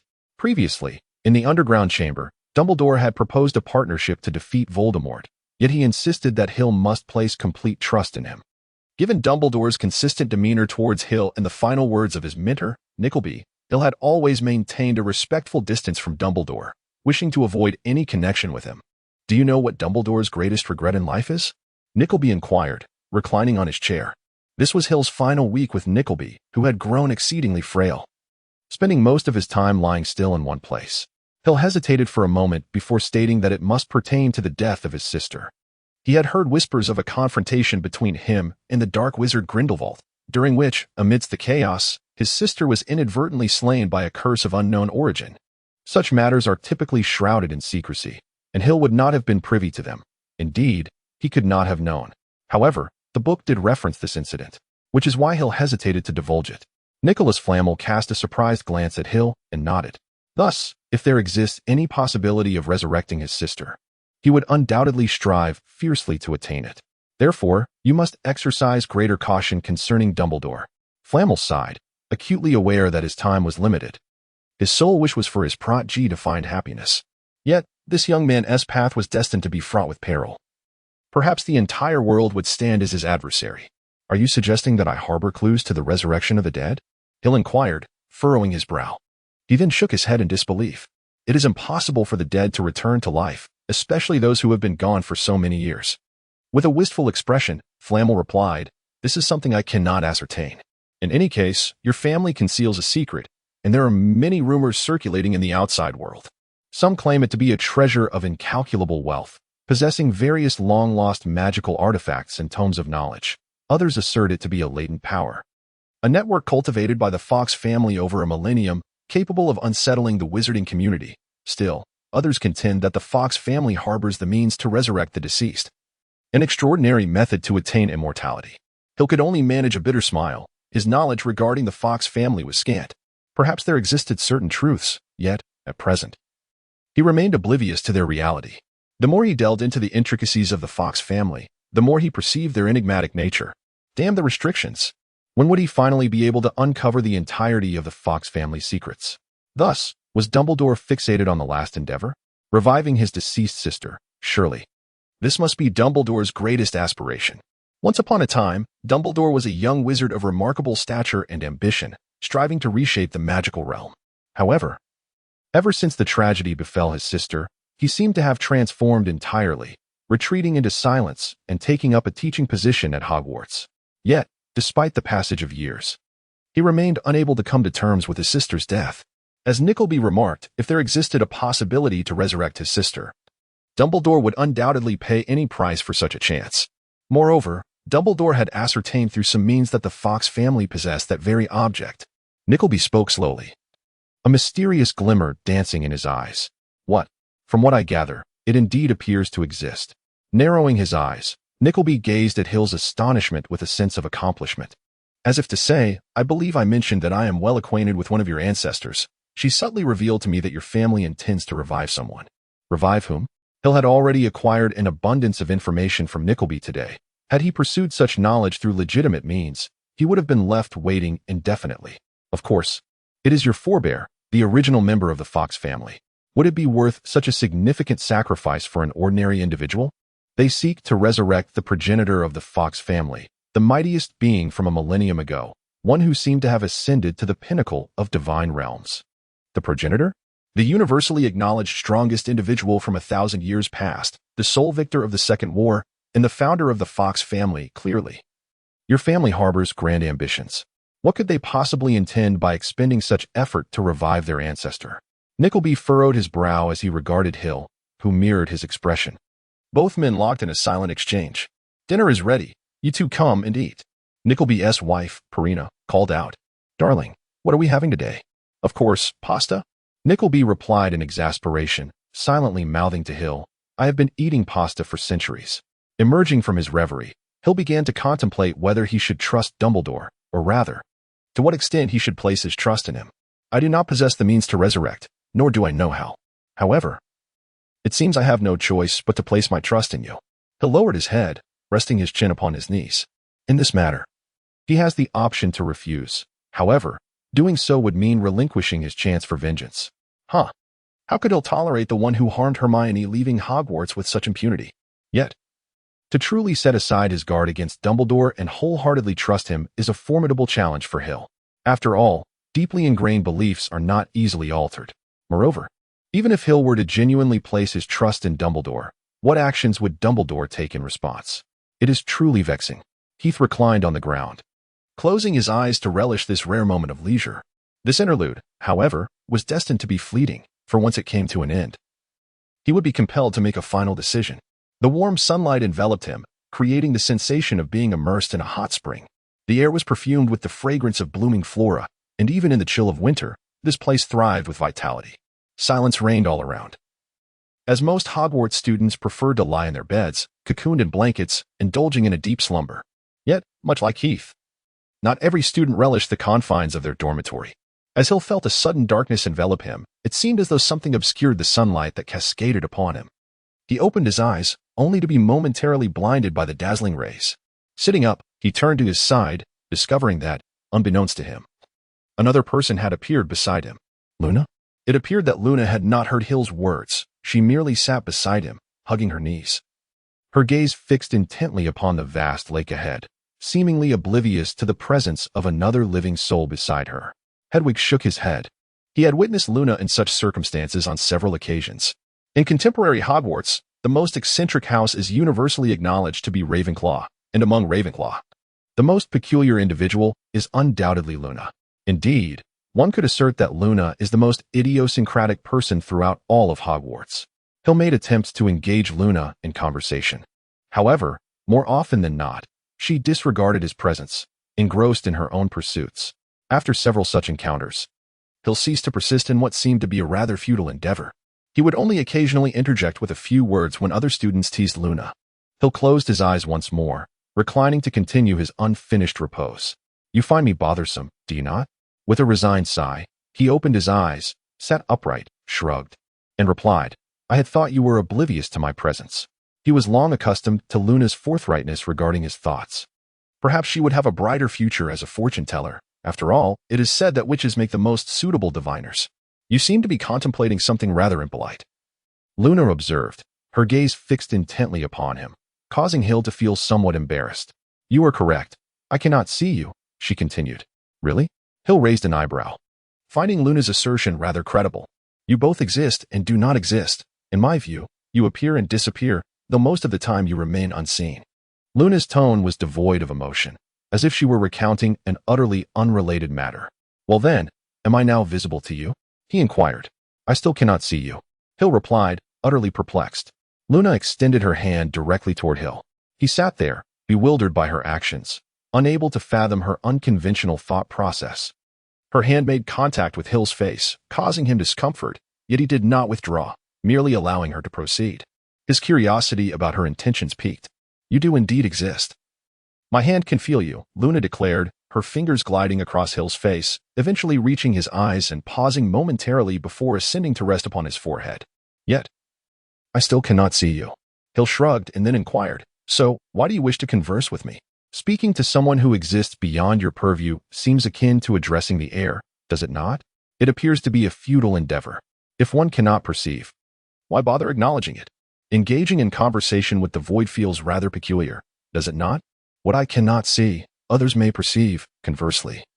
What I behold remains invisible to others. For the first time, a look of confusion and distress surfaced on Luna's face, revealing her as a typical 11-year-old girl. I too was eager to unravel the mystery at hand, as you are the only source of insight available to me. Materials, Hill thought silently, though he chose not to voice his thoughts, as there was no loss in remaining silent. More intriguing than that, however, was another query. What is it that you can see, which others cannot? After a brief pause, Luna replied, my mother. Are you implying? Indeed. Luna withdrew her hand from Hill's head, her gaze drifting toward the expansive lake as she softly remarked, I often see my mother, observing her conducting experiments in that room. Yet, my father insists he cannot see her, nor can anyone else. Hill was momentarily taken aback. This response, seemingly mundane to the average person, was quite extraordinary for Luna. It is essential to note that Luna's mother had passed away long ago. What, then, could she perceive that her father could not? Mother is the sole entity I can see, yet others cannot. Conversely, you are the only one I cannot see, while others can. A flicker of anticipation glimmered in Luna's eyes, an anticipation that Hill found familiar. If I could unravel this mystery, could it enable my father to see Mother as well? Perhaps. Hill replied casually, then quickly corrected himself. It is certainly possible. This was merely a humble fantasy of a little girl, devoid of right or wrong, was it not? Luna offered no reply, simply gazing silently at the surface of the lake, and once more, everything reverted to its original tableau. What troubles you? Just as Hill prepared to recline again, Luna spoke once more. This time, he remained still on the ground, saying, a minor inconvenience. That hardly qualifies as minor. Faced with Luna's penetrating gaze, which seemed to see through everything, Hill could only concede, all right, it is rather troublesome. That does not seem to convey the extent of the trouble. Well, that is not the main issue. I am primarily entangled in one matter. Hill felt a twinge of confusion. If he was indeed invisible in Luna's perception, how could she see him? Should he trust this person or not? You do not wish to believe in him, do you? Hill nodded. Indeed, he harbored an innate aversion towards Dumbledore. You are afraid of him, aren't you? Although Hill was invisible and his voice unheard, Luna seemed to intuitively grasp his response and posed a second question. This time, Hill hesitated briefly before nodding once more. What you fear is not what he might do, but the ramifications of believing in him, correct? Again, he nodded. An inexplicable sense of panic welled within him. A fear of being utterly exposed, with all his secrets laid bare before another's gaze. The individual before him appeared to possess an omniscient awareness, cognizant of everything. He suddenly recalled his encounter with Tom Riddle, during which he had divulged all of Riddle's myriad secrets. This sensation, Tom Riddle, you must have experienced it as well. You were terrified that, by placing your trust in him, you will gradually sink deeper, becoming his vassal, a mere pawn. You fear that your dependence on him will intensify, eroding your autonomy, transforming you into an extension of him. Am I right? At this juncture, Hill could not restrain himself from asking, you are entirely correct. However, I currently find myself in a situation where I must trust him. I do not wish to, yet I am left with no choice. So, should I trust him or not? Instinctively, Hill sought Luna's counsel. In truth, you already possess the answer. It is merely that you lack the courage and confidence to act upon it, correct? Yet, if you do not attempt it, how can you discern its feasibility? Is that so? It seems I am beginning to understand. The confusion on Hill's face dissipated, replaced by resolve. He rose and made his way toward Hogwarts Castle. As he observed Hill's departing figure, a serene smile graced Luna's lips, and she murmured, I am quite curious about what you truly look like. It is as if a veil obscures your face. No, more like another visage overlaps yours, indistinct and unclear. A defining line of decision lay ahead. In a spacious, beautiful circular chamber, filled with an array of whimsical sounds, a long-legged table bore an assortment of peculiar silverware, spinning and emitting wisps of smoke. The walls were adorned with portraits of past headmasters and headmistresses, each gently snoring within their frames. A colossal table, its legs resembling claws, occupied the room. On a shelf behind the table rested a tattered, crumpled wizard's hat, the sorting hat. So, what is your decision, Mr. Fox? Dumbledore inquired, addressing Hill, who was seated opposite him at the headmaster's desk. Do you truly wish to place your trust in me? Leaning back in his chair, Hill endeavored to maintain an air of tranquility as he replied, I know nothing about the resurrection of the deceased. A glint of insight flashed in Dumbledore's eyes. He let out an "oh," and then stated, Nick informed you, did he not? Indeed, I have a pressing need for that object, and it appears to reside within the Fox family. However, regarding the affairs of the Fox family, I am only aware of the tip of the iceberg. And the existence of such matters is merely a rumor, is it not? Even the professor himself is not entirely certain. He merely speculates on the possibility. As long as there exists a semblance of possibility, it is sufficient for me. I have pursued this possibility for half a lifetime. Even the slightest glimmer of hope is enough. In that moment, a rare trace of weariness flickered in Dumbledore's eyes. He was no longer the formidable wizard, but rather an aged man, frail with time. It is the greatest regret of my life. If I could make amends, I would be willing to pay any price. Silmarin found himself at a loss for words regarding Dumbledore's thoughts. However, should that object capable of resurrecting the dead truly exist, he would not relinquish it easily. I believe you are aware that I shall not part with that artifact lightly, Silmarin declared. You have your regrets. And I possess my own. That object is something I am resolutely determined to acquire. Dumbledore raised an eyebrow and inquired, Is it for your mother, Helena? Helena, Silmarin's mother, had passed away when he was but an infant. This was undoubtedly one of Silmarin's greatest sorrows, if given the chance. He would wish to remedy this loss and bring his mother back to life. Perhaps, in truth, we are destined to be adversaries, Silmarin continued. To speak candidly, there exists no foundation of trust between us. You will not believe me, and I shall not trust you. Yet, we now find ourselves in a situation where mutual belief is imperative. Your plan requires my assistance, and I can only achieve my goals through your design. Gazing at his own palm, Silmarin spoke slowly. Thus, a partnership is essential. I shall extend to you a portion of my trust, but nothing more. Do not expect me to place my complete faith in you. Complete trust in someone with ulterior motives is akin to inviting danger into one's home. How could Silmarin ever entertain such a notion? Furthermore, their collaboration did not necessitate absolute trust. Dumbledore remained silent, observing the young man before him. Yet his thoughts wandered to another individual. Once, a boy had sat across from him, who ultimately became his adversary, the dark wizard Voldemort. He pondered whether a different approach should be taken with certain individuals. I possess no leads regarding the resurrection of the dead, but there is one who undoubtedly does. Silmarin stated, fixing his gaze on Dumbledore's eyes, keenly attuned to any flicker of emotion. I need to ascertain your stance on Adric. He is still alive and evidently knows far more about the Fox family than I do. Therefore, I have a request. Keep him alive. Dumbledore rubbed his eyes and replied, Are you certain you wish to proceed in this manner? He is your father. I do not recognize him as such. As Hill interrupted Dumbledore's words, he could never forget the scene he witnessed in the underground chamber of Lily's house. Accompanied by Tina, Hill descended into the subterranean sanctum. He sensed an almost imperceptible force pulsing beneath his feet. This pulsation began faintly but steadily intensified, yet it remained unchaotic. This sensation was akin to standing atop a deep and tranquil wave. At last, a gentle radiance began to emanate from below. Not blinding, but rather imbued with warmth and relaxation. The light spread outward from his feet, gradually extending its reach. With the aid of this luminescence, Hill observed that beneath him lay a colossal magical array, intricately inscribed with elaborate symbols and patterns. At that moment, all the lines of the array glimmered with a soft silver light, exuding an enigmatic allure. The array was approximately the size of a small plaza, with Hill and his companions merely standing at its periphery. Beyond this array lay an expanse of seemingly boundless black void. Here was Hill cast a glance at Tina, who stood beside him, hoping for an answer. However, Tina merely offered a wry smile and shook her head. I am also uncertain about this place. It appears to have existed long before. It was your father who discovered it, and he seemed quite pleased at the time, asking me to keep this secret. Nodding in acknowledgement, Hill took a step forward towards the center of the magical array, where something seemed to beckon him. As he moved, he unexpectedly felt a lightness enveloping his entire being. He attempted to jump, and though he exerted minimal effort, his body leaped forward with surprising ease. The peculiar array seemed to diminish the force of gravity itself. Hill walked with extraordinary lightness, and before long, he arrived at the center of the magical array. His pupils constricted as he murmured, How could it be a coffin? He approached the coffin, contemplating its state. This was a coffin seemingly composed entirely of a crystal-like material, which appeared translucent and resplendent under the silver light emanating from the magic array. The silver light reflected by the crystal coffin obscured Hill's view of its contents, compelling him to draw nearer. Perhaps it was some form of allure. Instinctively, Hill placed his hand upon the crystal coffin. Suddenly, with a faint click, the lid of the coffin opened.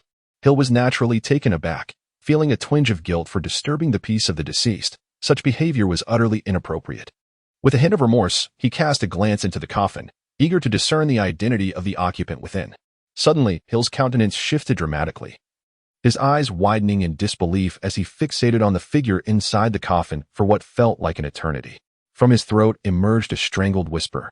How can this be? This fleeting glimpse revealed a scene far beyond his expectations.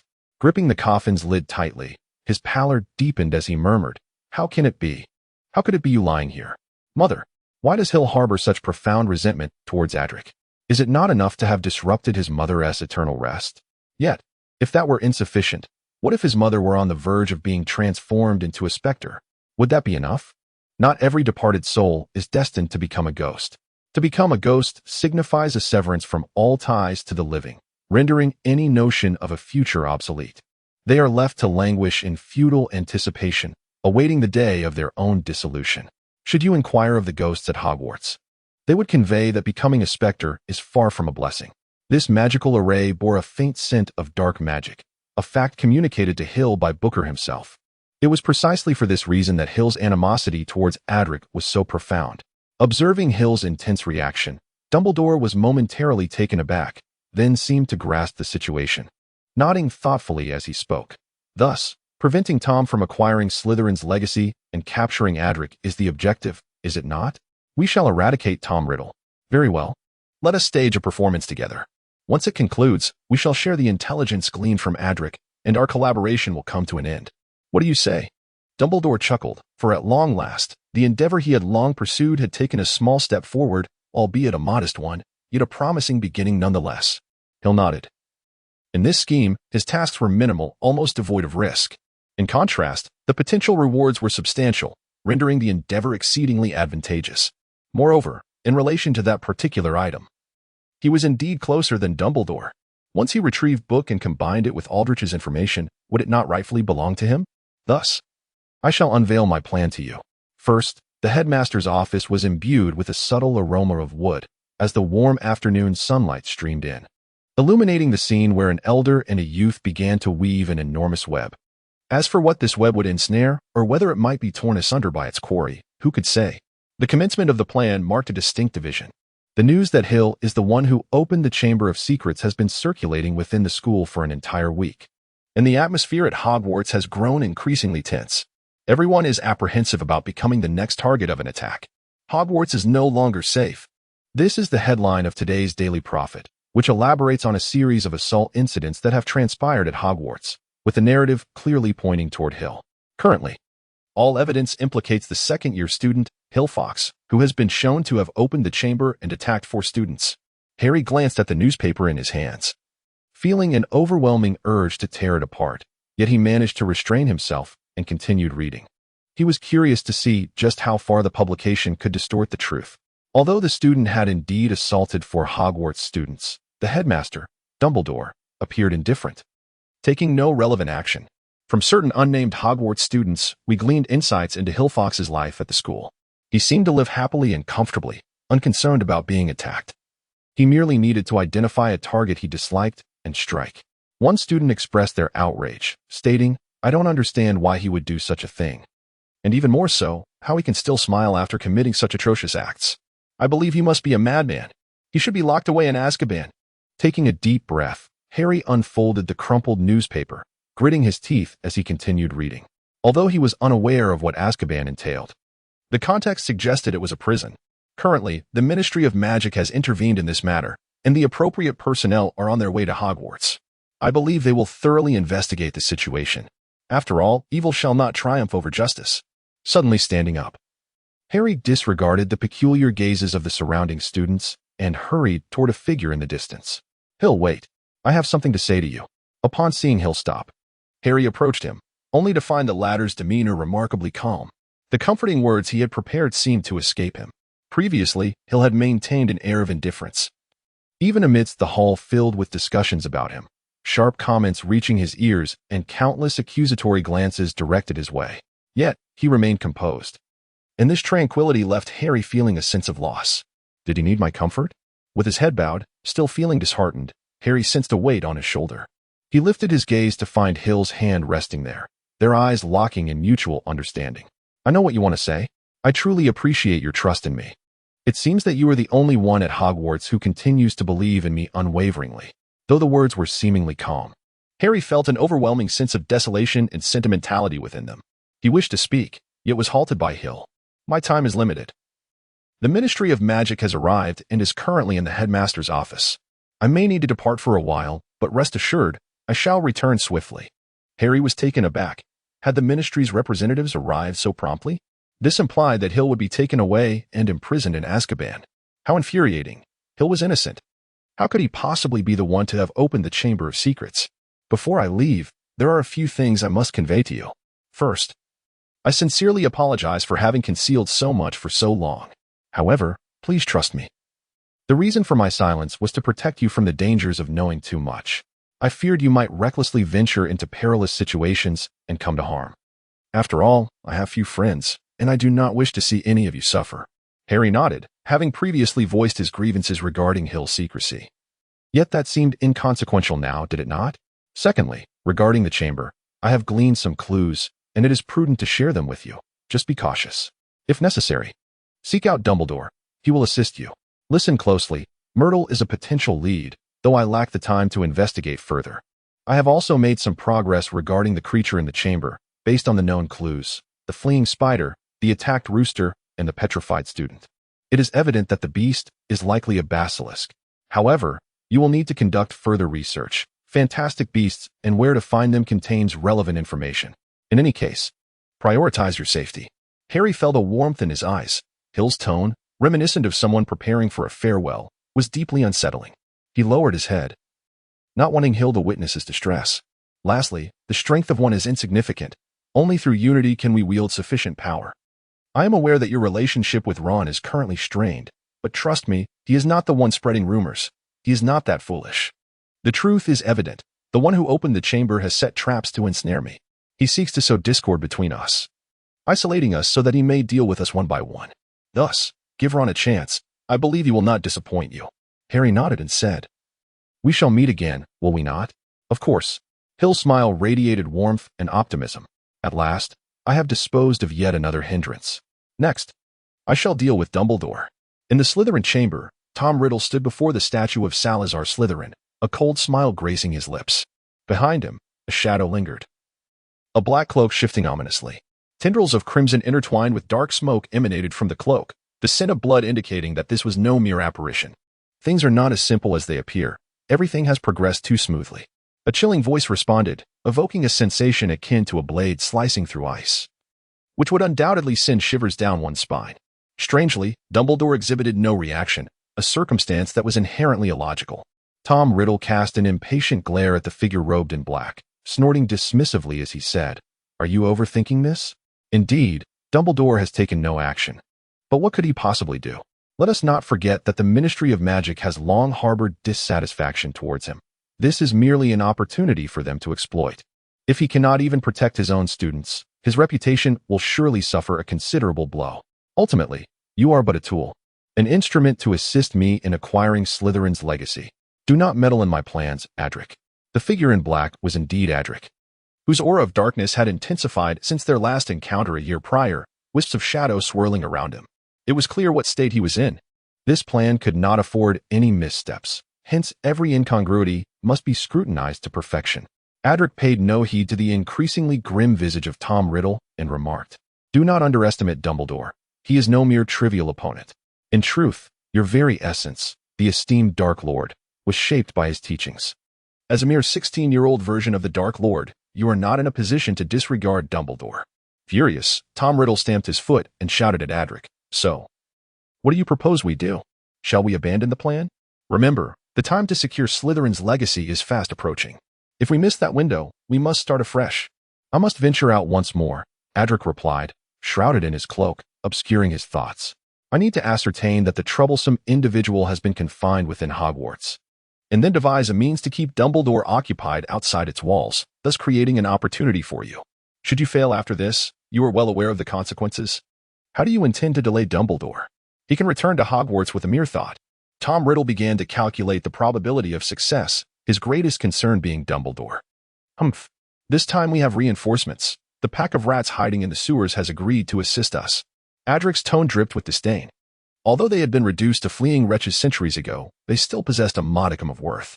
They had pledged that several ancient ones would help stall Dumbledore, the price being a portion of the dark magic contained within Slytherin's legacy. Thus, you will have ample time. A glimmer of satisfaction crossed Tom Riddle's face. If those rats lurking in the gutters were to intervene, Dumbledore would indeed have no opportunity to concern himself with Hogwarts.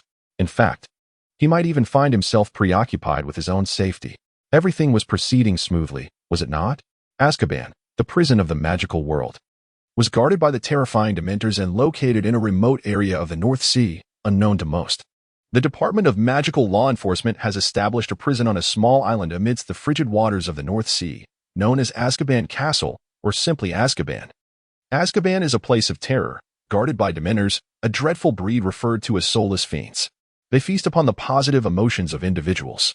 Once the inmates are confined for a period, they inevitably lose all hope, belief, and uplifting thoughts. The darkest and most harrowing memories replay incessantly in their minds. Some succumb to madness, while others perish in despair. Sailing in a small boat, Hill, accompanied by several oars tasked with his escort, arrived at this infamous prison. He was required to remain there for a time, until the moment was deemed opportune for his departure. "You must stay in Azkaban for a while. It is imperative," Dumbledore had conveyed to Hill at noon that day, as he elucidated his plan to lure the serpent out of its lair. "One must first allow it to lower its guard." Hill nodded thoughtfully before inquiring, "Is that serpent truly so easily deceived?" In a tacit understanding, both parties chose to overlook the nature of Azkaban and the horrors that resided within. He had no choice, did he? The weathered visage of Dumbledore bore the weight of wisdom and experience accrued through the passage of time. Perhaps he no longer possessed the youthful brilliance of his earlier days. Yet he had grown more astute. He knew me, and I knew him. Indeed, I understood him even better than he understood himself. He would undoubtedly be compelled to take action. Would he not? Taking a deep breath, Hill gazed earnestly at Dumbledore and declared, "You are truly formidable. If one can study a person for over 50 years, one can achieve much." Smiling faintly, Dumbledore asked, "What are your thoughts regarding the impending life at Azkaban?" There was no hint of concern in Dumbledore's tone. The experience at Azkaban was destined to be fraught with trepidation, yet ultimately devoid of anything of true consequence. After a moment's contemplation, Hill queried, "Might it be possible to place my cell adjacent to my uncle's? There are matters I wish to discuss with him, if feasible." Hill hoped to procure the address of the Black family's ancestral home from Sirius this year, thereby locating the house elf creature and subsequently obtaining the Slytherin locket. This, of course, had to be kept from Dumbledore, despite his unwavering dedication. However, Sirius had informed him that even Dumbledore would remain unaware. Dumbledore pondered for a moment before shaking his head, stating, "I fear that is not possible. To ensure Voldemort confirms your presence in Azkaban, your cell must be situated next to another individual. Could it be? Indeed, your aunt, initially intended to be your great-aunt, but then reconsidered, Bellatrix." A peculiar glimmer sparkled in Dumbledore's eyes as he remarked, "Azkaban has been infiltrated. It is nearly defenseless. The Dementors, as guardians, would evidently lean towards Voldemort. Consequently, news of your presence there would swiftly reach Voldemort, communicated by none other than his most trusted confidant, Bellatrix. As long as Hill appears in Azkaban, should he attract the attention of Bellatrix and other Death Eaters, Voldemort would inevitably receive the news. Upon learning that one of his obstacles has been confined within Azkaban, Tom Riddle would be compelled to take action. The arrow is knocked, and it must be released. Would Tom Riddle not be concerned that Hill might escape from Azkaban? Firstly, an escape would solidify Hill's guilt, leading to a manhunt and rendering him a pariah. Secondly, is it truly so simple to break out of Azkaban? The prison shares similarities with Hogwarts' forbidding apparition, while the surrounding waters are rife with surveillance devices established by the Ministry of Magic. It is no easy feat for any living soul to escape from that place. Finally, the guardians of Azkaban are the Dementors, the most formidable of custodians. The Ministry has an unwritten rule. Any escapee captured by Dementors is subject to their immediate judgment. This last point alone suffices to render the Dementors the most loyal of wardens. Well then, how do you intend to extricate me? Surely, I cannot remain there for a lifetime." Hill shrugged. Although he had methods of escape, they were exceedingly cumbersome and fraught with risk. He was eager to discover how Dumbledore would approach the situation. In truth, it has only been 47 years. This is the judgment bestowed upon you by the Ministry of Magic. Sierra nodded in understanding. It became evident that Dumbledore was not devoid of influence within the Ministry of Magic. Clearly, he possessed ample supporters, to the extent that the duration of Sierra's imprisonment could be predetermined. Thus, there were indeed means to extricate him, were there not? Accompanied by several oars, Sierra disembarked and arrived at the entrance of Azkaban prison, where the first sight to greet him was the swarm of Dementors. Dementors are creatures cloaked in tattered robes, resembling decayed apparitions, with scabrous hands and a body that seems to have rotted away. Wherever they traverse, they siphon away joy, compelling one to recall their most harrowing memories. And from beneath their hoods, their mouths consume the very souls of individuals that guard the gates of Azkaban. A truly dreadful place. Sierra could not suppress a sigh. He suddenly felt a tinge of uncertainty as the Dementors appeared more formidable than he had anticipated. He found himself wavering in confidence regarding the prospect of escaping this grim location, and he had yet to fully trust Dumbledore's words.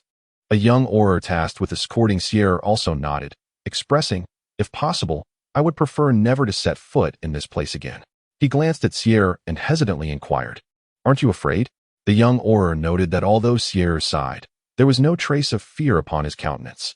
It was known that many adult wizards found themselves paralyzed with terror upon arrival here. Could it be that he was still too young to grasp the true horror of the Dementors? These creatures thrive by devouring the warmth of human hearts, leaving behind an abyss of despair, blind demons, wretches with whom communication is forever impossible. Observing the young Auror's look of astonishment, Sierra shrugged and remarked, That is my teacher's assessment. He believes that such abominations as Dementors should never have been created, let alone preserved. He holds that they ought to have been eradicated long ago. Your teacher claims that Dementors were fabricated? Indeed, that is what my teacher conveyed to me. By the way, why are we still standing here? What is the purpose of this gathering? Ignoring the young Auror's expression of frustration, Sierra shifted the topic, his curiosity piqued regarding the purpose of this assemblage. The young Auror shot Sierra a challenging glance, clearly indicating, if you do not clarify what you just mentioned, neither shall I. He raised an eyebrow, then disdainfully muttered. A lack of culture is truly terrifying. Although he couldn't quite catch what you were saying, it was evident that you had uttered something rather impolite. A flicker of disbelief crossed the young Auror's face. That's merely your illusion. He cleared his throat, disregarding the young Auror's murderous glare, and continued, Dementors, you see, are a product of dark magic, initially conceived as instruments of combat. Are Dementors really instruments of war? The young Auror inquired, furrowing his brow, not pleased with the interruption. He retorted, Do not interrupt me. This is also what my mentor imparted to me, although I would estimate the accuracy of his words to be above 80%. Pausing for a moment, he added, Do you know about the Three Wars? The young Auror nodded. This was a topic he had certainly heard of. The Three Wars primarily involved battles between dark wizards and light wizards, with unclear motives and origins.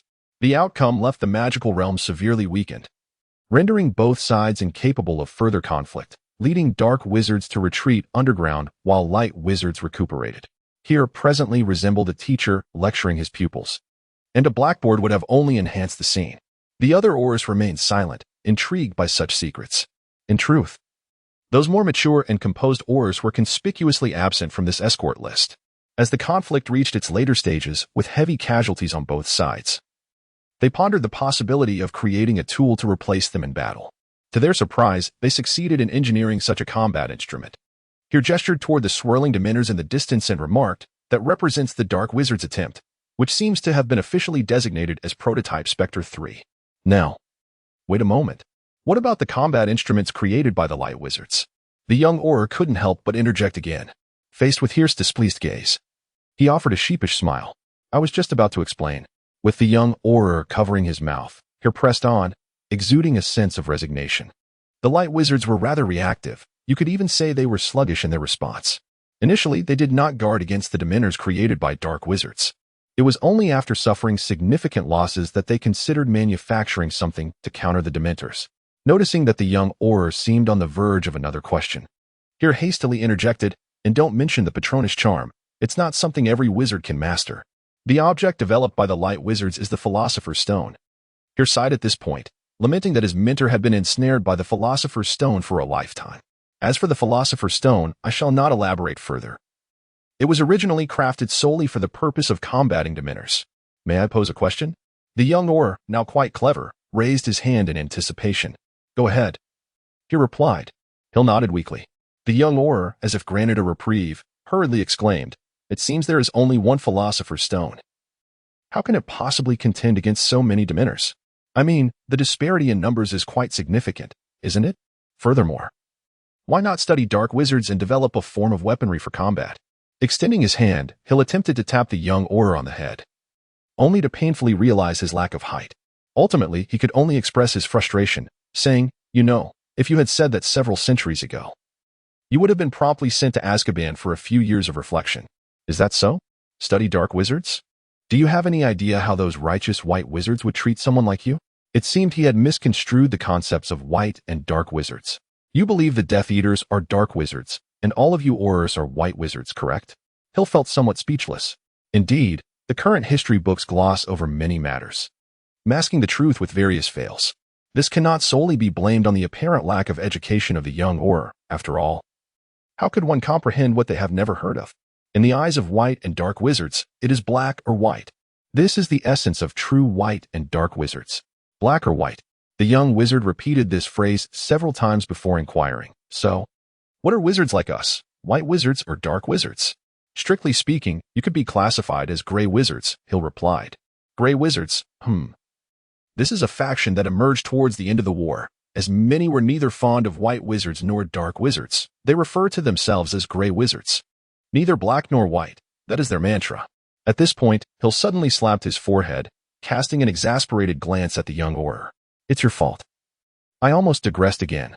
The young Auror, speechless, rubbed his head and retreated to the side. White wizards are consumed with a sense of justice. They disdain repeating the methods of dark wizards, or some among them have glimpsed a fragment of the future. Hill paused momentarily before continuing. If they create something new and achieve victory, what then becomes of these creations? Are they to be discarded or preserved? Those things were produced for war. Will they truly be of use in times of peace? Some white wizards possess a broader vision, hence. They chose not to manufacture another weapon to confront Dementors, but instead devised something to counter them, the Philosopher's Stone. A reflection of memories. Dementors are incomplete beings. Their nature is one of predation, seeking to seize all that can be taken to fill the void within them. Of course, we all know they prefer souls.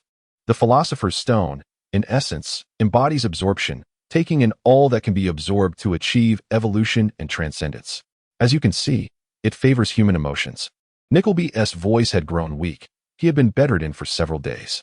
However, he steadfastly continued to elucidate to Hill the knowledge, whether beneficial or otherwise. In order to restrain the Dementors, the Philosopher's Stone was designed to absorb and devour them. Yet, the Dementors found themselves powerless against the stone, for it was, in essence, a tier above them. Suddenly, Hill recalled a question and inquired, is it possible for Dementors to absorb one another? If that were the case, should only one remain? The final Dementor would presumably attain a different level of existence, wouldn't it? Sighing, Nicklemore's face flickered with a trace of anguish as he closed his eyes and nodded, replying, You are not mistaken. That group of dark wizards did not take this into account, resulting in significant trouble.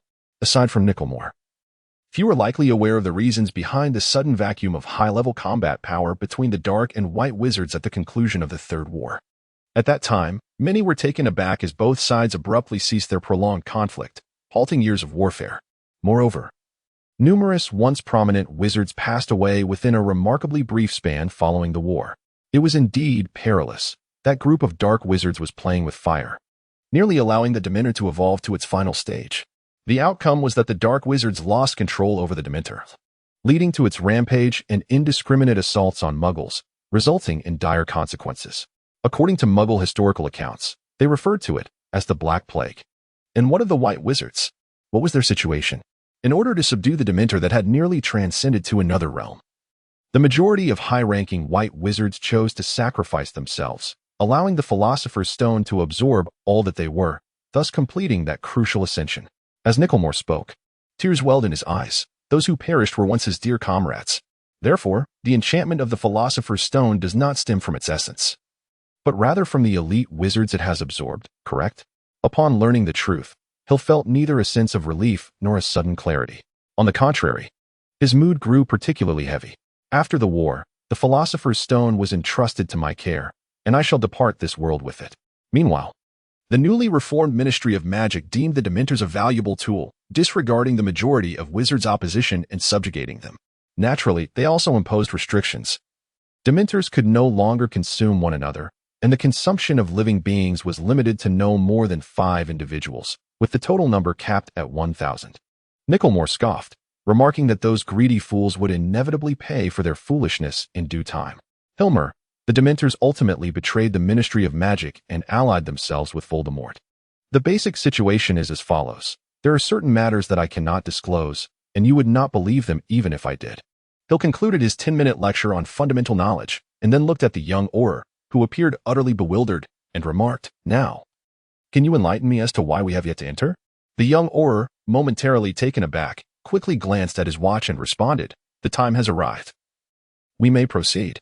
Noting Hill's confusion, he elaborated, The entry to Azkaban is time-restricted and must be announced to the Dementors in advance. Otherwise, we would be subject to indiscriminate attacks. Even the Minister of Magic is not exempt from this.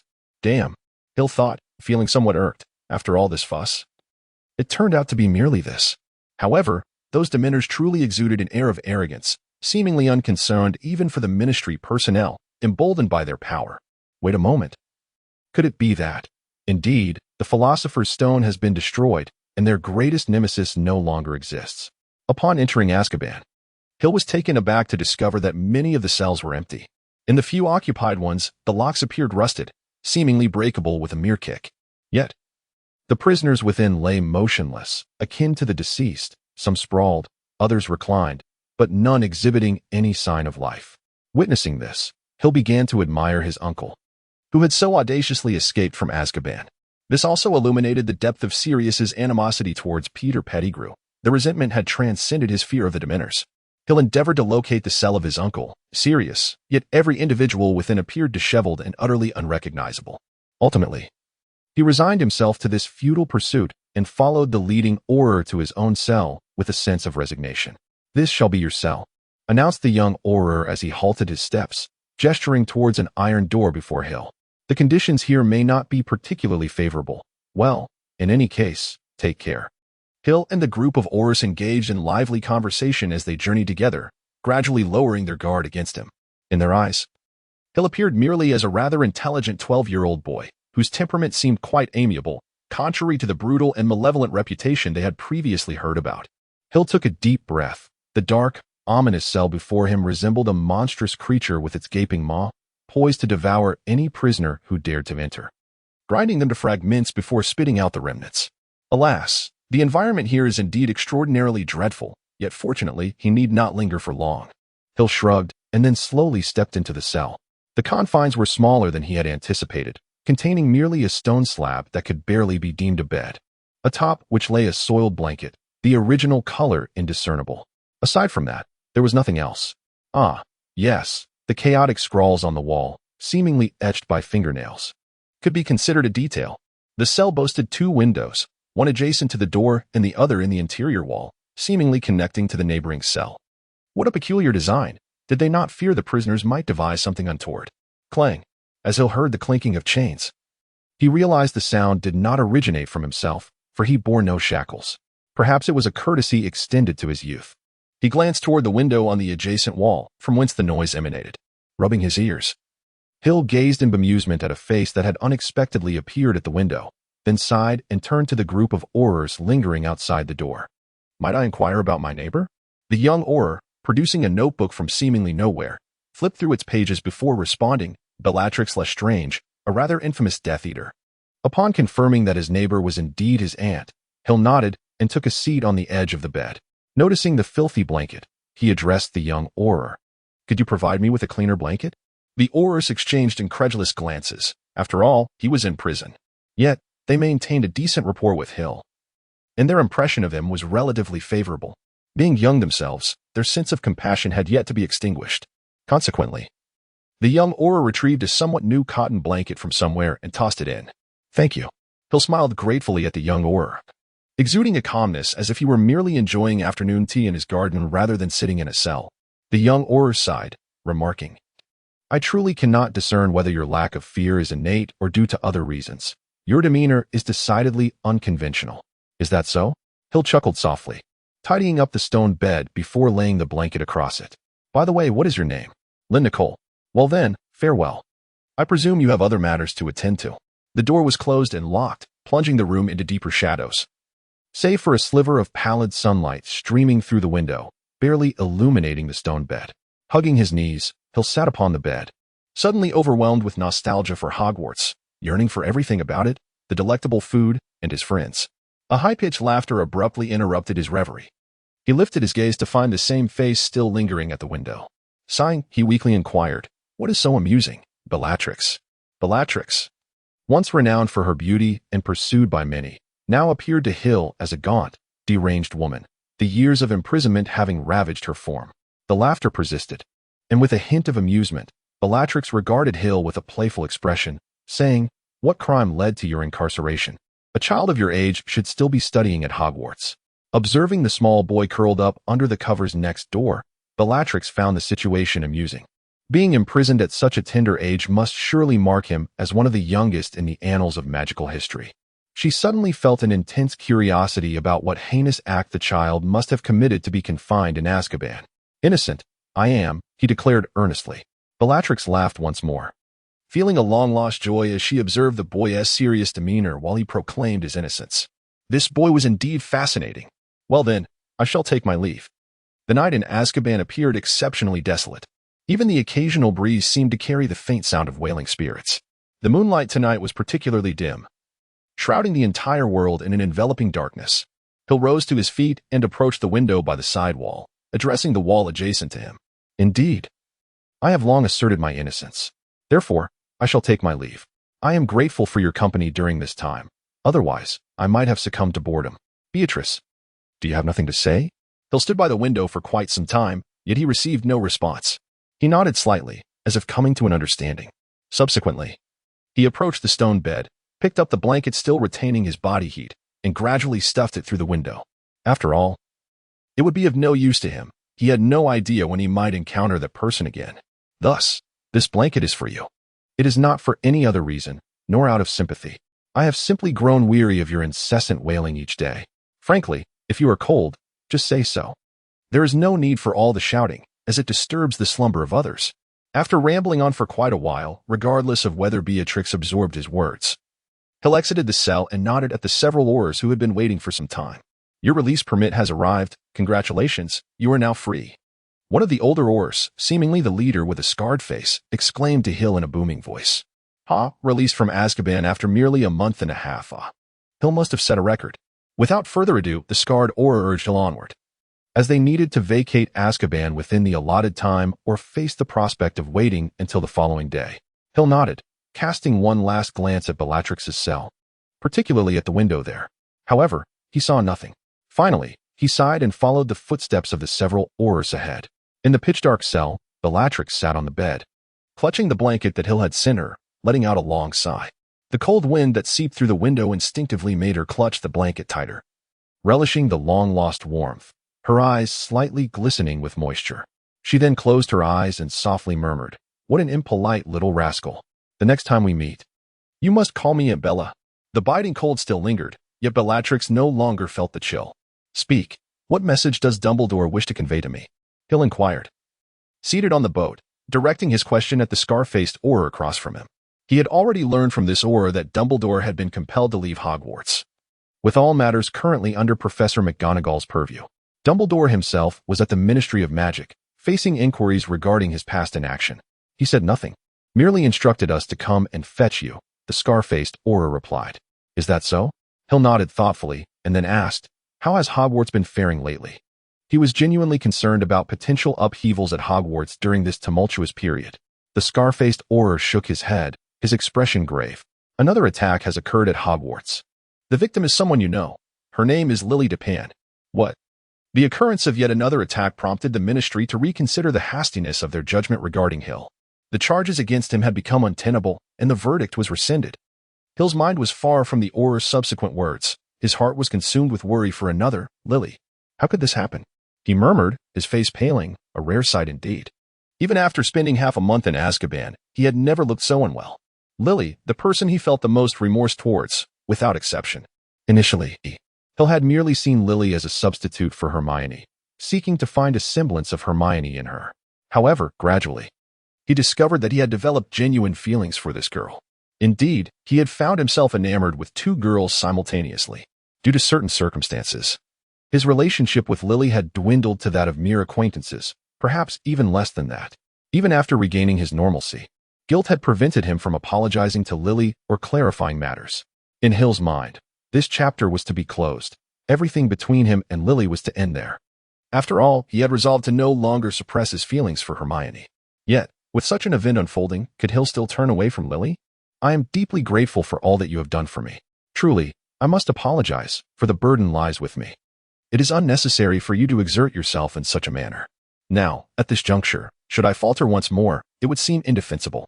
At times, The ability to achieve is one matter, while the willingness to act is entirely another. Much like Hermione and Lily, if one does not take the initiative, how can one ascertain that they would not both choose the same suitor? Ahem, it is of little consequence to straddle two boats. What truly matters is the readiness to embrace responsibility. It seems I have digressed. Kindly disregard that. The line of awareness. Both Hill and Dumbledore rushed towards the school, as numerous signs indicated that today might very well be the day Tom Riddle acquired the legacy of Slytherin, had they been even slightly delayed. It was entirely possible that Tom Riddle would have already departed with the inheritance. With unwavering determination, Hill arrived at Hogwarts, while Dumbledore appeared to be facing some challenges. So, are you the ones here to prevent my return? Dumbledore squinted at the four wizards before him, a grave expression settling on his face. These four wizards exerted a long-forgotten pressure upon him, a weight rivaling that of Voldemort himself, perhaps even surpassing it. Clad entirely in black robes, their hoods obscured their faces, rendering their features indistinguishable. However, the wrinkled wrists gripping their wands suggested they were far from youthful. On the contrary, their age was likely quite daunting. The wizard standing slightly to the right in the center of the group let out a chilling laugh, his voice dripping with malevolence. Dumbledore, is it? It seems we have not mistaken our target. Splendid. You will not pass beyond this point today.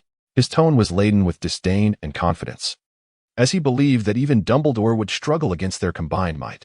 Do you truly believe you four can succeed? Dumbledore replied with a light chuckle, his robes billowing without wind as a visible gray ripple emanated from him, sweeping towards the four wizards.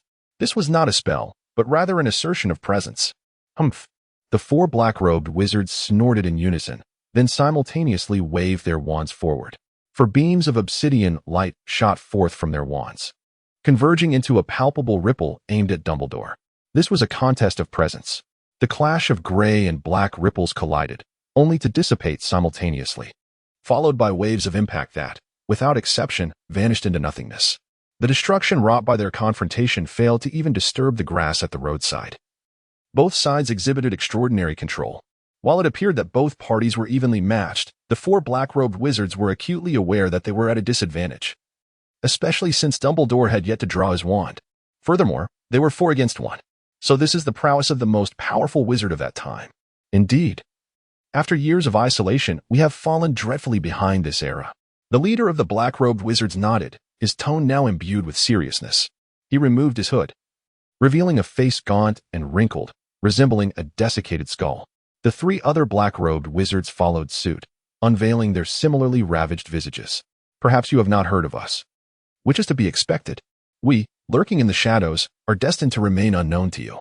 Yet now, we are poised to emerge from the darkness, ready to embrace the glory that is rightfully ours. We are the esteemed members of the Shadow Council of Dark Wizards, Diagorakan, Krugzaman, Adralankar, and Darkfistbale. The 4 dark-robed sorcerers introduced themselves, adhering to an unspoken tradition of disclosing their names prior to the commencement of battle. According to these 4 dark wizards, they are esteemed representatives of the Shadow Council, holding positions of significant authority within the realm of dark magic. A subtle smile graced Dumbledore's lips as he nodded gently, remarking, "Ah, dark wizards, have you at last emerged from your centuries-long seclusion?" A sense of reflection washed over him. Had these dark sorcerers truly yearned to re-engage with the world once more? After centuries spent nursing their wounds in the shadows, had they finally gathered enough vigor to once again reach for dominion over the magical realm? Indeed, today's conflict serves to herald our resurgence into this world. Thus, let us engage in battle, the mightiest sorcerers of our age. It shall be a contest of life and death. Either you perish, or I shall. For the glory of our dark wizards. The darkness is eternal.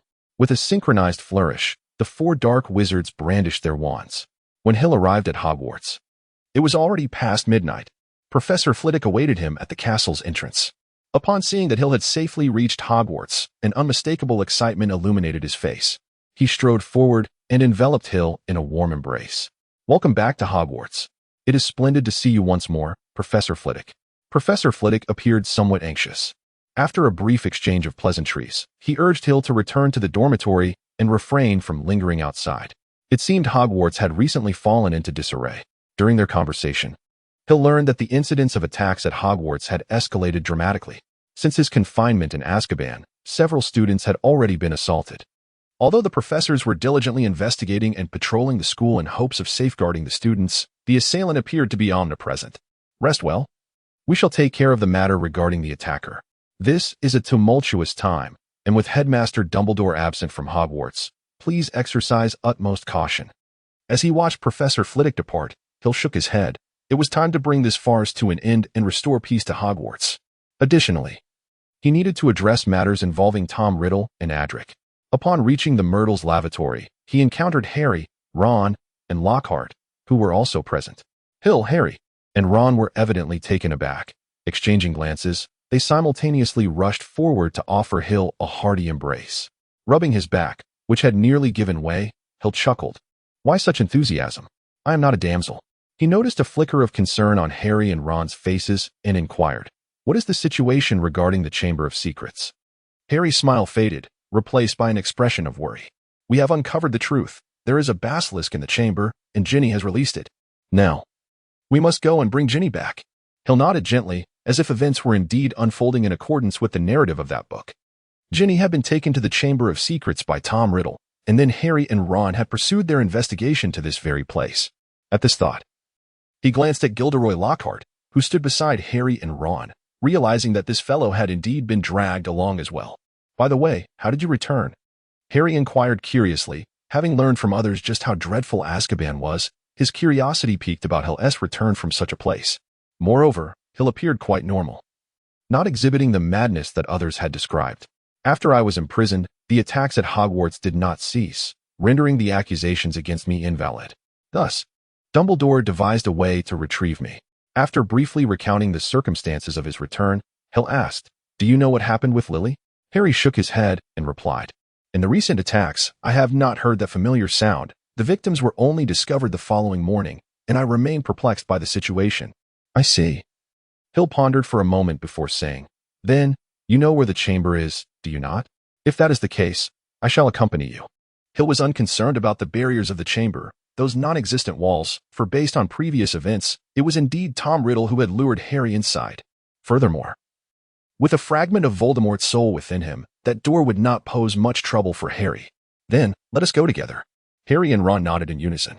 The three of them disregarded the earlier unpleasantness, overlooked the fact that Hogwarts had many teachers who could assist, and ignored Lockhart, who was left gaping in astonishment. Once all arrangements were made, Harry spoke to the tap in Parseltongue, activating the mechanism that revealed the hidden passageway. Well, it seems you no longer require my assistance, Lockhart remarked, a hint of his characteristic smile returning to his face as he reached for the doorknob, only to be met with wands pointed at him by Ron and Harry. You can go down first, Ron said with a grin. Lockhart's face drained of color as he slowly approached the opening. Children, Lockhart said, his voice tinged with a pitiful tone, what use is this? Better than us going down first, Harry added. With a poke from Harry's wand in his back, Lockhart reluctantly extended his legs into the tunnel. I really think this is unwise, he attempted to protest, but Ron gave him a shove, sending him sliding down and out of sight. Following closely behind, Harry gradually squeezed into the tunnel, then released his grip and let himself descend. Hill and Ron exchanged a glance and followed suit into the passageway. Hill was no stranger to this place. In contrast to Harry and Ron's astonishment, he calmly brushed away the dirt clinging to him. They found themselves in a dark stone tunnel, spacious enough for a person to stand within. Nearby, Lockhart was struggling to rise from the ground, covered in muck, his complexion as pale as a ghost. Harry stepped aside as Ron emerged from the pipe with a gasp.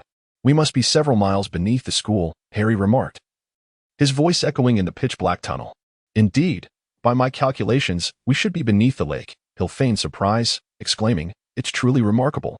Who would have imagined that Salazar Slytherin would conceal the Chamber of Secrets here? That deranged old lunatic, Ron muttered, clearly harboring resentment towards Slytherin. The three of them then turned their gazes toward the dark expanse ahead. Lumos, Hill incanted, illuminating their surroundings, allowing them to discern their environment. Harry and Ron instinctively squinted, their eyes adjusting to the dimness. Yet Hill's spell evidently caused them some discomfort. Seizing the opportunity, Lockhart suddenly lunged at Ron, snatching his wand and rolling away. He stood up, panting, clutching Ron's wand, a familiar grin plastered across his face, revealing his gleaming teeth. Children, your adventure ends here, Lockhart declared. I shall not accompany you any further. So, what now? Hill chuckled, lowering his wand as he stepped out from behind Lockhart. Moments earlier, when Lockhart had erupted in fury, Hill had cast the disillusionment charm, rendering himself invisible and taking refuge behind Lockhart. He then swiftly incapacitated him with a spell. In a fit of frustration, Ron approached Lockhart, retrieved his wand, and vented his anger by stomping on Lockhart. Once relatively clean, his clothes were now soiled, his face scraped, and his hair disheveled, leaving him in a woeful state. "Get up," Ron commanded, pointing his wand at Lockhart. Yet Lockhart lay there as if he had completely surrendered, unresponsive even after Ron kicked him a few more times. "You scoundrel," Ron seethed, preparing to teach Lockhart a lesson with a spell. However, Hill intervened. Since Professor Lockhart is unwilling to proceed, it would be futile to force him. After all, Hill smirked, suppressing Ron's wand. "I doubt he would be of any significant assistance. He might even hinder our progress." "Yes, indeed, I would hinder you. I am utterly useless, merely a fraud, a charlatan," Lowert said with a tone of insincere flattery, which was utterly despicable and revolting. "Humph. Remaining here would be far too generous for you," Ron scoffed, sheathing his wand. Hill scratched his chin, gazing at Lockhart with keen interest, then remarked, "I just remembered something. If Professor Lockhart were to divulge our threats to him after leaving, wouldn't we be in a predicament? You see, you are quite the celebrity. With but a few words, your fans could tear us to shreds." Harry nodded in agreement. Indeed, this posed a significant problem. The power of public opinion is formidable, and compared to the three of them, the masses would undoubtedly place greater faith in Lockhart's words, given his historically successful performances. "I've heard that your specialty is obliviate. Is that so? What a splendid idea," Hill said with a beaming smile. A flicker of panic crossed Lockhart's face as he hurriedly replied, "That wouldn't be appropriate. Using obliviate on a professor violates school regulations and could even lead to an investigation by the Ministry of Magic. I am aware of these implications." Hill's smile grew even more radiant as he tossed Lockhart's wand to the ground and pointed his own wand at him, saying, "So, it seems, Professor Lockhart, you will simply have to obliviate yourself. Harry, you and Ron should leave now. I'll handle things here and catch up with you shortly. Time waits for no one. And if we delay, Ginny may find herself in peril." Hill urged Harry and Ron to depart, for he had other matters to attend to. "Be quick. And do take care. Lockhart is not to be trusted," Harry cautioned Hill before he and Ron left. As Hill had suggested, the sooner they found Ginny, the sooner she would escape danger. Watching Ron and Harry disappear into the distance, Hill slowly drew his wand and aimed it at the bewildered Professor Lockhart. "Now, shall we commence our dealings?" "Enough pretense. You are not Gilderoy Lockhart." Facing Hill's accusation, Lockhart smiled, a smile devoid of the genuine foolishness and theatricality of the true Lockhart. Instead, the smile before him was laced with coldness and derision. "Do you not find it tiresome, wearing that foolish face?" With a gentle flick of his wand, Hill's muscles tensed. Should this impostor make a single move, he would strike without hesitation. Lockhart pulled a small vial from his pocket, disregarding Hill entirely, and drained its contents in one gulp. Gradually, his face contorted until it morphed into another visage, the one Hill most wished to avoid. "It has been quite some time, my son," he exclaimed, feigning sentimentality and excitement, though his tone was chillingly frosty. Hill's father, Adric, who he had only glimpsed from afar at the end of the last term, now stood before him in the flesh. The atmosphere was suffused with a sinister air. The once golden-haired handsome man has now transformed into a mere specter, exuding an aura of death and despair. His formerly radiant locks have faded to a dull grayish white, and his face is devoid of any color. His eyes, deeply sunken into their sockets, possess a piercing gaze akin to a dagger, which unsettles Hill profoundly. Faintly, Hill perceives tendrils of a dark crimson essence entwining around Adric, voraciously seizing everything in their vicinity. Hill gritted his teeth, remaining utterly silent. His emotions towards his father were profoundly intricate. On one hand, this very father was likely the cause of his mother's demise, disturbing her eternal rest. On the other hand, he had manipulated the Quidditch match, nearly costing Hill his life, and had taken Booker away. Thus, both emotionally and rationally, Hill ought not to waver. At this moment, he should have drawn his wand, vanquished the scoundrel standing before him, and demanded to know the reasons behind such actions. Yet, why? Why was there hesitation? Why were his hands trembling? Why could he utter not a single word? He had vowed to defeat Adric, to reclaim Booker from him. He had promised to bring Adric to his mother's coffin and force him to kneel in repentance. So, damn this wretched body, move. Wave the wand, bring him down. Bring him down. But that was his father. How could he possibly strike against his own flesh and blood? What were the tumultuous memories swirling in his mind? What were those tender scenes? Curse you, leave my mind. The Adric of yore was dead. The father who once toiled tirelessly for himself and his mother was gone. The one who would hold him in the garden, basking in the sun and listening to music, was no more. The father who had once cherished this family with boundless love had perished. Standing there now was merely a villain who bore the name Adric, a remorseless criminal. A nefarious antagonist who deserved to be toppled without reason. Therefore, there should be no hesitation, no doubt, no pity. What needed to be done now was simply to wave the wand and bring him down, in stark contrast to Hill's tumultuous inner conflict. Adric stood there with chilling composure. His face was as cold as unmelting ice, devoid of any emotion. Observing his son's silence, Adric seemed to express regret as he said, "This simply won't do, son. When a son meets his father, he ought to greet him. So, kneel." As his words fell, a wand appeared in his hand seemingly out of nowhere, and with a swift motion, he aimed it at Hill. Adric launched an attack against his own flesh and blood without a moment's hesitation, the spell radiating a palpable aura of death, unmistakably sinister and far from harmless. Hill stood as if frozen, like a marionette, utterly motionless. No words could encapsulate the tumult of thoughts swirling within him. Nor could any language articulate the tempest of emotions he was experiencing. If one were to attempt a description, it would encompass fury, disbelief, confusion, and despair. Just before the curse was about to strike him, Hill finally moved. He sidestepped, narrowly avoiding the gray spell that whizzed past him, successfully evading the initial assault from Adric. In that moment, he brandished his wand and shouted, "Disarm." As if weightless, Adric was propelled a few steps backward, just managing to evade Hill's incantation. Why? Why would he do such a thing? Hill's gaze was fixated on Adric, recalling the fleeting glimpse he had caught of the ground struck by Adric's curse. There, once lay the remains of an unknown creature. Yet, upon the curse's impact, those bones had been reduced to dust. Hill had encountered this spell in his family's arcane teachings. It was one of the rare lethal curses. Bone corrosion, as its name implies, was far beyond any mere bone extraction spell. Adric had unleashed a lethal move upon his own son. That was his flesh and blood. In response to Hill's incredulous inquiry, Adric's demeanor remained unervingly calm.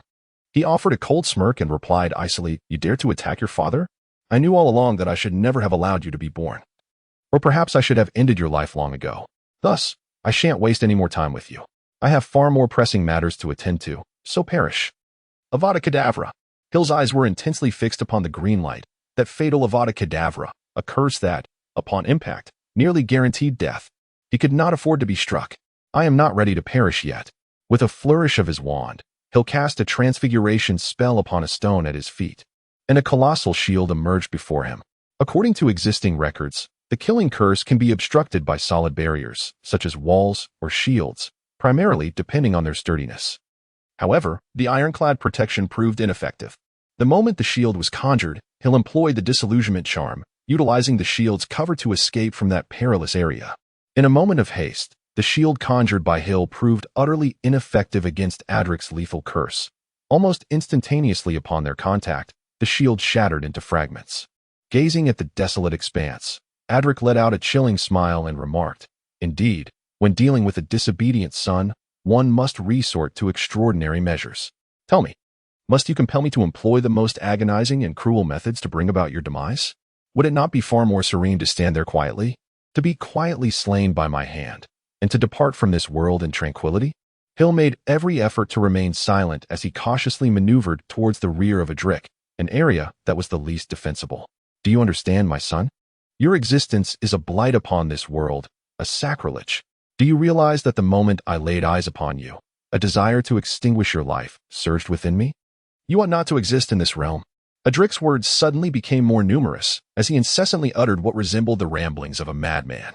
A father, intent on taking the life of his own son, harboring such malevolent thoughts even when the child was but an infant.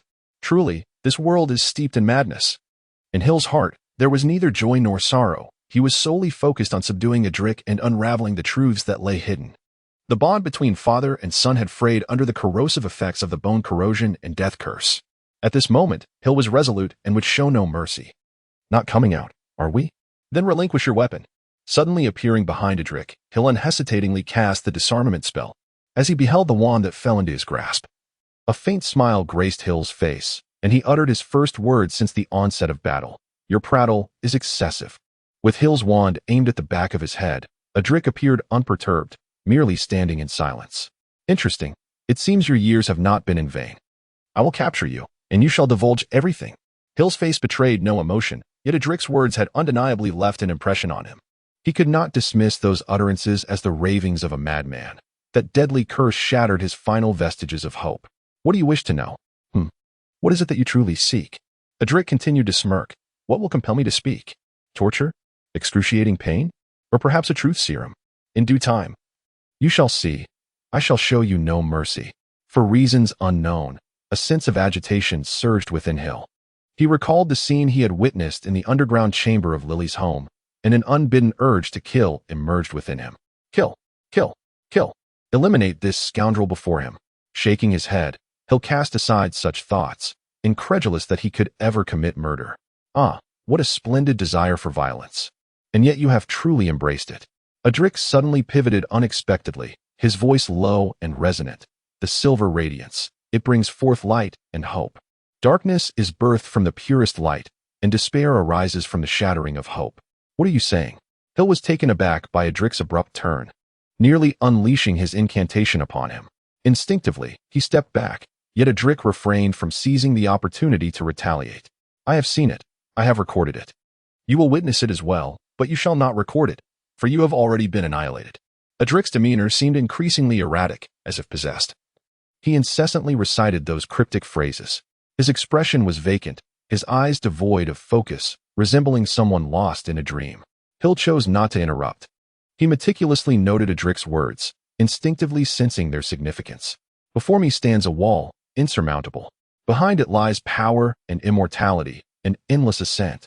I gaze at the wall with despair, and it responds with coldness, mocking me in silence. There is no path ahead. When desire sheds its chains, the way forward disappears, leaving only the choices to turn left or right. Yet, both left and right lead to hell. Listening to the seemingly incomprehensible discourse, Hill began to form a vague notion. It appeared to be the musings of a certain individual, intertwined with notions of immortality. As for its true meaning, perhaps only Adric possessed the answers. Just as Hill became engrossed in thought, Adric abruptly halted, momentarily taken aback, then fixed his icy gaze upon Hill. What have you done to me? Adric articulated each word carefully, tightening his grip on the wand. Hill shook his head and replied, I did nothing. It was you who spoke just now. Then, what did I say? Do you not remember? Adric, appearing quite distressed, shook his head and remarked, I only have a vague recollection. Something about your hand being struck by a swift chop, your head tilting as you narrowly evaded the spell I cast instinctively, followed by a fierce punch that sent you flying, as he picked up the wand that had fallen to the ground. Adric leisurely adjusted his attire and addressed the struggling Hill. Indeed, you are still a novice. Although you wield your spells with proficiency, your combat experience is woefully lacking. Moreover, it seems you hold yourself in too high regard. Who do you think you are? It is sheer folly to confront me alone. Adric advanced slowly towards Hill, continuing, Of course, this was my intention all along. Unsurprisingly, you discerned my disguise and managed to divert those two younglings, did you not? I presume you wish to keep our affairs concealed from them? Are you afraid they would discover that their father is a Death Eater? You are mistaken. My actions are not driven by a fear of exposing my secrets. Wiping the blood from his lips, Hill gradually rose, his wand lying at Adric's feet. There is a saying, a wandless wizard is akin to a quail. At this moment, Hill was indeed that quail. I know you are formidable. Perhaps I am not your equal, which is why I distanced Harry and Ron. I do have a means to contend with you. However, that approach would implicate them, which is why I refrained from using it.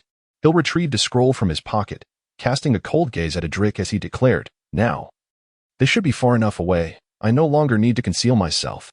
Adric gazed intently at the hand holding the scroll for a long moment before responding, Ah, I see. This is your crutch, is it not? However, that fireball spell is an indiscriminate attack, harming friend and foe alike. I may not perish, but you certainly will. Then what if I add this? Hill revealed an ancient gemstone in his other hand, adorned with mysterious engravings, resplendent in its beauty. Adric's expression finally shifted, and he regarded Hill with a wry smile, saying, This must be the very stone you forcibly took from me in your youth. The last remaining pieces of the Corrido stone are fewer than 5 in existence, a treasure that can withstand a fatal blow. This was a token of affection I gifted to your mother, yet you have claimed it as a mere plaything. What an ungrateful son you are. With this, I now possess the right to ensure your stay. Hill glared fiercely at Adric, wary of any treachery. Previous encounters had taught him that one must never underestimate Adric. With the possession of the Corrido Stone, complemented by the powerful Scroll of Fireball, which inflicts indiscriminate damage, Hill was finally qualified to severely injure Adric.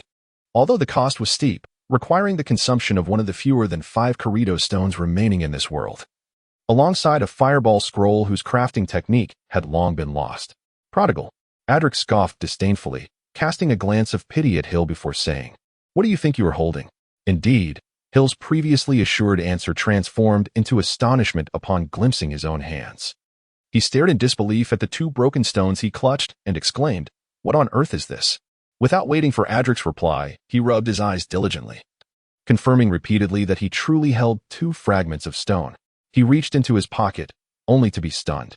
The Fireball Scroll and the Corrido Stone were evidently still within it. Prepare to lie on the ground and accept your demise, before Hill could retrieve anything once more. Adric struck him down. He crashed heavily against the stone wall and fell to the ground, momentarily incapacitated. Adric approached Hill like a specter, bending down to forcibly seize the scroll and gem from Hill's grasp. Thus, the items returned to their rightful owner. Adric collected the gem and scroll, then gazed down upon Hill from his elevated position, stating, "Curious as to why you could not extract anything earlier, aren't you? Do you see the swirling black and crimson energies around me?" Adric gestured towards the dark red tendrils that coiled around him, which coalesced into an arm that waved at Hill. "Perhaps you know, perhaps you do not. It matters not to share this with you. This is a secret art. Albeit with stringent conditions, yet its power is considerable. One of its capabilities is deception. It continually releases a gas that induces a hypnotic state in those who inhale it, causing them to see the visions I wish them to perceive." Remarkably, Adric patiently explained his abilities to Hill. Thus, what you previously referred to as extracting items was merely an illusion. Yet, Hill, unwilling to concede, queried, "But how did you know I intended to use the Fireball and the Corrido Stone?" The realization dawned upon him that he had lost from the very beginning. Well, the Soul Guardian is not infallible. In certain circumstances, it is utterly powerless. Adric wore an odd expression, gazing deeply at Hill before chuckling. "I never would have imagined you possessed such knowledge, discovering your mother's resting place. Alas, time is too brief to thoroughly examine your memories." Indeed, the Soul Guardian proved ineffective against those of the same lineage, did it not? Hill finally comprehended the reason behind Adric's awareness of the items he had employed. As he heard Adric utter words concerning Hill's mother, he struggled to suppress his discomfort and shouted at Adric, "How can you still laugh after all you've done?" Bang! Adric viciously kicked Hill, and as Hill was propelled several meters away, he sneered, "Why shouldn't I laugh? What do you know? No one loves Helena more than I do. Then why have you transformed her into a ghost? Reduced her to that half-alive state?" Despite coughing up blood, Hill endured the pain and asserted, "I witnessed it all. You employed dark magic to turn my mother into a specter. Is that not splendid?" Adric's emotions seemed to spiral out of control as he roared, "What do you know? Do you understand how heartbroken I was when Helena passed away? I merely wished to see her once more, just once. Besides, what is wrong with being a ghost? A half-alive existence, devoid of a future, and you dare to mention it? And so what?" Adric gradually regained his composure, gazing at Hill with disdain as he remarked, "When I die, I shall transform myself into a ghost to accompany her. Would that not be perfect?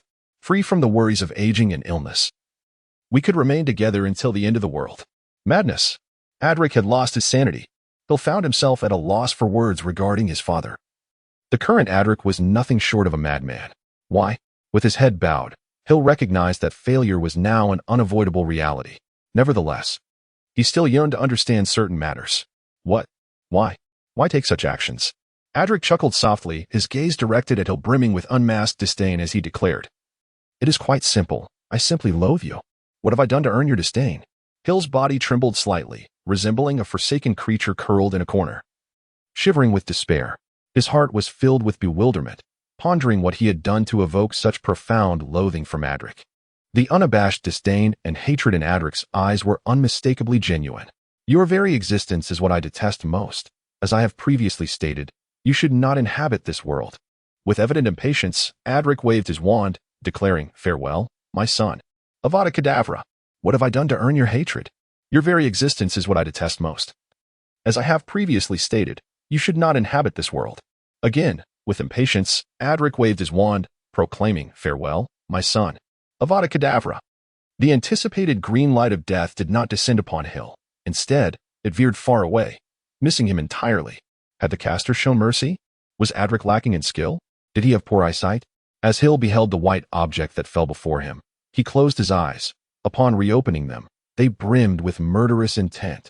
Such a person could never be forgiven, even if he were my father. Kneeling down, Hill cradled the lifeless body of Kaka, feeling its chilling warmth fade. And his heart grew cold alongside it. It is truly frigid. I shall absolutely never forgive you. The words were indeed superfluous. Just lie there obediently. Adric cast a spell that sent Hill crashing to the ground, then coldly smiled as his wand traced crimson lines through the air, various strange symbols swirling around it. Gradually, the chaotic lines coalesced into a blood-red longsword. It is time for this to end. I have wasted too much time on you. The plan is nearing its conclusion. Once we resolve matters with Tom Riddle, we can depart from Hogwarts. What do you intend to do to Harry? Rest assured, he still holds value as a living messenger for us. Such a fine tool, we could never bear to slay him. Adric gripped his wand, and the blood-red longsword followed the movement of his arm, gleaming ominously. We? Hill's eyes narrowed, and a flicker of understanding crossed his pale face as he bitterly remarked. I see now. You have long allied with Tom Riddle, haven't you? Correct. As a reward, let me allow you a taste of the sword of blood's judgment. Adric, with a hint of delight, waved his wand, and the blood-red longsword plunged straight into Hill's right shoulder. The situation unfolds as follows. Tom Riddle has indeed found an accomplice. Although the terms of their exchange remain shrouded in mystery, it is evident that Adric has allied himself with Tom Riddle, not with Voldemort, but with Tom Riddle himself. Ah! The crimson longsword pierced through Hill's right shoulder, pinning him to the ground. Suddenly, faint flames enveloped the sword, mercilessly licking at Hill's wound. The eerie weapon was evidently more than just a flaming blade. It was visibly draining Hill's vitality, causing his right shoulder to wither gradually, while the crimson hue of the sword intensified, growing deeper and more luminous. The nauseating sound emanating from the blood sword resembled that of a ravenous beast, incessantly siphoning Hill's life force. How does it feel? Adric inquired, twisting his wrist slightly as he observed Hill writhing in pain beneath him, sweat beading on his forehead and his lips already torn from biting. A more radiant smile blossomed on Adric's face. The family has conducted extensive research. What you know is merely the tip of the iceberg. As you can see, this secret technique is derived from the bloodline. Though it lacks the original potency, it still holds considerable power. Do not endure the pain. The area pierced by the blood sword will suffer continuous damage. A burning sensation from the blood flames that will stimulate every nerve in your body. Are you beginning to feel that deepening sense of weakness? This sword absorbs the blood and life force from the afflicted area, augmenting its own power. And a strengthened blood sword will only accelerate the rate of absorption. Adric explained patiently, reminiscent of a diligent teacher.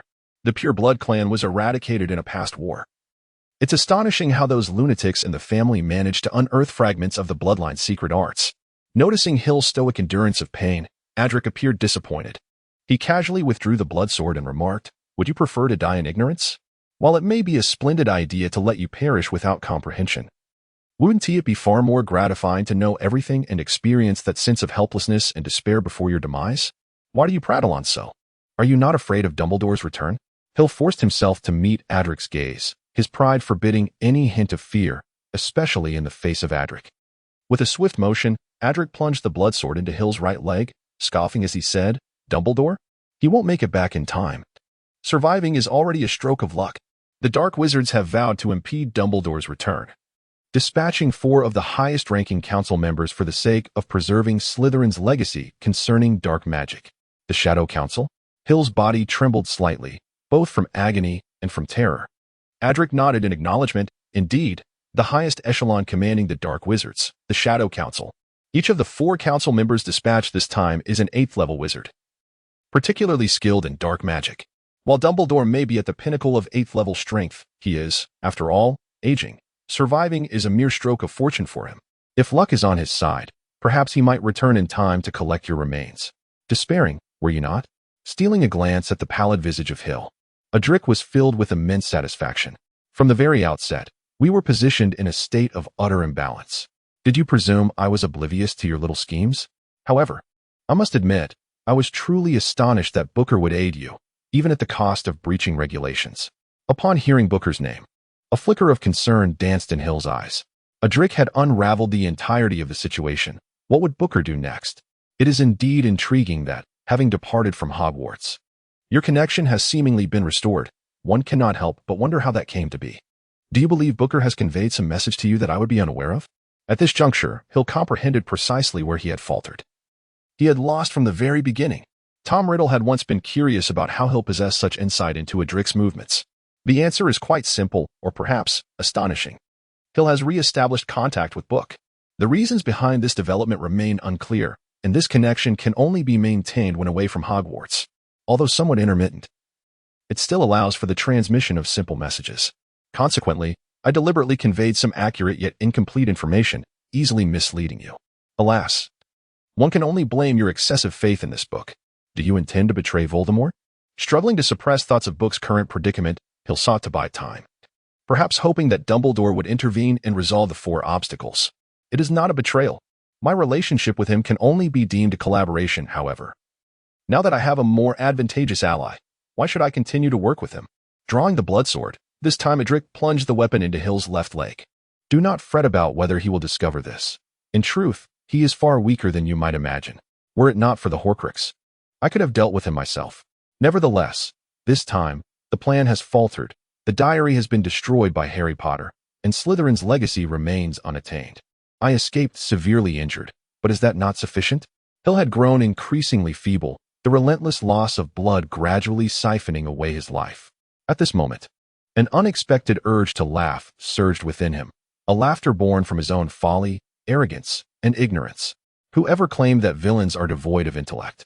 Utilizing Adric's hypnotic influence, he had deceived Harry into believing he had annihilated the diary, subsequently severing the connection between Tom Riddle and Voldemort through unknown means, fabricating the illusion of Tom Riddle's utter demise.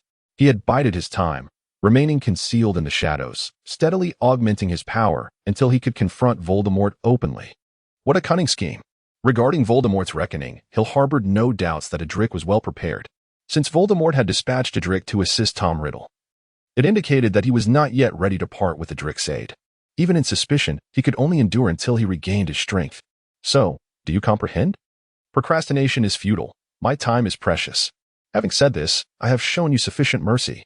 I must return to my post to prevent any unforeseen occurrences. Thus, your life concludes here. Drawing forth the blood sword, Adric gently caressed its blade, then spoke to himself, the sword of blood judgment. Legend has it that only one devoid of sin can resist its assault. The deeper the sin, the greater the lethality. Therefore, let this sword of judgment bring an end to your sin-laden existence. A flash of crimson light erupted as the sword of judgment pierced Hill's chest, claiming his life. No blood flowed, for the sword had absorbed every drop. No pain was felt, as all sensation was severed in that fleeting instant.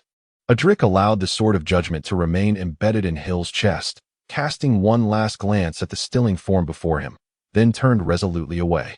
For he had more pressing matters to attend to. Lying on the ground, Hill's eyes stared vacantly at the ceiling, his mind a blank canvas, rendered speechless. Was this truly the end of my life? Ah, indeed, such an ending feels most fitting, the most appropriate conclusion for me. Perhaps I truly should not have existed in this world. Yet, there lingers a hint of discontent. I have unfinished business. I am genuinely unwilling to accept this. As the last vestige of vitality ebbed away, darkness enveloped Hill's vision, and he felt himself plummeting, endlessly descending, as if leaping into an abyss. For reasons unknown, he sensed something gazing up at him from below. Thus, he lowered his gaze. And there, he beheld, welcome to this place. To the abyss you have forged with your own hands. Hill gazed at the figure that materialized before him, remaining silent for an extended period before inquiring, What are you? What are you? A similar question echoed from the other side, as Adric regarded the person who had risen once more and stood before him. A grave expression etched upon his face. Nothing could be more astonishing than witnessing a deceased individual, with a bloodied sword lodged in their chest, rise again. Ka. Do you not recognize me? I am your son. Though this being bore a striking resemblance to Hill, Adric was acutely aware that the entity before him was certainly not Hill. He stepped back, and in the next instant, a surge of black flames erupted from where he had just been standing. The black flames violently shattered, creating a small crater in the ground. Spellasting without a wand. The words escaped Adric's lips as he slowly shook his head, declaring, You are undeniably not Hill. What on earth are you? I am the Abyss. I am Hill. Who are you?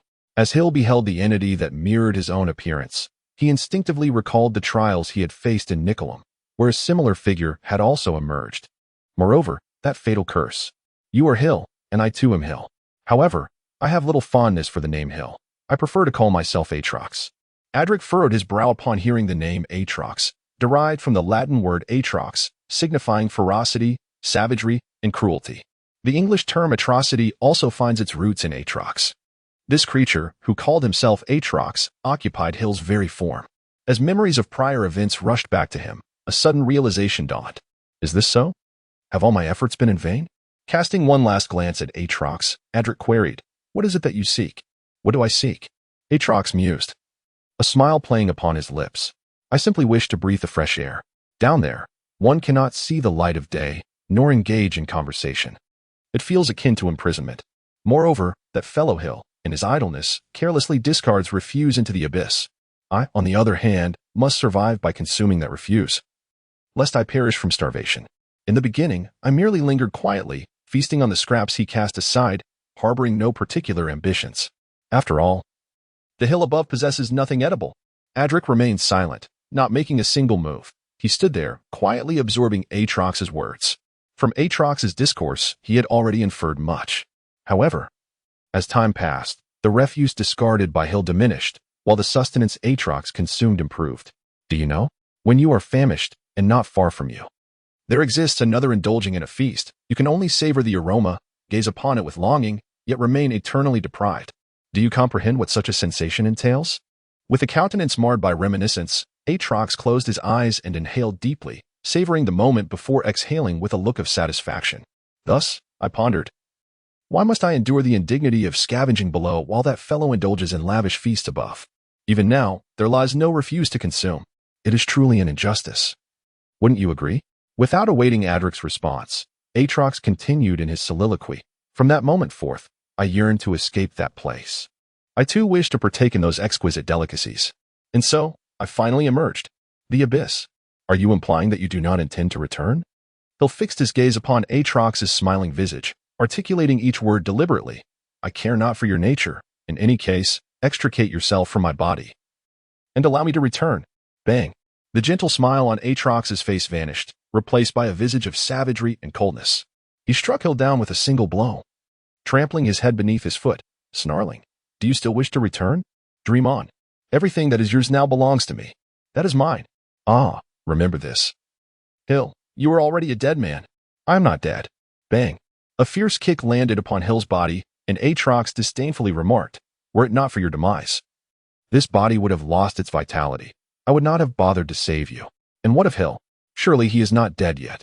Would he consent to your actions? With a derisive smirk, Atrox scoffed. Must I concern myself with him? I would never allow him to emerge. That worthless wretch does not deserve to inhabit such a flawless form. Narrowing his eyes, Adric stated, It appears you possess knowledge surpassing that of Hill by a considerable margin. Indeed, Atrox replied with an air of certainty. That imbecile has deduced a portion of the truth, yet he dares not delve deeper, for, ha, he is filled with fear. He trembles at the answer so simple that even a child could reason it out, the very answer that instills terror within him. What a pitiful creature! How does such a worthless being deserve to possess such a magnificent body? Ah, I almost overlooked something, Atrox exclaimed, as if recalling a forgotten thought. He furrowed his brow, glancing at the blade of judgment still embedded in his chest, and disdainfully remarked, A third-rate curse. That fool was nearly felled by such a paltry incantation. Atrox extended his hand, grasping the hilt of the blade, and with a cacophony of unpleasant creaking, he forcefully extracted the sword of judgment. As if the sword of judgment could not inflict any pain upon him, he maintained a frigid demeanor, unchanging in expression, while committing this shocking act. Weighing the sword of judgment in his hands, Atrox addressed the somber Adric, stating, The sword of judgment is said to be ineffective against those who bear no sin. Now, consider this. For someone like me, steeped in transgressions, what might be the effect of the sword upon me? Adric remained silent, feeling an unprecedented pressure in Atrox's presence. Even when facing the pinnacle of Voldemort and Dumbledore, he had never experienced such an overwhelming sensation.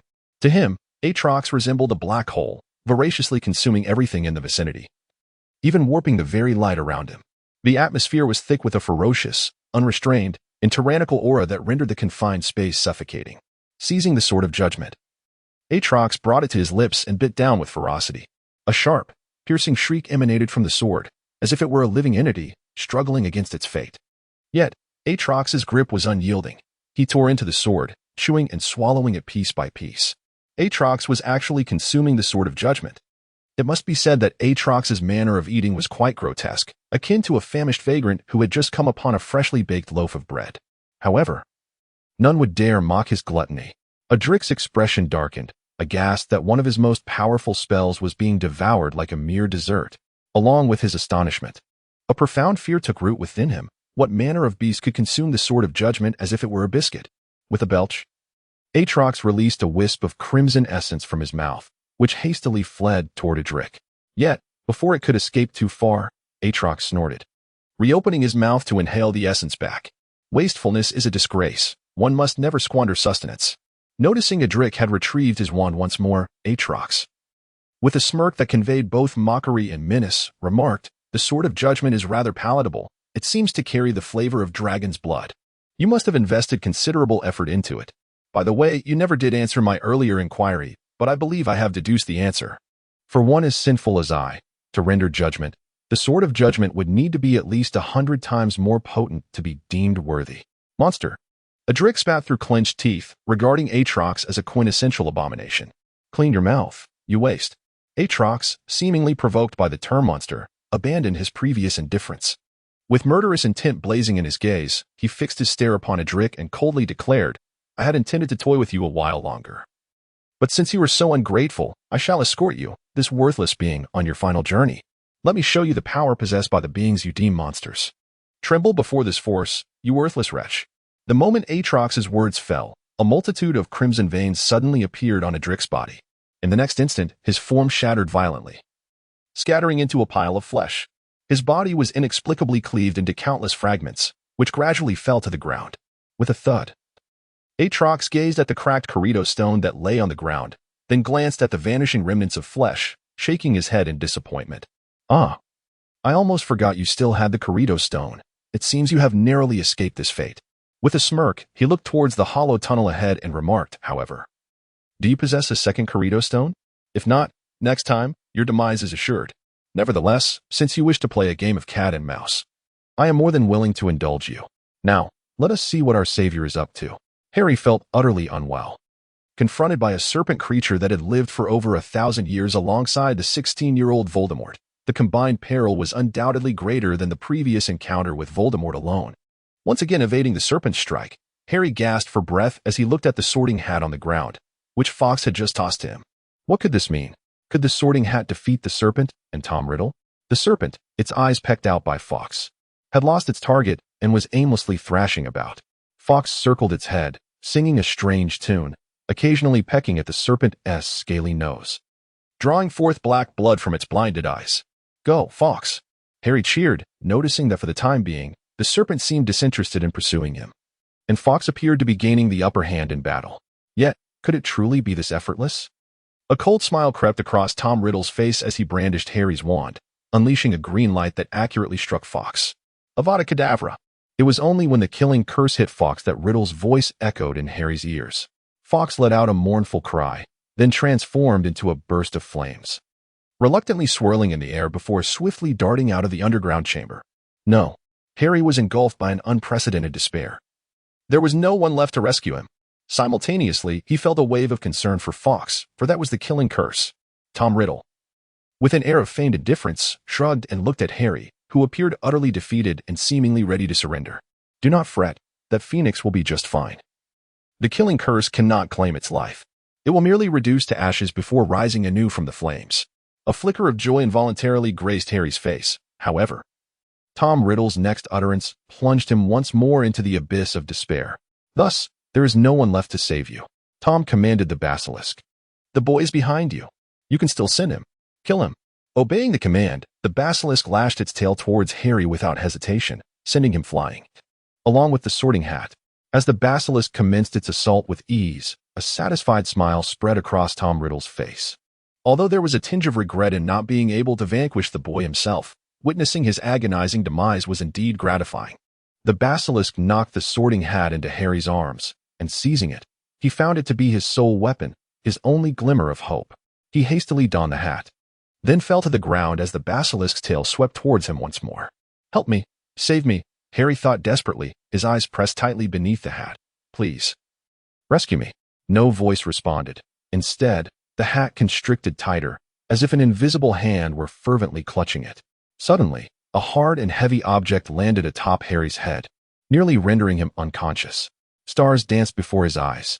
Grasping the top of the hat, he attempted to remove it, only to find a long, rigid object nestled beneath. A gleaming silver sword emerged from within the hat, its hilt adorned with a resplendent, egg-sized ruby.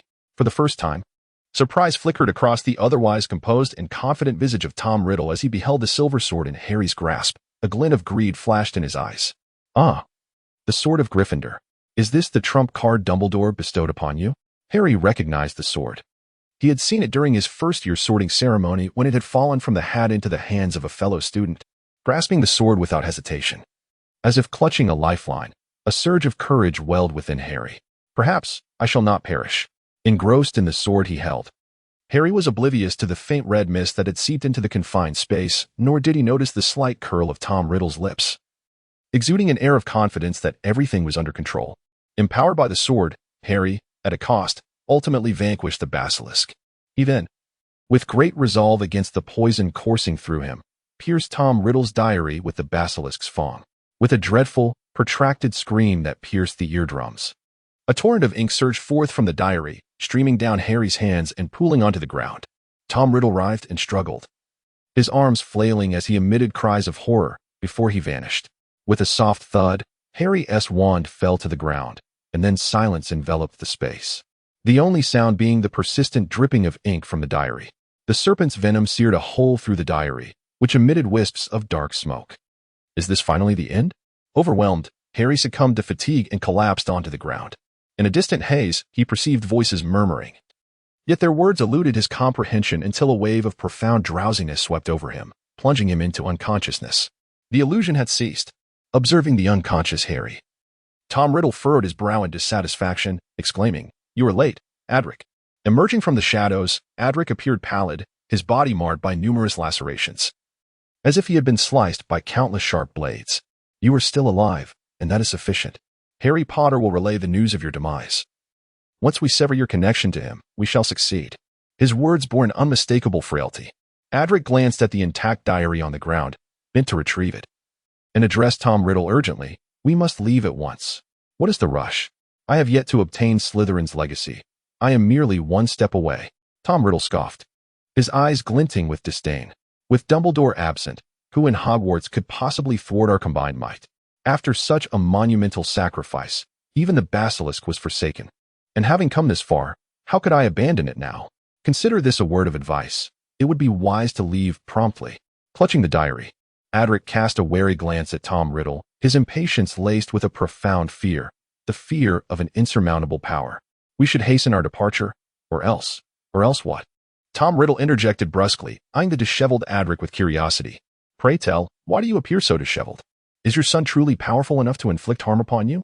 Just as Adric was about to respond, his expression shifted abruptly, and he lunged to the side. Boom! A fireball erupted at the spot where Adric had stood, shattering explosively. "You shall not escape," came a brash proclamation as Aatrox swaggered into view, then waved dismissively at the astonished Tom Riddle. "Begone, scum!"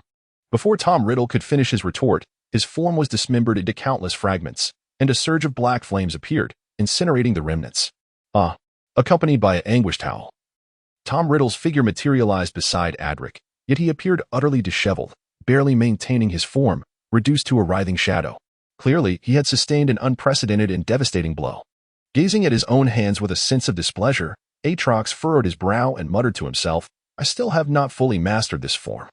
This body instinctively repels me, preventing me from unleashing my true potential." Subsequently, Aatrox clenched his fists and cast a disdainful glance at Voldemort and Adric, as if he were observing two repugnant insects. "You two wretches should consider ending your own existence," he scoffed. "How infuriating. Do not underestimate us." The shadow known as Tom Riddle roared in fury. Despite his anger, rationality warned him that the individual before him was exceedingly perilous. The sense of danger he felt was reminiscent of his initial encounter with Dumbledore, a chilling awareness that his life and death hinged upon the whims of another, leaving him with an overwhelming sense of helplessness. Gritting his teeth, Adric turned to Tom Riddle and inquired, "I am no match for him. I must find a way to escape. Are there any secret passages here?" Currently, the only exit was blocked by Aatrox, and any attempt to flee would undoubtedly provoke his attack. As the heir of Slytherin, Tom Riddle was likely well acquainted with this place. Thus, the question of whether Tom Riddle could locate and escape became their sole hope for survival. Damn it, how could he be this strong? How can there be someone more powerful than me? Glancing at Aatrox with resentment, Tom Riddle clenched his jaw and began to recite an extensive incantation. The circumstances dictated his actions. Though he was uncertain of the origins of this formidable adversary, there was no time for hesitation. Flight was imperative. Adric stood on high alert, watching Aatrox, who remained indifferent as Tom Riddle chanted his spell, a faint glimmer of anticipation evident on his face. The incantation Tom Riddle uttered was long and obscure, causing beads of cold sweat to form upon Adric's brow. Although Aatrox had yet to strike, this did not alleviate the pressure Adric felt. Rather, the immovable presence of Aatrox intensified it beyond that of an actual battle. Indeed, the silver radiance brings forth illumination and hope. Darkness breeds within the purest light, and despair arises from the shattering of hope. Thus, the true meaning of this was unveiled. All of this turmoil was of my own making.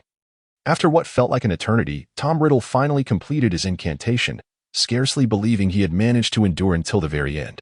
Suddenly, with a thunderous roar, a gap emerged in what had once been a wall, abrupt and irregular, as if it had been carelessly torn open, rough and jagged.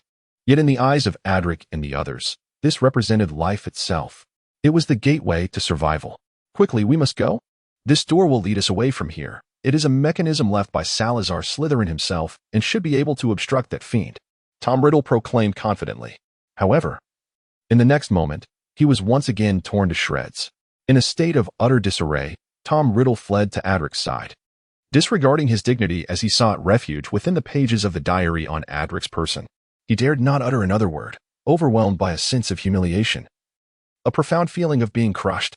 Adric, in silence, propelled himself towards the door, expending his last reserves of strength in a desperate charge. 5 steps. 4 steps. 3 steps. 2 steps. 1 step. As he was about to cross the threshold, a rare expression of relief flickered across Adric's face. However, Aatrox, who had remained still until now, sprang into action. With a mocking smile curling at the corners of his mouth, Aatrox stepped forward and, with a swift motion of his right hand, severed the corpse of the basilisk that lay before him with a remarkably clean cut. In an instant, Adric's body halted mid-stride, and then, tragically, his upper and lower halves were torn apart. The resounding thud of his body hitting the ground echoed through the desolate underground chamber as Adric, dragging his upper half, gazed in disbelief at the sight not far away, where his lower half still maintained a running posture. Game over. The heavy thud reverberated once more through the empty chamber, as Adric struggled to comprehend the surreal sight before him. "Run. Run fast." Tom Riddle's voice emanated from Adric's chest, now laced with panic. The previous confidence and composure vanished into thin air. Faced with an almost invincible foe, Tom Riddle teetered on the brink of despair. What a pity that he was merely a fragment of memory. What a misfortune that he was but a trivial shard of a soul. What an irony that his own power amounted to that of a mere 16-year-old wizard. Weakness is indeed a crime. With an ever-present smile, exuding elegance, nobility, and coldness, Aatrox observed Adric, who lay on the ground, still writhing in a futile struggle, and inquired with a grin, "How does it feel? What is it like to have hope shattered in an instant?" The only response was Adric's silence, akin to a drowned and facing the roar of the ocean, unwillingly summoning the last vestiges of strength to fight back. Is it not profoundly disheartening? The very individual you had nearly annihilated, after falling, miraculously rises again, transformed, and turns the tables to inflict suffering upon himself. Ah, the capriciousness of life's fortunes is indeed unfathomable. Observing the blood gushing forth from Adric's severed waist, Aatrox furrowed his brow. With a flick of his hand, as if rewinding a film, the blood gradually flowed back into Adric's wound, where a thin, membranous layer began to form. The translucent membrane shielded Adric's wound, stanching the flow of blood and momentarily preserving his life. Yet, it was only a temporary reprieve. Despite having mastered that flawed arcane art, transforming himself to resemble a bloodkin, excessive blood loss would still lead to death. Regrettably, before you could heed my words, wishing for death would not be so simple. Adric's complexion was as pale as parchment. Before the overwhelming force, he was but an ant, the most wretched of ants. Ironically, merely 10 minutes prior, he had wielded dominion over another's life and death, yet now, it was he who was subject to the whims of fate. Just as you articulated to that worthless hill, I shall ensure your demise is comprehensible. Let us proceed step by step. Beginning with your greatest inquiry, why am I so powerful? Adric continued to crawl slowly on the ground, the door now tantalizingly close. If only he could escape inside, he might yet have a chance to survive. Indeed, it was merely a chance, at this juncture. Even Adric could no longer ascertain whether the mechanisms left behind by Salazar Slytherin could withstand the monstrosity that was Aatrox. Why am I so powerful? Aatrox clenched his fists, and around him, a surge of black flames erupted, swirling and roaring with the vitality of life itself. Because I am simply that strong. As he toyed with the summoned black fire, Aatrox underwent a transformation. His once silver hair morphed into long, inky black tresses, moving as if stirred by an unseen wind. His silver eyes were reduced to mere glimmers, devoured by encroaching darkness. His once youthful visage became sharply defined, exuding an aura of malevolence. This is my true visage. Sharing an exterior with that wretch is indeed a disgrace. Touching his chin, Aatrox expressed his satisfaction. Returning to the topic at hand, the reason for my strength is that I am innately powerful. That fool Hill, until his dying breath, refused to harness the power within his own body. Such foolishness. What does he understand? This is absolute power, true power, a force that countless individuals yearn for throughout their lives. Yet few will ever attain. Indeed, it is true. You are undeniably a monster.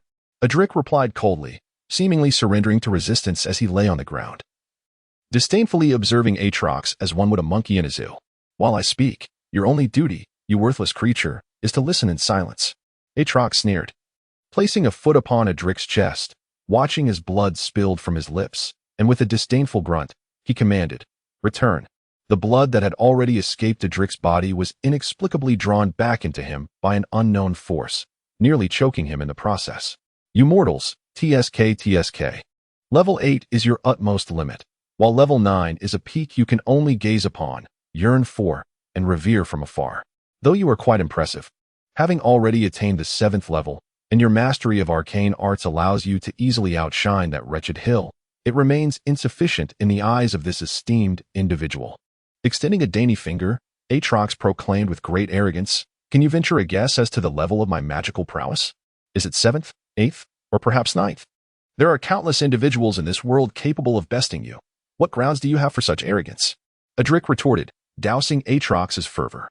8th-level sorcerers are not uncommon, and 9th-level sorcerers certainly exist. Do you genuinely believe yourself to be invincible? Well, since I am the one posing the question, I shall overlook your impudent response.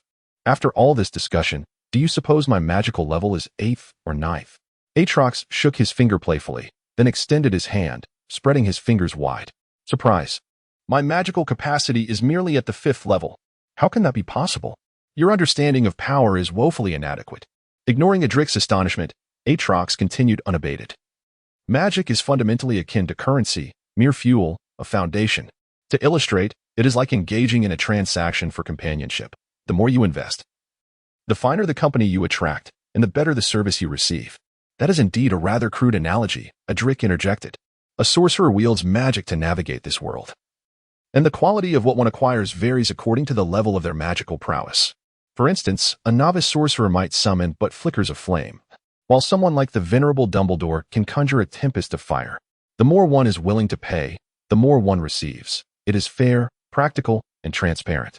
However, Aatrox elaborated, this applies only to sorcerers below the 8th level.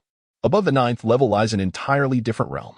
At that stage, one has formed a rapport with their desired companion, allowing for negotiations on fees. Discounts may be possible. Consequently, the expenditure of magical energy diminishes significantly.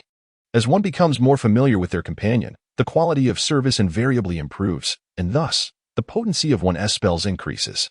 Yet, this is not the crux of the matter, at least not the reason for the vast chasm separating the 8th from the 9th levels. Consider this. When a 9th-level sorcerer faces a group of 8th-level sorcerers, their magical capacities may be quite comparable. It is akin to possessing considerably less wealth. While the group of 8th level sorcerers may outnumber you in their magical endeavors, their quality may be inferior, though their quantity far surpasses yours. Does this imply certain defeat? Certainly not. Aatrox exclaimed with exuberant laughter. Having expended such a great cost to attain the 9th level, there are undeniable advantages. For instance, as a VIP in this establishment, the 9th level sorcerer holds a privilege. This companion is mine. Others shall not covet her. In essence, the spells of the 8th level sorcerers become ineffective against you, as they cannot engage. If you are sufficiently formidable, you might even consider monopolizing all the companions, thereby enacting a magical prohibition. Adric's lips had been twitching for quite some time, leaving him at a loss for how to express himself in the presence of Aatrox. This individual was nothing short of an extraordinary, bizarre, and twisted scoundrel. Does this seem somewhat familiar? Ah, it strikes a chord, doesn't it? Indeed, we are speaking of Hogwarts, where apparition is strictly prohibited. Hogwarts, a remarkable institution, akin to a top-tier, 9th level wizard. Is it merely the case that Hogwarts can restrict apparition? Certainly not. I can sense that, should it choose, this place could become a realm devoid of magic. The initial purpose of Hogwarts was far beyond that of a mere school. Its true aim was profound. Having discussed the 8th and 9th levels, let us now turn our attention to the 10th level. To put it simply, reaching the 10th level means you are the proprietor of a brothel. Oh dear, if you are the owner, does that not mean all the ladies are at your disposal? You may choose whomever you desire, and they will serve you with a fervor that is nothing short of 1,000% enthusiasm, an experience that is absolutely exhilarating. Moreover, you alone dictate when the establishment opens and closes, and what kind of company is offered to patrons. This is the essence of the 10th level. After delivering this lengthy monologue, Aatrox cast a glance at Adric and then grinned wickedly, saying, "Now, take a guess. What level do you think I am? 9th? Or perhaps 10th? Adric fell silent. Although he had arrived at an answer in his mind, he found it difficult to believe. How could this be? Even though he had long known his son was exceptional, he never imagined it could be to such an extent. You've guessed it. Claps for you." Aatrox applauded lightly and continued, "Though I am not currently in my strongest form, I still possess the prowess of a 9th level being. Levels have always been viewed separately. Magical power is utterly trivial in the face of true mastery. That is impossible, even if you began studying magic as an infant. It would be inconceivable to reach the 9th level so quickly." In response to Adric's assertion, Aatrox merely shrugged and replied with a hint of exasperation, "You speak the truth. Thus, my level is indeed 9th, while my magical capacity is merely at the 5th level. Moreover, this 9th level status does not solely belong to me. However, if I can harness this power, what cost could possibly be deemed unacceptable?" That fool, Hill, clung stubbornly to his principles and refused to utilize this power even at the cost of his life, and thus he perished. This power, I now comprehend. The family secret was referring to this. Adric seemed to grasp something profound and smiled grimly. "I may not understand what you're saying, but it certainly sounds impressive," Aatrox remarked, furrowing his brow. He did not press Adric further. "You understand now, do you? Then prepare to meet your demise as retribution for your offense against me, to serve as a sacrifice for my arrival in this vibrant world. Though incantations are not necessary to cast spells, articulating them does have a certain flair. Therefore, I shall employ this technique to send you on your way. This is, after all, my own creation. Deep within the abyssal darkness lies the Crimson Lotus Flame, an infernal fire that burns relentlessly in the depths of hell. By my name, I summon you to come forth. Become my demonic sword, shattering all who dare obstruct my path." The demonic sword Apophis. Enveloped in swirling black flames, the sword's broad blade is inscribed with bizarre and enigmatic symbols. Its design exuding an aura of wild magnificence, unmistakably transcendent of mere mortal craftsmanship. Grasping the colossal sword, nearly as tall as himself, Aatrox swung it with casual ease, nodding in satisfaction. Indeed, only such a demonic blade could match a being of my caliber, a true overlord. An overlord? Naturally, in this splendid world, I intend to indulge in all the finest delicacies and revel in every form of amusement it has to offer. This realm is so enchanting. It is imperative to savor it fully. Admittedly, I do have a penchant for villainy, slaying innocents, igniting fires, constructing a grand castle, and capturing a few princesses to reside within, only to deal with those valiant souls who dare challenge me. Do you not agree that such a life is befitting of an overlord?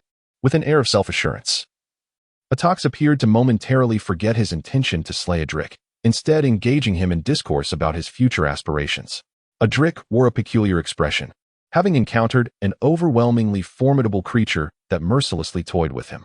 Just when he was on the brink of death, this monster suddenly adopted a frivolous demeanor, uttering a string of nonsensical remarks. Adric was utterly at a loss, unsure whether to laugh or weep. "Is this truly your ambition?" Tom Riddle inquired cautiously, perplexed that such a powerful being as Atox harbored the goal of becoming a character from a fairy tale. "Please, do not squander your extraordinary might on such trivial pursuits." Is there anything else amusing?" Atox sheepishly scratched his head, noting the strange expression on Adric's face. In a fit of embarrassment, he swung the demonic sword Apophis towards Adric with a swift motion. With a splatter of blood, Adric's face contorted in agony, momentarily forgetting that while Atox might be somewhat unreliable, his strength was undeniably formidable. However, as Adric's gaze drifted to the side, a barely perceptible smile crept onto his lips. "What is so amusing? What is wrong with being an overlord? Everything in this world is mine. Any who dare touch my possessions shall meet their demise." Atox stamped his foot in frustration, causing the entire underground chamber to tremble. "What are you laughing at? Do you dare challenge me?" Adric chuckled, feeling a sense of vindication. Before him stood a creature of immense power, yet he was merely a pitiable soul, utterly clueless about his own purpose. Is becoming an overlord truly his ambition? Or is it simply that he has no notion of anything beyond that? Such an affinity for laughter, is it? Aatrox's hair nearly stands on end, his aspirations and ideals so brazenly belittled and mocked. Can such indignation be tolerated? This affront, this desecration, must be avenged with blood. Yet, what course of action should I pursue? Is there truly nothing in this world that belongs to me? Damn it, everything associated with this body is that worthless wretch, Hills. I refuse to believe that my parents, relatives, and friends are all that I have. Is there truly nothing that solely belongs to me in this world? Adric continues to chuckle, even as the furious Aatrox strikes him with his sword repeatedly, blood saturating the ground beneath him, his bones likely shattered in the onslaught. Until, with a resounding thud, Aatrox furrows his brow at the colossal sword that he can no longer lower even by an inch, his face flushed with barely contained fury. "How dare you toy with me?" Unbeknownst to him, Adric had been relentlessly battered by Aatrox, pushed perilously close to the door. Nearby, an invisible barrier seems to withstand Aatrox's assaults. A mindless beast. Tom Riddle's chilling mockery fills the air, his words brimming with brazen confidence. Within the confines of the door's protection, he is utterly secure. Intelligence far surpasses your brutish strength. Just a turtle shell, watch me shatter it. With a cold smirk, Aatrox swings his enchanted sword, Apophis, delivering a powerful blow to the unseen barrier, refusing to believe that any defense could withstand his might, unless Salazar Slytherin himself were present. Clang. Bang. The look on Aatrox's face darkens. This is an outright slap in the face. Although he knows that the barrier cannot endure for long and could be dismantled with a few strikes, no need to waste energy on a grand display. His fury blinds him to such considerations. Still laughing, are you?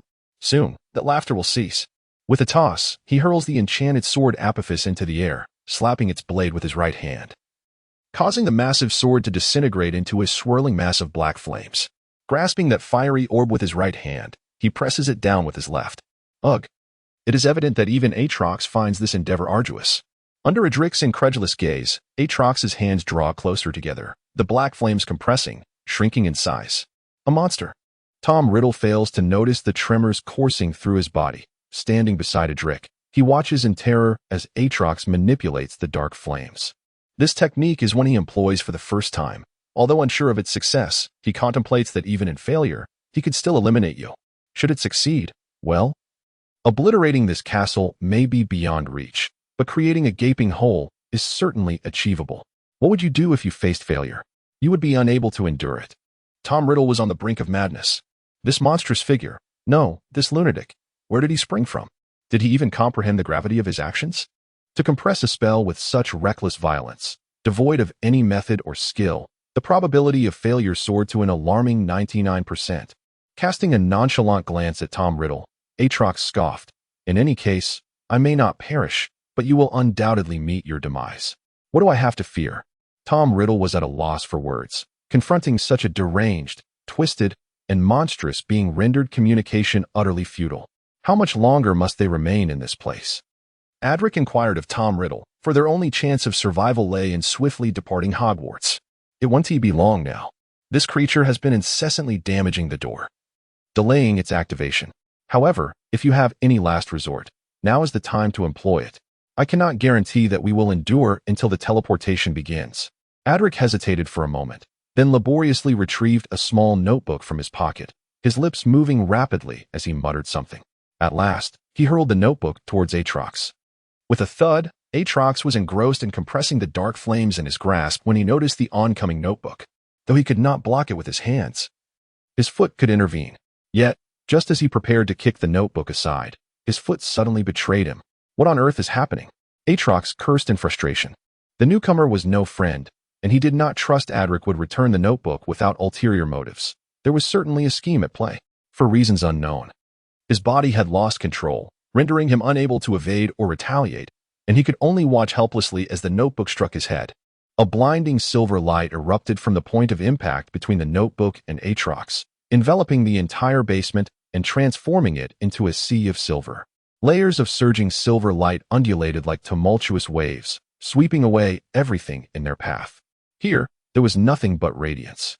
A delicate white hand suddenly emerged, followed by the wrist, arm, and shoulder, each materializing in succession.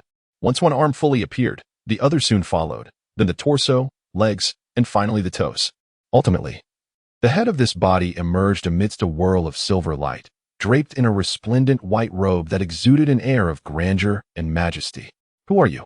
Aatrox furrowed his brow, gazing at the unexpectedly materialized young man before him, his gaze fixating on the chest of the young man's white robe, where a black fox face smiled back at him, clear and distinct.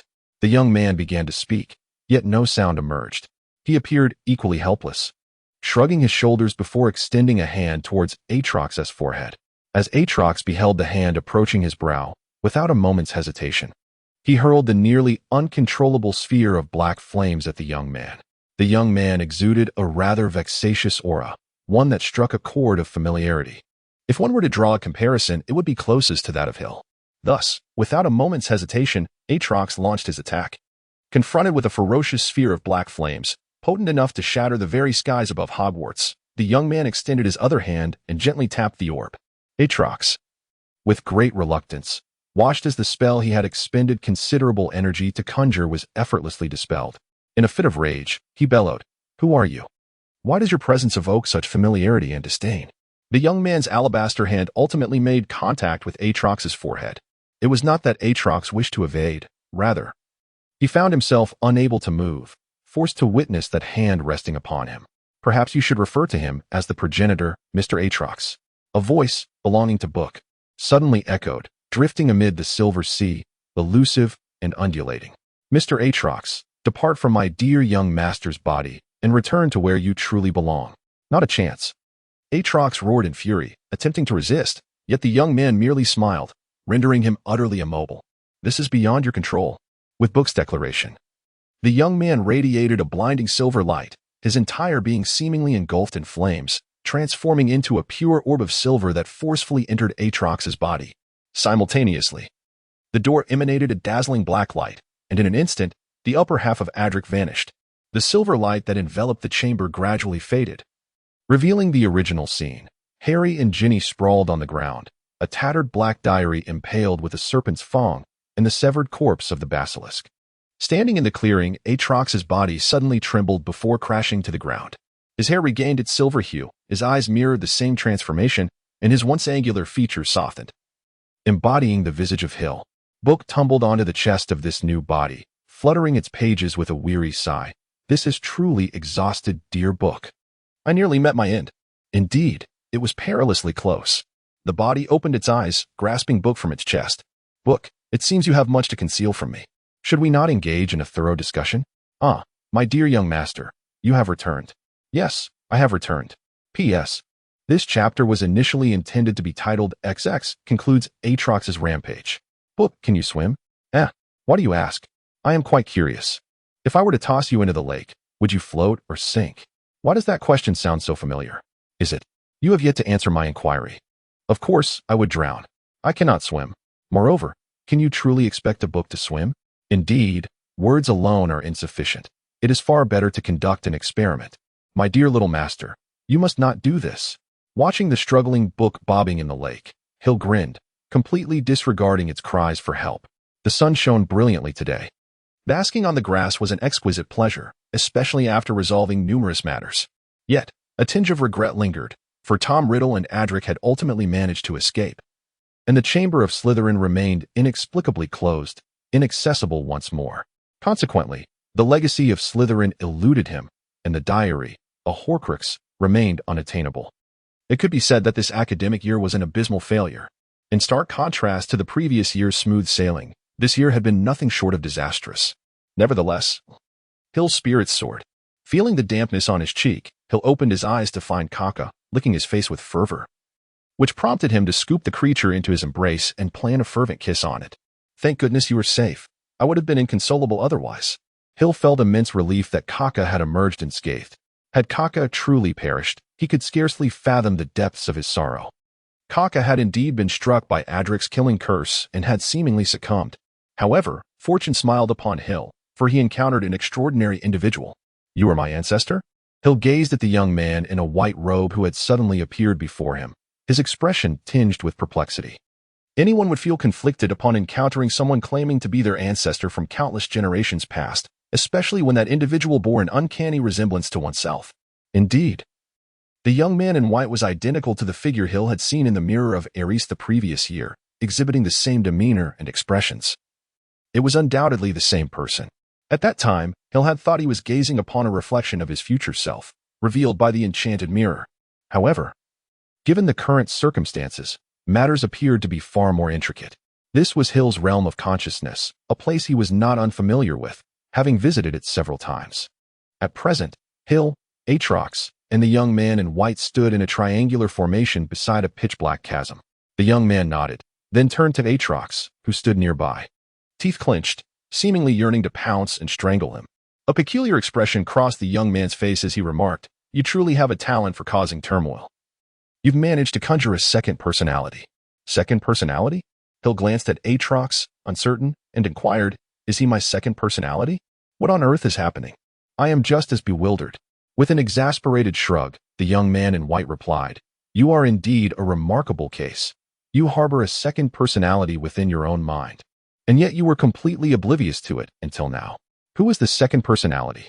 "I am not some second personality. I am Atrox." Atrus's forehead bulged with veins as he roared in displeasure. "You are insane." The young man in the white robe retorted, "You are so oblivious that you do not even realize you are a second personality. This is indeed a condition that requires treatment." "Try saying that again," Atrus snapped. While this situation was somewhat anticipated, the manner of addressing it still warranted your input.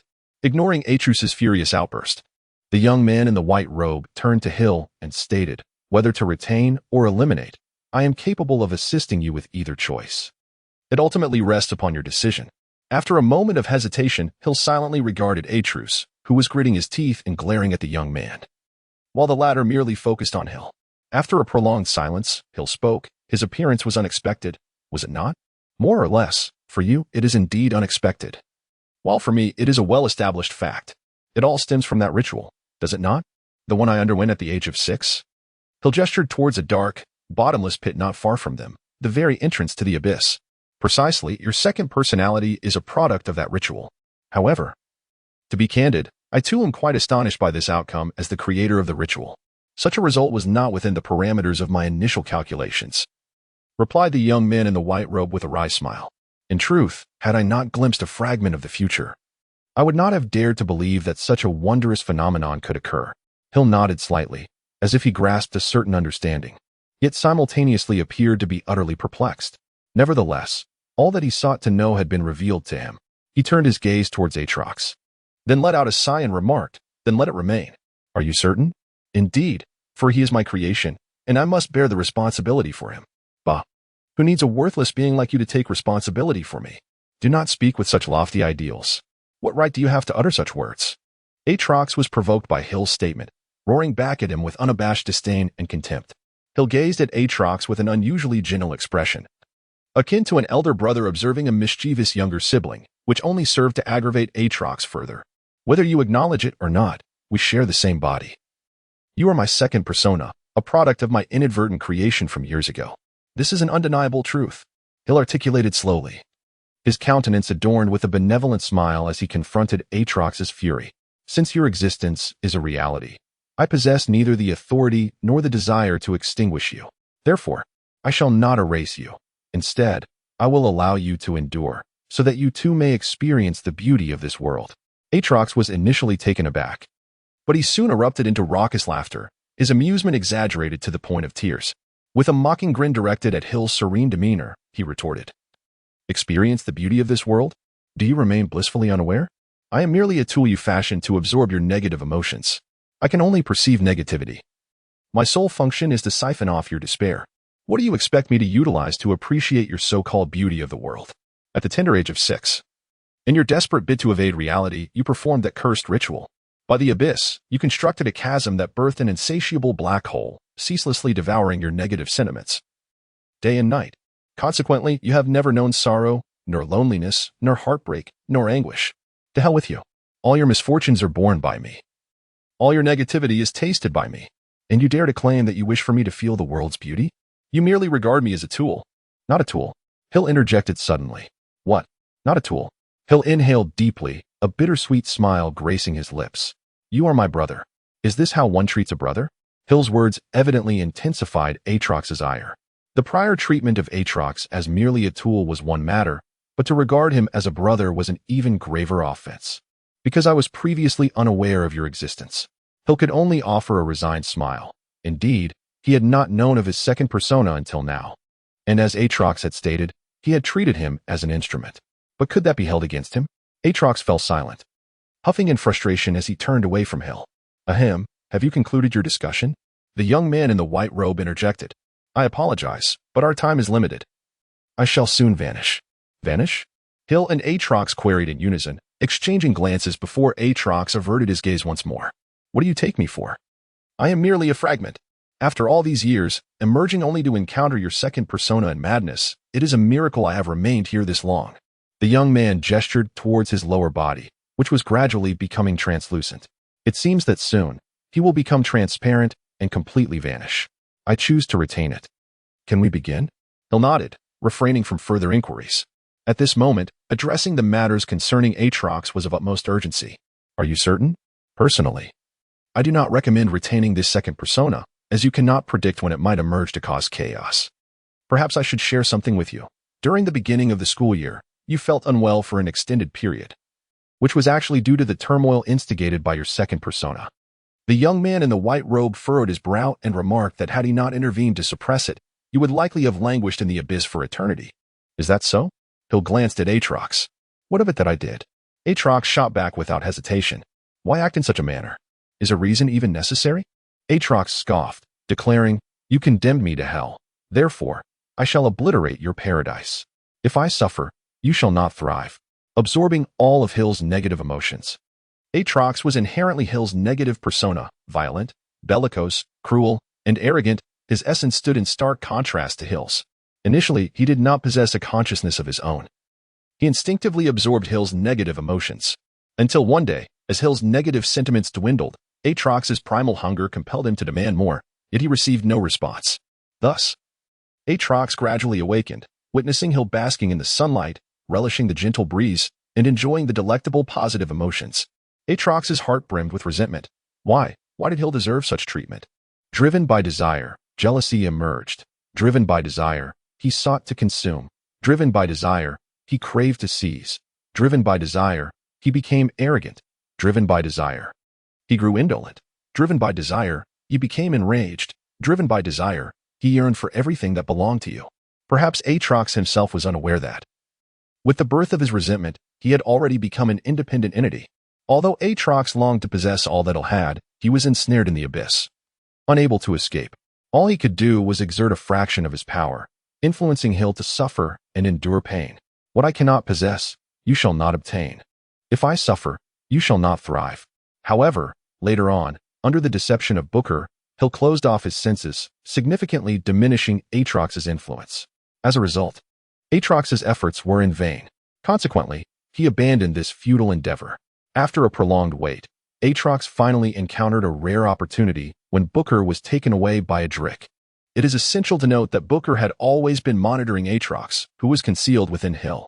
It is precisely due to its existence that Aatrox has been unable to transcend the abyss. Only after Hill was vanquished by Adric, pierced through the heart by Adric's blade, and inexplicably transported to the abyss, did Aatrox genuinely depart from that realm, seizing control of Hill's body. Perhaps there exists a splendid method that might allow you to experience the beauty I perceive. Hill was not angered by Aatrox's response. He regarded Aatrox's demeanor as quite natural. He turned to the young man in the white robe and inquired, "Could you connect my senses with his? Allow him to feel what I feel, and let me experience what he experiences. Together, we would form a complete entity, would we not? This must be within your capabilities." "It should be but a mere trifling task for you." With a smile, Hill addressed the young man. "You claim to have glimpsed a fragment of the future. Thus, you must be aware of my decision. Surely, you possess the means to accomplish this, do you not?" Nodding, the young man in white replied, "Indeed. It is a mere trifle. As long as a thread is woven between the two of you, all that you perceive will be shared. From now on, what you see, smell, hear, and feel will be identical. In a sense, you are correct. Together you form a complete individual. Damn it, do not take liberties without my consent." Aatrox was evidently stirred, yet he remained obstinate. "Moreover, who will ultimately govern this body? That must be established. I apologize, but until I complete my affairs, this body must be under my control." Casting a sympathetic glance at Aatrox, Hill resignedly stated, "Thus, you must wait here a while longer." "By what right? Just because you claim it is yours, does that make it so? I was here long before you. What kind of reasoning is that?" Aatrox was clearly indignant. "You nearly perished at the hands of those two fools, while I effortlessly dealt with them. Why should you command this body?" "Cough, allow me to clarify," interjected the young man in white. In truth, had Hill desired, he too could have eliminated those two. He simply chose not to. It is not that he is unwilling to confront them, but rather that he refrains from utilizing that power. I find myself rather supportive of his stance. Are you both fools? On the brink of death, and still concerned about willingness? Aatrox regarded Hill and the young man with incredulity, unable to fathom their thought processes. Is there any intellect left in your mind? The young man in white looked at Aatrox with disdain. Do you presume that just anyone can wield that power? Which is at least of the 9th tier, without condition. Who do you think you are? Do you believe you can indulge without cost? What exactly are you trying to convey? Aatrox, suppressing his irritation, inquired, his mind struggling to comprehend the situation. To him, it seemed rather straightforward to simply articulate one's thoughts without the need for convoluted explanations. I am at a loss for words, Hill. Perhaps you could elucidate matters for this individual who seems to lack a certain clarity, the young man in the white robe remarked, covering his face in exasperation. Very well. Allow me to clarify. Hill nodded, proceeding to explain. According to your previous analogy, magic can be likened to, well, indulging in the pleasures of this world. Noticing Aatrox's displeased expression, Hill swiftly retracted his words, realizing how apt the comparison was. Ahem, following your logic. Reaching level 9 would correspond to being a VIP in a certain establishment. However, do either of us meet that criterion? After much contemplation, Aatrox shook his head. Neither he nor Hill possess such qualifications. Then why are you able to wield the powers of level 9? Aatrox questioned, bewildered. Isn't it inherently within your body? Precisely. Hill nodded appreciatively.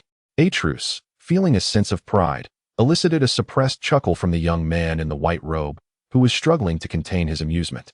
This power resides within this body, yet it does not belong to either of us. Therefore, is our utilization of this power truly without conditions? Is it not so? Aatrox tilted his head in inquiry. Certainly not, Hill replied, wiping the sudden perspiration from his forehead, a look of resignation upon his face. Our situation resembles that of borrowing a VIP pass from someone of privilege, only to visit the establishment, indulge in its offerings. Naturally, that VIP would not lend the pass without some form of compensation. I see. Aatrox still failed to grasp the full meaning, but nodded in an attempt to appear enlightened.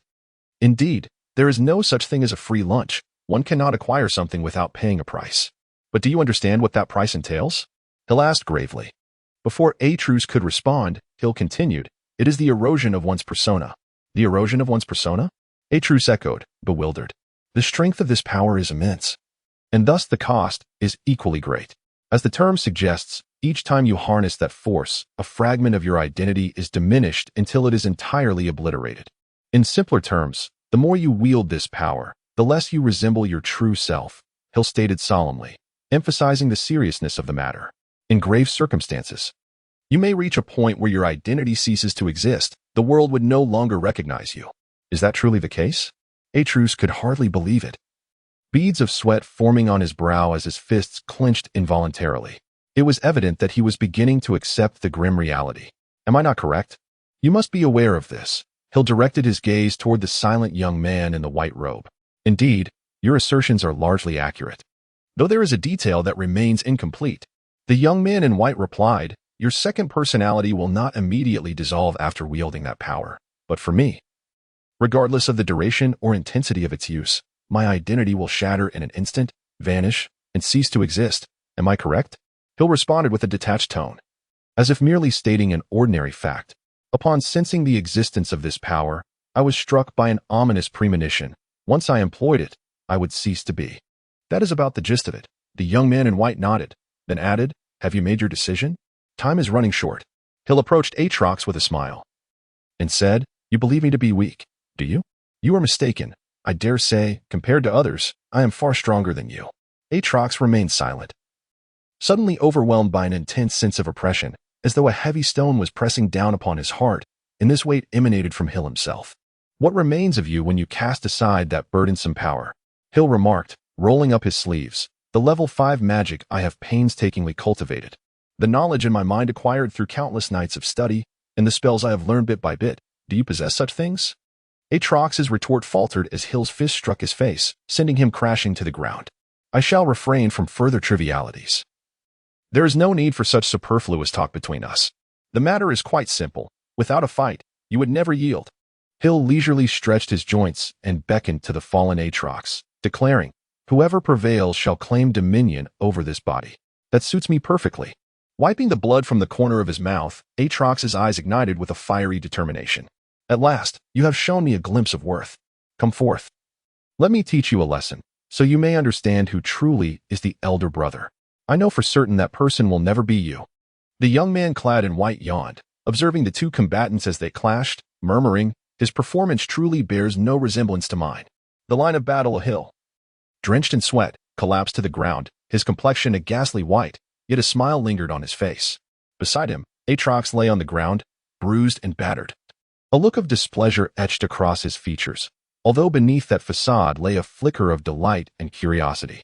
A silver thread extended from the back of Hill's head, connecting to Atrox's, while the young man in the white robe stood quietly nearby, patiently awaiting the outcome. His condition was far from favorable, only his head remained afloat, the rest of him having vanished entirely. Can you endure this? This is the culmination of years of pent-up negativity. Can you withstand it?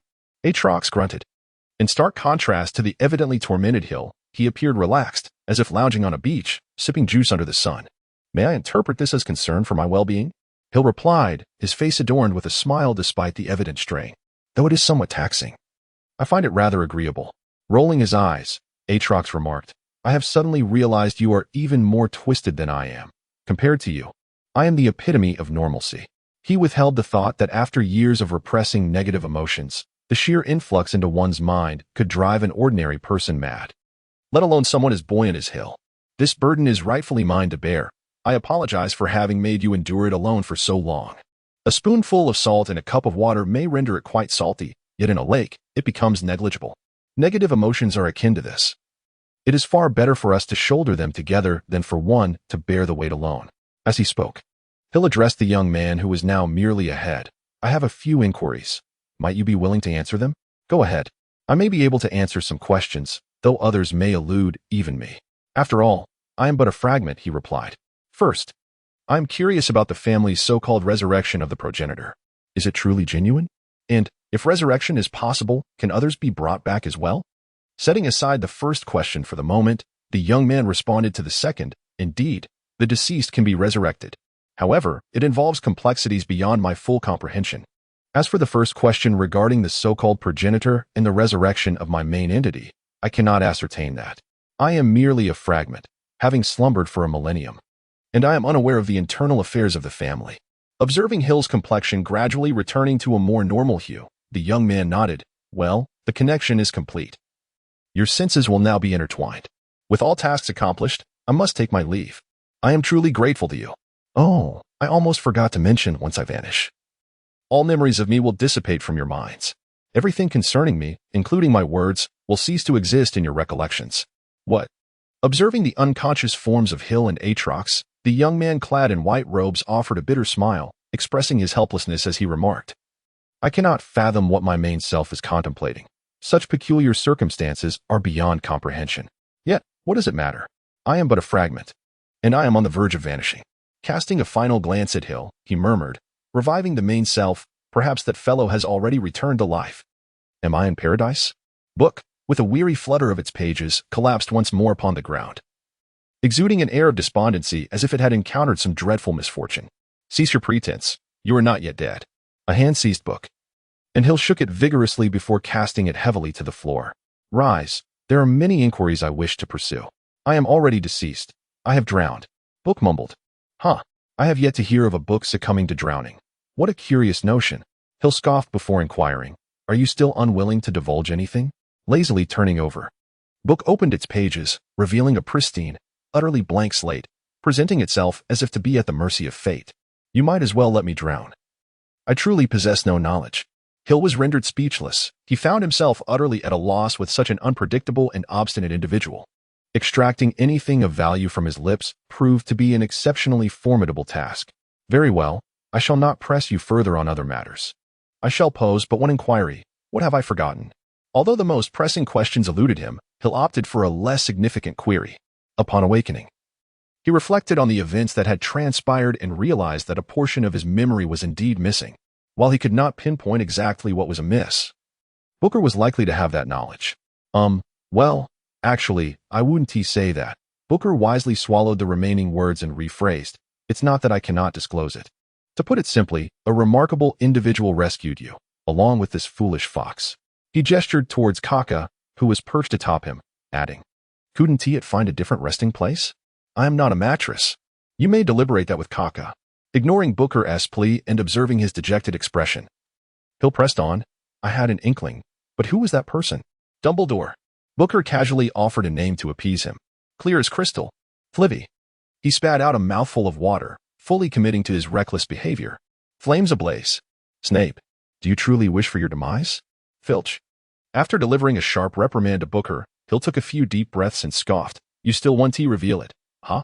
TSK? Well, if you choose not to say, so be it. I am indifferent to the answer. Well, if you're unconcerned, why do you even ask me? Booker replied, his face contorted in a mixture of grievance and frustration, resembling a wronged spouse. I merely sought an opportunity to reprimand you. Does that reason suffice? Hill scoffed, then nonchalantly remarked, Who told you to act so recklessly? If you don't court danger, you won't face demise. Though the sunlight was pleasant, the chill that followed the optimal basking period became somewhat uncomfortable. Tightening his garments, Hill grasped Booker and rose to his feet, unsteadily making his way back to the castle, with Kaka trotting closely behind. Today marked the day the mandrake matured, and the restorative potion needed to be prepared. This indicated that Hermione and the others would be freed from their petrified state today. Furthermore, that evening would host the semester's House Cup banquet. It could be said that the remainder of their time on campus was destined to be splendid.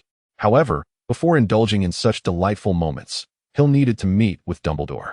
There were numerous matters upon which they needed to exchange views. Speaking of which, was Dumbledore truly besieged by the 4 members of the Shadow Council that day? On the way to Dumbledore's office, Hill engaged in a casual conversation with Booker. I recall that when he returned that day, he appeared immaculate and in excellent spirits, hardly resembling someone who had just emerged from a fierce battle. The siege must have been genuine, if one were to speculate on the reason for his apparent ease.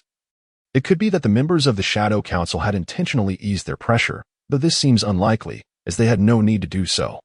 Should they have faced defeat, they would forfeit access to the knowledge of dark magic contained within Slytherin's inheritance.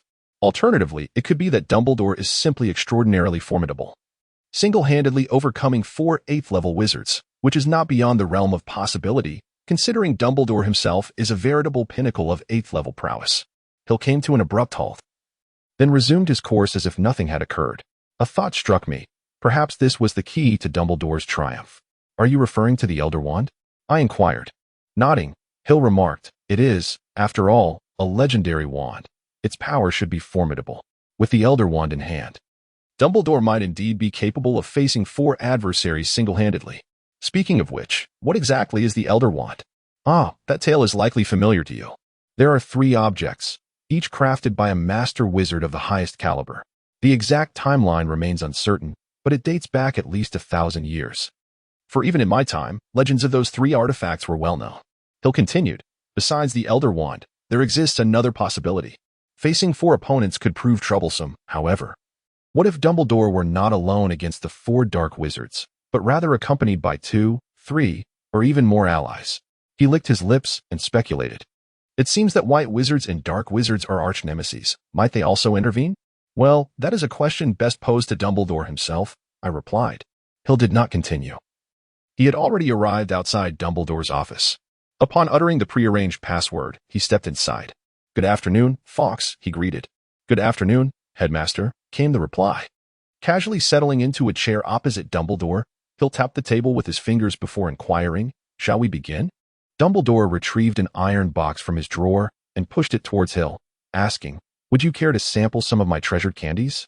The flavor is rather unique." "Let us start with my circumstances," Hill replied with a smile, nudging the box back to Dumbledore. "There has been an unexpected turn of events. Adric and Tom Riddle have joined forces, successfully outmaneuvering us. Though I narrowly escaped with my life, fortunately, their plan ultimately failed, and they did not acquire Slytherin's legacy. Just as I suspected, you indeed thwarted them," Dumbledore remarked. "It was Harry who destroyed the diary, not I." Dumbledore shook his head and retrieved a dark, seemingly charred diary from his drawer. Gently stroking its pages, he chuckled wryly. "It appears Tom remains as cunning as ever. This diary is not a true Horcrux." "Is that so?" Hill replied, astonished. "You were unaware?"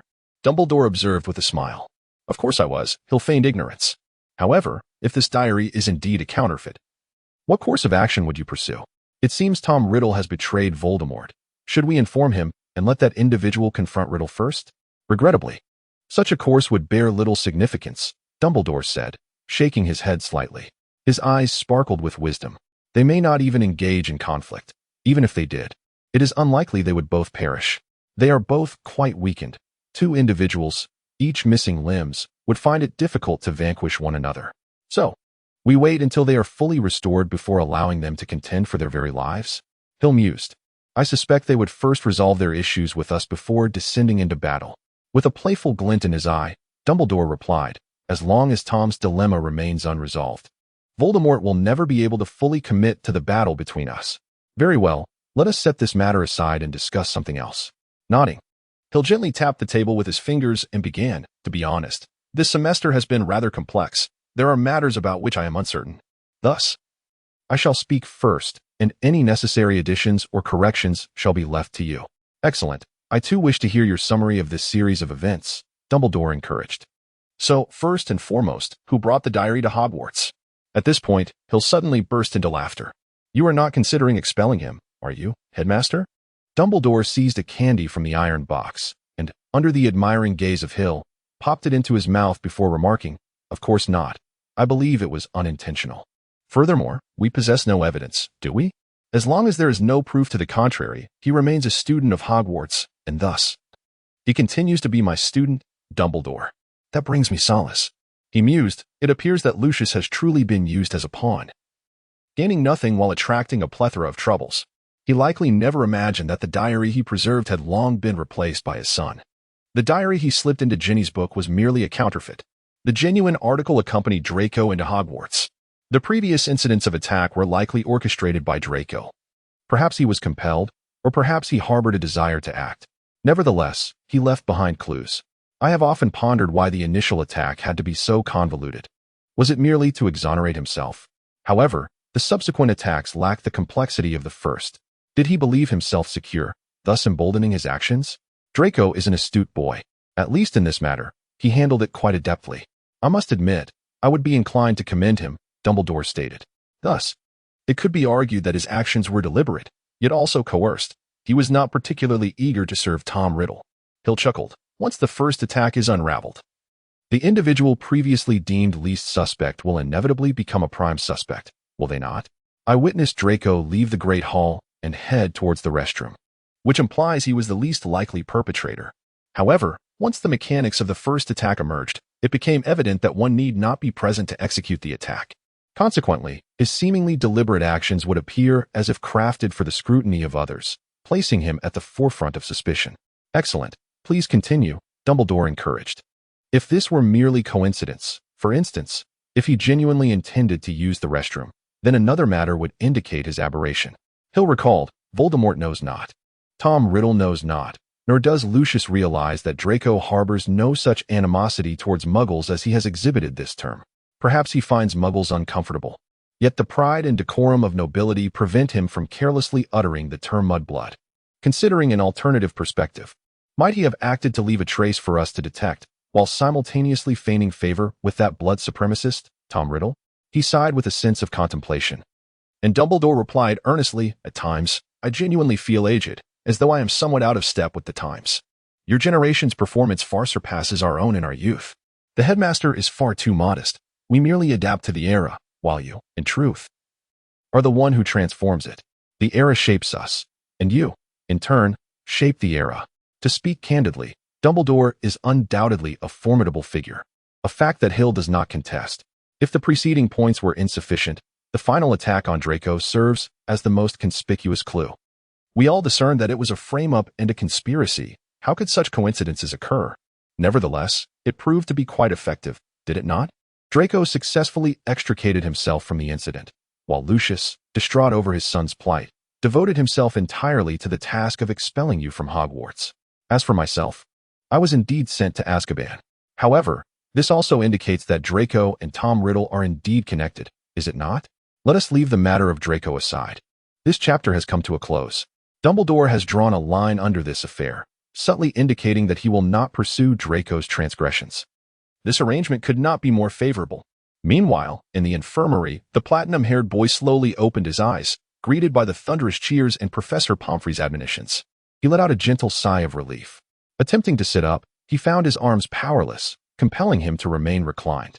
Boredom set in as the boy began to flex the joints of his fingers, eventually resting his gaze upon his left wrist, where a delicate tattoo was distinctly visible, a serpent twisted into an S shape. P.S. I have seen your responses, some offer support, and the feeling of understanding is truly gratifying. Thank you. Now, on to the next matter. Just how many individuals has Tom Riddle managed to control? Moistening his lips, Hill, having spoken at length, found himself parched. However, the revelations from Dumbledore were rather remarkable. The first was Draco, and the last was Ginny. In between was your young girlfriend, correct? Dumbledore remarked with a smile. So, you are aware of it? While the words were spoken lightly, Hill was not surprised. After all, Lily had left behind ample clues. Casting a penetrating glance at Hill, Dumbledore remarked, your young girlfriend seems to have a genuine affection for you. For your sake, she even resorted to attacking several Hogwarts students. Hill fell silent, clearly unaware that Lily was oblivious to the plans between him and Dumbledore. Out of concern for Hill's safety in Azkaban, she had gone so far as to assault several students, thus ensuring his escape. What tremendous courage that must require. Pray tell, when did you first realize that Miss Dupin was among the individuals under Tom Riddle's influence? Dumbledore rubbed his hands together, patiently awaiting Hill's response. I mean, your contact with her this semester has been quite limited. Moreover, it is safe to say that you would not suspect her, would you? Shaking his head with a smile, Hill inhaled deeply and replied, as you have said, I initially had no inkling that it would be her. These are all revelations she shared with me. Is that so? Dumbledore pondered. Initially, I suspected that a student from Ravenclaw had been manipulated. The reasoning was straightforward. Tom Riddle's rather juvenile attacks occurred within the confines of the Ravenclaw common room. Ravenclaw is unique. Entry is not granted by a password, but rather through answering questions, thereby significantly reducing the likelihood of outsiders gaining access. As he organized his thoughts, Hill spoke eloquently, just as I was preparing to take action to probe further. The true answer presented itself before me. I recall an incident when I was walking with Hermione. I inadvertently bumped into Lily, causing her books to scatter across the floor. A bitter smile crept across Hill's lips as he continued. I simply walked past her without offering assistance. That is hardly the conduct of a gentleman, Dumbledore admonished.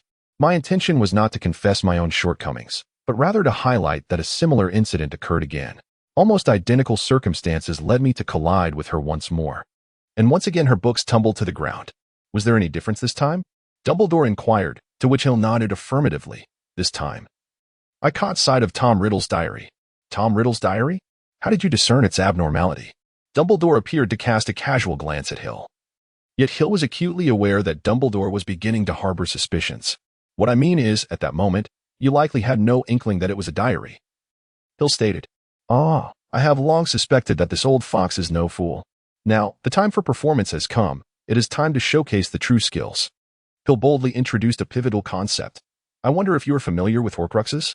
Given the current situation, it seems likely that the diary was indeed a Horcrux created by that individual." Dumbledore studied Hill intently, slowly nodding in acknowledgement. "Indeed, you possess considerable knowledge. However, what relevance does this have to our previous discussion?"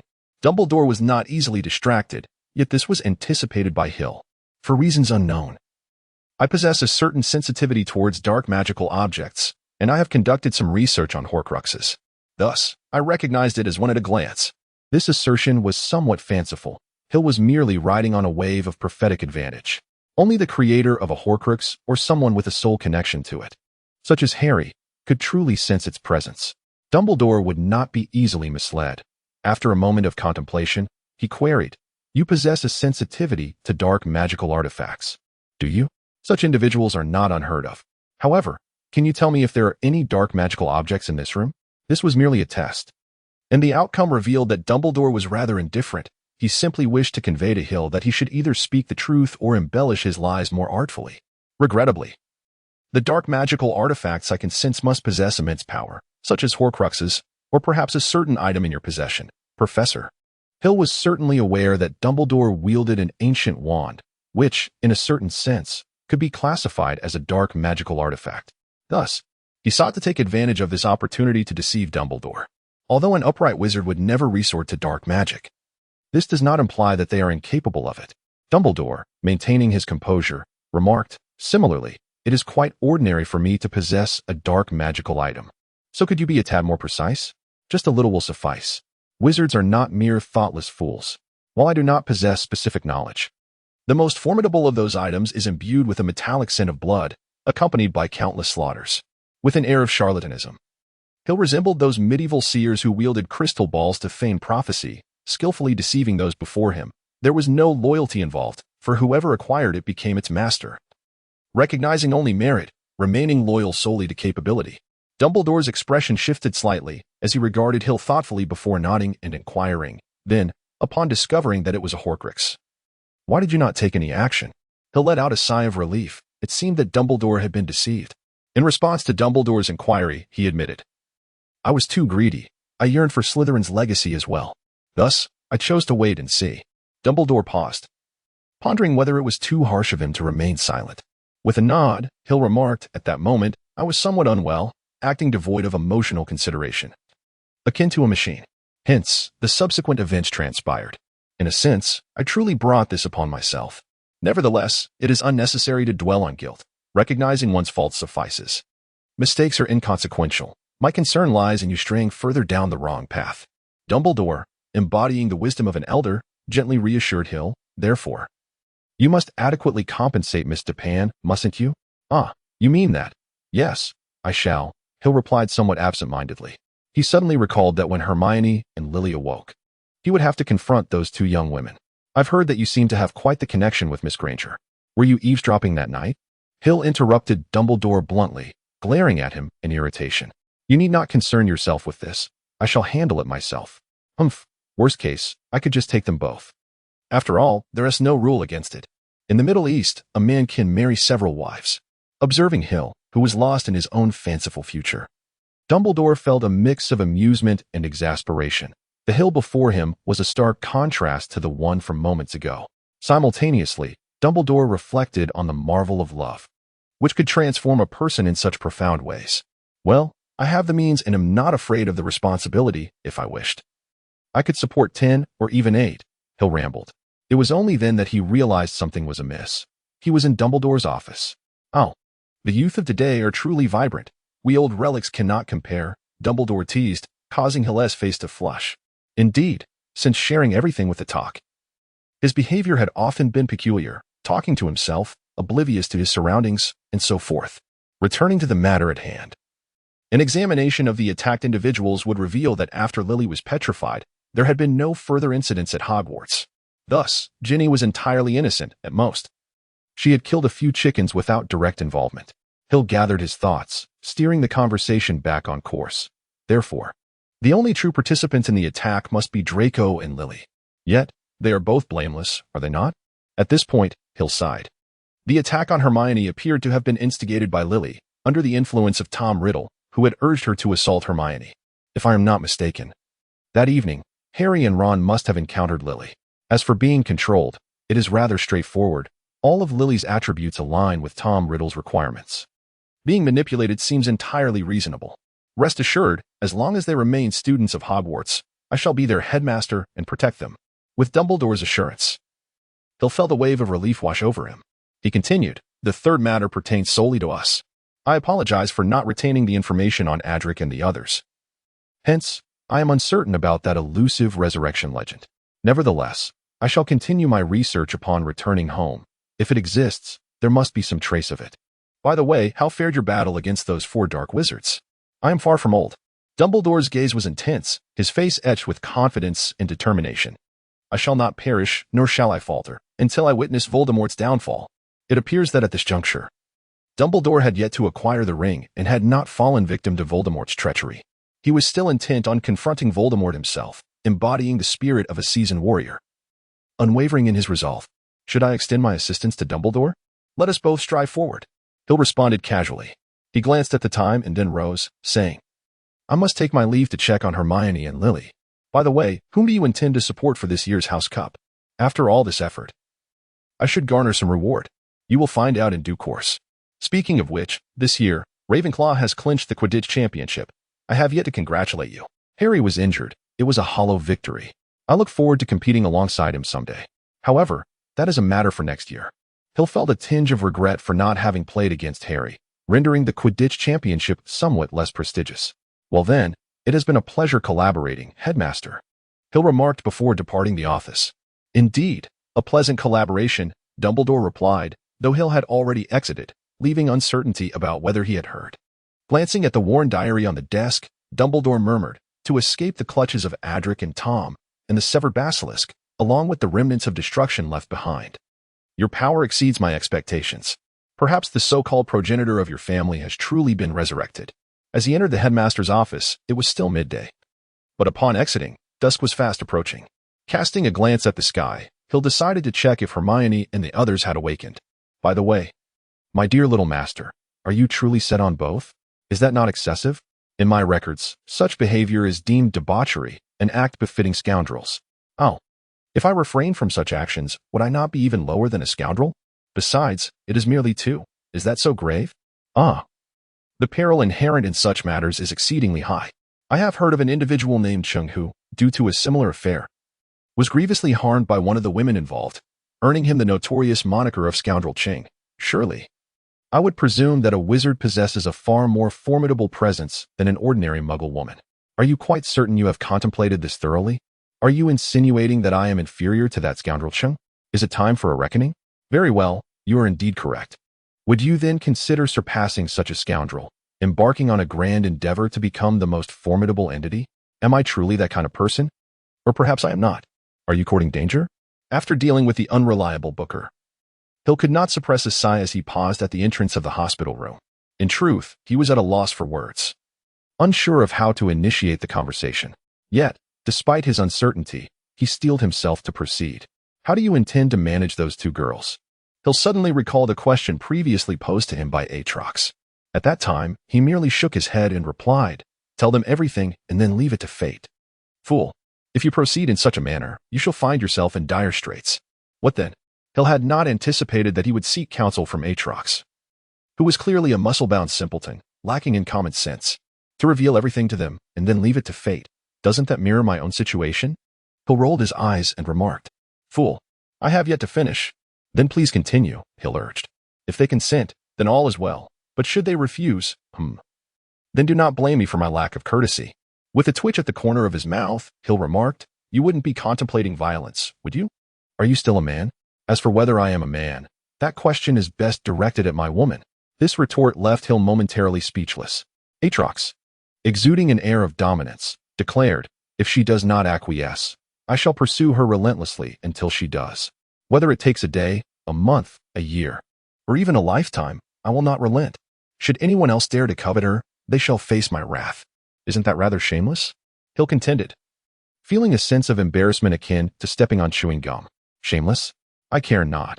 If I desire a woman, no one else shall lay a finger on her. Moreover, I have even more audacious methods yet unspoken, such as consummating our bond. Stop. Let me be clear. Lily and Hermione are mine. Do not even think about it, or I shall show no mercy. Startled by Aatrox's brazen determination, Hill hastily warned him, I have no interest in leftovers. I shall take my leave now to rest. So kindly depart. Reflecting on his conversation with Aatrox, Hill could only manage a wry smile. Though that man spoke rather crudely, he was not entirely incorrect. As for the women I admire, no one else shall dare to approach them, Hill murmured to himself. While this sentiment might be deemed somewhat brazen, he found it quite appealing. If one day fails, a week may suffice. If a week fails, a month will do. If a month fails, a year is still within reach. And if a year fails, a lifetime remains ample time. Chuckling softly, Hill pressed his palm against the door and gently applied pressure, causing it to swing open. No, what opened was a new chapter of the tale. Trapped in the abyss of despair, how I long for someone to warm my heart. This yearning remains unanswered, leaving me alone in the chilling silence, akin to an ice sculpture. On the brink of a crumbling paradise, echoes of forgotten prayers resonate from afar. I beseech for that enduring love, which has not withered in the darkness, to awaken here, never to cease. Please, extend your fingertips and touch my unfathomable loneliness. If this tumultuous heart could embrace that sorrow, I would traverse any dim landscape, regardless of how bleak. I implore for that love, swaying amidst tempestuous storms, to awaken here, never to cease. Open your eyes and accept my irresistible wish. Should this sincere heart experience the joy of meeting, I would willingly tread upon any harsh terrain. As the tears of wilting flowers dance upon the wind, tracing shimmering halos, entrust your bonds and pain to me, that they may endure eternally. Please, open your heart and offer me your profound solitude. If our hearts resonate in unison, we shall surely unlock that door toward the sky where all things begin. Let us soar with unwavering resolve. The tale concludes here. The sky was as clear as a sheet of blue paper, with a few delicate white clouds drifting lazily, as if melted by the sun. It was now summer, and many schools had already commenced their summer break, Hogwarts included. However, such splendid weather could not alleviate the melancholy of a certain boy. At long last, Hill had arrived at summer vacation, upon disembarking from the train. He hastily departed from the station, scarcely pausing to bid farewell to anyone. He fled the train station as if evading some lurking danger, swiftly boarding a bus that had already begun to depart. With a sigh, he reflected on the dismal conclusion of his second year, which had indeed been a year of utter failure. Clutching the bus's handrail, he gazed out at the scenery while conversing with Booker, with two new girlfriends. What more could you possibly desire? Booker retorted with a hint of jealousy. If your words were overheard by outsiders, you would undoubtedly find yourself on the pyre, courtesy of an organization known as the FFF. Hill sighed, recalling the legends surrounding the FFF group, which he had heard mentioned by Booker. This enigmatic organization, officially known as the Heresy Inquisition FFF, is dedicated to the persecution of heretical homosexuals. The FFF group invariably targets male partners during their assaults on couples, never laying a finger on the female counterparts. Although its members seek to establish romantic relationships, they have yet to find success, which only intensifies their ire. Their primary motto reverberates with a chilling fervor: burn. Are there FFF members among the wizards? Hill rolled his eyes and retorted, moreover, I have yet to achieve success myself. Do you have any idea how I've been faring these past 6 months? In truth, Hill's campus life over the last half year has not been as idyllic as many might presume. In a sense, it could be described as profoundly tormenting, as he has been engulfed in a sea of tribulations. The absence of female companionship brings about a sense of loneliness, while their presence denotes happiness. If he were to encounter two such companions, his joy would be boundless. Hill feels on the verge of bursting, overwhelmed by the antics of those two girls. The future gleams with promise. The path is fraught with twists and turns. The conclusion may be beautiful, yet the journey is undeniably harsh. Dear young master, you must persevere. Do not abandon your pursuits halfway, Booker remarked. To be honest, in this regard, you are not as steadfast as Aatrox. That fellow would relentlessly pursue his goals, remaining silent in the face of adversity. Thinking of Aatrox, that rather peculiar individual, made Hill's head throb. Despite appearances suggesting shrewdness, Aatrox is, in essence, a big boy whose emotional intelligence is akin to that of a 4 or 5-year-old. He acts solely based on his whims and preferences, oblivious to the concepts of fear or retreat. While Hill certainly believes in Aatrox's unwavering determination, it is not out of loyalty but rather because the notion of giving up is entirely foreign to him. Well, setting that aside, summer has arrived, and it is time to devise a plan for how to spend the upcoming break. Dismissing the bothersome thoughts, Hill began to contemplate how he would navigate his summer. He has changed in some respects. For instance, he now relishes wandering outdoors rather than being cooped up indoors. Additionally, his temper has become remarkably forgiving. Even when others tease him, he merely smiles and moves on. Of course, this is predicated on the foundation of amicable relationships. Yet, this newfound disposition has rendered his summer campus life rife with tragedy. Upon reflection, a myriad of events is poised to unfold this summer, the most significant of which will undoubtedly be the Sirius Black escape incident. The ramifications of this event will echo throughout Hill's third academic year, marking it as a pivotal moment. He harbors a deep sense of sympathy for his uncle in light of these developments. Bearing the blame for another's misdeeds is not the most tragic aspect of his plight. Rather, it is the consequence of his own negligence and recklessness that led to the untimely demise of his dearest friend, which truly torments him. They shared the same roof, endured trials together, scaled walls side by side, and divided spoils. Their brotherhood ran deep. However, it was due to Sirius's oversight that Harry's parents perished. This grievous event likely explains why Sirius languished in Azkaban for over a decade without contemplating escape. He sought atonement for his transgressions, engaging in a form of self-inflicted torment. Only within the depths of despair, akin to a hellish existence in Azkaban, could he find a semblance of peace.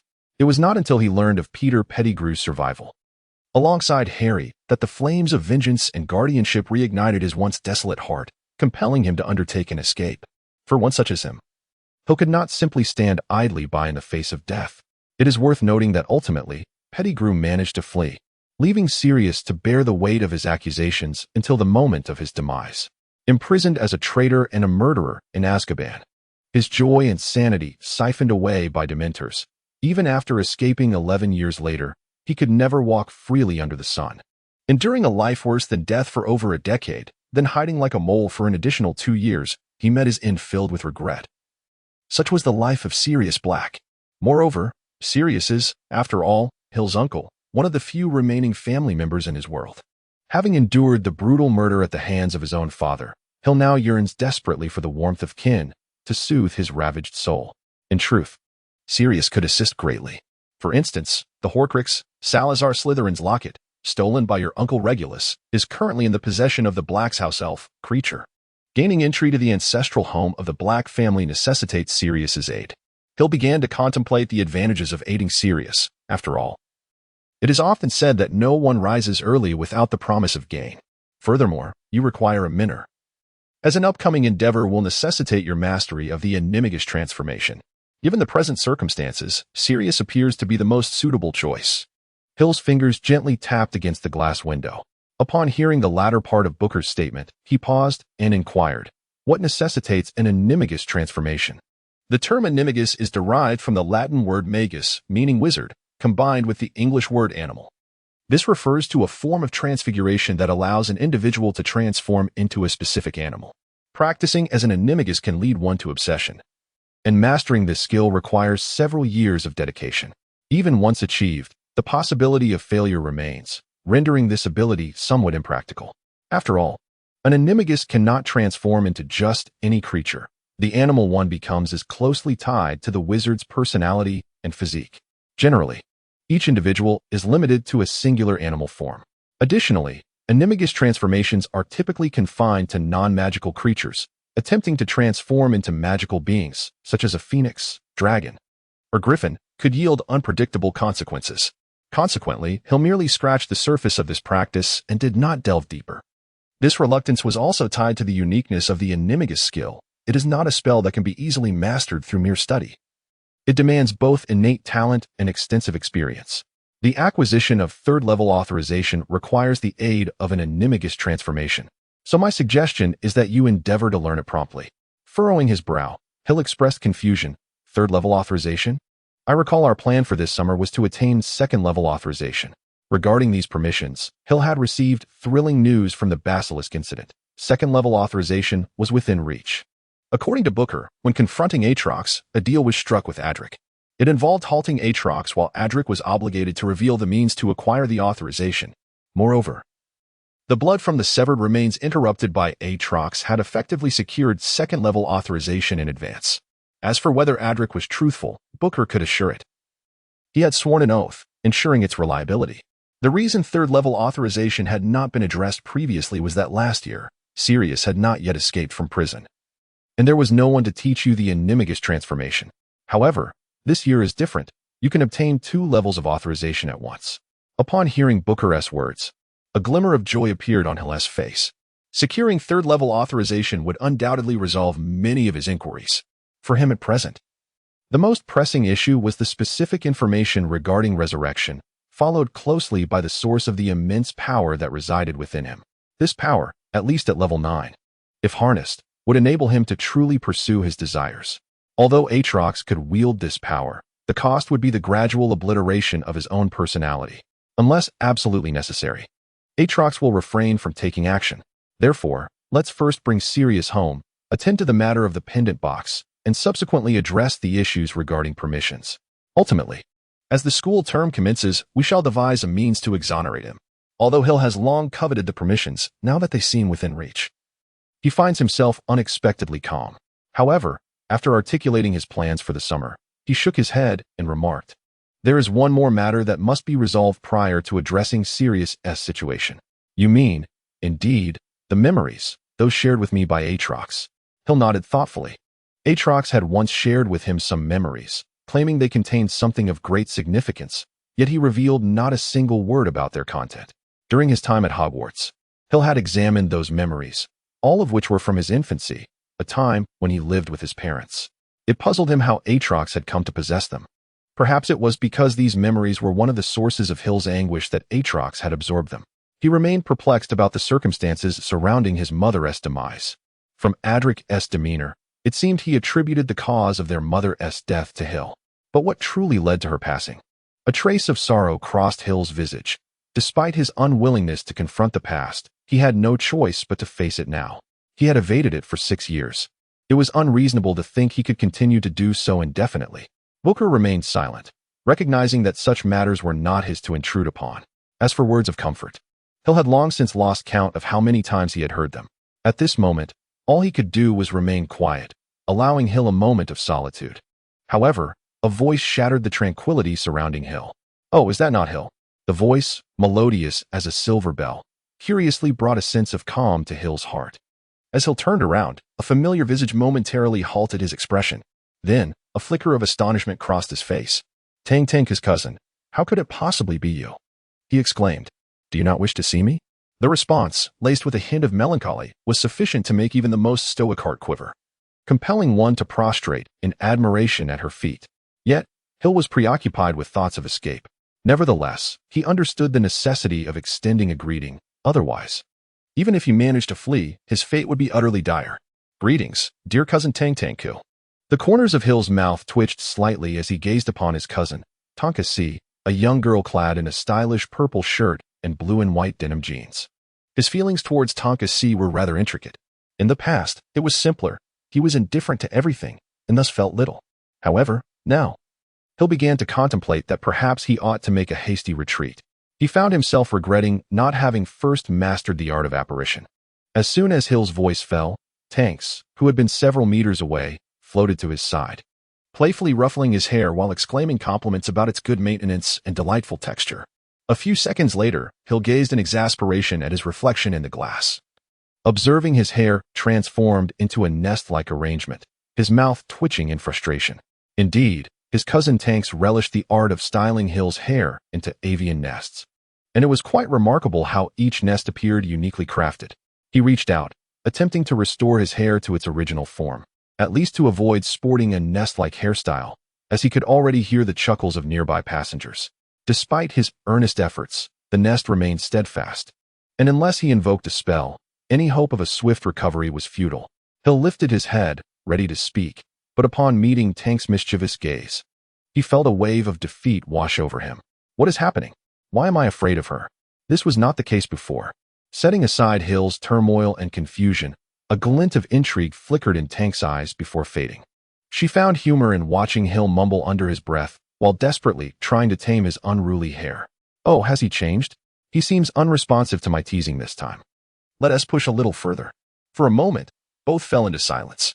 Hill contemplated how to navigate his encounter with Tanks, particularly how to escape her other mischievous antics. For Tanks was no ordinary girl. Meanwhile, Tanks was comparing the current Hill to the Hill of yore, seeking the reasons behind the differences she observed. Tanks, whose full name is Nifedora Tanks, is the daughter of a Muggle wizard, Ted Tanks, and Andromeda Black. Naturally, she despises being addressed as Nifedora. Gifted with the ability of metamorphmagus, she can alter her appearance at will, a talent she has possessed since childhood, often employing it for her playful pranks. Her mischief targets ranged from her parents to household pets. Any opportunity she seized was fair game. With a hearty pat on Hill's shoulder, Tanks beamed a radiant smile. Albeit with a hint of mischief, which we shall graciously overlook. It's been ages since I last saw you. Was it truly so difficult to write to your cousin? She complained with a mock-sour tone, feigning disappointment. Really? Has it been that long? Hill tilted his head, pretending to be oblivious, fully aware that such antics would yield little benefit. However, to abandon this guise would certainly bring dire consequences.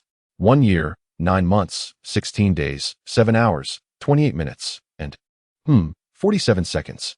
Isn't that long enough? Tang Kasi swiftly articulated this lengthy and intricate passage. The corners of Hill's mouth twitched once more, and he rolled his eyes in exasperation. You certainly remember quite vividly, down to the very second, he remarked. There was a thought that Hill refrained from articulating. After all, how reliable could the assertions in your words truly be? Of course, I am Tunks, he declared with grandiosity, thumping his chest, which elicited a wave of commotion. Hill could only cover his face in response. The onlookers around them pointed and whispered, a fact Tunks seemed unconcerned about, yet it weighed heavily on Hill. I do not know you, I do not know you, he muttered incessantly, akin to an ostrich burying its head in the sand. Meanwhile, he reflected on how he had previously dealt with Tunks's teasing. How did I handle it back then? He pondered. I remember now, by maintaining a stern visage and stating, do not bother me. Realizing this, he decided to test its efficacy, adopting a frosty demeanor, as though everyone owed him a substantial fortune. Hill coldly addressed Tunks's antics, do not bother me. Simultaneously, he swatted away Tunks's persistent hand that was wreaking havoc atop his head. Instantly, silence enveloped the scene. And Hill nodded in satisfaction. Indeed, the effect was remarkable. He mused that he should have acted this way long ago. As he reveled in his private triumph, however, he soon found that his smile faded. Hill was taken aback. How could Tonks be in tears? What was he to do now? However, after a moment, he regained his composure. After all, Tonks was a master of theatrics. If one were to believe the performance of a transfigured magus, then one would indeed be a fool. Once he came to his senses, Hill was not about to fall for it. Come what may, he remained steadfast. He understood that this was undoubtedly another of Tonks' traps, patiently awaiting his misstep. But if he chose not to tread upon it, would that truly ensure his safety? Hill had forgotten one crucial detail. He was aware that Tonka was a disguised Magnus, a master of performance, but did the others share this knowledge? Consequently, Hill became the center of attention, with everyone pointing fingers and shaking their heads in disdain. Enduring the scornful, resentful, and mocking gazes of the crowd, Hill's expression darkened. It seemed that no matter what he did, he was destined for failure. Reluctantly raising his hands, he announced his surrender. He knew this was Tonka's trap. And although he was aware that maintaining a stoic facade could potentially cause Tonka to relent, he was no longer the Hill of old, unable to remain cold and detached. Now, apart from his rather peculiar second personality, he was no different from any other young person his age. With a silent sigh, Hill resigned himself to his fate. Past experiences had proven that any resistance against Tonka was futile. In a sense, Tonka had become Hill's nemesis. All right. This is all my fault, Hill lamented, feeling a deep sense of reluctance. Humph. Tonka turned her head away, continuing to cry, though her voice had softened. Running a hand through his hair, Hill lowered his stance and inquired, what must I do to appease you? Do you think I'm angry? What do you take your cousin for? Tonka retorted indignantly. I am hurt and saddened. Do you understand? With a pout, Hill could only respond, I apologize. My actions were misguided, and it is all my fault. Please, in your magnanimity, forgive my ignorance. That is good to hear. Tonka huffed, seemingly convinced of Hill's wrongdoing. You must make proper amends. Indeed, it was a trap, yet Hill had no choice but to acquiesce. Feeling in his pockets, he realized he was about to incur significant expenses and said, "All right, what do you desire? Consider it a token of my apology." "Well, I haven't eaten in ages. Treat me to a meal." The master of disguise, Magnus, certainly lived up to her reputation. One moment, she wore a mask of sorrow and complaint, and the next, the clouds lifted. This was Hill's cousin, a girl who always left him at a loss. "Very well, what shall we eat?" Knowing his pockets had enough to cover the expense, Hill set aside his earlier frustration. "Let us consider it a celebration of my return." What was that saying? Ah, yes. Spending money averts misfortune. Tonka, having seized the opportunity, narrowed her eyes with delight as she contemplated what delectable dishes to indulge in, pondering what she had yet to try. Recently graduated and lacking in funds, she could hardly resist the chance to exploit her wealthy cousin, especially since he seemed even easier to manipulate than before. Observing Tonka's expression, Hill was well aware of her intentions, yet he remained indifferent. After all, spending money to avoid disaster seemed a fair trade. The affluent scion, Hill, confidently proclaimed, "Money is no object."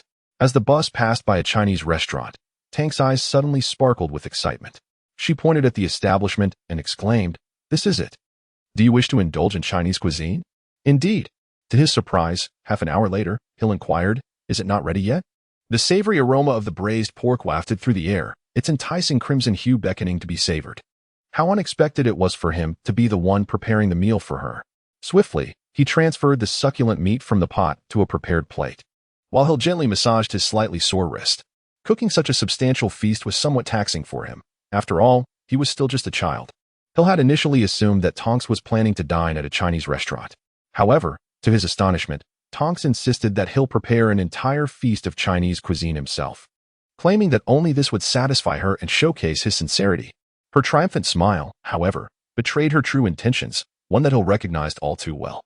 That grin was reminiscent of the expression she wore whenever her mischievous scheme succeeded. Regrettably, Hill lamented the decision to learn cooking in the first place. He felt even more remorseful for having succumbed to the temptation to experiment in the kitchen while Tonks was still at home. One reaps what one sows. He recalled an old Eastern proverb, which seemed particularly fitting in this context. It had been over 3 years since Hill first attempted to prepare Chinese dishes. At that time, driven by boredom, he had dabbled in the culinary arts and tried his hand at a few simple recipes. To his surprise, Tonks had been present, and after sampling his creations, she was thoroughly impressed, prolonging her stay at Hill's home for several additional days. Had it not been for his mother, Andromeda, urging her to return home, it was likely that Tonks would have remained indefinitely. Unreliable sources even claimed that Tonks had gained 4 kilograms during those 4 days. With a plate of braised pork in hand, Hill entered the dining room and set the dishes on the table. Several other dishes had already graced the table: mapo tofu, sweet and sour ribs, shredded pork and garlic sauce, and seaweed egg soup. Eschewing any pre-meal prayers, since wizards held no belief in such rituals, Hill and Tonks bowed their heads and commenced devouring the spread before them. Despite having deliberately prepared an ample amount, Hill felt uncertain that it would suffice, prompting him to take the initiative in the meal. Chinese cuisine was indeed delightful, albeit somewhat labor-intensive, which was why Hill indulged in it only occasionally. Since his arrival at Hogwarts, his time at home had significantly diminished, and he had not savored Chinese food in quite a while. "Eat more slowly. If it's insufficient, I can prepare more," he suggested. Unable to endure Tonks' voracious appetite, Hill handed her a napkin, which she used to dab the soup from the corner of her mouth. "How long has it been since you last ate?" Hill inquired, suddenly struck by the resemblance between his cousin and certain refugees depicted on television, devouring their meals with reckless abandon. Engrossed once more in the noble pursuit of dining, Tonks merely raised a finger in response to Hill's question, an index finger, not a middle one. "One day?" Hill frowned, concerned that his cousin's lack of regular meals might lead to various health issues. Tonks shook her head, her pink hair nearly dipping into her bowl of soup. "Not just one day?" Hill's furrowed brows deepened. With another shake of her head, Tonks looked up and mumbled, "1 hour." Hill weakly pressed his temple, realizing that he had encountered Tonks for barely a little over half an hour. This implied that within the span of an hour, Tonks had consumed 2 meals, one of which was equivalent to twice the portion of an ordinary person.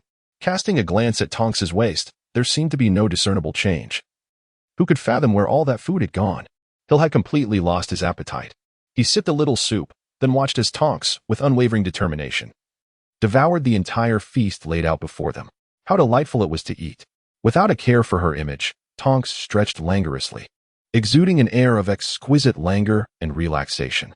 Her slender waist was delicate enough to be grasped with a gentle hand, and her tall, elongated figure was nearly perfect. Her porcelain complexion and vivid red lips contributed to a unique beauty in this moment of languor. Hill couldn't help but steal a few glances. But soon he became aware of his indiscretion and quickly turned his head away. However, this did not escape Tonks's notice.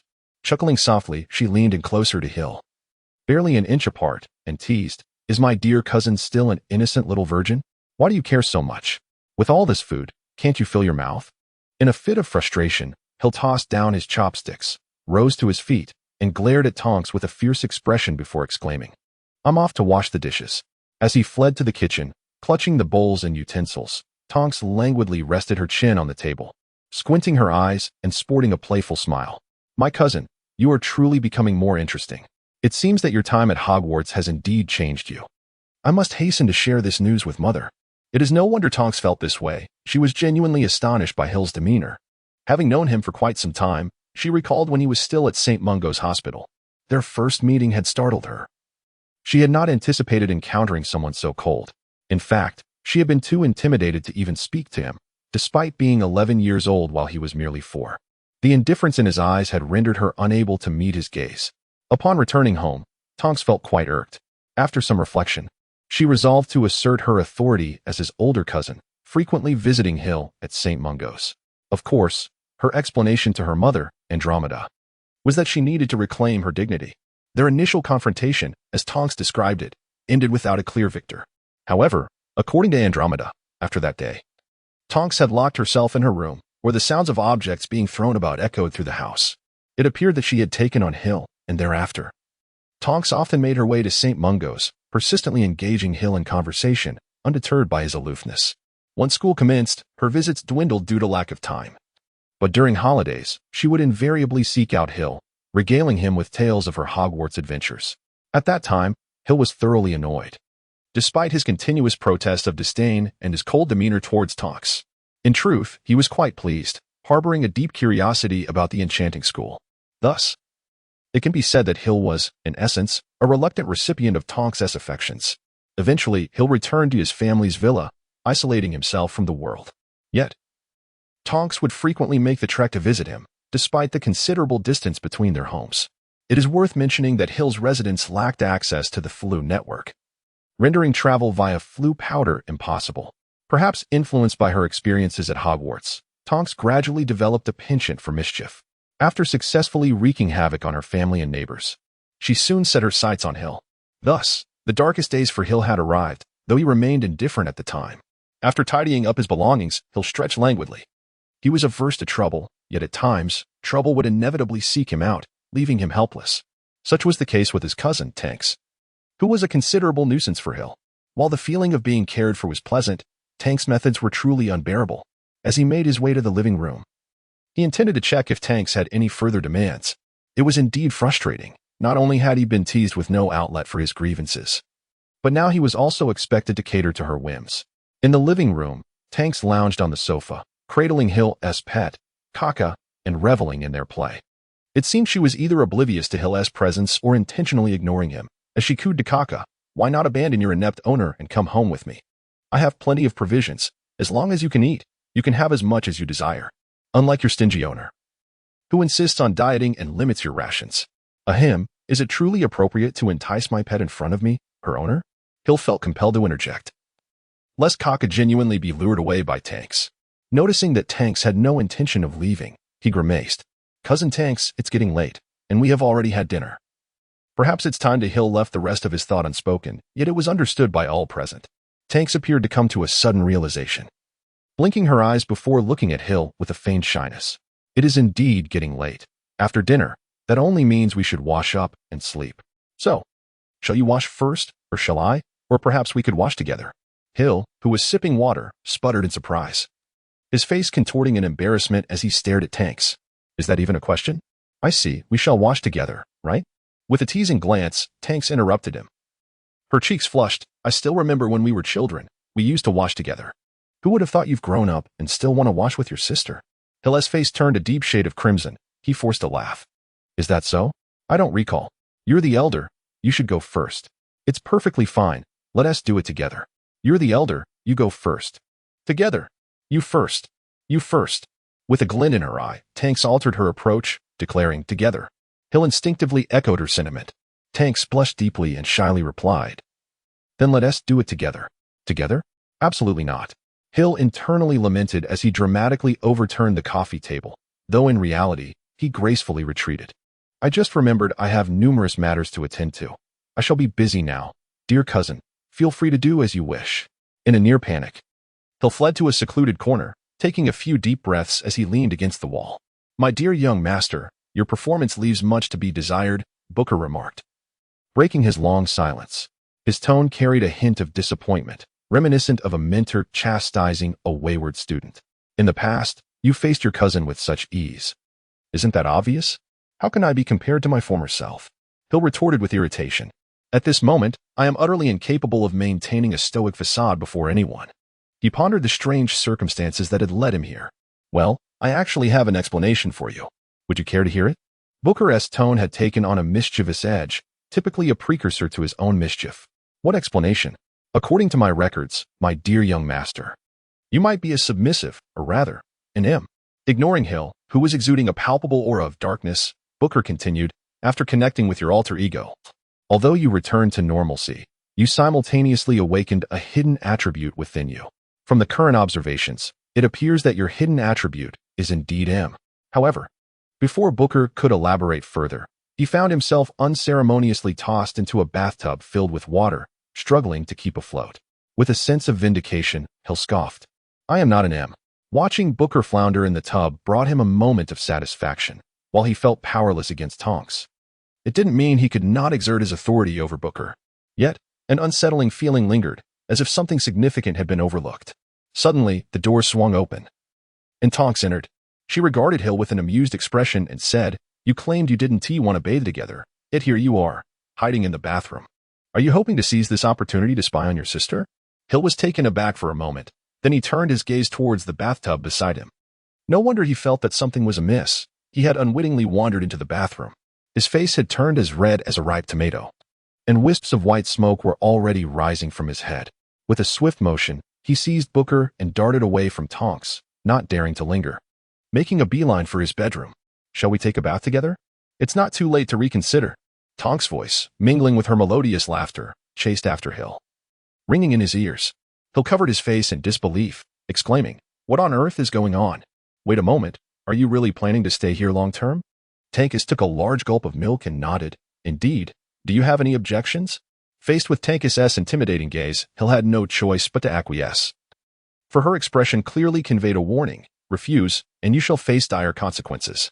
That's more like it, she said, patting Hill on the shoulder, nearly toppling him from his seat. This time is different. I intend to stay here for quite a while. Having gradually processed Tankus's intention to reside long term, Hill nearly leapt up at her words. Are you joking? It has barely been a day, and I am already on the brink of exhaustion. If you stay longer, how will I possibly survive? Do you have any objections? The same phrase, the same expression, left Hill to silently rage within, wishing to overturn the table in frustration. His smile had become rigid, and he tentatively inquired, cousin, how long do you plan to stay? I'm not quite sure, but it could be as short as half a month, or perhaps even 1 to 2 months at most, Tankus replied, her words muffled by the food in her mouth. Contrary to her stunning appearance, her table manners were utterly atrocious. Hill wiped the sweat from his brow and continued, this isn't wise, is it? Staying outside for too long will surely worry Aunt Andromeda. Hill was earnestly attempting to persuade Dunks to return home sooner, for otherwise, his summer vacation would become remarkably unbearable. You needn't fret about that. It was my mother who permitted me to come out, Dunks replied, and at that moment, Hill was nearly struck dumb. Dunks continued, I have graduated, and my mother encouraged me to seek employment. I can't just linger at home indefinitely. After contemplating for a moment, he found his mother's reasoning quite sound, hence his decision to venture out in search of work. Is there a necessary connection between finding a job and not returning home? Undeterred, Hill persisted with his attempt to dissuade him, adopting a more circuitous approach. There is no connection, was Dunk's straightforward response, leaving Hill momentarily speechless. Then why must you stay at my house? Oh, that. My mother said I should take good care of you, so I thought it best to reside with you. Patting Hill on the shoulder, Dunks assured him, rest assured, I will look after you well. As the words left his lips, he pointed to the fried egg on the plate and remarked, this fried egg tastes delightful. Let us have another just like it tomorrow morning. Hill found himself at a loss for how to convey his current feelings, chuckling to himself, care? Who is truly caring for whom here? Tunks, with a face that seemed to scream I'm here for a free meal, was inquiring, why aren't you eating? These dishes will taste dreadful once they cool down. With a look of feigned concern, Tunks gazed at Hill and remarked, considering your lack of appetite, why don't I take care of this for you? You agree, don't you? Then I shall not hold back. Swiftly, Tunks cleared Hill's plate, devouring the food while telling him, I must say, you really need to improve your picky eating habits. You can't keep skipping meals. It's detrimental to your health. You're still a child, growing and in need of nourishment. Skipping breakfast is simply unacceptable. But fear not, with me around, you shall be well fed and plump. Bowing his head and covering his face, Hill was on the verge of tears. Who skips breakfast? Who is the picky eater? And pray tell, who is being fattened up? He could already envision himself 2 months hence, emaciated and gaunt, juxtaposed against his plump cousin Tunks. Oh, ancestor, please hasten to find Tunks a job. As he bid Tunks farewell at the door, Hill promptly closed it and lethargically sank onto the sofa. Oh, my dear little master, your incessant yielding only emboldens your cousin to take further advantage of you. Booker chimed in. Previously, you kept Tunks in check, leaving her with pent-up frustration. Now, she seeks to reclaim her losses, with interest. Booker was not mistaken. Tunks's relentless teasing of Hill was indeed a means of settling old scores. Their essay saying, a gentleman avenges in 10 years, a petty person does so daily. Tunks had perfectly embodied the sentiment in her treatment of Hill. What can I do about it? Hill shrugged, feeling utterly helpless. Could he, perhaps, lock the door when Tunks left, employing a spell to keep her out? If he were to do so, he was certain he would have a carefree summer. But his life would be irrevocably over. Speaking of which, he had yet to thoroughly examine the memories he obtained from Aatrox. Changing the subject, Hill decided to ponder how to deal with Tunks later. After sharing everything with Aatrox, he had also acquired some ancient memories. According to Aatrox, they seemed to contain something of great significance, yet he remained tight-lipped about the specifics. Are you referring to those ancient memories? They are indeed quite important. Booker began to analyze seriously. If you wish to explore these memories, the basement holds a meditation basin that should prove useful. The Fox family possessed a rich heritage, with many esoteric and unconventional items tucked away in the depths of their basement. The meditation basin is but one among many, a testament to a millennia of heritage that is far from mere reputation. Almost forgetting its existence, Hill tapped his forehead and remarked in frustration, "Oh right. Is that meditation basin functioning properly? I recall that it bears a rich history, several centuries old, if I am not mistaken. One unfortunate consequence of such a prolonged legacy is that, over time, many artifacts lose their practical value, relegated merely to the status of antiques.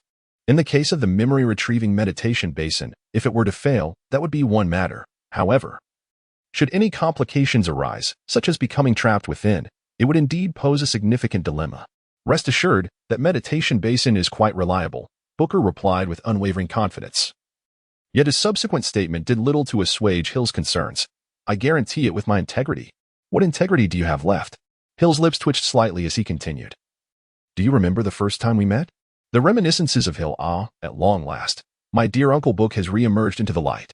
Gazing at the seemingly animated tome nestled within the iron box, the 6-year-old Hill hesitated, contemplating whether to reseal the box.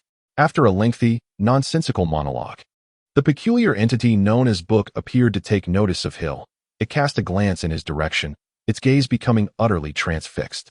Might it be that the moment has arrived? Is it truly the year 1986? The strange Book posed an equally odd inquiry, to which Hill nodded, ready to replace the lid once more. "Thus, art thou my master, perchance?" Without uttering a word, Hill resolutely grasped the lid, preparing to seal the box once more. "No. Stop. You cannot treat me this way. I am quite useful. Please do not imprison me again." The Book's protests and pleas fell on deaf ears as Hill, undeterred, firmly secured the box and returned it to its discreet compartment. Hill, having perused an abundance of books, gleaned one invaluable lesson: to be cautious in placing trust in others. As life gradually returned to a semblance of normalcy, Hill found himself ensnared in a monotonous routine, immersing himself in what seemed an endless expanse of literature. Occasionally, He would venture outside his villa, observing from a distance the playful Muggle children, often remaining in contemplative silence for hours on end. That peculiar book, as if it had never graced his life, gradually faded from his consciousness. It would most likely be forgotten, awaiting the arrival of its next discoverer. Yet, its presence had cast a subtle ripple, leading events down an unforeseen path. I simply refused to emerge. Hill discovered that the book named Booker was nothing short of a rogue, and indeed the most despicable kind. During their second encounter, Hill attempted to extract it, but the book stubbornly refused to budge, seemingly still brooding over their previous encounter. So what if I am brooding? It seemed to convey. The audacity of this character was indeed remarkable, as Hill had already witnessed. A gentleman seeks revenge after a decade, while a scoundrel seeks it incessantly. I have not forgotten that previous incident. Oh, and it even dares to issue threats. Next, it will likely feign an air of magnanimity, followed by an array of demands. However, the esteemed Booker is a generous soul, so as long as you fulfill my modest requests, I shall consider emerging. In silence, Hill finally produced his wand and, with a gentle flick, summoned a clear stream of water. Instantly, the box was inundated. He swiftly covered the box and returned it to its place. Upon inspection, it became evident that the box was impeccably sealed, preventing any external elements, such as water, from intruding. Similarly, nothing within could escape, including the water. Moreover, it appeared that the book was incapable of transcending the confines of the box, which was indeed fortuitous, perhaps unbeknownst to him, as he departed. A faint smile graced Hill's face. Hill had not laughed in quite some time. For reasons unbeknownst to him, just an hour later, he returned to this place, retrieving the box and opening it. What transpired next was utterly natural. The rather unrefined book seemed to plead with Hill to extract it, uttering not a single unnecessary word. In the days that followed, Hill acquired a new task, to train this unreliable book. This marks the encounter between Hill and Booker. Ahem, I swear.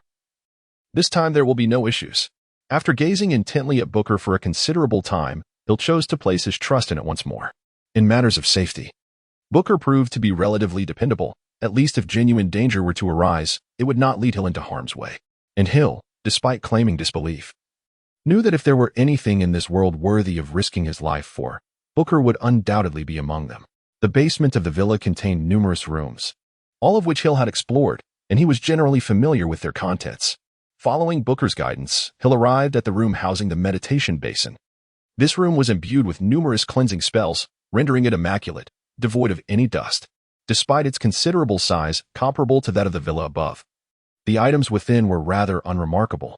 It appeared somewhat barren, yet one could envision that it was once filled with an array of treasures. His gaze fell upon towering shelves, sparsely adorned with various items. As far as Hill could recall, the contents here were of little significance. Where is the meditation basin? It should be on shelf number 17. If my memory serves me right. Do you truly know where it is? Please refrain from that uncertain tone. It unsettles me. Hill felt exasperated. The wavering tone made him doubt Booker's knowledge. The 17th shelf was not too far from the entrance, and in a short while, Hill stood before it. After a meticulous inspection, he found no trace of the meditation basin. Unwilling to accept defeat, he thoroughly examined the adjacent shelves 16 and 18, yet still encountered nothing. What is going on? I distinctly recall it being right here. Sensing Hill's piercing gaze, Booker quivered slightly and defended itself. Someone must have moved the meditation basin. I remember it being right here. Never mind, let us search slowly. It must be your memory that is at fault. Hill, disinterested in further debate with Booker, deemed it more prudent to continue the search for the meditation basin. Moreover, he vaguely recalled that the basin indeed resided in this very room, though he was uncertain as to which specific shelf. Thus, Hill began his methodical search, inspecting one shelf after another. Fortunately, he did not have to search for long. Within 10 minutes, he discovered the meditation basin. He glanced at the number on the shelf, maintaining a stoic expression as he addressed Booker. Do you still insist it is shelf number 17? Before Hill stood a shelf, prominently etched with the striking number 7 on its side. This was a mere coincidence, surely a misremembering on my part. Booker chuckled. I can't be bothered to argue with you. Let us first ascertain whether the meditation basin functions properly.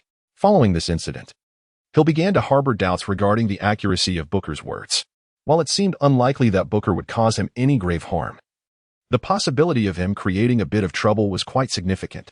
The room was evidently ill-suited for utilizing the meditation basin, as the atmosphere was stifling and possessed an eerie quality. Hill, at this moment, found himself rather averse to such surroundings, preferring instead spacious and well-lit spaces. Using a levitation spell, he maneuvered the meditation basin outside, departed the basement, and returned to his bedroom. He locked the door behind him and placed the meditation basin upon the carpet. Hill's bedroom is, in fact, the very chamber once inhabited by his parents. Although the house boasts several vacant rooms, Hill harbors a deep affection for this particular space. Perhaps it is within these walls that he can rediscover a fragment of the warmth he has long missed. Once, it was here that Hill shared a blissful existence with his parents, yet those days have now faded into mere memory. Seated upon the carpet, Hill meticulously examines the meditation basin, for any lapse in attention is simply unacceptable. A single mispronounced syllable or an errant gesture within the incantation could yield unforeseen consequences. The realm of magic demands utmost precision. Take, for instance, the meditation basin itself, adorned with intricate patterns that each possess distinct functions. Even the slightest damage could lead to unpredictable outcomes.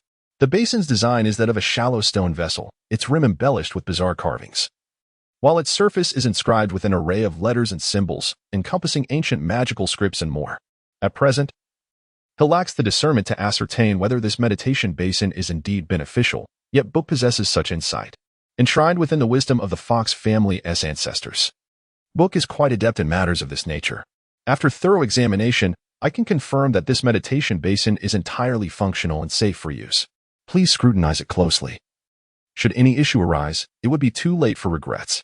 Reluctantly, Hill insisted that Book conduct 3 additional inspections, yet nothing amiss was uncovered. Still unsettled, Hill took a cloth and meticulously wiped the meditation basin inside and out. Rest assured, how could your ancestors possibly leave behind something that could harm their descendants? Book felt that Hill was somewhat overreacting. Have you ever encountered an ancestor who adorned their villa with explosive curses? The thought of the intricate explosive runes etched into the foundation of their own villa sent a shiver down Hill's spine. Did those ancestors not fear inadvertently propelling themselves into the heavens? Book fell silent. In truth, he had no words to address this concern. After repeatedly confirming the meditation basin's safety, Hill produced his wand and tapped it lightly against his head several times. Subsequently, a slender thread of silvery substance was drawn forth from his mind. He was aware that extracting memories in this manner posed no significant challenge. Is this what memory looks like? Observing the viscous silver substance on the wand, Hill was filled with curiosity. Memories, inherently abstract, had been rendered into tangible existence through magic. Indeed, magic is a wondrous phenomenon, Book could not help but exclaim. Now, let us commence. Hill cast the silvery substance into the meditation basin, which began to emanate a radiant silver glow. This luminescence, born from the memories within, resembled both liquid and gas. It shone like brilliant silver yet flowed continuously, akin to ripples on a water surface stirred by a gentle breeze, or clouds gracefully unfurling and softly swirling. It was as if light had transformed into liquid, or wind had solidified into form, defying categorization. How exquisite! Watching the meditation basin shimmer with strands of silver light, Hill nodded in satisfaction. It appeared that the basin was indeed functioning properly. Now we shall begin. Book cautioned, remember that everything you witness within is merely a memory, not reality. Hill nodded slightly, then lowered his head until it made contact with the silvery substance within.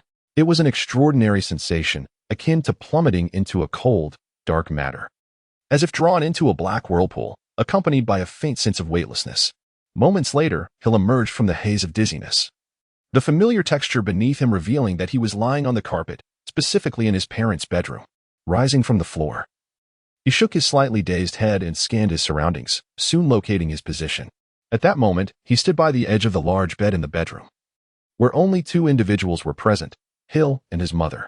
This fragment of memory harkened back to when Hill was merely 9 months old, a time when he was still an infant, preoccupied only with the act of slumber.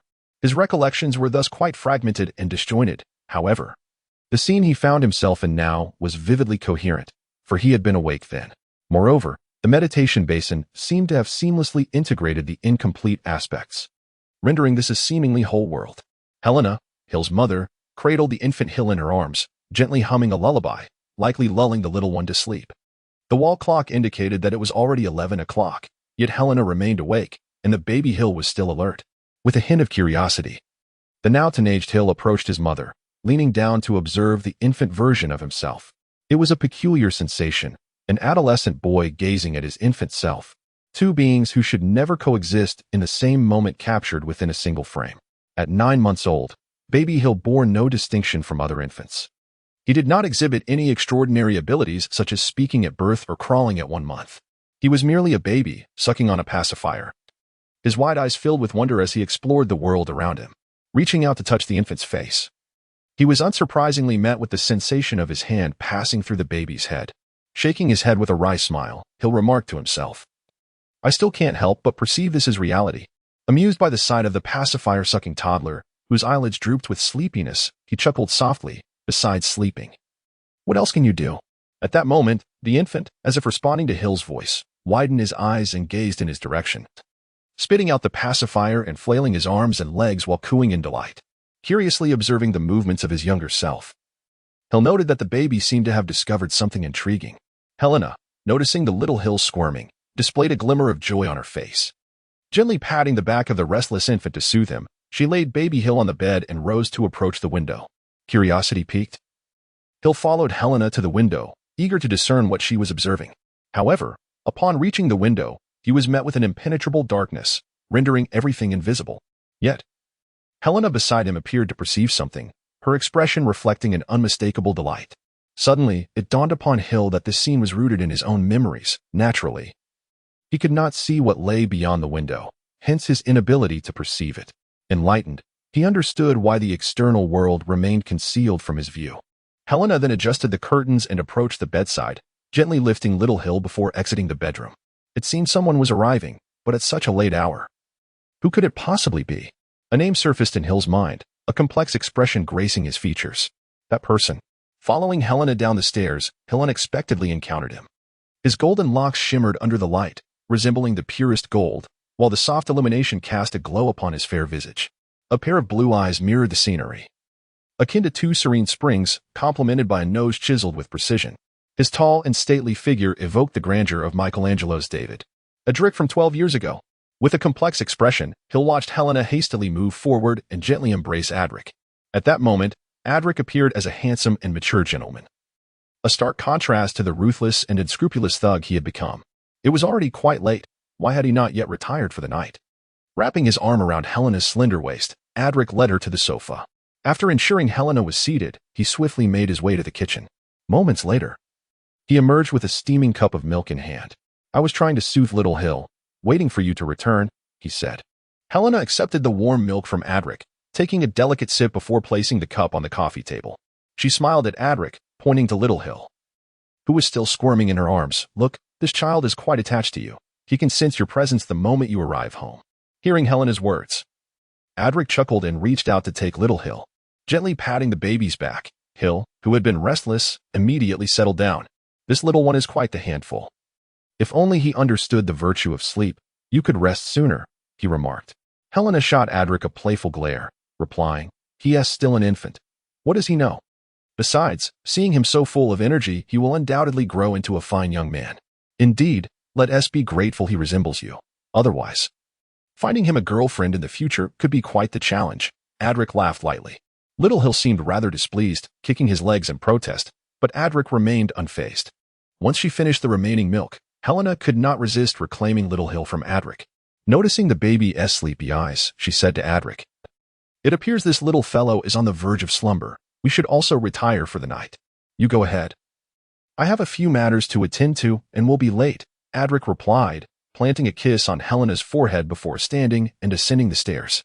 At the corner of the staircase, he paused once more to address Helena. "By the way, I must embark on a journey tomorrow. I may not return for a week. During this time, please take extra care of yourself." "Another trip?" Helena lowered her gaze, a flicker of disappointment crossing her face. However, when she lifted her head again, the disappointment had vanished, replaced by a serene expression. "Do you need me to prepare your luggage?" "No, you should rest early," Adric insisted. "Since giving birth to little Hill, your health has not been the best. You must prioritize your rest." He reiterated, "What worries me most while I am away is you too. The situation is precarious. Please stay at home and do not venture out." "Is it still about that person?" "Yes, Dumbledore is planning an offensive, aiming to diminish their arrogance." Noticing the expression of concern etched upon Helena's face, Adric smiled reassuringly. "Rest assured, even if I cannot triumph, I can always make my escape. Besides, I am acquainted with most of the individuals over there. Nothing will go awry. Indeed, nothing will go amiss, Helena affirmed, her words sounding more like a self-reassurance than a statement of fact. Hill stood to the side, observing the conversation between his parents, a flicker of confusion igniting within him. At this moment, their family of 3 appeared to be thriving. How could it have transformed into what it later became? Moreover, why did Adric's demeanor towards Hill exhibit such stark contrast? He had previously declared his aversion for Hill, yet his current behavior did not seem feigned. As he watched Adric vanish up the staircase, Helena's face finally betrayed an unmistakable blend of worry and sorrow. She turned to Hill and murmured, "Little Hill, you must learn to care for those around you, and do not emulate your father by becoming a workaholic. Furthermore, do not hold your father accountable. He loves this family dearly and works tirelessly to ensure it remains intact." As Hill beheld the large tears cascading down Helena's face, he was mystified by their descent onto his own. What could possibly elicit such profound sorrow from his mother over a mere outing? Before he could ponder further, everything before him blurred. He felt himself retreating, soaring upwards until he reached the ceiling, only to pass through it, jolting back into reality. "My dear young master, how do you feel?" Upon his return to the present, Book could not contain his concern.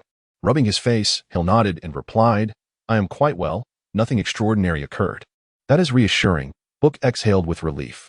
The meditation basin was not infallibly safe. There had been tales of individuals lost in their memories, unable to return. Those souls became entrapped within their own recollections, akin to the living dead. During the utilization of the meditation basin, Book could not accompany Hill, which fueled his anxiety. Producing his wand, he extracted a thread of memory from his mind once more. This was the second memory entrusted to him by Atrox. As the first memory yielded no significant findings, Hill surmised that the clues might reside within this subsequent recollection. However, it appears there may indeed be an issue. "I have uncovered some discrepancies in my memory. I must revisit it," Hill declared. The silvery memory submerged into the meditation basin, emanating a faint, ethereal glow, exuding an aura of mystery and splendor. This time, Hill delved into the memory of the night his mother passed away, yearning to uncover the truth of that fateful evening. He had pondered this memory several times before, yet it had never been within the meditation basin, leaving room for oversight. Let me unveil the events of that night. The enigma of his mother's untimely demise had long troubled Hill. Deep down, he harbored a vague suspicion that pointed towards Adric. However, after experiencing the prior memory, his doubts began to surface. Adric and Helena appeared to share a deep affection. He found it difficult to believe he had the motive to harm her. Thus, what truly caused Helena's death? Hill recalled the scene he encountered at Lily's residence. Helena, resting within the crystal casket, exhibited no signs of abnormalities, rendering her cause of death elusive. His mother appeared as though she were merely in slumber, enveloped in a serene repose, devoid of any burdens. Surely, there must be clues left behind, mustn't there? Hill shook his head and then plunged into the meditation basin. The familiar dizziness enveloped him once more, just as he found himself sprawled on the plush carpet beside the bed in his parents' bedroom. Rising to his feet, Hill instinctively turned his gaze towards the bed. Odd. His mother was not there. Hill discovered that only little Hill was in the bed, while Helena's whereabouts remained unknown. The small child, sucking on a pacifier, gazed aimlessly at the ceiling. After surveying the room, Hill found nothing amiss. Everything appeared much the same as during his previous visit. Given that his memories were confined to this room, the door remained locked and inaccessible. Consequently, Hill chose to sit at the edge of the bed, patiently awaiting Helena's return. Meanwhile, the little one on the bed was humming an indistinct melody, and although the specific tune eluded Hill, he could sense the child's evident joy. Initially expecting a lengthy wait, it seemed that only a few minutes had passed when he suddenly heard footsteps approaching from outside the door. Hill furrowed his brow, sensing that the footsteps were rather heavy and the person walking seemed to be struggling. What could possibly be the matter? The little Hill, who had been lying in bed, murmuring softly, suddenly fell silent, enveloped by an eerie stillness in the room. After a brief moment, the bedroom door creaked open, and Helena stepped inside. Helena's brows tightened further, as she appeared somewhat different today. It had been less than a month since their last meeting, yet her complexion had markedly deteriorated. Previously, Helena's skin radiated a delicate fairness tinged with a healthy blush, embodying a beauty that was both alluring and vibrant. Now, however, her face bore no hint of color, starkly pale, resembling the purest sheet of white paper. Upon entering the bedroom, Helena lingered for a moment before slowly approaching the bedside and taking a seat. She bowed her head, covering her face with her hands, her shoulders trembling with suppressed sobs. The intermittent sound of her weeping pierced Hill's heart, causing him profound anguish. Although he was unaware of the reason behind his mother's tears, the impending events of the day instinctively hinted at the unfortunate occurrences that might follow. The soft cooing of little Hill on the bed seemed to jolt Helena out of her despair. She ceased her crying and reached out to gather him into her arms. Cradling him on her lap, she gently caressed his small face, as if polishing a delicate porcelain artifact. Little Hill, content and at ease, squinted his eyes in bliss, savoring the comfort of his mother's touch. In that moment, he likely remained oblivious to the cruel fate that awaited them. Alas, it was Hill, standing on the sidelines, who was destined to bear the weight of it all. Helena embraced little Hill once more, bestowing a tender kiss upon his forehead. As if seeking to convey her affection further, she pressed several kisses onto his cheeks. Simultaneously, her fragmented words reached Hill's ears, whispering, "I'm so sorry, please forgive me." Hill's face was unknowingly drenched in tears, the incoherent fragments of words being the final farewell left by his mother. He stepped forward, attempting to embrace her, striving to share in her sorrow. Yet, this was merely a memory, and he was but a transient soul, destined to remain unconnected. At some point, Helena's intermittent words had come to an end. She gazed down at the tear-streaked face of little Hill, initially taken aback, before gently wiping away the tears one by one. "My dear Hill, in the days to come, do not weep. Be like a man, and face everything with a smile." Little Hill, still nestled in Helena's embrace, seemed oblivious to her words, behaving like any normal infant, indulging in the warmth of his mother's affection. Cradling him, Helena lay down upon the bed. From somewhere, she retrieved a moonlit music box, activated its recording mode, and then closed her eyes, softly humming a lullaby. "Sleep, my beloved child, as mother's hands gently rock you." Rocking and swaying, drift into slumber. Sleep, my beloved child. The night is calm, the sheets warm. Sleep, my beloved child. Father's arms will forever protect you. All the joys of the world, all warmth, belong to you. Sleep, my beloved child. A bouquet of lilies, a bunch of roses. When you awaken, they shall be yours. Sleep. Once the lullaby concluded, Helena succumbed to a deep slumber.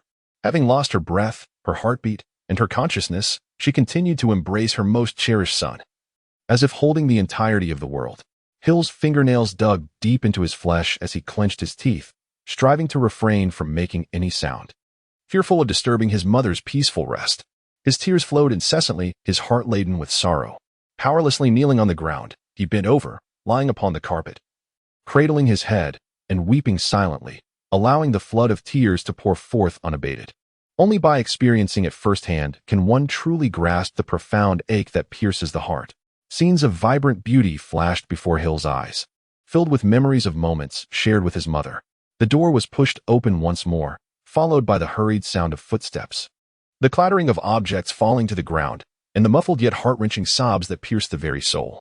Observing Adric, who clung to his mother and wept uncontrollably, a trace of compassion flickered across Hill's face. That year, that day, the innocent and oblivious child within him remained unaware of his mother's departure. He reveled in carefree laughter and played with unrestrained joy, blissfully ignorant of the significance of it all. Yet, Adric understood. Hill, too, now comprehended. Thus, this profound sorrow, this despair akin to the collapse of the world, was a burden only they could bear. Hill had spent less than a year with his mother. But how long had Adric known Helena? In that moment, Hill suddenly began to comprehend why his father harbored such animosity towards him. Perhaps it was not merely a matter of disliking him or blaming him for any wrongdoings. It could simply be a matter of jealousy. Adric envied Hill for the fact that he did not have to bear the sorrow and anguish that should have been shared between two, which Adric alone had to endure. "You understand nothing. I just want to see Helena one more time." This was Adric's furious outburst directed at Hill, and perhaps, as he claimed, he truly only desired to catch a glimpse of Hill's mother, just once. What was wrong with that? "If I were to die, I would transform into a ghost, so I could forever be with your mother." Perhaps everyone believed Adric had lost his mind, even Hill, yet who could fathom that Adric's wish was so humble? He did not yearn for eternity, nor for the undying nature of love. He simply sought to remain by his beloved's side. So, what right did Hill have to criticize Adric's perceived wrongdoings? The scene before him grew increasingly blurred, and the images began to whirl. Hill withdrew from the recesses of memory once more. The last vision he beheld was the medicine bottle slipping from Helena's grasp. So it was. She had taken her own life? However, Hill felt no joy in uncovering this truth. What significance did it hold? He was suddenly overwhelmed by an impulse to see his mother once more, to kneel before her and weep openly, to hear her voice again. "My dear little master. Indulging in the past is not what you should be doing now." Booker's voice temporarily liberated Hill from the depths of his sorrow. Noticing that Hill's expression had improved slightly, Booker continued, "I am pleased that you can feel sadness. It is an emotion that every normal person possesses. As for your mother, all you need to remember is the warmth she provided while she was alive. Surely she would not wish to see you in grief." Booker refrained from offering any unnecessary platitudes. Hill was no fool. He knew how to navigate his emotions.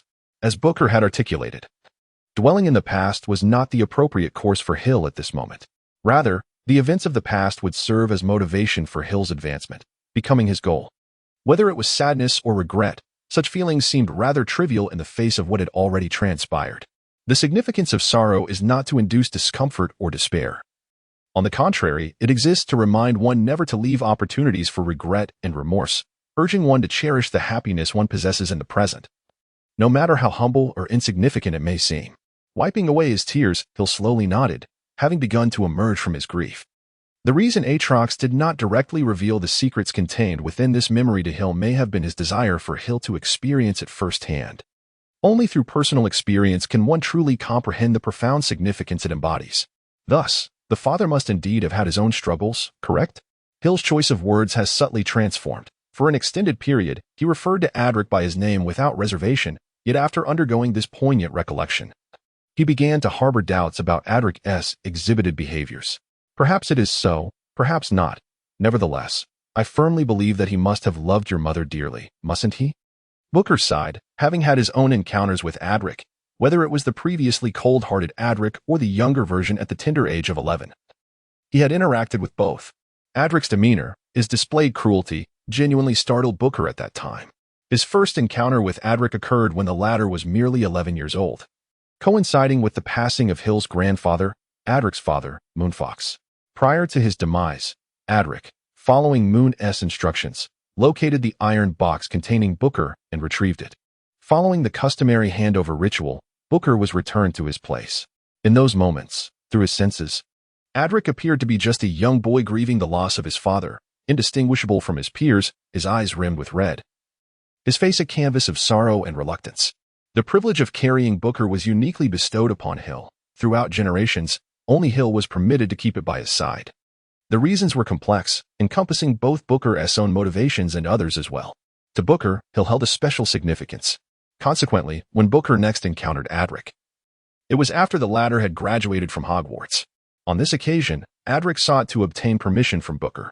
In truth, on the day of Moon's death, Adric had successfully acquired the first 2 tiers of permissions. Now, he sought guidance from Booker for the 3rd tier. After such a long absence, Adric had mastered the enigmatic transformation, thus he adeptly learned the specifics of obtaining the 3rd tier from Booker before departing. This time, Adric left a very normal impression on Booker.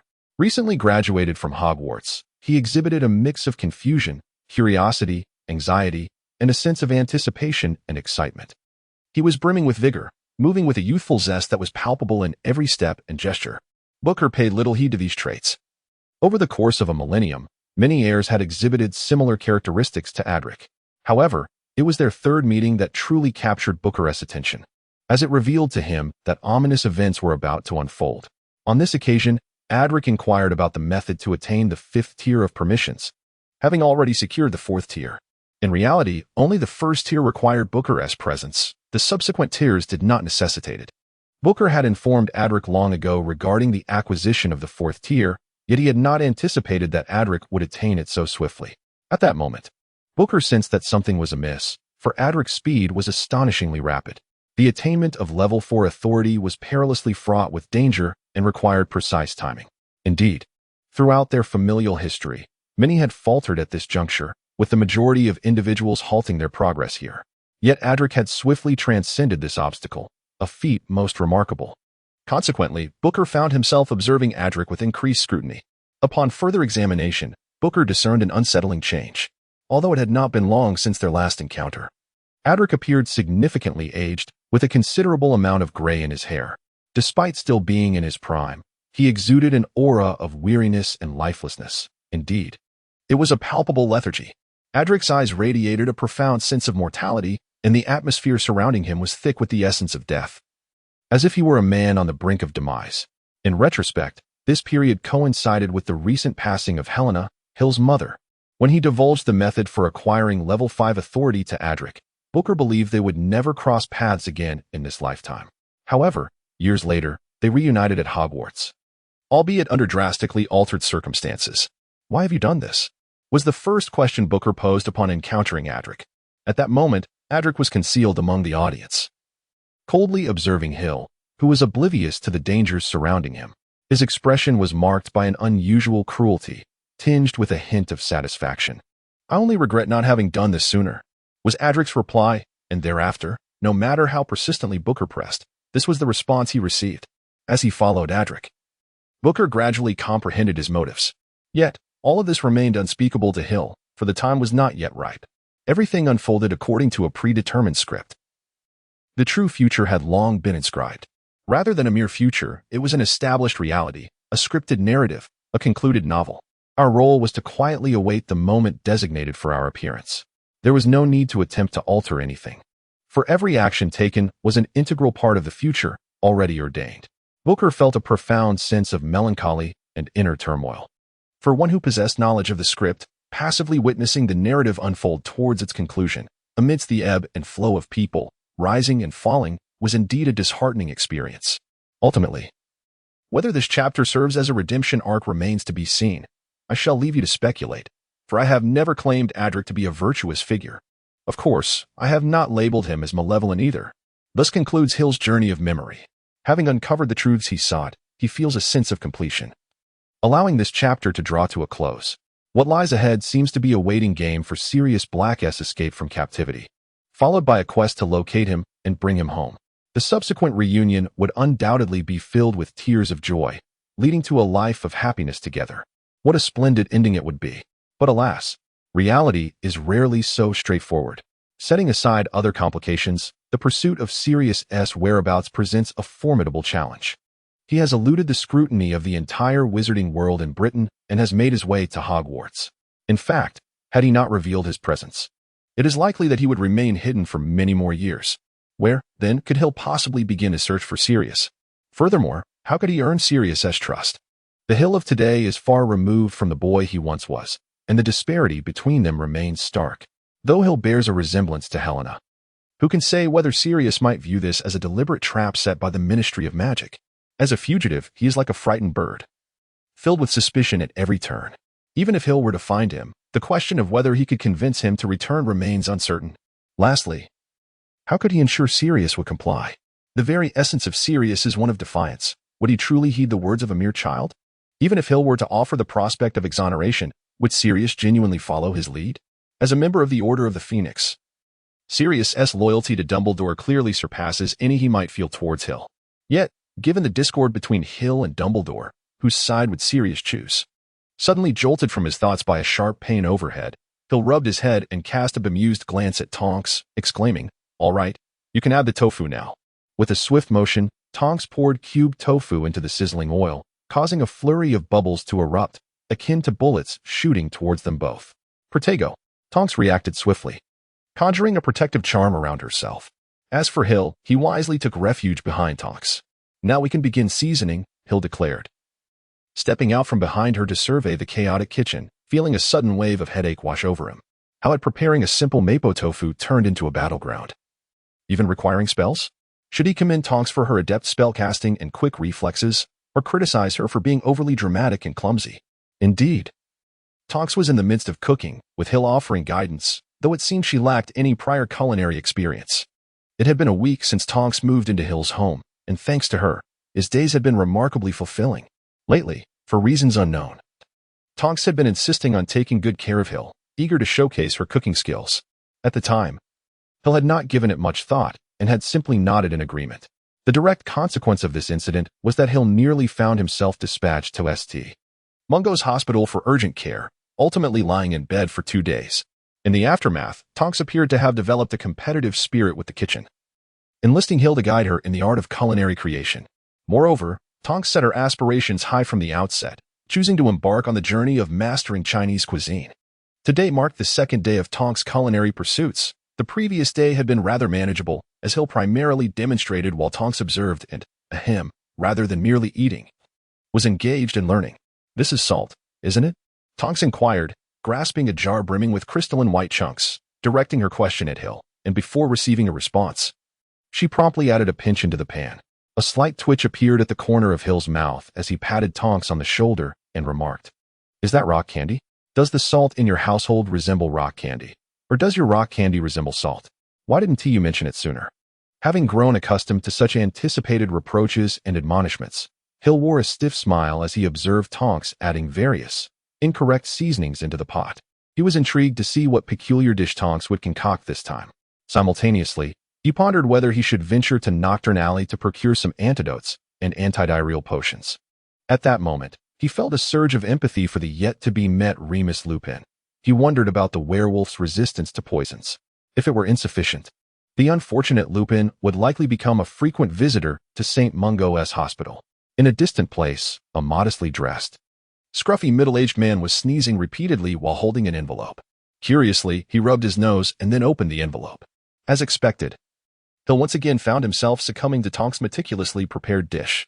Just before losing consciousness, his final thought was, "Professor Snape, you have a worthy successor." Upon finally regaining consciousness, Hill lay in bed, gazing at the ceiling, contemplating whether he should venture outside soon. Given the current circumstances, it seemed inevitable that if he remained at home, he would soon collapse. He was still young, just a child, and he had no desire to be mounted on a wall as a trophy. "Have you awakened?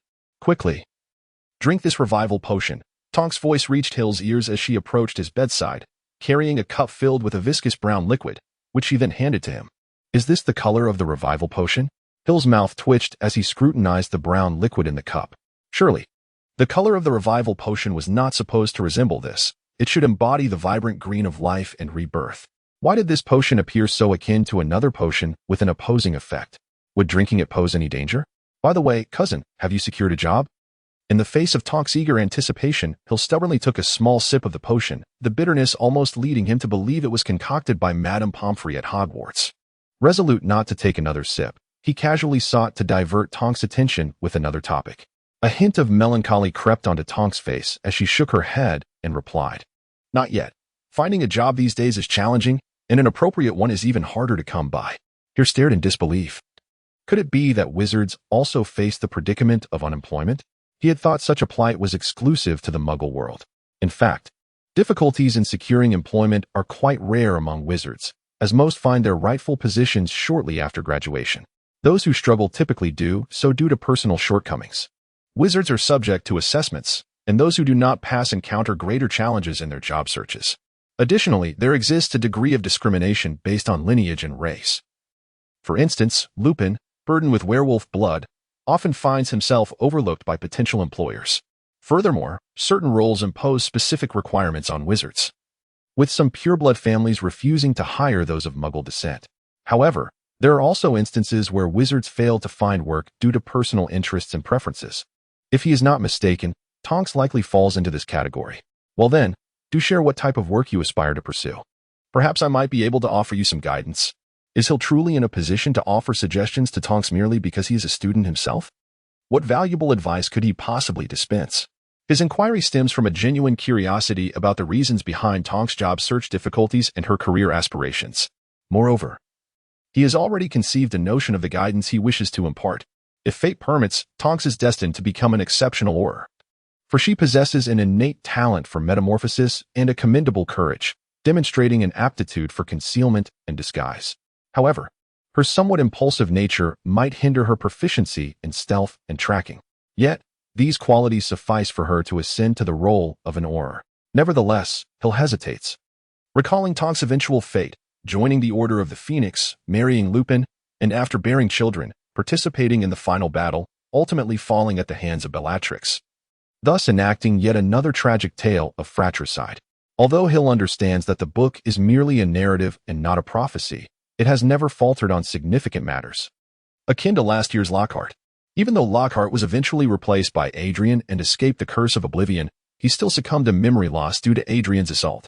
Perhaps the journey diverges slightly, yet the outcome remains unchanged. My expectations are modest. I desire a job that is not monotonous, ideally tinged with excitement and a hint of danger.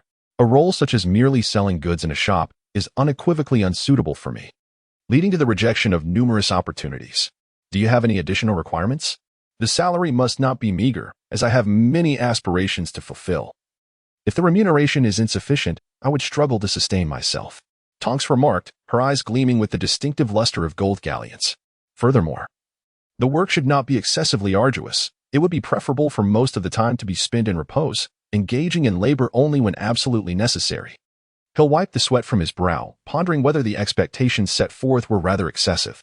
The desire for ample remuneration, minimal exertion, an element of excitement, and generous leisure time renders such a job exceedingly rare.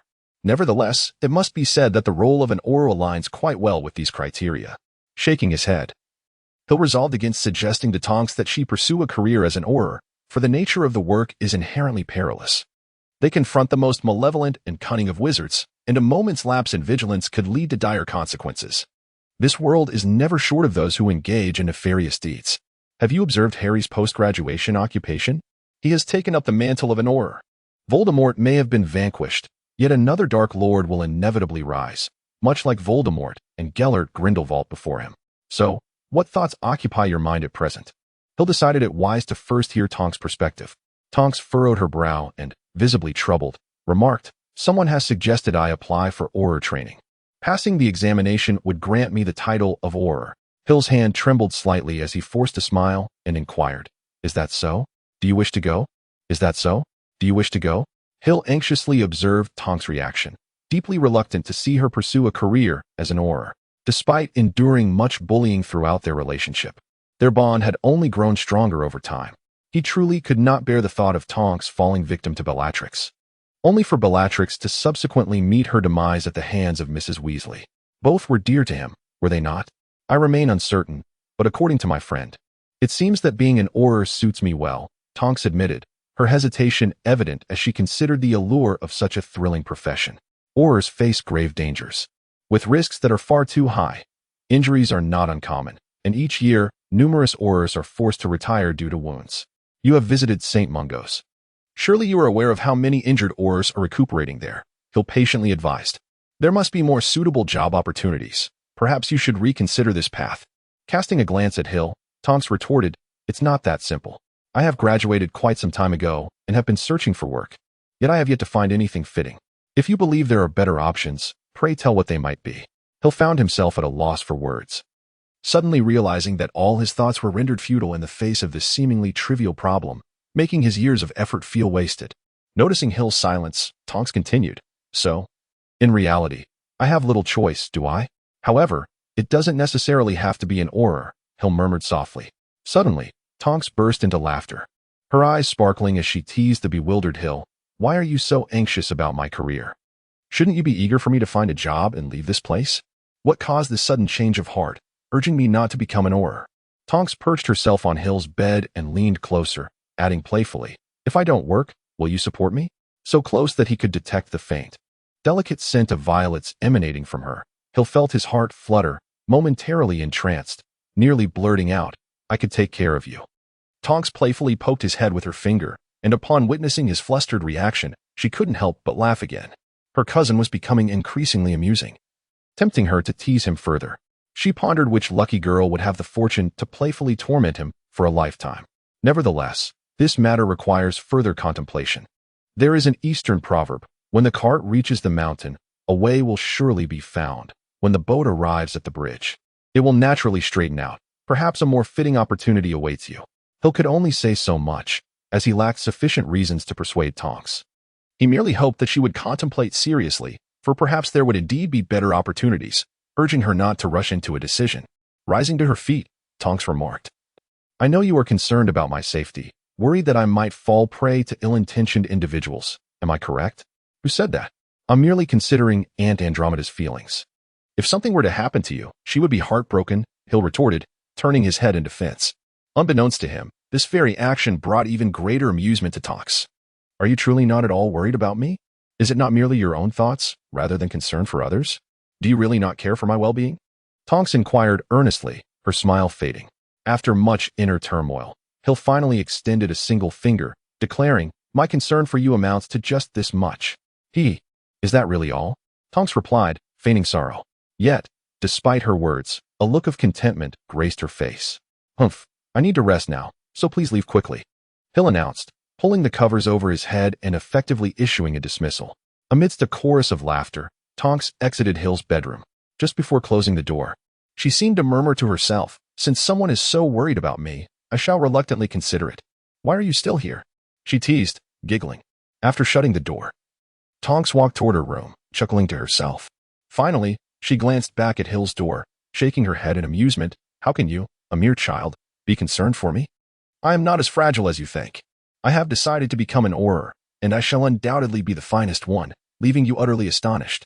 Tonks gradually faded from view at the end of the corridor, her words scattered by the wind, drifting into the unknown.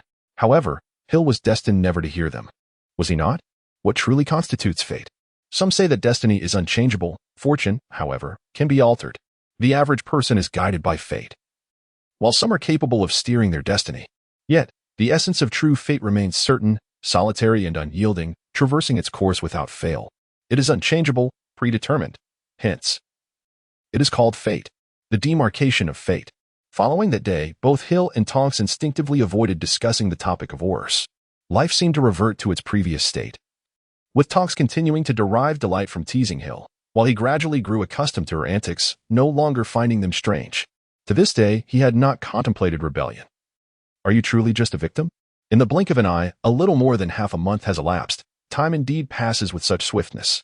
The weather has finally begun to turn warm, with outdoor temperatures approaching levels that are nearly unbearable for the average person.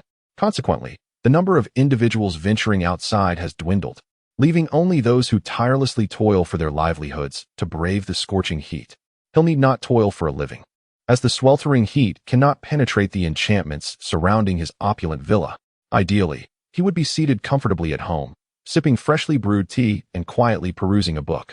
However, he eventually found himself wandering outdoors, enduring the oppressive heat like the other unfortunate souls. Alas, why is there no apparition network in his home? To venture outside requires a physical journey, and in such scorching weather, it is truly vexing. Gazing at the asphalt road that seemed on the verge of melting, he felt his vision distorted by the heat, as the surroundings conveyed the horrors of this summer. Ah, my dear young master, compared to those unfortunate muggles, you are indeed fortunate. At least you can employ magic to cool yourself down. Booker was not mistaken, although the weather is unbearable. Those who come near Hill would discover an extraordinary chill enveloping him, as if he were in an air-conditioned haven. This is the advantage of magic, providing a modicum of relief from suffering. Yet, despite this, Hill could not help but voice his grievances. As he toyed with a white orb the size of an egg in his hand, he felt grateful, were it not for this cooling gem. He would be trudging through the heat, drenched in sweat like any other muggle. Today, Hill stepped out with a sense of resignation, for he had received a letter informing him that if he did not appear before her punctually, he would never have another opportunity in his lifetime. In pursuit of his lifelong happiness, Hill deemed it acceptable to endure a bit of hardship.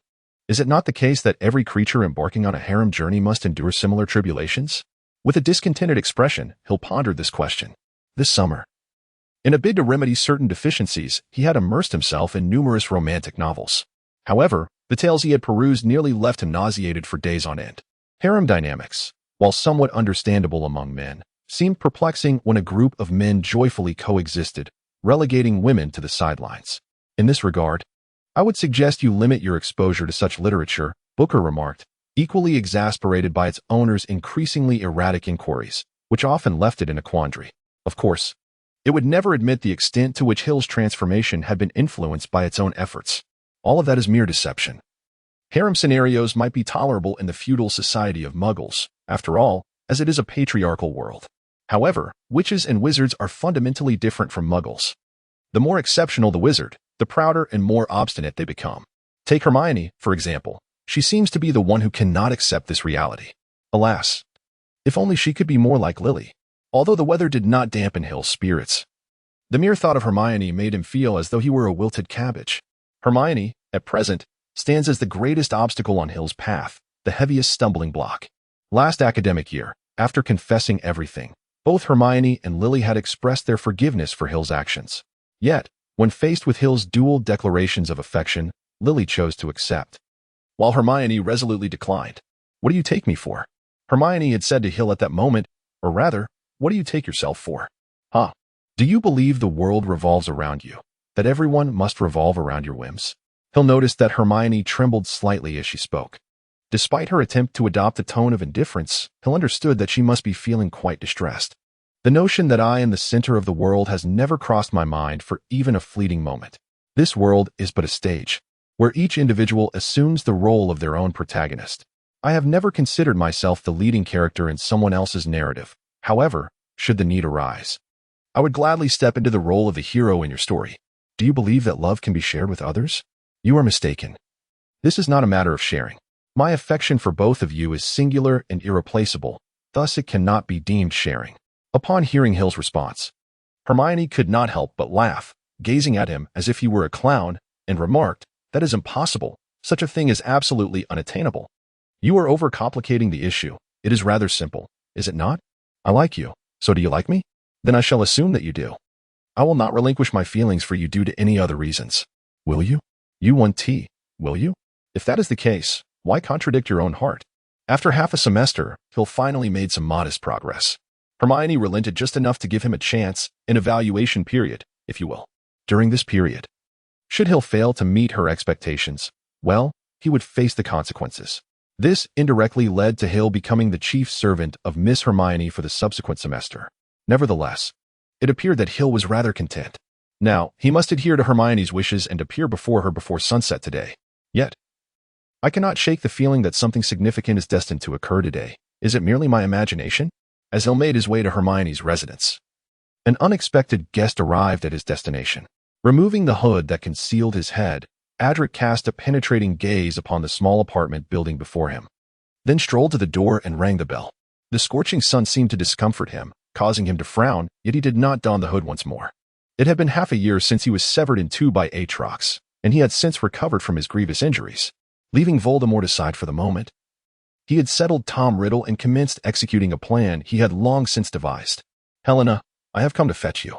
As he gazed upon the apartment building, memories of his first visit flooded back to him. It was shortly after his graduation from Hogwarts. Filled with ambition, he had learned from book how to obtain third-level access, which he successfully acquired. Subsequently, he uncovered a family secret, the resurrection of the progenitor. Adric was filled with reverence for that elusive ancestor, for the enigma surrounding him, for his formidable power, and for the astonishing depth of information contained within his fragmented utterances. Like many of his predecessors, he was consumed by curiosity. After all, the resurrection of the deceased, especially one who had perished a millennium ago, was bound to evoke intrigue. Why resurrect him? By what means would this be accomplished? At what stage was this grand endeavor? With the scant clues he had gathered and his own speculative inquiries, Adric arrived at this place, the very site his family employed for the resurrection of their progenitor. "Who awaits beyond the door?" A voice, as crisp and refreshing as silver bells, stirred Adric from his reverie. Shaking his head to dispel the memories, he responded, "I seek Tina. I am her friend." "Is she here?" His voice, having long remained unspoken, emerged dry and somewhat jarring. Clearly, this unmelodious tone did little to assuage the concerns of the person behind the door. The door did not open. Rather, a voice called out, "Please wait a moment." Then, a much lower voice, still discernible to Adric, reached his ears. "Mother, someone claims to be your friend. Could you see if he is indeed so?" Footsteps approached, and then a voice, mature and composed, inquired, "May I ask who you are? Could you kindly provide your name?" "I am Adric." A stifled gasp escaped, followed by the swift opening of the door, revealing a mother and daughter behind it. "It is you, Adric." This exclamation plunged him once more into reminiscence, for he had heard those words twice before. The first time, as he followed the clues to this very place. He had pressed the doorbell, and the girl who answered had spoken with surprise, filled with unexpected joy. Yet, to her disappointment, Adric's purpose that day was not her. The second instance was the day after Helena's demise. He had returned here with Helena, disregarding the unattended young Hill, and once again pressed the bell. The same words greeted him, but the girl, now a married woman, spoke with a tone laced with regret, resignation, and a hint of surprise. Yet again, Adric had disappointed her, for his intentions remained unchanged. This time, however, Adric perceived only tranquility upon Tina's countenance. "Why such calm? I knew you would come. I merely did not expect your arrival to be somewhat delayed." Her tone was steady, as if she had anticipated this day for some time. Adric paused in silence before replying. These years have been filled with many affairs, leaving little time. Thus, I have arrived late. Upon observing Lily, who was covering her mouth and exhibiting a wary expression, he inquired, I never anticipated that your daughter has grown so much. Come in, Lily. Step aside for your Uncle Adric. You are obstructing the path. Tina gently tapped Lily on the head and guided her to clear the way.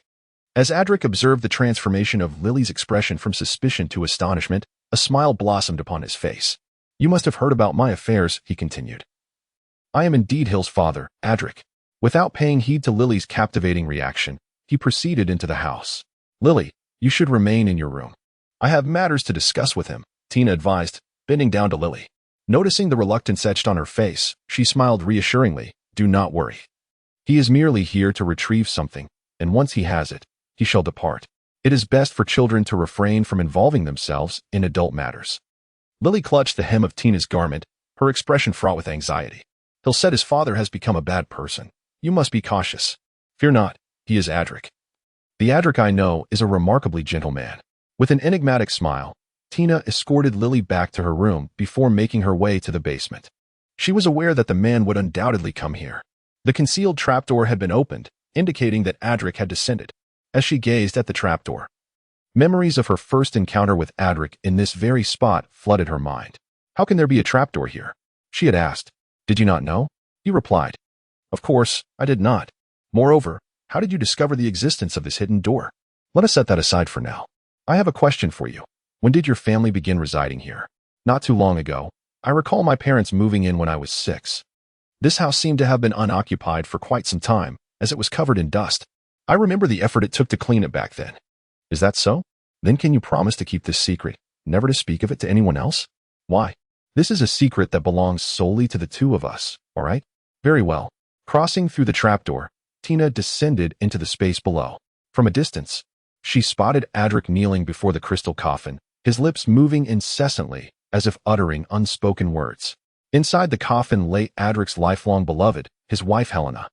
After all these years, Helena remained in that eternal slumber, forever young and breathtakingly beautiful. Yet, Adric had nearly transformed into an entirely different person. Gently caressing the crystal coffin, Adric revealed a bittersweet smile, filled with remorse as he spoke. Forgive me, Helena, for not visiting you for so long. You must have felt so lonely all this time. Lying within the crystalline coffin, Helena remained unresponsive. However, it appeared as though Adric had heard her reply. He nodded and declared, Rest assured. This time I shall never leave you again. I have come to take you away from here, and we shall never be apart. Rising to his feet once more, Adric placed his hand upon the surface of the crystal coffin and murmured a complex and intricate incantation.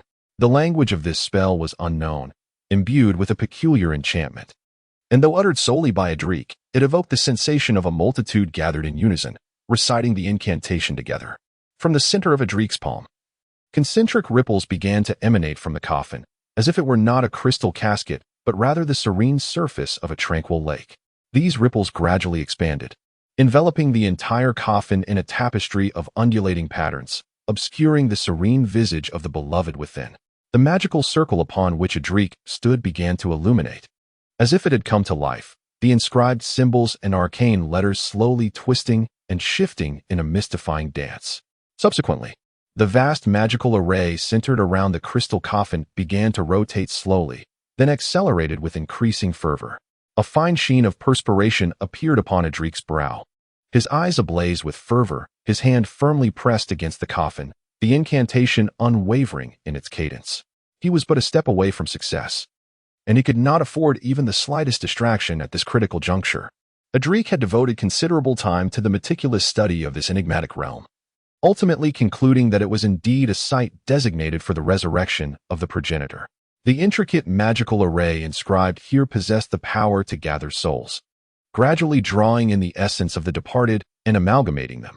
The crystal coffin served to stabilize the fragmented soul shards, nurturing them until they fully restored and reformed into a complete spirit. Yet, upon his initial arrival, Adric had realized a troubling truth. The resurrection of the progenitor had encountered a setback. Indeed, when he first stepped into this place, it resembled a realm devoid of life. The magical array had ceased its operations, shrouded in darkness.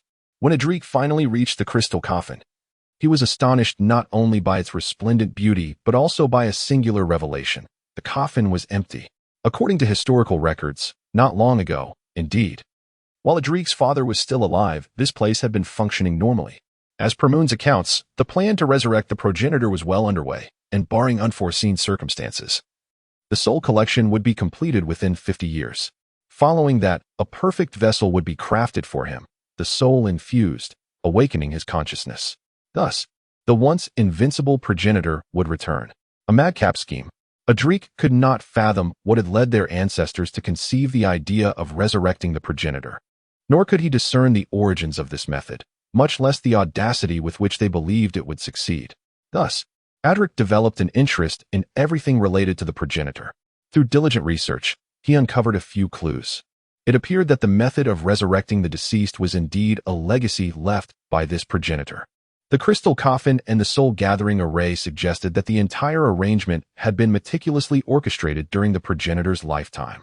The notion of immortality immediately crossed Adric's mind. Perhaps eternal life was unattainable, yet the idea of awakening from a deep slumber after death could be viewed as a form of everlasting existence. Almost instantaneously, as this thought flickered in his mind, a sense of greed enveloped Adric. He resolved to claim this extraordinary realm, the place capable of reviving the dead. Notably, this location bore an alternative name in the plans, the Sigh of the Reaper. What do wizards, particularly the young ones who have yet to master apparition, do when they need to travel far? Their best option is Flipowder and the night bus. Flipowder, invented by Ignacio Wildsmith in the 13th century, is produced under stringent regulations, with the sole licensed manufacturer in Britain being Flipow, headquartered in Diagon Alley, though its main entrance has never been disclosed. There has never been a shortage of Flipowder, and no one knows who manufactures it.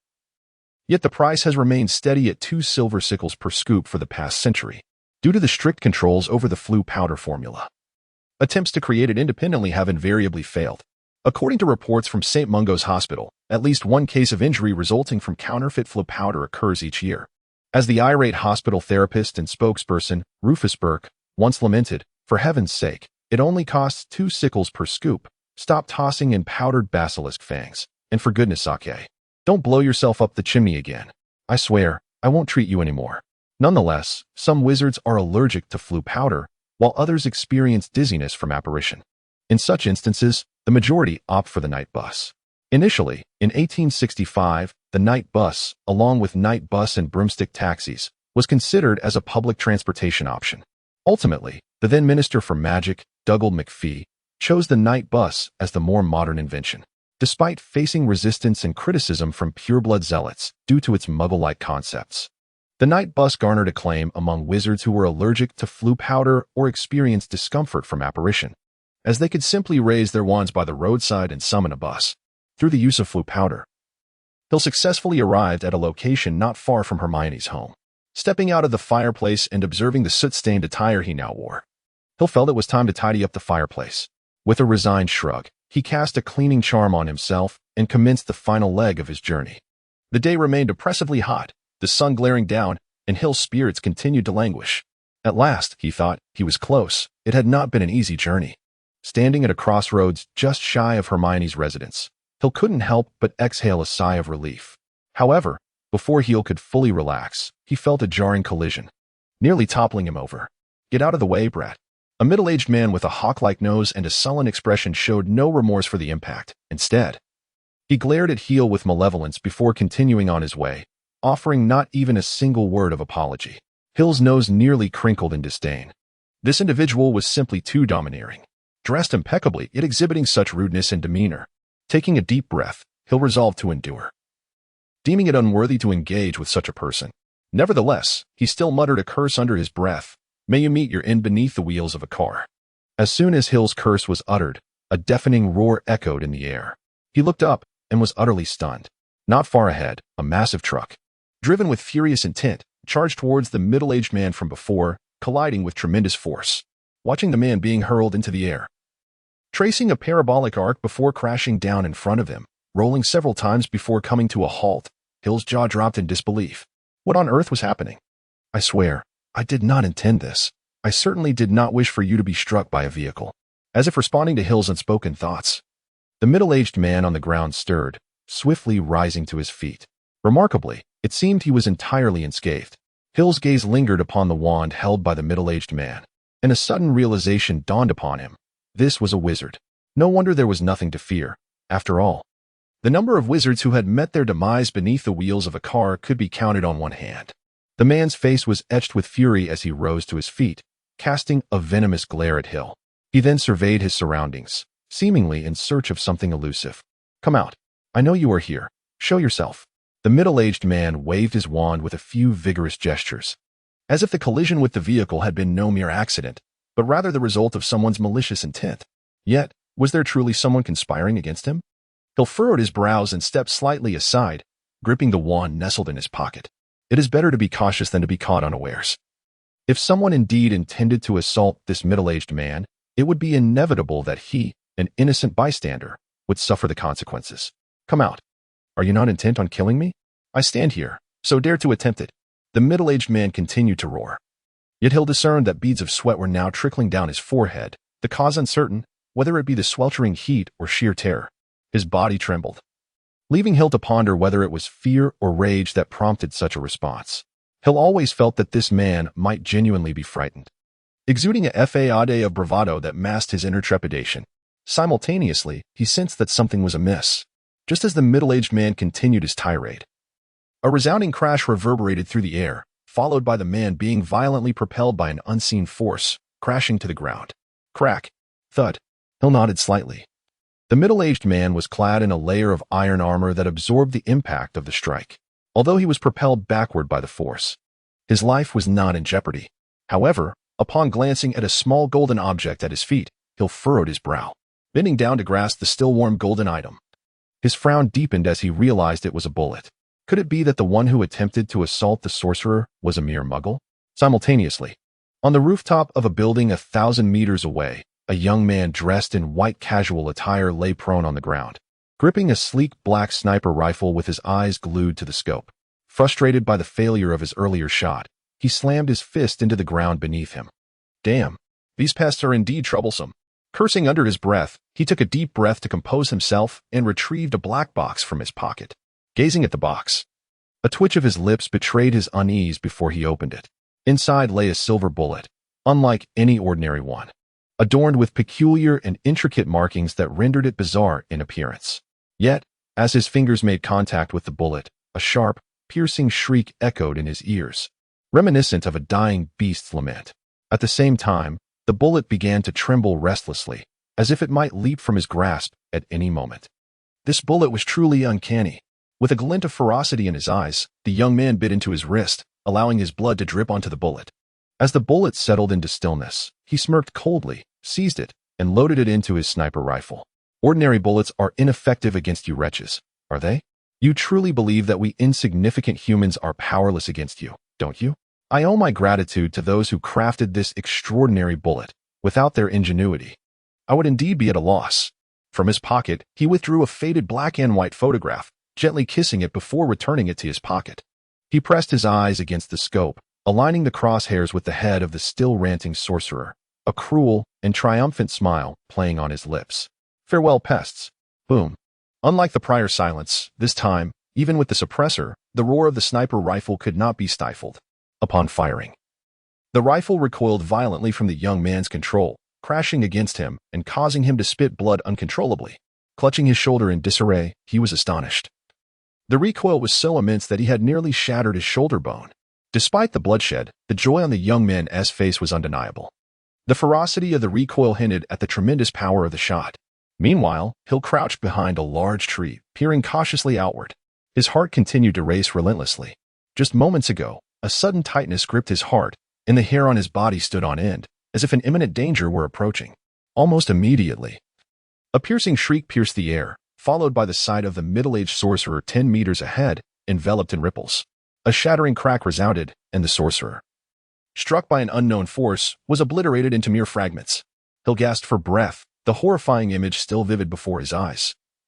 The scene of the sorcerer being obliterated replaying incessantly in his mind. He watched the pile of debris as if it were about to engulf him. Instinctively donning an iron armor for protection, Though nothing touched him, he felt an overwhelming sense of nausea, nearly on the verge of retching. Struggling against his discomfort, he sought refuge in the trees by the roadside, peering out cautiously. Not far away, atop a high building, a young man exuded excitement, his face alight with fervor. He clapped his hands fiercely and declared, "Indeed, my act of stealing this bullet was not in vain. Let us see if you can survive this." In his exuberance, the young man lowered his guard, oblivious to the figure of an old man in a gray robe that had silently appeared behind him. The old man suddenly erupted into a fit of violent coughing, the intensity such that it seemed as though he might expel his very lungs. He produced a handkerchief, dabbing at the blood at the corner of his mouth, then turned to the young man, whose face was filled with horror, and offered a gentle smile. "Master," he coughed, "I didn't expect you to be unable to resist the urge for vengeance, did I?" "Yes," the young man replied. "I cannot forget the atrocities committed by that scoundrel. That bastard killed my parents merely because they accidentally harmed his owl." As he gazed at the gray-robed elder, a look of relief washed over his face. "Did you come to retrieve me because of the stolen bullet? Well, my wish has been fulfilled. Even if I die now, I have no regrets." The gray-robed elder sighed, wanting to articulate something but was interrupted by another bout of coughing. Suddenly, another figure emerged beside him, a mysterious person cloaked in darkness, shrouded in an ominous aura, rendering their features indistinguishable. Upon their arrival, the gray-robed elder furrowed his brow and stepped aside, regarding the newcomer with evident disdain. "I shall dispense with pleasantries and announce your judgment," came a hoarse, chilling voice, evoking a sense of death and despair. "Hold on. He is merely driven by a desire for revenge. That bullet is inconsequential to us. We possess countless others, enough to reduce every sorcerer in this world to mere dust. Hence, we do not punish you for the theft of the bullet. While I take pride in your ability to dispatch an adult sorcerer, I must nevertheless proclaim your sentence: death." Ignoring the gray-robed elder's explanations, the mysterious figure continued, "Your actions have prematurely exposed our existence. Thus, everything about you must be obliterated. Now, turn to ashes." From an unknown source, dark flames enveloped the young man, consuming all he was, eliciting a piercing scream of despair. Yet, soon after, no sound escaped his lips. He could only gape in agony, his eyes pleading for the gray-robed elder's intervention. "Save me." The young man's silent plea was evident. For not all can face death with composure. When confronted with the reality of death, your fears may render you oblivious to everything, leaving only an enduring affection for life. Yet, the elderly man in the gray robe could only sigh, choosing to remain a passive observer. The young man's garments were charred, and a piece of paper fell to the ground. It was a family portrait, an unremarkable image of a trio, representing the young man's most cherished treasure. The gray-robed elder gazed at the photograph, which had begun to ignite, and closed his eyes. With a gust of wind, he vanished from the rooftop. A mysterious figure glanced at the smoldering remnants of the burning process, waved his sleeve, and gathered the ashes into it, disappearing amidst a plume of black smoke. The rooftop bore no trace of the young man's presence. Perhaps, in this world, aside from the gray-robed elder, no one would remember the existence of such a person ever again. Sure. Observing Sure seated motionlessly on the sofa, cradling a teacup. Hermione's eyes flashed with irritation as she forcefully tapped Sure's shoulder. The latter, startled to an exaggerated degree, let the teacup slip from his grasp, the scalding liquid spilling onto his lap, eliciting a pained cry. "That burns like fire." As Sure clutched the scalded area, Hermione was taken aback. She hadn't anticipated that such a gentle nudge could yield such significant consequences. Since Sure was wearing shorts, the skin below his knees turned red from the burn. Stomping her foot in frustration, Hermione hurried to fetch some ointment. With both parents being doctors, their home was well stocked with medical supplies. With a grimace, Sure retrieved a potion from his pocket and applied it to the burned area. A wave of soothing coolness alleviated his pain, allowing him to ponder the events that had transpired earlier. Staring at his empty palm, Sure fell into deep thought. After witnessing the middle-aged wizard being shattered by an unknown force, he had circled through the woods and found a park, where he sat to catch his breath. Although he had not seen what had caused the wizard's demise, he instinctively felt that it might have been a bullet. However, could a bullet truly injure a wizard? Especially an adult wizard who had already cast protective charms? It was known that the previous shot had been thwarted by the middle-aged wizard's shield. How could a second shot of the same kind possibly harm him? Was it a question of the bullet itself, or had the method changed, or even the assailant? After some reflection, Sure stealthily returned to the previous intersection. From a distance, he noticed a throng of people gathered, pointing and chattering animatedly. His gaze settled on a young man among them, who was speaking to a woman beside him. Nicole. Hill recognized that the young man was one of the Aurors who had previously escorted him to Azkaban. He recalled how the Auror had even gifted him a blanket, and they had shared a rather pleasant conversation. Thus, the individuals gathered around must surely be members of the Ministry of Magic. Hill refrained from inquiring further, for he sensed that those individuals were equally perplexed. They merely tidied the scene and departed with a shake of their heads. Was this how it concluded? With a shrug, Hill suppressed the urge to pursue the matter any further. It bore no relevance to him, and there was no need to become entangled. Subsequently, he continued towards Hermione's residence, as if nothing had transpired. "My dear young master," Booker interjected, "I fear we may be in trouble." Not having ventured far, Booker hinted that they were still being observed. Though Hill's countenance betrayed nothing, he had already grasped his wand within his pocket, his eyes casually scanning the surroundings in search of the one trailing him. "Relax, I am not yet certain if we are being followed." Booker's words momentarily eased Hill's taut nerves. However, the next statement rekindled his tension. "That bullet, it has been marked. If that surge was not merely a figment of my imagination, someone must have attempted to locate it. I believe we have indeed encountered trouble." Hill was at a loss for words. Trouble had indeed come upon him, and the visitor did not seem benevolent. After all, the ability to pinpoint such an ordinary bullet indicated that this individual was likely intent on eradicating any potential traces left behind. Considering that this person may have also been responsible for the death of a wizard, Hill found himself contemplating whether he should return home.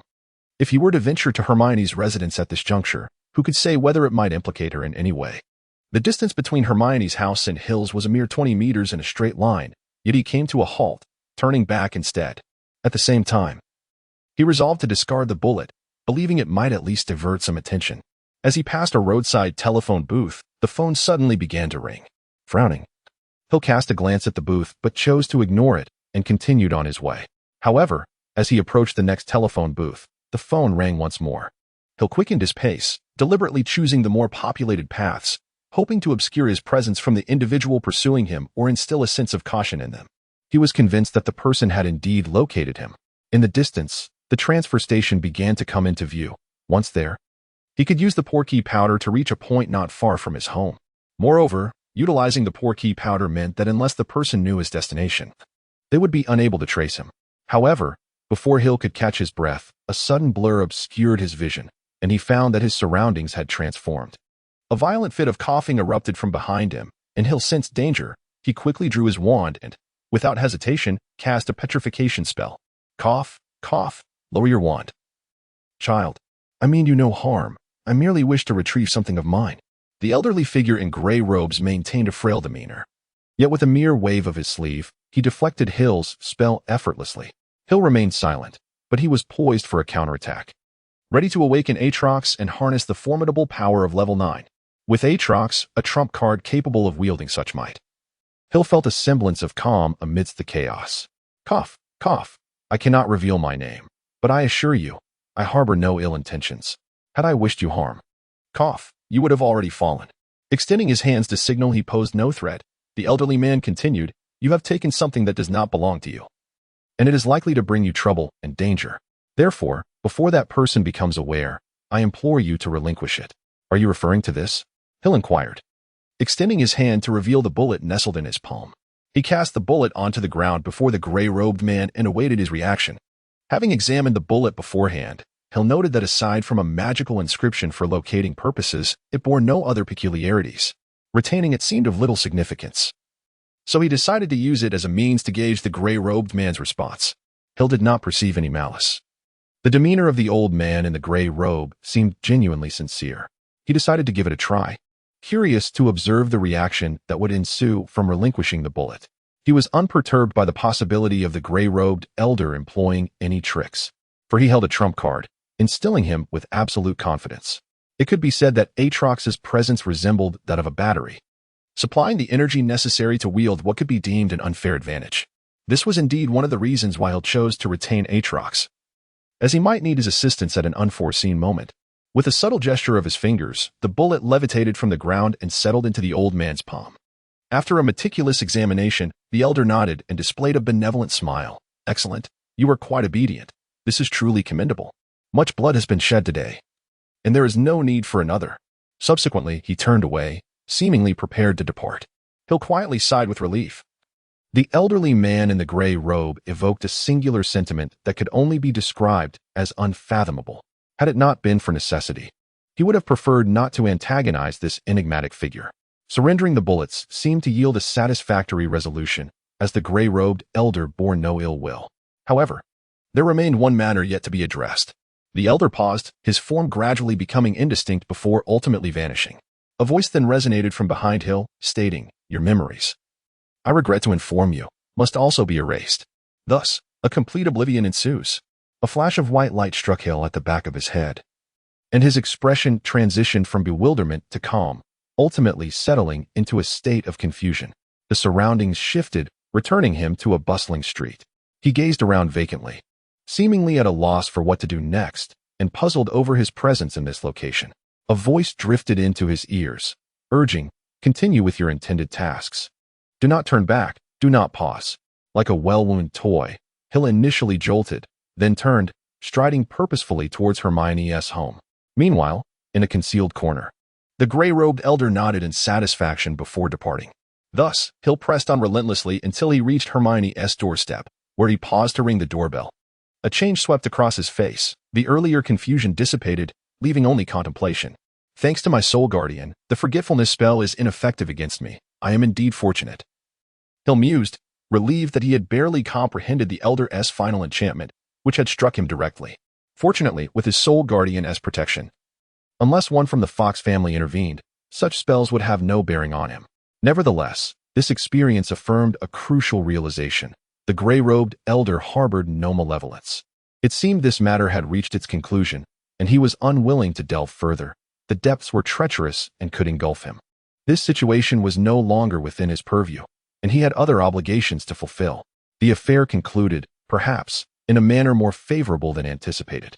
Fortunately, he had burn ointment at home. Otherwise, Hermione entered the living room holding a bottle of medicine. Her words abruptly halted as her gaze fixed upon Hill's leg, where he was applying a potion.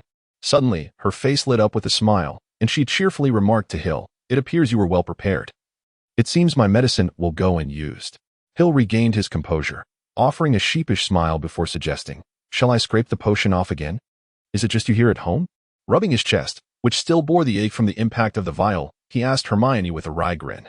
Upon arriving at Hermione's residence, he had discovered that she was alone, her parents absent. Hermione huffed softly, then settled onto the sofa, casting a casual glance at Hill's calf. Noticing the swelling had subsided, she let out a sigh of relief. Silence enveloped the living room as Hill remained taciturn, and Hermione refrained from speaking. "Why haven't I seen Kaka? Did you forget to bring it along?"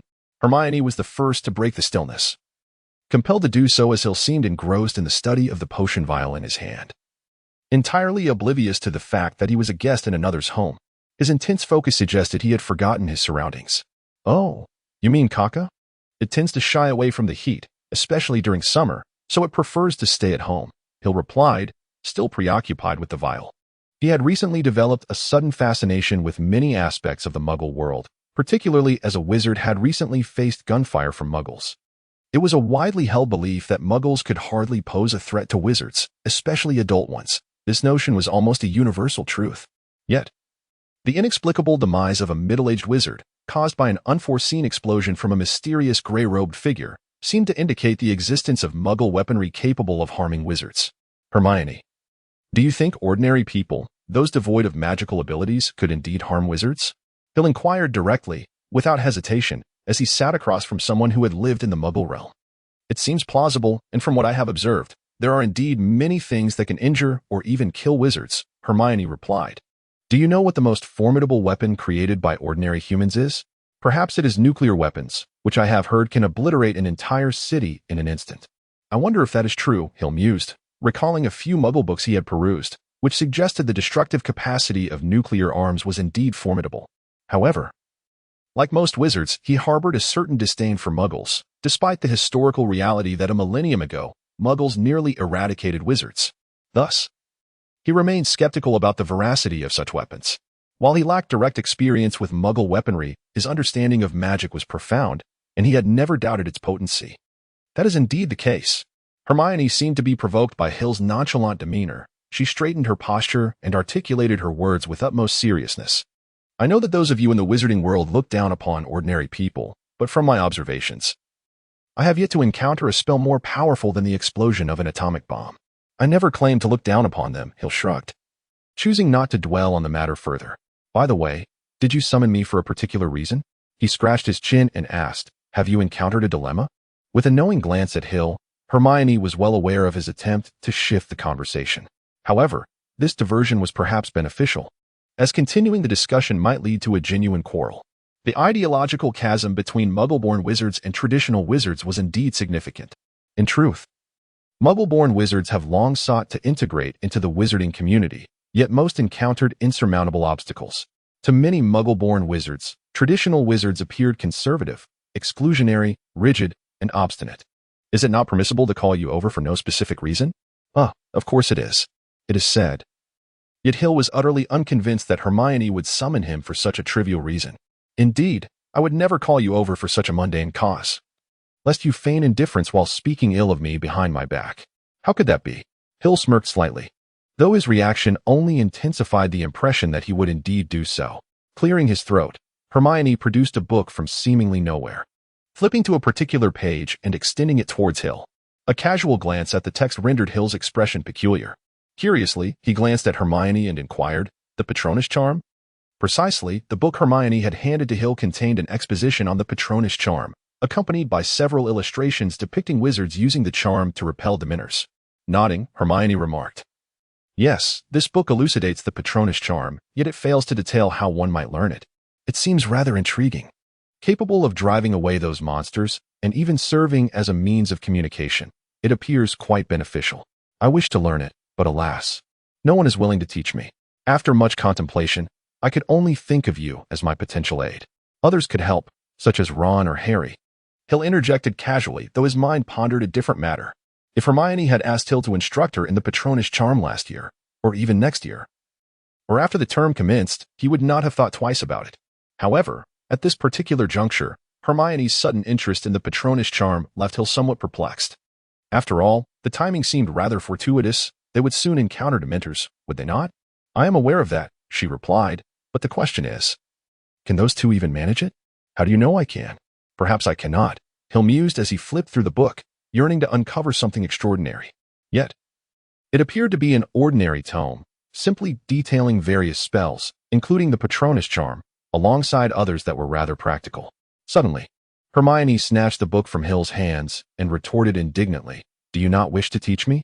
Seeing Hermione genuinely agitated, Hill ceased to play along. He chuckled softly, shaking his head as he replied, it is not that. I am merely curious as to why you have suddenly taken an interest in learning the Patronus charm. This spell is indeed quite useful, yet it is equally challenging. Moreover, its primary purpose is to combat Dementors. However, all the Dementors are confined within Azkaban. Without a directive from the Ministry of Magic, they cannot manifest in our realm. As Hill spoke, he attentively observed Hermione's reaction. The lessons learned from last year weighed heavily on him, leaving no room for doubt regarding this matter. Hermione, however, seemed less preoccupied, resting her chin on her hand. She casually remarked, I purchased this book in Diagon Alley, and upon returning home, I discovered that while many spells were accompanied by their methods of study, the Patronus charm was conspicuously absent. This piqued my curiosity about what made this particular spell so enigmatic. Then I recalled that you were imprisoned in Azkaban last year. Yet I heard you appeared to be in excellent spirits upon your release. Moreover, you yourself stated that you held no fear of Azkaban. This led me to speculate that perhaps you possess the Patronus charm. It might be a challenging spell, but surely it poses no problem for you, does it?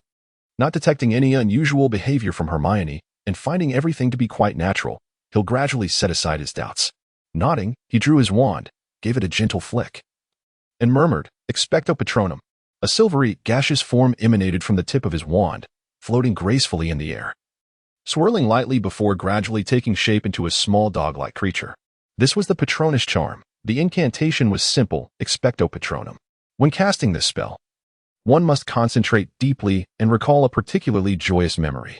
Hill tapped his wand again, and the dog-shaped Patronus began to bound about the room, racing back and forth several times before coming to a halt. Hill had only recently mastered this level of Patronus.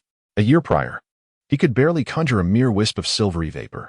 The Patronus he summoned now was drawn from his memories at Hogwarts. Until that moment, he had not possessed any truly joyous recollections, or at least, he did not perceive them as such. Is this truly a Patronus? Hermione extended her hand, attempting to touch the Patronus, but predictably, her hand passed through it. The Patronus had no physical form.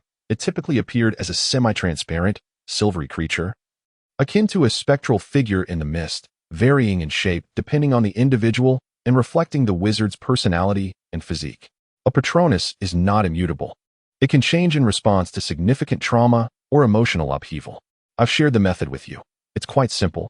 I assent it. The challenge lies in the fact that many individuals may never master it in their lifetime. Even I am merely a novice at this. Shaking his head in mild regret, Hill gestured toward the still somewhat indistinct Patronus, saying, "At present, I cannot discern what kind of animal my Patronus resembles.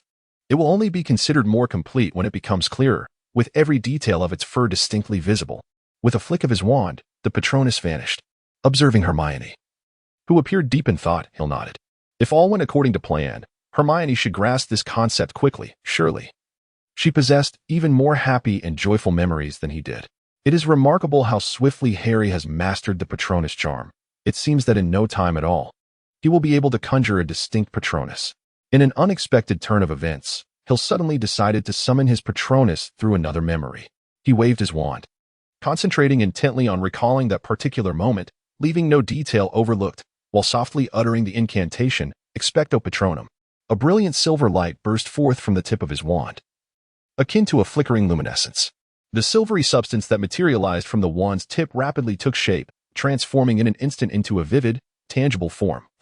Each detail rendered with exquisite clarity. He had succeeded. Hill gazed in astonishment at the fully formed guardian, marveling at the fact that such a perfect protector could be summoned from that fragment of memory. However, before he could revel in his joy, his expression suddenly contorted in agony, as if he were enduring immense suffering. Before Hermione could utter a word, he spat out a mouthful of blood and collapsed onto the sofa, succumbing swiftly to unconsciousness. Hill, meanwhile, in a distant realm, the dark-haired beauty lying in the crystal coffin opened her tightly shut eyes and sighed deeply. With a dazed gaze, she surveyed her surroundings, her face a canvas of confusion. Her hand reached out to explore the space beside her, murmuring, "Little Hill, where are you?" "So, he came here to take my mother away, did he?" With trembling fingers, she caressed the crystal coffin, and Hill, who had been in slumber within, was now absent. She inhaled deeply, sensing a lingering fragrance that belonged to her mother, though the person was no longer present. 2 days had elapsed since Hill had coughed up blood and fainted. He had slipped into a deep slumber for those 2 days and had only just awakened. Subsequently, disregarding Hermione's attempts to dissuade him, he made a beeline for Lily's home. His heart felt hollow, as though he had lost something of great significance, and he vaguely sensed what that loss entailed. In this space, only Hill and Tina remained. Hermione, who had accompanied Hill, was upstairs in the living room, awaiting Lily's return. Demonstrating wisdom, Hermione chose not to descend at that moment. She opted to honor Hill's decision, trusting that he would not conceal anything from her. At this juncture, what Hill required was tranquility. Hill was perplexed by the meaning behind Tina's smile. Rubbing his forehead, he opted to first listen to Tina's account of what had transpired here. Everything seemed rather straightforward, did it not? Adric arrived and took your mother away. It was as simple as that. Tina's response was equally uncomplicated, so much so that it was beyond reproach. And indeed, that was the truth. Adric had come here and subsequently taken Hill's mother, Helena. He had not engaged in any superfluous actions. However, it was evident that Hill was not satisfied with this explanation. Furrowing his brow, he inquired, "In what state was my mother taken by him?" "What do you mean?" "I mean, did he take my mother's physical body or her spirit?" As far as Hill knew, there seemed to be a capability here to forcibly transform the deceased into spirits. Thus, his concern revolved around whether Helena had indeed become a ghost. Tina's smile faded. Her brow furrowed, and her expression grew peculiar. It appeared she was searching for an appropriate answer, and she remained silent for a considerable time. Finally, she shook her head and stated, "What Adric took was a person." A person. Although Hill was unsure why she would assume that Adric had taken a ghost, from what she observed, it was undeniably a person. Tina responded with firm conviction, glancing at her own hand. "Ghosts lack physical form, yet I had contact with her. She was undeniably corporeal." not translucent like a specter. I have also studied at Hogwarts, and I believe I would not mistake a ghost. Furthermore, she was breathing, she could move. Her skin was as supple as that of a living being, and her body temperature was comparable to ours. Hence, what Adric took must have been a person. A living person? A contemplative expression crossed Hill's face as he pondered the matter of resurrecting the deceased, a concept he had long been aware of. Could it be that Adric had brought his mother back to life? Setting aside his confusion for the moment, Hill continued to inquire, what actions has my mother taken? I mean, has she uttered anything or performed any deeds? Regarding the resurrection of his mother, Hill harbored only a half-belief. Even if a method for reviving the dead existed, and even if Adric were privy to it, the crux of the matter lay in the fact that it was intended for the progenitor. Would he permit others to seize this opportunity? As of now, it remained unclear how many souls could be resurrected, or what grave price must be paid for such a feat had the progenitor never contemplated the possibility of descendants or outsiders uncovering this secret, thereby igniting a spark of greed. If there were no contingency plans in place, then the so-called progenitor would indeed be rather foolish. It appeared she was experiencing some form of distress. What kind of distress? She no longer recognized either me or Adric. At this juncture, Tina cast a deep glance at Hill, ultimately speaking in a tone imbued with mystery. Yet, she remembers you, persistently uttering your name. Even if she has forgotten everyone else, she still holds her son in her heart. Hill's body trembled, and after a prolonged silence, he finally spoke. So, in the end, my mother departed with him, correct? Seeing Tina nod, he sank down against the crystal coffin, covering his face with his hands, and slowly added, "May I have a moment alone here?" "Of course. I'll go prepare dinner," Tina replied. As he heard her footsteps fade away, Hill pressed his head against his knees, beginning to contemplate the entire affair. The recent events had been so overwhelming that his thoughts were in disarray. It was time for clarity. "Booker, I require an explanation. There is little I can share." "So if you seek knowledge, I cannot provide it," was Booker's unanticipated response. Hill was aware that Booker had concealed much from him and recognized the stark contrast between Booker's treatment of him and that of others. Booker possessed extensive knowledge, yet he chose not to divulge it to Hill.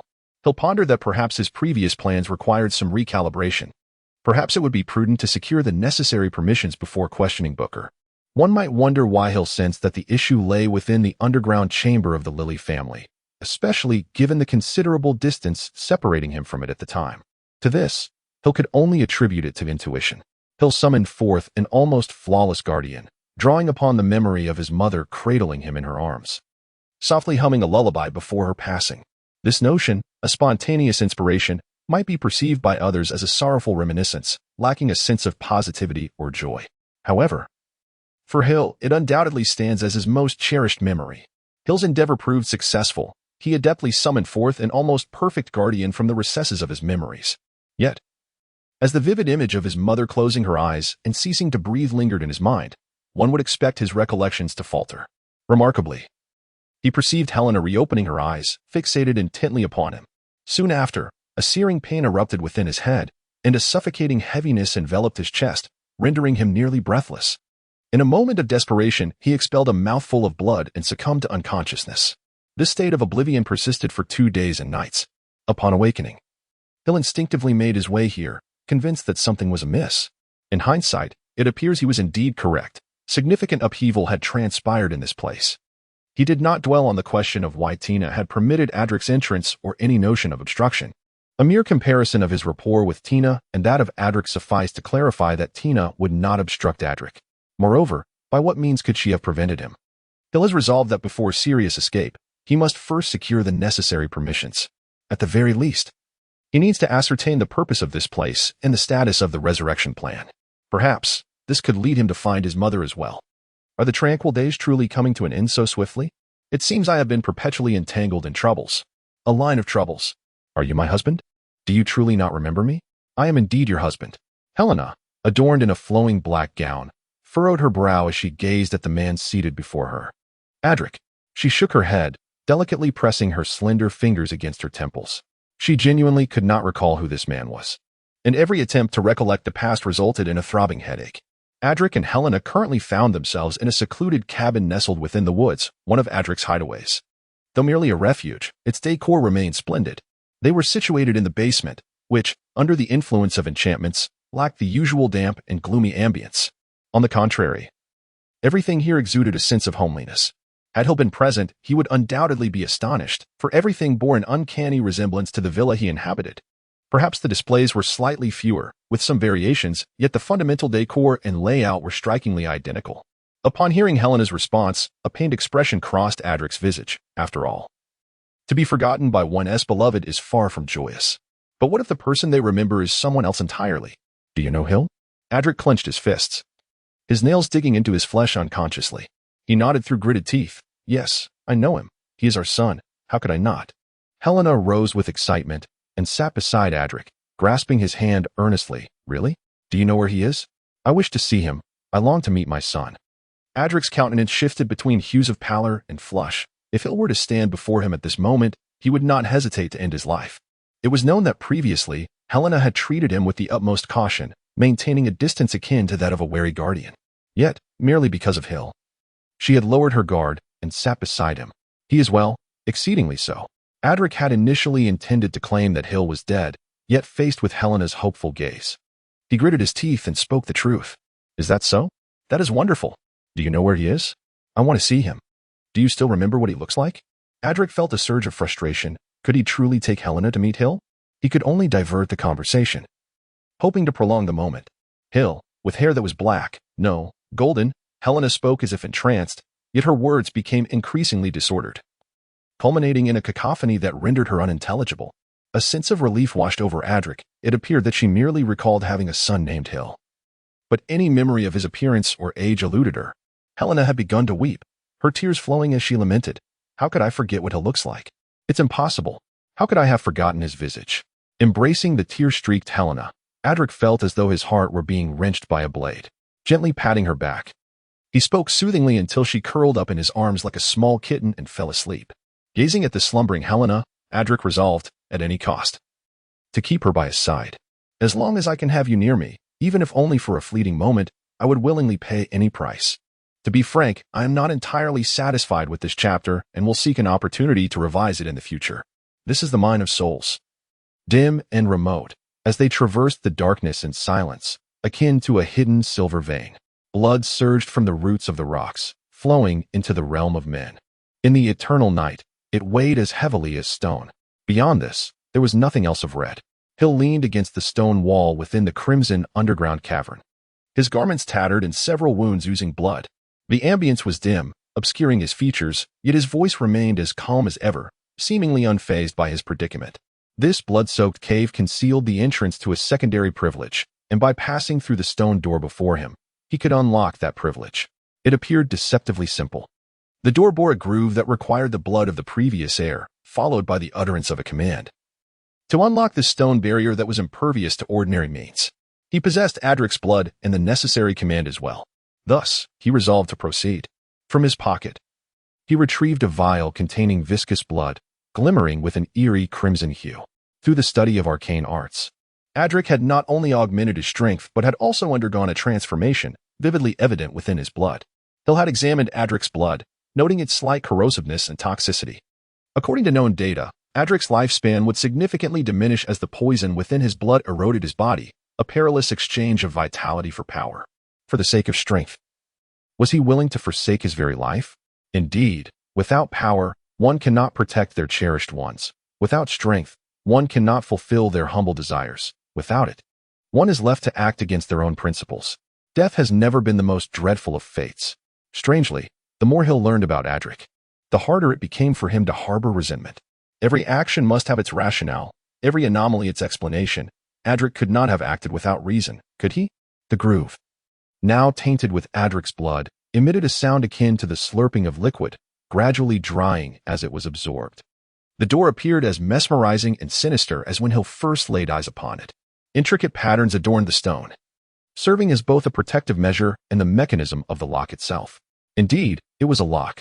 There were no keyholes on this door. To access it, one must first activate the lines with the blood of the previous heir, then identify the correct strands among the elaborate designs according to the command, and finally fill those lines with their own blood. Subsequently, one could choose to reset the command or retain the previous one.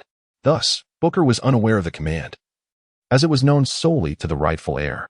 Following Adric's instructions, Hill bit his finger, then discerned the correct lines among the star-like patterns. He traced along the grooves of the lines, applying a potion to his wound to prevent coagulation. With meticulous care, he completed the intricate design. Upon finishing the final stroke, a sigh escaped his lips. There is no other explanation. Upon the correct alignment of the lines on this stone door, the name of Hill's mother, Helena, is revealed. With a thunderous rumble and the groaning of the stone door, there are no further obstacles before Hill. Yet the pitch-black expanse ahead resembles the gaping maw of a monstrous beast, instilling a sense of unease. This is a subterranean chamber, supposedly devoid of wind.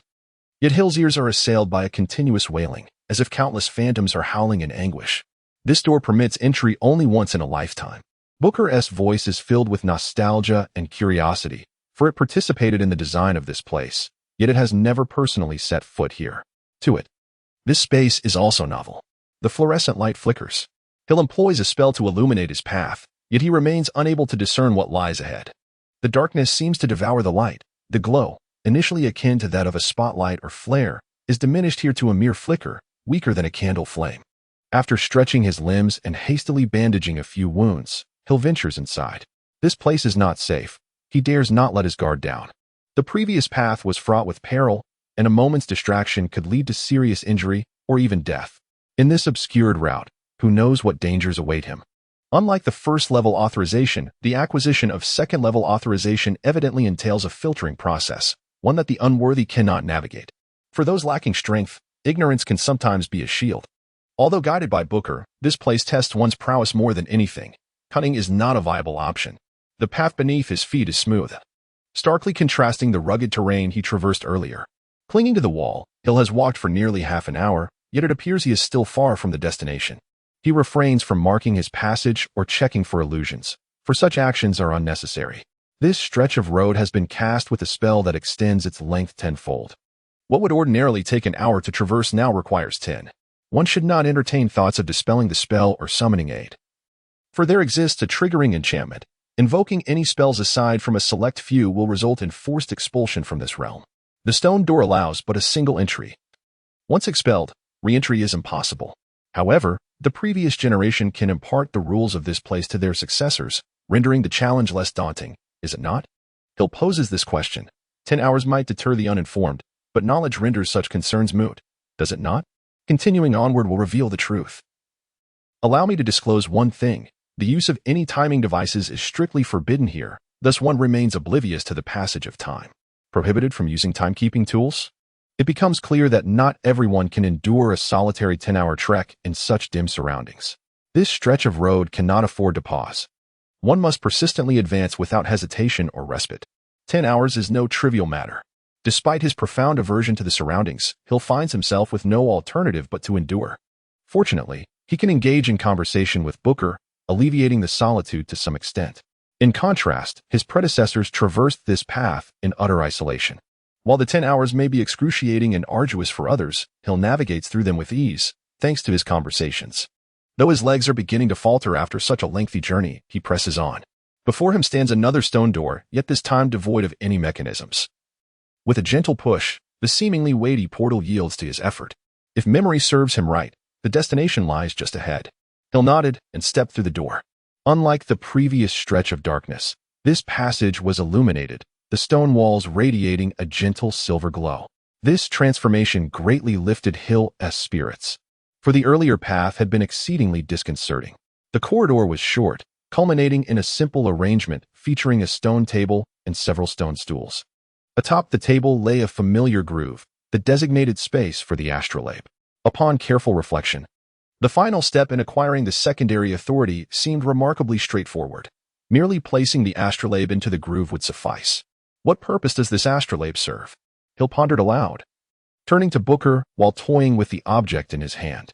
The astrolabe resembled a pocket watch, devoid of hands. Even Voldemort had been unable to discern its true utility. Yet Booker insisted its significance was profound. Hill was already aware of one function, serving as a token to unlock authority, but the rest eluded him. Booker remained steadfast in his response. I'm afraid I cannot disclose that yet. However, once you obtain the secondary authority, you will understand. This statement felt rather futile. Hill was merely a step away from acquiring that authority, but such was the protocol. With a shrug, he placed the astrolabe into the groove on the table. A series of crisp sounds erupted, transforming the once unremarkable stone table into a shimmering silver spectacle, the 4 adjacent stools emanating a soft silver light as well. Subsequently, each stool projected a beam of silver light that converged above the table, forming a humanoid silhouette, vaguely reminiscent of an elderly man draped in a gray cloak. "You are Hill," the apparition stated, surprising him, for he recognized this elder from a previous encounter. It had been during his initial activation of the Soul Guardian. A radiant silver light enveloped the deepest recesses of Hill's being, with undulating waves of silver resembling an ocean. A cloaked figure gradually materialized. The elder, with a countenance both aged and wise, emanated an extraordinary aura. Gazing down upon Voldemort's tendril that had intruded into Hill's mind as if he were a deity.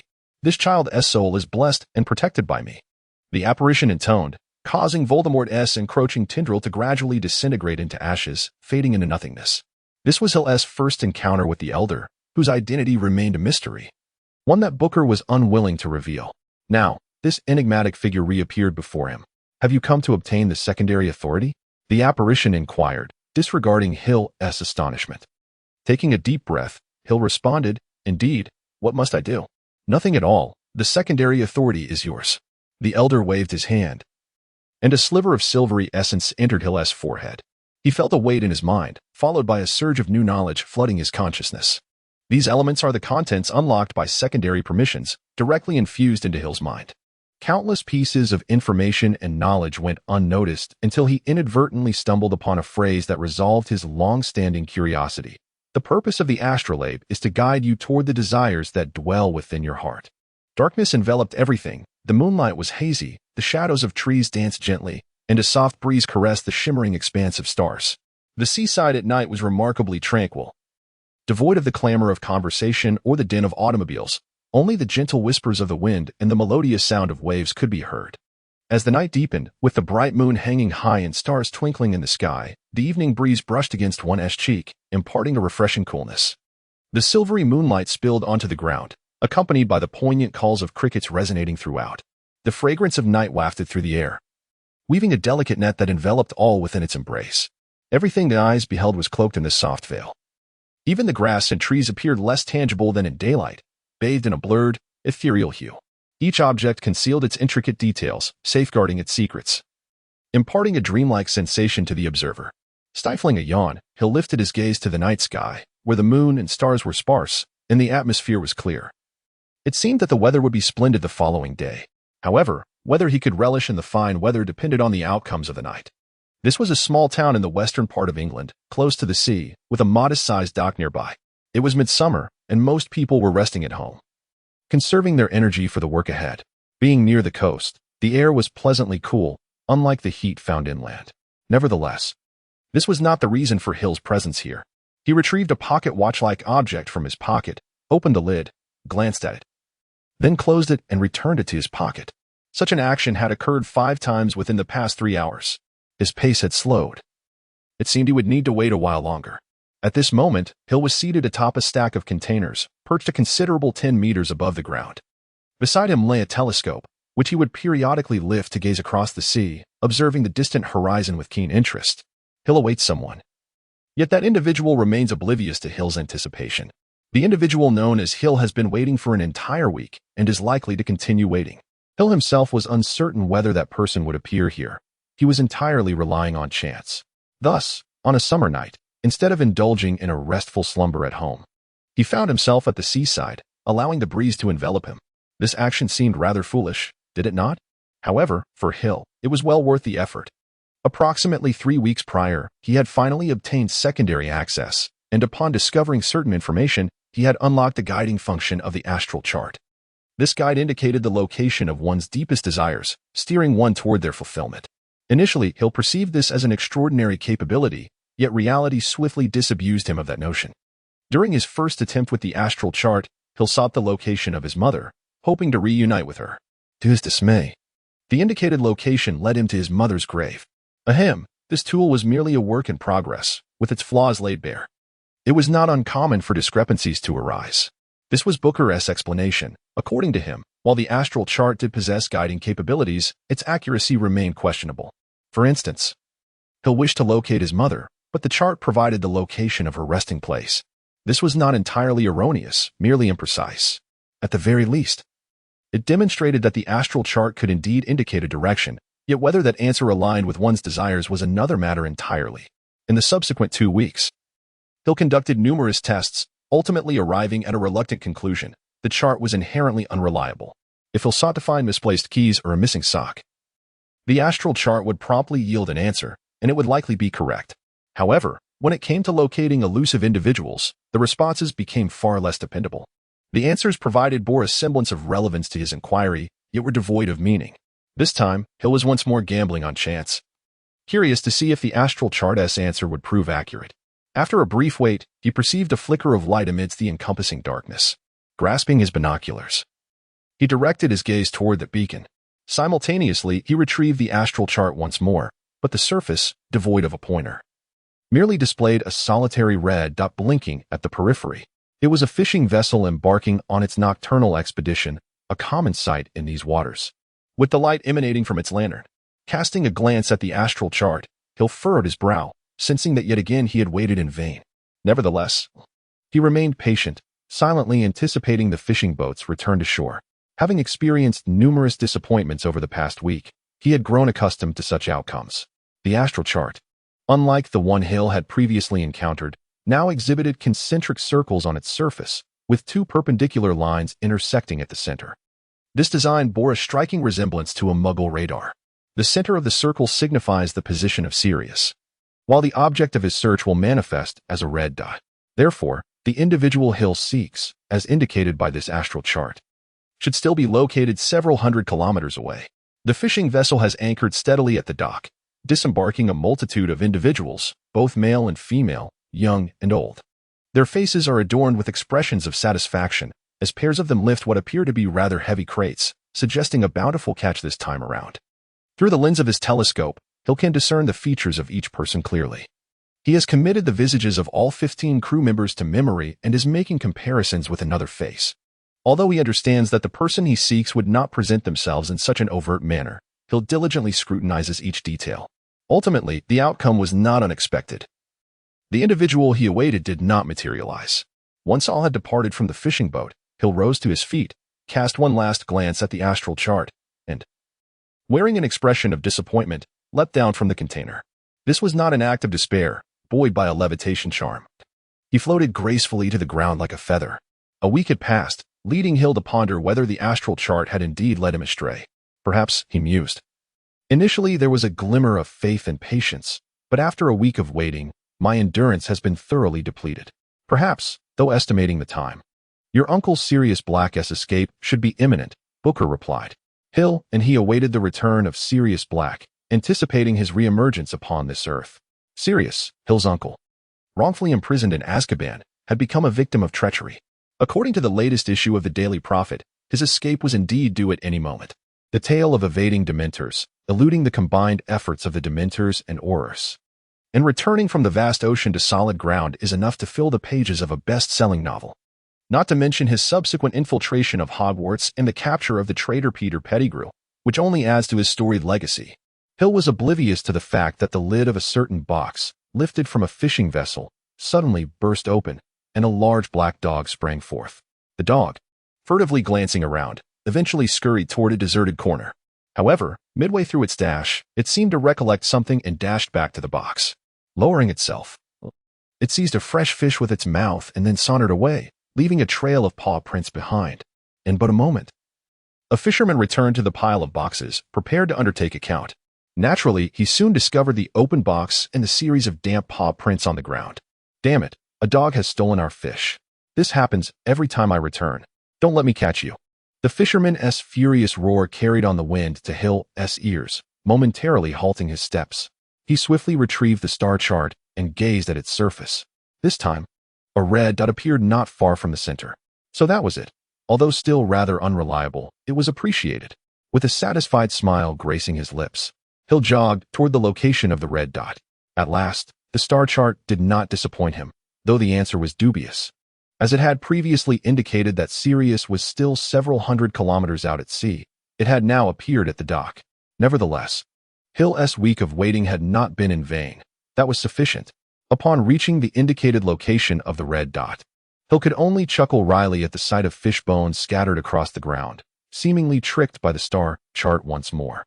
Yet, Hill quickly regained his composure. He extracted a vial and poured its contents over the fish bones. Instantly, a slender silver thread materialized in the air, extending into the distance. This was a rather obscure potion, its recipe intricate, the brewing process cumbersome, and prone to failure. However, its efficacy was remarkable, capable of tracking an individual, provided one possessed an item they had recently interacted with.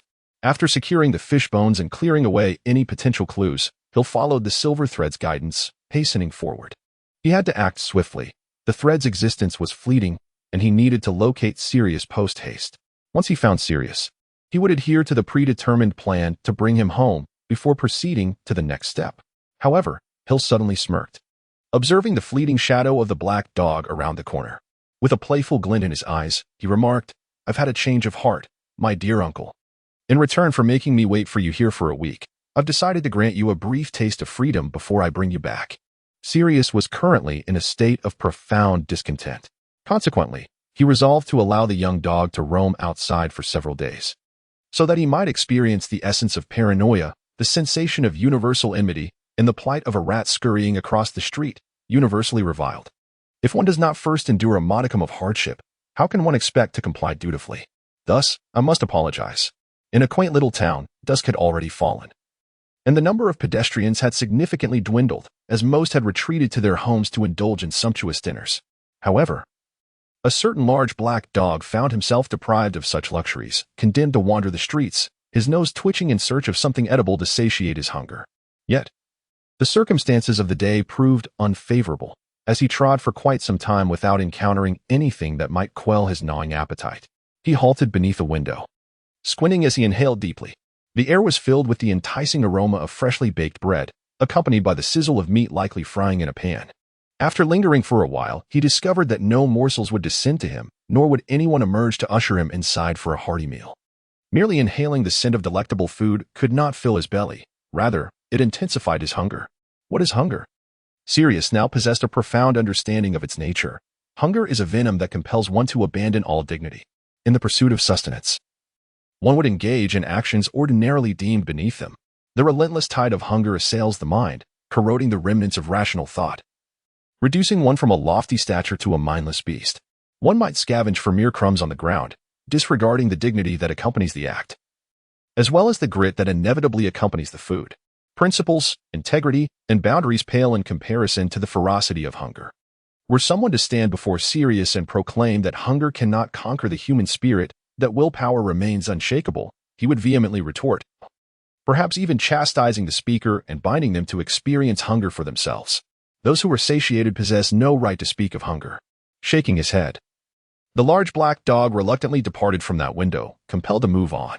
He was afraid, fearful that he might succumb to the urge to revert to his human form and rush inside to feast. Yet, he must not reveal his identity, absolutely not. The days following his escape had been a whirlwind of novelty and bitterness for Sirius. Even in that hellish place, as long as one could consume food, it was abundant. Prior to this, hunger had seemed a distant concept. During his school days, students were never burdened by concerns over food, even if he occasionally missed a meal.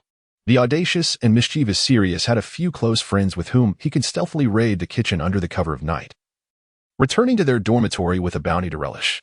A youth unacquainted with the pangs of sorrow, those carefree days seemed a distant memory. How many of his former companions and dear friends remained? That was the purest of friendships, yet it had been tainted by the filth of betrayal, drenched in the blood of the innocent. Upon reflecting on this, the black dog felt every hair on its body bristle, its eyes ablaze with a terrifying intent to kill. Betrayal demands to be cleansed with blood, to wash away the indignation of the wronged, to purge the fury of the falsely accused. An eye for an eye, a tooth for a tooth. The desire for vengeance had taken root in this man over a decade ago. After enduring a life more torturous than death for those many years, this notion had not only persisted but had flourished. Now, the time for reaping was finally at hand. However, the black dog's fierce demeanor was abruptly shattered by a sudden noise, causing it to awkwardly shake its body before bowing its head and scampering away. Although no one could recognize it now, a sense of shame lingered. Upon reaching the entrance of an alley, the black dog halted. It sniffed the air a few times, its eyes brightening as if it had discovered treasure, and then it darted into the alley. At the end of the alley stood a tall, sturdy wall. Yet, that was not the focal point. What drew attention was a cluster of stray cats huddled together in the corner, seemingly vying for something. Judging by the faint aroma in the air, it appeared to be a piece of roasted meat. Roasted meat? How could such a delicacy appear in this place? The black dog did not ponder this question. Its mind was solely occupied with the thoughts of rushing in to chase away the strays and seize that piece of meat. Hunger can erode one's rationality and impair cognitive faculties. Capitalizing on its size, the black dog easily dispersed the few stray cats. Although some of them protested, they wisely retreated after one was sent flying by the black dog's paw. With a triumphant howl, the black dog covered its face with its paw. But really, does bullying a few stray cats warrant such pride? Surely the black dog had realized this, hence the gesture of covering its face. Satiating its hunger was paramount. The black dog soon cast aside its fleeting sense of shame and lowered its head to relish its bounty. What it had acquired was a fragrant piece of roasted meat, glistening with grease, making one's mouth water. Remarkably, this piece of meat was untouched by dirt. The black dog still possessed some standards. Had it been a lump resembling refuse, both in appearance and odor, it would have certainly abandoned it in search of something that appeared more appetizing. Regardless of whether there were traces of cat saliva, the black dog was ready to take a hearty bite. After so many days of hunger, its patience had worn thin. Initially, it had not been in such dire straits. It recalled that upon reaching the shore, it had snatched a fish from a fishing boat, enjoying a haphazard meal. Subsequently, it had wandered into a small town, and when hunger struck, a bag of potatoes had fallen from a passing truck. Leaning against the sack of potatoes, several days passed. The potatoes remained uneaten when it encountered a man attempting to lure it with food. Observing the man's jolly face, the enormous cleaver hanging from his waist, and the sinister smirk at the corner of his mouth, the large black dog decisively snatched the food and fled. Such occurrences were numerous and varied. In summary, for a time, the large black dog lived a life devoid of worries regarding food and clothing. However, this fortunate situation did not last. News of its escape eventually spread. The Ministry of Magic dispatched numerous individuals to hunt him down, and wanted posters filled every corner of the small town, invisible to muggles, of course. Concurrently, strange unfamiliar figures began to appear in the town, likely the Aurors pursuing him. With no other choice, Sirius Black had to abandon the town. He also realized that he had unwittingly squandered a considerable amount of time. There was still a task he needed to accomplish, and he could no longer procrastinate. Following the route indicated on a tattered map he had unearthed from a rubbish heap, he set forth toward the residence of the child. If there was anything in this world he could not let go of, it would be those two children, his godson and his nephew. As for which of the two held greater significance in his heart, Sirius himself was uncertain. However, regarding his nephew, he had received no information whatsoever and wondered how he was faring. Perhaps, once everything settled, he would have the opportunity to search for his nephew in earnest. During this period, Sirius truly experienced the meaning of living in constant fear, akin to a rat fleeing from the streets, universally condemned. Among the Aurors pursuing him were many familiar faces. Once, they had fought side by side, but now they had become adversaries. All of this was the fault of that traitor. Contemplating this, Sirius seethed with rage, biting into a piece of roasted meat as if it were a dead rat, and then took a decisive bite. The moment the succulent juices touched his tongue, Sirius wept. He spat the morsel out and retched on the ground for what felt like an eternity, nearly expelling his bile. Ultimately, he lay on the ground, nearly exhausted, and in his anguish, pondered, who on earth had poisoned the meat? Indeed, the meat had been tainted. The rich aroma masked the faint hint of the drug. Yet once it touched his lips, Sirius discerned something amiss. Particularly that dizzying sensation, reminiscent of the unique effects of the draught of living death, left him utterly convinced. Of course he was sure. If it were you, having been force-fed the draught by unscrupulous friends and stripped of your clothes only to be tossed into a pile of women, you would never forget that taste for the rest of your life. Gazing at the meat on the ground, Sirius closed his eyes in despair, lamenting how splendid a piece of roasted meat it had been. Who could be so utterly bored as to lace a piece of meat with poison? Such wanton waste. Do you understand the value of food? To eat or not to eat? That is a question worthy of contemplation. Having consumed its meal, he could satiate his hunger. Yet he risked being overpowered and dragged back home by some burly man, ultimately becoming the source of the next delectable roast. Conversely, abstaining from food could indeed lead to starvation. Moreover, that piece of roasted meat appeared irresistibly tempting. The large black dog lay upon the ground, scratching the earth with its paws, casting glances at the roast, and etching more lines. Upon closer inspection, one could discern that the lines it had drawn formed the very outline of the roast. With eyes closed, it pondered for a moment before sketching additional lines on the outline of the meat, erasing the portion that the lines delineated. After several similar iterations, it gazed at the remaining morsel, scarcely the size of its paw, and in a fit of indignation, it stomped vehemently at it.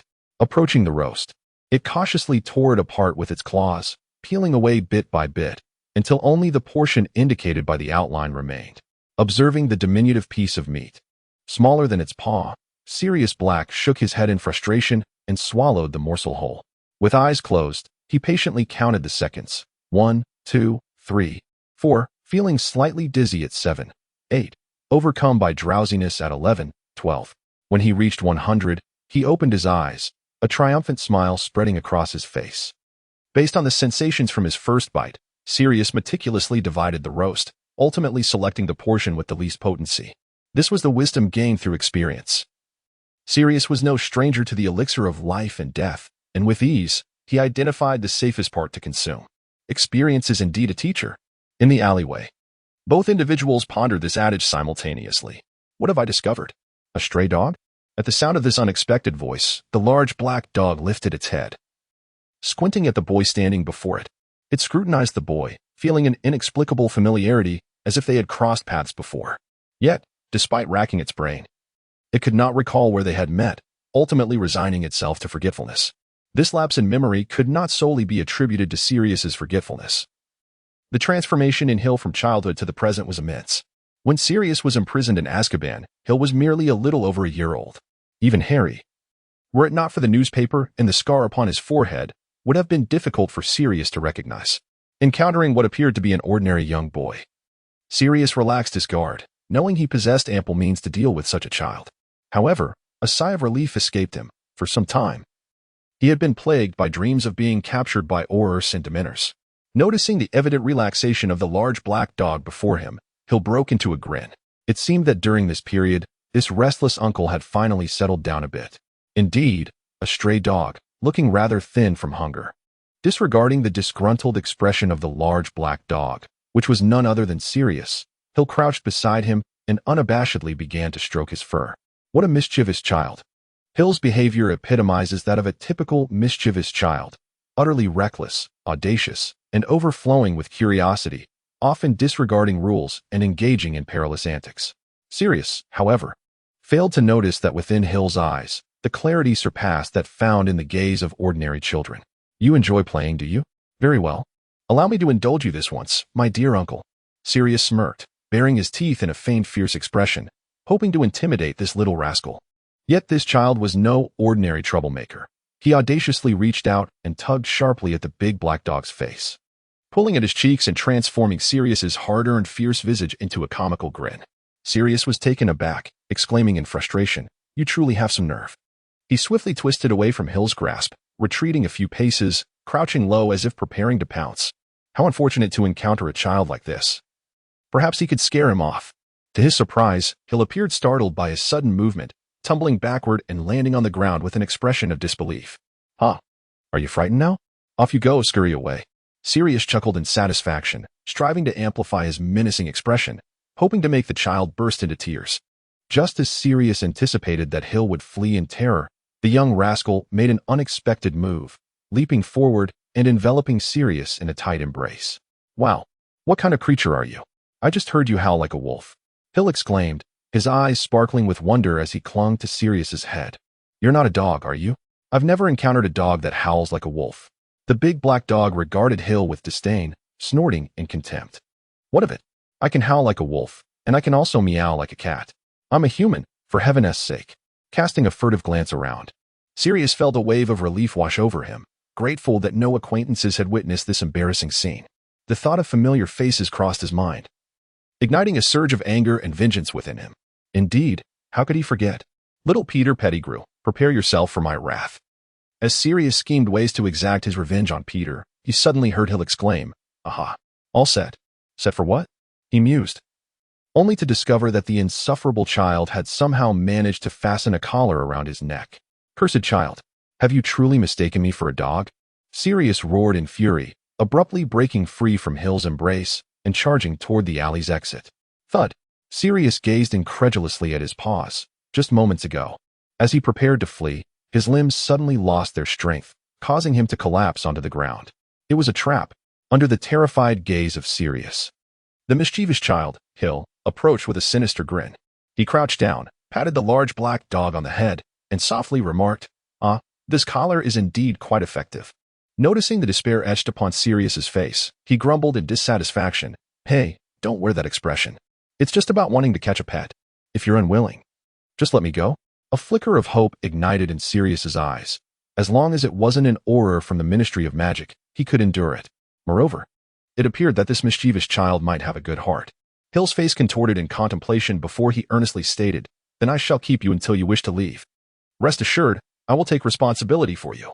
Sirius firmly believed that if he weren't already lying down, he would have been floored again by the child's words. "How dare you? Is this how one captures a pet? Such matters require mutual consent and affection. Ugh. And what does your promise of responsibility even mean?" "Well then, it's settled. You are my pet now," Hill declared with satisfaction, glancing at the sky before adding, "It's getting late. Time to head back. You can return, but I will not accompany you." Sirius resolved, remaining stubbornly in place. Did the child think he could carry him back? Sirius, having turned into a dog. Has your intelligence diminished? Did you not notice the collar that binds you? Is that something a muggle child could possess? Well, I'll undo your restraints. But don't think about escaping. The child fiddled for a moment before addressing the large black dog. "All right, you may go now, but take it slow. Otherwise, I want to be able to keep up." Sirius tentatively moved a paw, and his eyes filled with astonishment. He could move. "Humph, just watch how I shake you off." Sirius unsteadily stood up, feigning obedience as he took a few slow steps, then suddenly bolted forward. Farewell, mischievous child.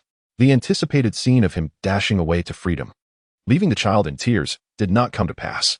Bang! Sirius was momentarily stunned, then felt a metallic taste fill his mouth. It was the taste of blood. Crack! A tiny sound reached Sirius's ears, followed by several small white objects rolling before him. "Wait, I see a poster over there."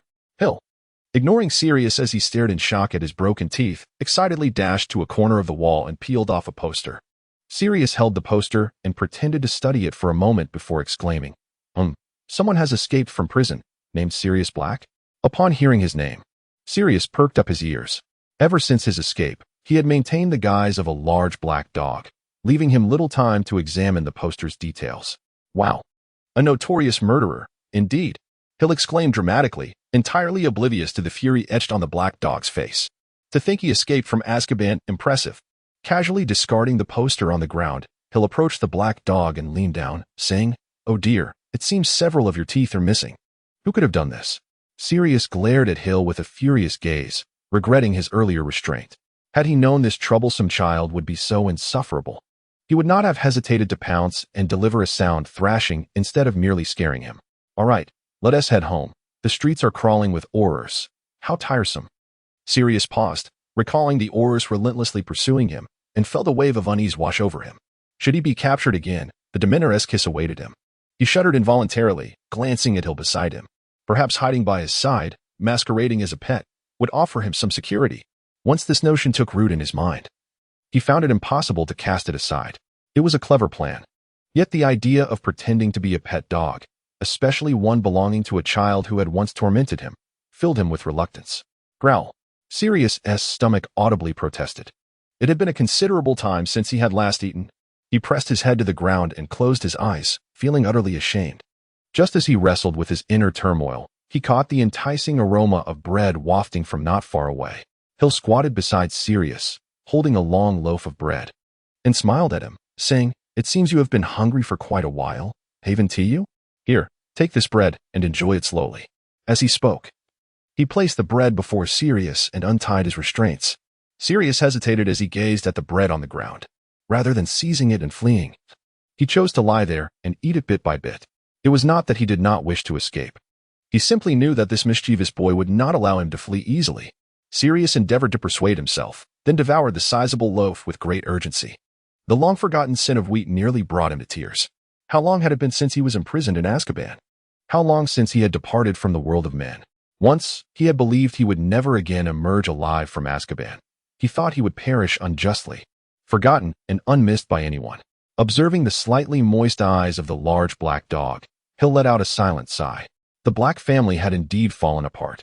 Among this generation of 5, Sirius, the heir, had become a shadow of himself, while Regulus lay dead in that cave, his remains yet to be discovered.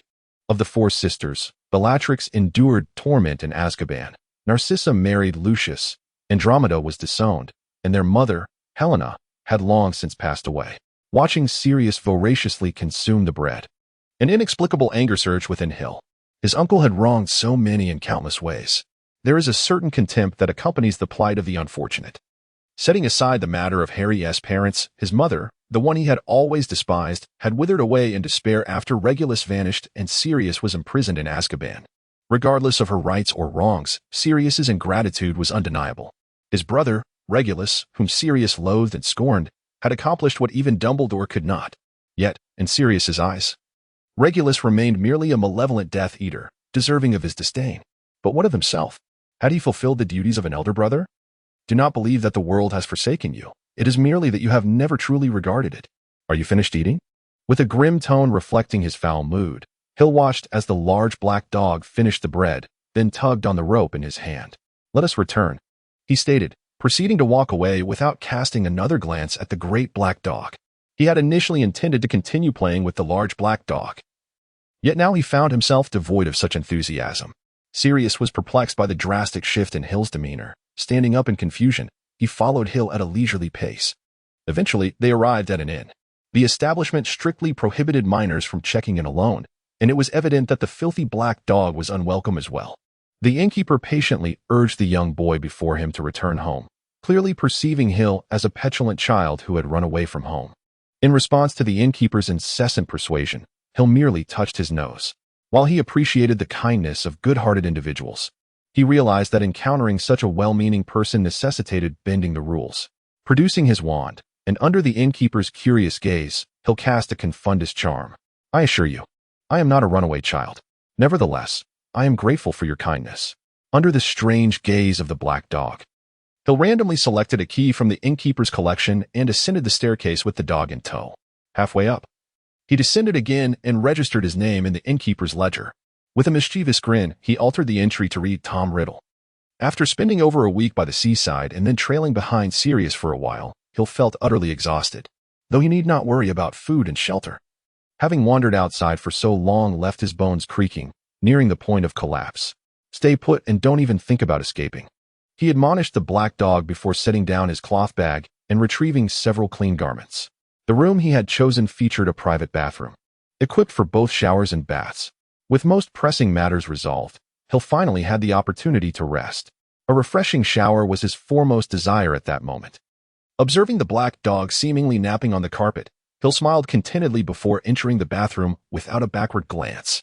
As Hill closed the bathroom door behind him, the black dog emerged from its feigned slumber. Cautiously glancing around to ensure he was unobserved, he stealthily approached the bed. The bag Hill had carelessly tossed there lay open, revealing glimpses of clothes, food, books, and other items inside. After writhing on the ground for a moment, the black dog bared its teeth and let out a low whine, then transformed into a middle-aged man clad in tattered clothing. An animagus, Sirius was one of the few who did not hold a rank within the Ministry of Magic. Others included James Potter, Remus, and Peter Pettigrew, among others. Once in human form, Sirius stretched comfortably, for prolonged periods in animagus form could affect a wizard's mental state, as well as lead to minor alterations in their skeletal structure. Once he was certain of his absolute safety, Sirius would typically revert to his human form and take a moment to move about. Approaching the bedside, he heavily sank onto the mattress. Inhaling deeply the air that embodied freedom, the softness of the bed nearly led him to believe he had ascended to paradise. A stark contrast to the unforgiving stone slab of Azkaban. Yet, the comforts of a gentle haven are often the resting place of heroes. Although Sirius had never encountered this phrase, he understood its essence. His time was limited, and the longer he lingered in human form, the greater the likelihood of capture by the Ministry of Magic, especially those Dementors, who were far more repugnant than the most tenacious Aurors. Casting a curious glance at the bag on the bed, Sirius sat up once more to examine its contents. While he had borrowed the guise of this boy to disguise his intentions, it was imperative to ascertain the boy's true nature. To his astonishment, the boy turned out to be a wizard, seemingly adept in the use of spells. The notion that the boy might be a trap was swiftly dismissed by Sirius. If it indeed were so, he would likely be experiencing the kiss of a Dementor at that very moment. Sirius regarded the boy as merely a daring young wizard, bold, resilient, and delightfully unconventional. Truth be told, he found himself rather admiring the child, as it reminded him of his own youthful audacity. First, he inspected the bag for any identifying marks. Although he suspected the boy lacked such awareness, caution was prudent. After confirming that all was well, Sirius unzipped the bag and began to scrutinize its contents. Inside were several changes of clothes, a few books, some canned goods, a small pouch of galleons, and a handful of Muggle currency, along with a stack of letters. Sirius nodded in approval. The boy had evidently prepared well for his journey, bringing all the essentials. However, a mischievous smile crept across his lips. What would happen if he were to cast this bag aside? Ultimately, Sirius refrained from acting on this amusing impulse. It was not yet time to depart. When the moment truly arrived, he might indeed consider it. Moreover, the subsequent findings filled him with relief. Grateful that he had not hastily discarded the bag, he paused after reading a few letters, his hands trembling slightly, his face alight with ecstatic joy. The letters he held contained simple messages. Someone was feeling lonely and wished for friends to visit, and this boy had agreed to go to that person's home. Two names emerged within those letters: Harry Potter and Seamus Finnegan. In the bathroom, Seamus hummed a tune while lounging in the bathtub, the overly warm water reddening his face, making him appear as if he were inebriated. His eyes were half closed, every bone in his body seeming to moan as he floated in the water, as if he were drifting through the clouds.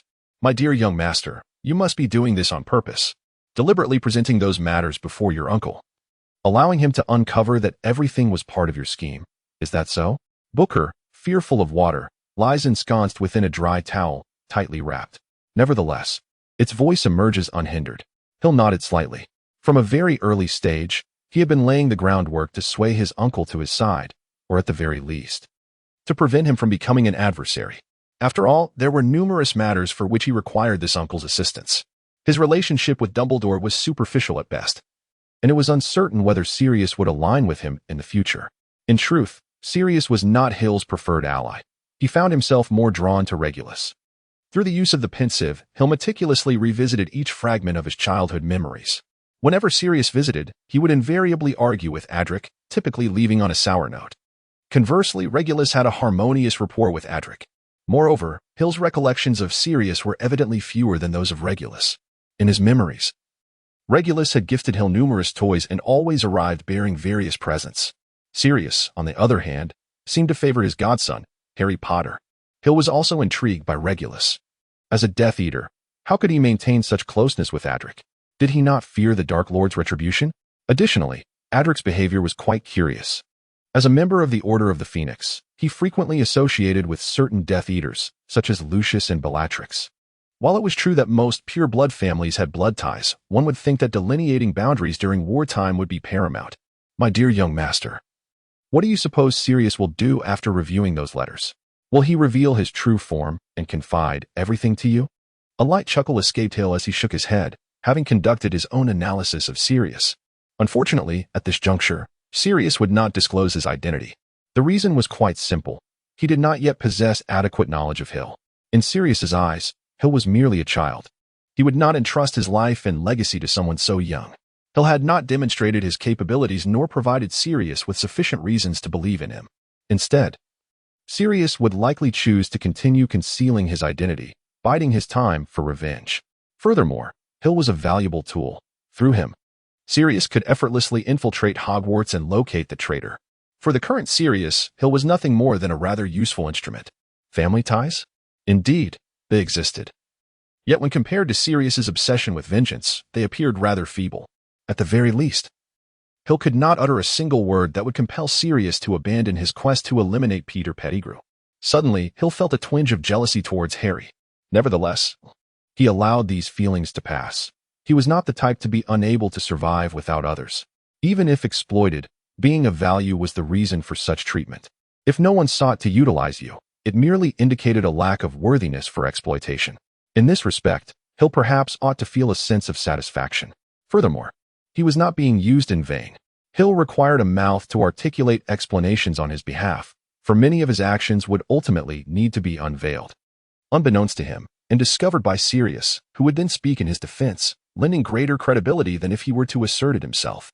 Thus, Hill was also utilizing Sirius, a mutual benefit, quite fair, wouldn't you agree? Estimating that the time was ripe, Hill rose to his feet. Gazing at the wand resting beside him, he hesitated momentarily, yet opted against using a spell to dry himself. Instead, he took a soft, pristine white towel and gently pressed it against his head, gradually absorbing the moisture from his hair. Such leisurely pursuits had long been absent from his routine. Dressed and having casually tucked book into his pocket, Hill glanced at his reflection in the mirror. The image of Hill, cleansed of dust, squinted slightly. Exuding an aura of relaxation, his entire being radiating a languid essence. Satisfied, he nodded and listened intently to the sounds beyond the door, deliberately making a bit of noise. Hearing the faint rustling of items being arranged outside, he lingered a moment longer before finally pushing the door open.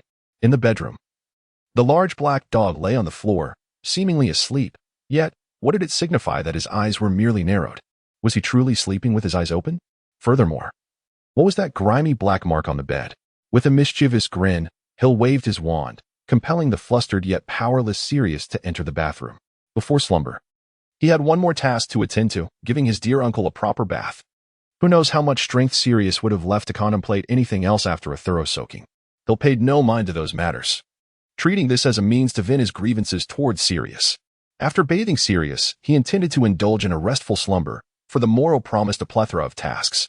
This summer would prove to be quite the busy season. Indeed, everything was merely beginning. What in the world was the Shadow Council doing here? And what was the deal with that Dementor? Concealed behind a massive rock, Hill endeavored to steady his breath, recalling the events that had transpired. It was merely half an hour prior, at the seaside, where the briny mist enveloped him, and the waves surged against the rocks, casting a spray of tiny droplets. The sunlit surface of the sea sparkled with glimmering reflections, boundless and majestic, where the sky met the water in a breathtaking panorama. Yet, Hill found himself devoid of the capacity to appreciate such beauty, as he lay precariously at the edge of a steep cliff, with the tumultuous sea churning hundreds of feet below, creating countless frothy bubbles. In a hidden recess beneath the cliff, there existed a cave, a realm of secrets where Voldemort's Horcrux, the locket of Slytherin, had once been concealed. Of course, that place was likely barren now, for Hill's uncle, Regulus, had bravely pilfered the Horcrux from its resting place.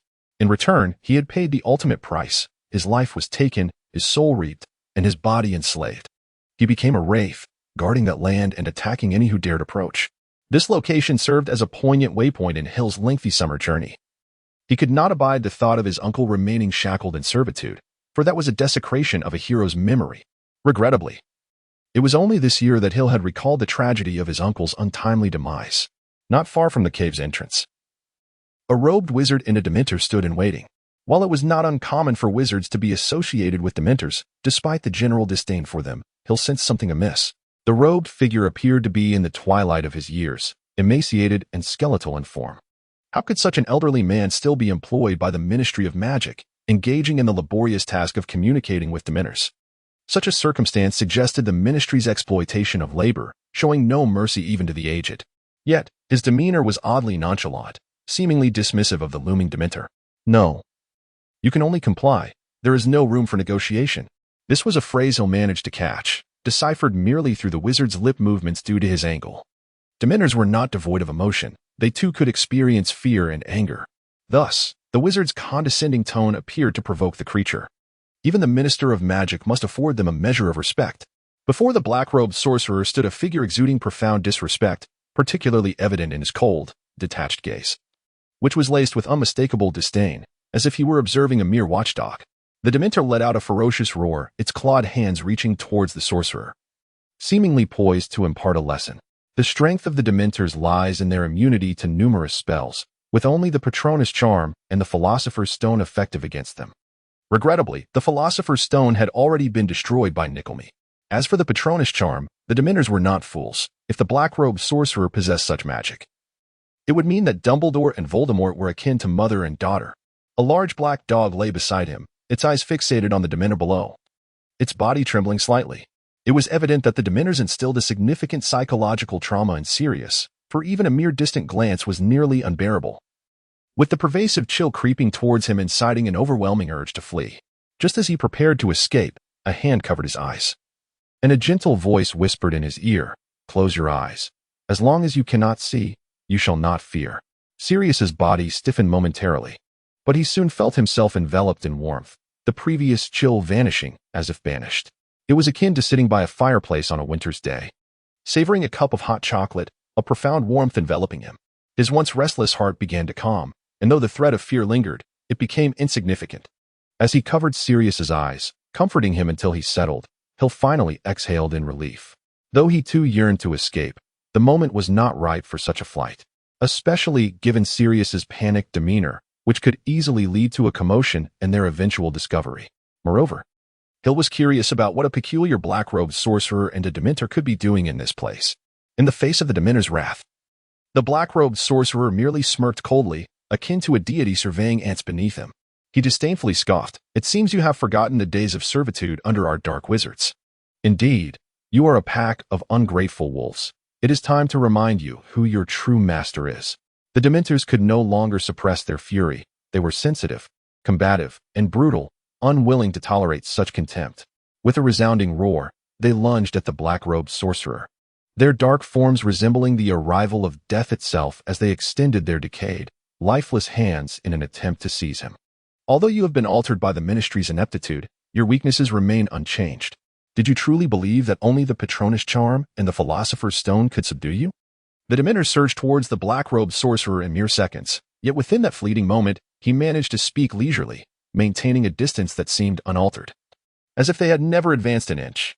Hill's expression grew grave. It was not that there had been no progress at all, but rather that the advancement was so minuscule that it seemed as though he had not moved at all. He observed that concentric ripples, imperceptible to the naked eye, were gradually expanding around the dark-robed sorcerer, with the Dementor ensnared within. Like a small creature trapped in a quagmire, each movement of the Dementor appeared exceedingly slow and laborious. It opened its mouth as if preparing to howl, yet even this seemed a Herculean task, ultimately leading it to abandon the futile endeavor. Gazing at the near-motionless Dementor, the dark-robed sorcerer revealed a staff that had somehow materialized in his hand. This staff, crafted from an unidentified bone, did not bear the gruesome and malevolent design one might expect. On the contrary, it was exquisitely beautiful, with a slender, upright shaft and a luster akin to that of fine jade. The staff's head was adorned with a sculpture of a figure in a black robe, wielding a massive black scythe, resembling the Grim Reaper. The base of the staff took the form of a serpent's tail, its scales and sinewy muscles vividly detailed. It coiled sinuously, occupying the lower half of the staff, culminating at the grip, with a gaping maw and fangs like daggers. As he caressed the skeletal staff, the dark-robed sorcerer suddenly swung it with fervor. A beam of cold black light erupted from its apex, striking the Dementor with tremendous force. The cold light, seemingly tangible, sliced through the air with a whip-like crack as it lashed against the Dementor. Upon contact, a sound akin to physical impact resonated, revealing that the blow had inflicted significant harm upon the creature, which howled in agony, trembling uncontrollably. Even its shadowy form appeared to waver, the struck area nearing transparency. "This skeletal staff has been meticulously crafted for you Dementors," the dark-robed sorcerer explained with a leisurely demeanor, reveling in the moment. "Did you truly believe that the dark wizards who created you left no contingency plans? Alas, it matters not. You would not comprehend. You are but a mere messenger, an insignificant pawn." With a cruel smile, he swung the staff once more, delivering another punishing strike to the Dementor, akin to training a disobedient watchdog. "Under normal circumstances, communicating with you Dementors would not necessitate my involvement. However, we are all too familiar with your nature. We anticipated your reluctance to comply, which is precisely why I, the Vice President of the Shadow Council, must intervene personally, wielding this staff specifically designed to counteract your kind. You are merely hounds of our creation, and you shall bite whom we command without question or negotiation. Yet, you wretched beings, filthy abominations, dare to lay hands upon me, the esteemed Vice President of the Shadow Council?" With a series of sharp cracks, the dark-robed sorcerer unleashed his spell upon the Dementor, striking it repeatedly until it was rendered weak and feeble. Its cloak lay in tatters, revealing the decaying flesh beneath, much of which had become nearly translucent after enduring such punishment. The once formidable presence of the Dementor had all but vanished. Though the sorcerer felt a lingering desire to continue, he knew that further attacks would surely obliterate the creature, and he required its assistance to convey a message. It could not perish just yet. Relay this to your leader. Our terms must be accepted without negotiation, he declared. As a gesture of goodwill, we shall assist you in breaking free from the ministry's control. We will remove the restraints they have placed upon you, granting you the freedom to harvest souls at will. Now be gone. Depart as far as you can, and do not let me see you again. Having delivered his ultimatum, the dark-robed sorcerer relinquished his hold over the Dementor, watching with a cold smirk as it fled like a frightened animal. Such was the nature of the Dementor, it obeyed the one with the mightiest fist. Undoubtedly, the terrified creature would convey the Shadow Council's intentions precisely to its leader, along with the news of the skeletal staff. Once the Dementor had departed, the sorcerer raised his gaze to the cliff's summit. Come forth, little imp. Were you listening with delight? Before him lay a vast granite gorge, plunging around 200 meters deep, with a stream below that could scarcely be called more than a trickle. The cliff's edge, near the gorge, was nearly barren for about 100 meters, devoid of any vegetation, while further away, a lush forest began to flourish. Following the gorge for several kilometers, one would find a small, dilapidated castle perched upon a hill in the deep mountains. This land was perpetually shrouded in dark clouds, a place that eluded any map. Belonging neither to the mundane nor to nature, its masters were equally detached from the ordinary world. This was the stronghold of the Shadow Council, their most fortified bastion. As he traversed the dimly lit corridors of the castle, the pale or dark green magical lamps flickered with a feeble glow, revealing glimpses of armored figures whose eyes gleamed with a bloodthirsty light. At the castle's heart lay a great hall, vast and profound, its dimensions and height unknown, as the dim lighting rendered the surroundings indistinct. The pillars, thick enough to be embraced by 3 men, stand in unknown numbers, each shrouded by indistinct shadows that loom ominously beneath them. At the far end of the grand hall, a towering black throne crafted from an assortment of skeletal fragments of various creatures looms, stained with diverse blood and transformed through the arduous labor of numerous dark sorcerers over the years into a sinister yet formidable artifact of dark magic. This throne transcends mere seating. It symbolizes power and status, with few throughout history deemed worthy to occupy it. Even the current esteemed leader of the Shadow Council is unqualified to claim this seat. In the center of the hall rests a circular table, boasting 13 positions. While this number may evoke ill fortune for many, it carries an enigmatic magical essence for dark sorcerers. This table serves as the venue for the Shadow Council to deliberate matters, reserved for significant discussions. Typically, they would not convene so solemnly here. Of the 13 seats, most remain vacant, save for a handful occupied by sorcerers cloaked in black robes. The figure seated at the head, surrounded by swirling tendrils of dark energy, is unmistakably the leader of the Shadow Council. Mysterious and powerful, the leader's name has faded from the memories of most within the council. A century ago, when they were mere novices, the leader already occupied that esteemed position. 100 years later, the elder members of the council have largely perished. Yet the leader remains steadfastly seated. It is well known that the benefits of practicing dark magic include rapid advancement in power, albeit at the cost of a shortened lifespan. In youth, sorcerers may thrive, but in old age, a host of ailments inevitably descends, ultimately claiming their lives. Yet the leader, a century ago, emanated an unfathomable depth. And even now, he remains as inscrutable as an abyss. As the moment approached, the leader chose to disregard the several empty seats. He rapped his knuckles against the table, and an immediate silence enveloped the hall. The reason for your summons today is straightforward. I am here to inform you of a matter of grave importance. Pausing momentarily to ensure all eyes were fixed upon him, he continued in a somber tone, our vice president, Travis Dello, has been confirmed dead for 6 hours. A wave of astonishment swept through the hall. However, out of respect for the leader's authority, not a single voice was raised.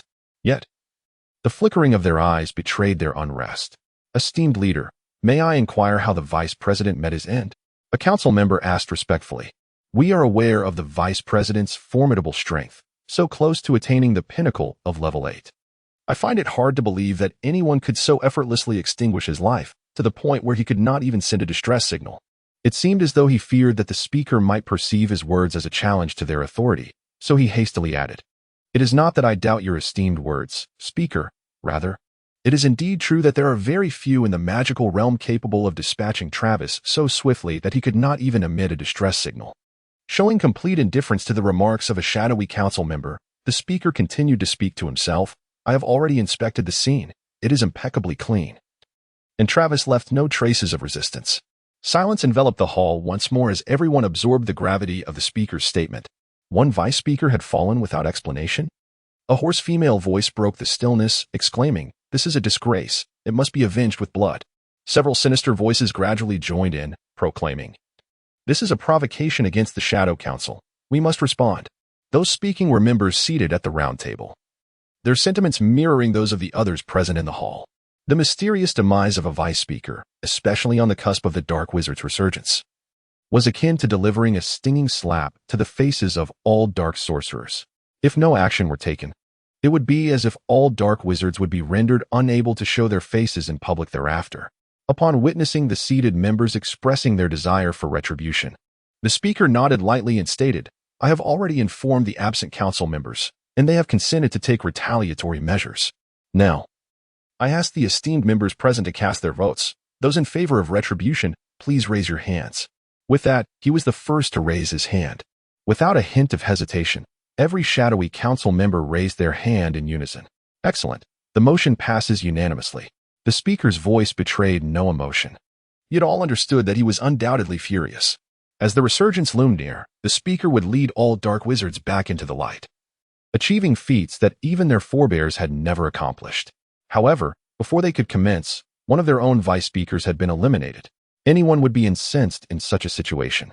Therefore, let us mobilize all our resources to uncover the identity of Travis's murderer. Our primary focus shall be the White Wizards. We must investigate the recent activities of those ancient ones. No sooner had the speaker's words faded than several council members nodded and transformed into shadows, swiftly departing the scene. The matters at hand could not be delayed. With Travis's death, the Bone Scepter was lost, yet the task of subduing the Dementors could not be postponed. The speaker had not located the Bone Scepter that Vice Speaker Travis had carried, and the marks left upon it had been erased, rendering them untraceable. Now, with Travis's demise, the efforts to control the Dementors had stagnated. Nonetheless, these tasks required someone to take charge. Glancing at the assembled council members, the speaker pointed to one individual, Vester. "You shall assume Travis's responsibilities. My sole demand is that the Dementors must yield to us." "Certainly, esteemed speaker." After listening to the words of the speaker, a member named West appeared ready to depart, yet was halted by the speaker.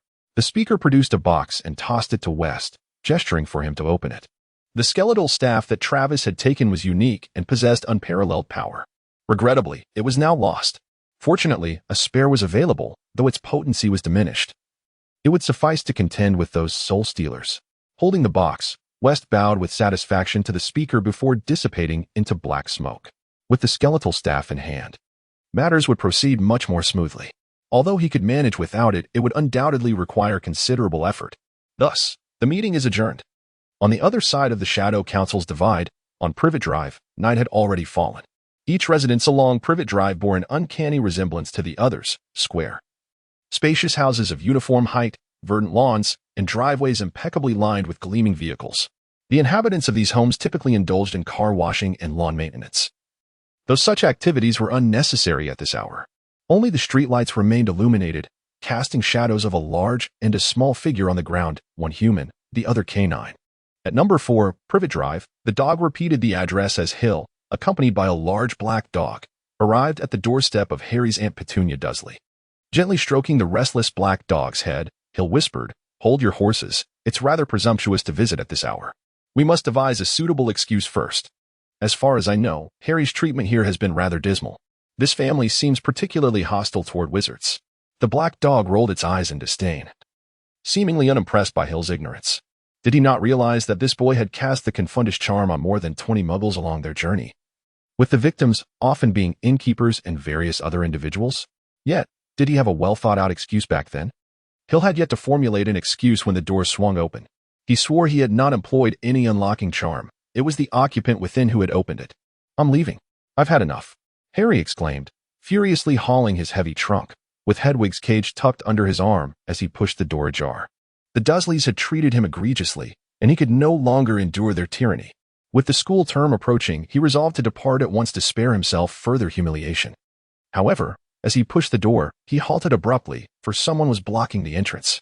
Raising his gaze, he adjusted his glasses with effort and, after discerning the identity of the visitor, a look of astonishment spread across Harry's face. "Hill, what are you doing here?" A large black dog was ruthlessly disregarded. "Ah, I am aware that many wish to critique the pacing of my narrative. Over 20 chapters and more than 60,000 words have elapsed without the commencement of school.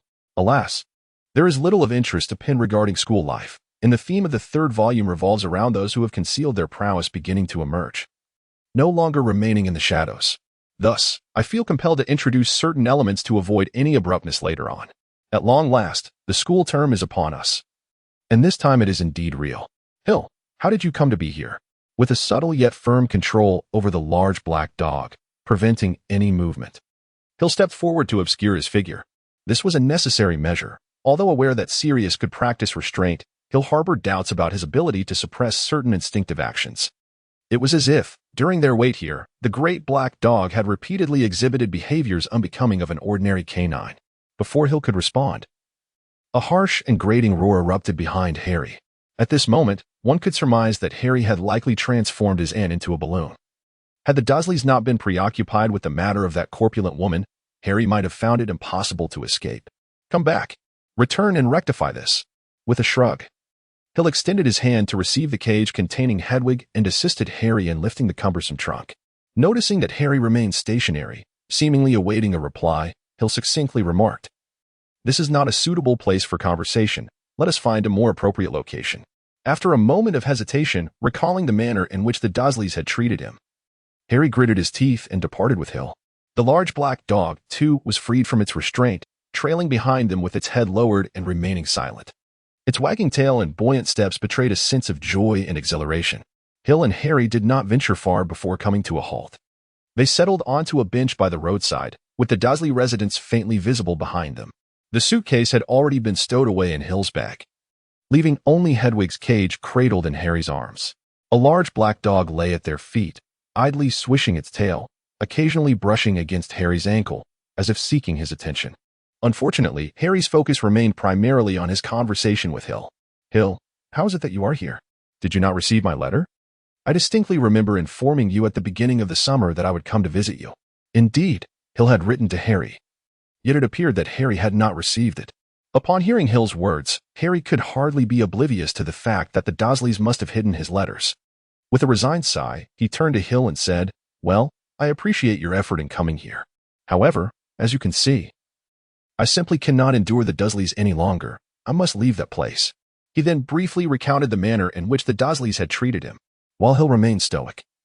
The large black dog at their feet began to growl lowly. Gently nudging the dog with his foot to signal it to behave, Harry couldn't help but notice its presence. Over the past few days, under Hill's care, the once scruffy dog had transformed. Its coat now gleamed like silk, its physique was robust, and its eyes sparkled with vitality. The dog had garnered attention from many beautiful female dogs along their journey, and certainly, there were males vying for its attention as well. "Is this your new pet?" he asked, tentatively reaching out to pat the black dog. Contrary to his expectations of an indignant snap in response, the dog seemed to relish Harry's touch, narrowing its eyes and wagging its tail in delight. "This one? I merely found him on the road. However, it appears he seems to prefer you. How can that be? We've only just met." Harry shook his head, yet deep within him lingered an inexplicable sense of familiarity towards the dog, as if he had encountered it before. Before he could ponder further, the black dog leapt onto him, enthusiastically licking his face. With no other option, Hill intervened, prying the exuberant dog off him and restraining it. He had anticipated such an occurrence and hoped that Sirius would exercise restraint. Otherwise, he would not hesitate to confine him until he learned to control himself. Accepting the tissue Hill offered, Harry wiped the drool from his face and chuckled wryly. "He is indeed quite enthusiastic, perhaps a bit too much for my liking. And his drool is abundant, almost rivaling that of Fawn." One tissue was evidently insufficient, prompting Hill to hand him another. He then glanced at the dog's tightly shut eyes and remarked meaningfully, "Perhaps it is more than mere drool." "What did you just say?" "Nothing. Have you considered what your next step should be?" Changing the subject, Hill assessed Harry from head to toe before shaking his head. "Surely, you don't intend to remain on the streets until school starts?" "Anything is better than staying there," Harry retorted. Clearly, remaining with the Dursleys was far worse than the prospect of sleeping on the streets. This illustrated the Dursleys' neglect of Harry and his profound dissatisfaction with them. Would you be interested in coming to my home? Hill posed the question he had prepared, anticipating Harry's response. What? Well, since you have no place to stay, why not come to my house? It is quite spacious and should be ample enough for you. Hill smiled, indulging Sirius for a moment, allowing him to spend time with Harry. After enduring a decade of torment, Sirius was barely holding on. Though his body had recovered, his mental state remained stagnant. Perhaps time spent with Harry would hasten his healing.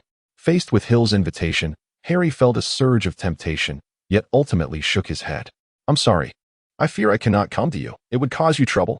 Do you truly believe that you, Harry Potter, one of my closest friends, would be a burden to me? Hill was indeed a bit irked, though also slightly touched, as he understood Harry's concerns. With a flicker of inspiration, he conceived a clever idea. No. That is not what I meant. Harry panicked, genuinely afraid of inciting Hill's anger. He hurriedly elaborated. I might be expelled from Hogwarts for using magic just now. Perhaps someone will come to inform me of it shortly.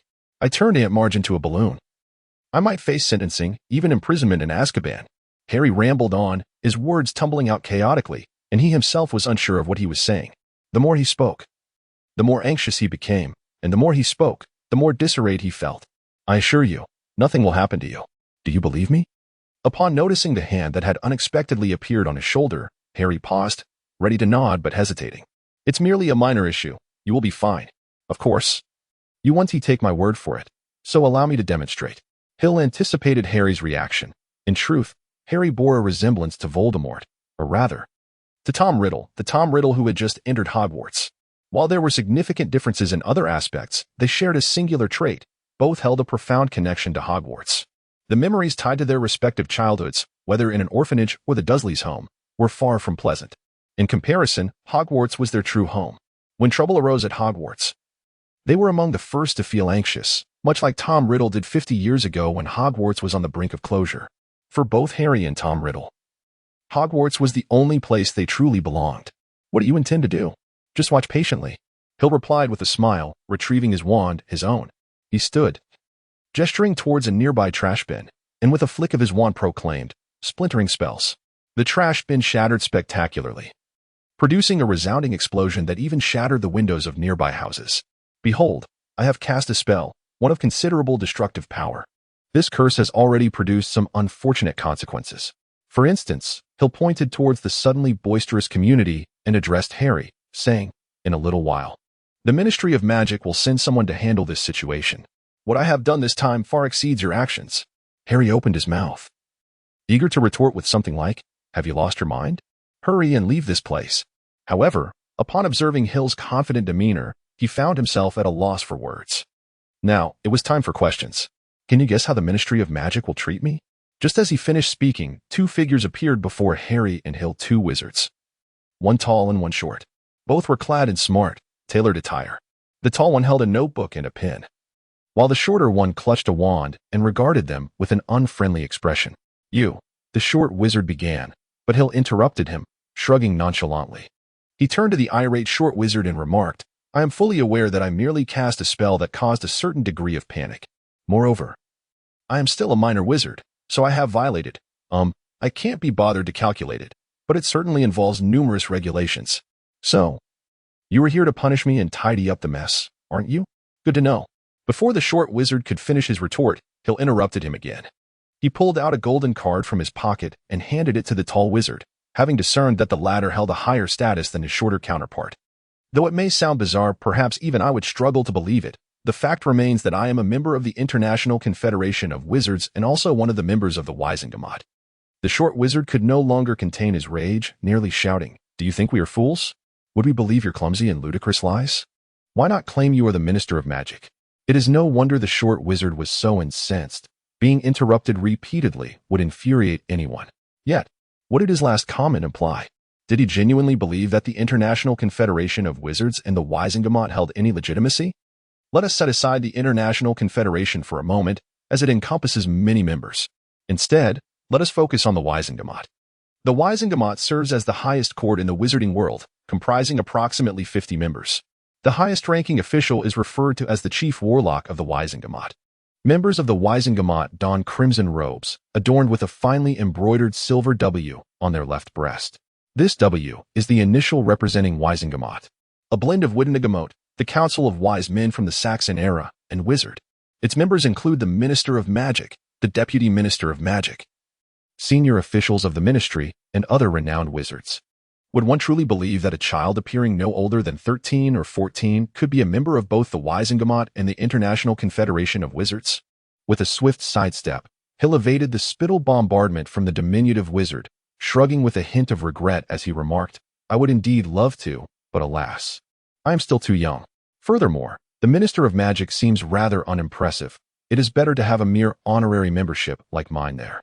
The words of the short wizard were once again interrupted, this time not by Hill, but by the tall wizard, who handed a card to Hill with a somber expression. Addressing the shorter wizard, he stated, "Let us depart. This matter is concluded." However, the little fellow is indeed a member of both the Waisengamot and the International Confederation of Wizards.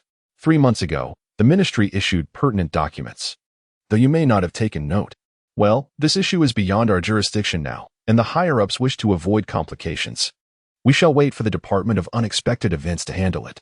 With that said, regardless of the captivating expressions on the shorter wizard's face, the tall wizard vanished with a disapprobation. Stamping his foot in frustration, the short wizard, brimming with discontent and ire, recognized that there was nothing more they could do about the situation. In this world, there will always be a privileged class. For muggles, wizards are the elite. And for wizards, those seated in positions of power who can dictate the fates of their kind with mere words are also a privileged class. Watching the short wizard depart, Hill chuckled softly before returning to his bench. He turned to Harry, who was staring in astonishment, and said, "Did you see that? This world is devoid of fairness.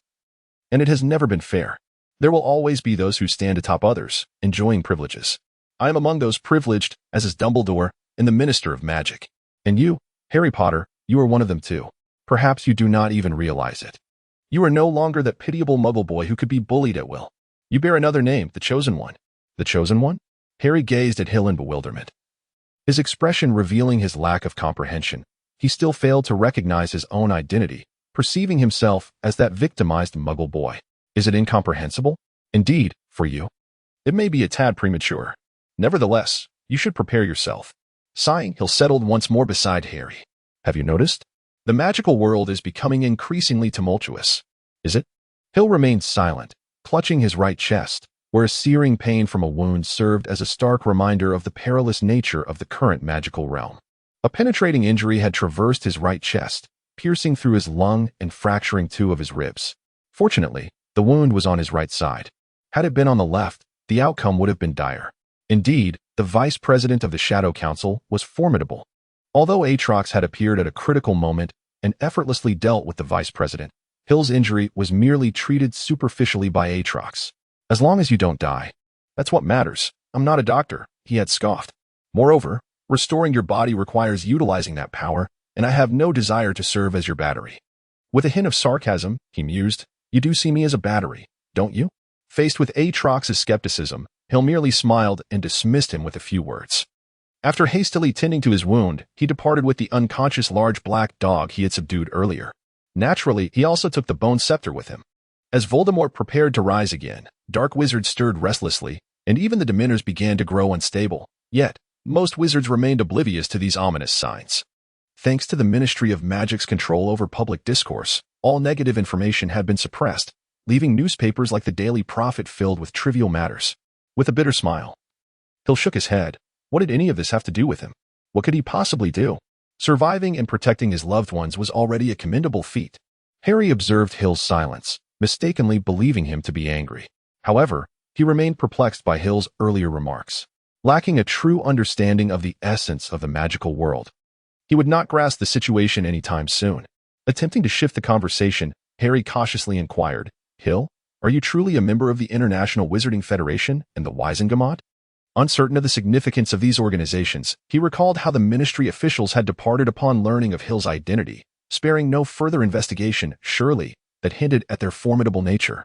"Indeed, strictly speaking, I should be the youngest member in history," Hill replied, releasing his hold on the large black dog, who obediently laid down, a gesture that satisfied him. "In truth, this identity is not as impressive as you might think. I am merely a figurehead, meant to intimidate those at the lower levels. Beyond that, I have little influence. 3 months prior, Hill had received a letter indicating that his application to reclaim the Fox family's seats in the International Wizarding Federation and the Wizengamot had been approved. He would obtain them directly upon graduating from Hogwarts. However, due to the fervent requests of certain members, Hill had been granted partial rights ahead of time. To be honest, when he received the letter, he was utterly bewildered. The reason was simple. He had never applied. The Fox family, as a venerable lineage of pureblood wizards, undeniably wields considerable influence, holding seats within both the International Confederation of Wizards and the Wizengamot.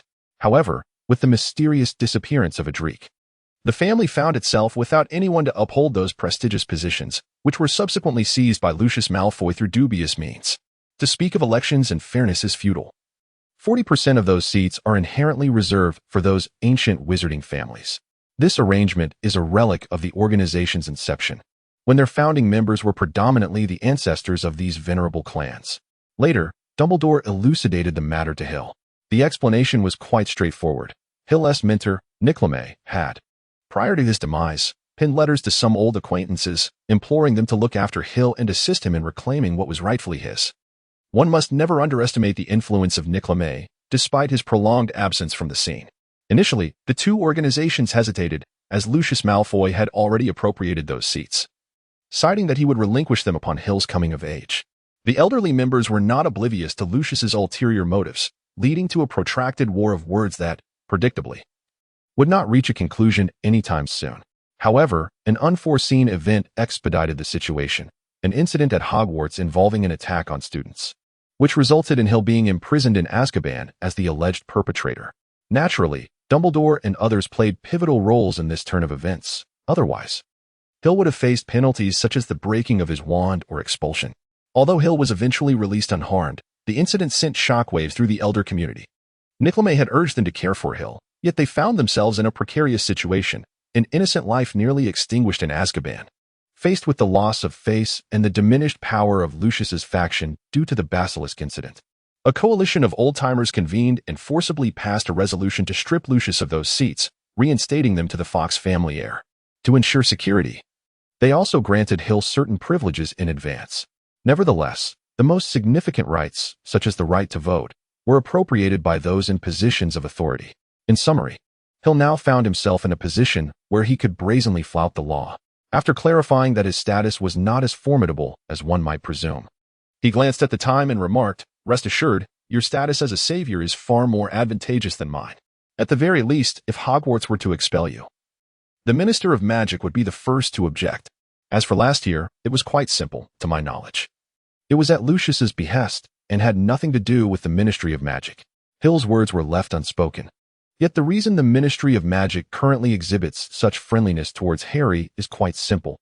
They seek to turn him into one of their own. The titles of Savior, the one who defeated the Dark Lord, and the rescuer of the British wizarding world carry immense weight. However, once they ascertain that they cannot sway Harry to their side, they will begin to suppress him, diminishing his influence and the like. After all, the Ministry is presently preoccupied with vying for power against Dumbledore. Upon hearing Hill's words, Harry appeared somewhat relieved, as if a heavy stone had been lifted from his heart. He gazed at Hill and nodded earnestly, saying, "Well then, I shall trouble you this time." Seeing Harry's agreement, Hill produced his wand and stepped to the roadside, waving it a few times. Given the late hour, the night bus was undoubtedly the best choice. Noticing Harry's puzzled expression, Hill explained, "The night bus will respond to your wand if you extend it at the roadside, and it will appear before you." "But where is it?" Harry began to ask, but was interrupted by a thunderous bang, followed by a sudden blinding light. Hill took a gentle step back, and in the next moment, a triple-decker bus came to a halt where Hill had just stood. The bus materialized from the thin air, and golden letters on its windshield proclaimed, "Night Bus." Before Harry could recover from his astonishment, a voice dripping with charm rang out, and the bus doors swung open with a loud thud. "Welcome aboard the Night Bus. This emergency transport service is designed for witches and wizards in distress. Simply extend your wand and board the bus, and we shall take you anywhere you wish to go. My name is Stan Shunpike, and tonight, I am your conductor." Conductor Stan Shunpike appeared to be merely 18 or 19 years old, with oversized ears and a smattering of small pimples on his face. "We're headed to the western suburbs of London." "How much is it?" Hill inquired. "That'll be 12 silver sickles," Stan replied, "but if you pay 15, you can receive a chocolate, pay 16, and you'll get a hot water bottle and a toothbrush, with the color of your choice. 2 people and a dog. Here is the money." After settling the fare, Hill waved at Harry, who was still frozen in place. "Come on, you don't intend to walk to my house, do you?" The large black dog tugged at Harry's trousers, appearing unusually excited. This was quite understandable, wasn't it? "Oh, I'll be right there." Regaining his senses, Harry quickly grabbed Hedwig's cage and followed Hill onto the night bus. The large black dog followed closely behind, wagging its tail in a rhythmic sway, much to Stan's bemusement. Inside the bus, there were no seats. Behind the drawn curtains, 6 beds with brass poles were arranged. Beside each bed, candles flickered, illuminating the paneled walls. Harry had been assigned to the bed behind the driver, while Hill occupied the space behind him. The large black dog was once again restrained by Hill and unceremoniously shoved beneath the bed. It may be somewhat challenging to enjoy a peaceful slumber, but rest assured, upon awakening, we shall have arrived at our destination. After imparting some crucial advice to Harry, Hill reclined on his bed, finally having the opportunity to scrutinize the interior of the vehicle. His gaze instinctively drifted towards his neighbor, and as his eyes fixated, he discreetly turned away, facing the window instead. Opposite Hill lay another bed, occupied by an elderly man clad in a gray robe. Initially, the man faced the same window, but upon Hill's abrupt turn, he mirrored the motion. Observing Hill's back, he then glanced beneath the bed, a peculiar smile tugging at the corners of his mouth. He parted his lips to utter a phrase, yet no sound emerged. Soon after, he turned away, and within moments, the soft sound of snoring filled the air. Should anyone possess the ability to read lips, they might decipher the unvoiced words of the gray-robed elder. How intriguing, a man and a dog, no, rather, a man accompanied by a poorly disguised, clumsy mutt. After enduring a prolonged period of sitting, discomfort gnawed at Harry's coccyx, prompting a visit to the hospital upon his return home. The chaotic nature of the night bus had certainly made an impression on him. Even with his veins coursing with the thrill of adventure, unease often lingered within him, particularly regarding the driver Ernie Prang's rough and reckless driving style. Although he was aware that this vehicle was no ordinary mode of transportation, Harry still harbored concerns about its ability to withstand the rigors of the journey. Throughout the ride, the idle conductor Stan engaged Harry in conversation, during which he learned of a perilous criminal who had escaped from Azkaban, a man named Sirius Black, who had allegedly slain 13 individuals with a single curse and was a staunch ally of Voldemort. Azkaban, Harry recalled the name. The last time he had heard it being when Hill was incarcerated there last year. He had once inquired about its nature from Hagrid, who had shared a dreadful expression when discussing Azkaban, despite being one of the bravest individuals Harry knew. Yet, what horrors truly resided within those walls? Harry contemplated asking Hill about it, having previously sought clarity but received only vague responses. However, just as he prepared to pose his question, the bus lurched violently, propelling him forward and nearly colliding with the edge of the bed. After a few passengers disembarked, the bus resumed its journey. Yet, Harry found his inquiry forgotten. As he lifted the curtain and gazed intently at the scenery beyond, the night bus advanced through the darkness, scattering shrubs, streetlights, telephone booths, and trees with unwavering resolve. It was unstoppable. Unlike Harry, who felt a blend of trepidation laced with excitement and curiosity, Hill now struggled profoundly. Hill could never have anticipated that he would encounter the enigmatic figure in the gray robe once more, and so soon at that. During their last meeting, the mysterious individual had attempted, albeit unsuccessfully, to erase Hill's memories. Hill was left to ponder the consequences should that person discover that his memories remained intact. Despite having eliminated the vice president of the Shadow Council, it was never Hill's intention to engage in such a conflict. He abhorred unnecessary entanglements and, had it not been for the vice president's lethal intentions toward him, he would not have resorted to such drastic measures. It was not fear that drove him, but rather an instinctive urge to distance himself from the gray-robed elder. Hill had an unsettling feeling that the gray-robed elder and the forces behind him might be just as formidable as the dark wizards. That bullet, the wizard who inexplicably shattered before Hill, and the unfathomable gray-robed elder had marked even a mundane bullet with a tracking signal. Hill did not believe this to be an act of mere boredom. Thus, he chose to feign sleep, ignoring the man. However, exhaustion took its toll, and what began as a charade of slumber soon transformed into genuine rest. When Harry awakened him, the vehicle had already halted on the outskirts of West London, and a short walk would lead them to Hill's home. Rubbing his eyes, Hill glanced at the vacant seat across from him and sighed in relief. The gray-robed elder had long since departed, leaving the space empty. After gathering his belongings and releasing the large black dog from its confinement, Hill and Harry disembarked from the night bus. Once they ensured nothing was left behind, Hill and Harry proceeded towards the nearby villa. However, after a few steps, Hill furrowed his brow, not for any particular reason, but due to the unexpected presence of an individual ahead of them. The person was a stocky little man clad in a pinstriped robe, appearing both aloof and weary. Upon seeing Hill and Harry, a forced smile crept across his face, though it seemed insincere. Cornelius Fudge. At last, "I found you, Harry," Fudge exclaimed, approaching amicably, patting Harry on the shoulder. Noticing Harry's slightly anxious demeanor, he gently reassured, "Do not be alarmed. I merely wish to confirm your safety." "Safe?" Harry inquired, perplexed. "You must be Hill Focus, much younger than I had anticipated." Without responding to Harry's question, Fudge turned his gaze to Hill, his smile growing even brighter. "Greetings, Minister," Hill acknowledged coolly, although he understood Fudge's purpose for being there. One question lingered in Hill's mind. How did Fudge know that he and Harry would be present? Wasn't he supposed to be waiting at Diagon Alley? After a brief exchange of pleasantries, Fudge surveyed the surroundings before addressing Hill. "Would you mind if I spoke with Harry alone for a moment? As long as Harry consents." "I have no objections." Harry, of course, would not protest, would he? With one hand resting on Harry's shoulder, Fudge guided him into a nearby thicket. Harry cast a pleading glance at Hill, who merely shrugged in response, indicating his inability to assist. Hill could surmise the content of Fudge and Harry's conversation. Thus he refrained from eavesdropping, knowing his efforts would likely be futile. Nevertheless, Hill first secured the large black dog, setting it aside to prevent any potential disturbances. Approximately 10 minutes later, Fudge and Harry emerged. Fudge wore a satisfied expression, while Harry appeared troubled. "Rest assured, the leaky cauldron will be perfectly safe. There are many wizards there, and old Tom is quite dependable. He will take good care of you.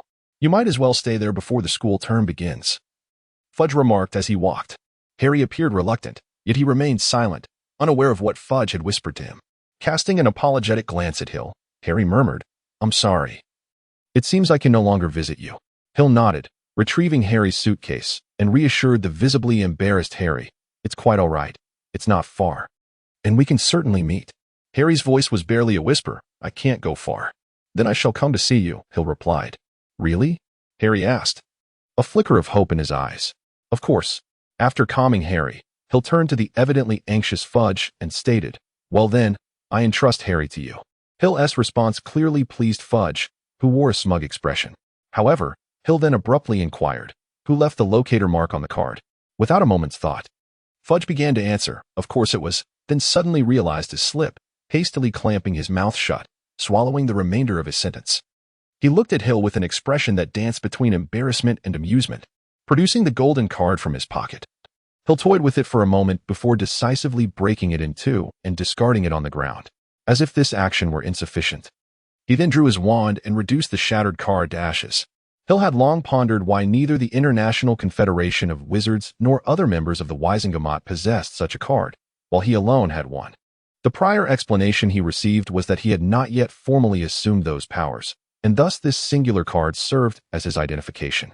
At that moment, Hill paid little heed to the card, considering the likelihood of its utility to be minimal. He did not trouble himself to inspect whether the card had been tampered with, feeling it unnecessary. However, unbeknownst to him, the card had indeed been altered. "This matter concludes here. Minister, you know what must be done next." Wiping the sweat from his brow, Fudge responded earnestly, "Of course." Yet, before he could finish his thought, Hill interjected with a smile, "It is getting late, Minister. You should take Harry to the leaky cauldron post-haste, allowing you to find some peace of mind." Observing Hill's insistence to usher him away, Fudge could only utter a few brief farewell words before grasping Harry and disapparating from the scene. "Let us return home." After witnessing Harry and Fudge depart, Hill lingered alone for a moment longer. Finally, he released the large black dog from its confinement and began his solitary journey towards home. The black dog hesitated briefly before dejectedly following Hill. "My dear young master, it seems we have encountered trouble," Booker remarked gravely. "Indeed, we have found ourselves in a predicament." Hill sighed deeply, realizing that despite his meticulous planning, he had ultimately stumbled. From this moment onward, he found himself consumed with a singular concern, the vengeance of the Shadow Council. Atrox had executed his task flawlessly, eradicating all traces and leaving no clues behind. In truth, Hill should not have had to worry about the Shadow Council seeking him out, as he remained unnoticed by all. The Council's primary targets were those capable of eliminating their vice-chairman, and he was never meant to be implicated, nor would anyone pay him any heed. However, Hill's movements had been betrayed by that card. Once the members of the Shadow Council found themselves at a loss for their intended target, they would inevitably widen their search to include all who had been present at the scene. They would meticulously sift through each individual until they located Hill. Subsequently, there would be no need for an investigation. They would eliminate everyone on their list. Evidence would be irrelevant. The infuriated Shadow Council would undoubtedly prefer to wrongfully execute 1,000 rather than let a single individual escape. Thus, the choice was clear: either fight back or face death. To retaliate would indeed plunge them into a relentless cycle of violence. To be killed, however, was an indignity Hill was unwilling to accept. Yet, there were still avenues to explore. As he approached his doorstep, a potentially viable solution dawned upon him: redirect the blame. It seemed there was an individual who would serve as the perfect scapegoat. Alas, misfortune had a way of compounding itself. Calamity seldom arrives alone, and this saying rang true. The bus stop for the nights was but a few dozen meters from Hill's abode. After bidding farewell to Harry, he soon found himself standing at his own front door. Gazing upon the familiar surroundings, Hill felt an immense weight lift from his shoulders. As the saying goes, a golden nest or a silver nest pales in comparison to the comfort of one's own humble abode. Sirius exhaled deeply, as did the large black dog beside him. Earlier, upon stepping out of the vehicle and encountering Fudge, he had nearly succumbed to the urge to flee. Fortunately, he managed to restrain himself and discreetly concealed his presence. Regrettably, Harry had been taken away by Fudge, placed under the protection of the Ministry, leaving him unable to interact further with Harry. Moreover, he would need to minimize his appearances to avoid attracting undue attention from those with ulterior motives. This was a painful choice, one of patience, until he could exact vengeance upon that traitor. Yet, at this moment, the black dog felt a flicker of joy. He had finally confirmed that Hill was indeed his nephew. Nevertheless, due to a few letters and subsequent events, Sirius remained unconvinced. Perhaps this Hill was merely a namesake, not the Hill he once knew. However, if the name were a coincidence and the resemblance were coincidental, could the place of residence also be mere happenstance? With so many coincidences converging, could they still be considered coincidences? Sirius stood in stunned silence, gazing at the villa before him, stealing furtive glances at Hill. This villa truly belonged to the Fox family. Could it be that he was Helena's son? Surely, this was too fortuitous. Had he recognized me all along? Yet, how could that be? I had been imprisoned in Azkaban when he was barely a year old. His mind a chaotic whirlwind, Sirius instinctively followed Hill into the villa. The familiar surroundings reassured him that he had indeed arrived at the Fox family estate. After ushering the black dog inside and securing the door, Hill settled onto the sofa. Eyes closed, seemingly asleep. Left momentarily aside, Sirius was uncertain whether Hill had discerned his true identity or how he would react upon discovering it. Thus, he opted for silence, feigning ignorance, and chose to remain observant. Perhaps unbeknownst to himself, Sirius found that the thought of fleeing had not even crossed his mind. Just 10 minutes prior to entering the villa, he had been devising an escape plan. Yet, upon crossing the threshold, he felt no desire to leave. This villa had once been a frequent haunt for Sirius.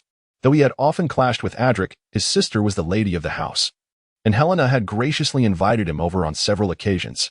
During the tumultuous years when Harry's family was in hiding, to avoid implicating Harry's parents, Sirius had spent much of his time concealed within these walls. It could be said that this place was one of Sirius's homes, a sanctuary that had once offered him warmth. Observing Hill, who appeared to be dozing on the sofa, Sirius's gaze softened. He had previously overlooked Hill's distinctive silver hair and eyes, traits rarely seen in others. Indeed, Sirius had yet to encounter a second person with such features. That spirited child was his own nephew. Sirius Black revealed a faint smile tinged with bitterness. It appeared that the previous instances of being teased would dissipate into nothingness. What could he possibly do to his nephew? Upon closer inspection, Sirius noticed that Hill's facial features closely resembled those of his mother. Helena, both possessed a gentle appearance that exuded a sense of comfort. This resemblance instantly elevated Sirius's fondness for Hill, as Helena shared a particularly close bond with him. Thankfully, the child did not inherit any traits from that wretched Adric. Otherwise, he would have been utterly ruined. As he contemplated Adric, Sirius suddenly realized that the villa seemed to host only Hill and himself, with no sign of anyone else. In a typical aristocratic household, house elves and servants were a given. Although the Fox family had never employed house elves, prior to Sirius's incarceration, they had a few servants. After scrutinizing the surroundings for a while, Sirius discovered that many items here existed in singularity: a solitary teacup, a lone soup spoon, and just one pair of slippers.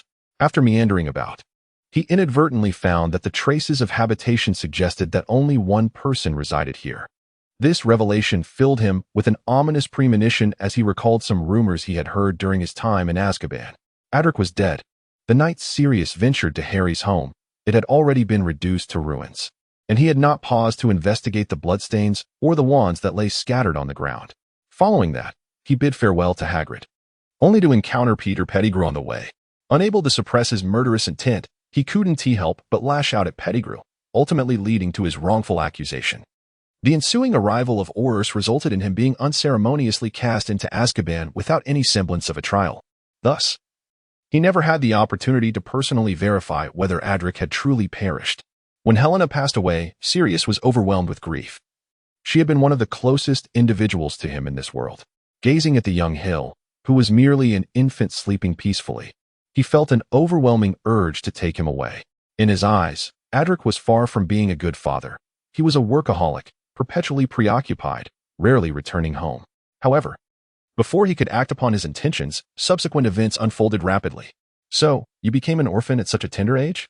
The large black dog's eyes glistened with unshed tears. Harry was an orphan, and so was Hill.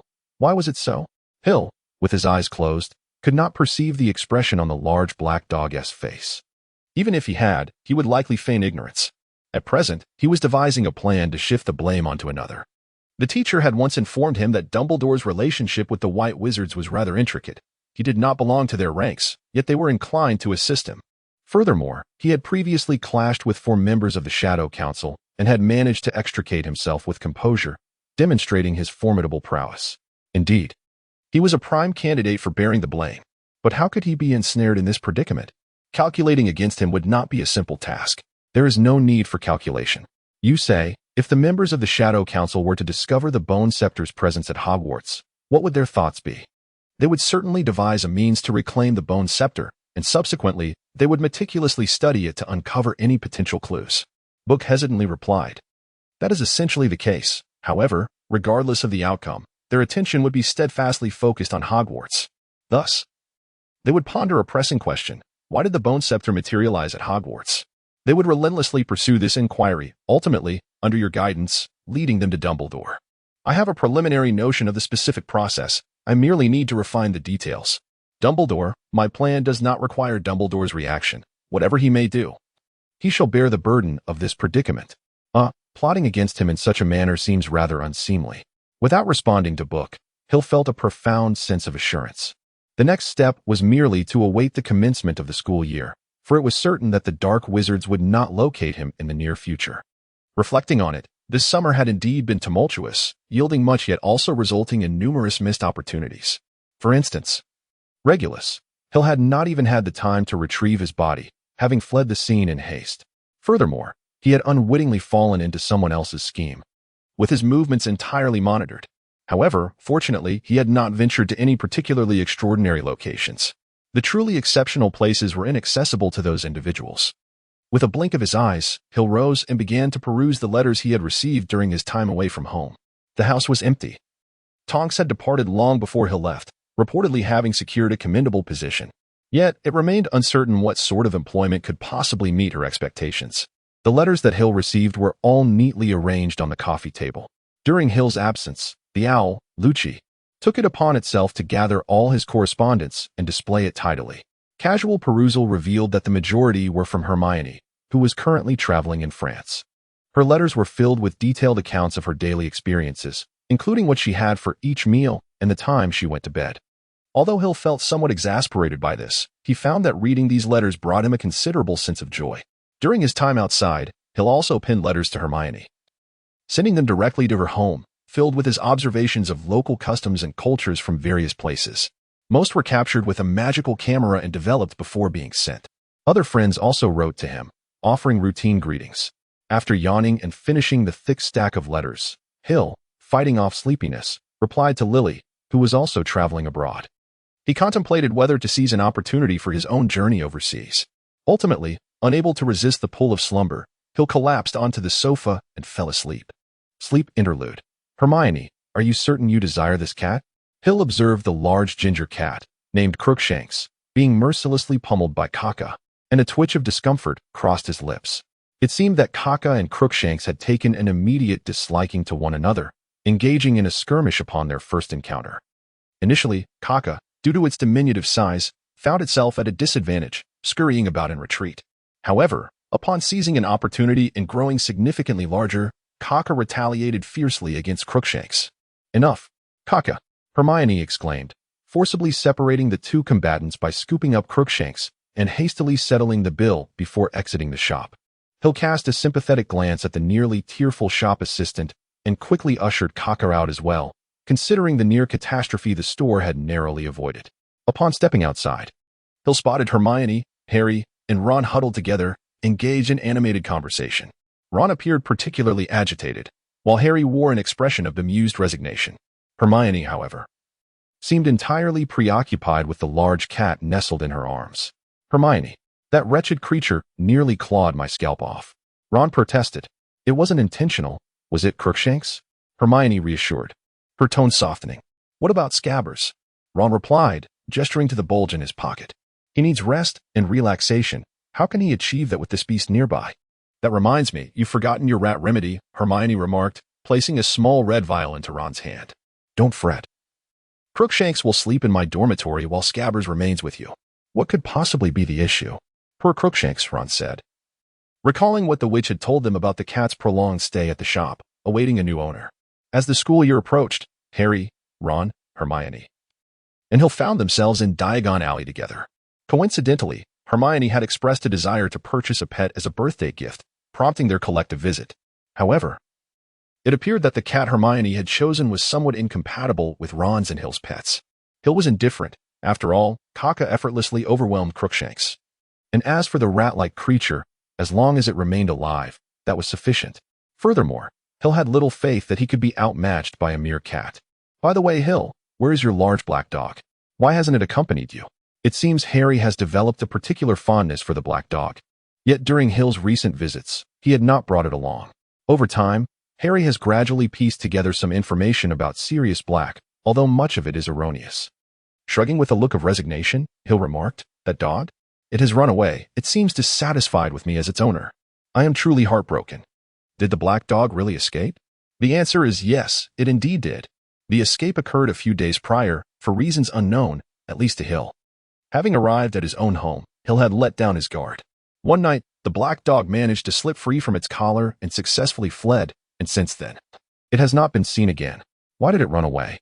Who knows? Hill cast a sweeping glance over the surrounding crowd. Perhaps the large black dog was lurking in some corner, stealthily trailing them. By the way, have you all purchased that tome about the creatures of the supernatural? A Dizzying Divide? Isn't this place adequate? I merely believe this location pales in comparison to that one. That one? Hill shrugged and said to Lily, who was following closely behind, you'll find out if you come with me. At platform 9 3/4, Hill and Harry were jostled apart by the throngs of people, leaving him to board the train alone. Fortunately, he encountered Lily as soon as he stepped aboard. Having traveled abroad, Hermione, who had visited France, had tanned considerably, while Lily, who had ventured to Northern Europe, appeared notably paler. However, Hill did not join Lily in any of the vacant compartments they passed. His destination was singular, the compartment at the rear of the train, specifically that of Remus Lupin, the newly appointed defense against the dark arts professor at Hogwarts. The reason for this was both simple and somewhat disheartening. Casting a glance at his right hand, Hill offered a wry smile, pondering whether this was a case of irony or something else entirely. Nevertheless, one thing was certain. He was currently unable to perform the Patronus charm. Just days before the start of term, Hill had inspected the bone wand he had acquired from the vice president of the Shadow Council, a formidable weapon against Dementors. Under Nickelmere's tutelage, Hill was well aware of the wand's remarkable power. At that moment, he had toyed with it for a while and feeling a surge of curiosity, he mimicked the vice president's gestures, waving the bone wand. Naturally, without infusing it with magical energy, the wand remained inert. After all, one does not tempt fate without consequence. Hill had foolishly infused a hint of magic into the skeletal staff, yet it remained utterly unresponsive. After much contemplation, he lamentably concluded that this skeletal staff was beyond salvation. The reason remained a mystery, for the staff appeared lifeless, displaying no signs of reaction. Despite Hill's attempts, employing various driving methods suggested by Nickelmore, there was still no response. The skeletal staff had seemingly devolved into nothing more than an exquisitely crafted bone scepter. Alas, such a formidable magical artifact had met its demise. But was it truly finished? Not quite. Pushing open yet another door, he found himself in the last train carriage, with no further compartments beyond it. As expected, Harry and the others were seated there, along with Remus Lupin. Sighing in relief, Hill casually sank into the seat beside Harry, appearing utterly exhausted as if he had just completed a marathon. "Where on earth have you been?" Harry inquired. Rolling his eyes, Hill gestured towards the still crowded platform and replied, "What do you think? I was just about to enter the platform when I was jostled aside, and when I turned around, you all had vanished. By the way, why did you choose to sit so far back?" Hill pointed towards Lupin, who was resting against the window, seemingly asleep. "Do you know him?" "I don't know him well, but he seems to be our defense against the dark arts professor this year, named R.J. Lupin," Harry responded, recalling what Hermione had just informed them. Hill glanced across the way, noticing Ron comforting the cowering Scabbers in his pocket, while Hermione and Lily appeared to be engaged in a discussion, their words flowing too swiftly for Hill to fully comprehend. After confirming that it was Lupin in the box, Hill breathed a sigh of relief. He had come seeking refuge, and with such a formidable member of the Order of the Phoenix present, he felt assured of his safety. Unfortunately, for reasons unknown, the Patronus charm eluded him. Otherwise, he would have felt even more secure. As the train began to move, Harry spoke up. "All right, let us continue discussing Sirius Black. Why do you think he wants to kill me?" Without hesitation, Ron replied, "Isn't it said that he seeks revenge for that person? Isn't that the case?" Hermione countered, "But that person is not dead. What significance does it hold?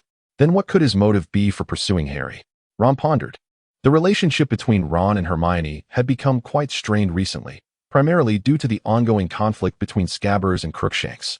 "I believe his motives must transcend such simplicity. Escaping from Azkaban and evading the Ministry of Magic's pursuit. If it were me, I would first seek refuge," he remarked. After much deliberation, Hermione could not arrive at a definitive conclusion. Harry felt a twinge of disappointment. He too was skeptical of the circulating rumors, such as the notion of vengeance against Voldemort. "Voldemort is still very much alive," he mused. Furthermore, if Sirius Black truly intended to exact revenge on Harry, would he indiscriminately broadcast his intentions? Ultimately, in such an environment, could he even hope to succeed? After all, Hogwarts was under the vigilant protection of Dumbledore, a figure even Voldemort treated with caution. "Are you all overthinking this? Is it truly that convoluted?"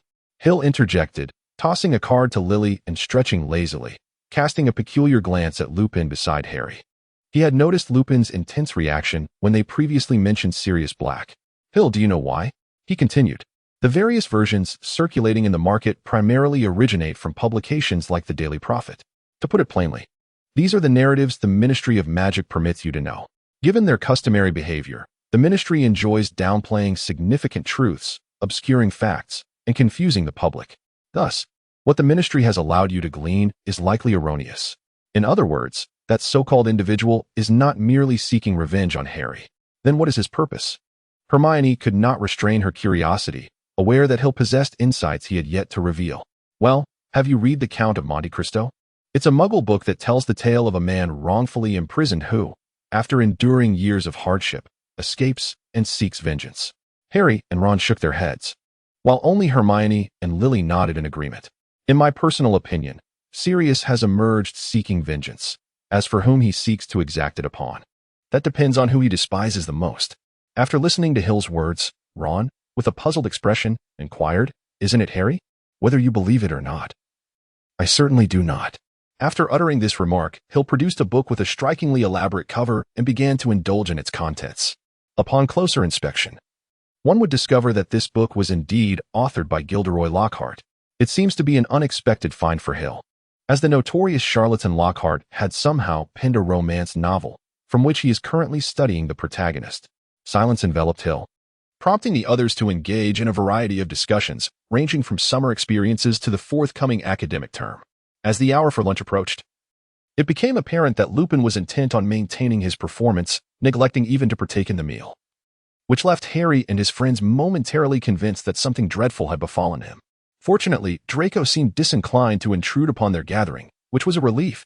Gradually, the light outside dimmed as thick clouds gathered, ultimately giving way to a gentle rain. The train continued its journey northward, the rain intensifying. The window panes transformed into a murky gray, deepening until the lights in the corridor and above the luggage racks flickered to life. The train swayed gently, while raindrops drummed against the windows, creating a rhythmic patter. Hill set down the book in his hands, his expression grave as he gazed at the train door. It seemed that the Dementors were drawing near. "We must be arriving soon," Ron remarked, leaning forward to catch a glimpse of Professor Lupin, who was leaning against the now completely darkened window. No sooner had he spoken than the train began to slow down. "All right, everyone be cautious. Something feels amiss," Hill cautioned, taking a deep breath as he looked at his right hand, pondering what could be the matter. Answers would reveal themselves soon enough. The train decelerated further. The sound of the wheels diminished, while the noise of the wind and rain outside intensified. Closest to the door, Harry rose to ascertain the situation in the corridor. Passengers from the adjacent compartments leaned out to peer into the hallway. Suddenly, the train jolted violently to a halt, and distant thuds echoed, indicating that luggage had fallen from the racks. Then, all the lights extinguished abruptly, plunging them into utter darkness. A wave of anticipated chaos ensued. Lupin seemed to lose his composure as he uttered a few soothing words to Harry and the others. He then stood cautiously, preparing to open the door. However, it appeared that he would not need to do so. Before he reached the compartment door, it creaked open slowly. At the threshold stood a figure towering to the ceiling, its face entirely obscured by a hood. A hand emerged from beneath its cloak, pale and gaunt, marked by scars, while something elongated within the hood breathed heavily, as if attempting to inhale something beyond mere air. "Dementor, leave this place. There is nothing here for you," Lupin declared gravely, gripping his wand tightly, ready to act should the creature dare to advance. After all, among the 5 individuals behind him, at least 4 were the offspring of his acquaintances. He could not allow those wretched Dementors to harm them. Yet, the Dementor seemed unperturbed by Lupin's words, brazenly extending its head into the compartment, inhaling deeply and slowly, as if striving to draw in something other than air from the surroundings. Hill furrowed his brow, knowing that with Dementors, reason was futile. One should simply strike them down. He intended to warn Lupin, but to his surprise, he noticed that the window behind him had been opened, and a Dementor suddenly lunged into the carriage, heading straight for Harry. Damn it! Cursing under his breath, Hill wasted no time and threw a punch at the Dementor. Would it be possible to knock a Dementor to the ground with a mere fist? Certainly not. Thus, was Hill's punch of any consequence? Of course not. It was akin to hoping to awaken to 10 beautiful maidens, only to be met with a pancake devoid of eggs. In Hill's astonished gaze, his fist passed through the Dementor's form, defying any anticipated outcome, such as the creature being sent flying. Instead, the Dementor ignored Hill entirely and charged directly at Harry. There was no time to ponder why his attack had been ineffective, nor to question the Dementor's direct assault on Harry. Hill hastily grabbed Harry and yanked him towards himself. Simultaneously, the Dementor at the door launched an attack on Lupin. Lupin was acutely aware of the commotion behind him, yet he too was stretched thin. One should never underestimate a Dementor. With a fierce roar, a murderous intent surged across his face. Without hesitation, facing the oncoming Dementor, he brandished his wand as if wielding a warrior's sword, exclaiming, "Expecto Patronum." A burst of silvery light erupted, akin to vibrant fireworks, as a silver, unknown creature emerged from the tip of Lupin's wand, letting out a resounding roar before unhesitatingly charging at the Dementor. Illuminated by Lupin's Patronus, the carriage brightened, and the chill seemed to dissipate. The Dementor visibly hesitated, as if contemplating retreat, but the Patronus collided with it fiercely, sending it crashing away. The Dementor did not linger, quickly fleeing to the opposite end of the carriage. Lupin opted not to pursue further. There was still another Dementor within the carriage. He swiftly turned around, commanding his Patronus to confront the remaining threat. However, a voice, though trembling, yet resolute, reached his ears. "Expecto Patronum." A small otter leaped towards the Dementor attacking Harry. Although it appeared diminutive compared to the creature, the Dementor reacted as if it had encountered its most fearsome adversary, clumsily retreating through the window. Surprised, Lupin glanced at Hermione, admiration filling his expression. He spoke softly, "A commendable Patronus charm. It is truly remarkable for someone of your age to master it. What is your name?" "I am Hermione Granger, Professor Lupin." Hermione's face was somewhat pale. The terror of the Dementor was not something easily comprehended. yet she had successfully cast the Patronus charm. However, she shot a glance at Hill, her eyes filled with curiosity. "Did you see my name on the box?" What a clever student. Gazing at his own trunk, Lupin suddenly realized something. His praise caused Hermione's cheeks to flush crimson, and after closing the door once more, he returned to his original seat.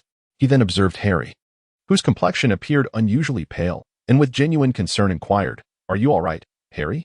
This is chocolate. Consuming it will greatly improve your condition." Hill produced the chocolate he had prepared earlier and handed it to Harry, partaking in a piece himself, not for any particular reason, but simply out of frustration and melancholy. As he gazed at his right hand, he fell into contemplation, pondering why there seemed to be no effect. "Do you know me?" Harry accepted the chocolate from Hill and swallowed it in one gulp, evidently feeling much better. Now calmer, Harry began to wonder how Professor Lupin, who had been asleep, knew his identity. "We met a long time ago, don't you remember?" Lupin then turned his gaze to Hill, Ron, and Lily, a nostalgic expression gracing his face. "And you all, I used to hold you when you were children." Ron appeared perplexed, as did Lily, while Hill, with a look of discontent, continued to munch on the chocolate, the crisp sound reminiscent of him devouring Hagrid's rock cakes. "I'm sorry, I don't remember," Harry replied apologetically, straining to recall past events in hopes of identifying the person. Just moments ago, when the Dementor had attacked him, vague images had surfaced in his mind, hinting at some figures. He was uncertain if Lupin had been among them. It was no surprise, considering those events transpired over a decade ago. "In recent years, I have not been in touch with your parents, so they may have forgotten me by now." Lupin's gentle smile evidently alleviated any apprehension Harry and the others held towards him, and soon they began conversing amiably, crunching through his finished chocolate. Hill seemed still unsatisfied and prepared to continue eating when Hermione intervened. "Why didn't you use the Patronus charm earlier?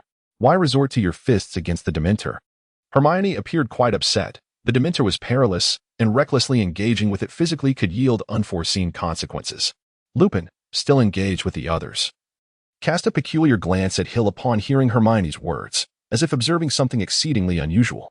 This expression evidently irked Hill, who shot a glare at Lupin before retrieving a bag of chips, muttering indistinctly, "Wasn't the situation rather urgent? Who had time to consider all that?" "Huh. You are the first person I have encountered who would use their fist against a Dementor. Commendable courage, but next time, think before you act. Dementors are quite dangerous," Lupin remarked with a gentle smile. "I know without your reminder." Hill impatiently interrupted Lupin. Unfazed, Lupin merely smiled in response. Hill was well acquainted with Dementors. He had been imprisoned in Azkaban for a month last year. Moreover, the Patronus charm was also taught to me by him, and he is quite adept at it himself. However, for reasons unknown, he seems to have refrained from using it today, perhaps due to some ill-timed meal. Hermione, fearing that Lupin might become upset, hastily offered an explanation. Observing that Hill continued to munch on his chips, she snatched the bag away, exclaiming her disapproval. Seeing Hill's pained expression, she unhesitatingly began to indulge in the chips herself, all the while casting triumphant glances in Hill's direction. Lupin regarded Hill with a deep gaze before remarking, "Azkaban is certainly no pleasant locale." Hill replied, "It's tolerable. Aside from the somewhat hard beds, subpar food, and excessive noise, otherwise, it's not so bad." He smacked his lips in disappointment, watching Hermione savoring his bag of chips with evident delight. "You remain quite optimistic, but alas, not everyone can share your outlook." Lupin's tone was tinged with melancholy. "For Azkaban is a place that can drive a person to madness merely by its name. Many would rather choose death than be confined there." He looked at Hill, curiosity sparkling in his eyes, finding him to be quite an intriguing child. The rain gradually subsided, and the train's lights flickered back to life as it resumed its forward journey towards Hogwarts. Having already lost considerable time, they were fortunate that the distance to Hogwarts was now minimal. As the train traversed the roadside, a figure cloaked in black stood atop a small mound, watching the train with a cold smile. "Fortune seems to favor us, a wizard capable of casting the Patronus charm," he mused. "What a pity that eliminating a student would make the plan even more flawless." The Dementors, he thought, would not depart quietly without severing their escape route. Accompanying the hooded figure were two Dementors, evidently the same ones that had attacked Hill and his companions, as the others had already departed towards Hogwarts. "You are of no further value." The cloaked wizard brandished an ancient, dilapidated bone staff, gesturing towards the two Dementors, without a hint of resistance. They were drawn into the staff, which then shimmered with a newfound radiance, appearing much more polished. Regrettably, the staff that had absorbed 2/3 of the Dementor King had been lost, otherwise. The cloaked wizard, or rather, he should be called Vister, let his remaining words scatter in the wind, much like himself. Not long after, the train came to a halt at Hogwarts Station. The small platform had frozen over, becoming treacherously slick, causing several students to slip and fall. Hagrid continued to bellow in his booming voice, calling first-year students to his side, greeting Hill and the others before leading the newcomers across the lake. Lupin parted ways with them, while Hill and his companions, along with the throng of students, trudged slowly along a rough, muddy path. At the end of the road, at least 100 carriages awaited the remaining students. How does this carriage move? Harry and his companions noticed that there were no horses or similar creatures pulling the carriage. Yet it continued to advance, which was truly remarkable. The Night Steed, however, was beyond their sight. Hill cast a glance at the Knight Rider standing quietly before the carriage, then led the way into the carriage's compartment. Harry and his friends exchanged puzzled looks before following him aboard. Inside the carriage, a faint musty odor mingled with the scent of straw, and the uneven floor made for a rather bumpy ride. What is a Night Steed? Why can't we see it? Hermione couldn't help but inquire of Hill shortly after they settled down. Hill furrowed his brow and elucidated. The Nightmare is a carnivorous, winged black horse, categorized among fantastical creatures. It is gaunt and skeletal, and many believe it heralds misfortune. In truth, the Nightmare is a remarkable magical being, visible only to those who have directly witnessed death. This very fact has led to its association with ill omen, as only those who have encountered mortality can perceive the Nightmare. The carriage fell into silence. And after a considerable pause, Hermione softly murmured, "I'm sorry, it was my intention." Rolling his eyes, Hill replied with an air of resignation, "Where did you see me angry? Don't worry, it's nothing of consequence." Then why the furrowed brow and look of discontent? "Oh, I'm merely a bit carsick. That's all." The carriage rolled onward, approaching a grand set of wrought iron gates flanked by numerous stone columns, adorned with winged boars. Too tall. Turban-clad Dementors stood guard at either side of the entrance, and it was evident that Harry's complexion was rather pallid. As the carriage passed through the gates, it accelerated down a long, sloping driveway, finally arriving before the castle. Hermione leaned out the window, watching the many spires and towers draw nearer. Eventually, the carriage came to a swaying halt, and they disembarked. "Hogwarts, I'm back." This sentiment echoed near Hogwarts 3 times. The proceedings were much like the previous year. Yet Harry was finally able to witness the sorting ceremony without interruption, unlike the previous year when he and Ron were reprimanded for flying the car. Hermione, on the other hand, had been taken away by Professor McGonagall, likely regarding her daunting course schedule. Too much ambition can lead to failure. Rome was not built in a day. Hill had advised Hermione similarly, but alas, it bore no fruit. He was well aware of her aspirations. Nevertheless, haste makes waste. One cannot rush nature's course. At the Ravenclaw table, everyone quietly observed the sorting ceremony, with only the occasional hushed whispers among students, creating a serene atmosphere. Applause and cheers erupted only when a new student was sorted into Ravenclaw. Compared to Gryffindor, Ravenclaw lacked that fervor. However, Ravenclaw valued wisdom above all, relishing calm observation and contemplation until the answer revealed itself. To most Ravenclaws, Gryffindor appeared somewhat impetuous, fingers absent-mindedly drumming on the table. Hill remained preoccupied with the peculiarities of his right hand. Was it not said that this hand held efficacy against Dementors? Why then, did it yield no results? "Atrox, you have led me into dire straits," he lamented. After much fruitless contemplation, he could only sigh deeply, questioning if the unreliable Atrox's words could truly be trusted. "Are you referring to that stick made of bone?" "Ah, that thing was inexplicably swallowed." This was a conversation that Atrox once had with Hill, occurring after Hill discovered that the bone scepter had been rendered useless. Contrary to Hill's assumptions, the scepter was not damaged by him. Rather, it had been devoured by an unknown entity. What might this entity be? Who is it? I cannot say. All I know is that upon encountering that thing, something consumed the core of the scepter. I am currently searching for the whereabouts of that entity, though it should be concealed within your very being. As for its identity, that remains a mystery to me. Atrox responded with visible annoyance, although he was indifferent to the scepter itself. The fact that something unknown had snatched it from right under his nose irked him. Particularly vexing was the inability to locate this entity, even when it resided within the same body as he did. Upon hearing Atrox's response, Hill felt overwhelmed. Besides Atrox, could there truly be another entity lurking within his body? What had his body become? A hotel? Well, whether it is advantageous or not, there are indeed some benefits. What benefits? Is that thing expected to pay me rent? Hill was thoroughly displeased. Anyone in his position, knowing that a host of unknown entities were concealed within their body, would undoubtedly feel the same. Although the circumstances were unclear, after that entity consumed the core of the scepter, it did not abscond with it. Instead, it chose to exist upon your right hand. In a sense, your right hand has now become synonymous with that wretched scepter. Is that truly the case? You doubt me? I'd be surprised if you believed me. If you don't, then so be it. I'm going to sleep now, and unless there is something urgent, do not bother me. This encapsulates the entire scenario of how the astute youth Hill was led astray by the stubborn Aatrox. However, whether it was truly a ruse remains to be seen. Amid Hill's evident frustration, the sorting ceremony concluded, and Dumbledore rose to address the assembly. "Welcome," he proclaimed, his silver beard glistening in the candlelight. "Welcome back to Hogwarts for the new academic year. I have several matters to discuss, one of which is of utmost seriousness, and I wish to clarify it before you become too drowsy from the sumptuous feast." Dumbledore cleared his throat before continuing. "Just as you were searched aboard the Hogwarts Express, our school will now be hosting several Dementors from Azkaban, who are here to carry out a task for the Ministry of Magic. They will be stationed at all entrances of the school." Dumbledore paused briefly before resuming. "During their stay, I must firmly declare that no one is permitted to leave the school grounds without authorization. The Dementors will not be deceived by any tricks or disguises. An invisibility cloak will be of no use." At this point, he cast a glance towards Harry, who lowered his head, feeling guilty. "Dementors inherently do not comprehend pleas or excuses, thus I caution each of you. Do not provide them with any justification to harm you. I implore the heads of houses, along with the newly appointed male and female student council presidents, to ensure that no student encounters any conflict with the Dementors. This matter is far from straightforward." Hill could only murmur silently to himself, for his experiences during the summer had revealed that dark wizards had begun to establish connections with the Dementors, and agreement between them was likely imminent. Henceforth, the Dementors would no longer serve as the Ministry of Magic's hunting hounds.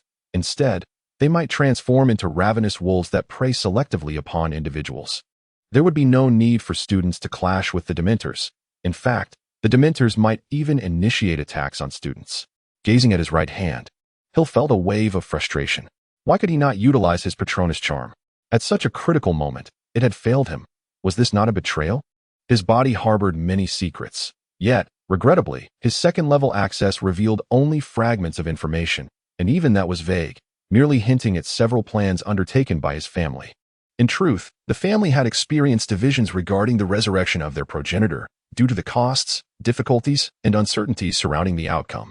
Some believed that reviving the progenitor was futile, and that it would be wiser to allocate those resources elsewhere.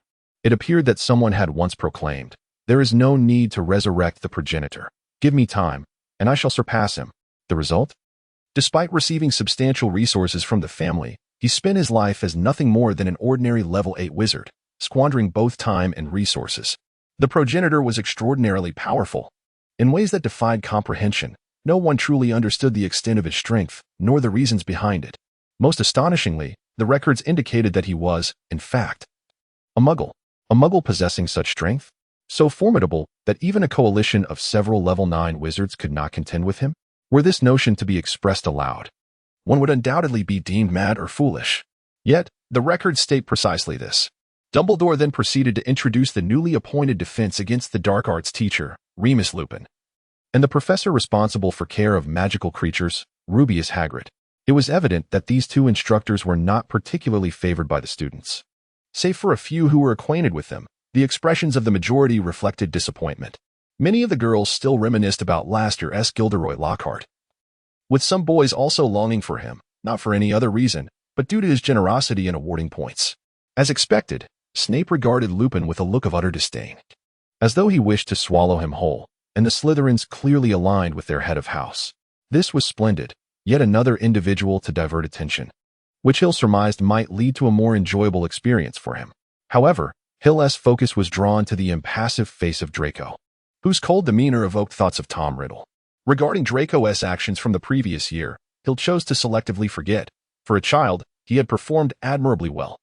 His entire family was entwined with Voldemort, which predestined him not to rise like Harry and become a savior.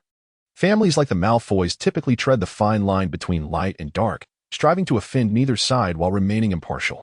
However, in today's world, where the bloodlines of wizards have become increasingly convoluted, it is quite challenging for those ancient families to rejuvenate. A single misstep could swiftly lead them to decline. Like many pureblood wizarding families, Lucius chose to gamble, betting that Voldemort could provide what they desired. Regrettably, the outcome was merely a hair's breadth away from success. After conveying his thoughts and finishing a rather tedious song, Dumbledore announced the conclusion of the gathering, and everyone gradually exited the hall, making their way back to their common rooms. Bored and restless, Hill retrieved his astrolabe, intending to observe the position of Sirius. He had attempted this before, but the readings were always peculiar and disordered. This time, he approached it with a sense of experimentation, though the result surprised him. Had he already arrived at Hogwarts? Stowing away the astrolabe, Hill blended into the crowd, heading towards the Ravenclaw common room. Uncertain of the reliability of this astrolabe's reading, he nonetheless reasoned that, according to the timeline, Sirius was indeed due at Hogwarts. Not far from the castle of Hogwarts, a large black dog stood atop a small mound, gazing into the distance. His eyes reflected confusion, nostalgia, desolation, and melancholy. Yet, these emotions could not conceal the fury that burned within them. "Peter, are you prepared to face my wrath?" Simultaneously, within the castle of Hogwarts, a certain rodent trembled uneasily. "Long time no see, Sirius." A voice floated into the ears of the large black dog, startling him into a series of rapid jumps to the side as he turned towards the source of the sound. The voice was eerily familiar. Yet its owner should not be here. A dead man, someone who had perished over a decade ago, could not possibly appear in this place. Like a specter, a cloaked figure drifted closer to the black dog, first offering a low, sinister laugh before speaking. "What's the matter? Do you not recognize your old friend?" The black dog remained silent, watching the cloaked man with vigilant eyes, sensing a disquieting aura emanating from him, a metallic scent of blood, oddly sweet, mingled with the despair he had endured during years in Azkaban. "After so many years apart, you still harbor such animosity towards me." The cloaked figure slowly lowered his hood, revealing a face that Sirius knew all too well. Surprised, he thought, "I never expected that Adric was not truly dead." The large black dog let out a low growl. Yet he dared not reveal his true form, for the Dementors were not far from this location. In his animal form, he would remain undetected by the Dementors. But in his human guise, they were all too familiar with him. Anger surged within him as memories flooded back at the sight of Adric, ultimately leading him to a singular revelation. "Ah, and there is another old friend who wishes to meet you. I believe you will be quite pleased. Will you not?" Adric chuckled, and soon, another figure cloaked in black appeared beside him. "You ought to express gratitude towards me, had it not been for my intervention. You might never have had the fortune of encountering him in your lifetime." With a gentle gaze directed at the figure clad in a black cloak beside him, Aldrich softly suggested, "Do extend a greeting, for it has indeed been many years since we last met."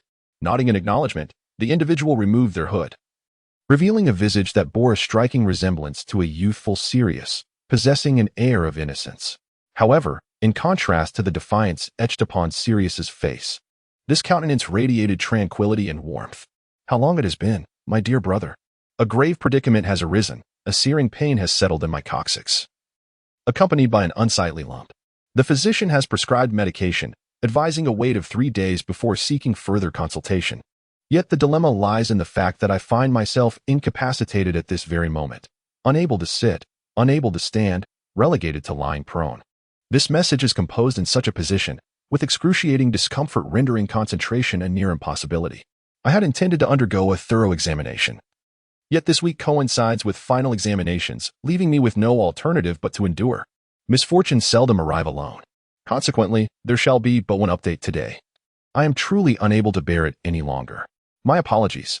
This year marks the third for Hill at Hogwarts, a year enriched with numerous courses such as divination, Muggle studies, and ancient runes. While these subjects may captivate other students, they appear rather tedious to Hill. His experiences during the summer had sparked a fleeting interest in Muggle studies. However, upon perusing the textbook, he swiftly abandoned the course. The rationale was straightforward. The content was antiquated, rooted in knowledge from centuries past, failing to resonate with contemporary realities. Wizards have long held a disdain for Muggles, a sentiment evident in the very term used to describe them. Frankly, it is rather dull and devoid of significance. While it might have been justifiable for wizards to look down upon Muggles centuries ago, given their ignorance and mediocrity, The creativity and extraordinary imagination of Muggles are realms in which wizards can never compete.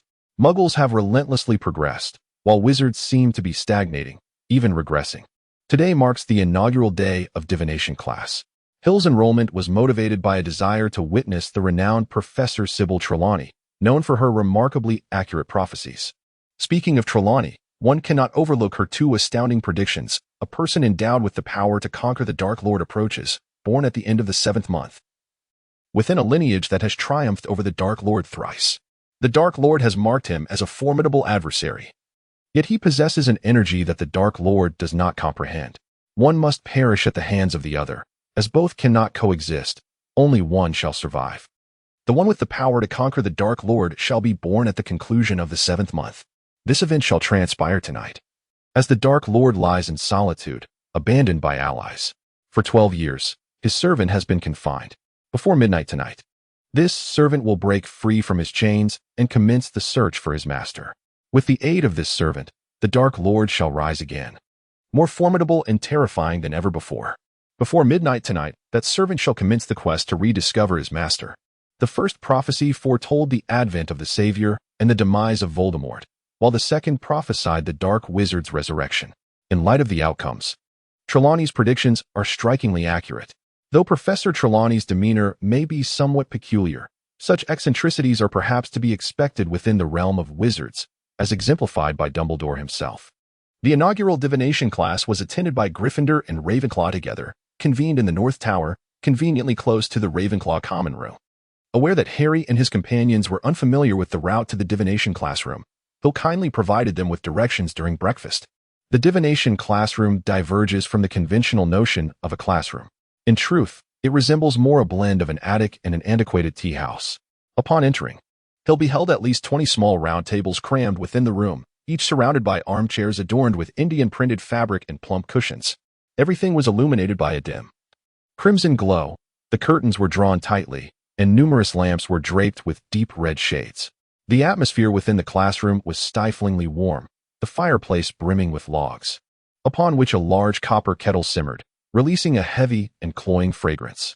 The circular walls were lined with shelves, laden with dust-covered feathers, candle stubs, worn playing cards, countless silver crystal balls, and an assortment of teapots.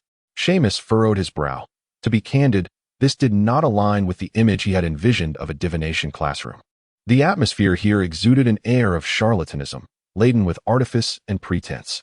He did not spot Professor Trelawney in the room, yet the students had nearly all arrived, their faces alight with anticipation, yearning to behold the world through crystal balls, just as depicted in the novels. As Hill, along with his fellow students, stood in the clearing, quietly awaiting the chime of the class bell, he noticed Harry and the others arriving shortly thereafter, just as the bell rang. Suddenly, a voice emerged from the shadows. Gentle and indistinct. "Welcome," the voice declared. "It is truly delightful to see you all in this tangible world." Professor Trelawney stepped into the illuminated space, her figure remarkably slender.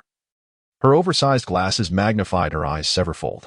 Draped in a shimmering, diaphanous shawl, she adorned her long neck with countless necklaces and beads, while her arms and hands sparkled with bracelets and rings. "Please, take a seat, my children," she instructed, as the students awkwardly climbed into armchairs or sank into the plush cushions. "Welcome to divination class," Professor Trelawney continued, settling into a winged armchair before the fireplace. "I am Professor Trelawney. You may not have encountered me before.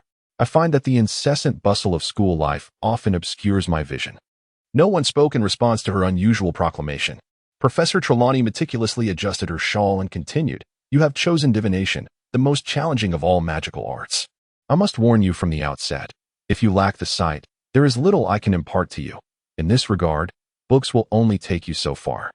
Many witches and wizards, despite their remarkable talents for producing loud bangs, odors, and sudden invisibility, cannot pierce the mist to glimpse the future."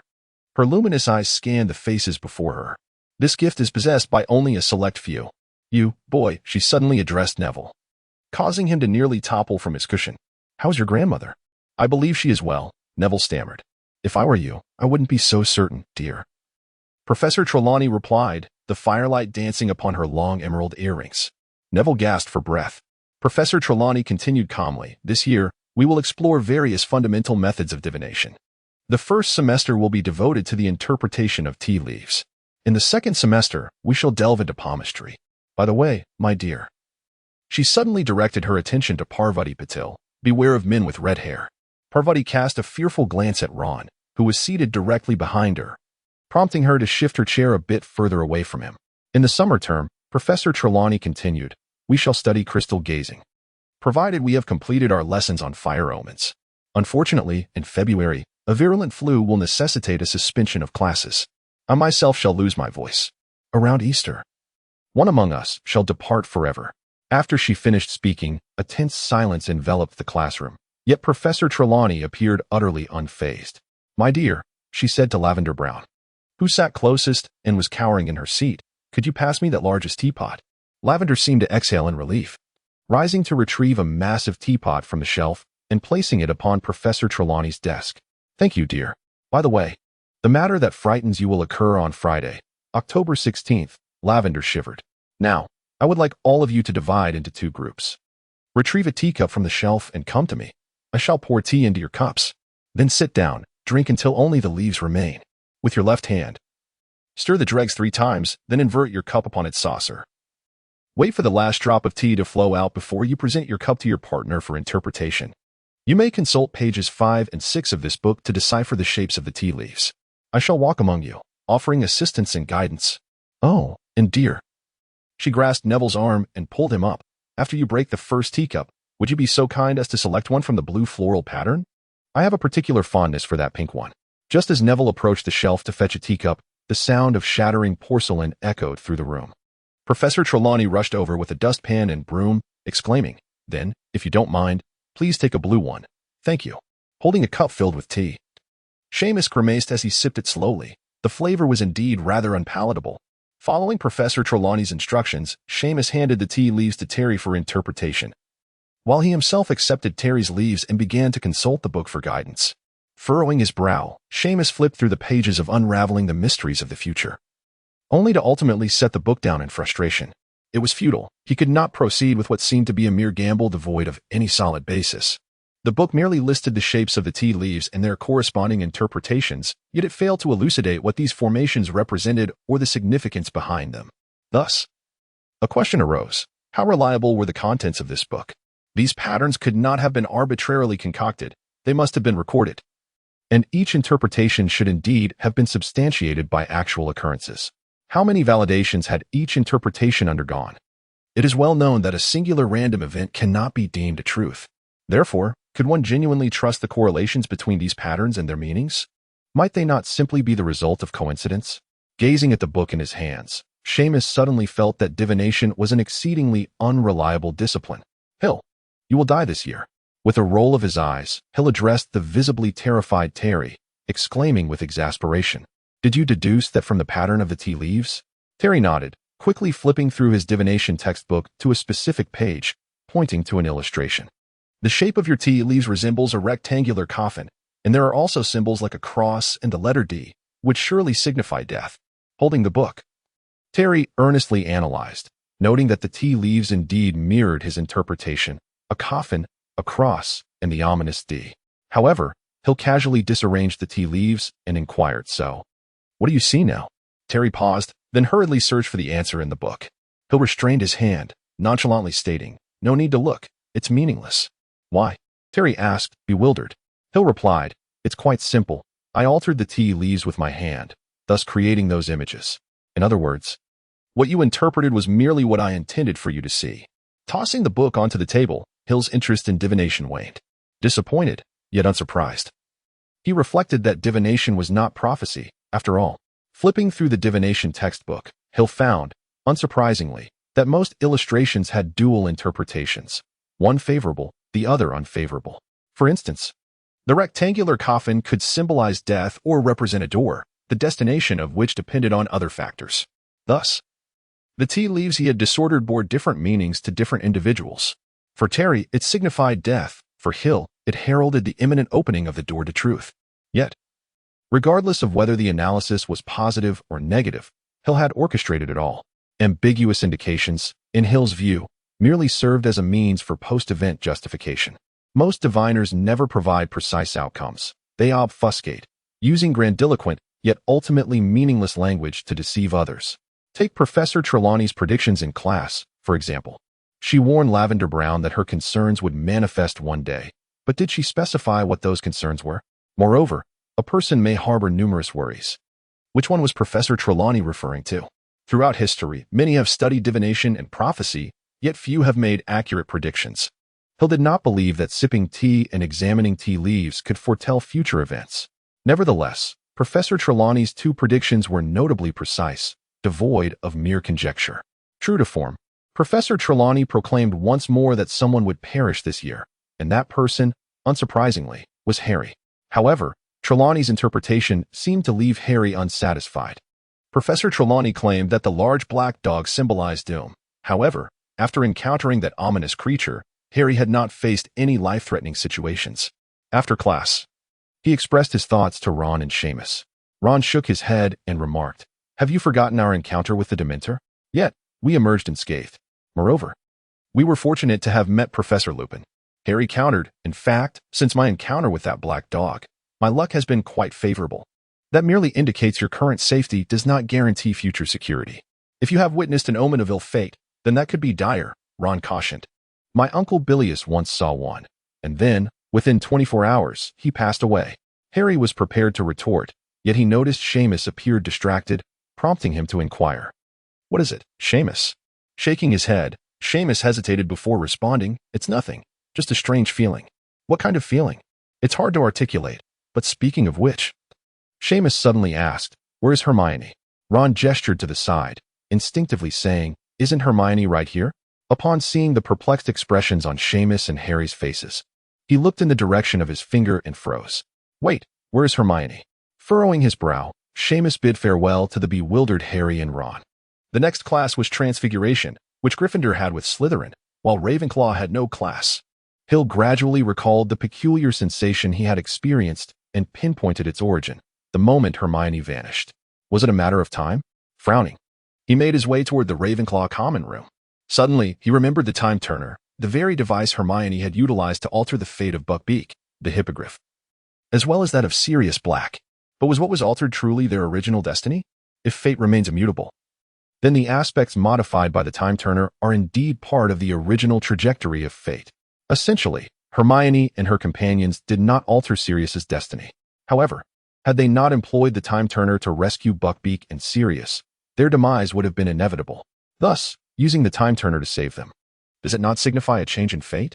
If fate is malleable, then everything becomes easily explicable. Yet, can fate genuinely be altered? Despite a sense of resignation, Hill still believed that the future was unchangeable, that everything was predestined. In fact, he harbored a vague premonition that all he had experienced felt orchestrated, his path already determined. Did you know? A student was attacked by a hippogriff during the Care of Magical Creatures class.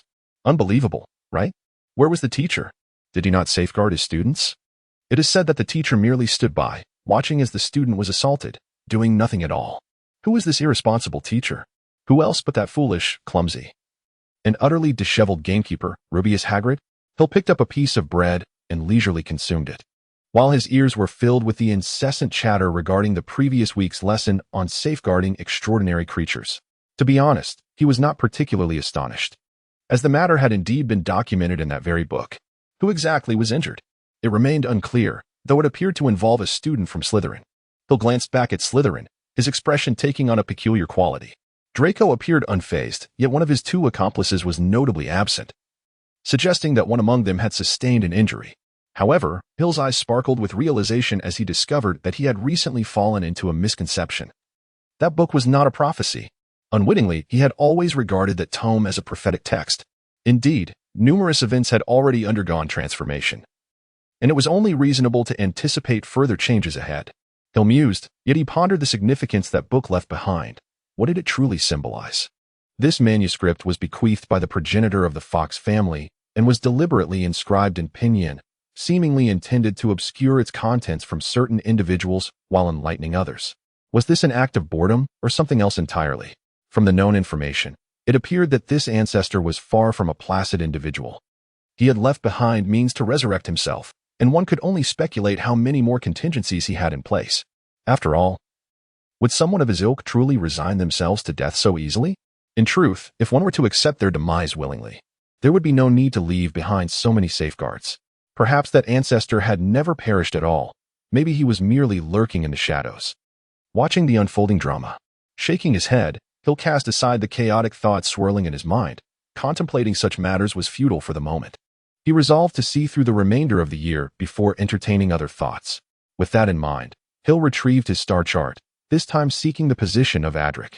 The center of the chart was marked by Hill's location, while the red representing Adric appeared in the northeast, nearly reaching the edge of the star chart, implying a distance of at least several hundred kilometers between them. Yet, this distance and position were often unreliable. Would he see this year? The delineation of the star chart indicated Hogsmeade, a purely wizarding village nestled near Hogwarts School of Witchcraft and Wizardry. According to the records housed in the Hogwarts Library regarding the historical relics of magic, it also served as the headquarters during the Goblin Rebellion of 1612. This village is the only one in Britain inhabited entirely by wizards, devoid of muggles. It is a quaint and unique locale, replete with charming cottages and shops adorned with thatched roofs. During holidays, the trees in the village are festooned with magically enchanted candles. Hogwarts School of Witchcraft and Wizardry is situated alongside the Great Lake from which this village emanates, and the Hogwarts Express terminates within the village, marking the commencement of the students' new academic year. A path meanders along the lakeshore, leading directly from the station to Hogwarts Castle. In an unassuming cottage in Hogsmeade, Adric shed his long-worn black cloak and donned a simple black wizarding robe, his face having been treated with potions to conceal his true appearance. Now, he appears much like any ordinary wizard, having somehow managed to suppress the scent of blood and the aura of despair that envelopes him. Adric, what shall we do next? Inquired the young man seated on a stool fashioned from a wooden log, the very same individual who had previously manifested, bearing a resemblance to Sirius and addressing him as brother. In this world, few can meet such criteria, and only one individual does, Regulus Arcturus Black. What is your animagus? Adric asked without turning his head. Why do you inquire? Regulus's face revealed confusion. Does this pertain to your plan? Indeed, and significantly so. Very well, my animagus is a rabbit. A hint of a bitter smile crossed Regulus's face. How absurd, to be a mere rabbit. Indeed, it is quite ludicrous, Adric replied, glancing at a pale green vial in his hand before finally stowing it away in his pocket. The plan has changed. It seems we cannot proceed as intended. What a pity. It could have been much simpler. With a touch of dissatisfaction, Regulus pressed, Adric, can you not finish your thoughts? What do you intend to do? What I intend to do is not something I can disclose to you, for you are incapable of keeping secrets, Adric coldly refused. With a self-deprecating chuckle, Regulus retorted mockingly. Naturally, I cannot trust you, and you cannot trust me, can you? It is not a matter of distrust. On the contrary, you are one of the few I can place my trust in this world. Adric shook his head. Is that so? Yet, I truly do not trust you. I cannot believe someone who would turn against their own flesh and blood. Regardless of your reasons, I will not permit you to harm Hill. Regulus rose, speaking coldly. You saved my life, and I owe you a debt. However, one matter is separate from another. You shall not harm him. Glancing at his own hand, Adric chuckled, shaking his head as he said, Rest assured, I shall never again raise a hand against him. That instance was the last. Moreover, I am incapable of causing him harm. That is for the best. Otherwise, I will not relinquish that item to you. Regulus huffed. Our objectives are somewhat aligned, which is why I sought your assistance. At the very least, we are comrades in the fight against Voldemort. Adric retrieved a golden goblet from his pocket. The cup adorned with two intricately crafted pure gold handles and embellished with exquisite symbolic engravings. I have secured Hufflepuff's golden cup, coupled with the Slytherin locket you possess. We now hold 3 Horcruxes. The cup of Hufflepuff, crafted by Helga Hufflepuff, possesses extraordinary and enchanting magic. It was once the first vessel in Hogwarts to assist house elves in the transportation of magical food. It remained within the confines of Hufflepuff House until Helga's demise. Ultimately, it fell into the hands of Voldemort, who transformed it into a Horcrux, entrusting it to his most loyal servant, Bellatrix Lestrange. You managed to acquire such a relic. Regulus's face was etched with astonishment. No one understood better than he the perilous and arduous endeavor of obtaining a Horcrux. He risked his life to barely secure the locket of Slytherin. Were it not for the assistance of Adric, he might have already become one of the corpses at the bottom of that lake. What difficulty is there? If, after all these years, I cannot acquire this? Our affairs must continue. I shall aid you in clearing Sirius Black's name, and in return, you will grant me the Slytherin locket. What do you intend to do with so many Horcruxes? That is beyond the scope of our transaction, hence I shall say no more. Then, who ultimately betrayed the Potter family? This is my final inquiry. In response to Regulus's last question, Edric fell silent, then smiled. In truth, no one betrayed the Potters. Or rather, it cannot be referred to as betrayal. Hagrid was accompanied by Harry and his friends to offer him some consolation, though their efforts seemed to yield little effect. This seemingly robust giant was, in truth, not as resilient as most would presume. He was quite sensitive. It appeared to be an unprecedented occurrence, as they had likely never encountered a teacher who had lasted only a single day. Hagrid consumed copious amounts of alcohol, his goblet resembling a small barrel, which he emptied in one swift motion. He was eager to drink more, only to discover that his supply had been entirely depleted. You won't be dismissed. None of this pertains to you. We are merely witnesses, Harry reassured. You mentioned that if one insults a creature, it may retaliate. That fool, Goyle, failed to listen. This is his own fault. We shall convey the truth to Dumbledore. Indeed, do not fret, Hagrid. We shall stand by you, Ron added. Leisurely sat there, gazing at the rock cakes before him, lost in thought. Hermione offered a few words of comfort to Hagrid, recalling how he had consoled her the previous year. She observed that Hill appeared utterly unfazed, which stirred a slight discomfort within her. Aren't you going to say something? She inquired. Oh, I apologize. I was daydreaming, Hill replied. But Hagrid, you need not worry. After all, you are Dumbledore's most trusted ally, and he will stand by your side. Clearly, Hagrid was ensnared in his own thoughts. And Hill's reassurance fell flat, eliciting no response. Before long, Hagrid began ushering them back to the castle, under the sparse moonlight and the chilling autumn breeze. The atmosphere near the Forbidden Forest felt rather eerie. Hagrid wouldn't truly be in trouble, would he? Harry asked, though he hoped for Hagrid's safety. He couldn't ignore that a student had been injured, and bringing such a dangerous creature as the Hippogriff out for the first lesson was indeed ill-considered. It depends on what the injured party wishes to pursue. An eye for an eye, a tooth for a tooth. If that fool Goyle desires, he could certainly take this further. However, the outcome remains uncertain. Hermione expressed her concerns, feeling the situation was rather cumbersome. Yet, observing Hill's calm demeanor as he strolled leisurely, Hermione's eyes flickered with a thought. Hill, could you assist us? What sort of assistance? Hill inquired, seemingly coming to a realization, and nodded. I shall do my utmost. Though I cannot predict whether they will pursue the matter further. Goyle is Draco's lackey, isn't he? You have a decent rapport with him, surely. Persuading him to let this matter slide wouldn't be too difficult, Hermione remarked, furrowing her brow, acknowledging her limited understanding of certain matters. Not quite, Hill shook his head. One matter is distinct from another. You know Draco has always held grievances against Hagrid and your group. He will not easily let this go. At least, he will not relent without satisfactory compensation. Moreover, you seem to overestimate the significance of personal feelings. For those of noble blood, only their interests hold true value. One thing Hill refrained from mentioning was that ever since last year's basilisk incident, Draco had been deliberately avoiding him. Even on his birthday, when Hill sent a gift, there was no response. Likewise, on Hill's birthday, Draco did not send a gift. It seemed that Draco was intentionally maintaining a distance between them. To speak frankly, Dumbledore is on our side. What do we have to fear? That group of Malfoys cannot cause us any real trouble. Ron expressed confidence in Dumbledore, albeit acknowledging that the headmaster's influence was waning. In any case, I will endeavor to persuade him. The outcome, however, I cannot guarantee. The following day, Hill intercepted Draco on the way. Raising an eyebrow, Draco inquired, "What is it?" "Indeed, it concerns Hagrid," Hill began.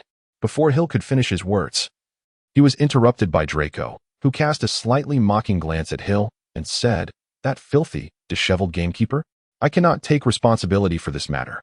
It was Goyle who was injured. You should speak with him." With that, he attempted to pass by Hill, seemingly in a great hurry. He knew very well that this was merely Draco's excuse. Both Goyle and Crabbe's fathers were imprisoned in Azkaban, and their families currently relied on the Malfoy family. If one were to pursue the matter, only the Malfoy family had the means to do so.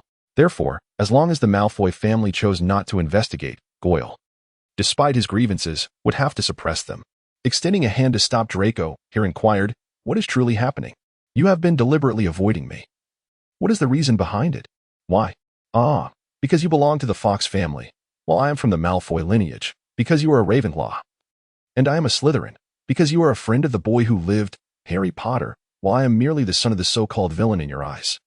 Draco chuckled coldly, self-deprecation evident in his tone.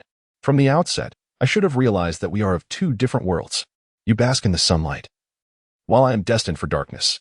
You have changed, here observed Draco, as if gazing upon a stranger. Regrettably, this transformation does not align with your desires, does it? The Draco Malfoy you envision should be a pawn, one who merely echoes your words and follows your commands, correct? Not so, he retorted. But what does that matter to me?